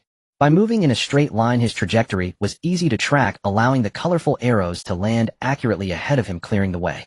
This was the tacit understanding he had established with the maniac the moment the arrows appeared. However, to indulge Yi Ge, Qin Shan suddenly deviated from his straight path, charging into the crowd. The surrounding players were shocked. They realized Qin Shan was attempting to break through. Subsequently, they relented tacitly, clearing a path, eager to send this ox on his way. Unexpectedly, the enemies were too brazen, continuing their wanton slaughter. In an instant, players around them were sent flying, once more crashing heavily to the ground. Yi Ge's gaze was fixed on the corpses before quickly shifting to the water. After multiple observations, he finally saw it. Blood seemed to be drawn down into the soil below, as if it was being absorbed. Indeed, there was something unusual. Huh, Brother Shan, that's enough. Yi Ge laughed heartily, addressing Qin Shan. He felt secretly pleased, confirming that his intuition was right. There must be something abnormal beneath the battlefield, likely a great formation that absorbed the blood energy. The King of the South certainly wouldn't be able to set such a formation right at the foot of the royal city. After all, if he had the capability to lay such a formation under the emperor's nose, he would have taken the royal city long ago. Therefore, Yi Ge concluded that this must be the emperor's doing. With this thought, Yi Ge became even more excited, eager to report this matter to the King of the South once he returned. Perhaps he would receive additional rewards. Hearing this, Qin Shan charged straight ahead again, occasionally glancing back. Seeing the excitement on Yi Ge's face, Qin Shan became even more convinced of his judgment. He couldn't help but sigh inwardly. How could such a fine young man have developed such a peculiar inclination? Then Qin Shan charged forward, already able to hear the sounds of battle ahead. The explosions, the shouts of slaughter, the clash of weapons. Suddenly a somewhat weak voice rang out. "Young friend, how much longer until we arrive?" Upon hearing this, Qin Shan turned to look at Zhao Yu, who was sitting cross-legged on the shield. At this moment, Zhao Yu was still forming seals with his left hand, his complexion pale. "We will arrive soon, Lord Marquis, just hold on a moment longer," Yi Ge hurriedly replied. After a while, two skeletal dragons suddenly appeared in the air ahead. The skeletal dragons were about 5 meters long, a standard Western dragon. Their wings spread wide, approximately 10 meters in length. The skeletal dragons breathed out fiery breaths, crazily scorching the players of the Emperor's camp. On the ground, various magical attacks kept bombarding upwards. Due to the extremely fast flight speed of the skeletal dragons, most attacks were dodged with only a few landing. Soon the skeletal dragons and the barbarian bulls passed each other, just when Qin Shan thought the skeletal dragons would continue deeper into the enemy ranks. One of the skeletal dragons turned and circled, making a 180-degree turn. At this moment, they were flying to the left and right above the barbarian bulls, continuously breathing fire. From a distance, it seemed as if they were escorting the barbarian bulls. Cool. Yi Ge looked up and couldn't help but exclaim. But soon after enduring various ranged attacks, the two skeletal dragons finally succumbed to their burdens and fell. After a period of protection, Qin Shan and the others could finally see the point of confrontation between the two armies ahead.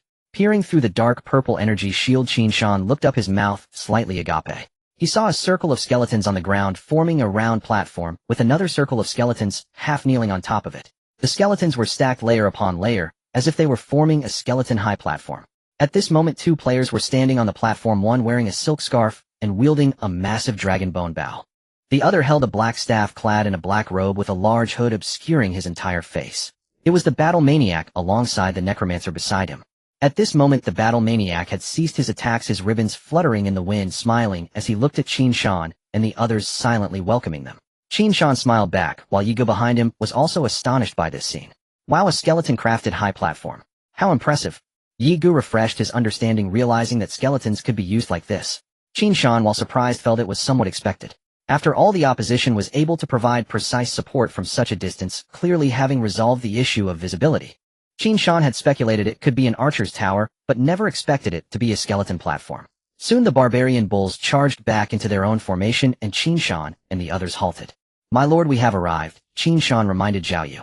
Hearing this, Zhao Yu felt a sense of relief, finally stopping the operation of the barbarian bull formation. Throughout this journey, every time an attack occurred it had to be handled by Zhao Yu transferring the damage to Qin Shan. First he had shot at the dragon's eye for a day and a night attacking the fierce beast, and then unleashed the twin dragons devouring heaven slaying the fierce beast, which he didn't kill, as Qin Shan burned it to death. Then he absorbed the energy of the fierce beast to recover somewhat, and continued to fight his way out.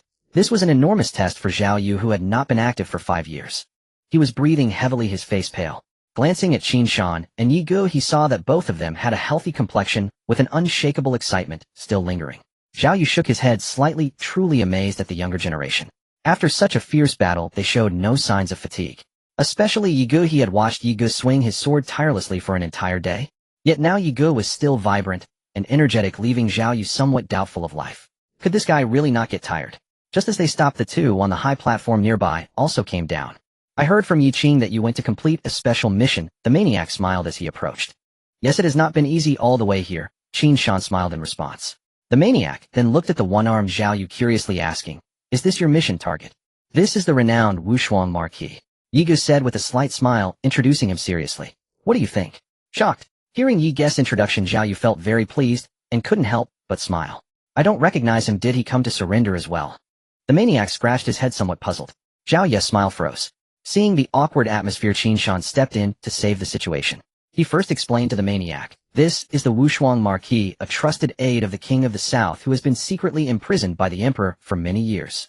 He then patted the Marquis' shoulder, offering comfort.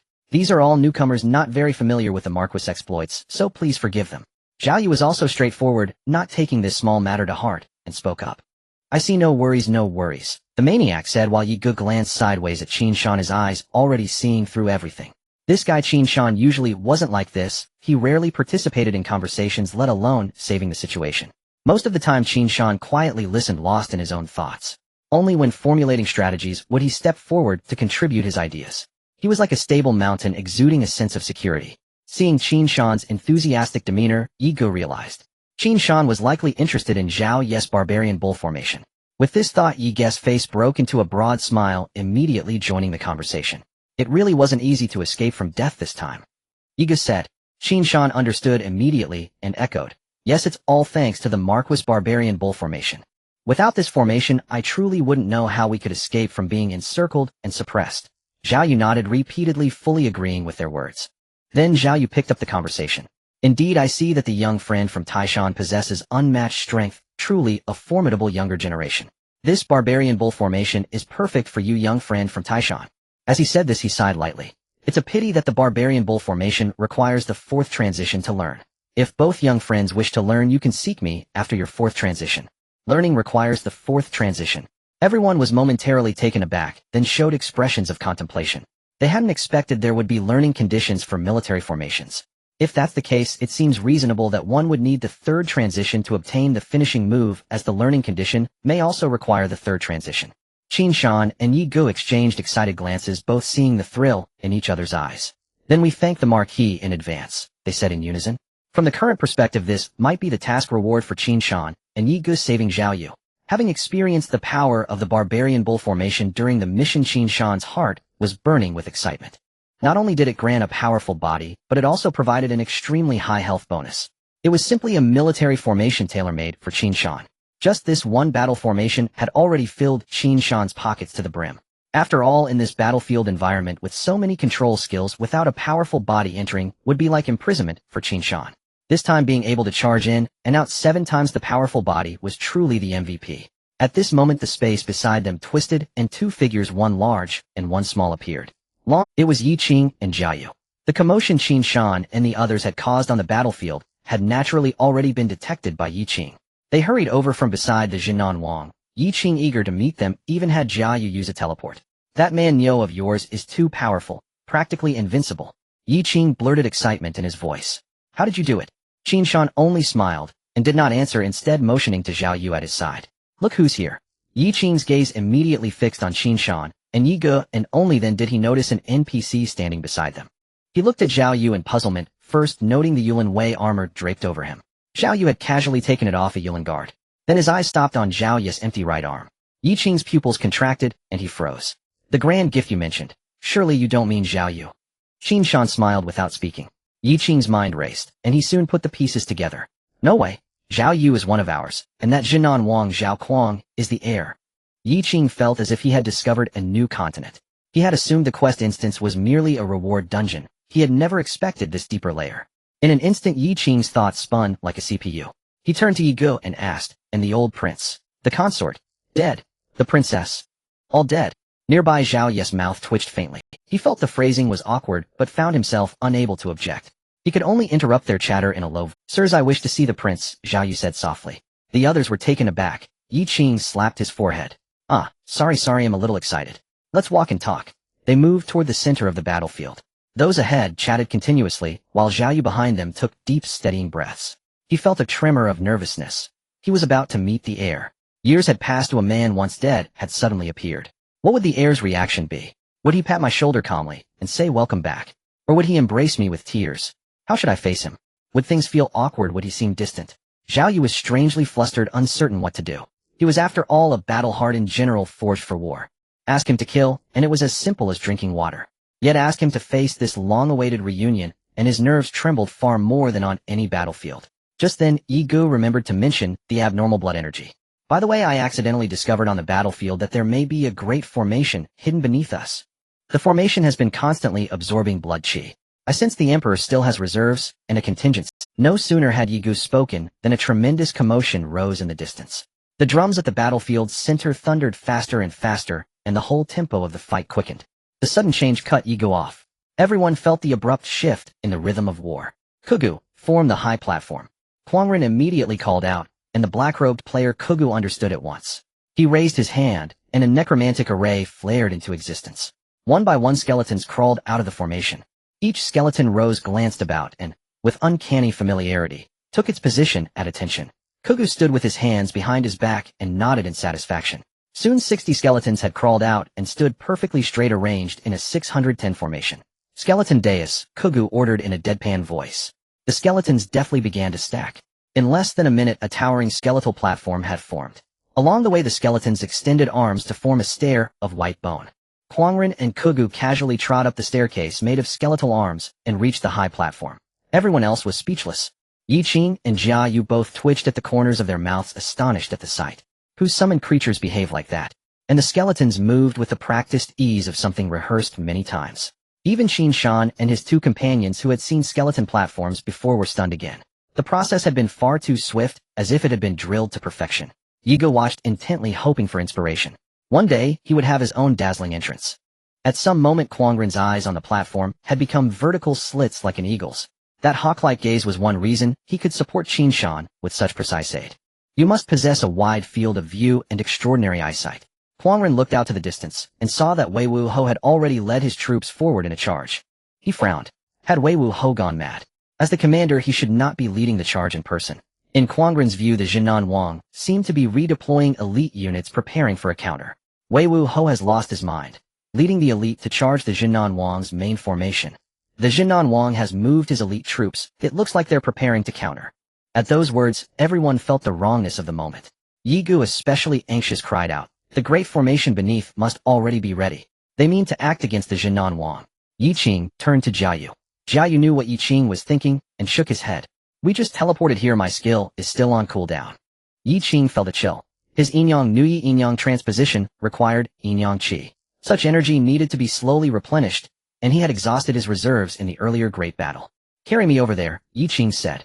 "He'll log out, and have someone near the Jinan Wang warn him about the formation." Yi Qing had no choice but to use the offline method. The in-game chat had been sealed. Only the old battlefield transmission could work now. There was no time to run over and warn them directly. They had to use the logout transmission, sending a message to a player near the Jinan Wang to inform him of the array. Everyone speed up and go support them. The decisive clash may be about to begin. Having said that, Yi Gu hoisted Yi Qing onto his back and ran at full speed. The others sprinted as well. Zhao Yu, standing to the side, hadn't understood Yi Qing's mention of logging out, but he had heard about the blood energy formation. Though still weak, he wanted to lend support and prevent any misfortune befalling the Jinan Wang. "Your Highness, something feels amiss. Perhaps you should withdraw for now," a captain urged from the side. The Jinan Wang stood with his hands behind his back watching the rain and asked, "Have you noticed anything odd about this downpour?" The captain hesitated. "We haven't seen rain for some days. Surely such heavy rain might be expected today." The Jinan Wang shook his head slightly and replied, "From what I know of my elder brother, this rain is his doing. If my guess is correct, this shower is but a diversionary." The captain frowned, puzzled. "If your highness already suspects something, why not take shelter?" The prince smiled faintly and said, "Because destiny favors me. Fear not. We will prevail." In the center of the battlefield, the drums resounded and the banners fluttered. The formidable general had already issued the order to charge forward with a large number of elite troops fearless of death pushing ahead. The original battle plan was to first send in the regular troops to deplete the enemy's strength. At the critical moment of the war, the strongest elites would then take charge of the battlefield. But now the general recklessly altered the battle plan, directly advancing to the final stage. This step was undoubtedly a risky move, as anyone with a basic understanding of military strategy could see. Yet the general resolutely made this decision, a choice that everyone thought was madness. Sitting on his horse, he looked expressionlessly at the battlefield. The young deputy, a step behind, kept his head lowered, unconsciously tightening the reins in his hands. His heart was quite complex at this moment. The man before him had always been his idol and the goal he pursued. But now the general seemed to have transformed into a different person. The decision made appeared as if it hadn't been thought through at all. The general had led troops for many years and had long trained himself to remain unperturbed even when faced with the collapse of mountains. Thus it was certainly not a hasty decision. The only possibility the deputy could think of was that the general had abandoned his oath to protect the nation. He no longer cared about the victory in this war. He only wanted to end this war as quickly as possible. Moreover, had the general betrayed the emperor? No, the general was definitely not that kind of person. Thinking of this, a surge of emotion welled up in the deputy's heart, choking him in his throat. However, questioning the commander in the army was strictly forbidden. Just as the deputy was caught in his turmoil, his horse suddenly reared up. It turned out that he had pulled the reins, yet this moment also solidified his resolve. He lifted his head and spoke firmly, "General, I believe we should not advance so hastily." His voice was loud, clearly reaching the ears of the surrounding soldiers. But at that moment the general remained indifferent, his gaze still fixed on the battlefield ahead.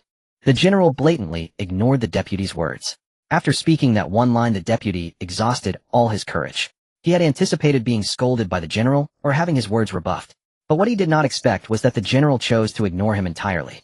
For a moment the deputy was at a loss about what to do, and just then a voice from a nearby lieutenant reached him. "General, I also believe this attack may be a bit too rushed." With the second person speaking up, the soldiers seemed to finally gain enough courage to voice their opinions. "Yes, I think so too. General, think twice. It's not too late to rein in the horses on the cliff." Everyone began to urge caution. Upon hearing so many voices, the general finally stopped ignoring them. He pulled the reins, turning his horse sideways. He scanned the circle of commanders who had just spoken. He could recognize each voice and understood what each had said. He was familiar with every commander in the army. After scanning, some commanders avoided his gaze while others looked him straight in the eye. After a long moment, a slight smile appeared at the corner of the general's mouth. "For many years this is the first time you have dared to question me." All the soldiers looked up at him upon hearing this. The deputy was also momentarily taken aback. This reaction was something he had not expected. Then the smile on the general's face disappeared, and he switched his tone, shouting loudly, "But my orders cannot be questioned." Zhang Xiu stepped forward. Before the deputy could recover from the general's sudden change of demeanor, he reflexively moved forward. "Here, I command you to lead 3,000 wolf riders, carve a path, and attack the Zhao Kuang army formation. Can you do it?" "Yes. Prepare the entire army, follow the wolf riders, and charge towards Zhao Kuang, without error." "Yes," the soldiers replied in unison. In the battlefield, military orders are paramount. Everyone could only obediently follow orders and go prepare the troops. Soon only the general and his trusted troops remained in place. The general let out a slight sigh and reached out to stroke the command token in his hand. At this moment the command token was trembling slightly. "Report to the general has gathered the entire army and seems ready to launch a full-scale attack." A lieutenant was reporting. Zhao Kuang gazed into the distance, seeing the movements of the enemy troops behind. "Just as I wished. How is our army prepared?" "The troops are ready and can charge at any time." Zhao Kuang nodded in satisfaction. The general's unusual behavior was of course a well-known plot by Sima Zhao. He wanted to kill the king of the south and win this war without shedding blood. Many soldiers had advised Zhao Kuang repeatedly to avoid confrontation. But the king of the south refused to back down, insisting on facing him head-on. According to the king of the south, how could he be intimidated by a wasteful dog? In fact, the king of the south was also quite bitter at this moment. He had a monumental secret which was the greatest source of his confidence in sweeping through 17 cities in a short time.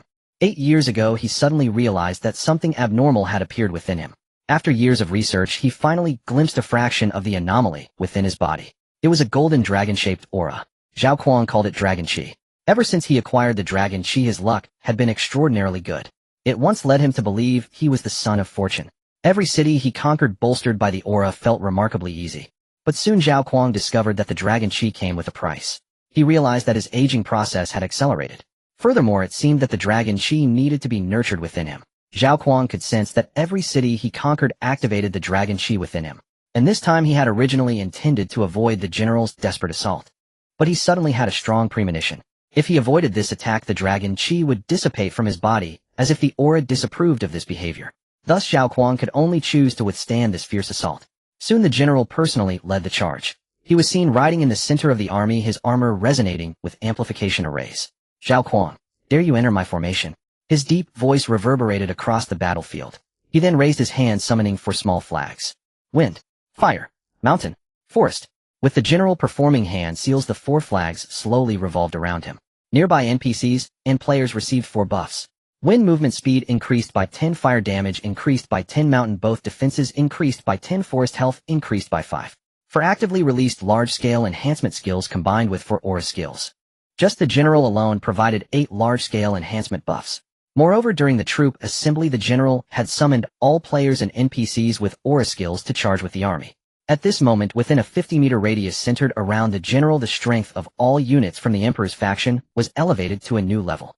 But this was not the end. After casting the 4 army enhancement spells, the general quickly made new moves.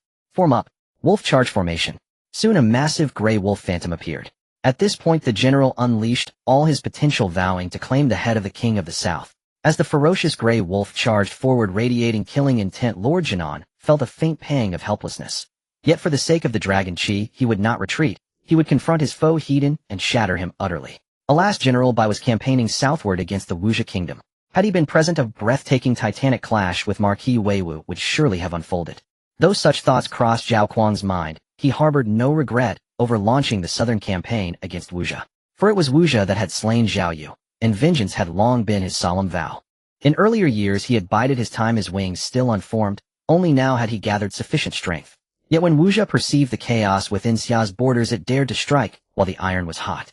Now with Lord Jinan's power fully matured, compromise was no longer an option. So he resolved to settle both old grudges and fresh grievances in one decisive stroke. After meticulous deliberation, he dispatched his brilliant strategist and General Bai in tandem to lead the southern expedition against Wuxia. At that moment his deputy general, observing the scene, could not suppress a subtle twitch at the corner of his mouth. Marquis Weiwu had clearly lost all restraint, concentrating his elite forces into a lethal spearhead formation, driving straight toward them. Like a rabid hound hurling itself heedlessly toward death, he surged forward.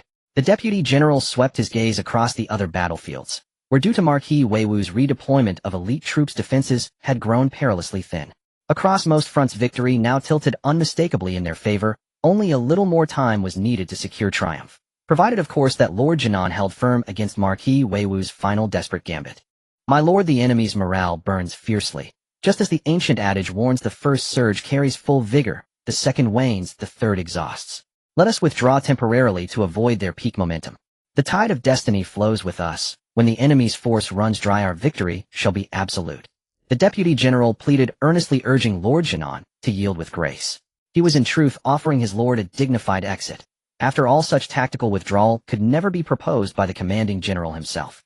Upon finishing, every soldier turned silently toward Lord Jinan, awaiting his command. Zhao Kuang was no fool. If not for the Dragon Qi, he would have evaded long ago. Yet the Marquis charged straight at him, leaving Zhao Kuang deeply unsettled. In any conventional battlefield would a commander ever lead his vanguard in a direct headlong collision? Only 2 fools would resort to such recklessness.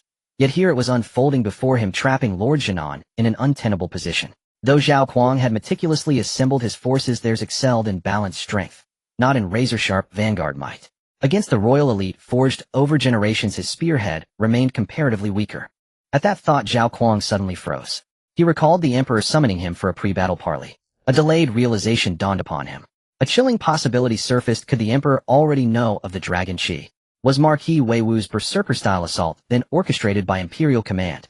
The more Zhao Kuang pondered, the more his heart raced. If true, the Emperor likely possessed profound knowledge of the Dragon Qi, and thus confidently anticipated Zhao Kuang would stand firm rather than flee. Could it even be that the emperor himself harbored a dragon chi within?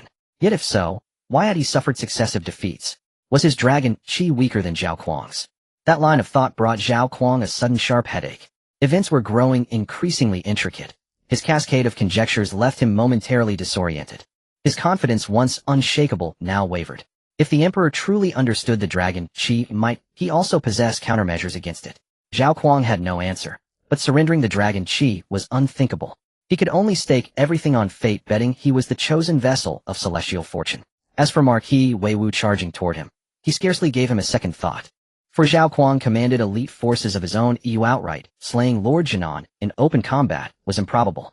This frontal assault therefore was mere misdirection. The true killing stroke lay hidden beneath the surface. Just as his thoughts spiraled into chaos, his deputy general's voice cut through the haze, "My lord." One word snapped Zhao Kuang back to reality. Though inwardly turbulent, he composed himself outwardly, calm, unruffled, serene. Haha, retreat from his momentum. Unnecessary. Meet him, Hedon. Let him witness the awe-inspiring might of our army. Zhao Kuang's voice rang out, brimming with unshakable confidence. The soldiers responded in unison, their hearts steadied. Lord Jinan's path had been nothing short of legendary, undefeated in siege, invincible in battle. During prior campaigns against other cities, Lord Jinan had often led charges in person, proposing bold, unconventional strategies that sparked heated skepticism among his ranks. Yet under the strategist's steadfast support, each of Lord Jinan's spontaneous inspirations proved astonishingly effective, winning over even those soldiers who had previously sworn loyalty only to the strategist and general, by never to Lord Jinan himself. Now witnessing Lord Jinan's unwavering self-assurance, the troops felt certain of victory. At his command, the elite vanguard, already poised and ready, launched its thunderous charge, formed the Mountain Tiger formation. Instantly, a colossal spectral mountain lord materialized, confronting the Grey Wolf's phantom across the field. A cataclysmic collision of titans was imminent. At that very moment, a player finally arrived, breathless, beside Zhao Kuang. He shouted urgently, "My lord, hold your advance. The battlefield conceals a blood-chi formation. Its effects remain unknown." The words pierced Zhao Kuang's ears just as he prepared to join the central vanguard's charge. His brow furrowed instantly. But the arrow had left the bow. Momentum surged, and halting abruptly would shatter morale beyond recovery. Order the battlefield geomancers to inspect and dismantle the formation immediately. Full advance, now. The player spoke again. "I have a method. My lord, consider trying it." "Oh, pray share it." As the two armies hurtled toward each other, the battle reached its fevered climax. Swiftly, Marquis Weiwu's Grey Wolf Phantom entered the mage's firing range. Elemental Tempest. At the mage's commander's cry, a colossal vortex erupted from the earth. Then torrents of fire, lightning, and razor-sharp metal shards poured into its maw. In an instant, the tempest churned with thunder, flame, and whirling blades, until a deafening, earth-shaking howl tore through the air. Dozens of smaller Grey Wolf phantoms burst forth around the great beast, shielding it, then plunging fearlessly into the storm. 1, 2, 3. As the third phantom crossed the threshold, the tempest began to subside, and behind the Grey Wolf, the mage's formation launched its counterstrike. Dark clouds cloaking the mountain tigers had suddenly convulsed, unleashing their fury from above. Boom! A thunderous detonation split the heavens. A colossal bolt of violet lightning descended like divine judgment, while the mages arrayed behind the mountain tiger reacted with lightning speed. An instant before impact, a golden shield forged of interlocking metal plates shimmered into existence. All new metal conducts electricity. The lightning struck the shield with crushing force, then channeled safely into the earth through grounded conduits. Its immense voltage shattered concealed formation runes buried deep within the soil. The spectral forms of the Grey Wolf and the Mountain Tiger loomed immense, visible across the entire battlefield to anyone who raised their gaze. Qin Shan and his companions sprinted forward at breakneck speed, watching the two forces clash in fierce, relentless combat. At that moment, Yi Qing finally reappeared, regaining full mobility. A stir emanated from his back, instantly sensed by Yi Gu, who hastily asked, "How is it going?" Yi Qing gave a slight shake of his head and glanced upward at the ceaseless downpour. "I had an unexpected insight, to harness the power of lightning to disrupt the formation, but its efficacy remains uncertain." I lingered just a moment too long, explaining, delaying the message. Whether it reached Lord Jinan in time, I cannot say. Moments later, a colossal bolt of thunder struck the metallic shield encasing the mountain tiger's specter, a sight Yi Qing caught with sharp clarity. Was this success or failure? Yi Qing stood momentarily stunned. His original plan had been for Lord Jinan to direct the rear mage phalanx to channel lightning energy deliberately. The intention was to strike the earth with thunder, transmitting devastating lightning essence deep underground to shatter the hidden formation. After all the formation lay buried beneath layers of soil, clean destruction would require excavation down to 3 chi. Yet amid such chaotic carnage there was no time to dig. This sudden turn of events left Yi Qin uncertain. Why then was Marquis Wei Wu's side unleashing lightning? Yet upon seeing the mountain tiger deflect the strike effortlessly with its metallic shield, Yi Qin exhaled in quiet relief. Regardless of how it unfolded, the outcome, at least, was favorable. Soon another thunderbolt descended from the heavens, this time aimed squarely at the Grey Wolf Spectre. In response, Marquis Wei Wu's mage phalanx mirrored the tactic, raising shimmering metallic shields to absorb the assault. After exchanging volleys of long-range strikes, the mountain tiger and the Grey Wolf finally closed the distance. Their colossal spectral forms collided, brutal, visceral, drenched in blood. Huh, what a thrilling battle, though perhaps too much lightning. Yi Gu murmured in awe. Indeed, Lord Jinan's mage phalanx seemed possessed, summoning bolt after searing bolt from the storm-racked sky. Thunder raged across vast swaths of terrain, engulfing the Grey Wolf Spectre and its surrounding area. In turn, Marquis Wei Wu's mages conjured wave upon wave of metallic shields, neutralizing each strike with practiced precision. Lord Jinan's unrelenting barrage soon stirred unease among Marquis Wei Wu's mage commander, was relentlessly repeating the same technique, wildly, indiscriminately. Granted, the storm lent natural advantage, conserving elemental energy, but was such excess truly necessary? Though puzzled, the commander continued erecting shields, optimal defense, minimal cost. Under this high-frequency, wide-area assault formation, runes buried within the soil shattered one after another. Shortly thereafter, Qin Shan and his comrades drew near the mountain tiger's spectre. By now, both the mountain tiger and the Grey Wolf specters had dimmed significantly, battered, exhausted, stripped of their former majesty. Roar! A deafening tiger's roar shook the heavens. The mountain tiger's spectre lunged, fierce, unstoppable, toward the Grey Wolf. Beneath those titanic forms, soldiers clashed in brutal, tangled melee. Kill! Zhao Kuang charged headlong into the fray. His warhorse had already fallen, its legs severed amid the chaos. His purple-gold armor bore deep gashes from blade and spear alike. Once Zhao Kuang retained composure, intent on preserving his life. But as comrades fell one by one around him, his primal fury erupted. Self-preservation vanished from his mind. Only vengeance remained, to cut down every foe where they stood, avenging his fallen men. Blood demanded blood, only the sword could settle such debt. His eyes burned crimson, his charge unstoppable. Elite generals formed a protective ring around him. Opposite them, Marquis Wei Wu led his own cadre of high-ranking officers straight toward Zhao Kuang. Qin Shan and his group arrived at last. Have both commanders lost their minds, choosing open frontal combat? Yi Gu couldn't help but mutter. Lord Jinan himself had harbored similar misgivings. He'd never intended personal combat on the field. Yet the enemy's reckless, suicidal tactics inadvertently awakened the latent dragon chi within him. In that instant, he sensed something profound. Perhaps the dragon chi refused a cowardly master. Or perhaps it whispered a truth, that one bearing the dragon chi never bows. Whatever the cause, Zhao Kuang, now ablaze with martial fervor, ceased all hesitation. His sole purpose was to sever his opponent's head from his shoulders. By then, Qin Shan and his companions had drawn near enough to see Zhao Kuang's back. Just as Zhao Kuang's vision reddened with slaughterlust, a figure shot forth from the flank, blazing fast, silent as death. Zhao Kuang glimpsed him, and his pupils contracted violently, disbelief flooding his gaze. "You're insane," Zhao Kuang cried out, voice raw with shock. The intruder wore pitch-black robes, ghost-like, unseen until he chose to reveal himself. Before his charge, Zhao Kuang hadn't sensed him at all, as if his very presence had been instinctively erased from perception. "Zhao Kuang, I will end you myself." The man roared, his voice thick with boundless, incandescent wrath. Then he dropped all restraint. His aura erupted, tyrannical and absolute, sweeping across the battlefield like a sovereign's decree. All nearby felt a crushing, suffocating pressure. Even Qin Shan's group, standing at a distance, recoiled under its weight. Qin Shan glanced at the debuff flashing before his eyes. Imperial aura, all attributes reduced by 10. All attributes, reduced by 10. Qin Shan's eyes widened. Unbelievable. This was the most potent debuff he'd ever encountered. Estimating the distance, he realized, astonished, that the black-robed figure stood nearly 100 meters away. A 100-meter radius attribute reduction ability. It might even be an aura skill, yet all other auras or buffs Qin Shan had seen operated within 50 meters. This was the first time he'd witnessed such extraordinary range. And the black-robed man's identity crystallized instantly. The second emperor of Xia, a ruthless sovereign who seized the throne through fratricide and the slaughter of his own father. The sudden descent of Imperial aura transformed the battlefield utterly. Zhao Kuang too snapped back to lucidity, his bloodlust receding beneath the oppressive weight. "You truly have gone mad." Emperor himself playing assassin. Seeing peril, Zhao Kuang turned to flee. But the emperor, having lain in wait, would not let him slip away. He raised his sword, blade gleaming with lethal coldness, and thrust forward with terrifying speed. Zhao Kuang, unable to evade, raised his own weapon to parry. Steel shrieked against steel. Their eyes locked. In the emperor's gaze burned pure, unbridled madness. Zhao Kuang froze, stunned.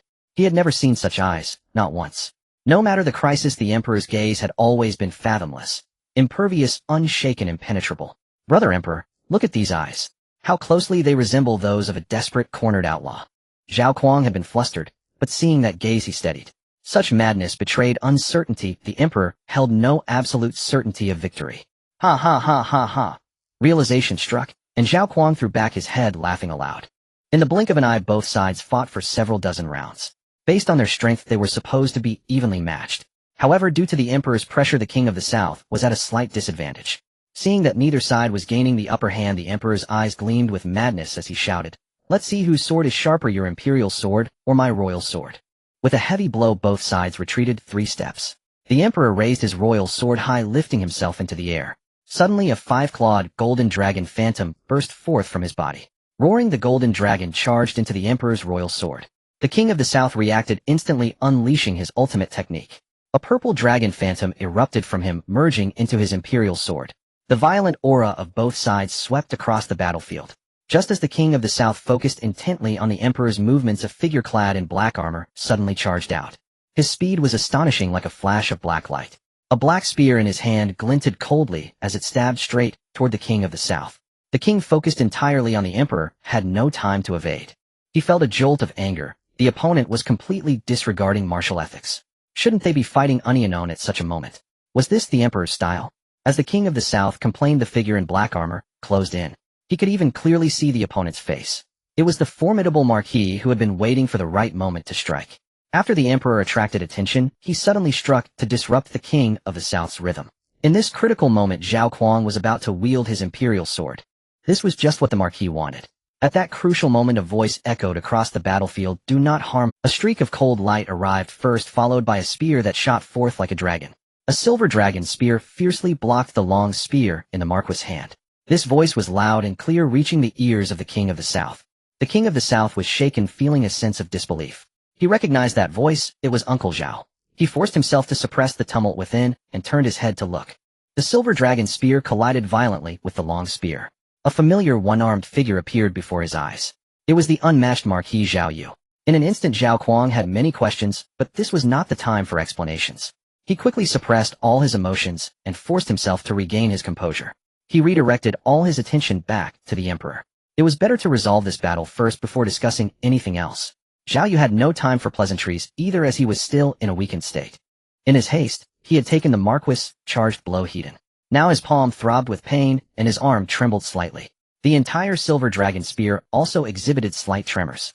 Naturally, the Marquis noticed this. Though the Marquis was also at the peak of the 4th transformation, he was different from the unmatched Marquis. His strength leaned more towards teamwork, lacking in solo combat, compared to the unmatched Marquis. When Zhao Yu appeared, it had genuinely startled him. The Marquis had thought the situation was dire. He knew full well that he was no match for the unmatched Marquis. The opponent had practiced martial arts since childhood and had never studied military strategy. He was a true martial fanatic. However, now he could sense the opponent's weakened aura. With this thought, the Marquis squinted his eyes and let out a cold laugh. "Ha ha. Zhao Yu, it seems that your 5 years in prison have made you weaker." The Marquis laughed heartily, then cast a glance at the king of the south beside him, continuing, "All right, king against king, general against general. Let's see who is superior." As soon as he finished speaking, the Marquis' aura surged, filled with grandiosity. At that moment, a disdainful voice sounded nearby. "You really have no shame, or just because the opponent is weakened you say something about superiority," came Yi Guest's voice. Immediately after, another voice joined in. "When your ambush failed, you started talking about king against king and general against general. Have you run out of good excuses?" Yi Qing also mocked. "Exactly, when you were ambushing just now, why didn't you say anything? Now who will listen to you?" Huang Ren also chimed in. "Who is going against you in a king versus king duel? We'll all focus fire and take the emperor down." Gugu added. As for Qin Shan, he was ruthless and said little. He stood firmly in front of the king of the south, raising a dark purple shield. The Marquis turned to see a group of people chattering and mocking him. Thick-skinned, he pretended not to hear and began ordering the surrounding soldiers to protect the emperor. However, the soldiers of the king of the south intercepted them all. Although Zhao Yu was in a weakened state, he was not afraid of the Marquis at all. He thrust the silver dragon spear forward, proactively attacking. In an instant the battlefield was plunged back into chaos. Meanwhile, Yi Ge and the others ignored everything around them, rushing forward to focus fire on the emperor. After all, once the emperor was dead, the battle for the royal city could be declared over. As the great battle unfolded, Gugu began constructing a skeletal platform. This was to allow the battle maniac to strike from above and accurately hit the emperor. Liang Yiqian Cohen, select one player to stack all their base attributes onto the selected target, adding would attribute damage to their attacks, while bearing all control effects for them. The yin-yang formation was spread out again, and Yi Qing used his ultimate move once more. This technique had been used during the Battle of Chang'an, when he and Yi Ge had fought their way into the city. Yi Ge, rush in. I will cheer for you from the back. As long as Yi Ge was within the Bagua formation, he could enjoy the effects of Liang Yiqian Cohen. Since the emperor was not far away, Yi Qing was not worried about Yi Ge leaving the Bagua formation, so he simply stood on the skeletal platform. With Yi Qing's boost, Yi Ge was instantly invigorated. Just as he charged towards the emperor, 4 transformed generals intercepted him. Yi Ge did not overestimate himself, as after all they were high-level generals of the 4th transformation. Their strength was not inferior to elite monsters at level 120. Yi Ge was very clear that this was a high-level battlefield of the 4th transformation, not a player battlefield. Currently the highest level in the player battlefield was only level 60, so the damage to Yi Ge was not particularly significant. But in the 4th transformation battlefield, a bunch of high-level NPCs could easily be 60 levels higher than them. Then Yi Ge raised his hand and executed a powerful slash. 51232, 5123 dark 5123 with damage numbers popped up. Over 60,000 damage seemed considerable, but it was actually not as impressive as it appeared. Seeing this damage number, Yi Ge realized he had underestimated the opponent. NPCs of the 4th transformation were far stronger than elite monsters at level 120. Because they could wear gear. Yi Ge glanced at the opponent's shimmering armor and the cold gleam of the long sword in his hand. The opponent's level was higher than his, and their equipment was much better. Most likely it was a level 120 epic set. He looked towards Qin Shan, intending to ask him to hold steady. Just then he saw the emperor swing his royal sword. At last the king power sword descended fiercely. Qin Shan raised the giant shield in his hand to defend himself. Due to the lengthy travel time, it had exceeded 10 minutes. Qin Shan's killing domain had been reset. At this moment his health bar had restored to 600,000. Even from a distance the prince of southern town could feel the might of the emperor's sword. His gaze was firmly drawn to the king power sword. In his sight, as the emperor's long sword fell, the world was left with nothing but endless withered bones. When he finally regained his senses from the overwhelming pressure, the sword had already struck down. The long sword crashed violently against the dark purple shield conjured by Qin Shan. A powerful pressure radiated outward. The surrounding battlefield paused for a moment, all eyes focused on the safety of the 2 leaders. 2 damage numbers appeared above Qin Shan's head. 120321, 12032 real damage. With the shield raised, his counterattack damage rate against melee attacks had doubled, reaching 80. Numbers also popped up above the emperor's head. 96,256. 8 counter 9625 fire. This blow shattered over 90,000 shield points provided by Qin Shan's shield power. Simultaneously, this strike triggered the effect of Qin Shan's mystic armor, granting him a shield equivalent to the counterattack value. The shield value suddenly increased by 96,257. The king power sword struck heavily against the shield, and the emperor's pupils contracted abruptly.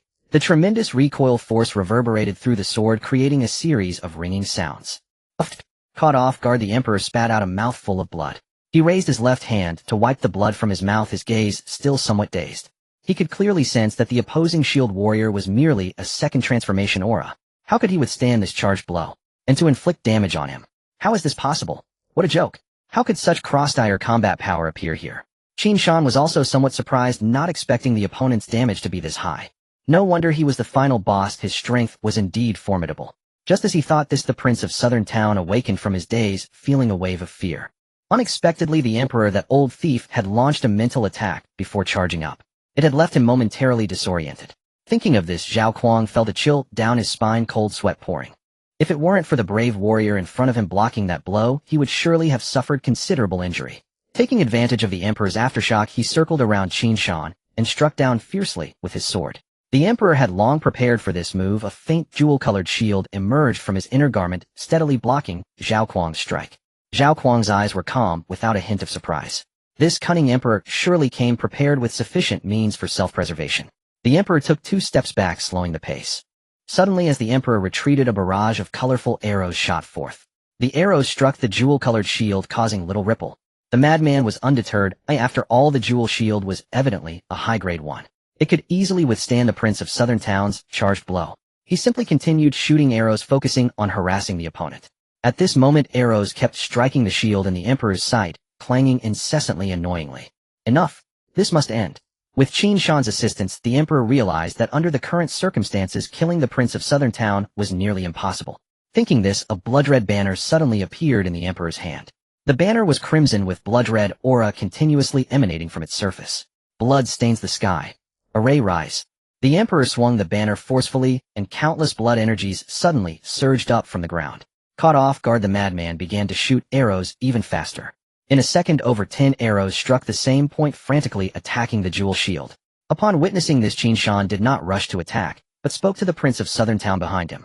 "My lord, retreat for now. This is likely the Emperor's final trump card." The Prince of Southern Town did not seek to be a hero. He nodded in understanding and turned to retreat. The dragon energy within him had yet to surge. Zhao Kuang was somewhat uncertain about the situation.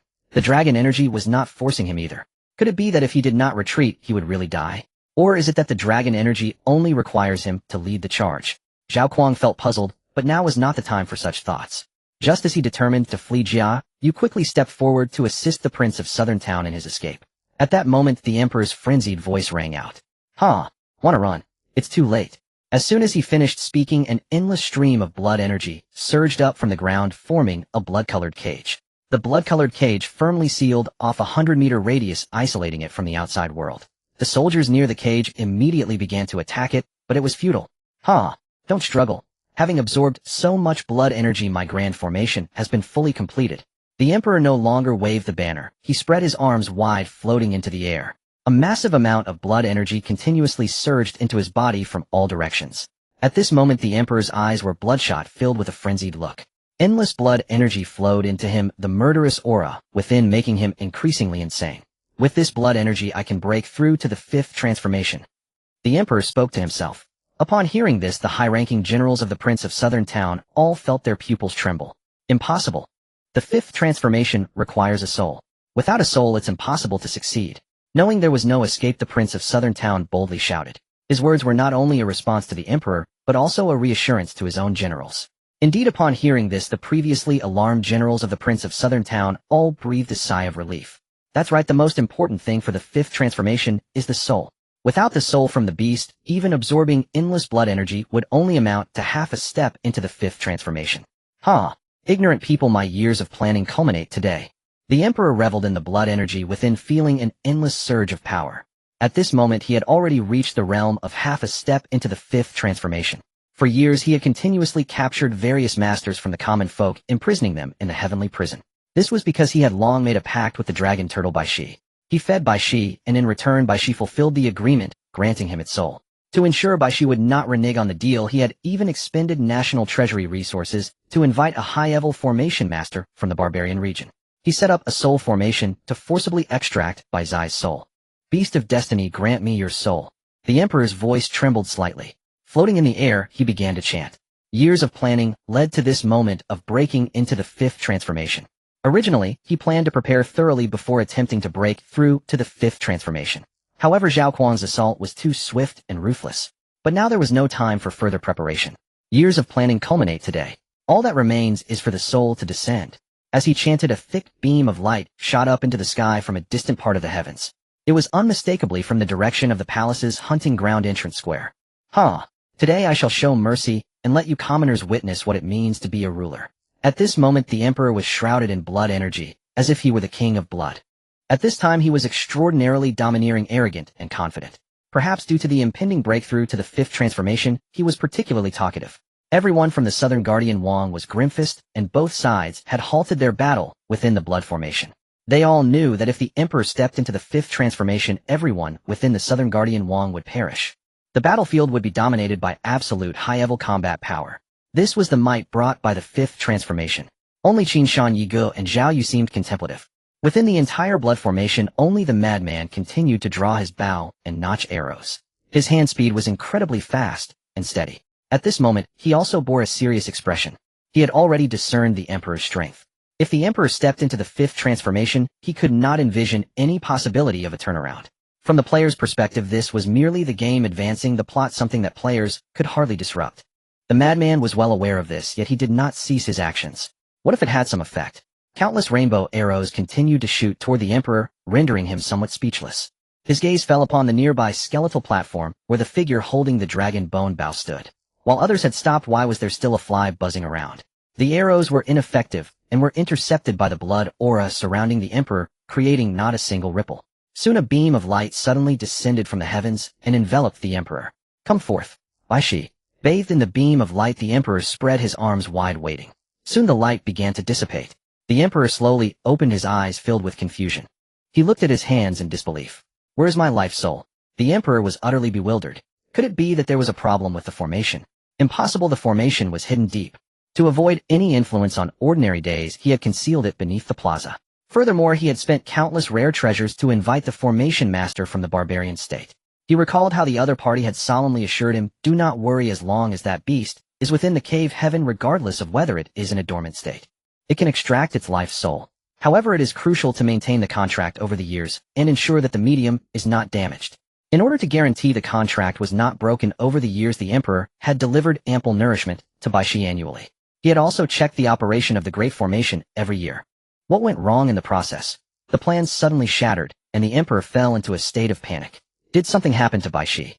He suddenly recalled the messages transmitted by his subordinates.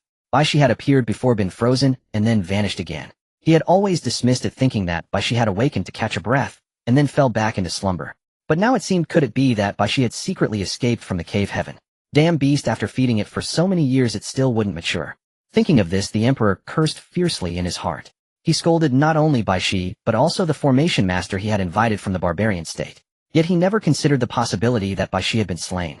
Years ago, when the previous emperor established the Xia kingdom during its peak power, countless resources were expended before they could finally put Bai Shi to sleep. In his heart, Bai Shi could not possibly be killed. At that time, he was only a little over 10 years old, quietly following many soldiers into the fray. That towering figure that blocked out the sun was deeply imprinted in his mind. The indescribable enormity filled him with dread. He deeply understood the power of the life beast. At the same time, it instilled in him an indescribable pursuit. At that moment, he secretly resolved. He would use the life beast to achieve the fifth transformation. For that he would pay any price. Yet now at this crucial juncture, the Emperor had failed. At this moment, both sides in the blood formation had their eyes fixed firmly on the Emperor. So, what happens next? Yi Qing too could not quite understand. From his perspective, the Emperor had first uttered a lot of pompous words, and then a beam of light descended. The special effects were adequate, but it seemed there was no actual change. Was it just for show? At this moment, Qin Shan seemed to have realized something. He looked up and gazed at Zhao Yunnan. He seemed to understand what the Emperor was trying to accomplish. Furthermore, he had learned from the others about the rank of that dragon turtle. Qin Shan nodded slightly. It turned out that such a monster was called a life beast. He had thought it was a leader-level boss. If he guessed correctly, Qin Shan, Yigo, and Zhao Yu should be the only ones present who knew the truth. Even the Emperor was kept in the dark. The information he had just received was still quite substantial, equivalent to a sneak peek of what was to come. Qin Shan estimated that the condition for the fifth transformation should be possessing a life soul. And Qin Shan speculated that Bai Zai's life soul had likely been absorbed by Zhao Yu. At this moment, Zhao Yu also looked at the Emperor with a strange expression. When the beam of light fell, he could feel the dormant power within him awakening significantly. This feeling was akin to being drawn out by the beam of light. This back and forth saved him a lot of effort, because Zhao Yu could sense that his life soul was hidden quite deeply. If he were to draw it out with all his might, it might take him a month to achieve this effect. In that case, Zhao Yu had to thank the Emperor for his assistance, which had expedited his integration with the life soul. Zhao Yu had once skimmed through materials related to life beasts, but just briefly. He knew almost nothing about such books, and was hardly interested. He only focused on martial skills. Coupled with 5 years of imprisonment, Zhao Yu's mind had become more rigid. Now he only just realized that Bai Shi was the life beast, and the life soul that the Emperor so desperately sought was within him. At this moment, everyone in the arena gradually came to the realization that the Emperor had failed. Who is it? The Emperor had completely lost his sanity. After years of preparation, he finally failed utterly at the moment he needed success the most. Moreover, he had failed right before everyone's eyes without stirring a single ripple. This feeling was akin to everyone believing your trump card was an ace only for you to pull out a jester's selfie. As he covered his face with his hands and took deep breaths to regain his composure, a fleeting noise came from not far away, followed by a calm voice. It was me. At this moment, the blood formation was quite silent. This plain voice clearly reached the Emperor's ears. He lowered his hands and followed the gaze. There stood a figure holding a silver dragon spear, currently gazing at him nonchalantly. The figure's right arm was empty, while the left arm was posed, as if to thrust. The Emperor's pupils dilated as he followed the spear's line of sight. He saw that the silver dragon spear had pierced the throat of the Marquis Wei Wu. Arterial blood spurted from the throat, staining the spearhead's long tassel an even deeper red, and strands of fresh blood splattered onto Zhao Yu's calm face. Before he died, Marquis Wei Wu's eyes were wide open, filled with disbelief.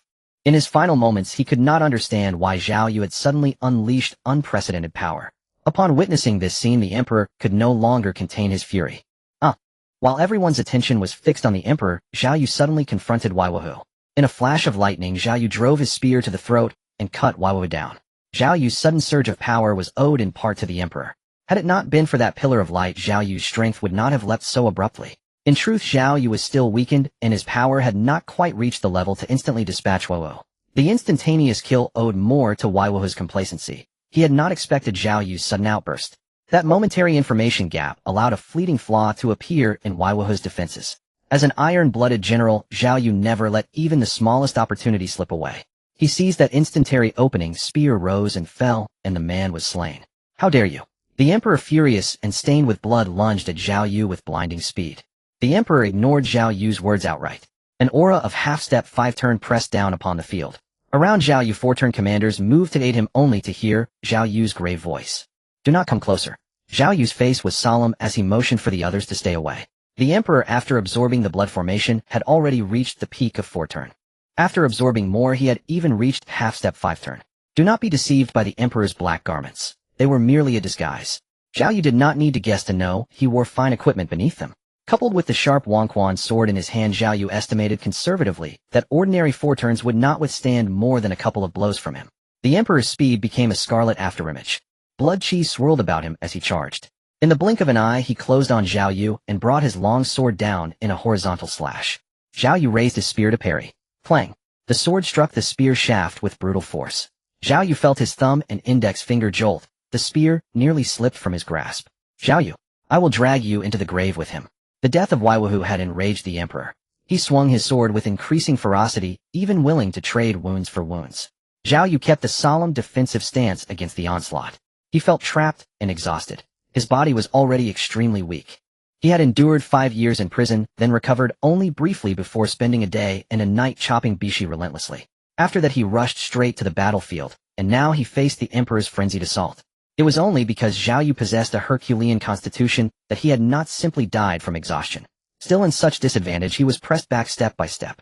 The Emperor, riding the tide of momentum, spared no mercy. Like a mad dog, he tore at Zhao Yu, clinging and biting, giving him no respite. Their combat sent tremendous shockwaves through the terrain. Each move dealt great damage to the surrounding ground. Because both moved with incredible speed, the locus of battle shifted rapidly. They fought violently within the blood formation from east to west, and then from south to north. The nearby soldiers had already ceased fighting, watching the duel's outcome. They also avoided the aftershocks of the duel.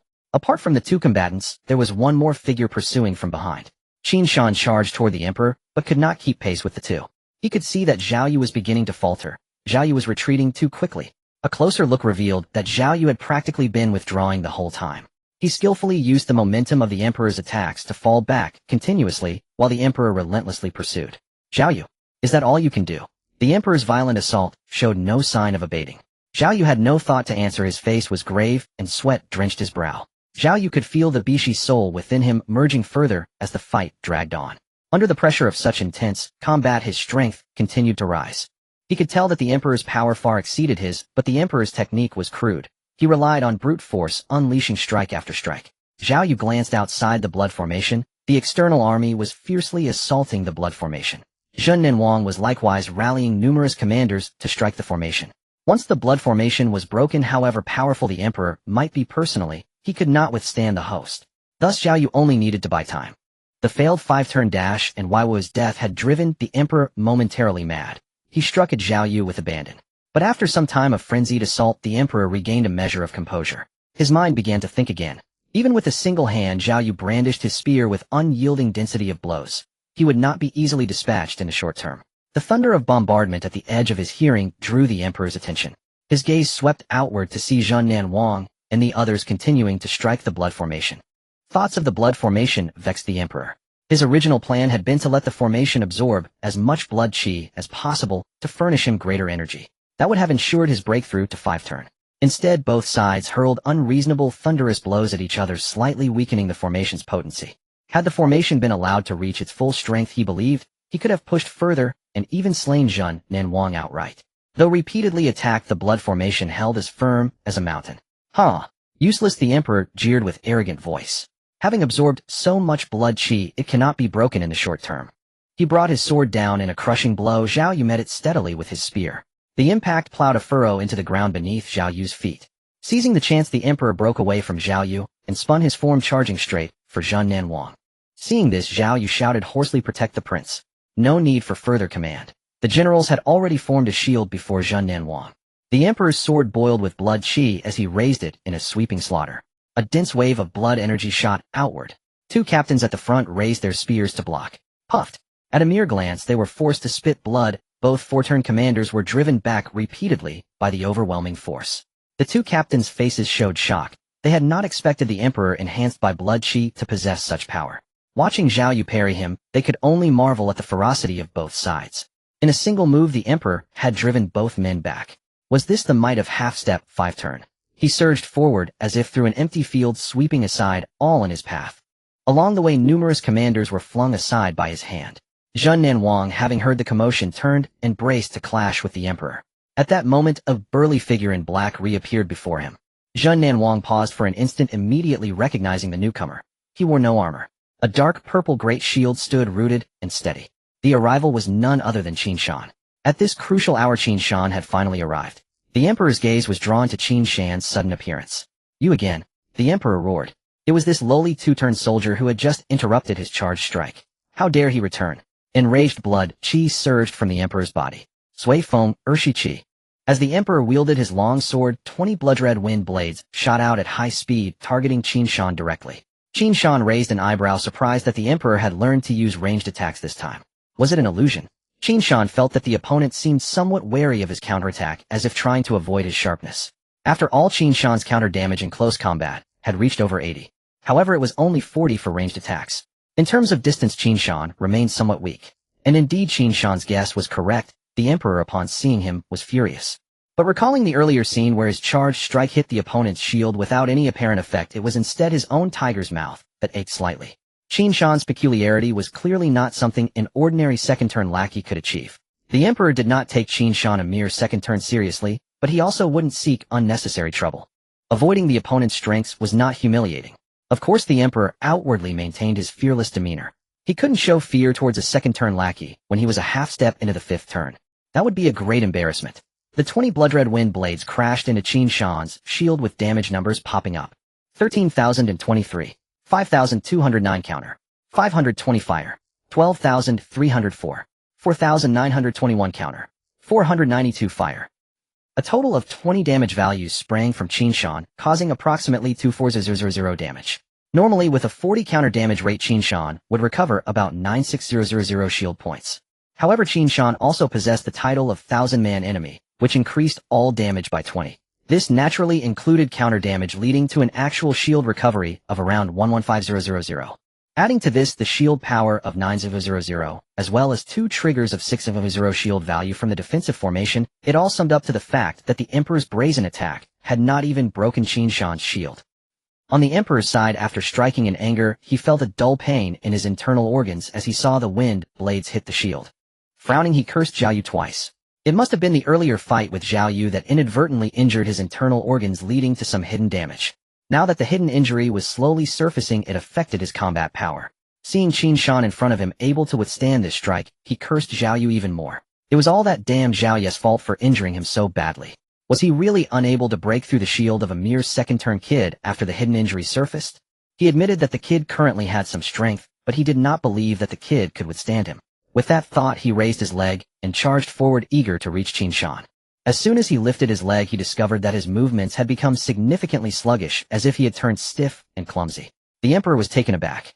No wonder he could instantly kill Wei Wuho. It turned out Zhao Yu's strength had reached such a level. Remembering Zhao Yu's grave expression earlier, the emperor recalled the times he almost lost grip of his spear, but narrowly avoided it. As the emperor thought about this, it seemed he suddenly understood. He couldn't help but curse again under his breath.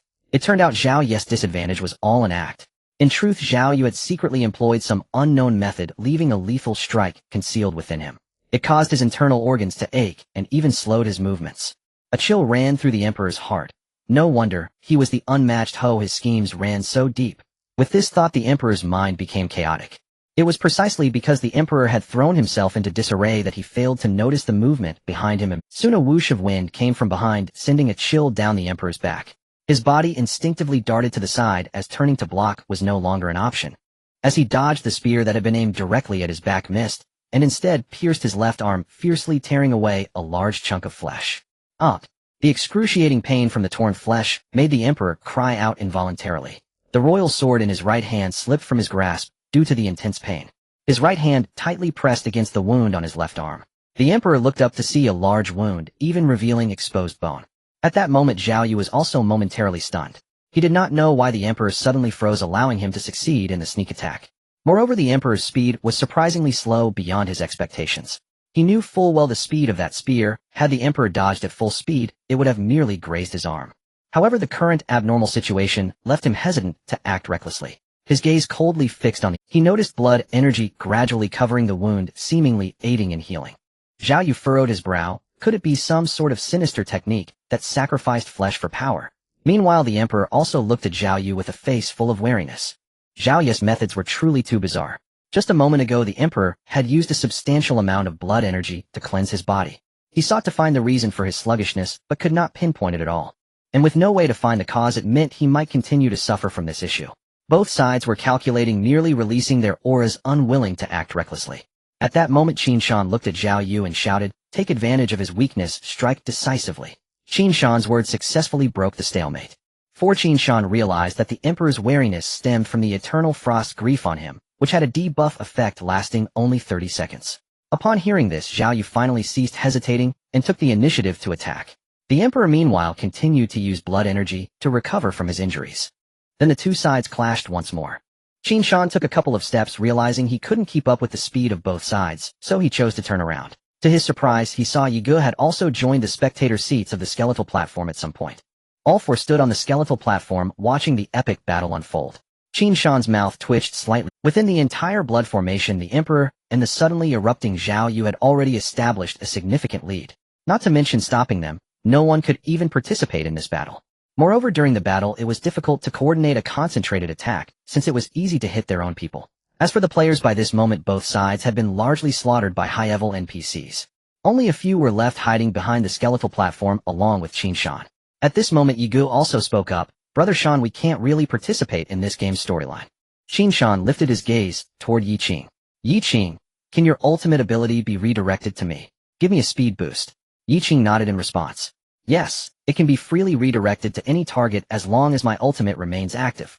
With that, he raised his hand. A stream of pure yang energy leapt from Yi Ji's body and flowed into the yin-yang formation inscribed upon the ground.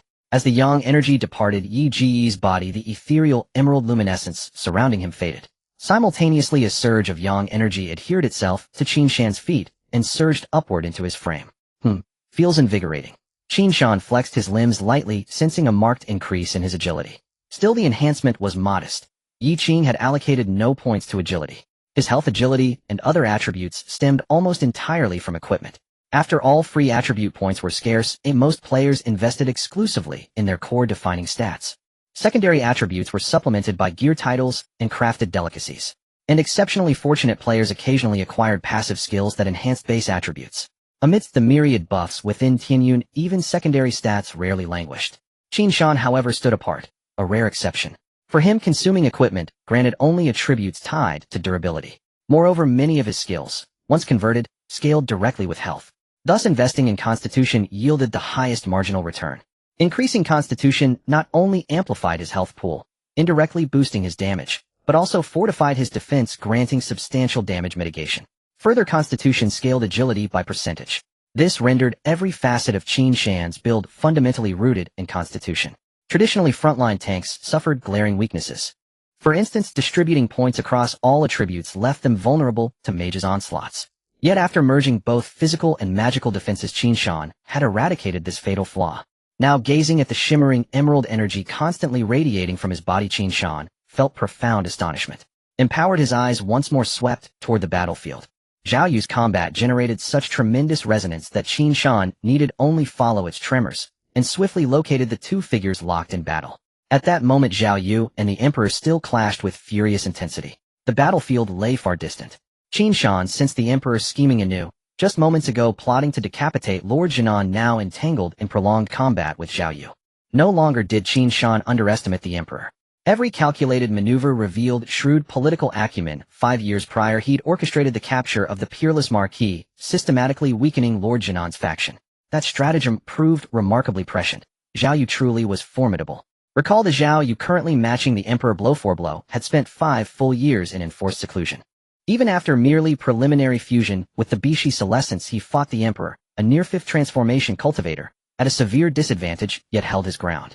Had Zhao Yu been permitted 5 unbroken years to refine his cultivation, he himself would likely have reached the threshold of near-fifth transformation, leaving the Emperor utterly powerless. Then there was the lockdown of the royal hunting grounds, holding nobles' kin as hostages to coerce ministerial loyalty. Without this coercive measure, the capital might have fallen the instant hostilities erupted. Add to that the establishment of the celestial prison and the decades-long cultivation of the Bishi essence, all part of the Emperor's meticulous path toward fifth transformation. Qin Shan could only conclude the Emperor's misfortune lay in delivering Qin Shan himself as a hostage. By sheer serendipity, not only had Qin Shan liberated Zhao Yu, but inadvertently slain the Bishi. Thus the Emperor's decades-long nurturing culminated in Zhao Yu absorbing the Bishi's soul essence. Even the dungeon crystal had been refined by Qin Shan. The royal hunting grounds might as well be renamed the Qin Shan Divine Realm. At this thought, Qin Shan suddenly realized he may have been too instrumental in thwarting the Emperor. Every pivotal turn bore his imprint, as if fate itself had ordained Qin Shan as the Emperor's natural counterbalance. Through it all, Qin Shan's perception of this central antagonist had undergone a complete metamorphosis. Indeed, the Emperor had woven an intricate web of schemes, yet never accounted for Qin Shan. And despite Qin Shan's repeated disruptions, the Emperor still fought Zhao Yu to a standstill. Even Qin Shan couldn't help but marvel this boss's difficulty truly exceeded expectations. Fortunate, then, that they'd rescued Zhao Yu, whose power vastly surpassed the norm. While these thoughts raced through Qin Shan's mind, he surged toward the battlefield. Empowered by Yi Qing's blessing, he was finally closing the distance. Both combatants instantly noticed his approach. He was impossible to miss. His movement speed soared, leaving afterimages flickering in his wake. His entire form blazed with vivid emerald energy, striking unmistakable. The Emperor mid-assault furrowed his brow, while a wave of visceral irritation rose within him. From the first glance, Qin Shan stirred an inexplicable disquiet. When this second-tier shield-bearer twice impeded his advances, that disquiet hardened into deepening vexation. Now Qin Shan deliberately reappeared, exactly as the Emperor had drawn the battlefield farther away with deliberate intent to lure Zhao Yu aside, then strike Lord Jinan with lethal precision. Yet Qin Shan's trajectory now blocked that very path, unwittingly foiling the Emperor's renewed. The Emperor drew a slow, steadying breath. With a thunderous strike, he repelled Zhao Yu, then broke free from the fray and charged straight toward Qin Shan. Qin Shan's eyes sharpened. Here he comes. His intent was simple: provoke the Emperor into attacking him. For Qin Shan wielded eternal frost sorrow. Each blow from the Emperor would erode his agility. If fully stacked, a 20% agility reduction would tilt the odds decisively in Zhao Yu's favor. Qin Shan raised his shield high, bracing for the Emperor's tempestuous assault. In the blink of an eye, the Emperor closed the gap. His eyes flared gold, radiant golden energy spilling forth like molten light. Imperial aura locked onto Qin Shan. Imperial wrath.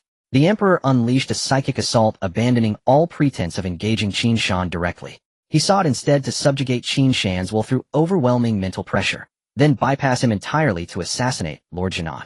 Just as a cold, triumphant smirk curled his lips, and he prepared to sweep past Qin Shan, his gaze froze, riveted to Qin Shan's figure.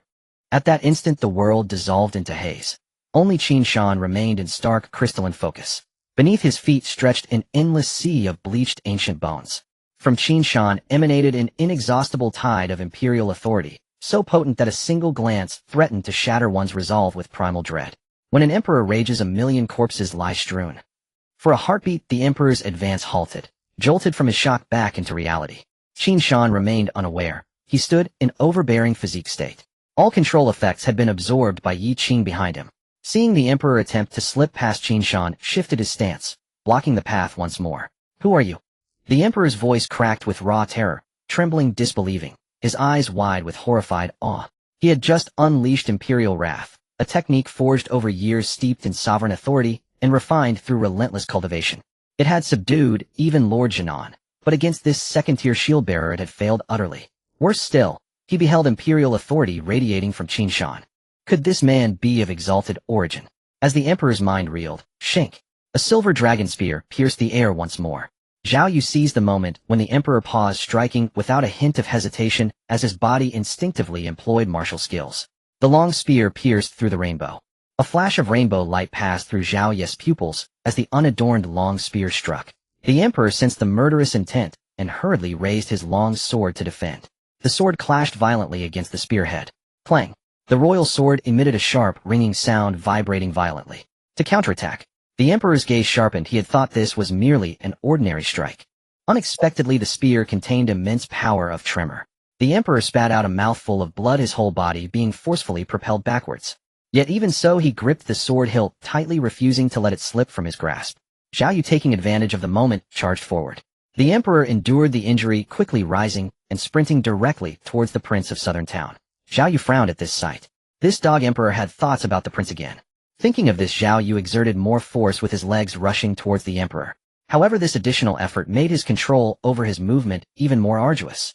Suddenly, the emperor halted ahead, turning around with a pale gaze filled with coldness.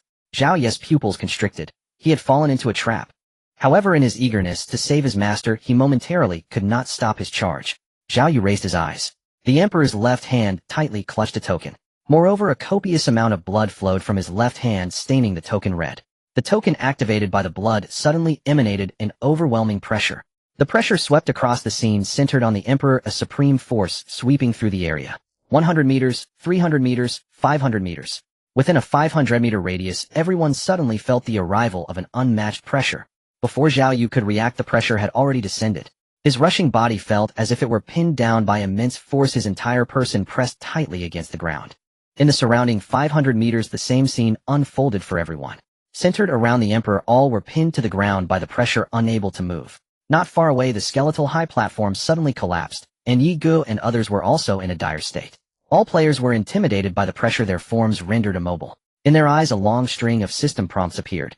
Encountered rank 6 pressure, triggering rank suppression. Rank 6 pressure suppression, damage dealt reduced by 40, a damage taken increased by 40, all attributes reduced by 40 during combat. Control effects on it reduced by 100, control effects on you increased by 50, negative effects dealt to it reduced by 90, negative effects received increased by 50. As this pressure emerged, it caused a massive stir among the players. What on earth is this? Isn't this too? Does this game even have rank suppression? Yi Qing was also dumbfounded, staring at the panel in silence for a long time. Rank 6 pressure. Isn't the dog emperor at half step rank 5? How did he suddenly reach rank 6? As everyone was left in shock, Yi Guess words sparked deep contemplation among them. At that moment, everyone was pinned to the ground by the pressure, only able to barely lift their heads to look at the emperor. It's the token. The token is a rank 6 item. Yi Qing captured the crucial point and spoke up. Meanwhile, the emperor in the center of the battlefield grew even paler. His left hand still clutched the token tightly, and for every inch his face turned whiter, the madness in his eyes grew. The pressure continued as if a pause button had been pressed on the battlefield. After an unknown amount of time, the emperor collapsed to the ground, his chest violently trembling. The continuous bloodshed to activate the token plunged the emperor into unprecedented weakness. This move was his last resort.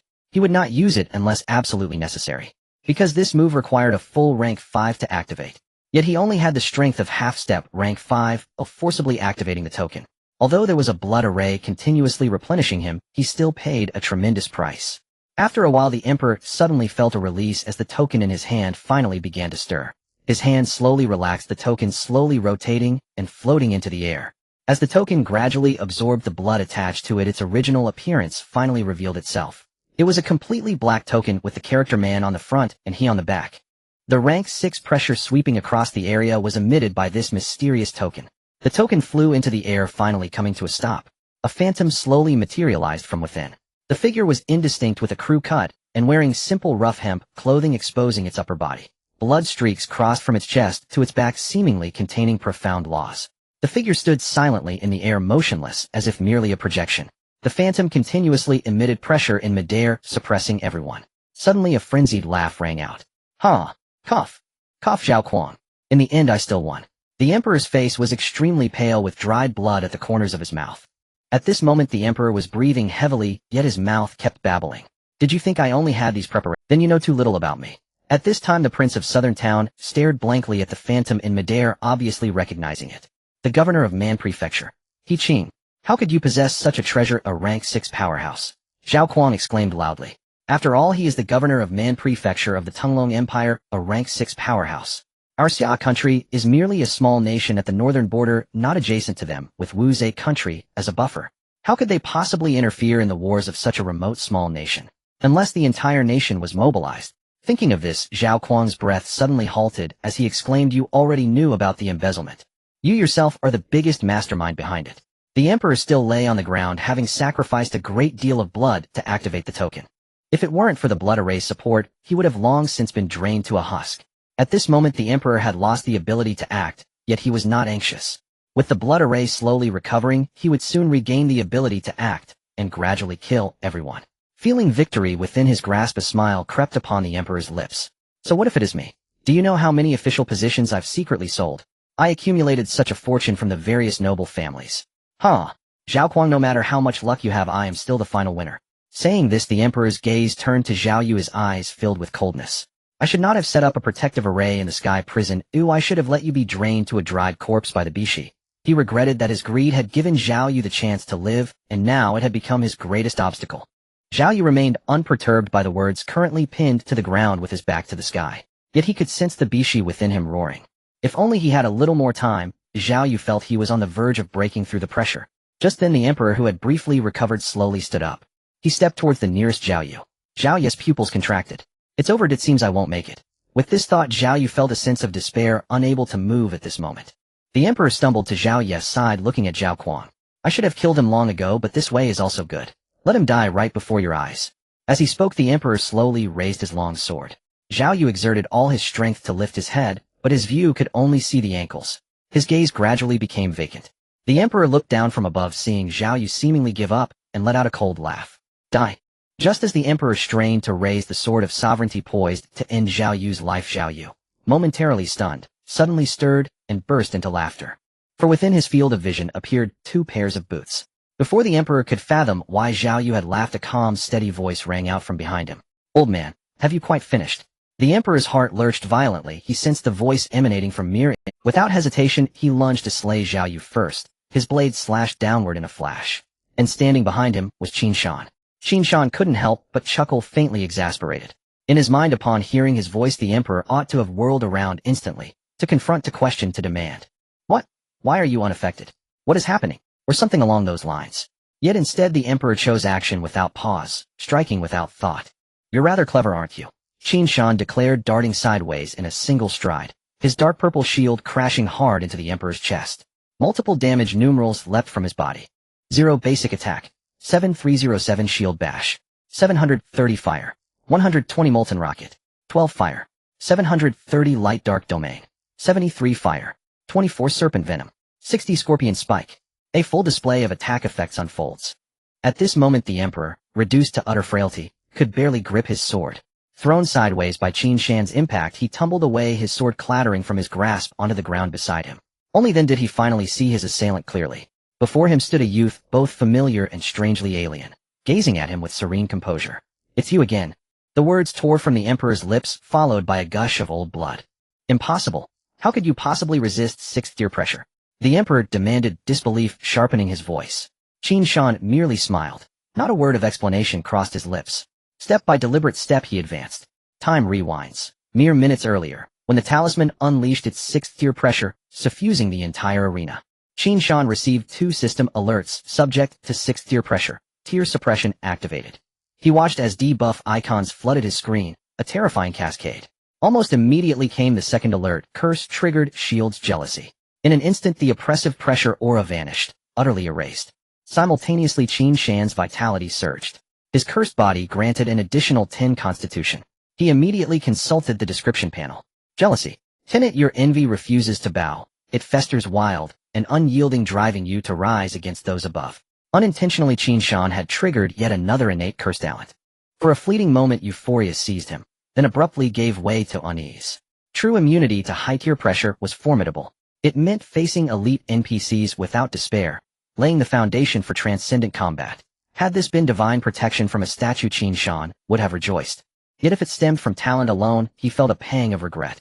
In his estimation, both pride's gear absorption and laziness's passive skill conversion far surpassed jealousy in raw potency, rendering it seemingly trivial, falling far short of his expectations. And yet it was precisely jealousy that enabled Qin Shan to shrug off the sovereign's pressure. I understand now. As Qin Shan drew nearer, the emperor's eyes widened in sudden revelation. A flicker of comprehension passed through his gaze. At last he grasped the true linchpin of this decisive battle, someone he'd misjudged entirely.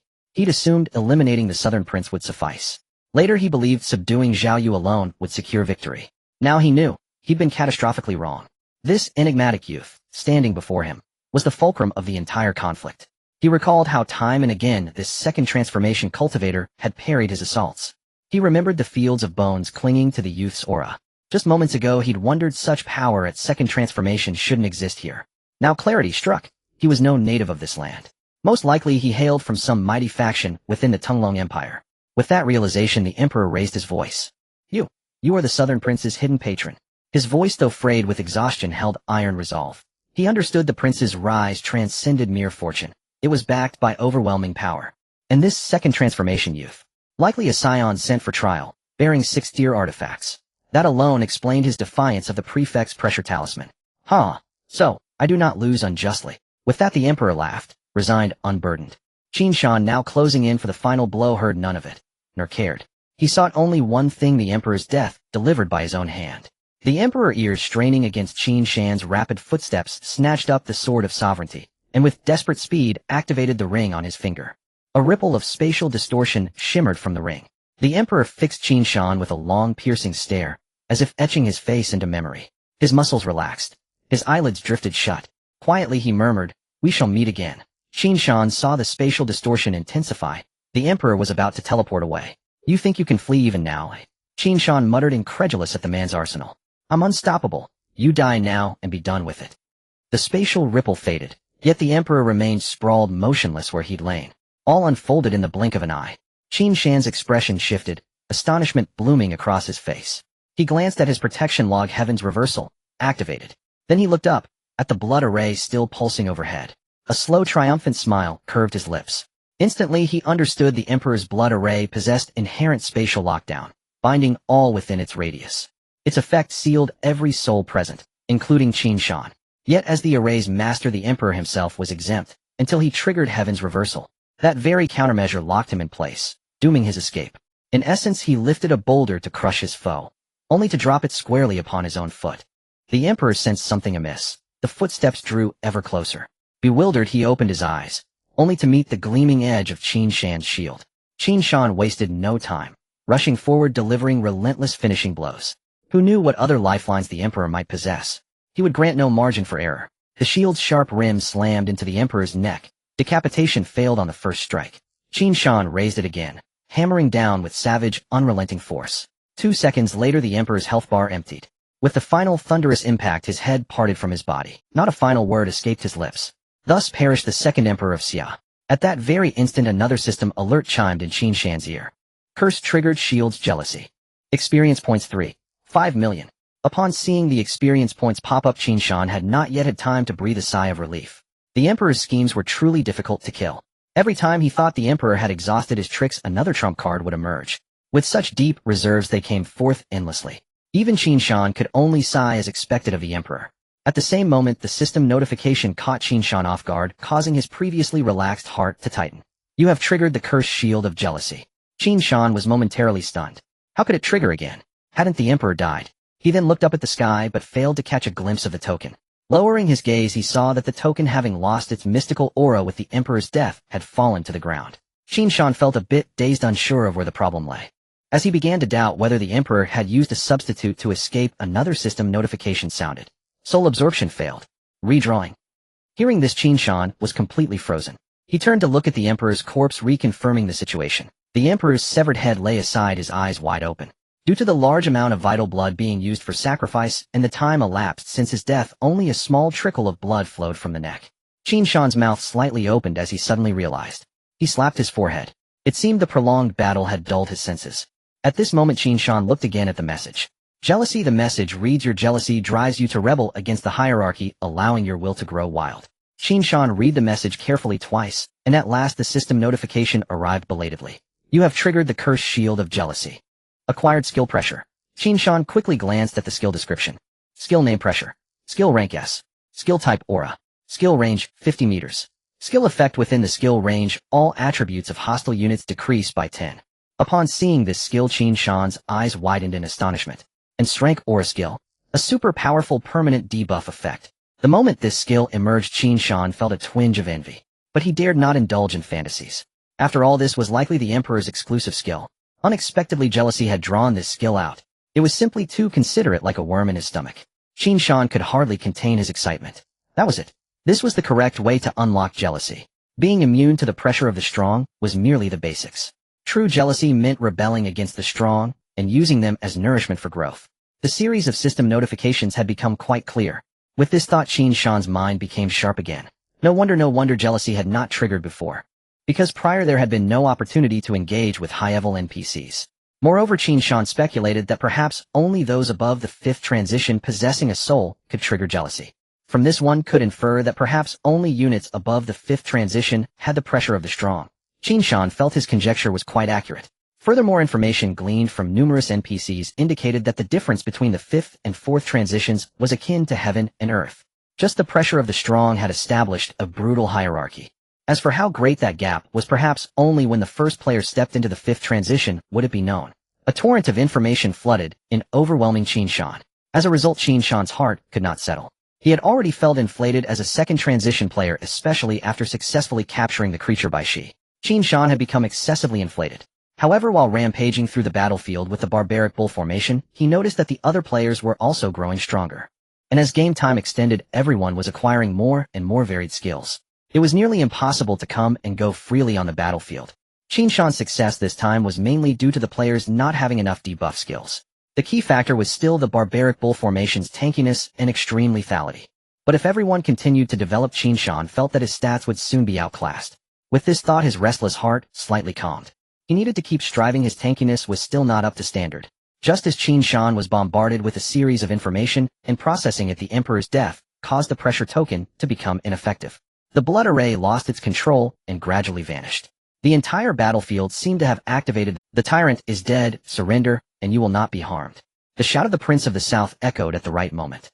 The body of the Marquis of Might had already gone cold. After the Emperor's death, the royal city lost its core. The morale of the soldiers plummeted to the lowest point. Meanwhile, the morale of the Prince of the South's side soared high. The balance shifted, and the battle became devoid of suspense. There is a saying that the best way is to attack the mind. Once the Prince of the South spoke these words, they quickly rang across the battlefield. The tyrant is dead, surrender, and you will not be harmed. The tyrant is dead, surrender, and you will not be harmed. The voices soon echoed throughout the battlefield, amplified by the shouts of the soldiers. The enemy soldiers fell into confusion amidst the cries. Most of them halted their charge. They looked around in bewilderment, but all they could see were equally confused. At some point, without knowing when or where, the first soldier dropped his weapon. The fighting spirit ebbed away like a tide. Soldiers gradually laid down their arms, choosing to surrender. Even many of the generals accepted this reality. Defeat was inevitable. From the moment the Emperor fell, this war had already ended. They were also aware of this fact. The battlefield was left with only a few stubborn soldiers and generals resisting desperately. They had been taught to be loyal to the Emperor. They practiced their creed with their lives. They would not surrender, as there were always things that mattered more than life. They were loyal to the Emperor, thus they became the Emperor. Meanwhile, the players of the Emperor's faction, upon hearing these words, realized that this great battle was essentially over. Both factions halted their attacks. Players from the Prince of the South faction were all cheerful, gathering in groups to chat, waiting for the battlefield settlement. The players from the Emperor's faction were far more subdued, silently awaiting reorganization and a change of allegiance. Although they had long known the outcome, the reality brought a sense of loss. No one enjoys the taste of defeat. At this moment, the ministers on the city walls silently watched this scene. The Emperor's failure was undoubtedly the worst news for them. This meant the old order was thoroughly dismantled, and they, the greatest vested interests, would face reckoning. Being confiscated or exiled might be the best outcome. In the silence, a minister sighed. After this battle, the world will be turned upside down. As he spoke, he stroked his long beard with a sigh. His words opened the floodgates for the minister's discussions. What shall we do? Surely the Prince of the South won't kill me, right? While the ministers debated fiercely, the chancellor remained silent. He had witnessed the entire process of Qin Shan slaying the emperor. The overcast sky seemed to be pierced, casting down a gentle light. The light just happened to illuminate the chancellor's face. The sudden light finally drew the chancellor's gaze away from the emperor's remains. He stretched out his aged hand, slightly shielding his eyes from the light, looking up. The thunder and rain fell silent. A faint light tore through the dark clouds, slowly spreading across the land. Your Majesty, the rain has stopped. End of the royal city arc. The king of the south took only half a day to seize control of the royal city. Thus all 18 cities fell under his command. The Xia kingdom was but a name awaiting the king of the south to usher in a new era. The war has ended. At the very moment the king of the south took control of the royal city, all players from the emperor's faction were assimilated into his camp. This meant that all players from the national server were finally unified in their faction. At the same time, the king of the south proclaimed to the world that a grand ceremony to establish the nation would be held in 3 days. The timing set for 3 days later was not without reason. Firstly, the war with the Wuxia kingdom in the south was not yet over. The king of the south had already dispatched elite reinforcements, expecting the battle to conclude within a day. A triumphant return of the army was expected within 3 days. Since it was a ceremony to establish the nation, the pillars of the state could not be absent. The king of the south preferred to delay rather than allow his strategist and general to miss it. Secondly, during the establishment ceremony, there would be a general amnesty and rewards would be distributed for merits. This series of events required drafting regulations that would be accepted by the majority rather than arbitrary decisions. Moreover, how rewards would be given and the amounts were matters that would trouble the king of the south for these 3 days. After all, the initial tone set for a nation is incredibly important. The system of rewards and punishments was particularly crucial. It could be assumed that within these 3 days the king of the south would hold countless meetings to discuss relevant issues. Royal City, East City Gate. The grand and imposing city gate was bustling with activity, filled with numerous merchant caravans, soldiers, and players coming and going. With the war concluded, the post-war reconstruction had begun. The royal city was a key focus of repairs. At this moment, Qin Shan was seated at the military outpost by the city gate sipping tea while watching the bustling traffic. Beside him, a young soldier fanned him. In his hand, he held an item that seemed like a guest list. Qin Shan had been here enjoying his tea for 20 minutes. As for why he was present, that story dates back to the second phase of the main quest. At that time, several guilds switched factions and backstabbed the king of the south's faction, led by the Heavenly King Hall. The situation did not end there. After gaining the upper hand in the Battle of Chang'an, a torrent of mockery flooded the internet. The Heavenly King Hall was subjected to all-encompassing ridicule, with all sorts of harsh words being thrown about. They claimed that the Heavenly King Hall was just putting on a brave face and loved to show off. Qin Shan could tell, just by thinking with his feet, that countless guilds harboring animosity towards the Heavenly King Hall were fanning the flames, aiming to strike at them as vengeance for the Heavenly King Hall's earlier dominance. Of course, the players from the Heavenly King Hall would not forget that incident. The online insults had been overwhelming. From top to bottom, the Heavenly King Hall was thoroughly lambasted. In simple terms, even a pet dog of the Heavenly King Hall would have been criticized back then. Of course, the Heavenly King Hall did not have dogs, but perhaps a skeletal dog might have existed. Under the pressure of public opinion at that time, players from the same faction were also filled with grievances. Qin Shan and his companions were deeply affected as they were late to the battlefield while doing his storyline dungeon. Qin Shan certainly did not forget this. He refrained from retaliating then, because the time was not right. The maps of both factions had been inaccessible, so he could not retaliate. Now the time had come, and coincidentally the rewards would only be settled 3 days later. This was undoubtedly the perfect time for post-event reckoning. As a member of the Heavenly King Hall, Qin Shan naturally wished to contribute to the guild. At the same time, he was also a victim of the online abuse at that time, giving him even more reason to participate in the reckoning. Shortly thereafter, Qin Shan obtained a game item from Yi Qing. Item invitation list. Description: this records the list of distinguished guests and can be used for simple identification verification. Indeed, this item is crucial for the upcoming reckoning. This item was originally used by the butler at the entrance of banquets for various noble families to identify distinguished guests. After inputting the guest's appearance and identity information, it could be used. With this item, the butler only needed to hold the invitation list at the entrance. When a distinguished guest approached, their appearance and identity information would automatically appear, making it incredibly useful. Of course, the existence of such items is somewhat redundant, as members of high-ranking families often know each other. Nevertheless, many times nobles love such formalities, enjoying those things that seem very high-end. After all, they lack neither money nor status, what they lack is style. There must be some distinction to separate them from common folks. The more advanced invitation lists are used in conjunction with invitation letters and are more sophisticated, and Qin Shan and others used the most basic version, which already had the information of the core members of various trader guilds inputted in advance. Should any of the traitors dare to exit the city, Qin Shan would ruthlessly slay them. As he sipped tea, he couldn't help but feel a sense of nostalgia while looking at the invitation list in his hand. What a brilliant design. With this, everyone wouldn't need to strain their brains to remember target information. Naturally, there would be no awkward situations of misidentifying someone. This way, there would be no instances of innocent players being misidentified and killed. It was exceedingly thoughtful. Qin Shan figured that if it weren't for the invitation list, given Yi Guest's temperament, he very well might kill the wrong person. In addition to all these conveniences, this item had a very key advantage: it was cheap. This most basic version could be purchased for just 10 silver coins. It was unclear whether the news of Qin Shan staying at the military outpost by the city gate had been discovered, or if it was simply bad luck that no one left the city.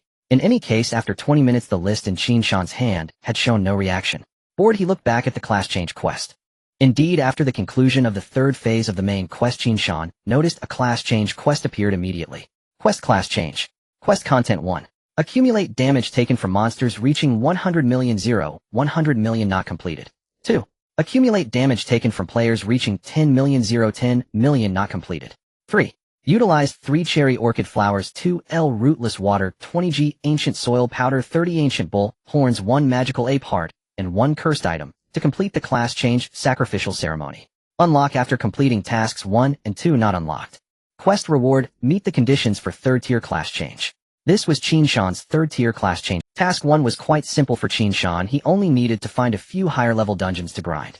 However, task 2 posed a small challenge for him, as Qin Shan's tankiness was currently too high. It was quite difficult to accumulate 10 million damage. After walking through the royal city battlefield, Qin Shan realized this issue. Normal players' damage no longer penetrated his defenses. Only after Qin Shan endured several negative debuffs from various debilitating skills could he barely take a few hundred or thousand damage. In fact, that 1,000 damage might have been dealt by the opponent's ultimate ability. This amount of damage was merely a drop in the bucket. To reach 10 million, Qin Shan indeed needed to come up with a good plan. Moreover, there was another point: Qin Shan had damage reflection. Even if he found players to grind damage, he had to be cautious, or else he might accidentally kill them. Thinking of this, Qin Shan felt a bit of a headache. It turned out that being too tanky also brought its own troubles. Finally, Qin Shan looked at task 3. 3 cherry orchids, 2 liters of rootless water, 20 grams of golden soil powder, 30 ancient wild bull horns, 1 demon ape heart, and 1 item filled with a curse. Qin Shan had never heard of most of those materials and would need to collect them. Thinking of this, he couldn't help but sigh. It seems that the job change will require a great deal of effort. At this moment, a soldier fanning Qin Shan nearby. "My lord, do you have any worries?" The soldier carefully looked after Qin Shan, his face full of enthusiastic smiles. After all, he had heard a bit about this esteemed person. He had heard from his uncle in the army that this esteemed person had saved the peerless Marquis. This was a great grace. The value of the peerless Marquis in the heart of the King of Jinan was self-evident. Although this esteemed person was currently just a 100-man commander, he might very well become a lieutenant in 3 days' time. Such a favored individual was certainly worth currying favor with. Thus, upon hearing Qin Shan sigh, the soldier felt a bit nervous, fearing that he might not take good care of him. Qin Shan, upon hearing this, quickly waved his hand and said, it's nothing, you can carry on. I'm going out for a stroll." Qin Shan had originally just intended to stand by the city gate and wait. However, he was spotted by a nearby soldier on duty, who quickly came forward to greet him. Due to the soldier's excessive enthusiasm, Qin Shan had no choice but to come in for some tea. This also indicated that this game had many hidden rewards that were not readily apparent. Qin Shan walked out of the sentry post, observing the surroundings. At that moment, there were 2 players inside the city gate chatting and occasionally glancing at Qin Shan. After the main storyline concluded, the forum was exceptionally lively. Videos of Qin Shan's rampage with the bull charge were shared by countless people on the forum. Countless players were amazed by the violent prowess of Qin Shan, exclaiming that the 2 sides were not playing the same game. This also caused Qin Shan's notoriety to soar to terrifying heights. In an instant, Qin Shan acquired a new title, Mountain God. Perhaps many players on the national server had never seen Qin Shan and did not remember his appearance.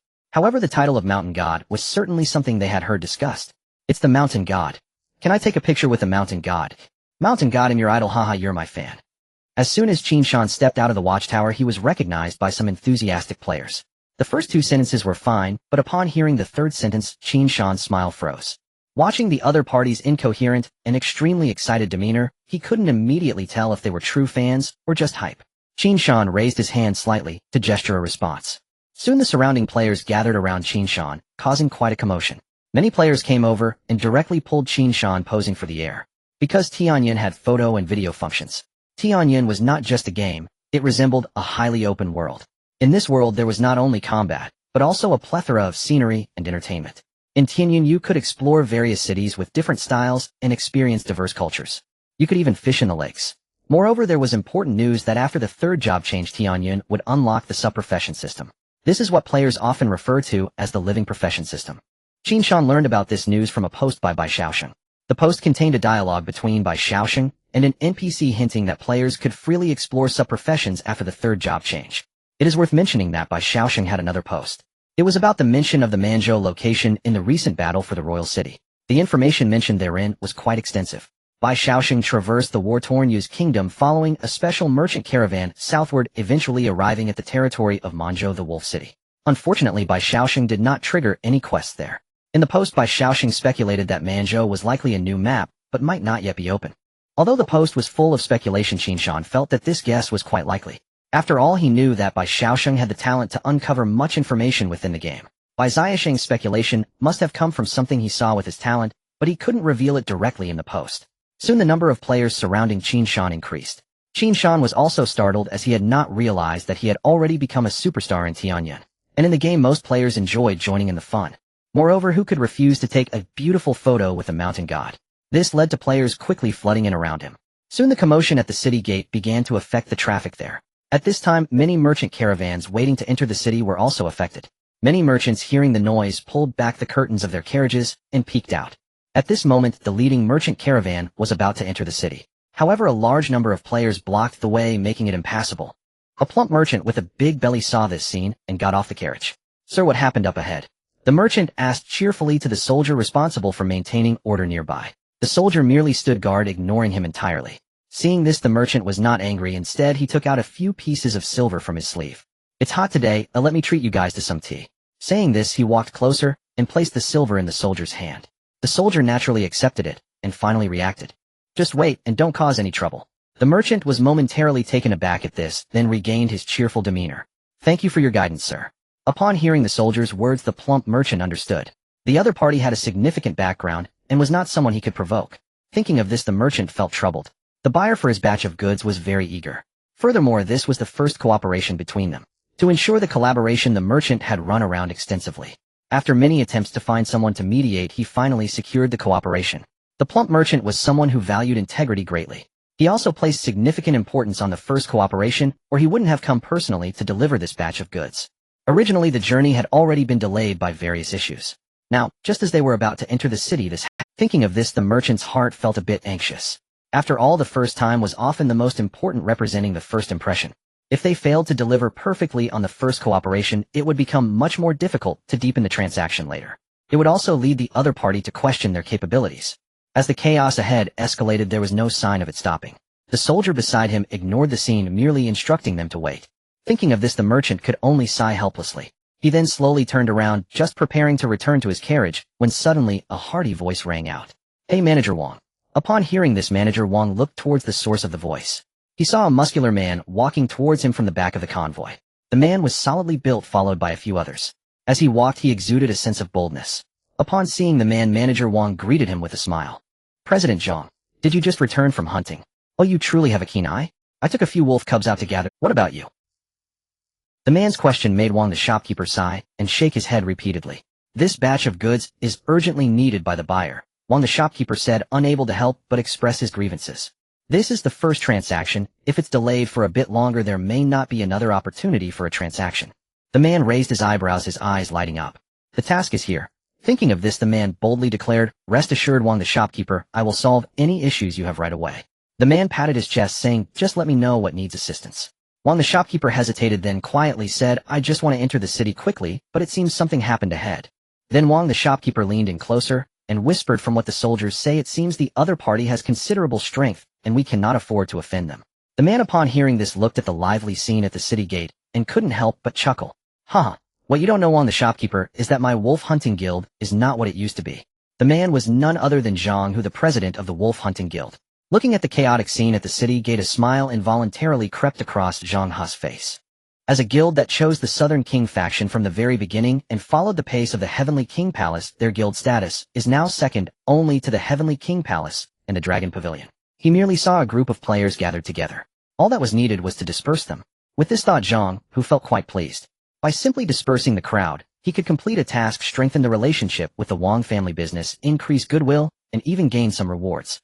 Thinking of this, Zhang Hu quickly spoke up, "I'll help with this." Wang the shopkeeper, please wait a moment. Yet Wang the shopkeeper remained uneasy. As a businessman, his greatest fear was offending the wrong person. If the other party truly had significant influence, this action would be very unwise. It could even put President Zhang in danger. Wang the shopkeeper thought to himself, but he couldn't voice it. Surely he couldn't say, "I'm afraid you can't handle it." So he quickly thought of a response with high emotional intelligence. "President Zhang, there's no rush." Wang the shopkeeper said, "I have some wine in my cart, it's hot, how about we have a bowl to quench our thirst first?" Wang the shopkeeper wanted to stall Zhang Hu for a bit before making plans. However, Zhang Hu had already made up his mind about this task, and merely paused, continuing on without looking back. "Pour the wine, and I'll be right back." Wang the shopkeeper wanted to say more, but Zhang Hu had already walked far away. At that moment, Zhang Hu approached with several members, exuding a fierce aura. The noisy sounds were buzzing in his ears, and he couldn't discern what was being said. In the center of the crowd, he couldn't see the people who were surrounded. Just as he was about to raise his voice to disperse the crowd, a sudden excited voice emerged from the crowd. The voice was highly penetrating, clearly reaching Zhang Hu's ears. "I have a photo with the mountain god." "Ha! The mountain god."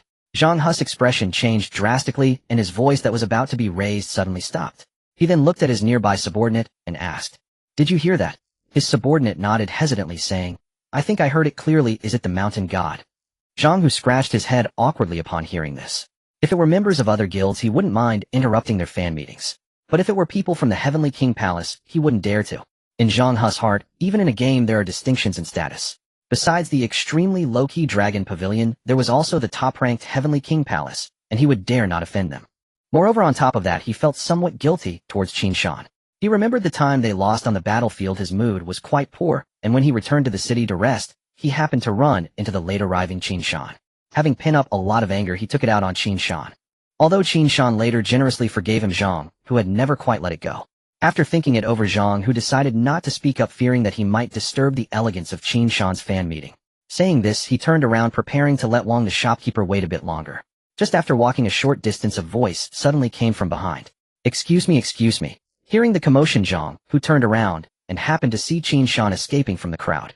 As Zhang Hu turned around, he locked eyes with Qin Shan. "Mountain God." Qin Shan also recognized him at a glance and exclaimed, "You're the president of that wolf fur guild, right?" Zhang Hu replied, "The president of the wolf fur guild." Zhang Hu weakly explained, "It's the wolf hunting guild." Oh, sorry, I kind of forgot," Qin Shan said, slapping his forehead repeatedly. At this moment, many players also noticed that Qin Shan had escaped and hurried to catch up. Seeing this scene, Zhang Hu understood that Qin Shan was surrounded, and he spoke up, "Do you need help breaking through?" Qin Shan nodded repeatedly, saying, "I really need it." At the same time, Qin Shan was also curious about how the other party would help him break through. Would they act as bodyguards? After hearing Qin Shan's response, Zhang Hu snapped his fingers. The few subordinates behind him immediately understood. They suddenly placed their hands on the ground, acting as forelimbs, moving on all fours like wolves. A woo, a woo, a woo. Then came the sudden wolf howls from the mouths of several people. They quickly dashed towards the group of fans. Soon the players were successfully dispersed by this shocking scene. Qin Shan witnessed the entire process, nearly dropping his jaw in astonishment. Meanwhile, Zhang Hu nodded in satisfaction, continuously gesturing to the few who had returned to human form. Not bad. The demeanor is very well replicated. Qin Shan. Is it really that abstract? Qin Shan's heart twitched slightly, and he finally managed to squeeze out a sentence. Your guild's culture is truly unique. Upon hearing this, Zhang Hu began to speak at length about it. Our guild culture emphasizes the restoration of wildness. And to restore wildness, one must first imitate the form of wild beasts. The more Qin Shan listened, the more abstract it became. What a mess this was. Fortunately, one of Zhang Hu's subordinates quickly interrupted his speech, clearly unable to stand it any longer. Zhang Hu cleared his throat, finally returning to normal. Whenever he started talking about this wolf culture, he couldn't stop. Soon he finally returned to the main topic. Is the mountain god here on a mission? Upon hearing this, Qin Shan shook his head and spoke about the Heavenly King Palace's accounting actions. This was not a secret. Soon everyone would know about this operation. After finishing, Qin Shan shook his head and continued, they are stationed at the city gate. Knowing I am at the east city gate, they won't come out from here. Zhang Hu nodded in agreement, then raised an eyebrow, saying, Mountain god, we can help you keep watch. He glanced around and continued, if you guard here, they definitely won't leave the city. However, if it's my guild's wolf cubs, as soon as they go out, I can notify you to catch them. That will be a sure catch. Upon hearing this, Qin Shan's heart stirred. Right, I can have others help me watch, and then I can just chase them down once the time saved could be used for other things. Then I will trouble President Zhang. Rest assured. Subsequently, Qin Shan added Zhang, who is a friend, and handed over the invitation list to him, asking him to send someone to keep watch. Once someone from the list leaves the city, they will follow that person and continuously report back to Qin Shan. The city gates have also restored order. Qin Shan naturally did not intend to wait aimlessly. He swaggered through the east city gate into the royal city and then headed towards the palace.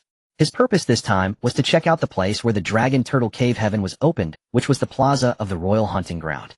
May 15, 2150, 1459.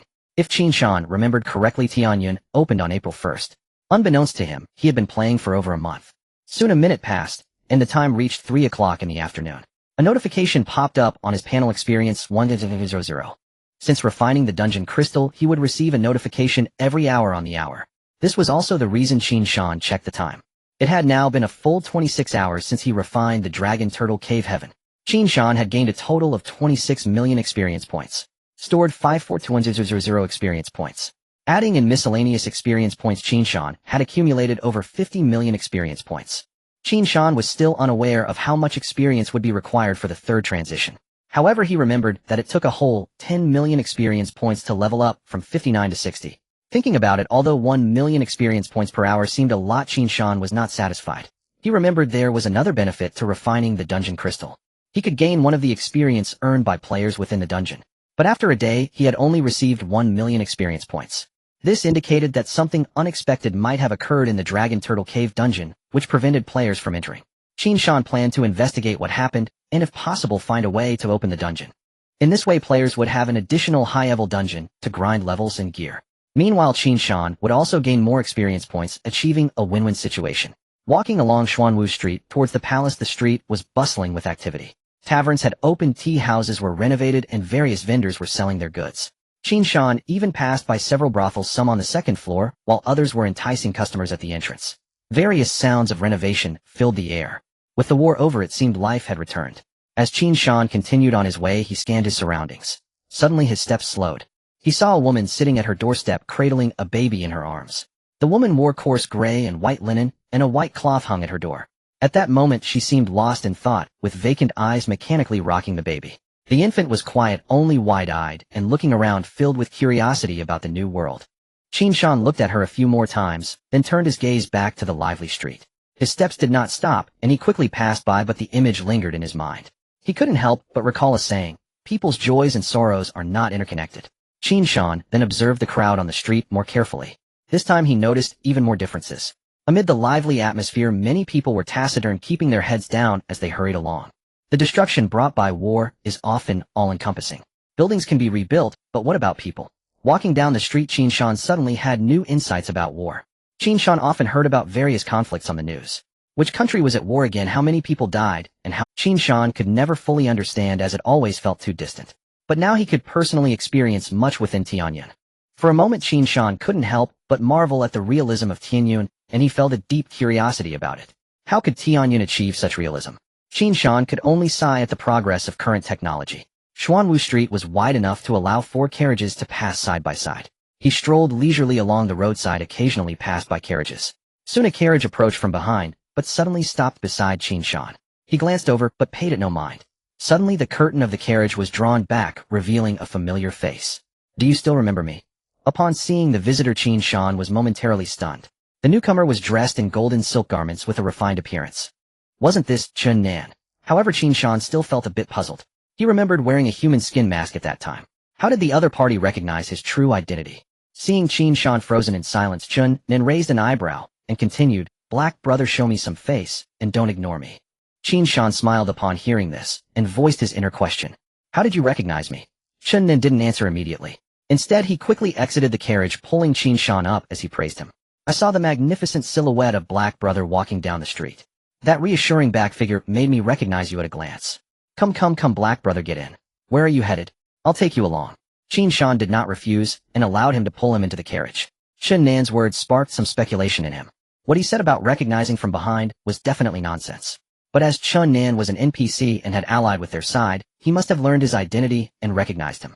After all, the incident with the assassin had likely spread among the higher-ups. "Black brother, where are you going?" "I'll take you there first," Chun Nan asked after getting Qin Shan into the carriage. As soon as Qin Shan entered the carriage, he began to look around. To be honest, one wouldn't guess anything about Qin Shan just by looking at the carriage from the outside. Inside the carriage, it was surprisingly filled with various soft velvet fabrics, making it soft to sit on with a rebound effect. It was clearly quite expensive, and even the small interior of the carriage was lined with golden thread. To the palace, the original hunting ground plaza. To the palace. Qin Shan exclaimed loudly. All right. The coachman responded, cracking the whip as the carriage began to move smoothly. Then Qin Shan curiously asked, Black brother, what are you going there for? Qin Shan shot him a glance, unsure how should he say he was going to open the dungeon and earn some experience points. Talking about such things with an NPC would be pointless. Qin Shan had long understood this. I'm going to light incense for Bishi to thank him for his blessings. Qin Shan's mouth twitched slightly at these words. A black brother was still the same as ever. At this time, Qin Shan shifted the topic and asked, what about you? Why are you here? Qin Shan scratched his head and replied, recently after the war there's a lot of opportunity for rebuilding. My father asked me to start a business myself. So he provided the funds and resources to help me establish a chamber of commerce. Today is the first transaction I have scheduled with the Wang family's business, which is quite important, so I came to take a look myself. By the way, black brother, my father said, he wanted to thank you for saving my life. I've been pondering how to repay you. Repay me. At those two words, Qin Shan's heart stirred faintly. He had assumed all usable value had already been extracted from Qin Shan. The first time he'd seen the boy at the royal hunting grounds, he'd been trembling like a coward. Qin Shan had taken him for nothing more than an insignificant NPC, a nameless extra in the grand script. Later, almost casually, he'd taken the boy under his wing, initially just to secure a few extra purification talismans. After all, those talismans were truly invaluable. Yet unexpectedly, Qin Shan turned out to be a pivotal NPC tied to the hidden storyline of the Celestial Prison. Thanks to Qin Shan, Qin Shan and Yi Ge had even gained entry into the Celestial Prison, making it possible to rescue Zhao Yu. Just as Qin Shan believed Qin Shan's utility had reached its natural end, Qin Shan's father Qin Shan suddenly intervened, detonating explosive talismans that shattered multiple grand formations, saving the Lord of Jinan countless troops, and sparing untold lives. And just when Qin Shan thought Qin Shan's usefulness had finally been exhausted, the boy reappeared, offering repayment. Could it be? Qin Shan was one of the protagonists among the NPCs. At that thought, Qin Shan's gaze flared with sudden intensity. Ordinarily, an NPC governed only a single questline. Yet Qin Shan's thread, so far, showed no sign of concluding. After all, he had voluntarily triggered narrative events revealing matters concerning a merchant guild that strongly implied further questlines remained uncharted. Qin Shan scrutinized Qin Shan again and again, his eyes burning ever brighter. If true, Qin Shan's latent worth extended far beyond current estimation. Meanwhile, beside him, Qin Shan felt Qin Shan's gaze, sharp, probing, growing increasingly fervent. Unconsciously, his face paled, his breath hitched. What does this mean? Sweat now glistened on Qin Shan's brow. He'd barely uttered the word repay, and Brother He had fixed him with that unnerving stare. Could it be? He dressed too handsomely today. Instinctively, he touched his own cheek, as tension coiled tighter within him. Qin Shan's face suddenly lit up with a broad smile. His hand clapped firmly onto Qin Shan's thigh as he laughed. Oh, you're far too polite.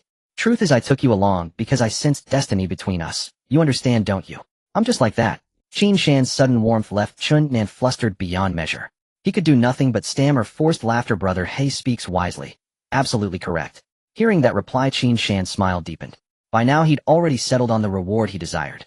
If feasible, it would save him immense time and effort.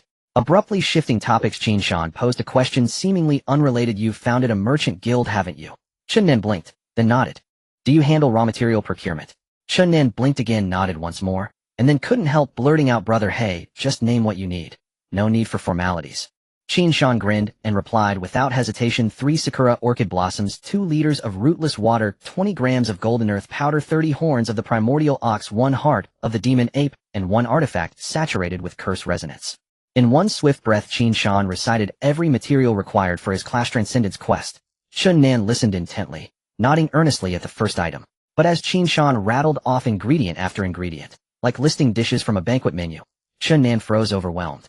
Too many items too fast. He simply couldn't retain them all. He fished out a softly glowing sheet of paper from his robes. Qin Shan repeated the list slowly while Qin Shan traced each item onto the luminous surface with his fingertip. Once finished, he showed the list to Qin Shan for verification. How feasible is this? Can you gather all these? Qin Shan asked. Qin Shan paused and thought. All except the last can be sourced nationwide, but that final item, an artifact saturated with curse resonance, is vague. What precisely qualifies as meeting that criterion? Qin Shan fell silent, because he himself had no answer. He'd need to consult Shang Wanqing later, or seek counsel from Bai Shaosheng. With that, Qin Shan turned to Qin Shan. Very well. Procure the rest for me.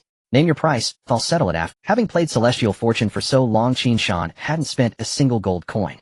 His current balance stood at 103 gold and 25 silver, a staggering fortune. Chun Nan waved his hands frantically. No payment. I'll cover the cost myself. These materials should be fully assembled within 2 days. Watching Chun Nan pound his chest in earnest, Qin Shan felt deeply moved. If successful, this would spare him countless hours grinding for resources. True brother. Come, let's embrace. Moved, he pulled Chun Nan, the veritable god of wealth, into a heartfelt hug. Chun Nan stiffened instantly at the unexpected physical contact, frozen motionless. Qin Shan noticed his discomfort and quickly asked what's wrong. Chun Nan's face crumpled into a pitiful grimace as he whispered weakly, "Brother, hey, I prefer women." Qin Shan. It took him a moment to reassure Chun Nan he was entirely normal. The brief awkwardness passed swiftly. They resumed serious discussion. By the way, what are these materials for? Class Transcendence. Chun Nan studied Qin Shan up and down. He'd nearly forgotten. Qin Shan was only second Transcendence. Then again, Qin Shan's combat prowess was so overwhelming it was easy to overlook. In Chun Nan's mind, Qin Shan had always ranked among 4th Transcendence elites. After all, who else could slaughter elite 3rd Transcendence Imperial Guards, like slaughtering chickens, with such ruthless efficiency? Brother, hey, once you ascend to 3rd Transcendence, do you plan to master a secondary craft? Bringing up 3rd Transcendence, Chun Nan asked. Qin Shan didn't answer immediately, instead posing a question he'd long pondered. Must one wait until 3rd Transcendence to learn a secondary craft? Why not 1st or 2nd? This question had lingered in his thoughts for ages. It might seem trivial, but Qin Shan genuinely yearned to know. He'd never encountered related information before, nor had he heard any previews about the life system. Celestial Fortune maintained tight information control, unlocking features only when the time was ripe. Until then, NPCs remained stubbornly silent, perhaps due to the game's sheer scale still unfolding. Among all players, Qin Shan had observed only by Xiaoxing's innate talent allowed glimpses into future updates. Each Mass Class Transcendence event functioned like a new version release. Whoever grasped intelligence first seized the advantage, becoming the pioneer who tasted the crab. With by Xiaoxing, the Heavenly Sovereign Hall possessed the potential to remain perpetually ahead of the curve. Thus, by Xiaoxing's strategic value continued rising. Chun Nan paused thoughtfully upon hearing Qin Shan's question, then began explaining. According to Chun Nan, 1st and 2nd Transcendence players could learn crafts, but such knowledge lacked coherence. What they acquired remained superficial, unrefined, outside any formal system. Qin Shan nodded repeatedly. Put simply, following step-by-step tutorials yielded functional results, but equipment forged that way bore no additional enhancements. A formal life profession, however, conferred unique bonuses within its domain. That roughly was Qin Shan's understanding. 3rd Transcendence served as the non-negotiable threshold for mastering such professions. It was in essence a prerequisite. One must attain 3rd Transcendence before qualifying as a legitimate system-integrated life profession artisan. Qin Shan distilled it thus: to forge steel, one must first temper oneself. Having pondered all this, he naturally began weighing his own choice of secondary profession. Which path should he choose? Suddenly Qin Shan stroked his chin, and a bold hypothesis crystallized. The more Qin Shan pondered, the more the speculation in his mind lingered. Could the equipment he crafted be devoured? This question was of utmost importance to Qin Shan. So far, all the equipment Qin Shan had devoured came from the drops of the monsters he had slain. He had also examined equipment from other sources, and they were all in a non-devourable state. So could the equipment he crafted be devoured? With this thought, Qin Shan unconsciously swallowed. If it were truly possible, a scene began to materialize in his mind. He continuously collected materials, crafted them himself, and devoured them. The attributes kept rising coolly. It was even possible he could surpass Yi Guess stats and become the king of values. As for experience points, there was no need for excessive worry. He could secure at least 1 million experience points per hour. Furthermore, there was a 1-player experience point division. Moreover, the Dragon Tortoise Cave was a 4th-tier dungeon. This meant that players could utilize this dungeon until they reached the 4th tier without it becoming outdated. Qin Shan was not worried about the lack of players to fight. During this time, he could enjoy the benefits, effortlessly gaining experience points automatically, whether through players or otherwise, with a guarantee. Both level and attributes could be improved. With this thought, Qin Shan's heart grew increasingly fervent. Hey go! Hey go! At this moment, Chun Nan called out softly twice. Only then did Qin Shan come back to his senses, realizing that Chun Nan was diligently explaining life professions beside him. Chun Nan, like an NPC, kept chattering, which made Qin Shan zone out instinctively. It felt just like going through game plotlines. Unfortunately, in the game of Tianyun, all plotlines could not be skipped and had to be endured. Although Qin Shan loved to capture hidden quest clues from game plots, he felt that this kid Chun Nan was incapable of offering anything valuable. So Qin Shan was not afraid of missing any hidden quest clues. The more he thought about it, the more he believed that his dream of becoming a master blacksmith had great prospects. Thus he took the initiative to speak. Brother Nin, what do you think about being a blacksmith? Hearing this, Chun Nin fell into thought before responding. Being a blacksmith is generally okay, it's not particularly profitable since the output is still too low. Then Chun Nin continued to ask, hey, good, do you want to become a blacksmith? Qin Shan nodded. However, Chun Nin frowned slightly upon hearing this. Being a blacksmith was not easy. There was a saying, once you enter the blacksmith's door you are bound to a life of blacksmithing. The earnings were all hard-earned money with low output and high costs. Not only that, but from what he understood, blacksmiths had a high rate of defective products and the cost of practice was high with expensive materials. With this in mind, Chun Nin couldn't help but advise, hey Go, why not come learn talisman crafting from me? It's definitely profitable. My family's talisman crafting is already quite mature, whether you want to take the low-end route and sell to the common folk, or take the high-end route and reap the benefits from the nobility, there is a complete and mature process for it. As long as you become a talisman master, you'll never have to worry about food and drink for the rest of your life. Chun Nan's voice came with a hint of persuasion.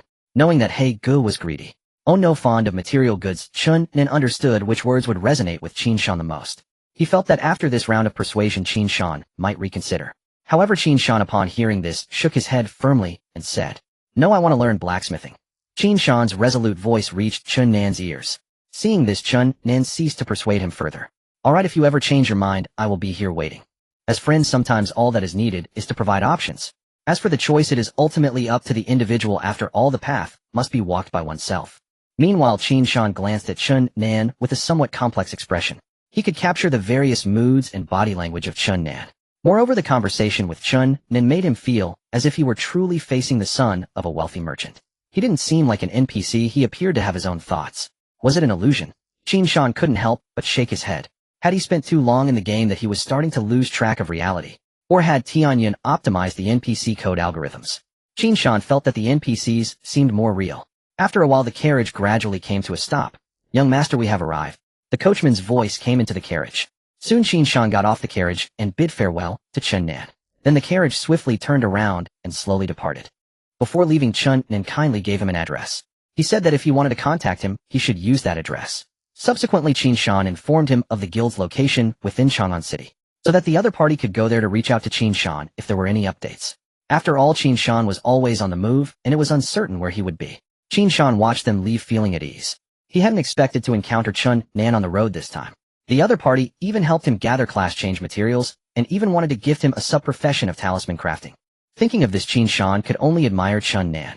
This kid might be a bit cowardly, but he was still very gentle. Watching the silhouette of the carriage slowly disappear, Qin Shan suddenly slapped his forehead. He had forgotten to ask Chun Nan for 2 purification talismans. With this thought, Qin Shan shook his head at himself. He had been lax this time. He still hadn't fully taken advantage of the situation. Had his abilities deteriorated? Had he truly played too long in Tianyan recently? Shaking his head, Qin Shan surveyed his surroundings. The coachman had stopped at the palace gate, since carriages were not permitted to enter the palace. At this moment, 2 guards were stationed at the gate.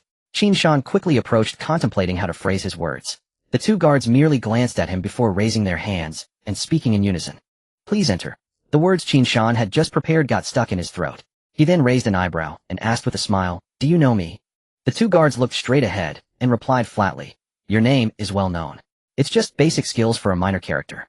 Qin Shan also noticed that his status seemed much higher within his own faction. According to the players, this meant that his faction's favorability was extremely high. Although this potential reward was not listed, it manifested in various ways. Qin Shan did not linger and walked straight into the palace. He had been to the palace under the guidance of Li Xian, therefore Qin Shan naturally remembered the way and headed directly towards the square.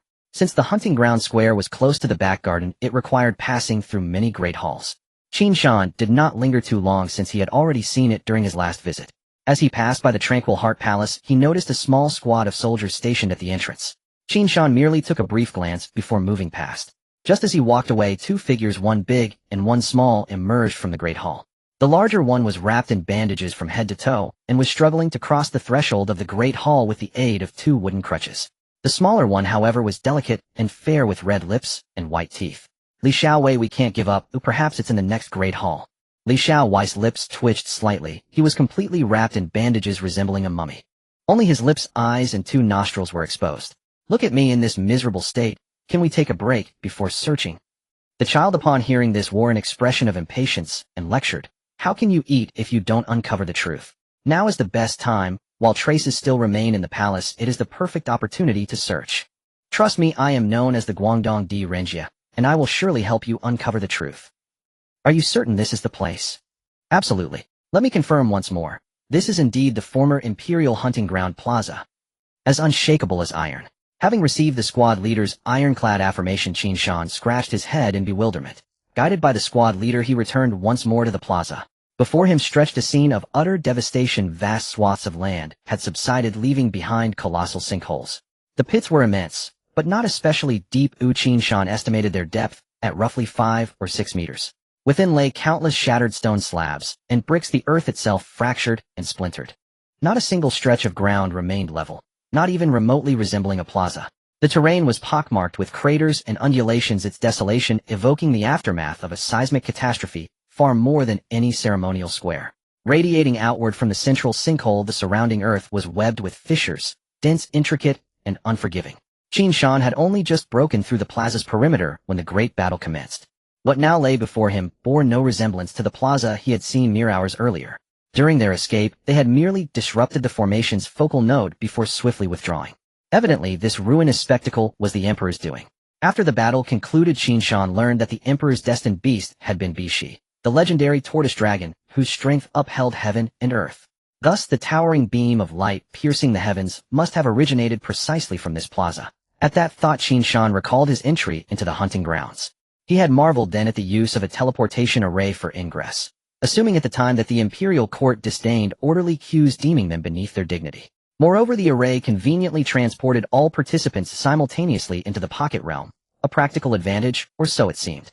Yet viewed in hindsight, its true purpose revealed itself with chilling clarity. The grand teleportation array above the plaza was nothing more than a decoy, an elegant smokescreen devised by the Emperor. Its purported convenience served merely as public justification. Its true function concealed something far more profound: the sovereign soul formation buried deep beneath the plaza. Staring at the yawning chasm and rubble-strewn wasteland, Qin Shan felt his temples throb. The sovereign soul formation's power was staggering. Fortunately, they had slain Bishi before it could activate. Otherwise, it might well have succeeded in extracting Bishi's sovereign soul. His immediate concern, however, was reactivating the Longguei Cavern realm. Speed was paramount. The sooner it reopened, the sooner players would enter and grant him experience points. Only then would experience flow to him like an unceasing river. But first he needed to locate the realm's entrance, a task he anticipated would require sifting through the ruins themselves. With resolve crystallizing, Qin Shan prepared to descend into the crater. He still carried the realm crystal. Perhaps it would resonate when near the entrance. The moment he stepped forward, the squad leader beside him reacted instantly. "You intend to?" "I'll search for the entrance myself."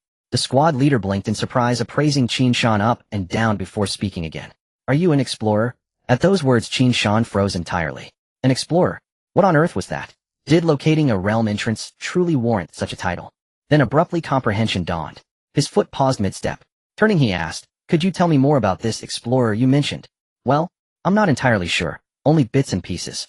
From what I know, explorers possess an uncanny aptitude for locating monstrous lairs and hidden dens." Qin Shan nodded thoughtfully, another piece of knowledge acquired unexpectedly. He hadn't imagined stumbling upon an entirely new auxiliary profession. So an explorer likely possessed unique skills for discovering outdoor realms, and perhaps even unlocked special rewards upon successful discovery. Noticing Qin Shan's intense focus on the entrance, the squad leader added, "Right now, artisan teams are repairing structures across the city. Repairs here are scheduled to begin tomorrow, and the plaza should reopen the day after. Though unforeseen delays may push it back by a day or two." Qin Shan nodded. So the realm would be accessible in 2 days' time. Hearing this, he rubbed his temple absent. He'd come expecting to glimpse firsthand how the realm had changed, only to find himself confronting a wasteland. Still learning of its imminent reopening made the journey worthwhile. Over the next 2 days, he could actively promote the Longguei Cavern realm, luring players to enter and unwittingly fuel his growth. Then it struck him, standard realms reset with each exit. But the Longguei Cavern realm was exceptional. It did not reset. How then were its monsters replenished? Through monster nests, or spontaneous regeneration. If reproduction governed their spawning, overpopulation of players entering the cavern could decimate entire species overnight. Was regeneration instantaneous, or did life cycle dynamics apply? If the latter held true, excessive influx would risk ecological collapse within the realm. The problem weighed heavily upon him. It demanded resolution, especially since he held primary administrative authority over the Longguei Cavern realm. Qin Shan valued the Longawei cavern realm deeply, though properly managed it promised to become one of his most vital sources of experience. Should its ecosystem prove genuinely self-sustaining, he would need to adopt a strategy of measured long-term cultivation, something he couldn't investigate alone. Yet a solution had already formed in his mind. He resolved to invite Bai Shaoxing to explore the realm in 2 days' time, to analyze its mechanics and advise accordingly. Just then a private message notification appeared. Opening it, he found a message from Zhang Hu. A wry smile spread across Qin Shan's face. The turtle dove had finally ventured beyond the city walls, after a wait that had felt interminable. The Heavenly King sect had deployed operatives at every gate across multiple cities lying in wait. The moment their target emerged, they would converge and strike without mercy. Qin Shan, deemed too formidable for shared duty, had been assigned a gate alone. As for the red name penalty, no concern there. Shang Wanqing had anticipated this, formally petitioning the Lord of Southern Garrison on behalf of the Heavenly King sect for a sanctioned resolution. Red name status could be erased using guild funds, though the precise cost remained unknown to Qin Shan. According to Shang Wanqing, they were to kill freely these days. This purge targeted only core members. If they exited the city, they were to be slain and driven back inside. Each death incurred a level penalty, not a trivial consequence. For this was the critical juncture between second and third ascension, when countless players labored on class promotion quests. One death would drop them to level 59. Their quests would lock and reset. Regaining level 60 demanded immense experience. Moreover, promotion conditions varied wildly. Some required slaying specific beasts, others completing intricate tasks. Some mandated cumulative damage absorption or output thresholds, all predominantly fulfilled in open wilderness zones. Thus, exiting meant certain death, remaining within meant stagnation while rivals advanced. Shang Wanqing's strategy was masterful, leveraging minimal force to exert maximum pressure. Precisely when players reached this pivotal threshold, he tightened the vice upon their throats, achieving perfect strategic suppression. Without hesitation, Qin Shan borrowed a horse from the squad leader. It was time for the unlucky wretch to feel the mountain god's oppressive weight once more. In the eastern part of the royal city, in the wilderness, the entrance to the sacred spring dungeon lies on a flat ground. At this moment, numerous players are resting beside the dungeon. The Sacred Spring Dungeon is a popular instance. This is because the monsters within have relatively low strength, while the experience points they provide are considerable. The main objective of this dungeon is to defend the sacred spring located in the center of a Western-style church. Currently, on the open ground outside the entrance, many players are drinking recovery potions while waiting for their skills to cool down. Almost all players are using continuous recovery potions rather than instant recovery potions. The reason is simple: instant recovery potions are too expensive. For the same amount of health restored, the price of instant recovery potions is about 5 times that of continuous recovery potions. Most players are browsing forums at this time. Only a few players are chatting. Tianyun is getting more and more popular. I saw that the registered accounts on the forum have already surpassed 50 million. It's inevitable. This is the only game on the market that truly operates without human intervention, with the storyline running on its own. I heard that the game's progress is fully controlled by the super brain divine Might Taihu Light. Not only that, I checked the official website and Tianyun has optimized the AI algorithms for NPCs. I have some authority on this. That seems that some NPCs in Tianyun have adopted the latest SNN pulse neural. This neural network closely mimics the human brain, not only effectively simulating the long-term memory in the hippocampus, but also replicating the mechanisms of forgetting in the human brain. Stop. Can you speak plainly? In simple terms, some NPCs have their own brains, their own behavioral logic, preferences, and personalities far more advanced than previous artificial intelligence. Wait, look over there, isn't someone running? The sudden voice interrupted the discussion about Tianyun. The group turned to follow the speaker's gaze. They saw a man in black running around the entrance of the dungeon. Running. This person's speed is exceptionally fast, and he leaves afterimages behind him from time to time. While he must be doing a class transfer task, it must be seeing those afterimages behind him, he's likely using a movement skill to rack up distance. 666. There are class transfer tasks that require running distance. I'm not surprised. I saw countless bizarre class transfer tasks on the forum today. I also saw one class transfer task that required slashing 100,000 times. I wonder how long that would take. That's quite normal. I saw a class transfer task that involved fishing, which is simply amazing. As they were talking, they turned their eyes back. Inside the dungeon, within a Western-style church, most of the space is occupied by pews. High above on both sides of the church are various stained glass windows. The dusk light filters through the stained glass, illuminating several corners of the church. Unexpectedly, what is placed at the center of the church is not the usual altar. There is no so-called cross or long candles. Instead, there stands a statue of a goddess. At the feet of the goddess, there is a small fountain. The dim light shines on the upper half of the goddess statue, bringing tranquility and serenity. At this moment, two knights are desperately blocking the Chuch's entrance. Behind the two knights, there is a female priest player holding a staff healing the two. Outside the door, various strange monsters are assaulting the defense formed by the two knights. The two knights raise their large shields, perfectly blocking the entire entrance of the church. Behind them, a player with purple hair stands on a pew drawing his bow. Arrows are shot out, slaying the monsters in the front row. However, the monsters seem endless, continuously charging forward. If it weren't for the knights occasionally using skills to push the monsters back to the entrance corridor, perhaps the monsters would have already breached the defense and entered the church. The purple-haired archer is currently drawing his bow drenched in sweat. He is trying hard to kill the monsters in the front row. However, his kill efficiency cannot keep up with the gathering speed of the monsters, such as vampires in the front row. Frowning, he realizes that at this rate, they will surely not hold out much longer. Looking at the survival time, he realizes that if this continues, they can only achieve a grade A rating. Then he glances at the female priest player not far away. No, I must shift the blame.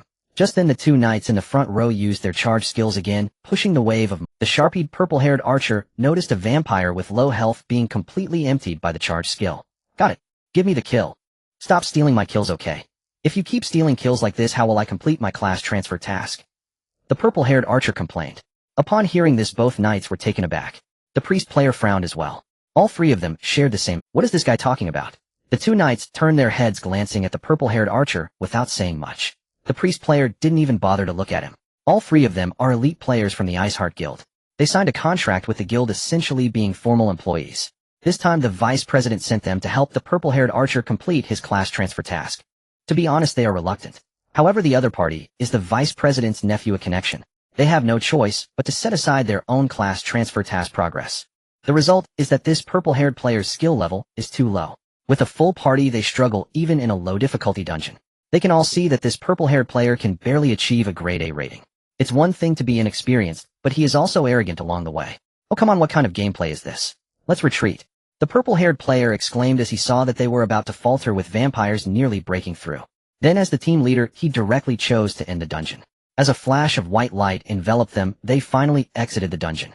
As soon as they were teleported to the dungeon entrance, the purple-haired player noticed someone next to him, holding a list. What are you looking at? Looking at your father now, scram. The purple-haired player couldn't help but curse as he saw the other person glancing at the list while giving him a mocking look. He was already feeling unhappy after just coming out of the dungeon. On top of that, there were always people in the guild mocking him behind his back, saying that he was just a connection. He was holding back his anger, secretly vowing to himself, "Just wait, once I complete my class transfer, I will slap those who mocked me in the face." Hearing his curses, the other party was not angry, but instead smiled even wider. That's him. The sudden shout startled the purple-haired player. Are you an idiot? The purple-haired player felt extremely unlucky, just coming out of the dungeon to encounter a strange player. Meanwhile, not far behind the purple-haired player, a man in black had been waiting for a long time. He rushed towards the purple-haired player at an incredible speed. The three teammates behind the purple-haired player all witnessed this scene, but pretended not to see it. The purple-haired player quickly heard the commotion behind him. He slowly turned around. A fist the size of a sandbag loomed larger in his vision. Qin Shan did not conjure a shield, instead he unleashed a simple, unadorned fist. It felt like returning to the game's earliest days, raw, intimate, and thrilling, like hand-to-hand combat with wild rabbits. His fist slammed fiercely into Zimao's face. A cascade of damage numbers erupted into view. 76370 Black Ape Rush Punch. 7630 Fire. 7640 Shield Bash. 764 Fire. 123 Molten Rocket. 12 Fire. Damage from Venomous Serpent Toxin and Scorpion Barbs omitted. This single fully charged strike embodied 10 minutes worth of accumulated power. In total, it dealt over 90,000 points of damage. The moment the punch landed, Zimao's consciousness shattered. Before he could even register what had happened, his vision plunged into absolute blackness. Only 4 colossal characters filled his entire field of sight. You have died. Zimao's eyes bulged wide as copper bells. What just happened? How was I one shot? It felt like waking from a dream. In that dream, someone had punched him straight out of his neural pod and back into reality. Meanwhile, outside the game, dozens of players' viewpoints had already converged on this spot. Many had already recognized Qin Shan. Holy hell, a one-punch kill. What kind of damage is that? Did anyone notice that avalanche of attack effects? Tell me, that's a tank. Qin Shan shook his head, dissatisfied. He had merely been testing the raw power of the Black Ape Rush Punch. The test results left him underwhelmed. The Black Ape Rush Punch required a full 5 minutes of charging to reach just 10% of its maximum potential. That meant each minute of charging yielded only 2%. A painfully inefficient trade-off. It worked well for explosive bursts, but in prolonged, grueling battles relying on it was utterly impractical. Its sole viable use was catching enemies off guard. Yet for a Class C martial art such an effect was already remarkably impressive. Qin Shan never expected extraordinary performance from this skill. Moreover, perhaps the charging time decreased proportionally with agility. Right now his agility might simply be too low, hence the excessive delay. Perhaps in later stages this technique would truly shine. To the other 3 members of the Bingshin Guild, however, Qin Shan's actions unfolded in an entirely different light. They watched Zimao collapse under the blow, then dissolve into shimmering white light. Then, Qin Shan shook his head, visibly displeased. The guild's female cleric stared, her eyes widening in disbelief. A tank, one punching down an archer, then frowning as if he'd barely warmed up. Could it be? He still held back untapped abilities. Soon enough they recognized Qin Shan too. Unavoidable, he'd become a phenomenon. On Tianyun's official forums, a dedicated section showcased elite combat clips, and Qin Shan occupied prime real estate there. His presence was blazingly popular, not because he followed convention, but precisely because he defied it. Most top-tier players excelled through unique skill mechanics. Elegant footwork, razor-sharp execution, or wildly inventive skill combos. Qin Shan possessed none of that. He wielded only brute force, raw, untamed savage. No finesse graced his movements, no trace of technical artistry lingered in his play. He ruled battlefields solely through peerless durability and bizarrely potent output. It was precisely this austere, unvarnished style, and statistics impossible to replicate, that secured his legendary status on the forums. The moment the Royal City War concluded and the forums reopened, clips of Qin Shan's wild ox formation flooded in. An unstoppable ox rampaged freely through surging crowds. Some players even employed cinematic editing techniques. Grayscale filters, somber despair-laden background, coupled with extreme close-ups of the despair shield. The edits conveyed the Emperor faction's utter inability to pierce his defense, and the crushing, helpless dread of the wild ox's charge. Added to this were slow-motion close-ups of players flung skyward by the ox's impact. Such high-caliber videos instantly garnered massive acclaim. After all, Tianyun's core player base consisted predominantly of teenagers, youthful, open-minded, and quick to embrace novelty. Innovative posts multiplied daily, parodies, remixes, absurd edits, until the epithet, Mountain God, spread organically around Qin Shan. Qin Shan had noticed the remaining 3 Bingshin Guild members long before. They'd teleported in alongside Zimao, and he'd seen them clearly. Now he turned his gaze toward them. They stood rigid with tension, as if facing mortal peril. Both shield-bearers raised their massive shields, locking their unwavering focus onto Qin Shan. Without hesitation, they stepped forward, placing themselves squarely between Qin Shan and their cleric. Xiao Shui, run first. We'll hold them off. One elder shield-bearer spoke, voice low and resolute. They didn't question why Qin Shan had acted. They'd already received the guild-wide alert about the Tianwang Hall blockade. They'd even warned Zimao before he left, but he'd insisted, shouting defiantly. Tianwang Hall has its people. Iceheart Guild has ours too. Let them answer. Does Tianwang Hall fear Iceheart? And yet, the dungeon cleared, and he hadn't even glimpsed his killer before being struck down by the mountain god. Judging by their current predicament, all 3 would likely pay for Zimao's arrogance with their own lives. Brotherly, I won't flee. I'll die beside you. Xiao Shui bit her lip, hesitated, then spoke. As full-time gamers, their progression mattered deeply. Game content unlocked incrementally. Each new layer functioned like a fresh market. Only those who accessed it first could profit. Even a slight delay meant scavenging leftovers. Dying here would force them to relevel and redo their class transformation quests. Hearing Xiao Shui's words, Brotherly shifted tactics. He knew her stubbornness well. Xiao Fan, you take her and go. I'll hold the line. Xiao Fan faltered, torn between duty and loyalty. Qin Shan, watching their dramatic display across the way, twitched at the corner of his mouth. A strange sensation rose within him. Had he somehow become the villain? He withdrew his gaze and turned toward a quiet figure standing nearby, whose ID read, Lang Dachang. This was the wolf cub Zhang who had assigned to guard the gate for Qin Shan. At the sight of that ID, Qin Shan nearly lost composure. Zhang, whose wolf-hunting guild possessed not only an eccentric culture, but also an uncanny flair for naming. Qin Shan spoke. Dachang, do these 3 appear on the list? At the sound of his name, Dachang snapped, upright spine rigid, standing at attention. Report, Mountain God. None are on the list. That single sentence made the trio mid-drama freeze. Ears pricked, every motion arrested. Did you hear that? Just go back where you came from. Qin Shan said to the 3 members of the Bingshin Guild. Seeing that Qin Shan really let them go, the 3 exchanged glances. In the end, it was Li Gu who cleared his throat and spoke up. Thank you for sparing us, Mountain God. Then Xiao Fan and Xiao Shui beside him also followed suit. Thank you for sparing us, Mountain God. After that, Qin Shan ignored the 3 of them. Whether they continued to clear dungeons or left had nothing to do with him. He turned his gaze to Lang Dachang and patted his shoulder. Dachang, you really worked hard. Lang Dachong responded excitedly upon hearing this. Not hard at all, it's what I should do. Our guild leader said we must help the mountain god with all our enthusiasm. Qin Shan smiled upon hearing this. Lang Dachong was quite interesting. He continued, Mountain god you may not know, but our guild leader is actually quite meticulous at heart. Qin Shan raised an eyebrow at this. With his thick brows and big eyes, Lang Dachong's rough appearance seemed completely unrelated to being meticulous. However, this sparked Qin Shan's interest. Do elaborate. Lang Dachong leaned in closer and spoke in a low voice. He said that back in Chang'an he impulsively scolded you and owes you a favor. He has remembered this for a long time. So this time he instructed me to make sure to help you with this matter. Otherwise he wouldn't feel right about it. So Mountain God, rest assured I will definitely keep an eye out these days and inform you whenever someone leaves the city. Qin Shan was taken aback upon hearing this. He recalled that at the end of the Chang'an event Zhang, who had already come to apologize to him. At that time Qin Shan generously let it go because the other party had indeed contributed a lot. Unexpectedly Zhang, who still felt uneasy about it. Thinking of this, Qin Shan couldn't help but chuckle. He hadn't expected that such a tough guy would also have a side that struggled with these matters. However, Qin Shan was not the kind of person who wouldn't reciprocate. Plus Dachong still needed to help him watch the city gate for a few days. With that in mind, Qin Shan looked toward the dungeon entrance not far away. Qin Shan pondered for a moment. The Dragon Tortoise Cave dungeon square still needed 2 days of renovation. The class transfer task had to wait for news from Chunnan, so there was no rush. The grand ceremony of founding the nation would only take place in 3 days. Looking at it this way, Qin Shan actually had nothing much to do right now. Dachong, let's go clear some dungeons together, Qin Shan said as he looked at the dungeon entrance not far away. After all, the matter of settling accounts certainly couldn't be rushed. It wouldn't be fair to make someone guard the city gate for 24 hours. It would be better to take Lang Dachong to clear a dungeon, which would also serve as some compensation. Moreover, Qin Shan could take the opportunity to work on his class transfer task. He had not forgotten that this task required him to accumulate 100 million points of damage taken. Other than killing some monsters, what Qin Shan could do these days was to complete the class transfer task as soon as possible. Lang Dachong's ears perked up, feeling a bit tempted. Because he originally was more of a casual player, he was only at level 58 now. This was also one of the reasons why Zhang Hu sent him, because Dachong didn't need to chase the game's progress and felt no pressure.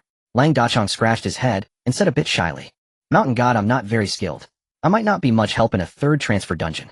Qin Shan smiled upon hearing this, added Dachong as a friend reached out his hand and said, It's fine, you can just hang out on the side. Lang Dachong also reached out and shook hands with Qin Shan. With their hands touching, Qin Shan sent out a party invitation and Lang Dachong accepted. The two then walked straight into the dungeon entrance. The nearby players who were resting naturally heard what Qin Shan had said. Hearing this, they all looked at Lang Dachong with envy. As a light curtain lit up, the two figures disappeared at the dungeon entrance. The surrounding resting players began to express their envy, jealousy, and hatred. So nice, I want to try being carried by a big shot too. Me too, after playing for so long, I can only linger around an A rating. When will a big shot take me to get an S rating? How can I become the Mountain God's teammate? Just immerse yourself in the role of Yishun, and you'll be fine. As a flash of white light past, Qin Shan appeared in the center of a Western-style church. With a quick glance, he noticed the most prominent statue of a goddess in the center of the church. Wow, a Western-style church. Qin Shan couldn't help but exclaim. After clearing so many dungeons, it was his first time seeing a Western-style one.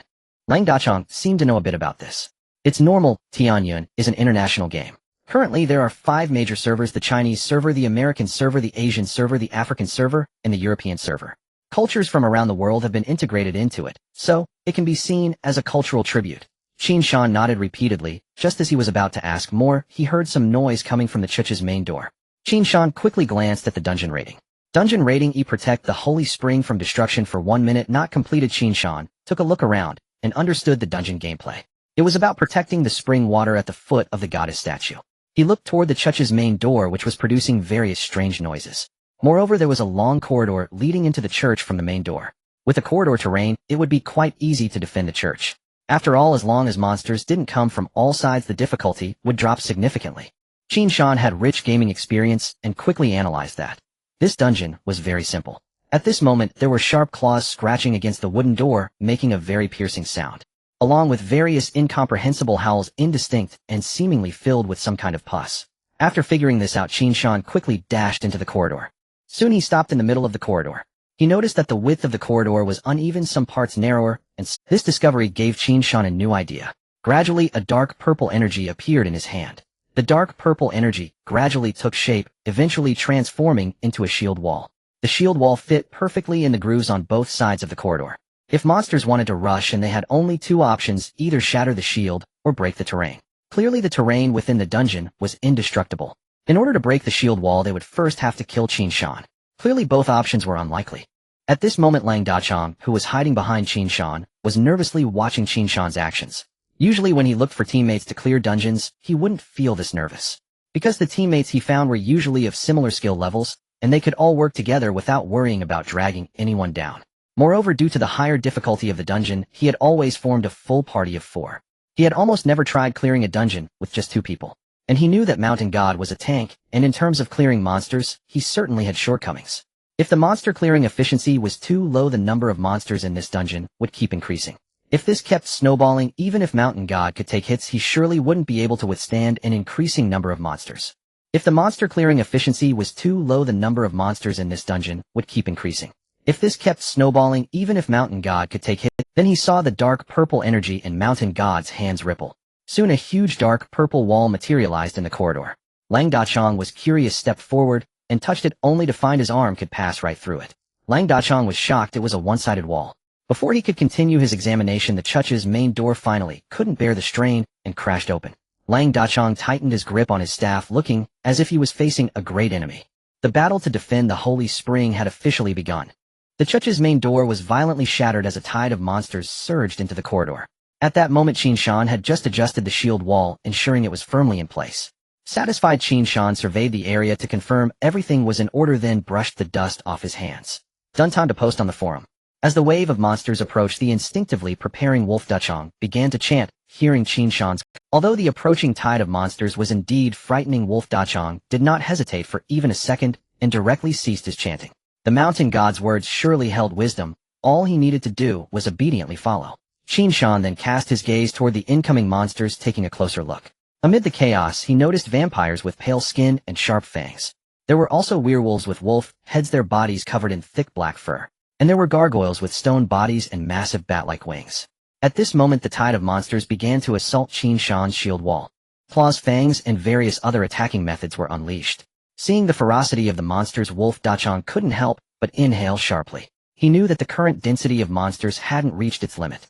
If they didn't take action, the density would gradually increase until it filled the entire corridor. With a worried expression, Wolf Dachang glanced at the health bar above Qin Shan's head. Soon damage numbers began. 231. 1257. 0. 0. No damage, but counts as attack hits. Damage reflection omitted. Countless damage numbers leapt from above Qin Shan's head. Wolf Dachang's eyes widened in disbelief, and he rubbed his eyes. After a moment he squinted again and looked for a while before turning to look inside the church. In his sight the statue of the goddess was clearly visible 50 meters away. Even the old stone cracks on it were distinctly visible. Indeed, his eyes were not playing tricks on him. But why was there a zero situation? Could it be that it was unbreakable?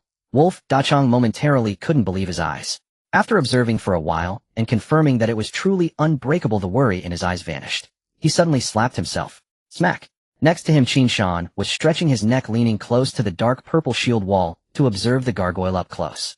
Qin Shan no longer needed to place his hands on the shield wall, as the terrain held him securely in place, completely in an idle state. He could even take a nap right there. Of course, lying in the game pod meant he was in a state of deep sleep. It was even more effective than sleep. At this moment various monsters were squeezed against the shield wall by the tide of monsters behind, creating a somewhat humorous scene. Qin Shan felt like he was watching a zoo through glass, albeit the glass was dark purple. Surprisingly, he realized he hadn't seen many monsters from the western side. It was quite novel, and he considered it a chance to gain experience in the game. Suddenly the sound of a slap caught Qin Shan's attention. "What are you doing?" Qin Shan looked at Wolf Dachang with surprise. Wolf Dachang with a serious expression replied, "I apologize for my mistake." "What mistake?" Qin Shan was momentarily baffled. The members of the Wolf Hunting Guild were indeed enthusiastic, but their reasoning seemed a bit primal. "I shouldn't have had even a hint of doubt about the Mountain God." Qin Shan chuckled at this and said no more. Then Qin Shan looked at his class change task. 1. Accumulate monster damage taken up to 100,500 million not completed. About 10 seconds had passed since the tide of monsters began their assault. In those 10 seconds, he had only taken 5,000 damage. That meant only 5,000 damage per second. With the continuous activation of defensive formation, Qin Shan's shield was getting thicker. At this rate, it would take ages to reach 100 million damage taken. Thinking of this, Qin Shan felt a pang of frustration. He needed to think of a way to improve efficiency. With that in mind, Qin Shan turned around and leaned against the shield wall. By doing so, the 40 damage reduction from the defensive formation's front became ineffective. Furthermore, Qin Shan adjusted his pressure setting. He set the monsters to neutral, receiving a 10 reduction in all attributes. As a result, the damage output from the monsters increased slightly. More monsters could break through defenses and deal damage to Qin Shan. He then checked his damage absorption rate. It had increased significantly with over 7,000 damage absorbed per second. At this rate, he would only need about 23 minutes to complete the 100 million damage absorption. Qin Shan nodded in satisfaction and prepared to start posting on the forum. Meanwhile, Wolf Dachang was curiously standing beside the shield wall observing. It's my first time seeing monsters in such a sightseeing manner. After saying this, Wolf Dachang reached out to touch the shield wall only to have his hand pass right through. In an instant, he was hit by 5 or 6 attacks. Ouch! Wolf Dachang quickly withdrew his hand. Looking at his health bar, it had already dropped by 50. Wolf Dachang wiped the non-existent sweat from his forehead. That was close, he almost died. Seeing the mountain god effortlessly fend off the tide of monsters, Wolf Dachang nearly forgot that these were all third-tier monsters. Those unaware of the situation might think Qin Shan was merely grinding low-level monsters in a beginner village. Mountain god, can this wall be touched? After being slapped and losing half my health, I'm still curious, Wolf Dachang asked. Qin Shan, who had been focused on posting, didn't look up. Yes, you can touch it now. Qin Shan set Wolf Dachang to neutral within the defensive formation. This way he wouldn't have to worry about passing through the formation. This move was one of Qin Shan's usual tricks. He had devoted nearly all his remaining brain cells to developing strategies for the defensive formation.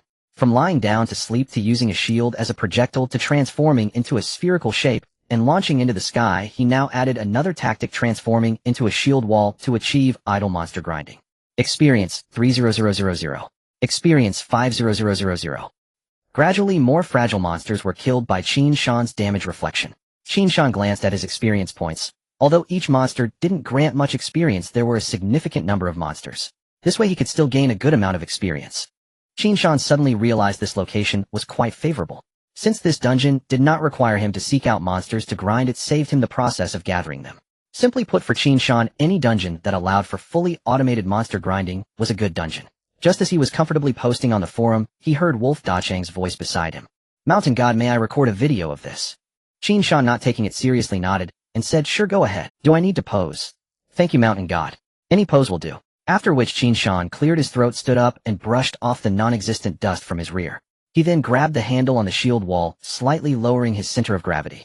Seeing Qin Shan had assumed a combat stance, Wolf Dachang started the video recording. Hello everyone. It's still your familiar Dachang Daily Tour. A passionate voice came from Wolf Dachang. Qin Shan cast a discreet glance. At this moment, Wolf Dachang was reciting his opening lines to the air, somewhat resembling a selfie perspective. I am currently in the eastern part of the royal city, in the Sacred Spring Dungeon. Some viewers might ask, Dachang, aren't you in a dungeon? Why are you recording a video?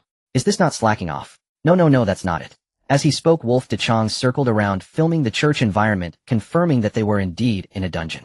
He then walked towards Qin Shan, turning the camera to him and the current wave of attacking monsters. Everyone, look at this person next to me. That's right, I believe everyone should recognize him. This is the figure of our current era. His charge cannot be stopped and his shield cannot be broken. He is the twin stars of Tianshui City, the Terminator of the Battle of Chang'an, the second place in the first national arena competition, the strongest knight who charged in and out of the royal city battle, the shield of despair, Mountain God.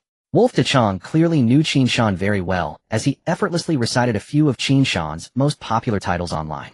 His words flowed smoothly, and although lengthy, they were pleasant to hear. Clearly Wolf Dachang was quite professional, and Qin Shan, hearing this long introduction, couldn't help but feel a bit pleased, the corners of his mouth involuntarily lifting. Unbeknownst to him, his titles had grown so long, some of which he had never even heard himself. Qin Shan slightly tilted his head, making the most of his facial muscles to manage his expression. Then he spoke in the most calm and composed voice of his life. Hello everyone, I am Tai Shan. Qin Shan nodded slightly before turning his head to face straight ahead, as if seriously confronting the monster wave. Our mountain god is very friendly and enthusiastic. He is currently helping me grind the dungeon. He then zoomed in, giving Qin Shan a close-up of him raising his shield. He then moved closer to Qin Shan's dark purple shield, giving a close-up of the monster wave outside. In the close-up, the monster wave was launching a fierce assault, but under the sturdy shield it stirred not a ripple. After several camera movements, Wolf Dachang reached out to touch Qin Shan's shield, and continued. I believe many players are very curious about the mountain god's shield. Let Dachang show you closely. He focused on the shield, and then explained, this is the shield of despair that causes opponents unbearable pain. As soon as the words were spoken, a white light flashed across Wolf de Chong. He had leveled up. His experience bar was nearly full, and teaming up with Qin Shan had earned him half of the experience. Wow. Everyone look, I've reached level 59. Wolf de Chong continued his enthusiastic comment. Qin Shan had no choice but to maintain his pose, not daring to relax easily. After 5 minutes, Wolf de Chong finally ended the video with lingering enthusiasm. Alright, that's all for today. I am de Chong. See you at the same time tomorrow. After de Chong finished, Qin Shan let out a sigh of relief. He then continued to lean against his shield, curiously asking, De Chong, is this your hobby? Wolf de Chong scratched his head and replied with a smile. Yes, but not entirely. What do you mean? I also earn a bit of money on the side because I am a college student thinking of making some pocket money from this. When Qin Shan heard this, he raised an eyebrow, surprised that this could earn money. Since the game launched, he hadn't posted anything on the forum. He didn't even know this could be profitable. Moreover, after de Chong mentioned it, Qin Shan thought of himself. Since the game launched, he had been playing Tianyun full-time. Initially, he thought of developing in the early stages to catch up with the first tier and then consider making money. Now it seemed that his power had already outstripped many. It seemed like it was time to start considering making money. Since the launch, Qin Shan hadn't sold any of the gold he had waiting for the first wave of Tianyun's popularity. He had also read many recent forum posts noticing a significant increase in new users along with new players asking questions. With this in mind, Qin Shan pondered how he could earn money. Based on his popularity, would posting on the forum be feasible? But he still didn't know how to earn money from posting. De Chong, how do you earn money from posting about the game? By relying on everyone's tips. The forum has a tipping function. Wolf de Chong explained. The more popular and interesting the content of the post, the more likely someone will tip. There's also a large group of people who are not playing Tianyun, but they can register as forum users. Qin Shan nodded in understanding. No wonder the account IDs on the game forum are separate from those in the game. Just watching and not playing. The user base for such a group shouldn't be large, right?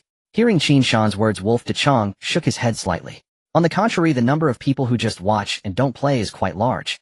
There are many reasons. I'll list a few. First, you need to buy a gaming pod to play. The game Tianyun is different from previous games. It does not support gaming helmets, only gaming pods. Just this point filters out most students as the price is somewhat unfriendly for them. Moreover, even if they save money, their families often do not support the purchase, fearing addiction and academic effects. Additionally, even if the official promotion states that the time in the Tianyun gaming pod can rival deep sleep, many people do not believe this, considering it false advertising. Wolf de Chong seemed very interested in this topic, likely having researched it extensively. With these various factors, although Tianyun has seen an influx of players, it is still in its first wave of popularity. However, there is still a large number of potential users who are in a wait-and-see stage. I have a feeling that Tianyun will become even more popular. The second and even third waves of popularity are surely coming. The content of the video I'm recording now is about some dungeons in the Tianyun game or some daily activities. The main target audience is those who want to play but are still observing or lack the means to play. To help them better understand the game Tianyun. Of course, there are also many players who browse the forum during their work hours, using it as a way to pass time. After hearing this, Qin Shan nodded repeatedly. A large influx of new users would bring tremendous vitality to the game. Various casual players, game studios, and large companies will likely join in. With such a realistic gaming world, the future of Tianyun will only become more prosperous. Qin Shan felt it was time for him to think of ways to earn some money. Having put in over a month of hard work, it's time to start reaping the rewards. Leaning against the shield wall, the sounds of monster attacks echoed behind him. Qin Shan's mind began to race with thoughts. The words of Lang Dachong opened many avenues of thinking for him. Before playing Tianyun, Qin Shan could only think of selling equipment and currency. However, after acquiring the talent of arrogance, he decided to abandon the idea of selling equipment. Firstly, the drop rate for equipment in Tianyun is exceedingly low. Moreover, Qin Shan needed to reserve some for his own consumption. He tried farming low-level dungeons to obtain low-tier equipment. However, the results were even worse. The drop rate for equipment decreased further. It seemed that when players attacked lower-level monsters, the drop rate would plummet. As a result, the possibility of farming equipment was completely eliminated. Of course, there were players with special talents that could increase the equipment drop rate. For example, Yiga had some collectibles that increased the drop rate for equipment. But now it seemed that Qin Shan did not need such things. With his current strength, teaming up with wealthy players to farm dungeons was also a viable path. Qin Shan could easily carry others to farm without any pressure. Alternatively, he could utilize the current overwhelming traffic. Should he post about the game? Qin Shan estimated that his post would attract a lot of attention. But what content should he post? After some contemplation, Qin Shan realized he didn't have much to share. Farming dungeons was simply too boring. It was mostly just entering dungeons and pushing through. Either that or holding up a shield and starting to idle. There was truly nothing exciting to capture. Unlike Yi Gu and the others who had flashy skill effects and thrilling battles with agile movements that created a visually stunning spectacle. Qin Shan was too plain and unadorned. He wondered if others would tire of seeing his posts. However, he personally was already bored. Since he was so bored farming dungeons that he idled while browsing forums, there was nothing worth capturing. With this in mind, Qin Shan shook his head and decided to abandon the idea of posting. Alas, having such high stats could also be a source of trouble. Just as Qin Shan was lost and thought someone sent him a private message. Upon opening it, he saw it was from Yigo. Short song, wow, I just completed the Fire Ant trial. The true owner of Convergence of Fire has arrived. Short song, Shan, go, where are you? I need you for a job change quest. Qin Shan felt puzzled after reading it. What kind of job change quest did this kid need him for? Was he going to use him as a target? With this thought, Qin Shan replied. Tai Shan, is it going to deal damage to players? Short song, you guessed it. Short song, help ED, I can't wait to. Tai Shan provides an address. Short song, okay, I'll head over later for the signature. Tai Shan, no rush, let's meet in 20 minutes, I'm farming a dungeon. Tai Shan, don't you need to guard the city gate? Short song, I was surrounded by fans while blocking the gate. They were too enthusiastic and said they would help me keep watch. It turns out it could be like this. Seeing this, Qin Shan couldn't help but feel that having fans was quite nice. At least sometimes they could lend a hand. Then Qin Shan checked his job change quest. 1. Accumulate a total of 100 million damage taken from monsters. 1. 42 million, 100 million incomplete. 2. Accumulate a total of 10 million damage taken from players. 0. 10 million incomplete. Conveniently, Qin Shan happened to want to ask Yigo to help with task 2. Unexpectedly, Yigo also had such a job change quest. This was a mutual benefit.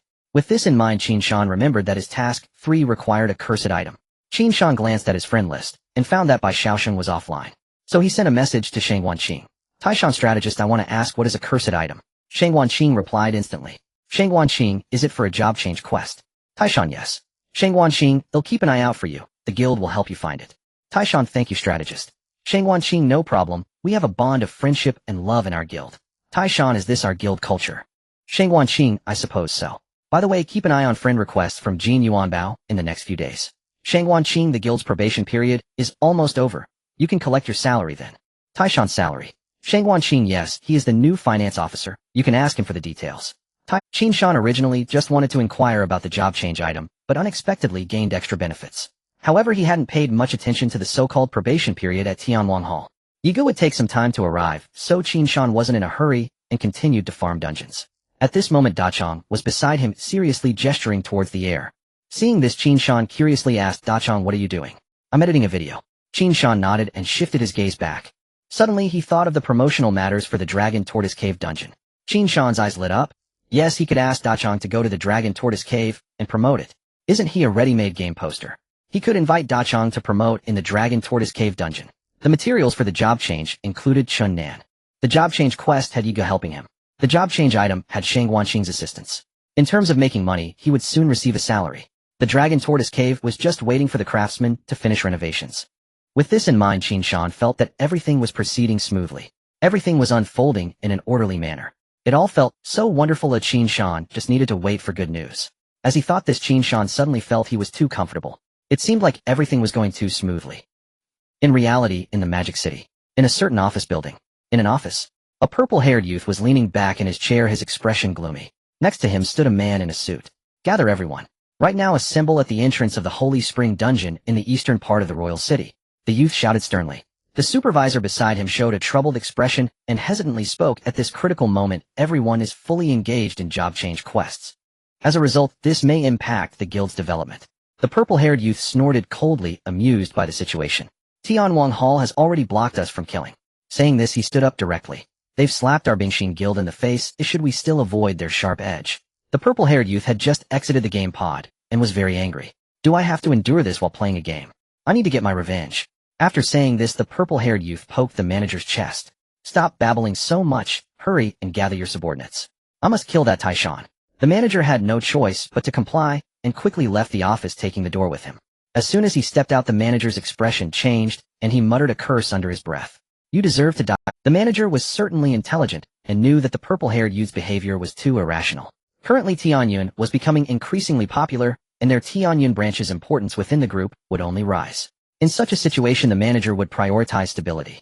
Not to mention, it was the crucial moment for job changes. The manager had already received news that Tianwang Hall intended to hunt down core members. He had long advised everyone on the list to refrain from leaving the city. Tianwang Hall was powerful. It was best to temporarily avoid confrontation and wait for other elite members not on the list to complete their job changes. By then most players would have completed their third job change, allowing for either yielding or fighting without fear of greater losses than now. During such critical moments, skirmishes would only benefit other guilds. In the end, both sides would only suffer mutual losses. Yet the purple-haired youth refused to listen and ended up shouting in frustration. With this thought, the manager couldn't help but curse again. In the royal city at the east city gate, 3 figures were queuing to enter. Among them were 1 priest and 2 knights. "Li Gu, where are we going next?" the player Xiao Fan asked beside him. Upon hearing this, Li Gu raised his head to glance at the line, realizing that it would soon be their turn to enter the city. After a moment of thought, Li Gu looked towards the priest Xiao Shui. "Xiao Shui, if I remember correctly, you only have one last task left for your job change, right?" Xiao Shui nodded gently in response. "Yes, I still need to complete one more task, which requires finishing 10 dungeons and achieving an S rank." Li Gu nodded lightly and patted Xiao Fan on the shoulder. "Xiao Fan, let's help Xiao Shui with her third job change first, and then we'll assist you." Hearing this, Xiao Fan quickly shook his head and waved his hand in refusal. No, Li Gu, help yourself first, I'm not in a hurry." Then Xiao Shui stepped forward again. "You don't need to help me first, so I can take my time with my last task. Let's help Xiao Fan first. Let's help Xiao Shui first. Xiao Fan first. Li Gu first." At this moment, a kind-faced bald monk was also in line behind them. The monk was wearing a tattered robe and was chanting quietly. As the 3 chatted, they suddenly began to push and shove, embroiling themselves in a dramatic display of camaraderie. The monk was startled by the commotion and paused his chanting. Seeing this scene, he was momentarily taken aback and then involuntarily smiled. He subconsciously reached up to touch his bald head and sighed. "Ba, what a harmonious scene." The monk then smiled and shook his head, continuing his chanting. However, this time the monk's ears occasionally twitched, as if he were eavesdropping. Ultimately, under Li Gu's insistence, the plan was finally settled. Just as Li Gu was feeling triumphant, suddenly several messages popped up in the guild channel. The smile on Li Gu's face vanished, and he unconsciously frowned. Xiao Shui quickly noticed the expression on Li Gu's face and asked, "Li Gu, what's wrong?" Li Gu took a deep breath and began to speak. It seems the plan has changed. To check the guild chat. Soon the 2 also finished reading the messages from the guild. The 3 fell into silence. At this moment, Xiao Fan spoke up. "Should we just not go? Yes, the mountain god just spared us a chance. Right, how about we pretend we're not nearby?" Upon hearing this, Li Gu also fell silent, and soon slowly, "We just saw the vice president of the Ice Guild's nephew die. He may be foolish, but he is shrewd in this regard. He knows we're nearby, and if we don't go, we'll likely be fined." Hearing about the fine, the 3 could not help but sigh. Xiao Fan was particularly conflicted. If they go, it would make him seem like a villain avenging himself right after being spared. If they don't go, they would face a fine. The 3 were not well off, otherwise they wouldn't be working full-time for a studio. The fine was quite threatening for them. At this moment, Xiao Fan looked extremely troubled. Life was already tough, so he wished to enjoy freedom in the game. As a hot-blooded youth, he naturally could not accept standing opposed to the mountain god like a petty person. Yet the dilemma he faced now made him feel uneasy. It was as if a little angel and a little devil were battling within him. The little angel softly said, "A fine is just a fine, at least in the game we follow our hearts and seek a certain satisfaction within." The little devil, however, tempted him from the side, saying, "There's no need to be fined over a trivial matter, just go to the scene and don't take action, be realistic." Meanwhile, Li Gu was too preoccupied to notice Xiao Fan. He was searching through his friend list. Soon he finally found the player he was looking for, whose ID was Wolftail. Li Gu's eyes lit up. Found him. He'll contact the members of the Wolf Hunting Guild and have them notify the mountain god. This way, when we arrive at the scene, we can just go through the motions and act. Given the contribution of notifying the mountain god, he would surely not be disappointed in them. As for whether this would betray the guild, Li Gu felt no burden about this. The guild assigns a plethora of trivial matters every day, and the pay is low. During regular team runs, they even have to share their loot with the guild, which is simply pitiful. Li Gu felt no sense of belonging to such a guild. Quickly, he sent multiple messages to his acquaintances in the Wolf Hunting Guild. He hoped the other party could see the messages in time and notify appropriately. Li Gu prayed in this manner. Then he turned to Xiao Fan, ready to share his plan. But just then a voice interrupted him. A peaceful voice came from behind Xiao Fan. "Dear young friends, do you have any?" A monk in a tattered robe smiled as he patted Xiao Fan's shoulder. It turned out that the monk had been eavesdropping and noticed Xiao Fan's dejected demeanor, prompting him to approach. The sudden turn of events left the group stunned. They glanced at the messages, which were filled with question marks. They then scrutinized the newcomer's attire. A monk. He seemed to be an NPC. Li Gu also looked at the monk with a puzzled expression. Why did an NPC suddenly initiate conversation? The group was bewildered and looked at the monk with confusion. Seeing their puzzled expressions, the monk introduced, "This humble monk's name is Du. You may call me Master Dui." Li Gu was taken aback. What was going on? Did he trigger some hidden plot by meeting special conditions? He just wondered what benefits might be involved. Xiao Fan and Xiao Shui looked at Li Gu, waiting for him to make a decision. "It seems you young friends are troubled by something weighing on your hearts. If you don't mind, this humble monk can offer a little. Upon hearing this, the three were taken aback. Are NPCs now helping players too? So advanced. The corners of Li Guest's mouth twitched as he fell into shock. What was happening? A monk appeared out of nowhere offering to help. Before Li Gu could speak, Xiao Shui instinctively widened her eyes and asked the peculiar NPC, "You're not a player, are you?" It wasn't impossible, as a small number of players now possessed items that prevented detection. For example, the human skin mask used in a previous quest by Qin Shan, though it was a temporary quest item. At this moment, Li Gu saw a reply from Wolftail stating that the message would be delivered shortly. Since the message would be delivered soon, this matter seemed to be resolved. Thus there was no need for any so-called help from the monk. Li Gu sighed in relief and said, "No need, thank you for your kindness, master." Upon hearing this, the monk raised an eyebrow and replied, "No, you need it." Soon the monk left with leaving the group to ponder over the flowing golden Buddhist seal in their hand. Xiao Fan scratched his head and remarked, "Are NPCs nowadays so peculiar?" As the last number bounced, the health bar of Wolf Dachong quickly filled up. Goodness, look at that health. Wolf Dachong was at a loss for words in surprise. He could tell that Qin Shan hadn't used any healing skills. This must be an aura skill. Wolf Dachong had some understanding of this.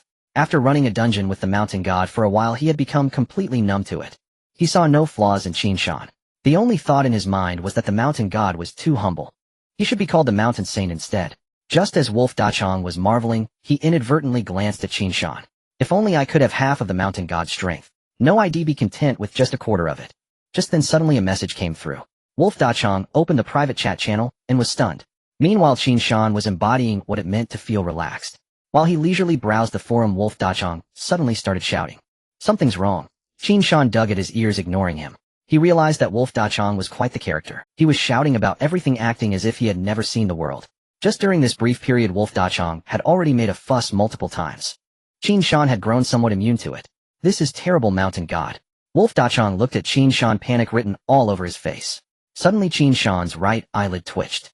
As the saying goes, left eye twitches bring wealth, right eye twitches bring disaster.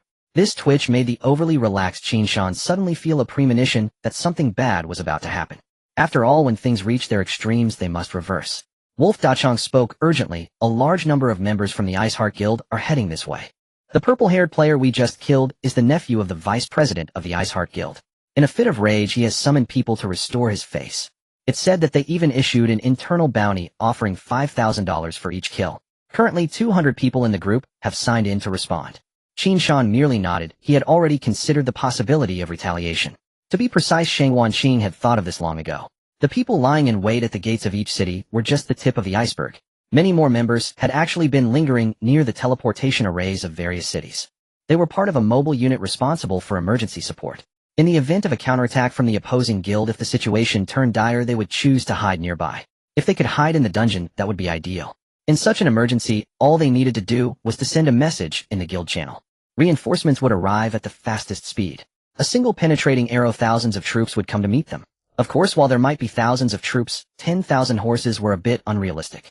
After all guilds have a limit on the number of members. Currently the limit is 1,000 members, and all guilds are the same. Perhaps due to the version not being fully updated, there is no channel to increase the guild member limit at present. Qin Shan had also learned some internal information. During a chat with Yi Qing, she revealed an astonishing, currently aside from 1,000 official members, the Heavenly King Hall has more than twice that number of reserve members. This is all thanks to the prestige the Heavenly King Hall has accumulated over time. Since the opening of the server, the Heavenly King Hall has emerged prominently, leading the entire nation as a frontrunner.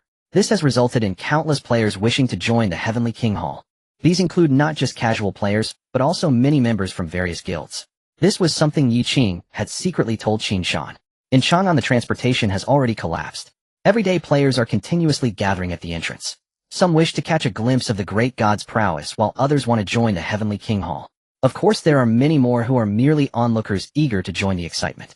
This is also the confidence behind the Heavenly King Hall's recent cleanup operation. Therefore, in Qin Shan's view, the Ice Heart Guild's counterattack was not a big deal. Just a bit of wind and frost. But then he suddenly noticed a blind spot and looked at Dachong. Is your guild's information network that efficient? Qin Shan looked at Wolf Dachong in surprise.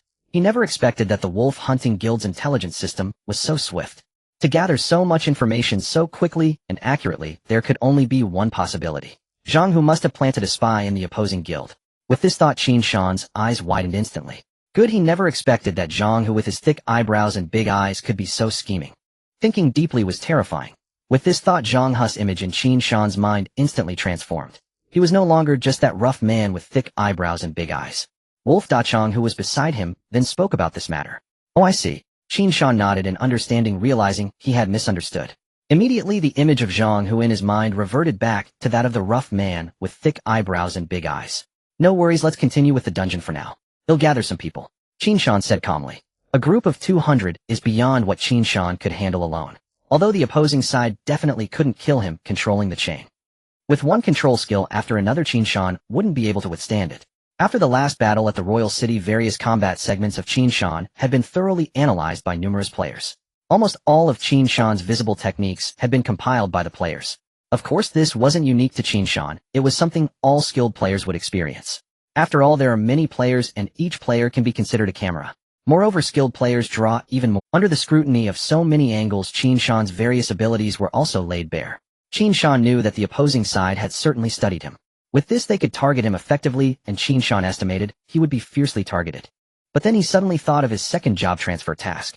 Could it be that he was just waiting for an opportunity? He was just worried about how to deal with player damage absorption, and this came right on time. With this thought, Qin Shan's eyes suddenly brightened. He then looked at Wolf Dachang beside him. Dachang, when the fight starts, I might not be able to look after you. Shall we just pause here for today? Qin Shan patted Wolf Dachang's shoulder and said. Qin Shan's reasoning was, with a group of 200, Qin Shan definitely couldn't protect Wolf Dachang. Therefore, in order to mitigate damage, Qin Shan first needed to send Wolf Dachang away. Upon hearing this, Wolf Dachang merely nodded obediently. He also knew that if a fight broke out, he would only hinder Qin Shan. Seeing Qin Shan's reaction, he understood that Qin Shan must have devised a countermeasure. After all, the opposing side was a hot figure in the Heavenly King Hall. After initially panicking, Wolf Dachang had now calmed down. To gang up on the top expert of the Heavenly King Hall, one must first consult the members of the Heavenly King Hall. With this thought, Wolf Dachang suddenly clasped his hands together, closed his eyes, and bowed his head, knocking on his chin. What are you doing? Qin Shan was puzzled, not knowing what kind of antics Wolf Dachang was up to. Since the other party has already begun to gather and head towards the dungeon entrance, Qin Shan had no choice but to lead Lang Dachang to exit the dungeon first, allowing Lang Dachang to escape on his own. Otherwise, if they delayed any longer, Dachang might not be able to escape. Dungeon settlement completed. A level evaluation. Contribution points 2,000. With the contribution points increasing by another 2,000, Qin Shan glanced at his own contribution points. Contribution points 250000. He had almost forgotten about the contribution store during this period. The items in the contribution store do not refresh. Qin Shan speculated that this store might just be a benefit for players in the early stages. It allows players to have a stable channel for acquiring skills in the early stages, ensuring a smoother transition for players of Tianyun and guaranteeing a certain gaming experience. To prevent unlucky players from being unable to obtain skill books and subsequently quitting the game in tears. When Qin Shan had just left the novice village, he had specially teamed up with Ye Gu to farm for several days and nights to buy night skills. Since then, Qin Shan had not visited again, as those skills were all clever. Qin Shan's Knight's Guardian was purchased from the contribution store. It can increase the damage reduction by a full 20 for players within a 50-meter radius. As a clever skill, it is evidently quite overpowered. This is the divine power of laziness. Regardless of the skill level, it can potentially transform into a strength comparable to this level. On the surface, it is clever, but the strength of Knight's Guardian rivals that of a level skills, even surpassing them to some extent, since Qin Shan's physique can convert additional agility. As for skills of the archer class, he can also perform to some extent. It seems that he needs to find time to visit the contribution store again after this trip. After exiting the dungeon, there were already scattered players from the Ice Heart Guild arriving around him. They were chatting together, appearing relaxed and at ease. Suddenly, one sharp-eyed player caught sight of Qin Shan. His expression changed, and he subtly informed his companions of his discovery. The group of people gathered together instantly changed their expressions, unable to control their gazes towards Qin Shan. Soon they pretended not to know him, and exchanged polite handshakes, acting like nearby players resting. Let's team up next time, buddy. Sure, let's collaborate next time. They shook hands, pretending to be strangers, teaming up. Both Qin Shan and Lang Dachang saw this. When they first came out, their chatter was the loudest. The two silently observed their poor acting skills without revealing their awareness. Then Lang Dachang glanced around and spoke. Mountain God, I'll be leaving first, take care. Alright, be careful on the way, and remember to contact me if you encounter any danger. It can be anticipated that on the way back to the city, Lang Dachang would definitely encounter many players from the Ice Heart. It's possible that someone might recognize him and may take their anger out on him. Qin Shan was not afraid, but he worried that Lang Dachang would be affected because of him. Lang Dachang was momentarily taken aback, then smiled and said, "Don't worry, Mountain God, our wolf hunting guild is never afraid of trouble. Who doesn't know that our guild leader is notoriously protective? Lang Dachang's words were filled with pride and confidence. Although he was alone, now he had all the members of the Wolf Hunting Guild backing him. He believed that the other party wouldn't dare to touch him unless the Iceheart Guild went mad and offended two major guilds at once. Even if they did, he wouldn't be afraid. Because the guild would definitely support him, Lang Dachang understood his guild leader's temperament. Not just him, all the members of the Wolf Hunting Guild felt the same. Upon hearing this, Qin Shan also felt relieved. Dachang's words revealed a sense of belonging to the guild. He hadn't expected Zhang Hu's guild culture to be so peculiar, yet surprisingly effective. Watching Lang Dachang's figure depart, Qin Shan turned his attention back to the few players from the Iceheart Guild. They had been idly watching Qin Shan pretending to be busy. Qin Shan did not intend to act hastily, and simply played along with their charade, pretending to be unaware. One player, seeing Qin Shan's gaze, squatted down to observe the ants. Then as Qin Shan shifted his gaze, the player let out a sigh of relief. Qin Shan looked at another player, who quickly started picking at his fingers. Seeing this scene, Qin Shan suddenly felt a burst of mischief. These players seemed to have absolutely no acting. As soon as they were spotted by Qin Shan, they would trigger a fixed action. Qin Shan's gaze returned to the player who was initially watching the ants.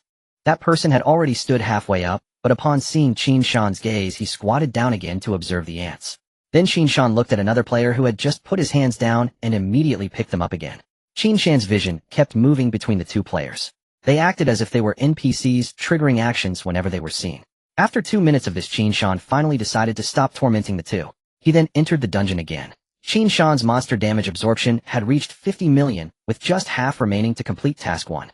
Qin Shan had already sent messages in the guild channel and communicated the tactical plan. In the plan, Qin Shan would be akin to bait, an indestructible bait. Now they just awaited everyone to gather. Once Qin Shan's figure finally disappeared, the guards outside finally breathed a sigh of relief. They were truly a bit afraid that Qin Shan would suddenly explode and kill them all. As for resistance, that's a joke. According to various tech bloggers' analyses online, Qin Shan's tankiness had reached an unfathomable level. They still had some self-awareness. Choosing to resist was no different from courting death. As for running away, dispersing to run, it would be lucky if one could escape. Don't be fooled by Qin Shan being a tank. His agility is not low at all. Moreover, the other party had taken out the vice president's nephew with a single punch. They had no doubt that it would be easy for Qin Shan to kill them. And most importantly, if they alarmed him and he chose to run, they wouldn't be able to keep him. Thus, this operation declared an end before it even started. After Qin Shan entered the dungeon, the few of them regrouped. Phew, that was close. We should not have been discovered, right? Really not. Why do I feel like the other party already knows? Impossible. With our acting skills, how could we possibly be discovered? Then they looked at the player who had just been counting ants. That player was now standing there in a daze, and upon seeing the gazes of the others, looked a bit confused. Why are you all looking at me? You were looked at the most, you must have felt it the deepest. Tell us, did we expose ourselves? That player sniffed and said, I'm not sure about that, but there is one thing I am clear about. What is it? Hurry up and say it. The ants on the ground here are really quite large. He said seriously, and I have another astonishing discovery. In a typical ant colony, soldier ants make up about 5 to 10. I just counted 100 ants, and there were exactly about 8 soldier ants. This meets expectations. Tianyin has made everything so realistic and detailed. The ant player said excitedly at this point. The others fell silent upon hearing this. This kid really counted the ants, huh? He's quite honest. Soon 10 minutes passed. At this time, around 100 players from the Iceheart Guild had gathered outside the Holy Spring dungeon. The entrance was bustling with various sounds. The unusual commotion was naturally noticed by many players nearby. The scattered players close to the entrance felt something amiss and moved further away. Some players who witnessed the entire scene realized that this was an act of revenge against Qin Shan. After all, it was evident to anyone with clear eyes that the atmosphere was rather strange. At this moment, many players from the Iceheart Guild were surrounding a player dressed in a purple robe like stars surrounding the moon. He held a white bone staff in his hand. Various flattering and surprised voices emerged from the crowd. Wow, he reached the third transition so quickly, it seems like this time it's secure. Yes, our god Ku Hai Wuya defeating a second transition with a third transition, isn't that a dimensional crush? It's secure. Everyone remember to record this and show the world the prowess of our Iceheart Guild. The crowd chimed in, making the purple robe player with the ID Ku Hai Wuya quite pleased.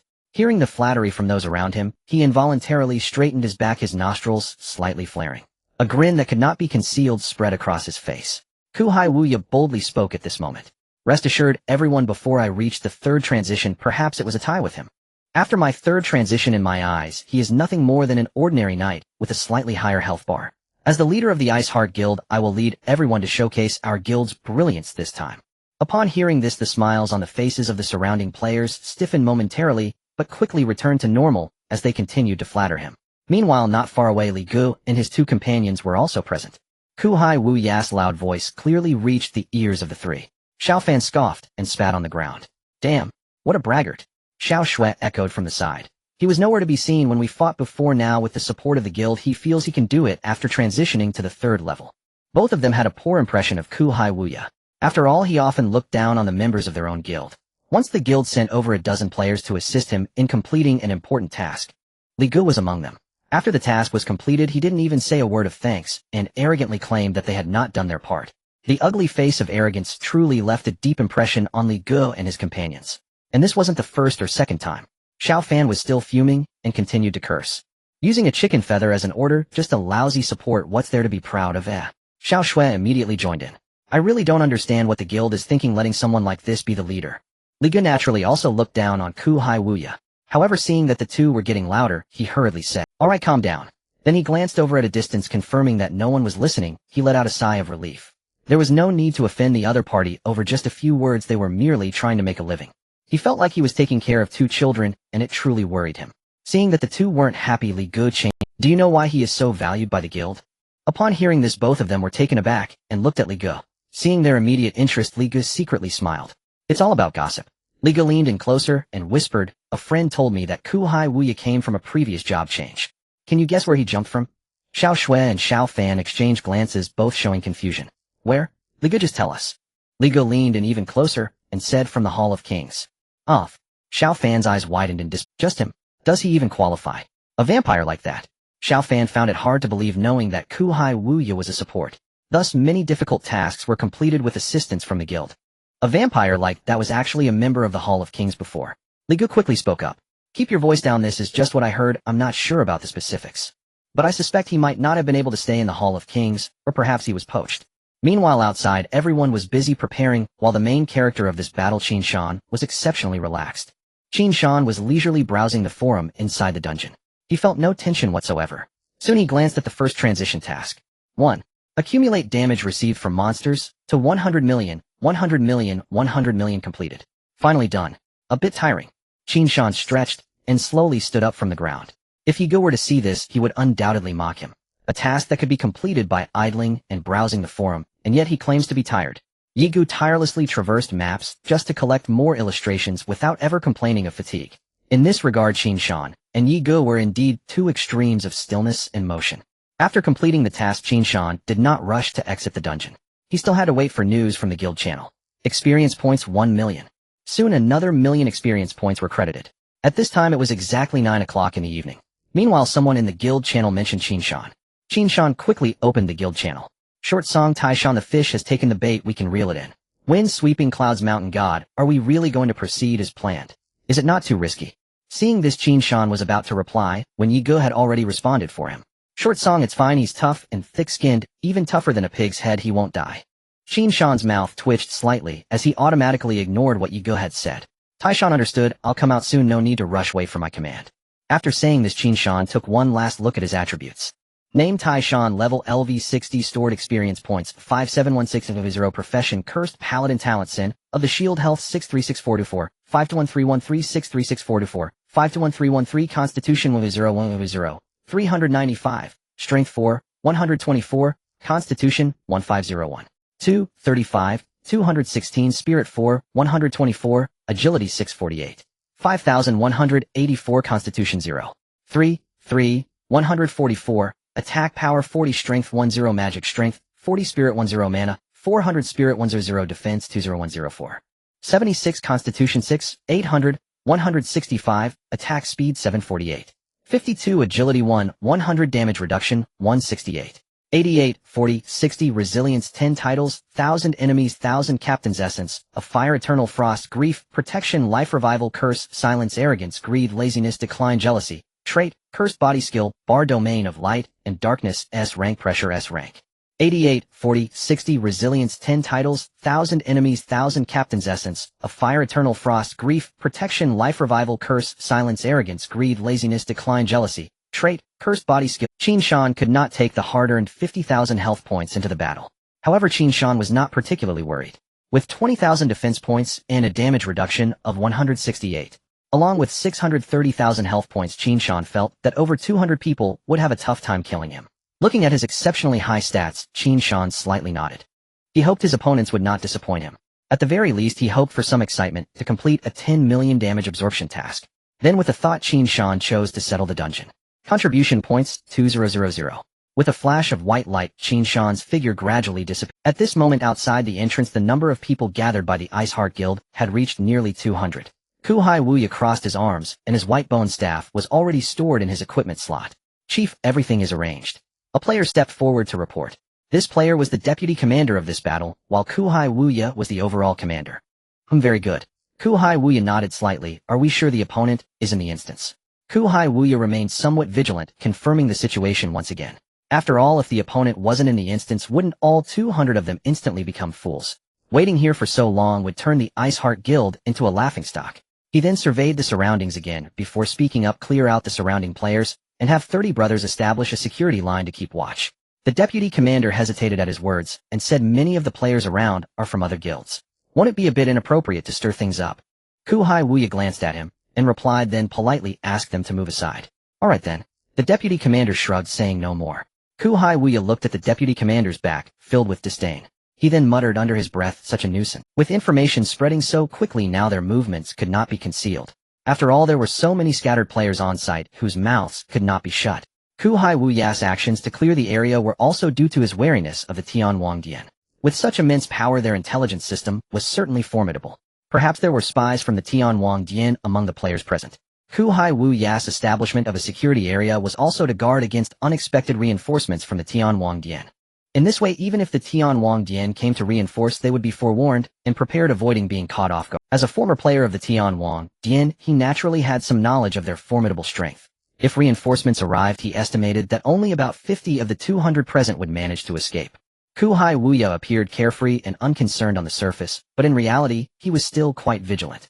Soon the surrounding players were cleared, and the 200 individuals at the entrance of the instance were already in formation. Everything was ready, only waiting for Qin Shan. Everyone was anxiously anticipating Qin Shan's arrival. The atmosphere grew somewhat tense. Not long after, a white light flashed at the entrance. All the players present wore serious expressions. The players responsible for control had already begun to chant. As the white light gradually dissipated, 4 figures slowly emerged. Kuhai Wuya clicked his tongue. The 4 players who came out were random players. At that moment, the 4 random players had just walked out of the instance. They immediately took in the scene around them, and saw dozens of knights ahead raising shields surrounding the area. Behind the knights were dozens of warrior players. Further back were the encircling mages, archers, and priests. The random players had never seen such an encirclement, and were instantly taken aback. Whoa, don't kill me.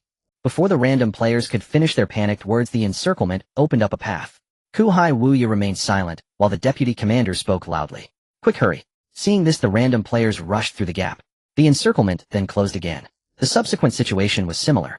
Occasionally white light flashed by, and the results were always random players. Each time Kuhai Wuya saw a random player, he clicked his tongue. After more than 10 instances of random players, his patience finally wore thin. Wait, is Taishan really inside? Are we being played?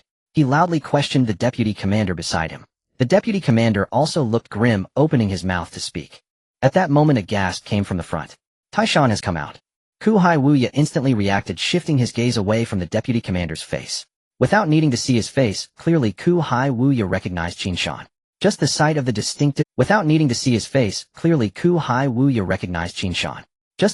distinctive dark purple shield in his hand was enough. Quick! Control Group 1 and 2 move in. Do not focus fire yet. Kuhai Wuya hurriedly commanded. Without needing much instruction, the players responsible for control had already completed their spell casting.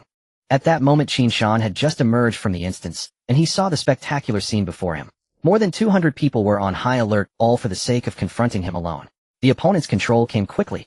Qin Shan immediately noticed something unusual beneath his feet. Vines were already coiling around his legs, growing upwards. In addition to the vines, layers of ice crystals began to form on the surface of his body. Qin Shan was quite familiar with this sensation, the precursor to being frozen. Without any hesitation, he reacted immediately. While the control had not fully taken effect, Qin Shan skillfully lifted his large shield, and then lay down on the ground, covering himself with the shield. Although Qin Shan anticipated that the opponent's assault would be fierce, he did not expect them to strike immediately without giving him a chance to speak. Qin Shan had even thought of an opening line. In his script, the opponent should have taunted him first. Then he would demonstrate what it meant for Qin Shan to crumble before their eyes without changing color. He even planned to throw in a couple of famous quotes before making a move. Instead, he was met with a chain of control, leaving him no time to speak. Before long, Qin Shan gripped the shield, but he and the shield were bound by the vines. Then he was encased in ice, becoming an ice sculpture. Meanwhile, the players who released these two control skills also suffered backlash. Some were bound by vines, while others also turned into large ice blocks. Kuhai Wuya had long anticipated this. They had prepared for Qin Shan's trick. Thus, he specifically instructed the players responsible for control to split into small groups, taking turns to cast control skills to keep Qin Shan restrained. Seeing Qin Shan raise his shield and use the turtle shell tactic, a cold smile appeared at the corner of Kuhai Wuya's mouth as he spoke. Control Group 3. It must be said that the players of the Ice Heart Guild were quite disciplined. Although there were many people on the scene, it was very quiet, with everyone waiting for commands. With a single command from Kuhai Wuya, several players unleashed their skills. As he cast, the ground beneath Qin Shan's feet instantly softened, quickly transforming into a small marshy area. Then two arms made of soft earth emerged from the marsh. Although Qin Shan had turned into an ice sculpture, he was still visible. With the move Boundless Bitter Sea, Qin Shan was flipped entirely onto his back, successfully evading the 40 damage reduction and doubled counter damage effects emanating from the front of the Fanyuan formation. Yet Qin Shan had anticipated precisely this scenario. After all, players were no fools. Anyone who had watched his combat footage and devoted even modest analysis would inevitably decipher this tactic. First, unleash every debuff skill upon him. Let us see just how high his stats truly are. The mascot, find your position now. Prepare concentrated fire. Unleash all ultimate abilities. All third-tier players stand by. As Kuhai Wuya observed the battle unfolding entirely under his command, a subtle growing smile curved his lips. Start recording. Capture this entire battle. Let Tianwang Hall witness how their mountain god is crushed, broken, and slain. Kuhai Wuya issued commands, while simultaneously reminding everyone to begin recording. Once Qin Shan fell, multiple angle combat footage would be compiled and released. Let those online fans who had idolized the mountain god see their hero's humiliating collapse. At the thought, Kuhai Wuya trembled with exhilaration. Meanwhile, among the frontline knights, Xiao Fan and Brother Li exchanged uneasy glances. Brother Li's brow furrowed deeply as his gaze flickered restlessly across the battlefield. Strange, hadn't word already reached them? The battle had already erupted. Why had Tianwang Hall's reinforcements yet to arrive? Brother Li found himself genuinely anxious for Qin Shan. Though once adversaries, players universally revered Qin Shan's dazzling feats in Tianshui City and Chang'an City had become legendary. Every shield-wielding knight aspired to emulate him. In Tianyun, some even claimed hyperbolically that no shield user existed who did not long to become Qin Shan. Though exaggerated, such praise revealed Qin Shan's immense popularity, and Brother Li and Xiao Fan were no exception. This very admiration partly motivated Brother Li's warning. After all, Qin Shan was his idol. Seeing the crowd control chain unfold smoothly and methodically, Brother Li momentarily set aside concerns for Tianwang Hall. He glanced discreetly at Xiao Fan and gave a faint, deliberate nod. Xiao Fan's eyes had never left him, waiting precisely for that signal. The moment Brother Li nodded, Xiao Fan sprang into action. No one noticed the golden light shimmering across their shield-bearing hands, or the fleeting streak of gold flashing within their pupils. Then their lips began moving silently. Golden bell shield, golden bell shield, golden bell shield. Meanwhile, Xiao Shui in the rear received Brother Li's private message. A glint of gold flashed in her eyes too, and her lips likewise moved soundlessly. This was the gift bestowed upon them by Monk Dewey. A unique, one-time use ability. Each of the three had received it. By locking eyes upon a target and reciting sutras, they could cast protective effects upon that ally. Since none knew sutra chanting, Monk Dewey had simplified it into an accessible version, merely repeating Golden Bell Shield. Aloud would steadily accumulate a protective barrier around the target. And the faster they chanted, the thicker the barrier grew.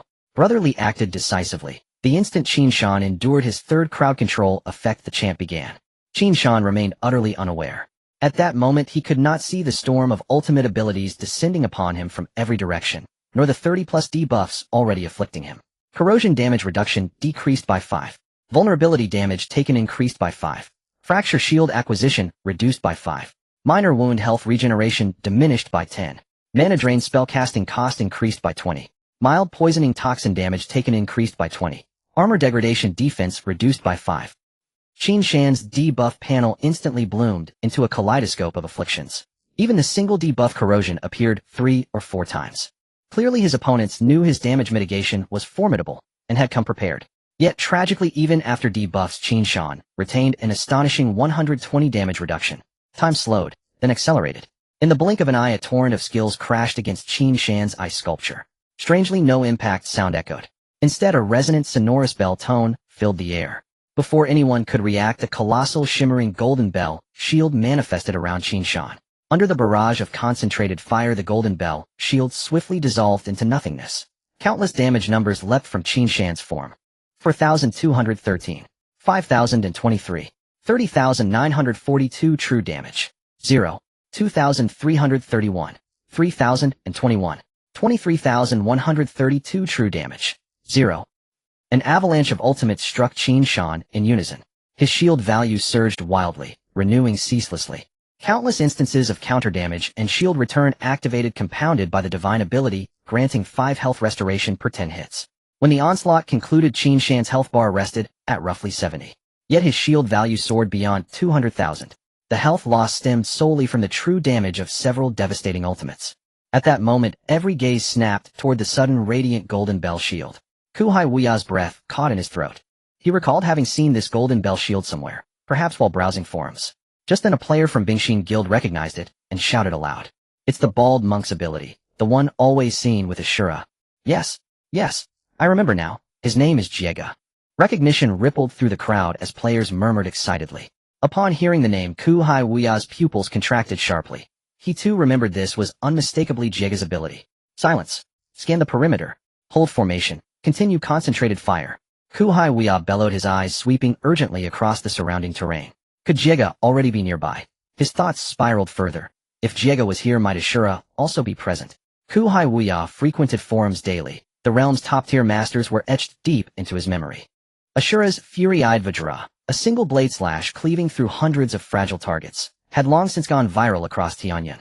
If Ashura materialized unseen and struck now, their backline would collapse instantly.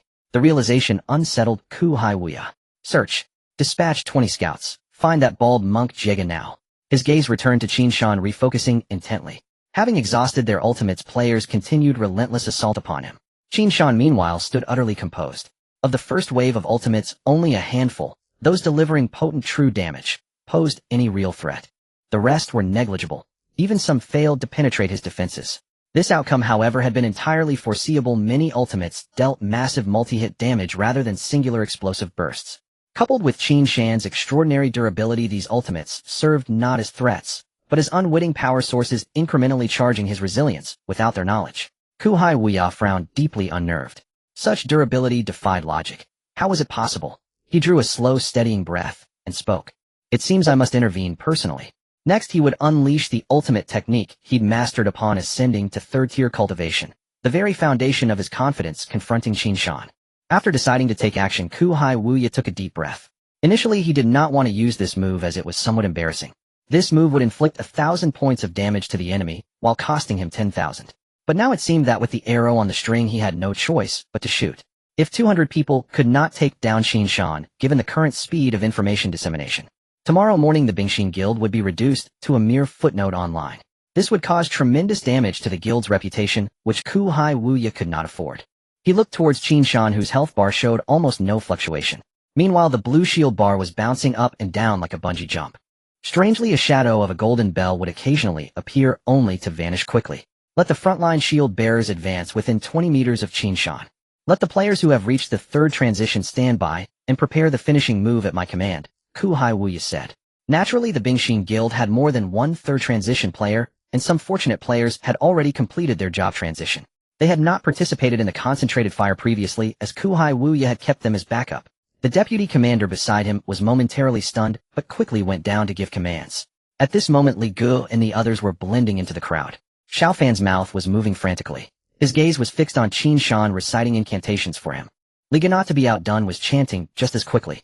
The crowd continued to concentrate their fire with an overwhelming array of skill effects hitting Qin Shan.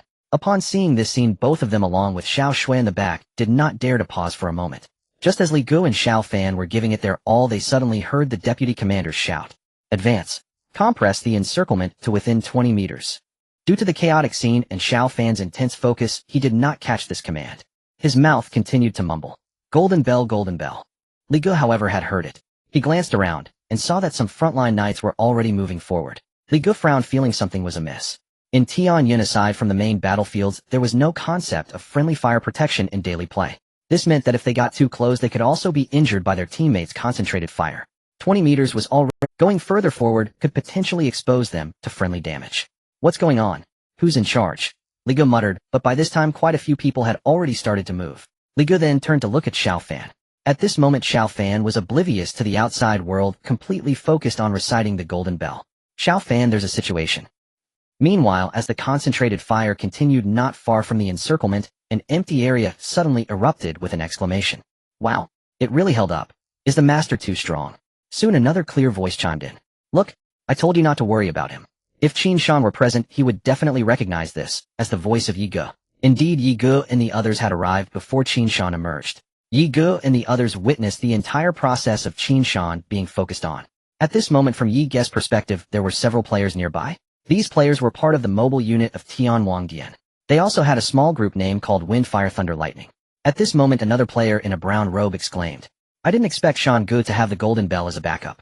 Such attention to detail. While exclaiming, the player nodded repeatedly. His worries finally eased. This player was Feng Wanyun, the leader of the Wind Fire Thunder Lightning group. Seeing Qin Shan take hits so well, Feng Wanyun felt reassured. Initially, when he saw Qin Shan being focused, he had been sweating profusely, fearing that Qin Shan would be instantly defeated. But now, seeing Qin Shan's stable health bar, he felt completely calm, even having the leisure to chat. He then turned his gaze to a player standing nearby. That player was dressed in all black and had a black scarf covering his face. Old thief, how long until the group invisibility ends? Half an hour. Upon hearing the answer, Feng Wanyun nodded lightly. Half an hour should be more than enough. As the group leader of this counter-cleaning operation, he naturally knew the entire plan. He also understood that Qin Shan was using the damage from the enemy to complete his job transition. If conditions allowed, they would wait for Qin Shan to complete the task and send out a signal. However, if circumstances changed, such as if the enemy's attack became too strong, once Qin Shan was in danger, they would take action immediately. In simple terms, they could farm more as long as it was within a controllable range. If the situation ever seemed likely to spiral out of control, Feng Wanyun would immediately give the order to act. Just then Yi Ge glanced around curiously and asked, Does our Wind Fire Thunder Lightning group have any other members? Yi Ge was not part of the mobile unit. He just happened to come looking for Qin Shan. He coincidentally ran into this counterattack operation and went along with the arrangements. Feng Wanyun was momentarily taken aback and smiled, saying, Yi Ge, do you not trust our strength? Yi Ge quickly waved his hands in response. I'm just curious about how the few of us will deal with the 200 people on the other side later. Feng Wanyun smiled, but did not answer directly, instead countering with a question. Typically mobile units are equipped with 20 to 30 people. Yet our group only has 7. Can you guess why? Because you are too strong. Correct, but not entirely. Feng Wanyun shook his head. Because our group consists of carefully selected members, and there is one very important reason. At this point, Yi Ge's curiosity was fully piqued by Feng Wanyun. He quickly asked, Come on, Feng Ge, stop keeping me in suspense. Just tell me already. Because we are all at the 3rd transition, Feng Wanyun replied calmly. Upon hearing this, Yi Ge found it somewhat expected, as some job transitions could vary. Some players transition quickly, while others take time. With so many players in Tian Wangdian, there would surely be quite a few lucky players who transitioned to the 3rd level in a short time. Yi Ge believed that a portion of players must have already stepped into the 3rd transition. Thinking of this, Yi Ge stroked his chin and spoke. I only know that transitioning from 4th to 5th is a qualitative change due to the life soul. But for the 3rd transition, I'm not too clear. The 3rd transition is actually a massive qualitative change for players. After the 3rd transition, every player possesses their ultimate move.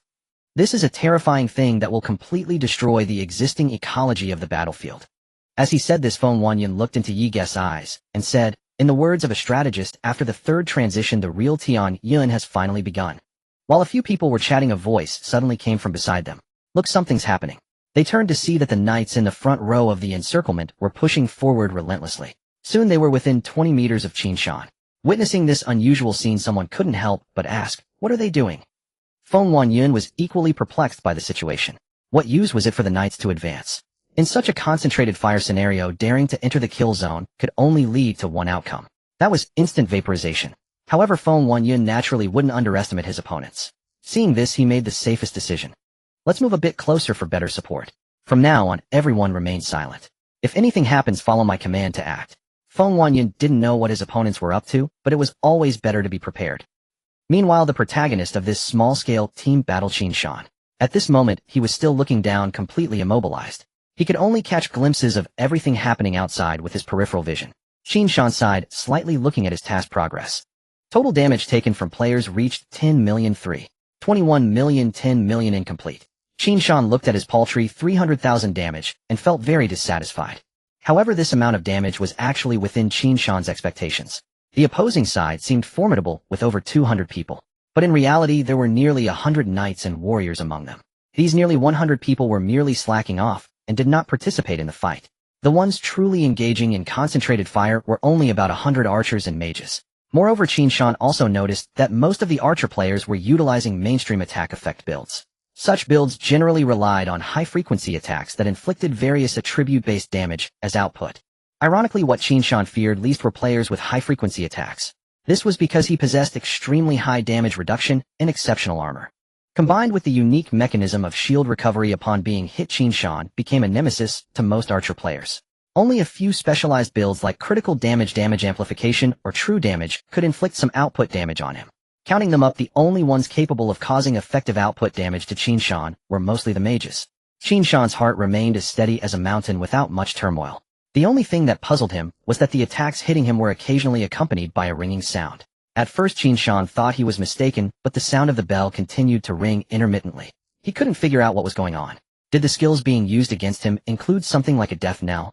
However, being encased in ice, Qin Shan couldn't see the golden bell shadow surrounding him. Naturally, he was unaware of the true situation. Little did he know that at this moment 3 people were tirelessly praying for him.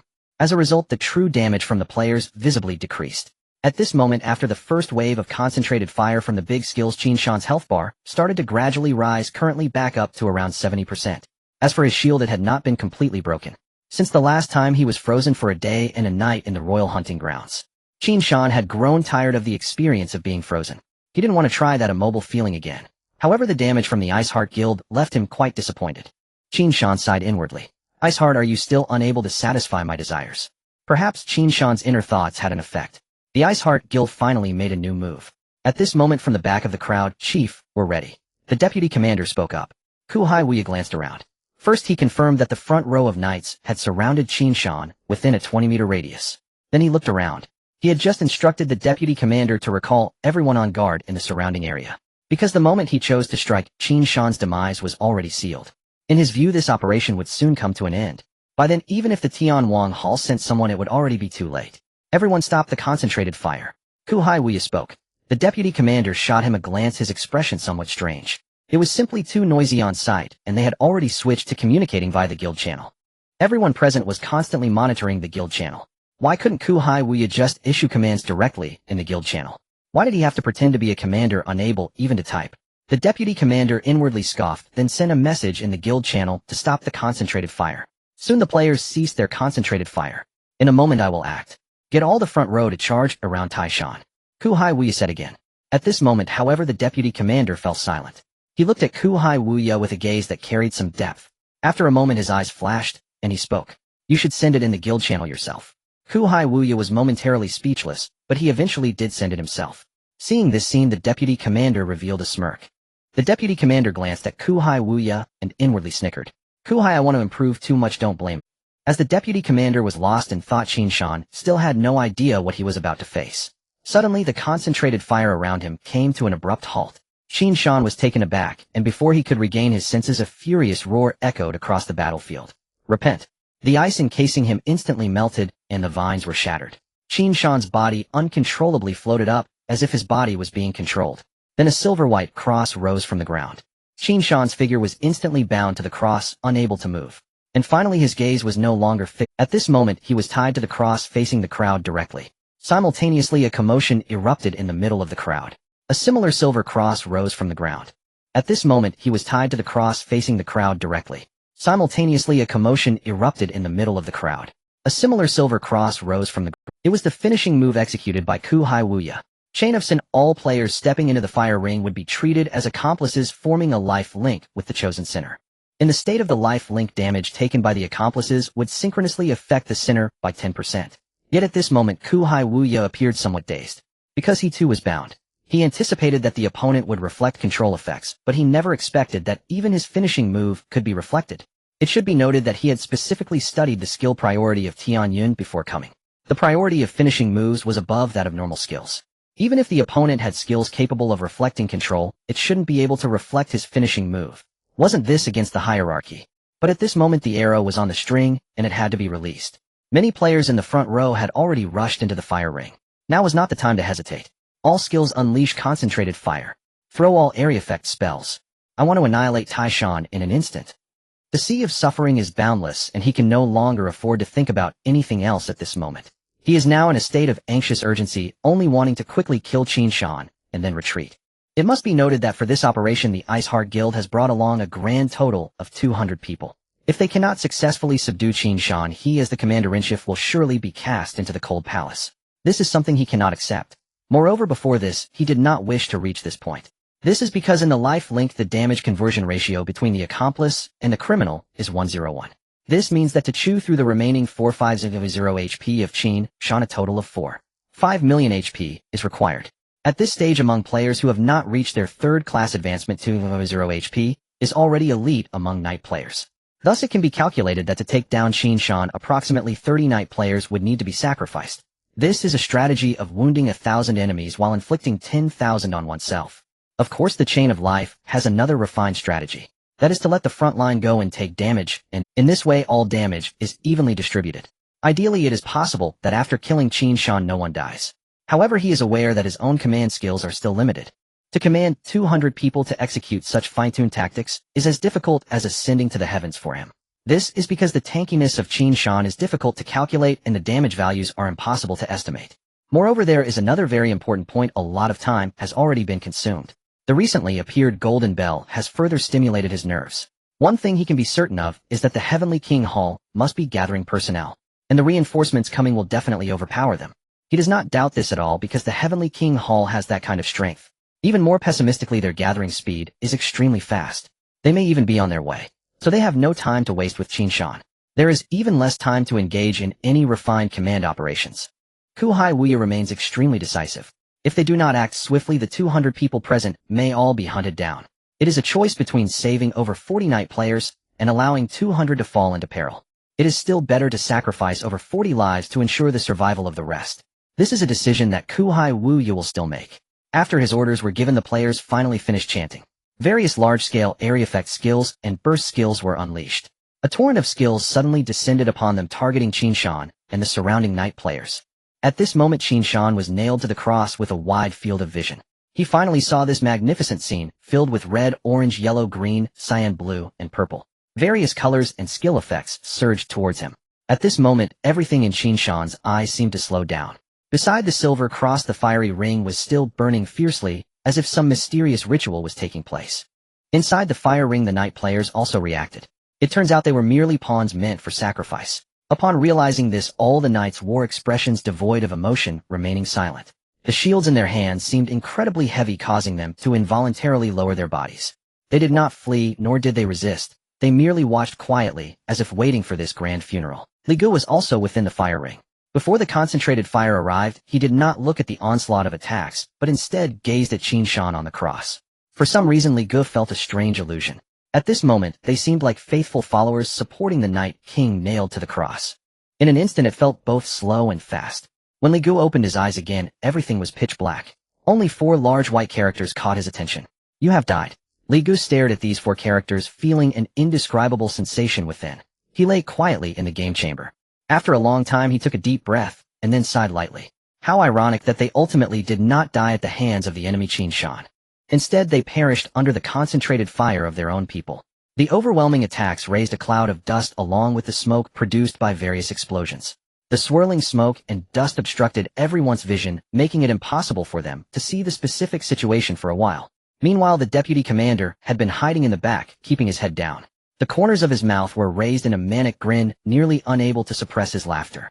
"Huh, foolish chief. Truly, youth is ignorant of the heights of heaven and depths of earth, daring to make such bold decisions." In the eyes of the deputy commander, such actions of striking one's own people were no different from those of a fool. He then suddenly raised his head, his expression returning to one of seriousness. "Stop! Everyone stop!" the deputy commander exclaimed in panic.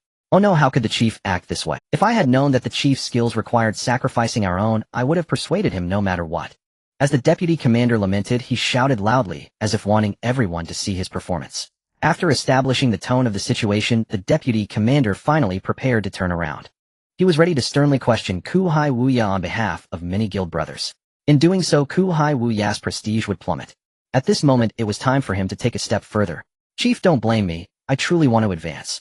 With these thoughts in mind, the deputy commander suddenly turned around. His mouth opened, but the words he intended to say got stuck in his throat. He saw that there was no trace of the chief behind him. The deputy commander was stunned, unable to react for a moment. Where is the chief? Such a large cross. The deputy commander blinked, and at that moment a player behind him spoke. The chief was also killed in the concentrated fire. The deputy commander was momentarily dazed, unable to comprehend. What kind of ridiculous finishing move is this that would kill oneself while aiming at others? Isn't that a move of mutual destruction? But then he thought again and felt this opportunity was incredibly rare. The chief is dead, having paid the painful price of over 40 knight players. He will surely not come out of this unscathed. Such an extent of attack under the influence of Chain of Life would definitely have led to Qin Shan's death as well. In this way, if he, the deputy commander, could now take over the battlefield and win the hearts of the people, wouldn't he be the sole victor? With that, the deputy commander cleared his throat and began to deliver his victory speech. First and foremost, I feel great sorrow. We have lost many brothers in this battle. This operation was entirely commanded by the chief, and I was not aware of it. Therefore, I feel very guilty. Had I inquired about the details of this operation in advance, I believe the chief would not have made such radical actions. But everyone rest assured, the guild will provide compensation afterwards. This I can guarantee to all of you. Lastly, Qin Shan is dead, and this revenge operation can be considered a task completed. It is getting late, and the reinforcements from the Heavenly King Hall may arrive at any moment. Let us withdraw strategically. After delivering several key points, the deputy commander prepared to lead the troops back to the city. The members of the Iceheart Guild remained silent, with no one speaking. They won this battle, but also lost. Just then a plain voice emerged from the smoke and dust, clearly reaching everyone's ears. You nearly got me killed, you bunch of idiots. The moment the words left his lips, every pair of eyes in attendance turned toward the swirling smoke. A long crimson health bar appeared first, imposing in length yet dwindling to barely 40% of its full capacity. Above it, a faintly crimson ID gradually materialized. Qin Shan. A collective gasp rippled through the crowd. Their gazes trembled with disbelief. Was this some cruel jest? How could anyone possibly emerge alive under such circumstances? As the dust slowly settled, the scene behind Qin Shan came into view, utterly vacant. Only scattered equipment lay motionless upon the ground. These were the dropped gear pieces from the fallen knight players, a grim testament that every single one had perished amid the concentrated assault. Qin Shan alone walked forth unscathed. The deputy commander's pupils contracted sharply as shock had rendered him speechless. How had he done it? Logically, he should have vanished alongside his fellow assailants in a blaze of mutual annihilation.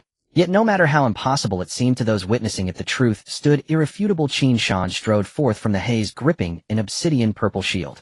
They had no choice but to accept it. The sacrifice of over 40 knight players and their chief among them had been utterly in vain. Meanwhile, Qin Shan stood unharmed. The deputy commanders will crumbled entirely.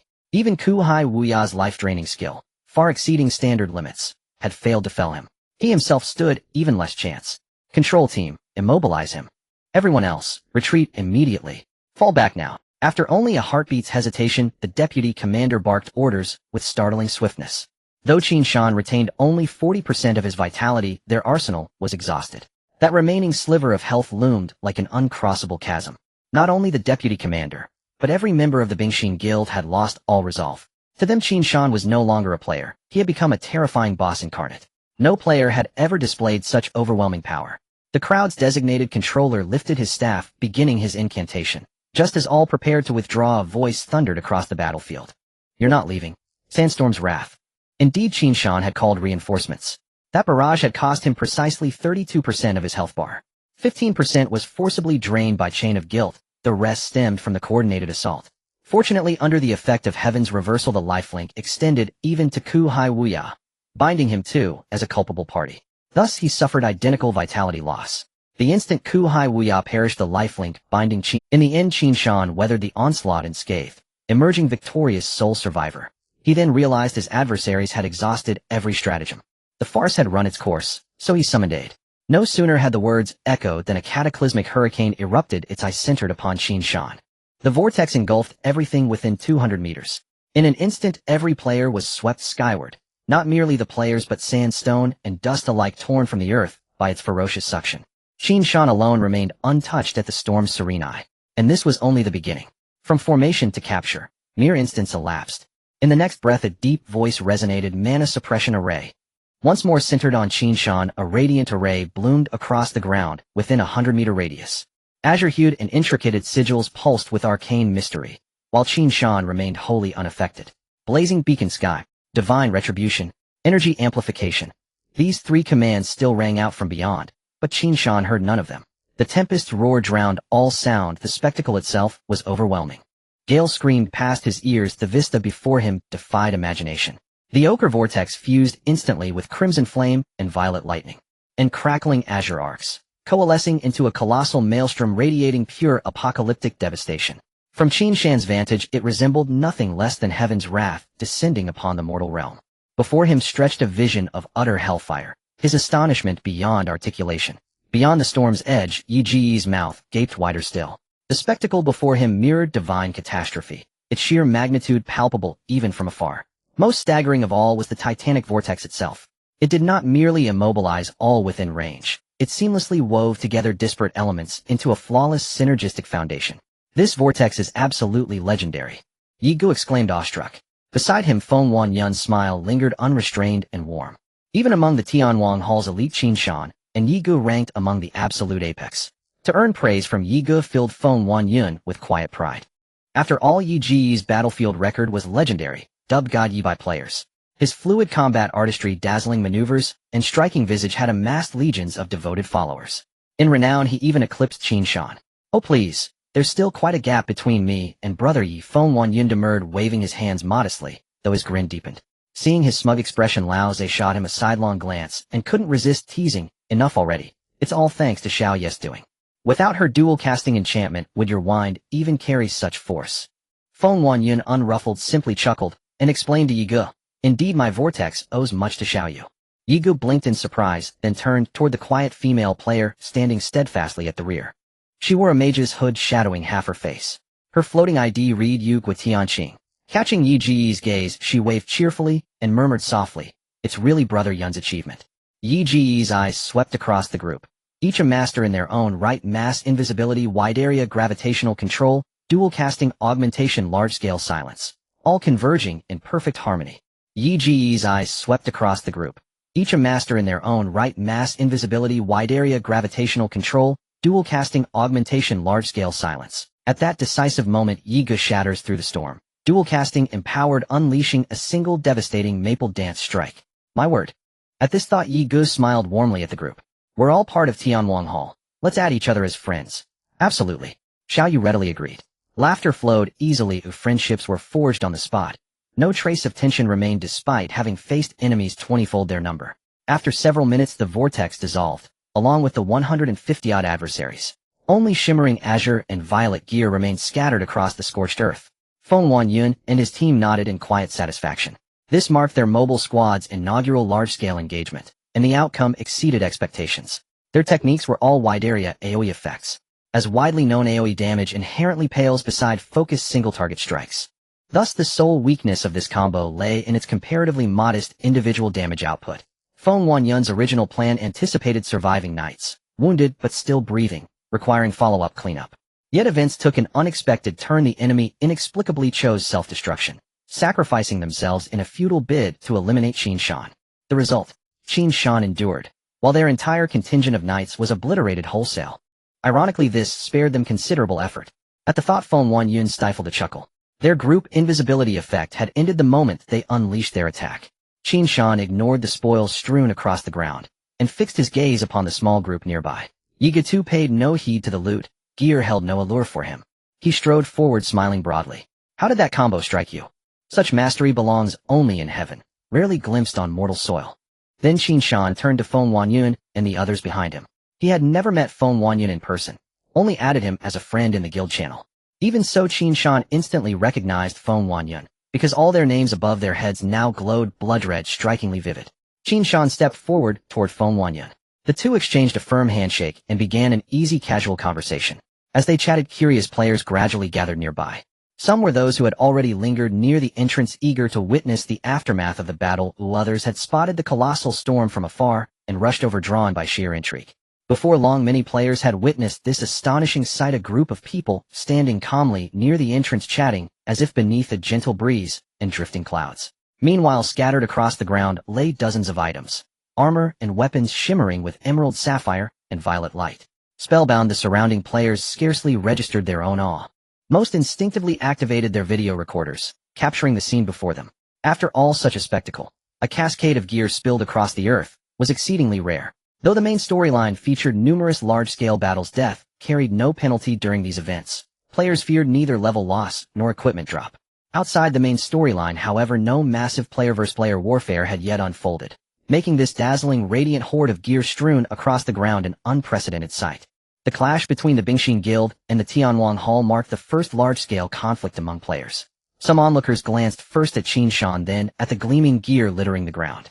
All returning players stood utterly bewildered.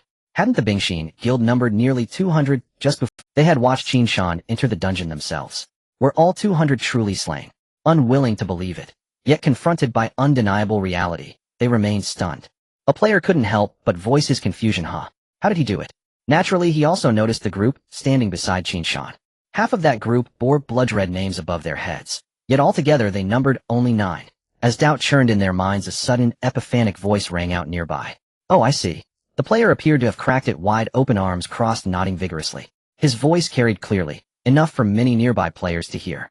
The crowd turned toward him, eyes clouded with bewilderment. Seeing their gaze fixed upon him, the player's lips curled into a knowing smile. His gaze sharpened, penetrating as if he'd pierced through every layer of illusion. Then, pointing deliberately at the gear strewn across the ground, he spoke slowly. "Look at all this equipment. What does it signify?" The surrounding players blinked, puzzled. Clearly everyone knew. It was gear dropped by fallen players. He paused briefly, but when no one responded, he cleared his throat and continued. "It means many players died here. Look how effortlessly serene the mountain god and his companions appear. This is mere surface calm. Judging by the battlefield's scars, an epical clash must have raged here. Look how effortlessly serene the mountain god and his companions appear. This is mere surface calm. Judging by the battlefield's scars, an epical clash. Among this pile of gear, surely many pieces belong to Tianwang Hall members." At this, he shook his head sorrowfully and closed his eyes. "My mind already paints the full panorama of that titanic battle, where the Tianwang Hall paid a grievous price, leaving only 9 valiant survivors." Hearing this, the onlookers' expressions suddenly brightened. Of course, the gear on the ground could well have belonged to the Tianwang Hall. Qin Shan and his companions might well be the sole 9 who survived the entire engagement. That made perfect sense, and with that realization, clarity dawned upon them all. One player scratched his head awkwardly and said, "Makes sense. When I first saw this, I honestly thought those 9 wiped out." That sentiment echoed the thoughts of many. Now, regaining composure, they chuckled softly, amused by their own momentary misconception. Impossible. Exactly. Bingshan Guild isn't some novice outfit. Amid laughter and banter, they all believed they had unraveled the truth. While the spectators buzzed with speculation, Qin Shan and his companions continued their lively exchange. "So that's how it works. Combo techniques can be layered like this." Having heard Feng Zhuanyun's explanation, Qin Shan's eyes widened with revelation. He had never imagined that ultimate skills unlocked after 3rd-tier advancement would prove so formidable. Until now, he'd assumed ultimate skills were merely amplified versions of standard high-damage abilities. But reality proved far richer, especially among elite hidden classes. Some granted mass invisibility, others enabled dual casting for allies, still others summoned vast storms for battlefield control, or even fused elemental properties with other techniques. Qin Shan also judged the ultimate skill, Boundless Sea of Suffering, exceptionally potent. Against any other opponent, survival would have been unthinkable. Indeed, its sole misfortune lay in choosing the wrong adversary. Qin Shan, whose ability, Heaven's Reversal, perfectly countered it. Had Heaven's Reversal failed to slay Boundless Sea of Suffering, Qin Shan might well have perished alongside 40-odd knights dragged down with him. Yet not every player's ultimate skill possessed such overwhelming power. Qin Shan simply happened to encounter only the most exceptional peers. Ordinary players found themselves increasingly excluded from this elite circle. By now, numerous players had drawn near, including many arriving to clear the dungeon. Feng Zhuanyun surveyed the gear scattered across the ground and said, "Let's secure the battlefield. These are ours." At once the group halted their conversation and hurried to collect the fallen gear. If they delayed, others might claim it. Qin Shan joined in without hesitation. Among the loot were even 5 or 6 epic-grade items, but scanning each he found none compatible with his absorption ability. So player-dropped gear could not be absorbed. Noting this, Qin Shan winced inwardly, though it hardly surprised him. Still, it troubled him. If even gear he forged himself proved unabsorbable, would he be forced to grind endlessly for upgrades? His gear absorption ability was undeniably powerful, Yet the drop rates in Tianyun were notoriously abysmal, governed more by capricious fortune than logic. This compelled him to relentlessly clear dungeons and hunt monsters for progress, though even so he outpaced 99% of players. After all, his strength ascended unimpeded, no bottlenecks, no plateaus. And crucially, among all gear he'd absorbed thus far, not a single piece was epic grade. Monsters dropped only common or rare gear. Epics were virtually non-existent. Most players acquired epics either through shop purchases or rarely as rewards from hidden quests. Thus for Qin Shan to obtain absorbable epic gear, he faced two paths. Either hunt higher-tier monsters, relying on vanishingly slim odds, or elevate his secondary profession until he could reliably forge epics himself. Yet both routes hinged upon one prerequisite: his pride absorption ability must function on gear he personally crafted. Soon the loot was fully secured. Yi Gu, standing nearby, asked how are these items usually handled. Upon hearing Yi Gu's curious question, Feng Wanyun began to explain. This has long been arranged. We can first select the equipment we desire from the dropped items. After making selections, any excess equipment can be handed over to the company's financial director, Jin Yuanbao. He will buy back the equipment at the highest market price. The specifics are unclear, but there is no doubt that the brothers will not be wronged. The money we earn can be freely distributed. Feng Wanyun spoke slowly, revealing the solution. Qin Shan nodded, realizing that this was indeed very fair. However, after pondering carefully, Qin Shan suddenly had another question. Does the guild accept anything other than equipment? As long as it is a good item, the guild will accept it. Upon hearing this, both Qin Shan and Yi Gu were taken aback. All kinds of items. With such vast resources in Tianyun, there must be many valuable items which could amount to a significant sum. Yi Gu asked straightforwardly, is the guild really that generous? Feng Wanyun chuckled lightly and explained, I don't know much, but the guild has its own gaming business, many operations, and numerous shareholders. Qin Shan nodded, and then refrained from asking further. The fame of Tianwang Pavilion is great, so it is not surprising that countless companies come to invest. The few of them then took out equipment and began selecting. Yi Gu did not participate as he had no items to offer. Moreover, he had no need for such common goods. Qin Shan also did not select anything since he had no use for it, but he would be involved in the profit sharing. Eventually, a portion of the money from the recovered equipment would be divided with Qin Shan. While the others were selecting equipment, Yi Gu and Qin Shan were chatting on the side. Brother Shan, about my class change quest. Yi Gu chuckled awkwardly and said, don't worry, I guarantee you'll complete it. By the way, why didn't you take action earlier?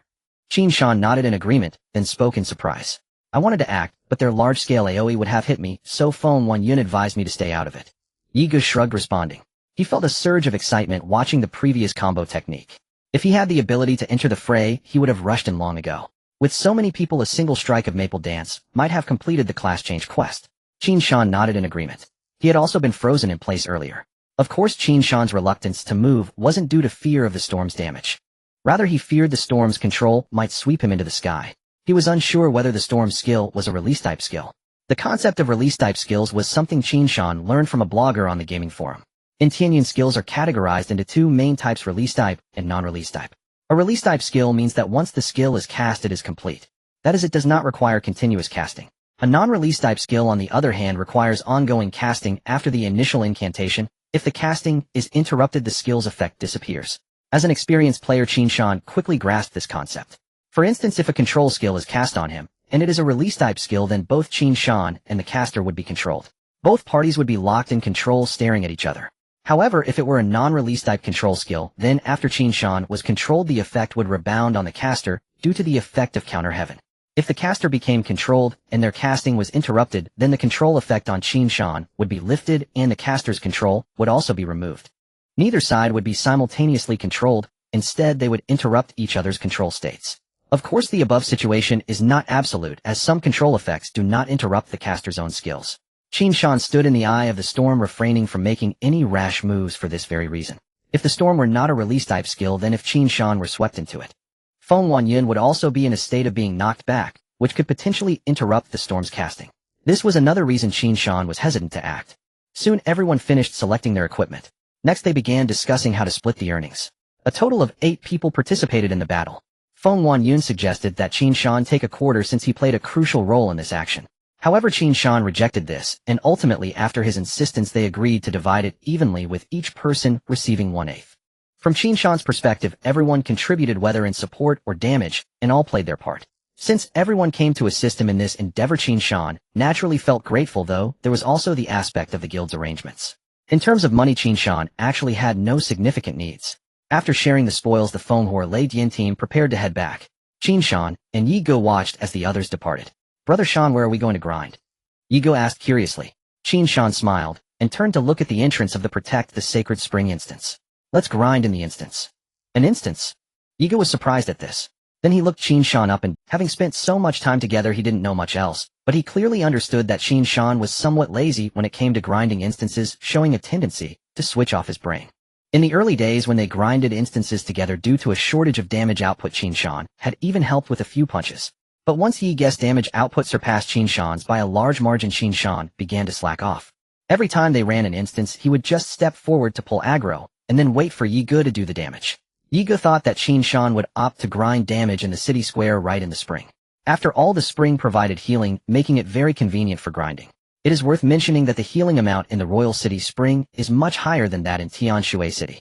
It recovers 3 of health per second, making it highly efficient for recovery. This also led to the Royal City Square being quite lively, as many frugal players would choose to grind instances nearby. Due to the large number of players, a player market even formed in that area. There were numerous stalls selling various items. Brother Shan, what has gotten into you? Yi Ge tentatively asked. He pondered for a moment, wondering if Brother Shan had been stimulated by something in reality, thus becoming more driven. Even when helping teammates with quests, he did not forget to grind instances, seizing every moment to improve himself. Qin Shan paused upon hearing this.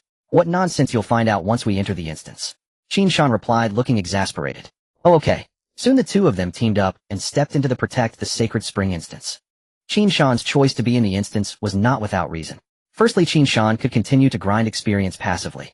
Secondly, the monsters inside were plentiful and would continuously help Qin Shan build shields. In Qin Shan's eyes, this monster wave was not just about experience, it was an upgraded version of the spring, because they would constantly trigger the shield from defend with formation. In this way, Qin Shan could maintain a full shield status at all times, achieving a win-win situation. After all, now that Yi Ge had dual attributes of darkness and fire, the damage he dealt to Qin Shan was increasingly high. With the monster wave acting as a super spring, the two of them would soon complete their respective class change quests. The Ice Heart Guild ultimately failed to assist Qin Shan in completing his class change quest all at once. Upon entering the instance, Qin Shan skillfully placed the shield wall in the corridor. He then turned to Yi Ge, who was surveying the church. It's ready, let's begin. In the dungeon, various monsters howled, their claws scraping against surfaces mixed with the sound of swords clashing. At this moment, Qin Shan was idly browsing the forum, occasionally chuckling at some amusing posts. On the other hand, Yi Ge was tirelessly swinging his sword. Unlike their usual dungeon runs this time, Yi Ge's target was not the surging tide of monsters, but Qin Shan himself. At this moment, he stood behind Qin Shan, furiously attacking his back. Yi Ge's agility attribute was terrifying, allowing him to swing his sword over 10 times in a second. Before Qin Shan, however, was the relentless tide of monsters. The monsters continued to crash against Qin Shan's shield wall without pause. Due to the dark attribute erosion effect on Yi Ge, he would have to pause after a period of attacking. Once the dark corrosion effect subsided, he would resume his assault. At this moment, Yi Ge's assault on Qin Shan resembled Zhou Yu attacking Huang Gai, one willing to strike, the other willing to take it. The Ice Heart Guild ultimately failed to satisfy Qin Shan. After dealing with the Ice Heart Guild, Qin Shan's player damage taken was only a little over 6 million, far from the 10 million mark. He still had to rely on Yi Ge, with the two assisting each other. At this time, Qin Shan was viewing a post. This post had just been published 10 minutes ago, and was rapidly gaining traction. Increasing numbers of players had visited this post. The title of the post read, shocking. The Ice Heart Guild gathers to hunt the mountain god. Failed, utterly slaughtered instead. At first glance, it seemed like a sensationalist title, but the content was indeed captivating to players. It is worth noting that Qin Shan's current notoriety was quite high, especially with the term mountain god being a hot topic. The poster was a bystander who had witnessed the entire event. The post included a segment of text and several videos. The first video showed Qin Shan instantly killing a purple-haired archer with a single punch. The second video showed Qin Shan bidding farewell to Wolf Large Intestine before entering the dungeon alone. The video did not end there. After a transition, it displayed the players of the Ice Heart Guild arriving in succession. This video was lengthy, and it wasn't until the area was cleared that the player was forced to retreat a short distance away. The final segment recorded the catastrophic storm that unfolded. Purple lightning flickered, crimson flames burned within it, accompanied by flashing blue arcs. The sky turned gloomy as if the apocalypse had descended. Then the player sprinted, attempting to capture the epic battle on tape. However, upon reaching the battlefield, he discovered that the fight had astonishingly concluded. What the player ultimately saw was Qin Shan and a few others chatting casually in the center. The ground was littered with scattered equipment, and the video abruptly cut off here. From this, Qin Shan could tell that the poster's video editing was somewhat rough. It seemed that due to time constraints they didn't even include a closing statement for the video. However, this abrupt ending left the players who viewed the post wanting more. The discussions in the comments section were quite intense, with hundreds to thousands of new comments being added every second. As the event unfolded, the post's popularity surged. Qin Shan casually scanned through the highest rated, listening to the wind. What's going on? Did the Ice Heart Guild fight with the Heavenly King's Hall? Suddenly looking back, wow, there's even a glimpse of the God of Swords in the last video. I saw it. I want a promotion, huh? The Ice Heart Guild must have had over 200 people. How did they get wiped out so quickly? The comments section was completely chaotic. Qin Shan's notoriety surged again, becoming a hot topic among many players.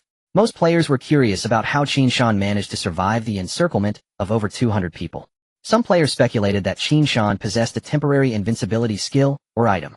Others believed he might have had a teleportation item, fleeing the scene as soon as the battle commenced. Everyone was curious about what had transpired on-site. Soon videos from various perspectives suddenly appeared in everyone's view. From the perspective shown, it was evidently that of the Ice Heart Guild's players. Most of them were following the orders of the endless sea of suffering, which is why they began recording. As numerous players from the Ice Heart Guild stealthily posted first-person perspective videos, the mystery of the entire battle was unveiled. The topic's heat surged once again, causing a stir among the players. In this battle, Qin Shan was undoubtedly the sole protagonist. With his own strength, he effortlessly withstood the concentrated fire of over 200 players. It is important to note that these were not just 200 random players, but 200 players from major guilds. In the past, when witnessing Qin Shan wreaking havoc on the battlefield, it was always in scenarios where both sides had many players. In such a grand battlefield, there were also many highlights where other gods dominated. Especially figures like Xia Luo and Yi Ge, whose explosive output could be unleashed in an incredibly short time if even a moment of attention was lost. Yet in this scenario of one facing hundreds, Qin Shan stood alone. The stark contrast in numbers added to the immense tension. All players upon seeing this expressed disbelief, even suspecting that the video had been edited or was fake. Upon seeing this, Qin Shan merely smiled faintly. In reality, the greatest contributors to his survival were the archers from the Ice Heart Guild. Their attack frequency was remarkably high, keeping Qin Shan's shield at nearly full capacity at all times. Thus, rounding it up, the opposing archers could actually be considered as helping Qin Shan. Meanwhile, the frontline warriors and knights could not intervene. So while the disparity in numbers appeared vast, the Ice Heart Guild had only mages dealing damage. This ultimately created the myth of Qin Shan withstanding 200 foes. After browsing through the comments for a while, Qin Shan felt satisfied upon seeing countless players' praises and proceeded to scroll through the next post. The content of the post also included many hot topics. For instance, General Bai from the south capturing the capital of Wuza, effectively rendering the Wuza nation non-existent. There were also many messages about secondary professions, including specialized fishers. There were gourmet chefs who had extra bonuses for cooking and architects who received bonuses for building houses. The variety of secondary professions opened up Qin Shan's eyes. Unexpectedly, Qin Shan also came across numerous posts criticizing Xia Luo. Out of curiosity, he clicked into a few. He found that many posts had highly overlapping content, even using the same phrasing. In this situation, the only explanation Qin Shan could think of was that Xia Luo had offended someone, and they had hired internet trolls to attack him.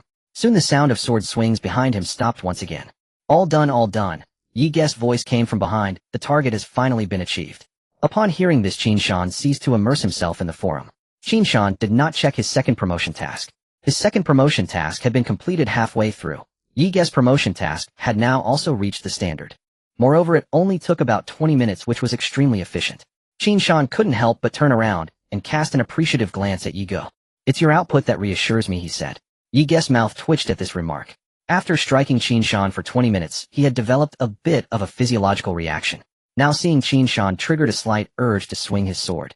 After attacking Qin Shan for 20 minutes, he was unexpectedly praised by him. Yi Ge felt somewhat strange, but couldn't quite articulate it. In the eastern part of the royal city, on a dirt road, a military horse was galloping at full speed, its hooves kicking up clouds of dust as the scenery on both sides rushed by. On the horse's back sat two individuals, Yi Ge and Qin Shan, with Yi Ge riding ahead. This horse was borrowed from Qin Shan. At that time, he was still in the palace when he suddenly received news from Zhang Hu. In a rush, he borrowed a military horse from the squad leader. After completing their mission, the two exited the instance and prepared to head to the royal city square to use the teleportation array. They would then be teleported directly back to Chang'an, the guild's base, as Qin Shan had learned from Yi Ge that the guild's instance tower had opened. Moreover, it seemed that each person could only challenge it once a week. Of course, this was not a rule set by the Heavenly King's Hall, but rather a feature of the guild's instance itself. Qin Shan planned to challenge the instance tower with ego. Additionally, this time Qin Shan had another goal to clear. Qin Shan had also heard that the guild's base had a function to clear red names, which actually came from a guild building the purification spring.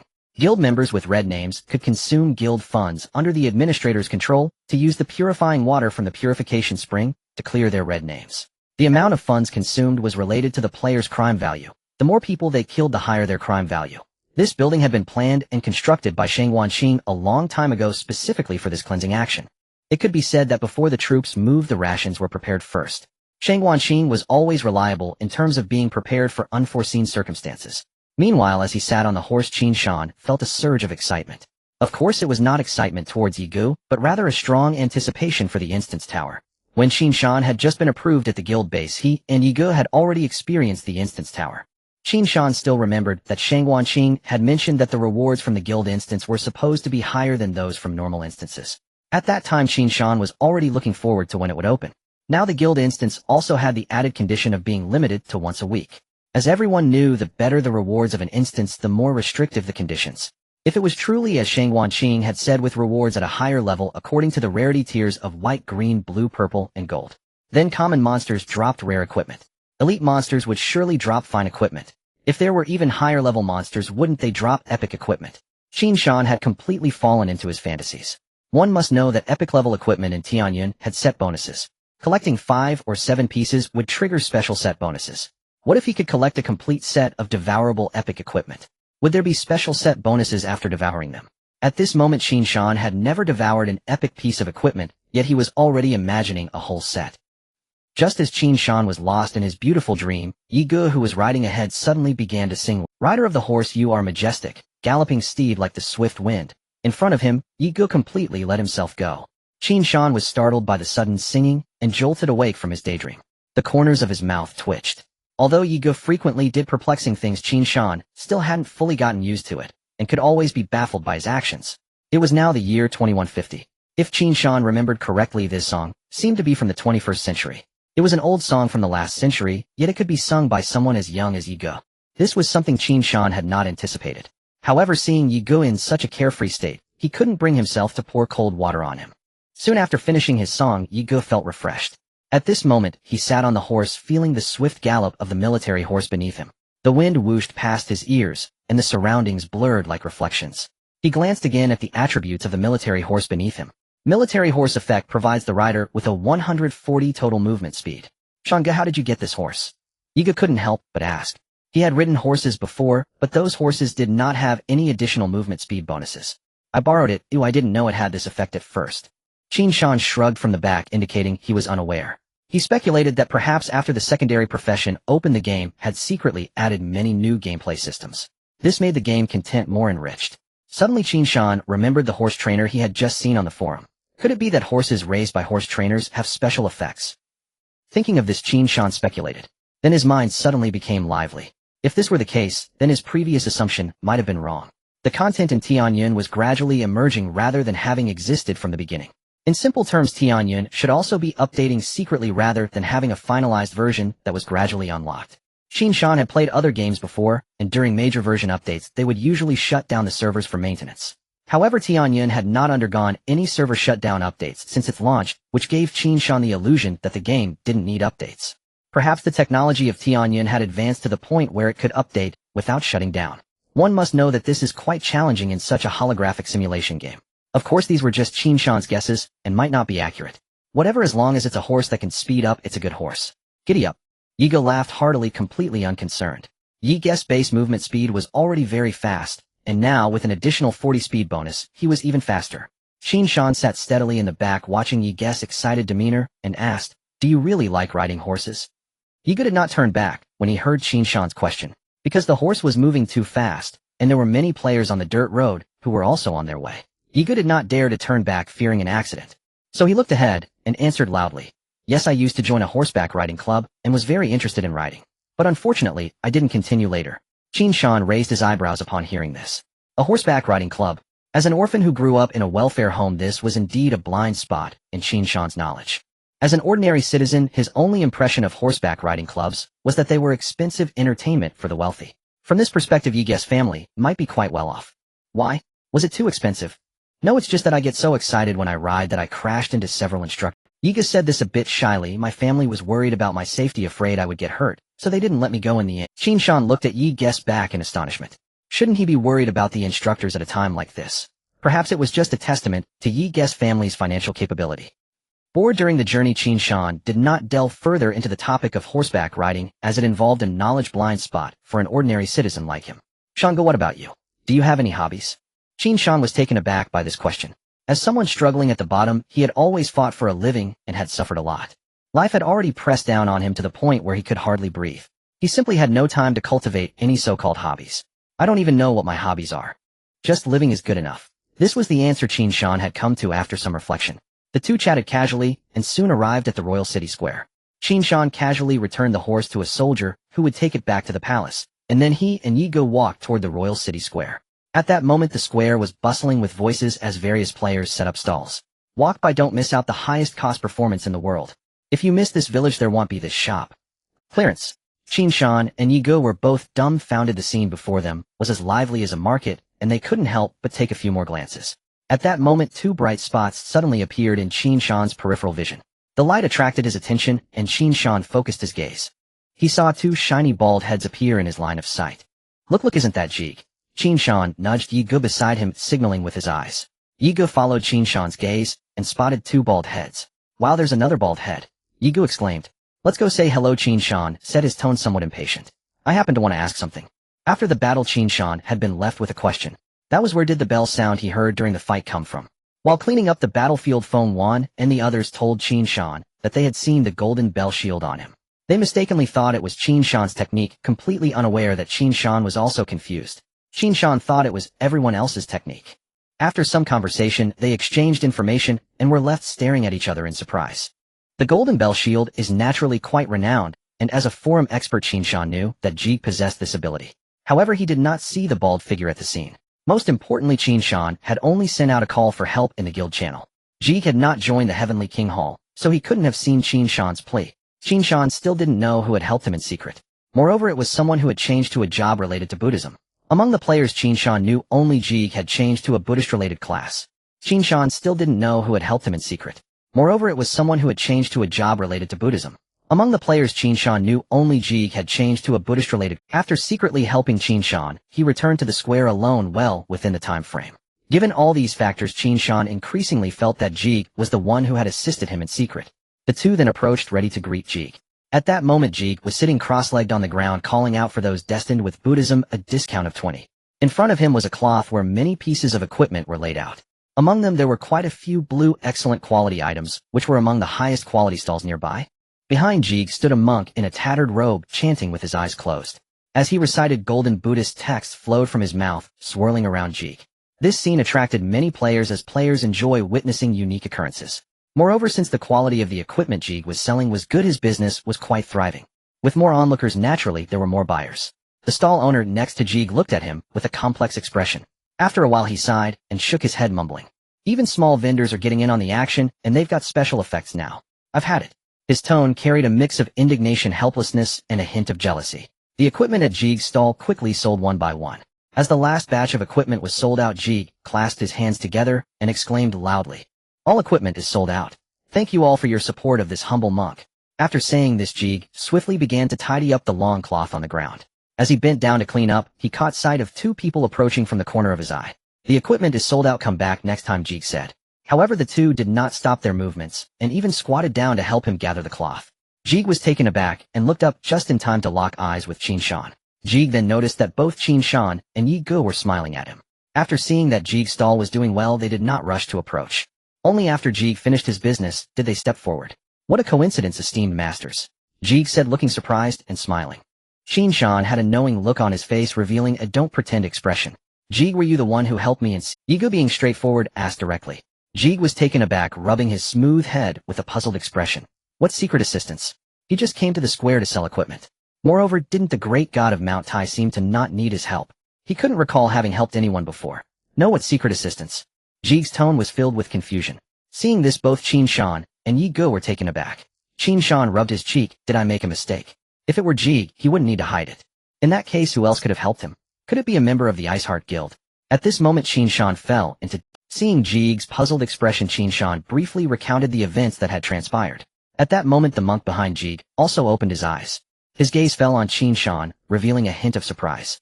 Because on Qin Shan he saw a faint golden glow. This glow was very faint, but the monk still sensed it keenly. The monk was very familiar with this phenomenon. That was virtue, and it was also virtue that he himself had created. However, the monk was also momentarily stunned. Virtue needs to arise after one has offered help to another, and yet he had never seen Qin Shan before, so how could he have helped him? The monk pondered for a moment, and then recalled that he had scattered good seeds at the city gate. The silhouettes of 2 men and 1 woman appeared in his mind. Upon this thought the monk's heart filled with understanding. It seemed that the good seed he had casually sown had borne fruit. Where there is cause there is effect. I truly am the one. Thinking of this the monk couldn't help but slightly smile. He knew that casting a wide net would always yield rewards. It seemed that the method of his good disciple was indeed effective. His sudden remark also caught the attention of Qin Shan and Yi Ge. Who is this? Qin Shan asked Jig. They had naturally noticed the monk behind him as he was quite conspicuous. However, the other party had been chanting and seemed to have no intention of acknowledging them. Qin Shan and Yi Ge felt awkward interrupting him. At first glance Qin Shan had scanned the other person's information, which displayed a question mark. He initially thought it was an NPC, but the other party suddenly spoke in rhyme. In this way Qin Shan couldn't immediately tell if he was an NPC or a player. This is my master, Jig replied. Master. Qin Shan and Yi Ge said in unison. That's right, my master's Dharma name is Du Yi. You can call him Master Du Yi. Jig introduced earnestly. He is my master in Tianyan. No need to be so formal, just call me Du Yi. Monk Master Du Yi said humbly. Master Du Yi then looked at Qin Shan and spoke again. Ba esteemed benefactor, it seems we are destined to... Upon hearing this Qin Shan had no particular reaction, but Yi Ge raised an eyebrow. It was simply too in line with his stereotype of a monk. Starting off with you and I are destined, it was almost a fixed phrase, wasn't it? In reality, Yi Ge was not very devout in Buddhism. Moreover, he had seen news of a temple abbot driving a Ferrari with one hand. What you and I are destined was just a money-swindling line. Qin Shan didn't think too much about it, and assumed the other was merely being polite to build rapport. Master Du Yi, hello. Qin Shan replied courteously with a smile. This humble monk is indeed doing well at the moment, Master Du Yi said with a smile. Having gained a bit of virtue, he indeed felt quite good. Qin Shan's smile stiffened as he looked at Yi Ge with a pleading expression. How should I respond to this? This monk speaks strangely. Did the two of you just harbor doubts in your hearts? Before Qin Shan could respond, Monk Du Yi spoke again. Beside him, Yi Ge sensed an unusual undertone in the monk's words. Eagerly he asked, Venerable Master, can you resolve our confusion? Hearing this, Monk Du Yi chuckled softly, his expression inscrutable and profoundly enigmatic. Having chanted sutras since childhood, Monk Du Yi possessed extraordinary auditory acuity, his ears finely honed by decades of disciplined practice. Chanting had long become an instinctive bodily function requiring no conscious mental effort, leaving his mind free to wander, especially toward matters of intrigue. Indeed, earlier at the city gate he had discreetly eavesdropped on Li Ji's trio, while likewise he had not missed a single word of Qin Shan and Jege's recent exchange. He had heard it all, clearly and completely, and thus knew the term Golden Bell Shield had surfaced in their conversation. Yi Ge, forthright by nature, laughed lightly when the master remained silent, his impatience barely concealed. Venerable Master, might a sage refrain from veiling wisdom in riddles? Monk D's smile stiffened momentarily, then softened seamlessly into composure. After a light, deliberate cough, he turned his gaze toward Qin Shan. Ahem. Has this layman recently cultivated virtuous karmic connections? Qin Shan, baffled by the cryptic phrasing, wore an expression of quiet bewilderment. Virtuous karmic connections? Just moments ago Qin Shan had emerged from a fierce player battle. 40 knights slain at his feet, over 200 players directly or indirectly undone by his stratagems. His name still glowed crimson above his head, his aura thick with murderous chi nearly spilling over. Virtue, it seemed, was nowhere in sight. A chill ran through Qin Shan's thoughts. At first, hearing that Jege's master was a venerable monk, he'd assumed enlightenment incarnate. Yet now doubt flickered like candlelight in wind. Though inwardly skeptical, he bowed respectfully and ventured gently. Does taking lives count as cultivating virtue, venerable master? I beg your clarification. Monk Du Yi's face tightened once more.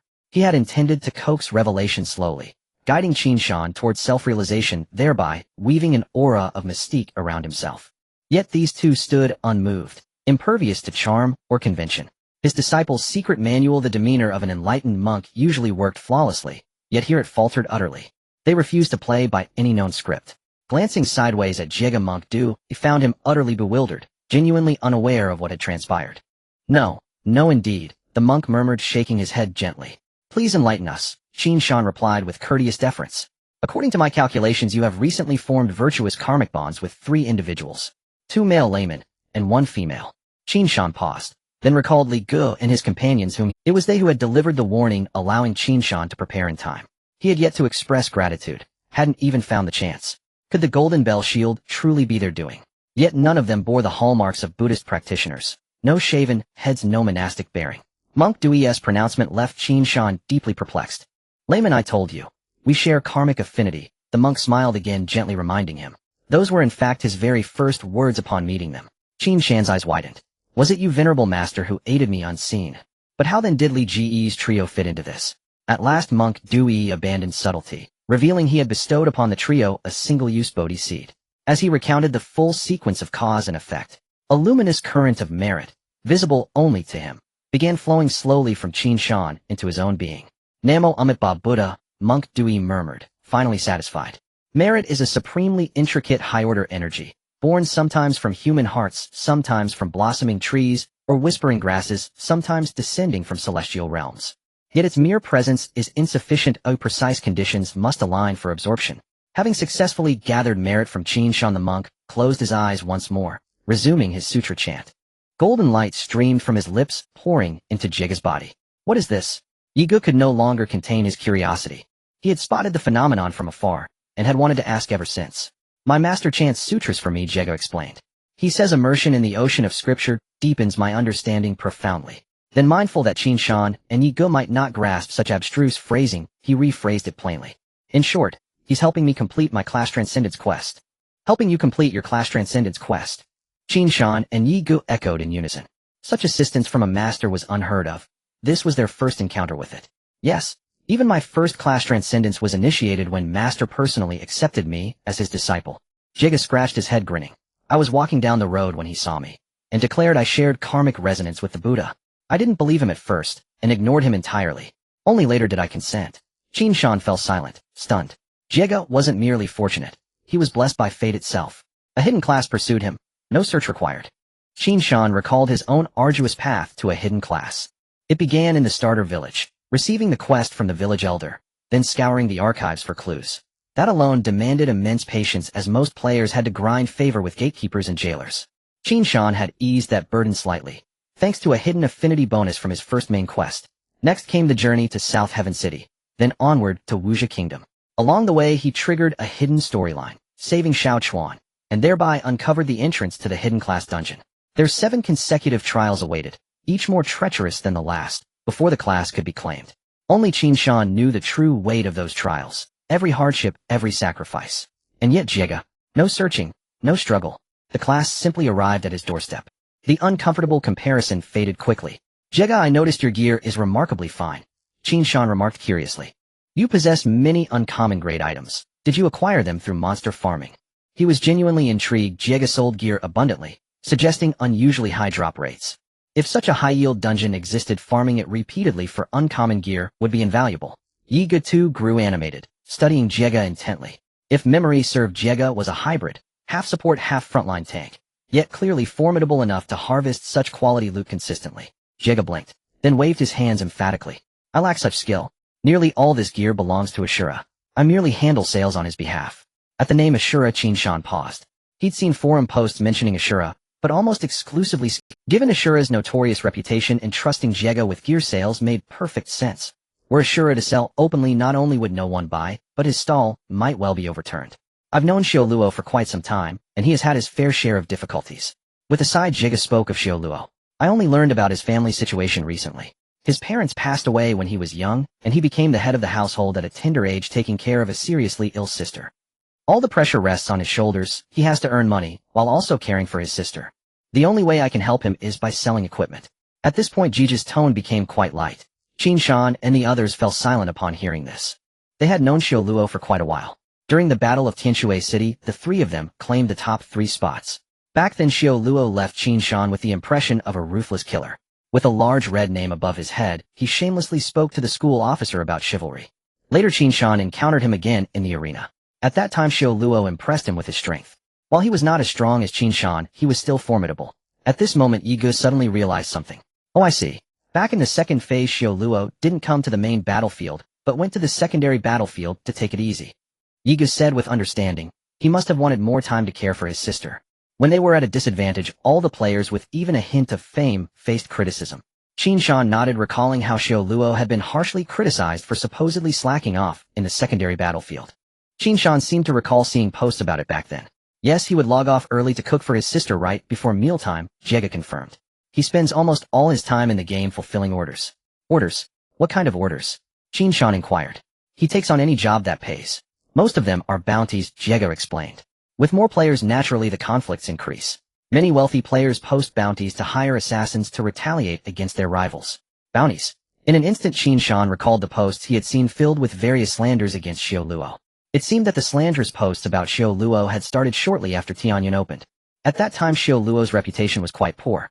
Qin Shan had genuinely thought that some players came to the game to become murderers, completely unleashing themselves in Tianyan. It turns out there were these complicated twists involved. With so many people slandering Xiao Luo, is he doing okay? Qin Shan asked with some concern. I asked him too. Do you know what he said? Jega replied with a smile. What did he say? He said those posts are his achievements. The more black posts there are, the more formidable his achievements. This way more wealthy people would seek him out for orders. Qin Shan stood there in shock. This unique way of thinking made him feel it actually made sense. Using the haters as his strength. The more they criticize me, the better I do. Can it really be played like this? Yigu was also left speechless. Looking at it this way, Xiao Luo is indeed a remarkable person. If he wants to earn money, why not join a guild? Yigu asked, puzzled. From Yige's perspective, with their strength, they would be more than sufficient to join the Heavenly King Hall. Jega showed an awkward expression, but before he could speak, Qin Shan had already spoken up. Did he fail? Yes, Xiao Luo's reputation is too tarnished, and he was rejected, Jega answered. If he can't join, then I don't want to either. What about other guilds? Qin Shan asked. Xiao Luo said if he's going to join, he will only join the best. He doesn't want to go to any others, Jega replied. Moreover, not all guilds are willing to accept him. Qin Shan nodded slightly. This was within his expectations. Everything has its pros and cons, and joining a guild may not necessarily be a good thing for Xiao Luo. After all, if you join a guild, in some ways you are bound by it. Being solitary now is quite good. At least he can accept orders for killing without worrying about conflicts with his guild. Moreover, he has more freedom and fewer restrictions. Soon after bidding farewell to Jega, the two of them took a teleportation array and left. With a flash of white light, Qin Shan and the others vanished. After Jega tidied up his stall, he sat cross-legged on the ground and closed his eyes to chant scriptures. Behind him, his master monk Du Yi was still chanting to assist him. At the west gate of the imperial city, a figure clad in red entered the city, walking along the street towards the royal square. Above his head, a blood-red ID stood out glaringly. The streets were bustling with people coming and going. Xiao Luo, you son of a dog, how dare you show your face here? What a shameless creature with no sense of decency.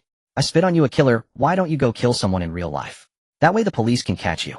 The insults rang out, but Xiao Luo kept walking, his expression calm. In the city, Xiao Luo would not be foolish enough to strike back. Because if he did, he would be thrown directly into prison for 2 hours of reflection. This brings us to the evil system in Tianyan. Normally, for each person killed, the evil value increases by 2 points. When the evil value reaches 100, one is imprisoned for an hour. If after 2 hours the evil value is still above 100, the player has half an hour of action time in the city. If they remain in the city after half an hour, they will be detained for another hour. This half hour is meant for red-named players to teleport, travel, resupply, or return to their guild to clear their red names. During the imprisonment, the red name value decreases by 10 points per hour.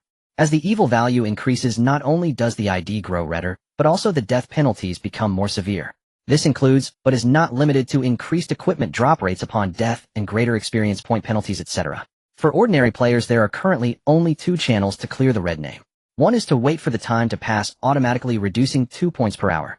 The second is to use the guild structure, Purification Spring, to clear it. When in Tianshui City, Xiao Luo exchanged for rewards related to red names. Ultimately, the reward given by the school officer was that the evil value gained from killing would be halved and could be cleared using contribution points. At this time, Xiao Luo's evil value was around 230 points, yet he was not sent to prison. The reason was related to the favorability of his faction. Xiao Luo had exchanged for the title of 1,000-man leader.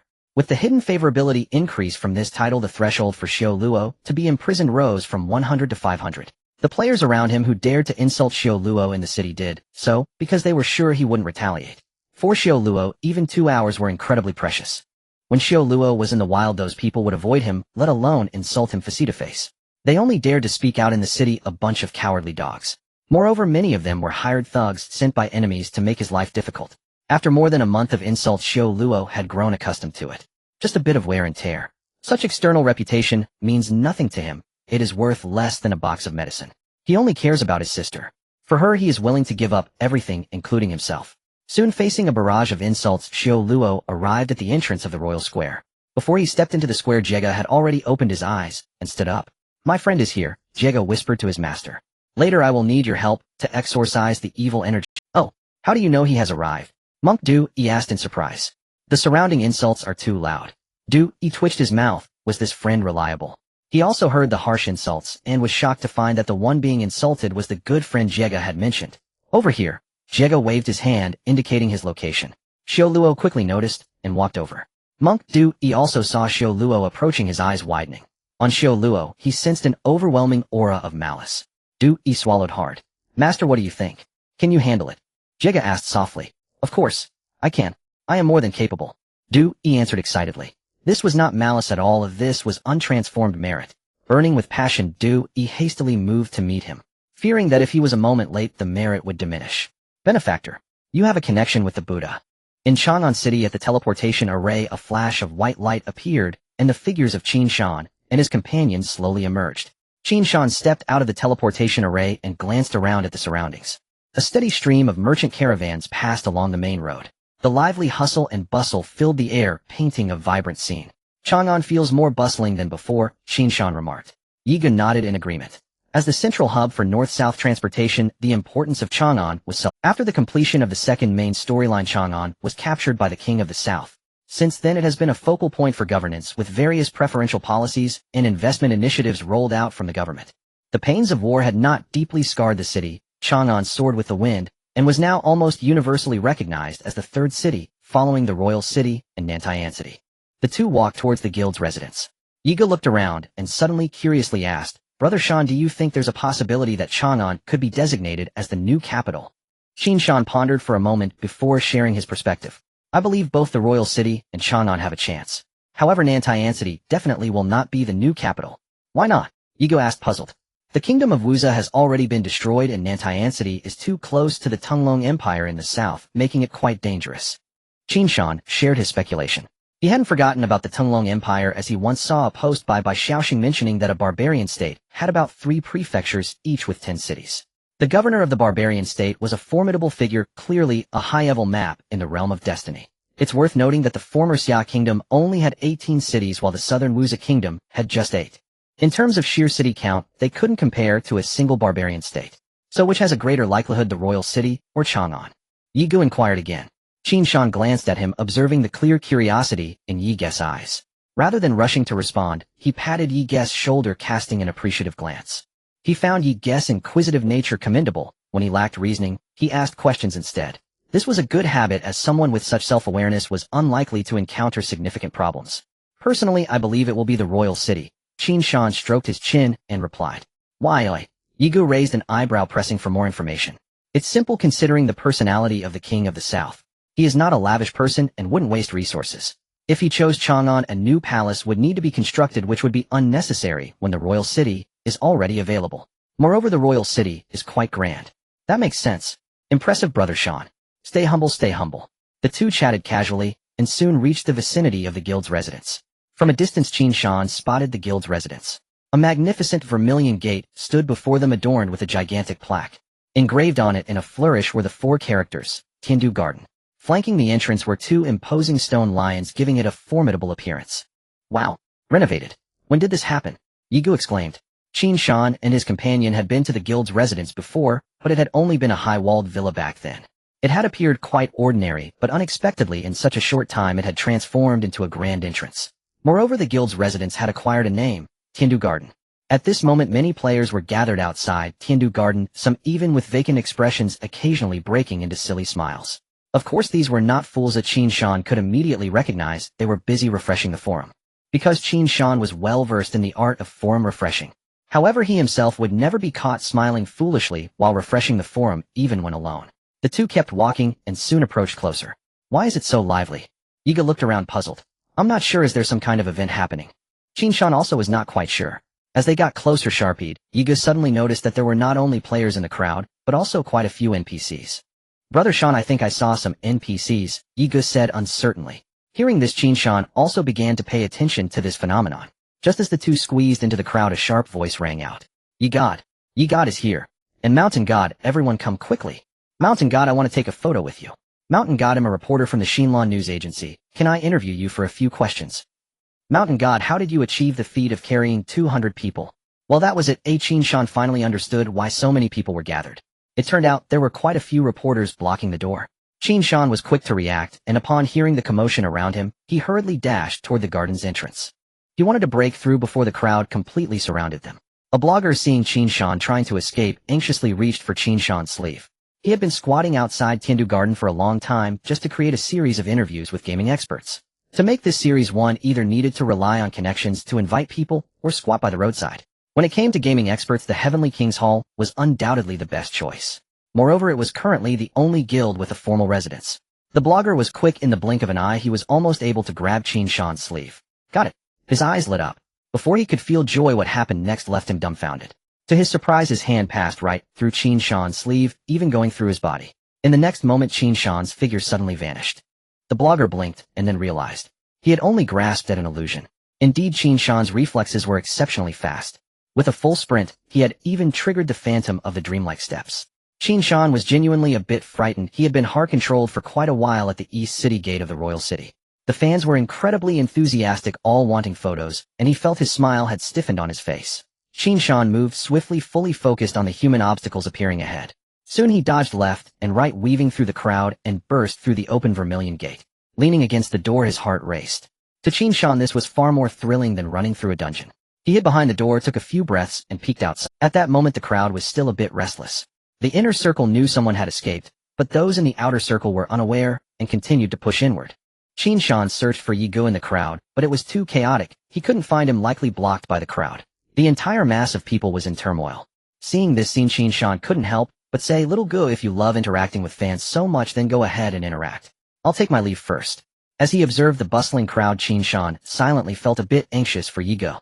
Just then, a familiar voice suddenly came from beside him.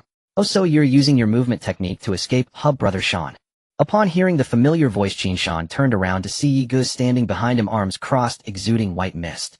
Qin Shan scratched his nose, feeling a bit awkward. Seeing the white mist around Yi Ge, he suddenly realized Yi Ge had activated his movement technique, while he had passively triggered his own. Shouldn't the second brother be praising the elder brother?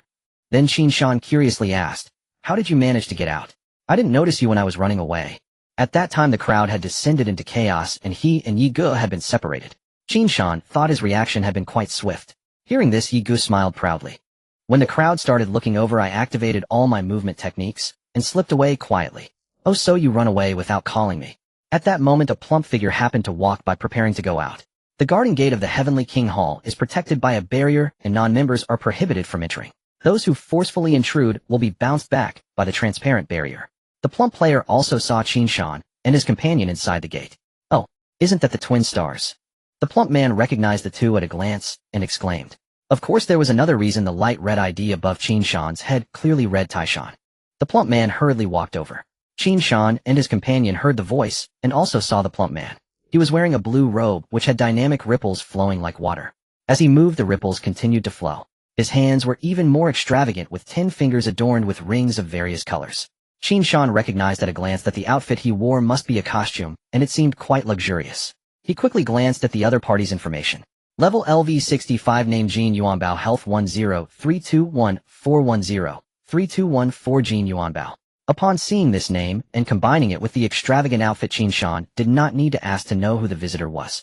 He was indeed the new financial officer of the Heavenly King Hall.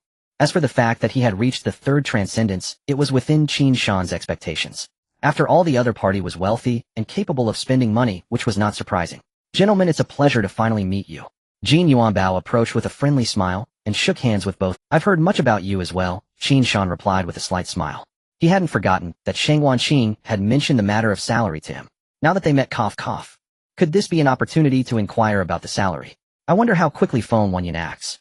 If he acts quickly, the matter of equipment should have already begun to be discussed. "Let me introduce myself. I am the newly appointed financial director." Jin Yuanbao introduced himself, saying, "You can call me Director Jin or Financial Officer Jin." "Where are you headed, Director Jin?" asked Qin Shan. "Oh, some materials are about to arrive, and I am just going to collect them." Upon hearing this, Qin Shan realized that the other party seemed busy and did not want to keep him from his tasks. So Qin Shan took the initiative to say, "Shall we add each other as friends to stay in touch?" Talking in the chat channel would have the same effect.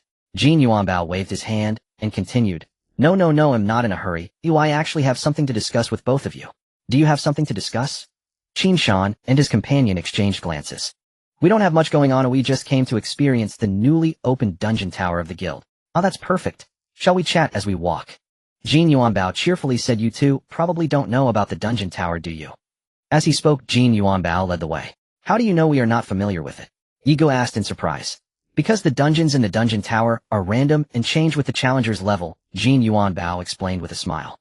"Due to the once-a-week limit, everyone waits until they reach the third transcendence to challenge it maximized. Since you two are only at the second transcendence, you must not be aware of this news." Qin Shan and his companion nodded in realization. It turns out that the dungeon tower increases difficulty with the challenger's level, and it is a random dungeon. In this case, it is indeed best to wait until after reaching the third transcendence to challenge, as the rewards will be elevated to a higher tier. Qin Shan nodded in agreement. Before he could speak, Jin Yuanbao said, "Here we are at the cleansing spring." Seeing the red name above Qin Shan's head, Jin Yuanbao understood where he was heading without any need for Qin Shan to ask. Chatting as they walked, they soon arrived at the cleansing spring. Qin Shan silently nodded. It was clear that he was a businessman, and his insight was authoritative in this regard. Throughout the journey, the impression he had of the other party was simply 2 words: comfortable. Although it was their first meeting, the conversation was neither stiff nor abrupt. The cleansing spring, as it was called, was actually a small pond. The water in the pond was clear with willow trees and lotus flowers in the center. "You just need to soak in it for a bit," Jin Yuanbao said. Upon hearing this, Qin Shan stepped into the pond. Soon he was fully immersed in the pond. Yigo, having not killed anyone, had no sin value, so he did not go into the water. The pond water was refreshing and cool. As soon as Qin Shan stepped in, the system notification sound rang in his ears. Sin value 2, sin value 2, sin value 2. In just a few minutes, Qin Shan heard the notification again. Sin value completely eliminated. After hearing that the sin value was eliminated, Qin Shan decided not to soak any longer and prepared to get up. Suddenly, he caught a glimpse of something golden out of the corner of his eye. He focused and saw a golden koi swimming energetically beneath the water. It was occasionally obscured by the lotus flowers. Qin Shan's pupils slightly dilated to a koi. Why is there a koi in the cleansing spring? He quickly came ashore and asked about his curiosity. Did I just see a golden koi? Jin Yuanbao listened quietly as Qin Shan spoke, and then nodded. This koi is the exclusive mascot of the cleansing spring, and its presence provides special bonuses. It is particularly rare. Currently our guild only has this one. So precious. What bonuses does this koi provide? Asked Yigo curiously. The effect of this koi is that each time the sin value decreases, it adds 1. Oh, no wonder I just heard the sin value decrease by 2. So it was due to the bonus. Upon hearing about this unique nurturing system, both Qin Shan and Yigo were greatly amazed. In this case, aside from upgrading the guild buildings, finding various special mascots is equally important. All of these can be considered as the guild's heritage. Can only one be placed, or is there more? You can place as many as you want. There are no restrictions as long as there's space for them, Jin Yuanbao replied. Isn't this just everyone working together to cultivate a home for the guild? Yigo said excitedly. Yigo was very interested in nurturing aspects. His tireless exploration was because he enjoyed the thrill of collecting monster data and items to nurture his own growth. Now that he learned about the nurturing attributes of the guild's base, he had gained another task, cultivating a home. Qin Shan also felt a fire in his heart. He still remembered Shang Wanqing mentioning that guild buildings aren't just auxiliary buildings. There are also enhancement buildings that can provide bonuses to all guild members. And currently those buildings had not yet been built, perhaps due to the guild level being insufficient or some special conditions needing to be met. At that time they could enhance the guild's bonuses and then collect mascots. Wouldn't that elevate the strength of the entire guild? Moreover, now only the Heavenly King Hall had a guild base in the entire national server. This was no longer just seizing the opportunity, it was seizing the heavenly secrets. They had already begun collecting mascots while their rivals had yet to unlock their guild base. In this way, the advantages of the Heavenly King Hall would only continue to snowball. Tian Du Garden, a massive pavilion. The first floor of the pavilion serves as the guild hall, while the second floor is the conference room mentioned by Jin Yuanbao. The conference room is adorned with several tea rooms. At this moment, the aroma of tea fills the air. Both of you have passed the assessment period, so I am now inviting you to officially become core members of the Tian Wangdian. As Jin Yuanbao poured tea, he spoke, then waited for the two to ask questions. Is this assessment period really necessary? Why not sign the contract at the launch? Yigo asked in confusion. Upon hearing this question, Jin Yuanbao continued with his actions without pause. This matter was arranged by the vice president. Vice president, Qin Shan and the others were taken aback. They naturally knew that the vice president was Shang Wanqing, but they were accustomed to referring to each other as strategists. Jin Yuanbao noticed their confusion and began to explain. Actually, the assessment period has quite a few benefits. At the launch, there are many powerful players whose talents may only be suitable for the early stages, and they may perform well initially.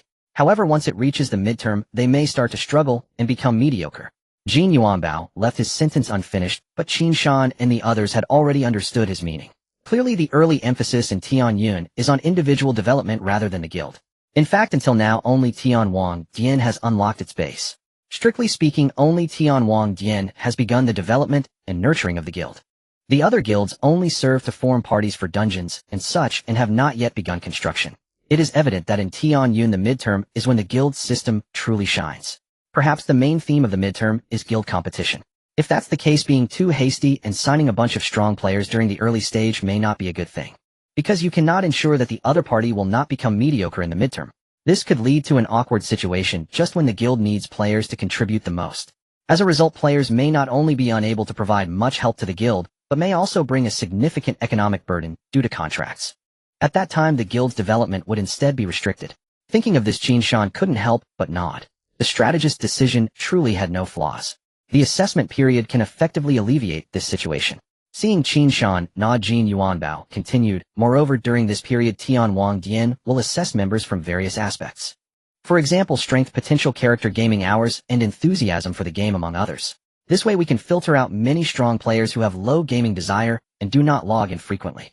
Such players are also not needed by Tianwang Dian. Qin Shan couldn't help but nod again, feeling it made a lot of sense. In simple terms, those with poor potential are not needed, and those with poor character are not needed. Moreover, even if you have great potential, if you do not play often and lack drive, you are also not needed. From this perspective, the assessment period is actually a strict evaluation of various performances of the players. Under these strict assessment conditions, it reflects the confidence of Tianwang Dian. Only Tianwang Dian has the strength and reputation to filter players like this. Hey, since this was also determined by the strategist, what about the president? Why haven't I seen the president? At this moment, Yiga noticed a blind spot and asked. Qin Shan couldn't help but glance at Yiga. This angle indeed reminded him. He had not seen the president of Tianwang Dian until now. However, Qin Shan had long had his suspicions. While browsing forums, he had also paid attention to the development of several large guilds. In fact, everyone's development methods are quite similar, with the vice president managing the guild on most days. Contrary to intuition, the so-called president is actually not as prominent as everyone thinks. Qin Shan had previously thought that the presidents of various guilds were like Zhang Hu, the president of the wolf hunting guild. But in reality, it is not the case. Most guild presidents do not possess strong personal strength and are merely figurehead presidents. Zhang Hu is actually the exception. From the forums, Qin Shan learned that many presidents are the financial backers behind a guild. They are usually busy with real-life business and rarely participate in games. However, as a distinguished financial backer, they must ensure control over the guild, so they appoint a figurehead president. In reality, they are only responsible for investment, while the vice president handles the specific operation of the guild. So Qin Shan believed that the president of Tianwang Dian is also likely a financial backer. Hence he is rarely seen. Either he is busy in real life or enjoying himself. Upon hearing this, Jin Yuanbao spoke up. The president doesn't manage affairs, and I haven't seen him either, but I seem to have heard that he does play occasionally. He then slapped his head and said, "Oh, I got a bit sidetracked and almost forgot the main issue." Jin Yuanbao suddenly realized that he had strayed a bit from the conversation he was having with the two. Normally he would not talk business like this, but when encountering Qin Shan and the others, he inadvertently wandered. Perhaps it was because Qin Shan and the others made him feel too comfortable, causing him to unconsciously treat them as friends. Returning to the main issue, salary and benefits. Upon hearing this, Qin Shan's ears perked up. The key point has finally arrived. The base salary is 20,000 per month, and there will be regular online counseling from a mental health advisor. There is no need to worry about social insurance. The guild has offline venues that provide food and accommodation. Even if you don't come, the guild offers an additional 5,000 for food and lodging. As for the conditions, priority is given to helping the guild develop. For instance, if there are good equipment or items for sale, priority is given to selling to the guild. In addition, you must pay attention to your personal image and not damage the guild's reputation. If there are major guild events that are very important for the development of the guild, remember to participate. However, if you encounter dungeons or tasks that are very important for your personal development and cannot free yourself, you can take a leave. The guild does not impose mandatory tasks. Furthermore, if you make outstanding contributions to the guild's development, you will receive additional rewards and commissions. After briefly explaining, Jin Yuanbao took a sip of tea. After hearing this, Qin Shan was also dumbfounded. A base salary of 20,000 along with a bunch of benefits. All he needs to do is prioritize selling good things to the guild. And there are commissions for additional contributions. Moreover, there are no mandatory arrangements. Qin Shan couldn't help but breathe heavily. As for maintaining personal image and the guild's reputation, he ignored that. It's a joke. If there is really such treatment, he would personally defend the guild's image. Some of the gold farming studios Qin Shan had previously signed with had a base salary of only 3,000. Moreover, there were a bunch of restrictive conditions, and the equipment farmed had to be subject to commission. Those terms would make landlords weep and capitalists cry. If it weren't for Qin Shan's gaming addiction, he wouldn't have signed with gritted teeth. Now hearing about the benefits of Tianwang, Dian, he only felt that he was a complete slave before. As for whether these benefits could be fake, Qin Shan had no doubts. Given Tian Yun's current scale and market, as long as Tianwang Dian is not foolish, they will not engage in such self-destructive behavior. Compared to Qin Shan's excitement, Yi Ge beside him was much calmer. He glanced at Qin Shan, and after receiving a nod from him, Yi Ge then spoke up. Should we sign offline or online? I want to take a look at the contract details.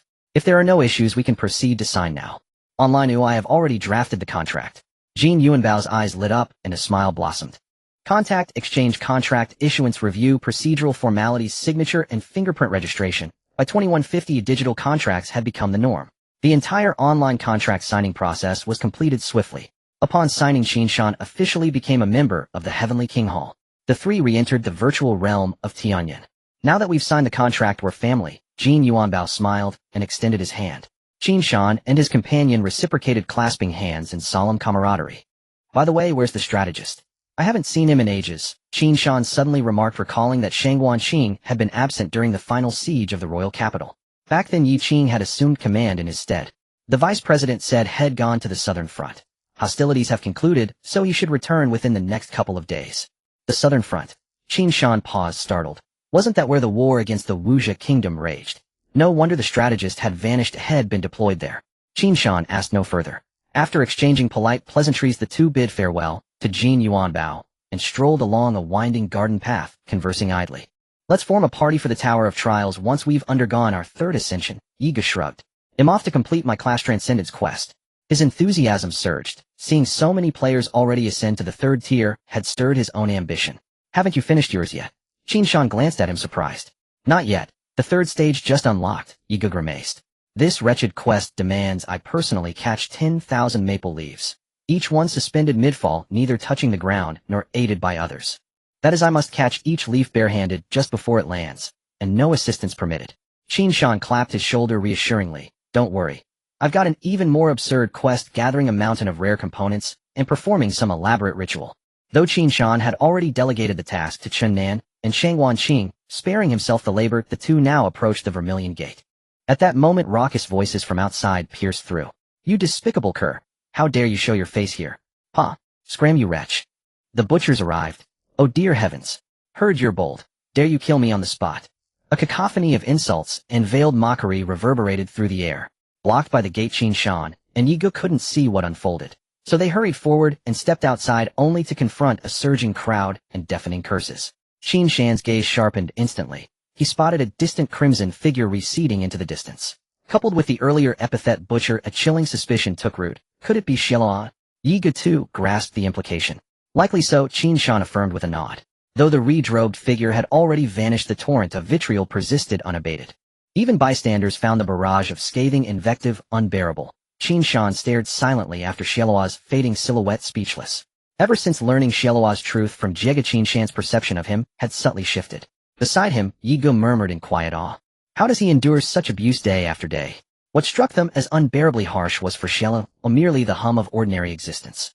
Perhaps it is his sister's strength that sustains him. Qin Shan ventured, hesitating slightly.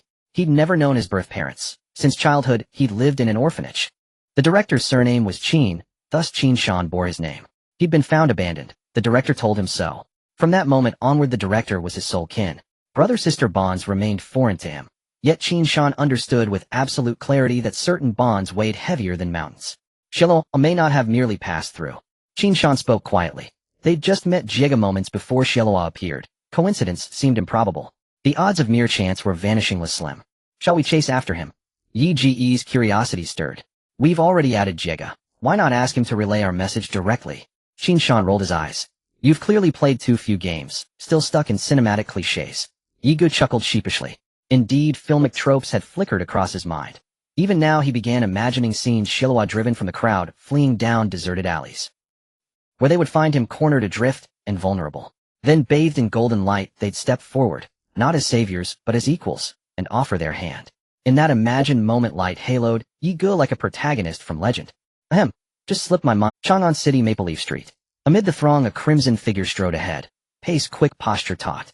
Behind him, a bald monk hastened to keep pace. Shiloh, wait here. I'll locate it for you, Jega puffed, catching up. Shiloh eased his stride, slowing just enough. His agility far surpassed Jega's. Any slight acceleration forced Jega into a jog. Seeing Shiloh's silence, Jega assumed his heart had been wounded. Sigh, it's my fault. I thought you might take on commissions from the Heavenly King Hall. Earn extra coin. With its current scale, the hall must be flush with resources. Securing such a contract would ease your sister's burdens immensely.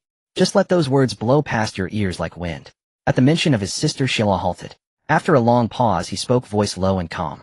Their insults mean nothing, but we underestimated the hall's prestige. Seeing how the crowd reacted at its gates, I knew this commission was impossible. Jega blinked, unwilling to concede. You haven't even tried. How can you know they'd refuse? Shiloh turned gaze steady. My reputation is worse than a stray dog's. If the hall's adversaries learn I'm working for them, even as a contractor, they'll weaponize it without hesitation. He turned away again, resuming his march. I won't profit at the cost of my employer's integrity. Jega froze, then noticed a private message blinking. He opened it. Qin Shan's name glowed on screen. Moments later, he broke into a sprint once more. We could seek help from Lord Shan or Lord Yi. If either vouches for us, success is assured. Shiloh fell silent, eyes dimming. When one's name reeks, so foul silence from them is already mercy. He paused. I know your intent is kind. Failure changes nothing. You've even persuaded your master to cleanse my crimson aura. That kindness alone surpasses any debt. Jega too fell quiet. It had been Jega who proposed coming to the Heavenly King Hall. Having learned from Qin Shan and Yi Ge about its ongoing purgation campaign, a matter now dominating player discourse, with Bingshin Guild reduced to dinner table gossip. The operation aligned perfectly with Shiloh's expertise. Jega saw an opportunity. Perhaps Shiloh could undertake a subcontract given his mastery of such operations. He hadn't foreseen the scene at the gate. No negotiation occurred, only a torrent of abuse before they'd even crossed the threshold. He hadn't messaged Qin Shan first, a no obligation bound them to intervene. He'd hoped Shiloh would negotiate independently, yet it collapsed before beginning. Then unexpectedly Qin Shan reached out, offering a sliver of hope. Let's try again. It will fail. Shiloh halted once more, gaze fixed ahead, where a stray dog darted between wheels and pedestrians. Despite its caution, the dog's left leg was crushed beneath a passing wheel. A guttural cry tore from its throat, unanswered, unheeded. Shiloh watched, drew a slow breath, and spoke, voice serene as still water. A stray dog needs no tombstone, only the freedom to run until it rots.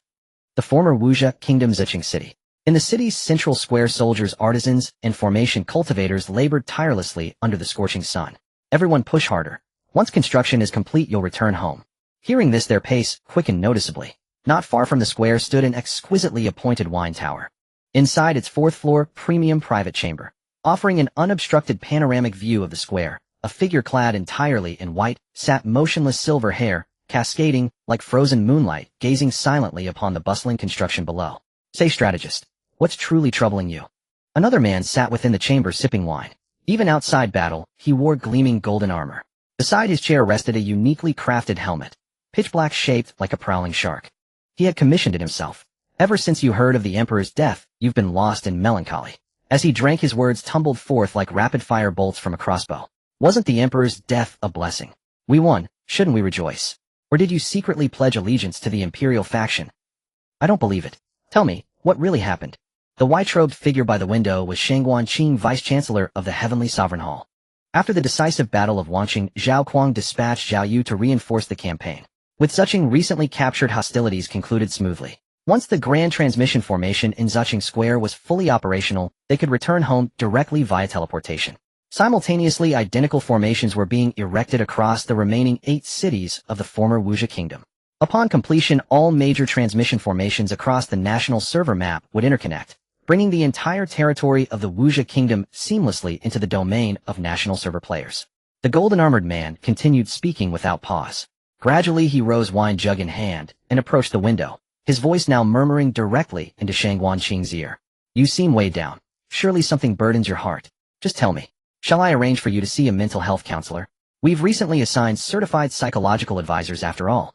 Shang Wanqing, utterly worn down, finally relented with a sigh. Chancellor, could you please be serious for once? I'm only trying to comfort you, came the reply. The golden-armored man chuckled sheepishly and fell silent. He knew when Shang Wanqing spoke something meaningful was about to follow. True enough, the next moment Shang Wanqing folded his hands behind his back and fixed his gaze upon the square. A soft sigh escaped him before he posed a quiet question. Chancellor, if I have failed, will you hold it against me, eh? The golden-armored man blinked, puzzled. Failed? What did that even mean? I confess I don't quite grasp your meaning. What exactly do you mean by failed? Shang Wanqing's words momentarily short-circuited his thoughts. Failed. Since launch, the Heavenly Sovereign Hall had reigned supreme. Uncontested leader of the national server, unmatched across Longua. Every member took immense pride in belonging. Recruitment proceeded flawlessly. Every facet of the hall flourished. Its prosperity radiant and undeniable. And yet, the very architect of that triumph stood sighing, whispering doubt. What if I've failed? It's all right. You've done extraordinarily well. Though baffled, the golden-armored man answered sincerely. Before Shang Wanqing could speak again, the wooden door burst open with a thunderous crash. Before the figure appeared, a bold, boisterous voice echoed through the chamber. Strategist. Why wasn't I invited to dinner? Oh ho, General Bai is here too. Shang Wanqing closed his mouth mid-sentence and pressed a hand to his forehead. Another eccentric has arrived. The newcomer was Zhao Yu. At that instant, a private message notification chimed. Shang Wanqing opened it, sent by Qin Shan. He read the message, then stared silently at Qin Shan's name for a long while. After a pause, he typed a reply. Meanwhile, elsewhere, in Chang'an Street, the strategist has agreed to speak with you personally. I'll send you his friend ID. How you proceed is up to you. Qin Shan clapped Xiao Luo on the shoulder. Thank you both. Regardless of outcome, I owe you a debt. Xiao Luo spoke earnestly. Qin Shan smiled faintly, saying nothing more. His motivation stemmed from Jiega's account of a man enduring relentless hardship alone. A man confronting a merciless world while shouldering the care of a gravely ill younger sister. Qin Shan understood such suffering, but Xiao Luo bore far heavier burdens. That empathy was his primary reason for helping. He sought no repayment, only the quiet satisfaction of honoring his own moral compass. That alone sufficed. We'll take our leave now, said Yi Go, arms crossed over her sheathed sword. Amit Ba, I shall recite a sutra in gratitude. Jiega beamed with delight. No need. Off we go. With that, Qin Shan and Yi Go strode away, leaving behind only a graceful retreating silhouette. See, there are still good people in this world, Jiega murmured, watching them vanish, a subtle smile lifting his lips. Xiao Luo's own mouth curved, just barely. Once their figures disappeared, Jiega lifted his eyes to Xiao Luo, whose gaze remained fixed, distant, and unfocused on some unseen point far ahead. Jiega followed his line of sight, and there a stray dog with a mangled left leg dragged itself painfully forward. Just as it passed a steamed bun shop, a bun suddenly sailed out the doorway. It landed precisely before the dog. Emaciated and trembling, the creature devoured it ravenously. No hesitation, no delay. Who had tossed it? The shopkeeper? A waiter? A customer? Xiao Luo couldn't know. But he knew one truth: the dog desperately needed that bun. Perhaps to the giver it meant little. To the dog it might well be the difference between life and death. At that moment, Xiao Luo's private message chime sounded. He tapped it open. Shang Wanqing's reply froze his breath. How did it go? Success. Major yes. Absolutely brilliant. Jiega leapt and danced, genuinely overjoyed, for they were friends, and Xiao Luo had aided him greatly. Many souls Xiao Luo had ended were later guided to peace by Jiega's rites. Xiao Luo exhaled deeply, relief washing over him. His sister's condition showed no improvement. Dialysis, costly medication, surgery, all exacted crushing financial tolls. This contract would ease that burden significantly. Back in Zuching at the wine tower, Shang Wanqing withdrew his gaze from the square. Inside the chamber, Zhao Yu and Chancellor Bai had already begun a spirited drinking contest. The atmosphere crackled with energy. Shang Wanqing felt unexpectedly that perhaps matters weren't so dire after all, and that change even now remained possible. In Tianshui City, at the contribution store. Tisk, why is it so expensive? I'm just short of 20,000 contribution points. Qin Shan looked at the store, feeling a bit of a toothache. The contribution store is not interconnected yet, can only be purchased from the default beginner city, and does not refresh. According to Qin Shan's understanding, it is akin to a beginner's welfare store. Moreover, the contribution points earned from dungeon runs currently have no other use, perhaps because they haven't been unlocked yet. Qin Shan at this moment gazed at the contribution store, falling into deep thought. Contribution store, contribution points, 280000.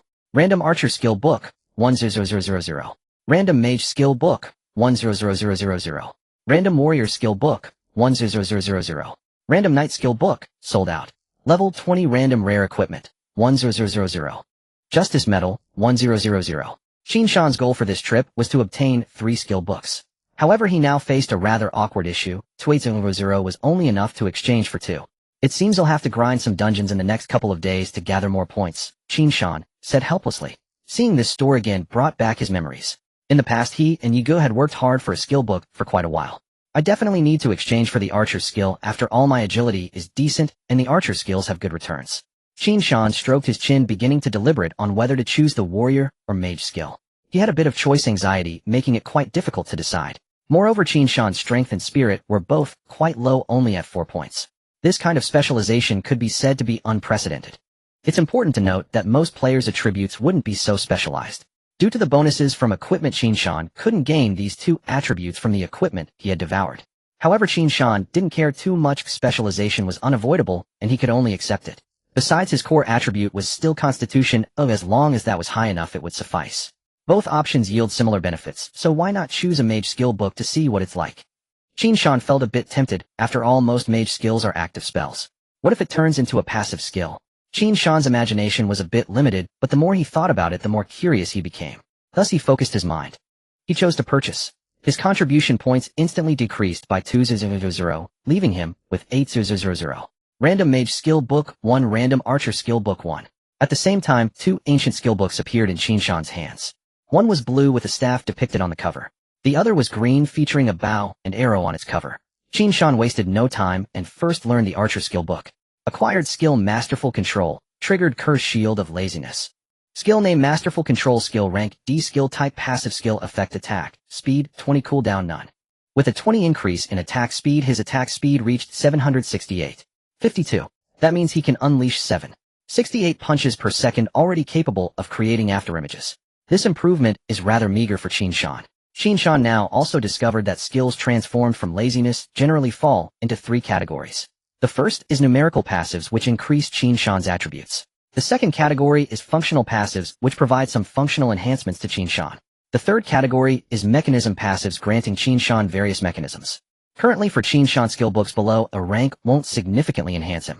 However, they are indispensable as they represent the foundation. The more he accumulates, the higher Qin Shan's stats will be. He understands the principle that without small streams there can be no rivers or seas. Subsequently, Qin Shan's gaze shifted to another blue skill book. Qin Shan focused his mind and chose to learn. Acquired skill Swift Wind, triggered Curse Shield of Laziness. Skill name Swift Wind, skill rank D, skill type passive, skill effect movement speed increased by 10, with a slight increase in wind resistance. Cooldown none. Qin Shan quickly glanced through the skill introduction and captured the key information. Learning spell skills can also increase the resistance to corresponding attributes. Qin Shan was naturally very familiar with elemental damage. The fire elemental damage on him is one of his significant outputs. In Qin Yun, besides physical damage and spell damage, there is also true damage, as well as various elemental damages. There are even forced life deductions. The endless life sin is a type of life deduction. Qin Shan's physical defense and spell attributes can resist these 2 basic types. Currently, Qin Shan does not have high resistance to various elemental outputs. Luckily, elemental damage is still relatively rare, with very few players possessing it.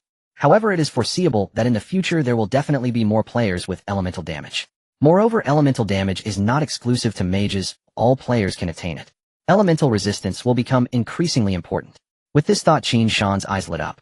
While this talent is comprehensive, it has already thought of how to address any shortcomings. Qin Shan couldn't help but praise. No wonder it's a noble SS-level talent. With this, Qin Shan doesn't even have to worry about elemental resistance. He is practically a completely flawless hexagonal tank. Of course, spell skills are certainly not as simple as just converting elemental resistance. Qin Shan estimated that the spell skills he drew were likely more supportive. What would happen if he drew offensive spell skill? Would he have a chance to unleash fireballs upon being hit?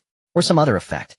Qin Shan is still uncertain, but he should be able to glimpse something when he acquires the second mage skill book. With this thought, Qin Shan suddenly felt that his talent was a bit like a blind box. Each time he learns a skill, it feels like drawing from a blind box. You never know what kind of skill you'll draw next.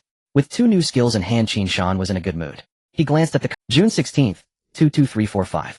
It was already 2 in the morning. Qin Shan surveyed his surroundings. Players were visible all around the streets. There were many people near the contribution store, selecting rewards. Among them were quite a few players in basic gear. Qin Shan noticed that there were a lot of new players. The evening in Tianyun was even livelier than during the day. This was due to the special game pod of Tianyun. During his leisure time, Qin Shan had naturally read the promotional materials on the official website. It clearly stated that lying in the game pod is equivalent to deep sleep. During the day, many players are busy with work, making it easier for them to log in at night. Standing still after surveying the surroundings, Qin Shan suddenly felt inspired. It's been a while since I've played in the arena. How about going to have some fun? It was 2 in the morning, marking the beginning of a new day, with 2 days left until the founding ceremony. Qin Shan hurried down the street, making his way to the arena. The blockade action of the Heavenly King's Hall had not yet concluded. At this moment, the eastern city gate of the royal city was being watched by the Wolf Intestine Gang. Since the clash with the Ice Heart Guild, the actions of the Heavenly King's Hall had become considerably easier. The major guilds seemed to have chosen to avoid the spotlight, resulting in a lack of significant activity. The players on the list had clearly become more cautious, venturing out less frequently. From time to time, those who dared to run out were caught and killed. However, despite the efforts of the Heavenly King's Hall, the major guilds did not mount a strong counterattack. Qin Shan felt quite pleased with this situation. When he visited the Tiandu Garden and chatted with Jin Yuanbao, he had learned some not-so-secret secrets. Namely, every guild on the assassination list had without exception once recruited members from the Heavenly King's Hall. Some guilds had even poached more than 1 or 2. This matter infuriated Shang Wanqing. As the highest public manager of the top guild in Tianyuan, so far the president had not yet made a public appearance. His anger was clearly not trivial. When he was angry, someone naturally had to pay the price. As Shang Wanqing said, some matters are not unpunished, the time just isn't right. Clearly the major guilds had learned from the lessons of the Ice Heart Guild and recognized Shang Wanqing's resolute attitude. Thus they chose to avoid confrontation to quell his anger. However, Qin Shan felt that things should not be so simple. The major guilds likely could not swallow this humiliation. The current calm felt more like the tranquility before a storm. Recalling the Battle of Chang'an, Qin Shan found it somewhat strange. At that time he had thought that it was the headwinds that caused their morale to plummet. It turned out that there were undercurrents stirring in the background. The major guilds initially rebelled, backstabbing their allies, then launched a network propaganda war after gaining the upper hand. Under the overwhelming pressure of online scrutiny, some players with low resilience would lose their fighting spirit and choose to switch guilds. Qin Shan found this malicious competition quite disgraceful. At the same time, he felt that a probationary period was indeed very necessary. Screening out those with weak resolve in advance would certainly benefit the guild more than harm it. Such fence-sitters were of no use. They could not handle adverse situations. Thinking of this, Qin Shan could not help but admire Shang Wanqing's methods once again. Soon Qin Shan arrived at the arena in Tianshui City. It still retained the style of an ancient Roman Colosseum. Looking at the arena, he felt a sense of familiarity. It felt like returning home. The arena was quite lively at this moment, with many players coming in and out. Not only were there veteran players, but many new players had also come to experience it. For them, everything about Tianyuan was incredibly novel. With various matters being handled by others, Qin Shan found himself relatively free. He only needed to wait for news from the strategist and Chun Nan. At that time, he would step into the third transformation. As the Longaway Cave Heaven had not yet opened, Qin Shan decided to grind for some points at the arena first. Qin Shan had his reasons for participating in the arena. Last time, due to a lack of time, he had been slow in climbing the rankings. Limited by his output, he had ultimately secured 2nd place nationwide. Although the rewards for the top 3 were the same, Qin Shan still wanted to take 1st place, not for anything else, but to claim the top spot. After all, achieving 1st place was not simply about who was stronger. It also required consideration of the speed at which others could defeat weaker opponents and the duration of battles. Yi Gu and Xiao Luo's high output gave them a significant advantage in this respect. In the time it took Qin Shan to finish one match, they could have played 3 or 4. As a tank with no combat prowess, his strength was only 4 points. He was at a considerable disadvantage in this regard. If he were to compete at the end of the month, Qin Shan estimated that it would be very difficult for him to surpass them. Adhering to the principle of the early bird catching the worm, Qin Shan decided to start early. Moreover, he had not forgotten that the fighting maniac often frequented the arena. Relying on his ability to level up quickly, he might have already gone on a killing spree in the arena. Thinking of this, Qin Shan quickened his pace. He stepped into the hall. The hall had many seats with numerous players sitting in chairs chatting. This was because there was a half-hour cooldown after a defeat. Most of these players were waiting for their cooldowns after losing. Regardless of success or failure, players would regain their state after battles, as well as any skill cooldowns. In the center of the hall, there was a translucent blue system leaderboard. No. 1 Fighting Maniac NO. 2. Qitian de Sheng NO. 3. No distinction between you and me. Qin Shan glanced over. The top spot was indeed Fighting Maniac. As for the 2nd and 3rd places, Qin Shan had no impression of them, and did not know if they were members of the Heavenly King's Hall. After all, with about 1,000 players, he couldn't remember many. Although Qin Shan often browsed forums, he rarely checked the guild channel. The guild channel was mostly filled with idle chatter, which he found unproductive. With that time, he preferred to read more on the forums to learn something. It was only mid-June now, so the leaderboard's value was... Many skilled players typically only started climbing the ranks in late June. Qin Shan merely took a cursory glance and did not pay much attention. He walked straight through the hall towards the inner area, passing through a long corridor. As he entered, the surroundings became spacious, revealing many doors in different directions. Blue energy swirled around the doors, with blue crystals continuously scattering in the air at the edges of the door frames. From a distance, it looked as if the portals were breathing. Qin Shan smiled slightly and casually chose a door, striding into it. The first national second place in the arena has officially launched. Inside the battle arena, a vast grassland stretched as far as the eye could see. A flash of white light appeared, and a cloaked assassin player emerged. At the moment of his appearance, he quickly scanned the surrounding environment. Upon seeing the plains, he sighed. "Sigh, how am I supposed to play on this terrain?" He felt somewhat disheartened. The open plains offered a broad field of vision, which was clearly unfavorable for him as an assassin player. But soon he took a deep breath and encouraged himself. "It's alright, if the terrain is not advantageous for me, it should be favorable for the opponent. The advantageous terrain for the opponent suggests that their ranking score should not be higher than mine." With this thought, the assassin player regained a bit of confidence. He still had great faith in Tianyan's matchmaking mechanism. Since the professions of both combatants might differ, the influence of terrain on the outcome of battles was indeed quite significant. Moreover, different professions had different advantageous maps. Many bloggers had analyzed that Tianyan usually selected maps based on the ranking differences between both sides. If the ranking disparity was large, the terrain would tend to favor the lower ranked, serving as a balance. "Come on, let me see what your profession is." The assassin player charged forward quickly. The grassland map was indeed quite expansive. About half a minute later, a small purple suddenly appeared ahead of him. The assassin player squinted his eyes to see. "Is that a knight? How did I end up matched with a knight?" The assassin player frowned. Soon the opponent approached. He finally got a clear view of the other person. The opponent was dressed entirely in black, seemingly in a costume. The assassin player was not surprised, as many players now possessed costumes. Costumes could conceal the appearance of equipment. However, the dark purple shield in the opponent's hand became increasingly familiar to him. In the arena, information about opponents could not be detected. He couldn't recall for a moment, so he decided to ask aloud. "Hey brother, haven't I seen you somewhere before?"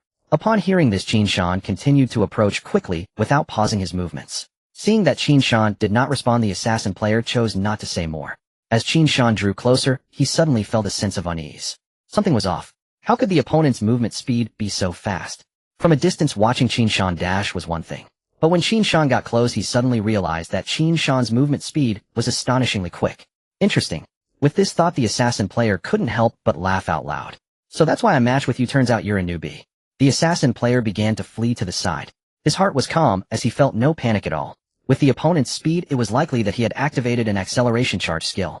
Now he just needed to avoid the opponent's charge skill before he could start counterattacking. While running, he spoke up. "Brother, knights don't play like this. You need to invest in constitution. Oh, what's the use of agility?" The assassin player kindly reminded him as he ran. Qin Shan did not stop his steps, and upon hearing this, a smile gradually appeared on his face. Once those words were out, Qin Shan knew the other party must not have recognized him. Did he take him for a newbie knight who invested all in agility? Seeing the goodwill from the other party, Qin Shan responded with a smile. "Really? Thanks, brother. Otherwise I wouldn't have known." The assassin player was now running ahead, with Qin Shan chasing from behind. As a main agility-focused assassin player, he was not afraid that Qin Shan could catch up to him. After hearing Qin Shan's response, he smiled widely. The kind reminder he just gave also carried a hint of testing. With Qin Shan's reply, he completely relaxed. At the same time, he felt a bit amused. Oh, was there really a newbie who played a tank with all points in agility? The assassin player sprinted, glancing back at Qin Shan. "No worries, brother, so this victory. Wait, is your acceleration skill still active?" At this moment, he suddenly sensed something was off. Logically, he should have seen the opponent activate the acceleration skill from quite a distance. He had encountered many such skills before, and many frontline knights had them, allowing for accelerated charges. Some even had a stun effect upon impact. But if the opponent had been using the skill all this way, it should have worn off by now, right? Then he noticed a major problem. The opponent was getting closer and closer. "Stop dreaming, brother. You won't withstand my burst with full agility." The assassin player felt something was slightly off, but still forced himself to remain calm. As soon as he finished speaking, Qin Shan had already closed the distance to within 50 meters. The corruption of the light and dark field had begun. Suddenly, a damage number popped up above the assassin player's head. 76376 fire. The sudden damage number left the assassin player momentarily stunned. But the light and dark field wouldn't pause. The next second, another damage number appeared above his head. "Area burn. Are you really a newbie?" the assassin player questioned. How could a newbie have such good luck to obtain an area burn skill? He hissed, feeling somewhat perplexed. Area burn was likely a mage's skill. He was not surprised to see the opponent using a mage skill, as skill books in Tianyan were not restricted by class. But why did it hurt so much? The damage per second was 800, meaning in 1 minute the total damage already reached 48,000. He was just a fragile character, and with all his gear, he only had 70,000 health. This meant that as long as the opponent did nothing but stick to him for less than 2 minutes, he would be drained of health and literally burned to death. Was it possible he wasn't all in agility, but also half in spirit? While he was still pondering, Qin Shan had already dashed right in front of him. The assassin player had no choice but to activate his stealth skill. His figure gradually became transparent and soon vanished from sight. Then he suddenly changed direction, running to the side. To ensure safety, he continued to run sideways after becoming invisible. He wanted to create some distance, observe for a moment, and wait for Qin Shan's skill effects to end. If he could stretch it out until Qin Shan's skill went into cooldown, he might still have a chance. The assassin player quickly devised a strategy. He ran quickly, but the noise from behind persisted, prompting him. He saw Qin Shan had already reached behind him. This scene startled the assassin player greatly. What the hell? What's going on, you? Before he could finish his sentence, Qin Shan's shield struck him hard. 56370 black, 8 punch, 5637 fire, 7637 shield strike, 763 fire. A single charge combined with the blood loss from the light and dark field. The assassin player crashed heavily to the ground, transforming into a beam of white light. He was dead. Phew, no wonder you're an assassin, you can really run fast.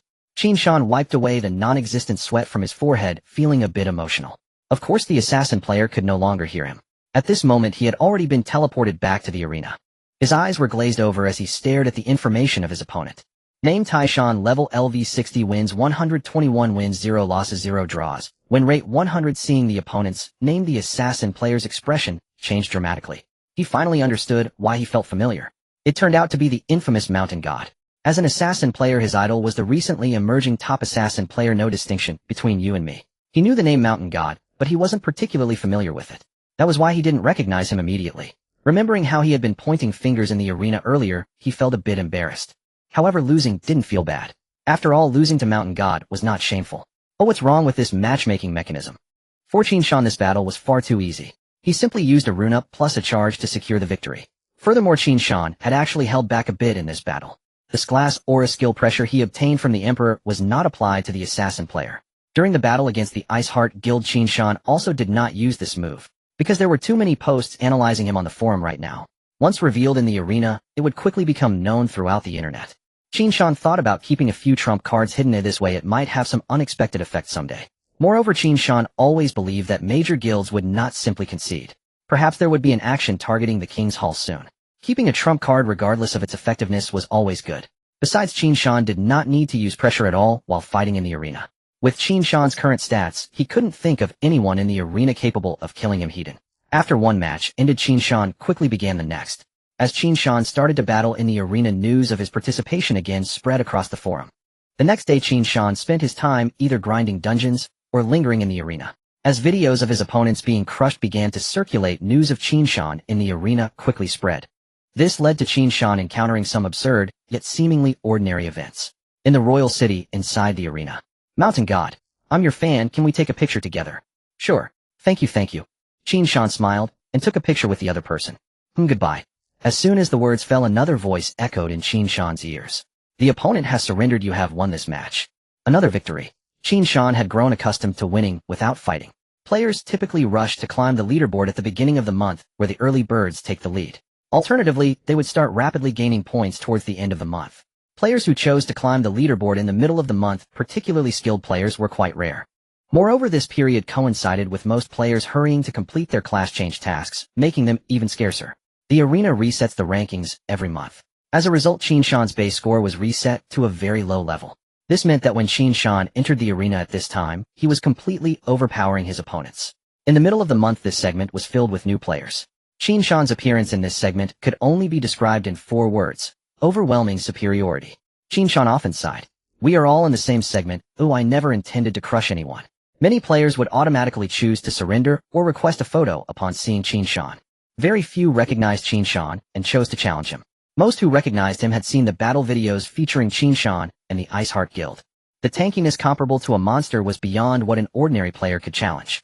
Anyone who had seen Qin Shan's battle videos would lose their fighting spirit. Although players were not afraid of dying, many could still recognize their limitations. It's just a duel, losing meant only a 30-minute cooldown.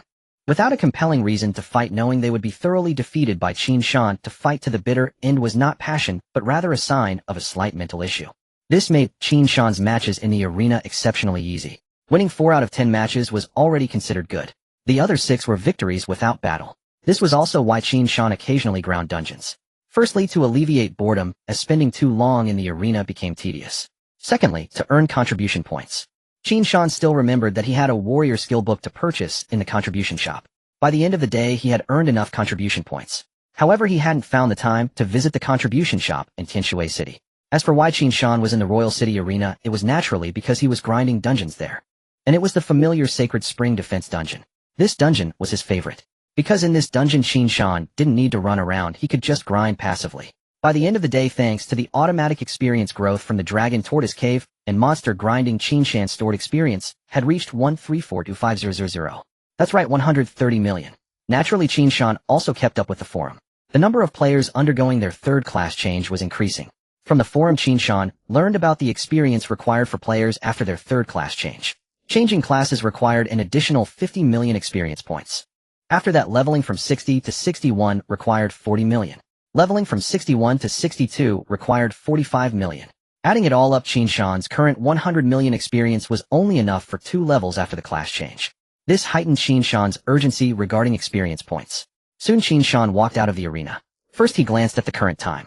June 17th, 55943. A few seconds later, the time struck 6 o'clock. Experience gained 1 million. With the experience points deposited on a schedule, Qin Shan nodded in satisfaction. During the day, he also visited the palace. There he learned from the Imperial Guards about the opening time of the Dragon Tortoise Cave, which was at 6 this morning. Upon receiving this news, Qin Shan immediately contacted Bai Shaoxing. Of course, it wasn't to ask him out, but to request Bai Shaoxing to investigate. Knowing the demand for experience points after the third class change was high, Qin Shan's importance placed on the Dragon Tortoise Cave increased even more. After all, this could be a crucial source of experience for him. Qin Shan needed to understand the mechanics of the monsters in the Dragon Tortoise Cave. Whether they spawned out of thin air or reproduced like a biological chain in reality. However, there was another headache. Although Qin Shan had basic privileges for the dungeon, he did not have actual operating rights. The Dragon Tortoise Cave was currently under Zhao Kuang. If Zhao Kuang did not open the dungeon to players, Qin Shan's plans would be ruined. He currently had no clue how to but he planned to tackle the first matter first, figuring out the monster spawning mechanics. If the monsters spawned spontaneously, then these issues would no longer be problems. This way, Qin Shan would have no worries about the extinction of monsters. He would continuously receive a steady stream of experience points. The time agreed upon with Bai Shaoxing was 6:30 at the dungeon entrance. With half an hour left to gather, Qin Shan decided to return to Tianshui City first. He planned to visit the contribution shop first to exchange for the warrior skill book. Qin Shan had always had a thirst for skill books. Each skill book was an accumulation for him. This perspective was vastly different from that of other players. For normal players, having more skill books was not necessarily better. Due to limited mana, they often only sought suitable skill books that could form a cohesive skill system. This was also the path taken by most mainstream players. After all, for them, learning too many scattered skills offered few opportunities for use. Additionally, having too many skills could make their combat seem cumbersome. Qin Shan, however, was different. He only needed to learn them.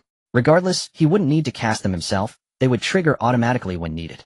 He didn't need to study his combos or skill chains like other players before battles, nor did he have to deal with various. During combat, his brain didn't need to race to determine which skill to use when.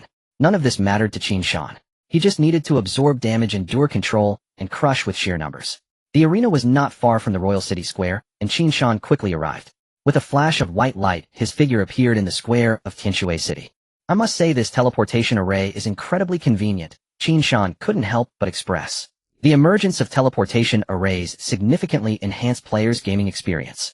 They drastically reduced players' travel times, making it quite friendly for them. Qin Shan's speed in getting around. After a while, the contribution shop came into view. At this time, many players surrounded the contribution shop, making it packed and bustling much like a vegetable market. Qin Shan raised an eyebrow. Why is it so lively today? Upon getting closer, he finally understood the reason and couldn't help but twitch the corner of his mouth. What a coincidence. This kid has started again. Alright, come on, 321 eggplant. Next. Everyone please don't crowd, let's move to the side and not block others while shopping. Nearby the contribution shop, a white-clad youth with sharp eyebrows was interacting with people everywhere. Qin Shan naturally recognized this familiar figure at a glance. It was Ego. Although the scene was crowded, it was not particularly chaotic. Seeing this, Qin Shan nodded secretly. Last time at the East City Gate, he was trapped in the middle by fans, and the situation was very chaotic. At that time Qin Shan was completely enveloped by the enthusiasm of the fans, and did not know how to handle it, unable to control the scene. Unexpectedly, Ye Ge was quite skilled at managing the crowd. It was just that he didn't know if it was cultivated or innate. Qin Shan felt it was cultivated. From Ye Ge's actions, he saw enjoyment. Ye Ge was completely immersed in the moment. Qin Shan suspected that Ye Ge usually claimed to be hunting elite monsters and farming for illustrations. Could it be that he had held countless fan meetings along the way? Watching Ye Ge's childlike happiness, Qin Shan did not go up to disturb him. Let the child enjoy himself. Qin Shan quietly watched from a distance. About 5 minutes passed, and the crowd slowly dispersed. Ye Ge was also getting ready to leave. At that moment his gaze swept over. He saw Qin Shan, standing not far away, arms crossed, smiling at him. Ye Ge's eyes brightened, revealing a look of surprise. He stepped towards Qin Shan. Qin Shan also smiled, and walked towards Ye Ge, arms wide open, seemingly ready for a hug. As they got closer, Ye Ge suddenly curved his lips into a smirk and teased. "Are you waiting for a photo? Fans, come on, let Ye Ge take a picture with you," Ye Ge said with a serious expression, but his tone held a hint of playfulness. The two quickly drew near, and Ye Ge slowly opened his arms, ready for the hug. The distance between them grew closer. Only 5 steps apart. Quickly it became 3 steps. 1 step. 3 steps. 5 steps. The distance gradually widened. Ye Ge's outstretched arms froze in place. Qin Shan walked straight past him. Soon voices of conversation came from behind. "Yo, shopkeeper, long time no see. Where I'm just a little steward, not a full shopkeeper. You're being modest. I saw at the national ceremony. You'll soon be promoted to shopkeeper. Thanks for the good words. I'll send you a bottle of intermediate recovery potion later." Thank you. The voices of Qin Shan chatting with the steward of the contribution shop came from behind. The two chatted enthusiastically, completely ignoring Ye Ge. Ye Ge took a deep breath and licked his lips. It seems that Jiang is indeed spicier than Qin Shan. He originally thought of playing a prank, but Qin Shan reacted too quickly and turned the tables on him. Damn, did he lose to him again? This man is not only strong in strength, but also frighteningly quick-witted. Thinking this, Ye Ge turned around. Looking at Qin Shan's back, while shopping, he nodded slightly in acknowledgement. Still savoring the move Qin Shan had just used. This tactic is useful. I should use it on Yi Qing next time. On Qin Shan's side, he quickly used 100,000 contribution points to exchange for a warrior skill book. He didn't even glance at the other items. After buying the skill book, his contribution points were almost 0, and he couldn't buy anything else. Looking at the red skill book in his hand with a long sword on the cover. It is worth mentioning that there are many types of weapons in Tianyun. There are long staffs, spears, nunchaku, gauntlets, halberds, long swords, big knives, and so on. Each type of weapon has many different styles. Choosing a long sword for the cover serves a representative purpose. It does not mean that the skills are exclusive to long swords. The same applies to mages, archers, and other professions. Qin Shan focused on the skill book in his hand. Learning. Trigger Cursed Shield of Laziness. Acquired skill duel. Skill name duel. Skill rank C. Skill type aura. Skill range 50 meters. Skill effect reduces the life recovery effect of a selected enemy target within the skill range by 50 and the mana recovery effect by 50. An aura skill. Reduce healing. Qin Shan's eyes widened in surprise. I didn't expect that a warrior skill gave me a pleasant surprise. Qin Shan shook his head and chuckled. An aura skill that also comes with a healing reduction effect. And its C rank. Although its single target of 50 healing reduction is already quite strong. The archer and mage skills Qin Shan had drawn previously were all D rank. Unexpectedly, he casually drew a powerful C rank skill book today. And it's an aura skill. He hit the jackpot. Is today my lucky day? Then Qin Shan glanced at Ye Ge not far away. At this moment, Ye Ge was looking at him deep in thought. Wondering what strange thoughts he was having again. Could it be that Ye Ge's luck had rubbed off on him? Just as Qin Shan was speculating, the steward's voice sounded from the side. "Young friend, don't forget there's a gifted life potion as well." "Oh, thank you." Qin Shan reached out to take the potion suddenly, as if remembering something. He suddenly looked up at the steward. At this moment, the steward was smiling and staring at him. "Could it be shopkeeper you?" Qin Shan asked hesitantly. Qin Shan suddenly felt like he had discovered a new world. But he didn't know whether his guess was correct. "I'm just a steward, not a shopkeeper," the steward said with a hint of meaning. Qin Shan's pupils suddenly contracted. No way is this game's NPC. Thinking of this, Qin Shan decided not to beat around the bush and asked directly. "Did you choose the C rank skill book for me?" Qin Shan asked. The steward glanced around and replied, "Yes." "Why?" "I just greeted you." Qin Shan asked somewhat. He had only come by twice in the last 2 days and was a bit more diligent. Then he just greeted, and that could trigger a hidden bonus. There was one thing Qin Shan hadn't expected. That is, this random skill book is actually not completely random, but controlled by the NPC. "Because I recognize you, my father works under Minister Zhang," the steward said softly. "Minister Zhang?" Qin Shan was momentarily stunned. "Who is Minister Zhang? Who is Zhang Shangshu? Do I know him?" The steward leaned in closer and said, Lord Zhongrang was promoted and tomorrow he will be announced as the Minister of Works. Qin Shan's mouth dropped open. First he was surprised, but then he found it very reasonable. After all, tomorrow is the national ceremony and the appointments of officials are naturally set in advance. Qin Shan had been constrained by game thinking believing it would only start tomorrow. But in fact the plot of Tianyuan is always in progress. In the background the impact of the national ceremony has already begun to silently ferment. Since you recognize me, do you know what my reward is? I don't know, I only know that Lord Zhongrang was promoted to minister. What position do I hold now? I don't know either. Qin Shan was momentarily at a loss for words. It seemed that the player's information was still well hidden and not leaked in advance. Thinking of this, Qin Shan rolled his eyes and said, "You don't know this, you don't know that. Then give me a few more skill books." The steward. Soon Qin Shan left the contribution shop with a bottle of life potion. Not far away, Ye Ge had been waiting for a while. He glanced at the life potion in Qin Shan's hand and spoke in surprise. "Why did you buy a life potion?" "The boss gave it to me." Ye Ge nodded at this, but said no more. Seeing Ye Ge's silence, Qin Shan asked in return, "Aren't you curious?" "It's just a life potion, it's not expensive." Well, Ye Ge's thought process was still quite he was only concerned about the life potion. Meanwhile, Qin Shan focused on the NPC's behavior in such situations, inferring their logic. After all, in Qin Shan's view, no matter how intelligent the NPCs were, they must have their own behavioral logic. If one could thoroughly study the NPCs, wouldn't various hidden quests, hidden rewards, and potential benefits be easily obtained? Unexpectedly, what began as a casual gesture by Qin Shan to counter Ye Ge and make a joke ended up inadvertently uncovering the hidden behavior of the NPCs. From the steward, Qin Shan learned that it was the potential influence brought by Zhongrang. Thinking of Zhongrang, Qin Shan couldn't help but fall into memories. Back then, he and Zhongrang participated in the hidden quest at the Zhang residence in Tianshui City under the arrangement of Shangguanqing. Following the quest, they saved Zhongrang's life. Unexpectedly, the impact after saving Zhongrang was so significant that it brought unimaginable benefits to both Qin Shan and the others. At that time, Qin Shan's reward was actually not enough to obtain the divine statue. It was Zhongrang who put in his own credit, allowing Qin Shan to finally obtain the divine statue. It's worth noting that the divine statue of life granted Qin Shan an additional 200 health. This excited Qin Shan immensely. His stats began to swell from that moment and ultimately became uncontrollable. Had it not been for Zhongrang, Qin Shan would never have encountered the divine statue so early. Therefore, when the arena rewards were settled, he might not have chosen the divine statue as his reward. As a result, Qin Shan could have missed out on Return to Heaven. The value of Return to Heaven goes without saying. It is now equivalent to Qin Shan's core mechanism. Moreover, without life, Qin Shan would have likely struggled to pass the inheritance dungeon of the Cursed Holy Knight, thus missing the chance to obtain the SS-level hidden profession.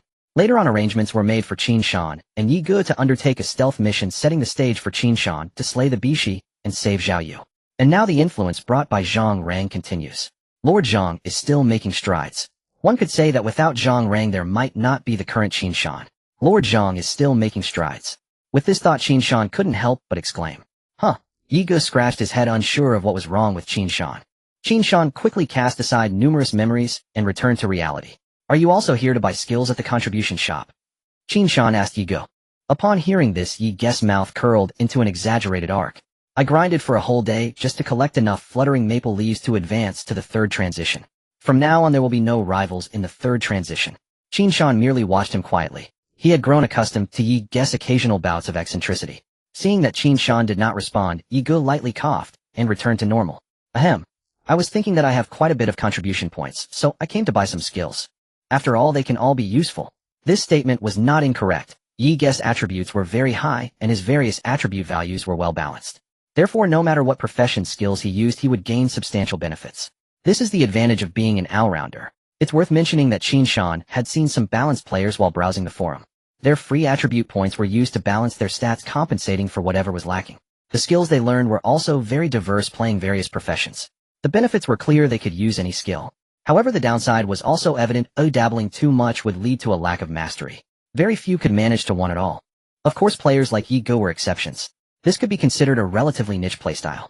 Subsequently, Qin Shan asked a question out of curiosity. "What rank was the skill you just drew?" "C rank."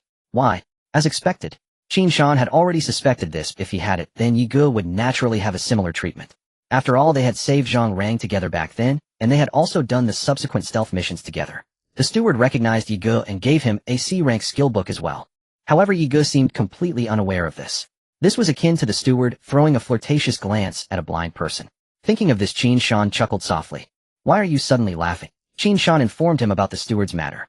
He then advised Yi Ge to pay more attention to increasing his favorability with NPCs, especially the faction's favorability. Having made a discovery, he naturally wanted to share it with his brother. Qin Shan also realized that the benefits of faction favorability were numerous. Although it wasn't displayed overtly, it manifested in various aspects. Qin Shan quickly finished speaking, and Yi Ge nodded repeatedly, indicating that he understood. "All right, Brother Shan, I will remember that." Yi Ge nodded, earnestly jotting down the matter. Qin Shan patted his shoulder with satisfaction. Although Yi Ge's brain was sometimes not very sharp, he was still very receptive to advice. "Yi, let's not talk too much for now. I've entrusted someone to explore the Dragon Turtle Cave." Qin Shan glanced at the time, and found it was already 6:13. It would take quite a bit of time to travel, especially since they still had to head to the royal city. Qin Shan did not want to be late, especially since it was he who had entrusted Bai Shaoxing. How could he ask someone for a favor and keep them waiting? He hurriedly said a few words before quickly leaving. "Dragon Turtle Cave? I want to go too, I want to go too." Upon hearing this, Yi Ge raised his leg and followed. "You want to go? What are you going for?" "I'm curious about what the Dragon Turtle Cave has turned into." "Didn't you check the illustrated guide, eh?" "Oh, I don't mind missing this moment. Just finished the third transition, I want to test the intensity." Thus an additional person joined the expedition to the Dragon Turtle Cave. 627. In the palace. In the burning sky square. A petite figure sat on a floating broom, quietly waiting. A large magic hat was perched on her head. Soon faint sounds came from not far away. The noise gradually grew louder, and Bai Xiaoxing's ears perked up. It was the sound of hooves. She looked up and saw two figures appearing on the nearby green jade path. One was dressed in white riding a white horse. The other was dressed in black riding a black horse. The figure in white was faster and quickly dashed into the square. Meanwhile, the patrolling soldiers only took a cursory glance before averting their gaze. Horses were not allowed to run at full speed within the palace, to prevent collisions with people inside the palace. Of course, if it were an urgent message, it was permitted. Qin Shan and the others were already going somewhat over the speed limit. But that was for ordinary players. Qin Shan and the others were certainly no longer ordinary players. Their hidden favorability and prestige within the Southern Town King faction had reached an extremely high level. Even they themselves were unaware, as there were no specific values displayed. Soon the figure in white pulled the reins, and the warhorse came to a steady stop beside Bai Shaoxing. "I hope I'm not late." Bai Shaoxing looked up and smiled. "Yi Ge, what are you doing here too?" Yi Ge replied with a grin, "What a coincidence. I've just advanced to the third turn, and Shan Gu invited me." Yi Ge swung down from his horse and tossed off a casual remark. At that moment, Qin Shan finally arrived and protested loudly. "Don't listen to his nonsense," he shamelessly begged to come. "When have I ever been shameless? When did I ever invite you?" The two began to bicker, and Bai Shaoxing let out a soft snort of laughter. Who would have imagined that the famed twin stars celebrated atop the pyramid would tease one another in private? Paradoxically, their quarrels made Bai Shaoxing feel more at ease. Had they both been aloof, peerless masters, it would have felt awkward to her. This was much better.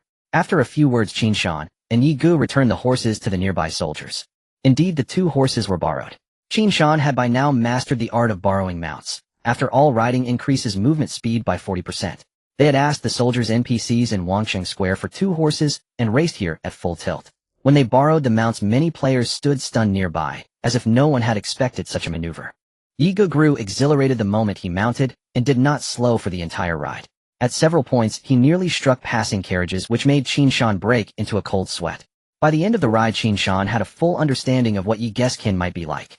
Clearly, he ought not be allowed to continue riding. Far too dangerous. After returning the horses, the two surveyed the square. It had been entirely redecorated. The former dynasty's plaza had been paved with green jade slabs, often embellished with exquisite patterns. Now the square's surface was laid with white birch planks. The boards were extraordinarily smooth and fitted with meticulous precision, a testament to the craftsman's skill. Occasional rune patterns flowed across the surface. In the center of the plaza stood a tall, angular object shrouded beneath a colossal cloth, its true form concealed. "My goodness, this renovation feels even better than the old square," Yi Ge said, stamping the floor. His voice sounded solid and without hollowness. Qin Shan turned his gaze to the center.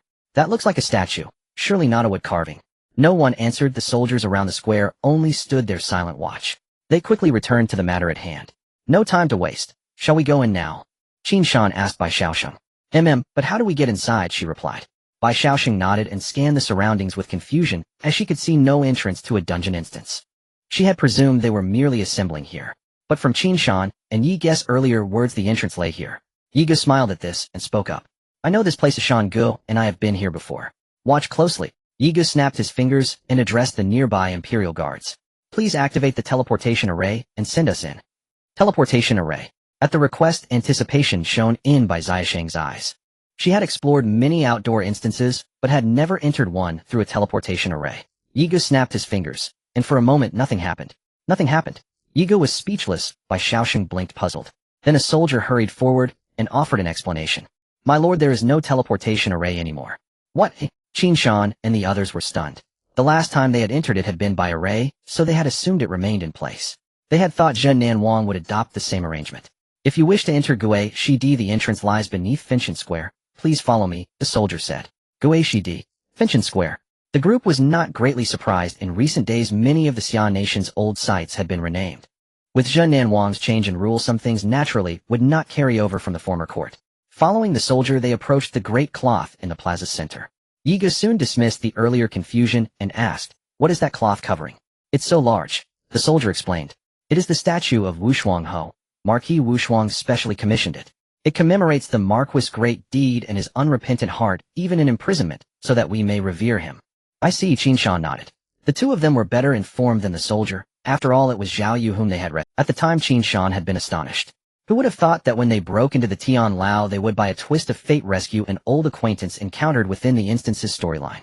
Zhao Yu would rather be trapped for 5 years than betray his loyalty to Zhen Nanwang by accepting the emperor's offer, a loyalty Qin Shan greatly admired. After 5 years, it was remarkable Zhao Yu had not been broken. With Qin Shan and the others' help, he had progressed further and obtained the life soul of the Baishi. He had survived great peril and was bound for future good fortune. Has Wu Shuangho returned? Qin Shan asked. I do not know, the soldier replied. They asked no further. The soldier led the way and lifted a corner of the cloth. Beneath the sculpture there was, to their surprise, a large door. Opening it revealed a staircase that descended downward. They stepped closer and after walking some distance suddenly realized the entire area beneath the square was hollow. Only a spiral stair wound down dotted with glowing pearls. If the plaza above favored a clean minimalist aesthetic, the undercroft resembled a mining tunnel. Yiga could not help but complain, isn't this underground a bit too crude? Which craftsman is responsible for the finished work? Surely they are not skimping to save coin. The leading soldier's breath caught, and he answered weakly. I heard it was by the strategist's orders. Said to practice frugality. Qin Shan paused, and said, wasn't he on the southern front when this was being built? I cannot say for certain, it is what I overheard while on guard nearby. The craftsmen had been grumbling that they were following the strategist's instructions. The voices were loud and many brothers had heard them. They spoke as they walked. Apart from Qin Shan, the others were gathering details. Qin Shan followed in silence, his thoughts full of the strategist. When they had rescued Zhao Yu, he had already felt suspicion about that man's motives. The battle that had taken Zhao Yu was ostensibly against the Wuzhe nation, yet the true hand behind it had been reinforcements sent by the emperor. Qin Shan recalled Zhao Yu saying the strategist had been the campaign's commander because Zhen Nanwang's ability at that time had been insufficient. Now Zhen Nanwang advanced like a blade, sweeping all before him. This demonstrated the strategist's talent and craftiness. Could it be that the strategist truly did not know Zhao Yu had been seized by the emperor? Qin Shan found that unlikely. He leaned toward the view that the strategist knew and withheld the truth from Zhen Nanwang. Now the strategist's hand appeared, even in arrangements beneath the square. Qin Shan began to run through possibilities. He kept feeling the strategist was no ordinary man. There must be something amiss. If so, was there a reason behind the mine-like design? Was he siphoning funds, or merely cutting expenditure? At that moment the lead soldier came to a halt. We have arrived. Before them a massive blue rift slowly rotated like a wormhole. This entrance to the instance was slightly larger than the other entrances Qin Shan had seen. Set off, Yiga shouted. Bai Xiaosheng's face was filled with excitement, seemingly looking forward to the upcoming adventure. The three of them shook hands and formed a team. The soldier leading the way, seeing the task completed, softly spoke. Shall I head back now? Sure, thank you for your guidance, Qin Shan replied, taking out 3 silver coins and handing them over. Please have some drinks on me. Oh no, that's unnecessary, just a small task, the soldier repeatedly declined, waving his hands. However, under Qin Shan's insistence, he eventually accepted it. Qin Shan did not pay much attention to the soldier's appearance, but instead said, let's go. As for the military strategist matter, Qin Shan could only speculate for now, due to a lack of information, so he decided to set it aside for the time being. The act of taking out 3 silver coins was just incidental. From the steward of the contribution shop, Qin Shan had also learned the importance of hidden favorability. Such actions to increase favorability were something Qin Shan could easily do. Who knows, such behavior might yield unexpected rewards someday. The cost was not high. Yiga nodded in approval from the side, looking as if he had learned something. As soon as we enter, send the location and regroup first. Yes. Got it. The 3 stepped into the entrance, their figures vanishing. The dragon tortoise cave instance. With a flash of white light. Bai Xiaoxing's silhouette slowly appeared. She quickly turned her head to scan the surroundings, preparing to confirm her safety first. She blinked, momentarily stunned. Because her vision was completely dark, she could see nothing. Moi. She extended her hand to adjust her large wizard hat. Yet her sight remained shrouded in darkness. At first she thought her hat might be loose, obstructing her view. Now it seemed that was not the case. Realizing this, she began to chant, and a fireball suddenly formed in the darkness. As the fireball appeared, the flames seized a portion of space from the darkness. Taking advantage of the light, she carefully observed the ground beneath her. She was currently standing on dark brown rocks. She crouched down to feel it. The texture was hard, but the rock was somewhat fragmented with numerous cracks on the surface. Is this volcanic rock? Bai Xiaoxing frowned slightly. She recognized it. The rock material before her indeed matched the characteristics of basalt. However, this was Tianyun, not reality, and she was unsure if it was correct. It could also be some special rock within Tianyun. While pondering, the fireball technique in her hand had charged to its limit. She raised her hand and launched the fireball horizontally. Her gaze followed the trajectory of the fireball's attack. The ground along the way was illuminated, matching the material beneath her feet. The fireball shot out, piercing the darkness, and flew a certain distance. Then, after exceeding 100 meters, it suddenly vanished. Besides the emptiness, she received no useful information. The fireball technique had a cooldown of 5 minutes, and Bai Xiaoxing raised her hand again. 3 small fire shields appeared surrounding her. The surrounding area was once again illuminated a bit. With visibility, she could better respond to any sudden monster attacks. After protecting herself, she opened the chat channel. Finding Qin Shan's ID, she sent a message. Bai Xiaoxing sent an address. Taishan will come find you. Bai Xiaoxing, master, you mentioned last time that there are forests and deserts here, right? Taishan, what's the matter? Bai Xiaoxing, it's pitch black here, and I can't tell what the terrain is. Taishan, I'm in the forest, I can't see the terrain where you are for now. Hold on, I will come over. Bai Xiaoxing, okay, I'll explore a bit first. Immediately after, she sent her location to Yigo. Then Bai Xiaoxing closed the private chat channel. She originally wanted to ask about the terrain directly from Qin Shan, but received no answer. Soon the flames on her body gradually extinguished. The effect of the fire shields had ended. Bai Xiaoxing felt a bit of a headache. Usually while exploring in the wild, she often encountered dark environments like caves. She would typically carry torches and other tools. However, due to the player's inventory being limited to 30 slots, she couldn't carry too many items. While the equipment slot had 50 slots, it could only hold equipment. Moreover, she thought there would only be desert and forest terrains before setting off, believing that torches would not be necessary. Thus, she didn't prepare any and left them in her small storage bot in Chang'an. As a result, she was teleported to an unknown terrain. But this did not pose a challenge for the experienced Bai Xiaoxing. After the effect of the fire shields ended, she raised her hand again to cast a fire spell. A fire ring wrapped around her, illuminating the surroundings.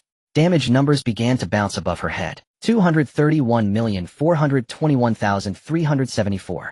She calmly took out a potion from her inventory. Inside the potion bottle, a scarlet liquid swirled. This was a fire resistance potion that could temporarily increase fire element resistance. She opened the cap and drank it in one go. The damage numbers above her head continued to jump, but the damage was significantly reduced. Then she took out a life regeneration potion from her inventory. After drinking it, her health no longer decreased, and even gradually recovered. The fire ring skill she used was somewhat unique. As long as the target was within range, it would continue to burn until the target left the area, but the downside was that the damage was low. However, with Bai Xiaoxing's operation, the downside instead transformed into an advantage. With the aid of the fire resistance potion and life regeneration potion, she successfully turned herself into a moving light source. Visibility in the dark space was crucial.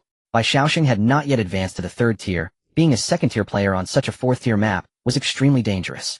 Especially since Bai Xiaoxing was a fragile player, if she were ambushed, she could be killed in an instant. At that moment, she heard faint sounds coming from the darkness. Not skilled in combat, she felt a bit tense. She rarely took the initiative to enter instances. Generally, she would inform Shang Wanqing after discovering a new instance. Then she would let Shang Wanqing send someone to explore the instance with her. With a skilled escort, she could explore the instance map with confidence. However, this time the Dragon Tortoise Cave was evidently different. This instance had a random landing upon teleportation. Even if they were in the same small team, they would still be dispersed. Soon the sounds in the darkness approached. A small scorpion, entirely fired, and the size of a small dog, suddenly burst into the firelight.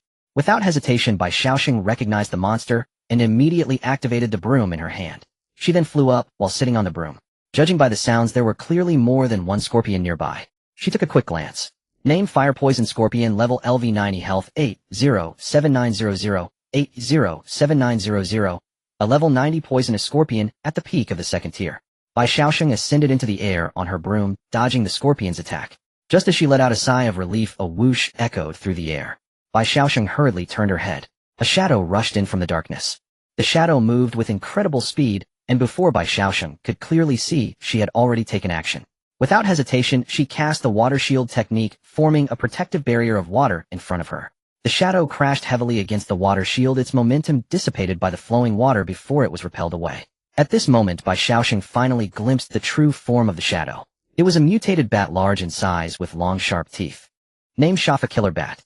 Level LV93. Health 1. 3 million 1. 3 million. After scanning the information, Bai Xiaosheng's breath hitched slightly. A 4th-tier monster. Yet this was not the most critical issue. The knowledgeable Bai Xiaosheng immediately recalled the most crucial aspect. Bats are social creatures. They often appear in swarms. Realizing this, Bai Xiaosheng hurriedly scanned her surroundings. In the darkness, there was nothing, only the sounds of the scorpions beneath her. She might be able to handle a single 4th transition bat, but if they came in a swarm, Bai Xiaosheng had no chance at all, as she was merely a level 60 casual player. Combat was not her forte. After the first bat was knocked away, it opened its mouth wide, as if to call out. Strangely, however, no sound came from the Shafa's call. Bai Xiaosheng, keenly aware of this phenomenon, was not surprised. She knew that bats communicated through high-frequency ultrasonic waves undetectable by the human ear. The battle had only just begun. Realizing this, Bai Xiaosheng understood that she was simply unlucky. After the teleport, she had landed right in the monster's den. Her current situation was extremely dangerous, as she was the only source of light in the darkness. This would draw the attention of many monsters. Yet if she did not emit light, her vision would be completely obscured, making it even more uncontrollable. Moreover, the monsters lurking in the darkness would be even harder to deal with. It was a dilemma either way. Nevertheless, Bai Xiaosheng did not give up. Because if her own strength could not resolve the situation, she still had items at her disposal. At this moment, wind-slicing sounds and the flapping of wings echoed around her. Bai Xiaosheng knew that the bat swarm was launching an attack against her. She quickly retrieved a jade pendant from her inventory. This pendant was given to her by Shengwan Qing. Activating the pendant, a white light shield enveloped her. The shield resembled an eggshell, completely. At this moment, bats were already attacking from behind, moving with incredible speed. Without looking back, Bai Xiaosheng did not continue casting defensive spells, but instead began to chant an offensive spell. As she chanted, the Shafa bared its fangs and crashed into the white light shield. The expected sound of impact did not occur. It was as if the bat collided with an illusion, passing right through the white shield. It seemed as if they were not in the same dimension. The bat's limited intelligence clearly did not register this. Its body showed no signs of slowing down as it collided with an ally in front. Two bats crashed into each other, and both fell. At that moment, Bai Xiaosheng's chanting finished, and with a wave of her hand, she unleashed a sweeping wind blade attack. However, her damage output was quite low. The bat swarm's health barely decreased. Bai Xiaosheng was completely out of options. Although she was temporarily safe due to the jade pendant's shield, the shield's energy was limited. If the bat swarm continued to attack, she did not know how long she could hold on. There were still many scorpions surrounding her. Maintaining flight would constantly consume her mana, and the mana potions she carried were not many. Seeing that her damage was minimal, she abandoned the plan to eradicate the bat swarm. Instead, she decided to conserve mana and stall for time. She ceased her attacks while the bats circled around her, occasionally lunging forward. Fortunately, with the light shield, Bai Xiaosheng was safe for the time being. Bai Xiaosheng was out of options and had to continue messaging Qin Shan. Bai Xiaosheng, I've fallen into a bat swarm, am safe for now, but I might not last long. On the other side, in the forest, compared to Bai Xiaosheng's cautiousness and desperate struggle for survival, Qin Shan's approach was entirely different. At this moment, Qin Shan was sprinting at full speed. He kept his gaze forward, ensuring he would not crash into any. Occasionally glancing at his location, he confirmed he was not going the wrong way. Bai Xiaosheng's position was still quite far from him. Qin Shan's strides were long as he barreled through the dense forest. The dense forest was filled with lush grass, obscuring his vision. Qin Shan had no intention of avoiding anything, as long as it wasn't a tree in front of him. He charged straight through. He was not worried about any beasts hiding in the grass, as they posed no threat to him. Qin Shan was rushing at such a speed due to his concern for Bai Xiaosheng's safety. After all, she was the one he had invited. Along the way, Qin Shan encountered numerous beasts in the grass, both large and small. Soon a dense patch of grass appeared ahead, over a person's height. Qin Shan stomped hard into the patch of grass. The moment he stepped into it, he sensed something was off. The feel underfoot was not right. Soon a furious roar confirmed Qin Shan's suspicion. Roar! As Qin Shan lifted his leg and dashed past, a roar erupted behind him. Without pausing, Qin Shan turned to look. He saw a black bear rising from the grass, roaring fiercely. Its gaze then locked onto Qin Shan. It charged toward Qin Shan. Do you have to step on me? Qin Shan, in a hurry, had no time to deal with the black bear. He habitually checked the bear's attributes. Name: Black Bear, Elite Monster. Level LV93. Health 6. 2,000,000 6. 2,000,000. Oh, an elite monster wait for me to come back. Qin Shan's eyes lit up mentally noting the location. After saying this, another patch of grass appeared ahead. Qin Shan ran through it once more. This time it was not the black bear, but rather a snake wrapped around Qin Shan's neck adorned with a pendant. At that moment the snake was biting tightly at Qin Shan's neck. His shield value fluctuated slightly before returning to a full state. What the hell, get off me. Qin Shan glanced at the snake, realizing it was not an elite monster. Instantly he lost interest, grabbing the snake and tossing it aside. Thus Qin Shan continued to stir up trouble, startling all the monsters along the way.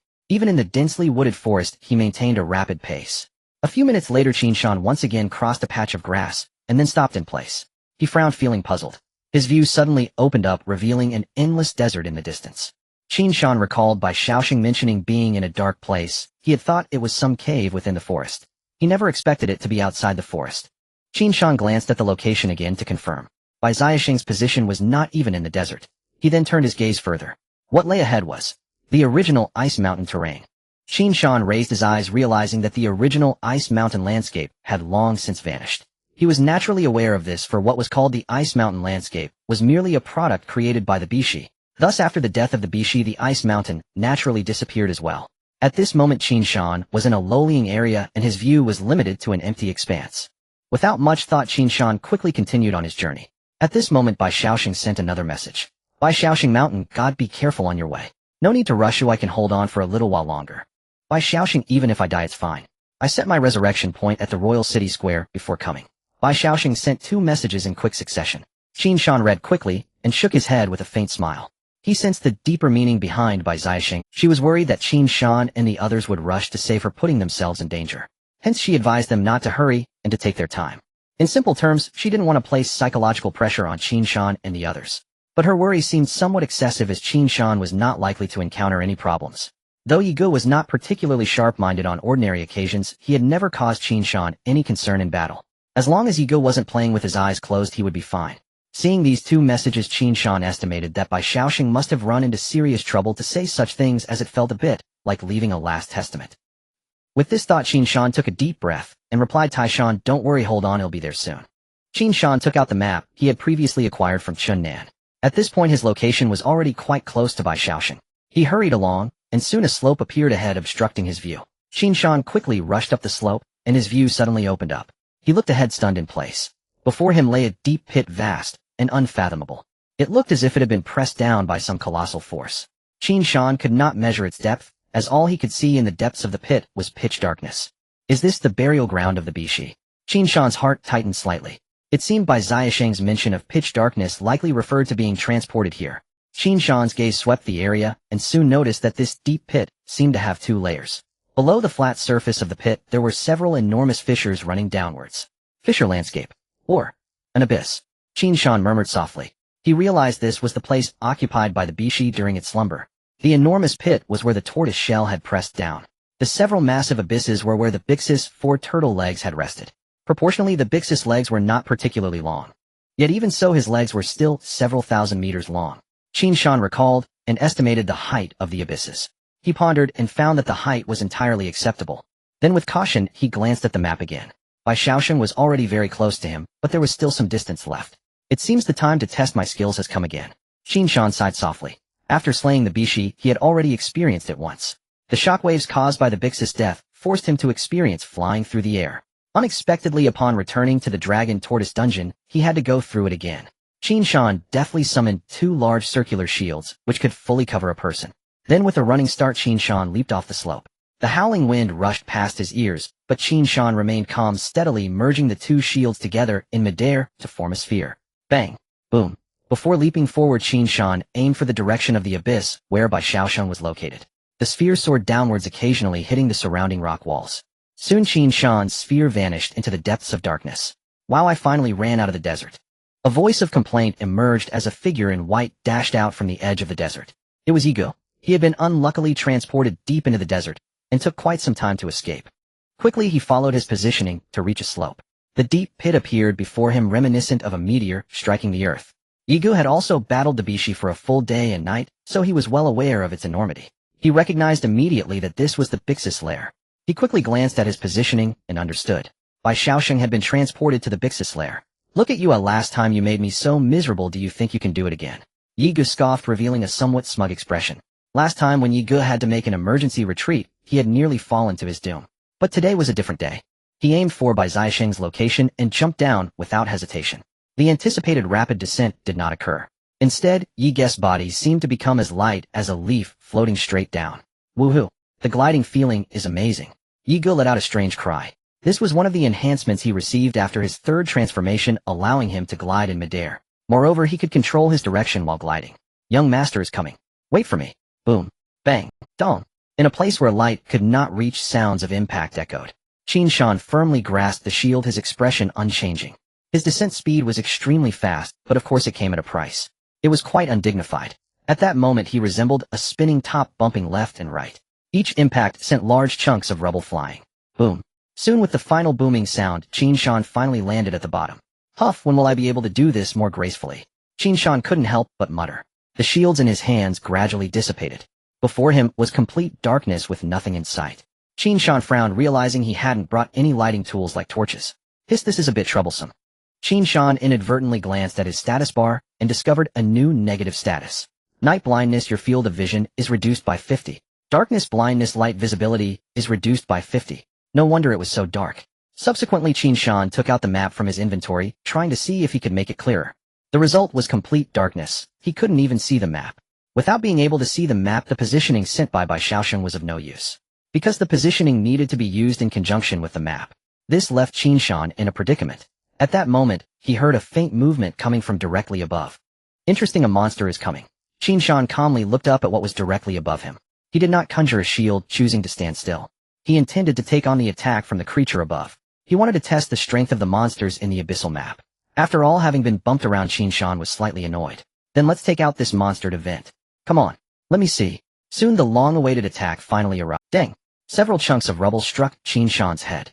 He instantly turned to stone, realizing that the so-called attack was merely debris that had fallen off when he had just collided with the rock wall. Qin Shan,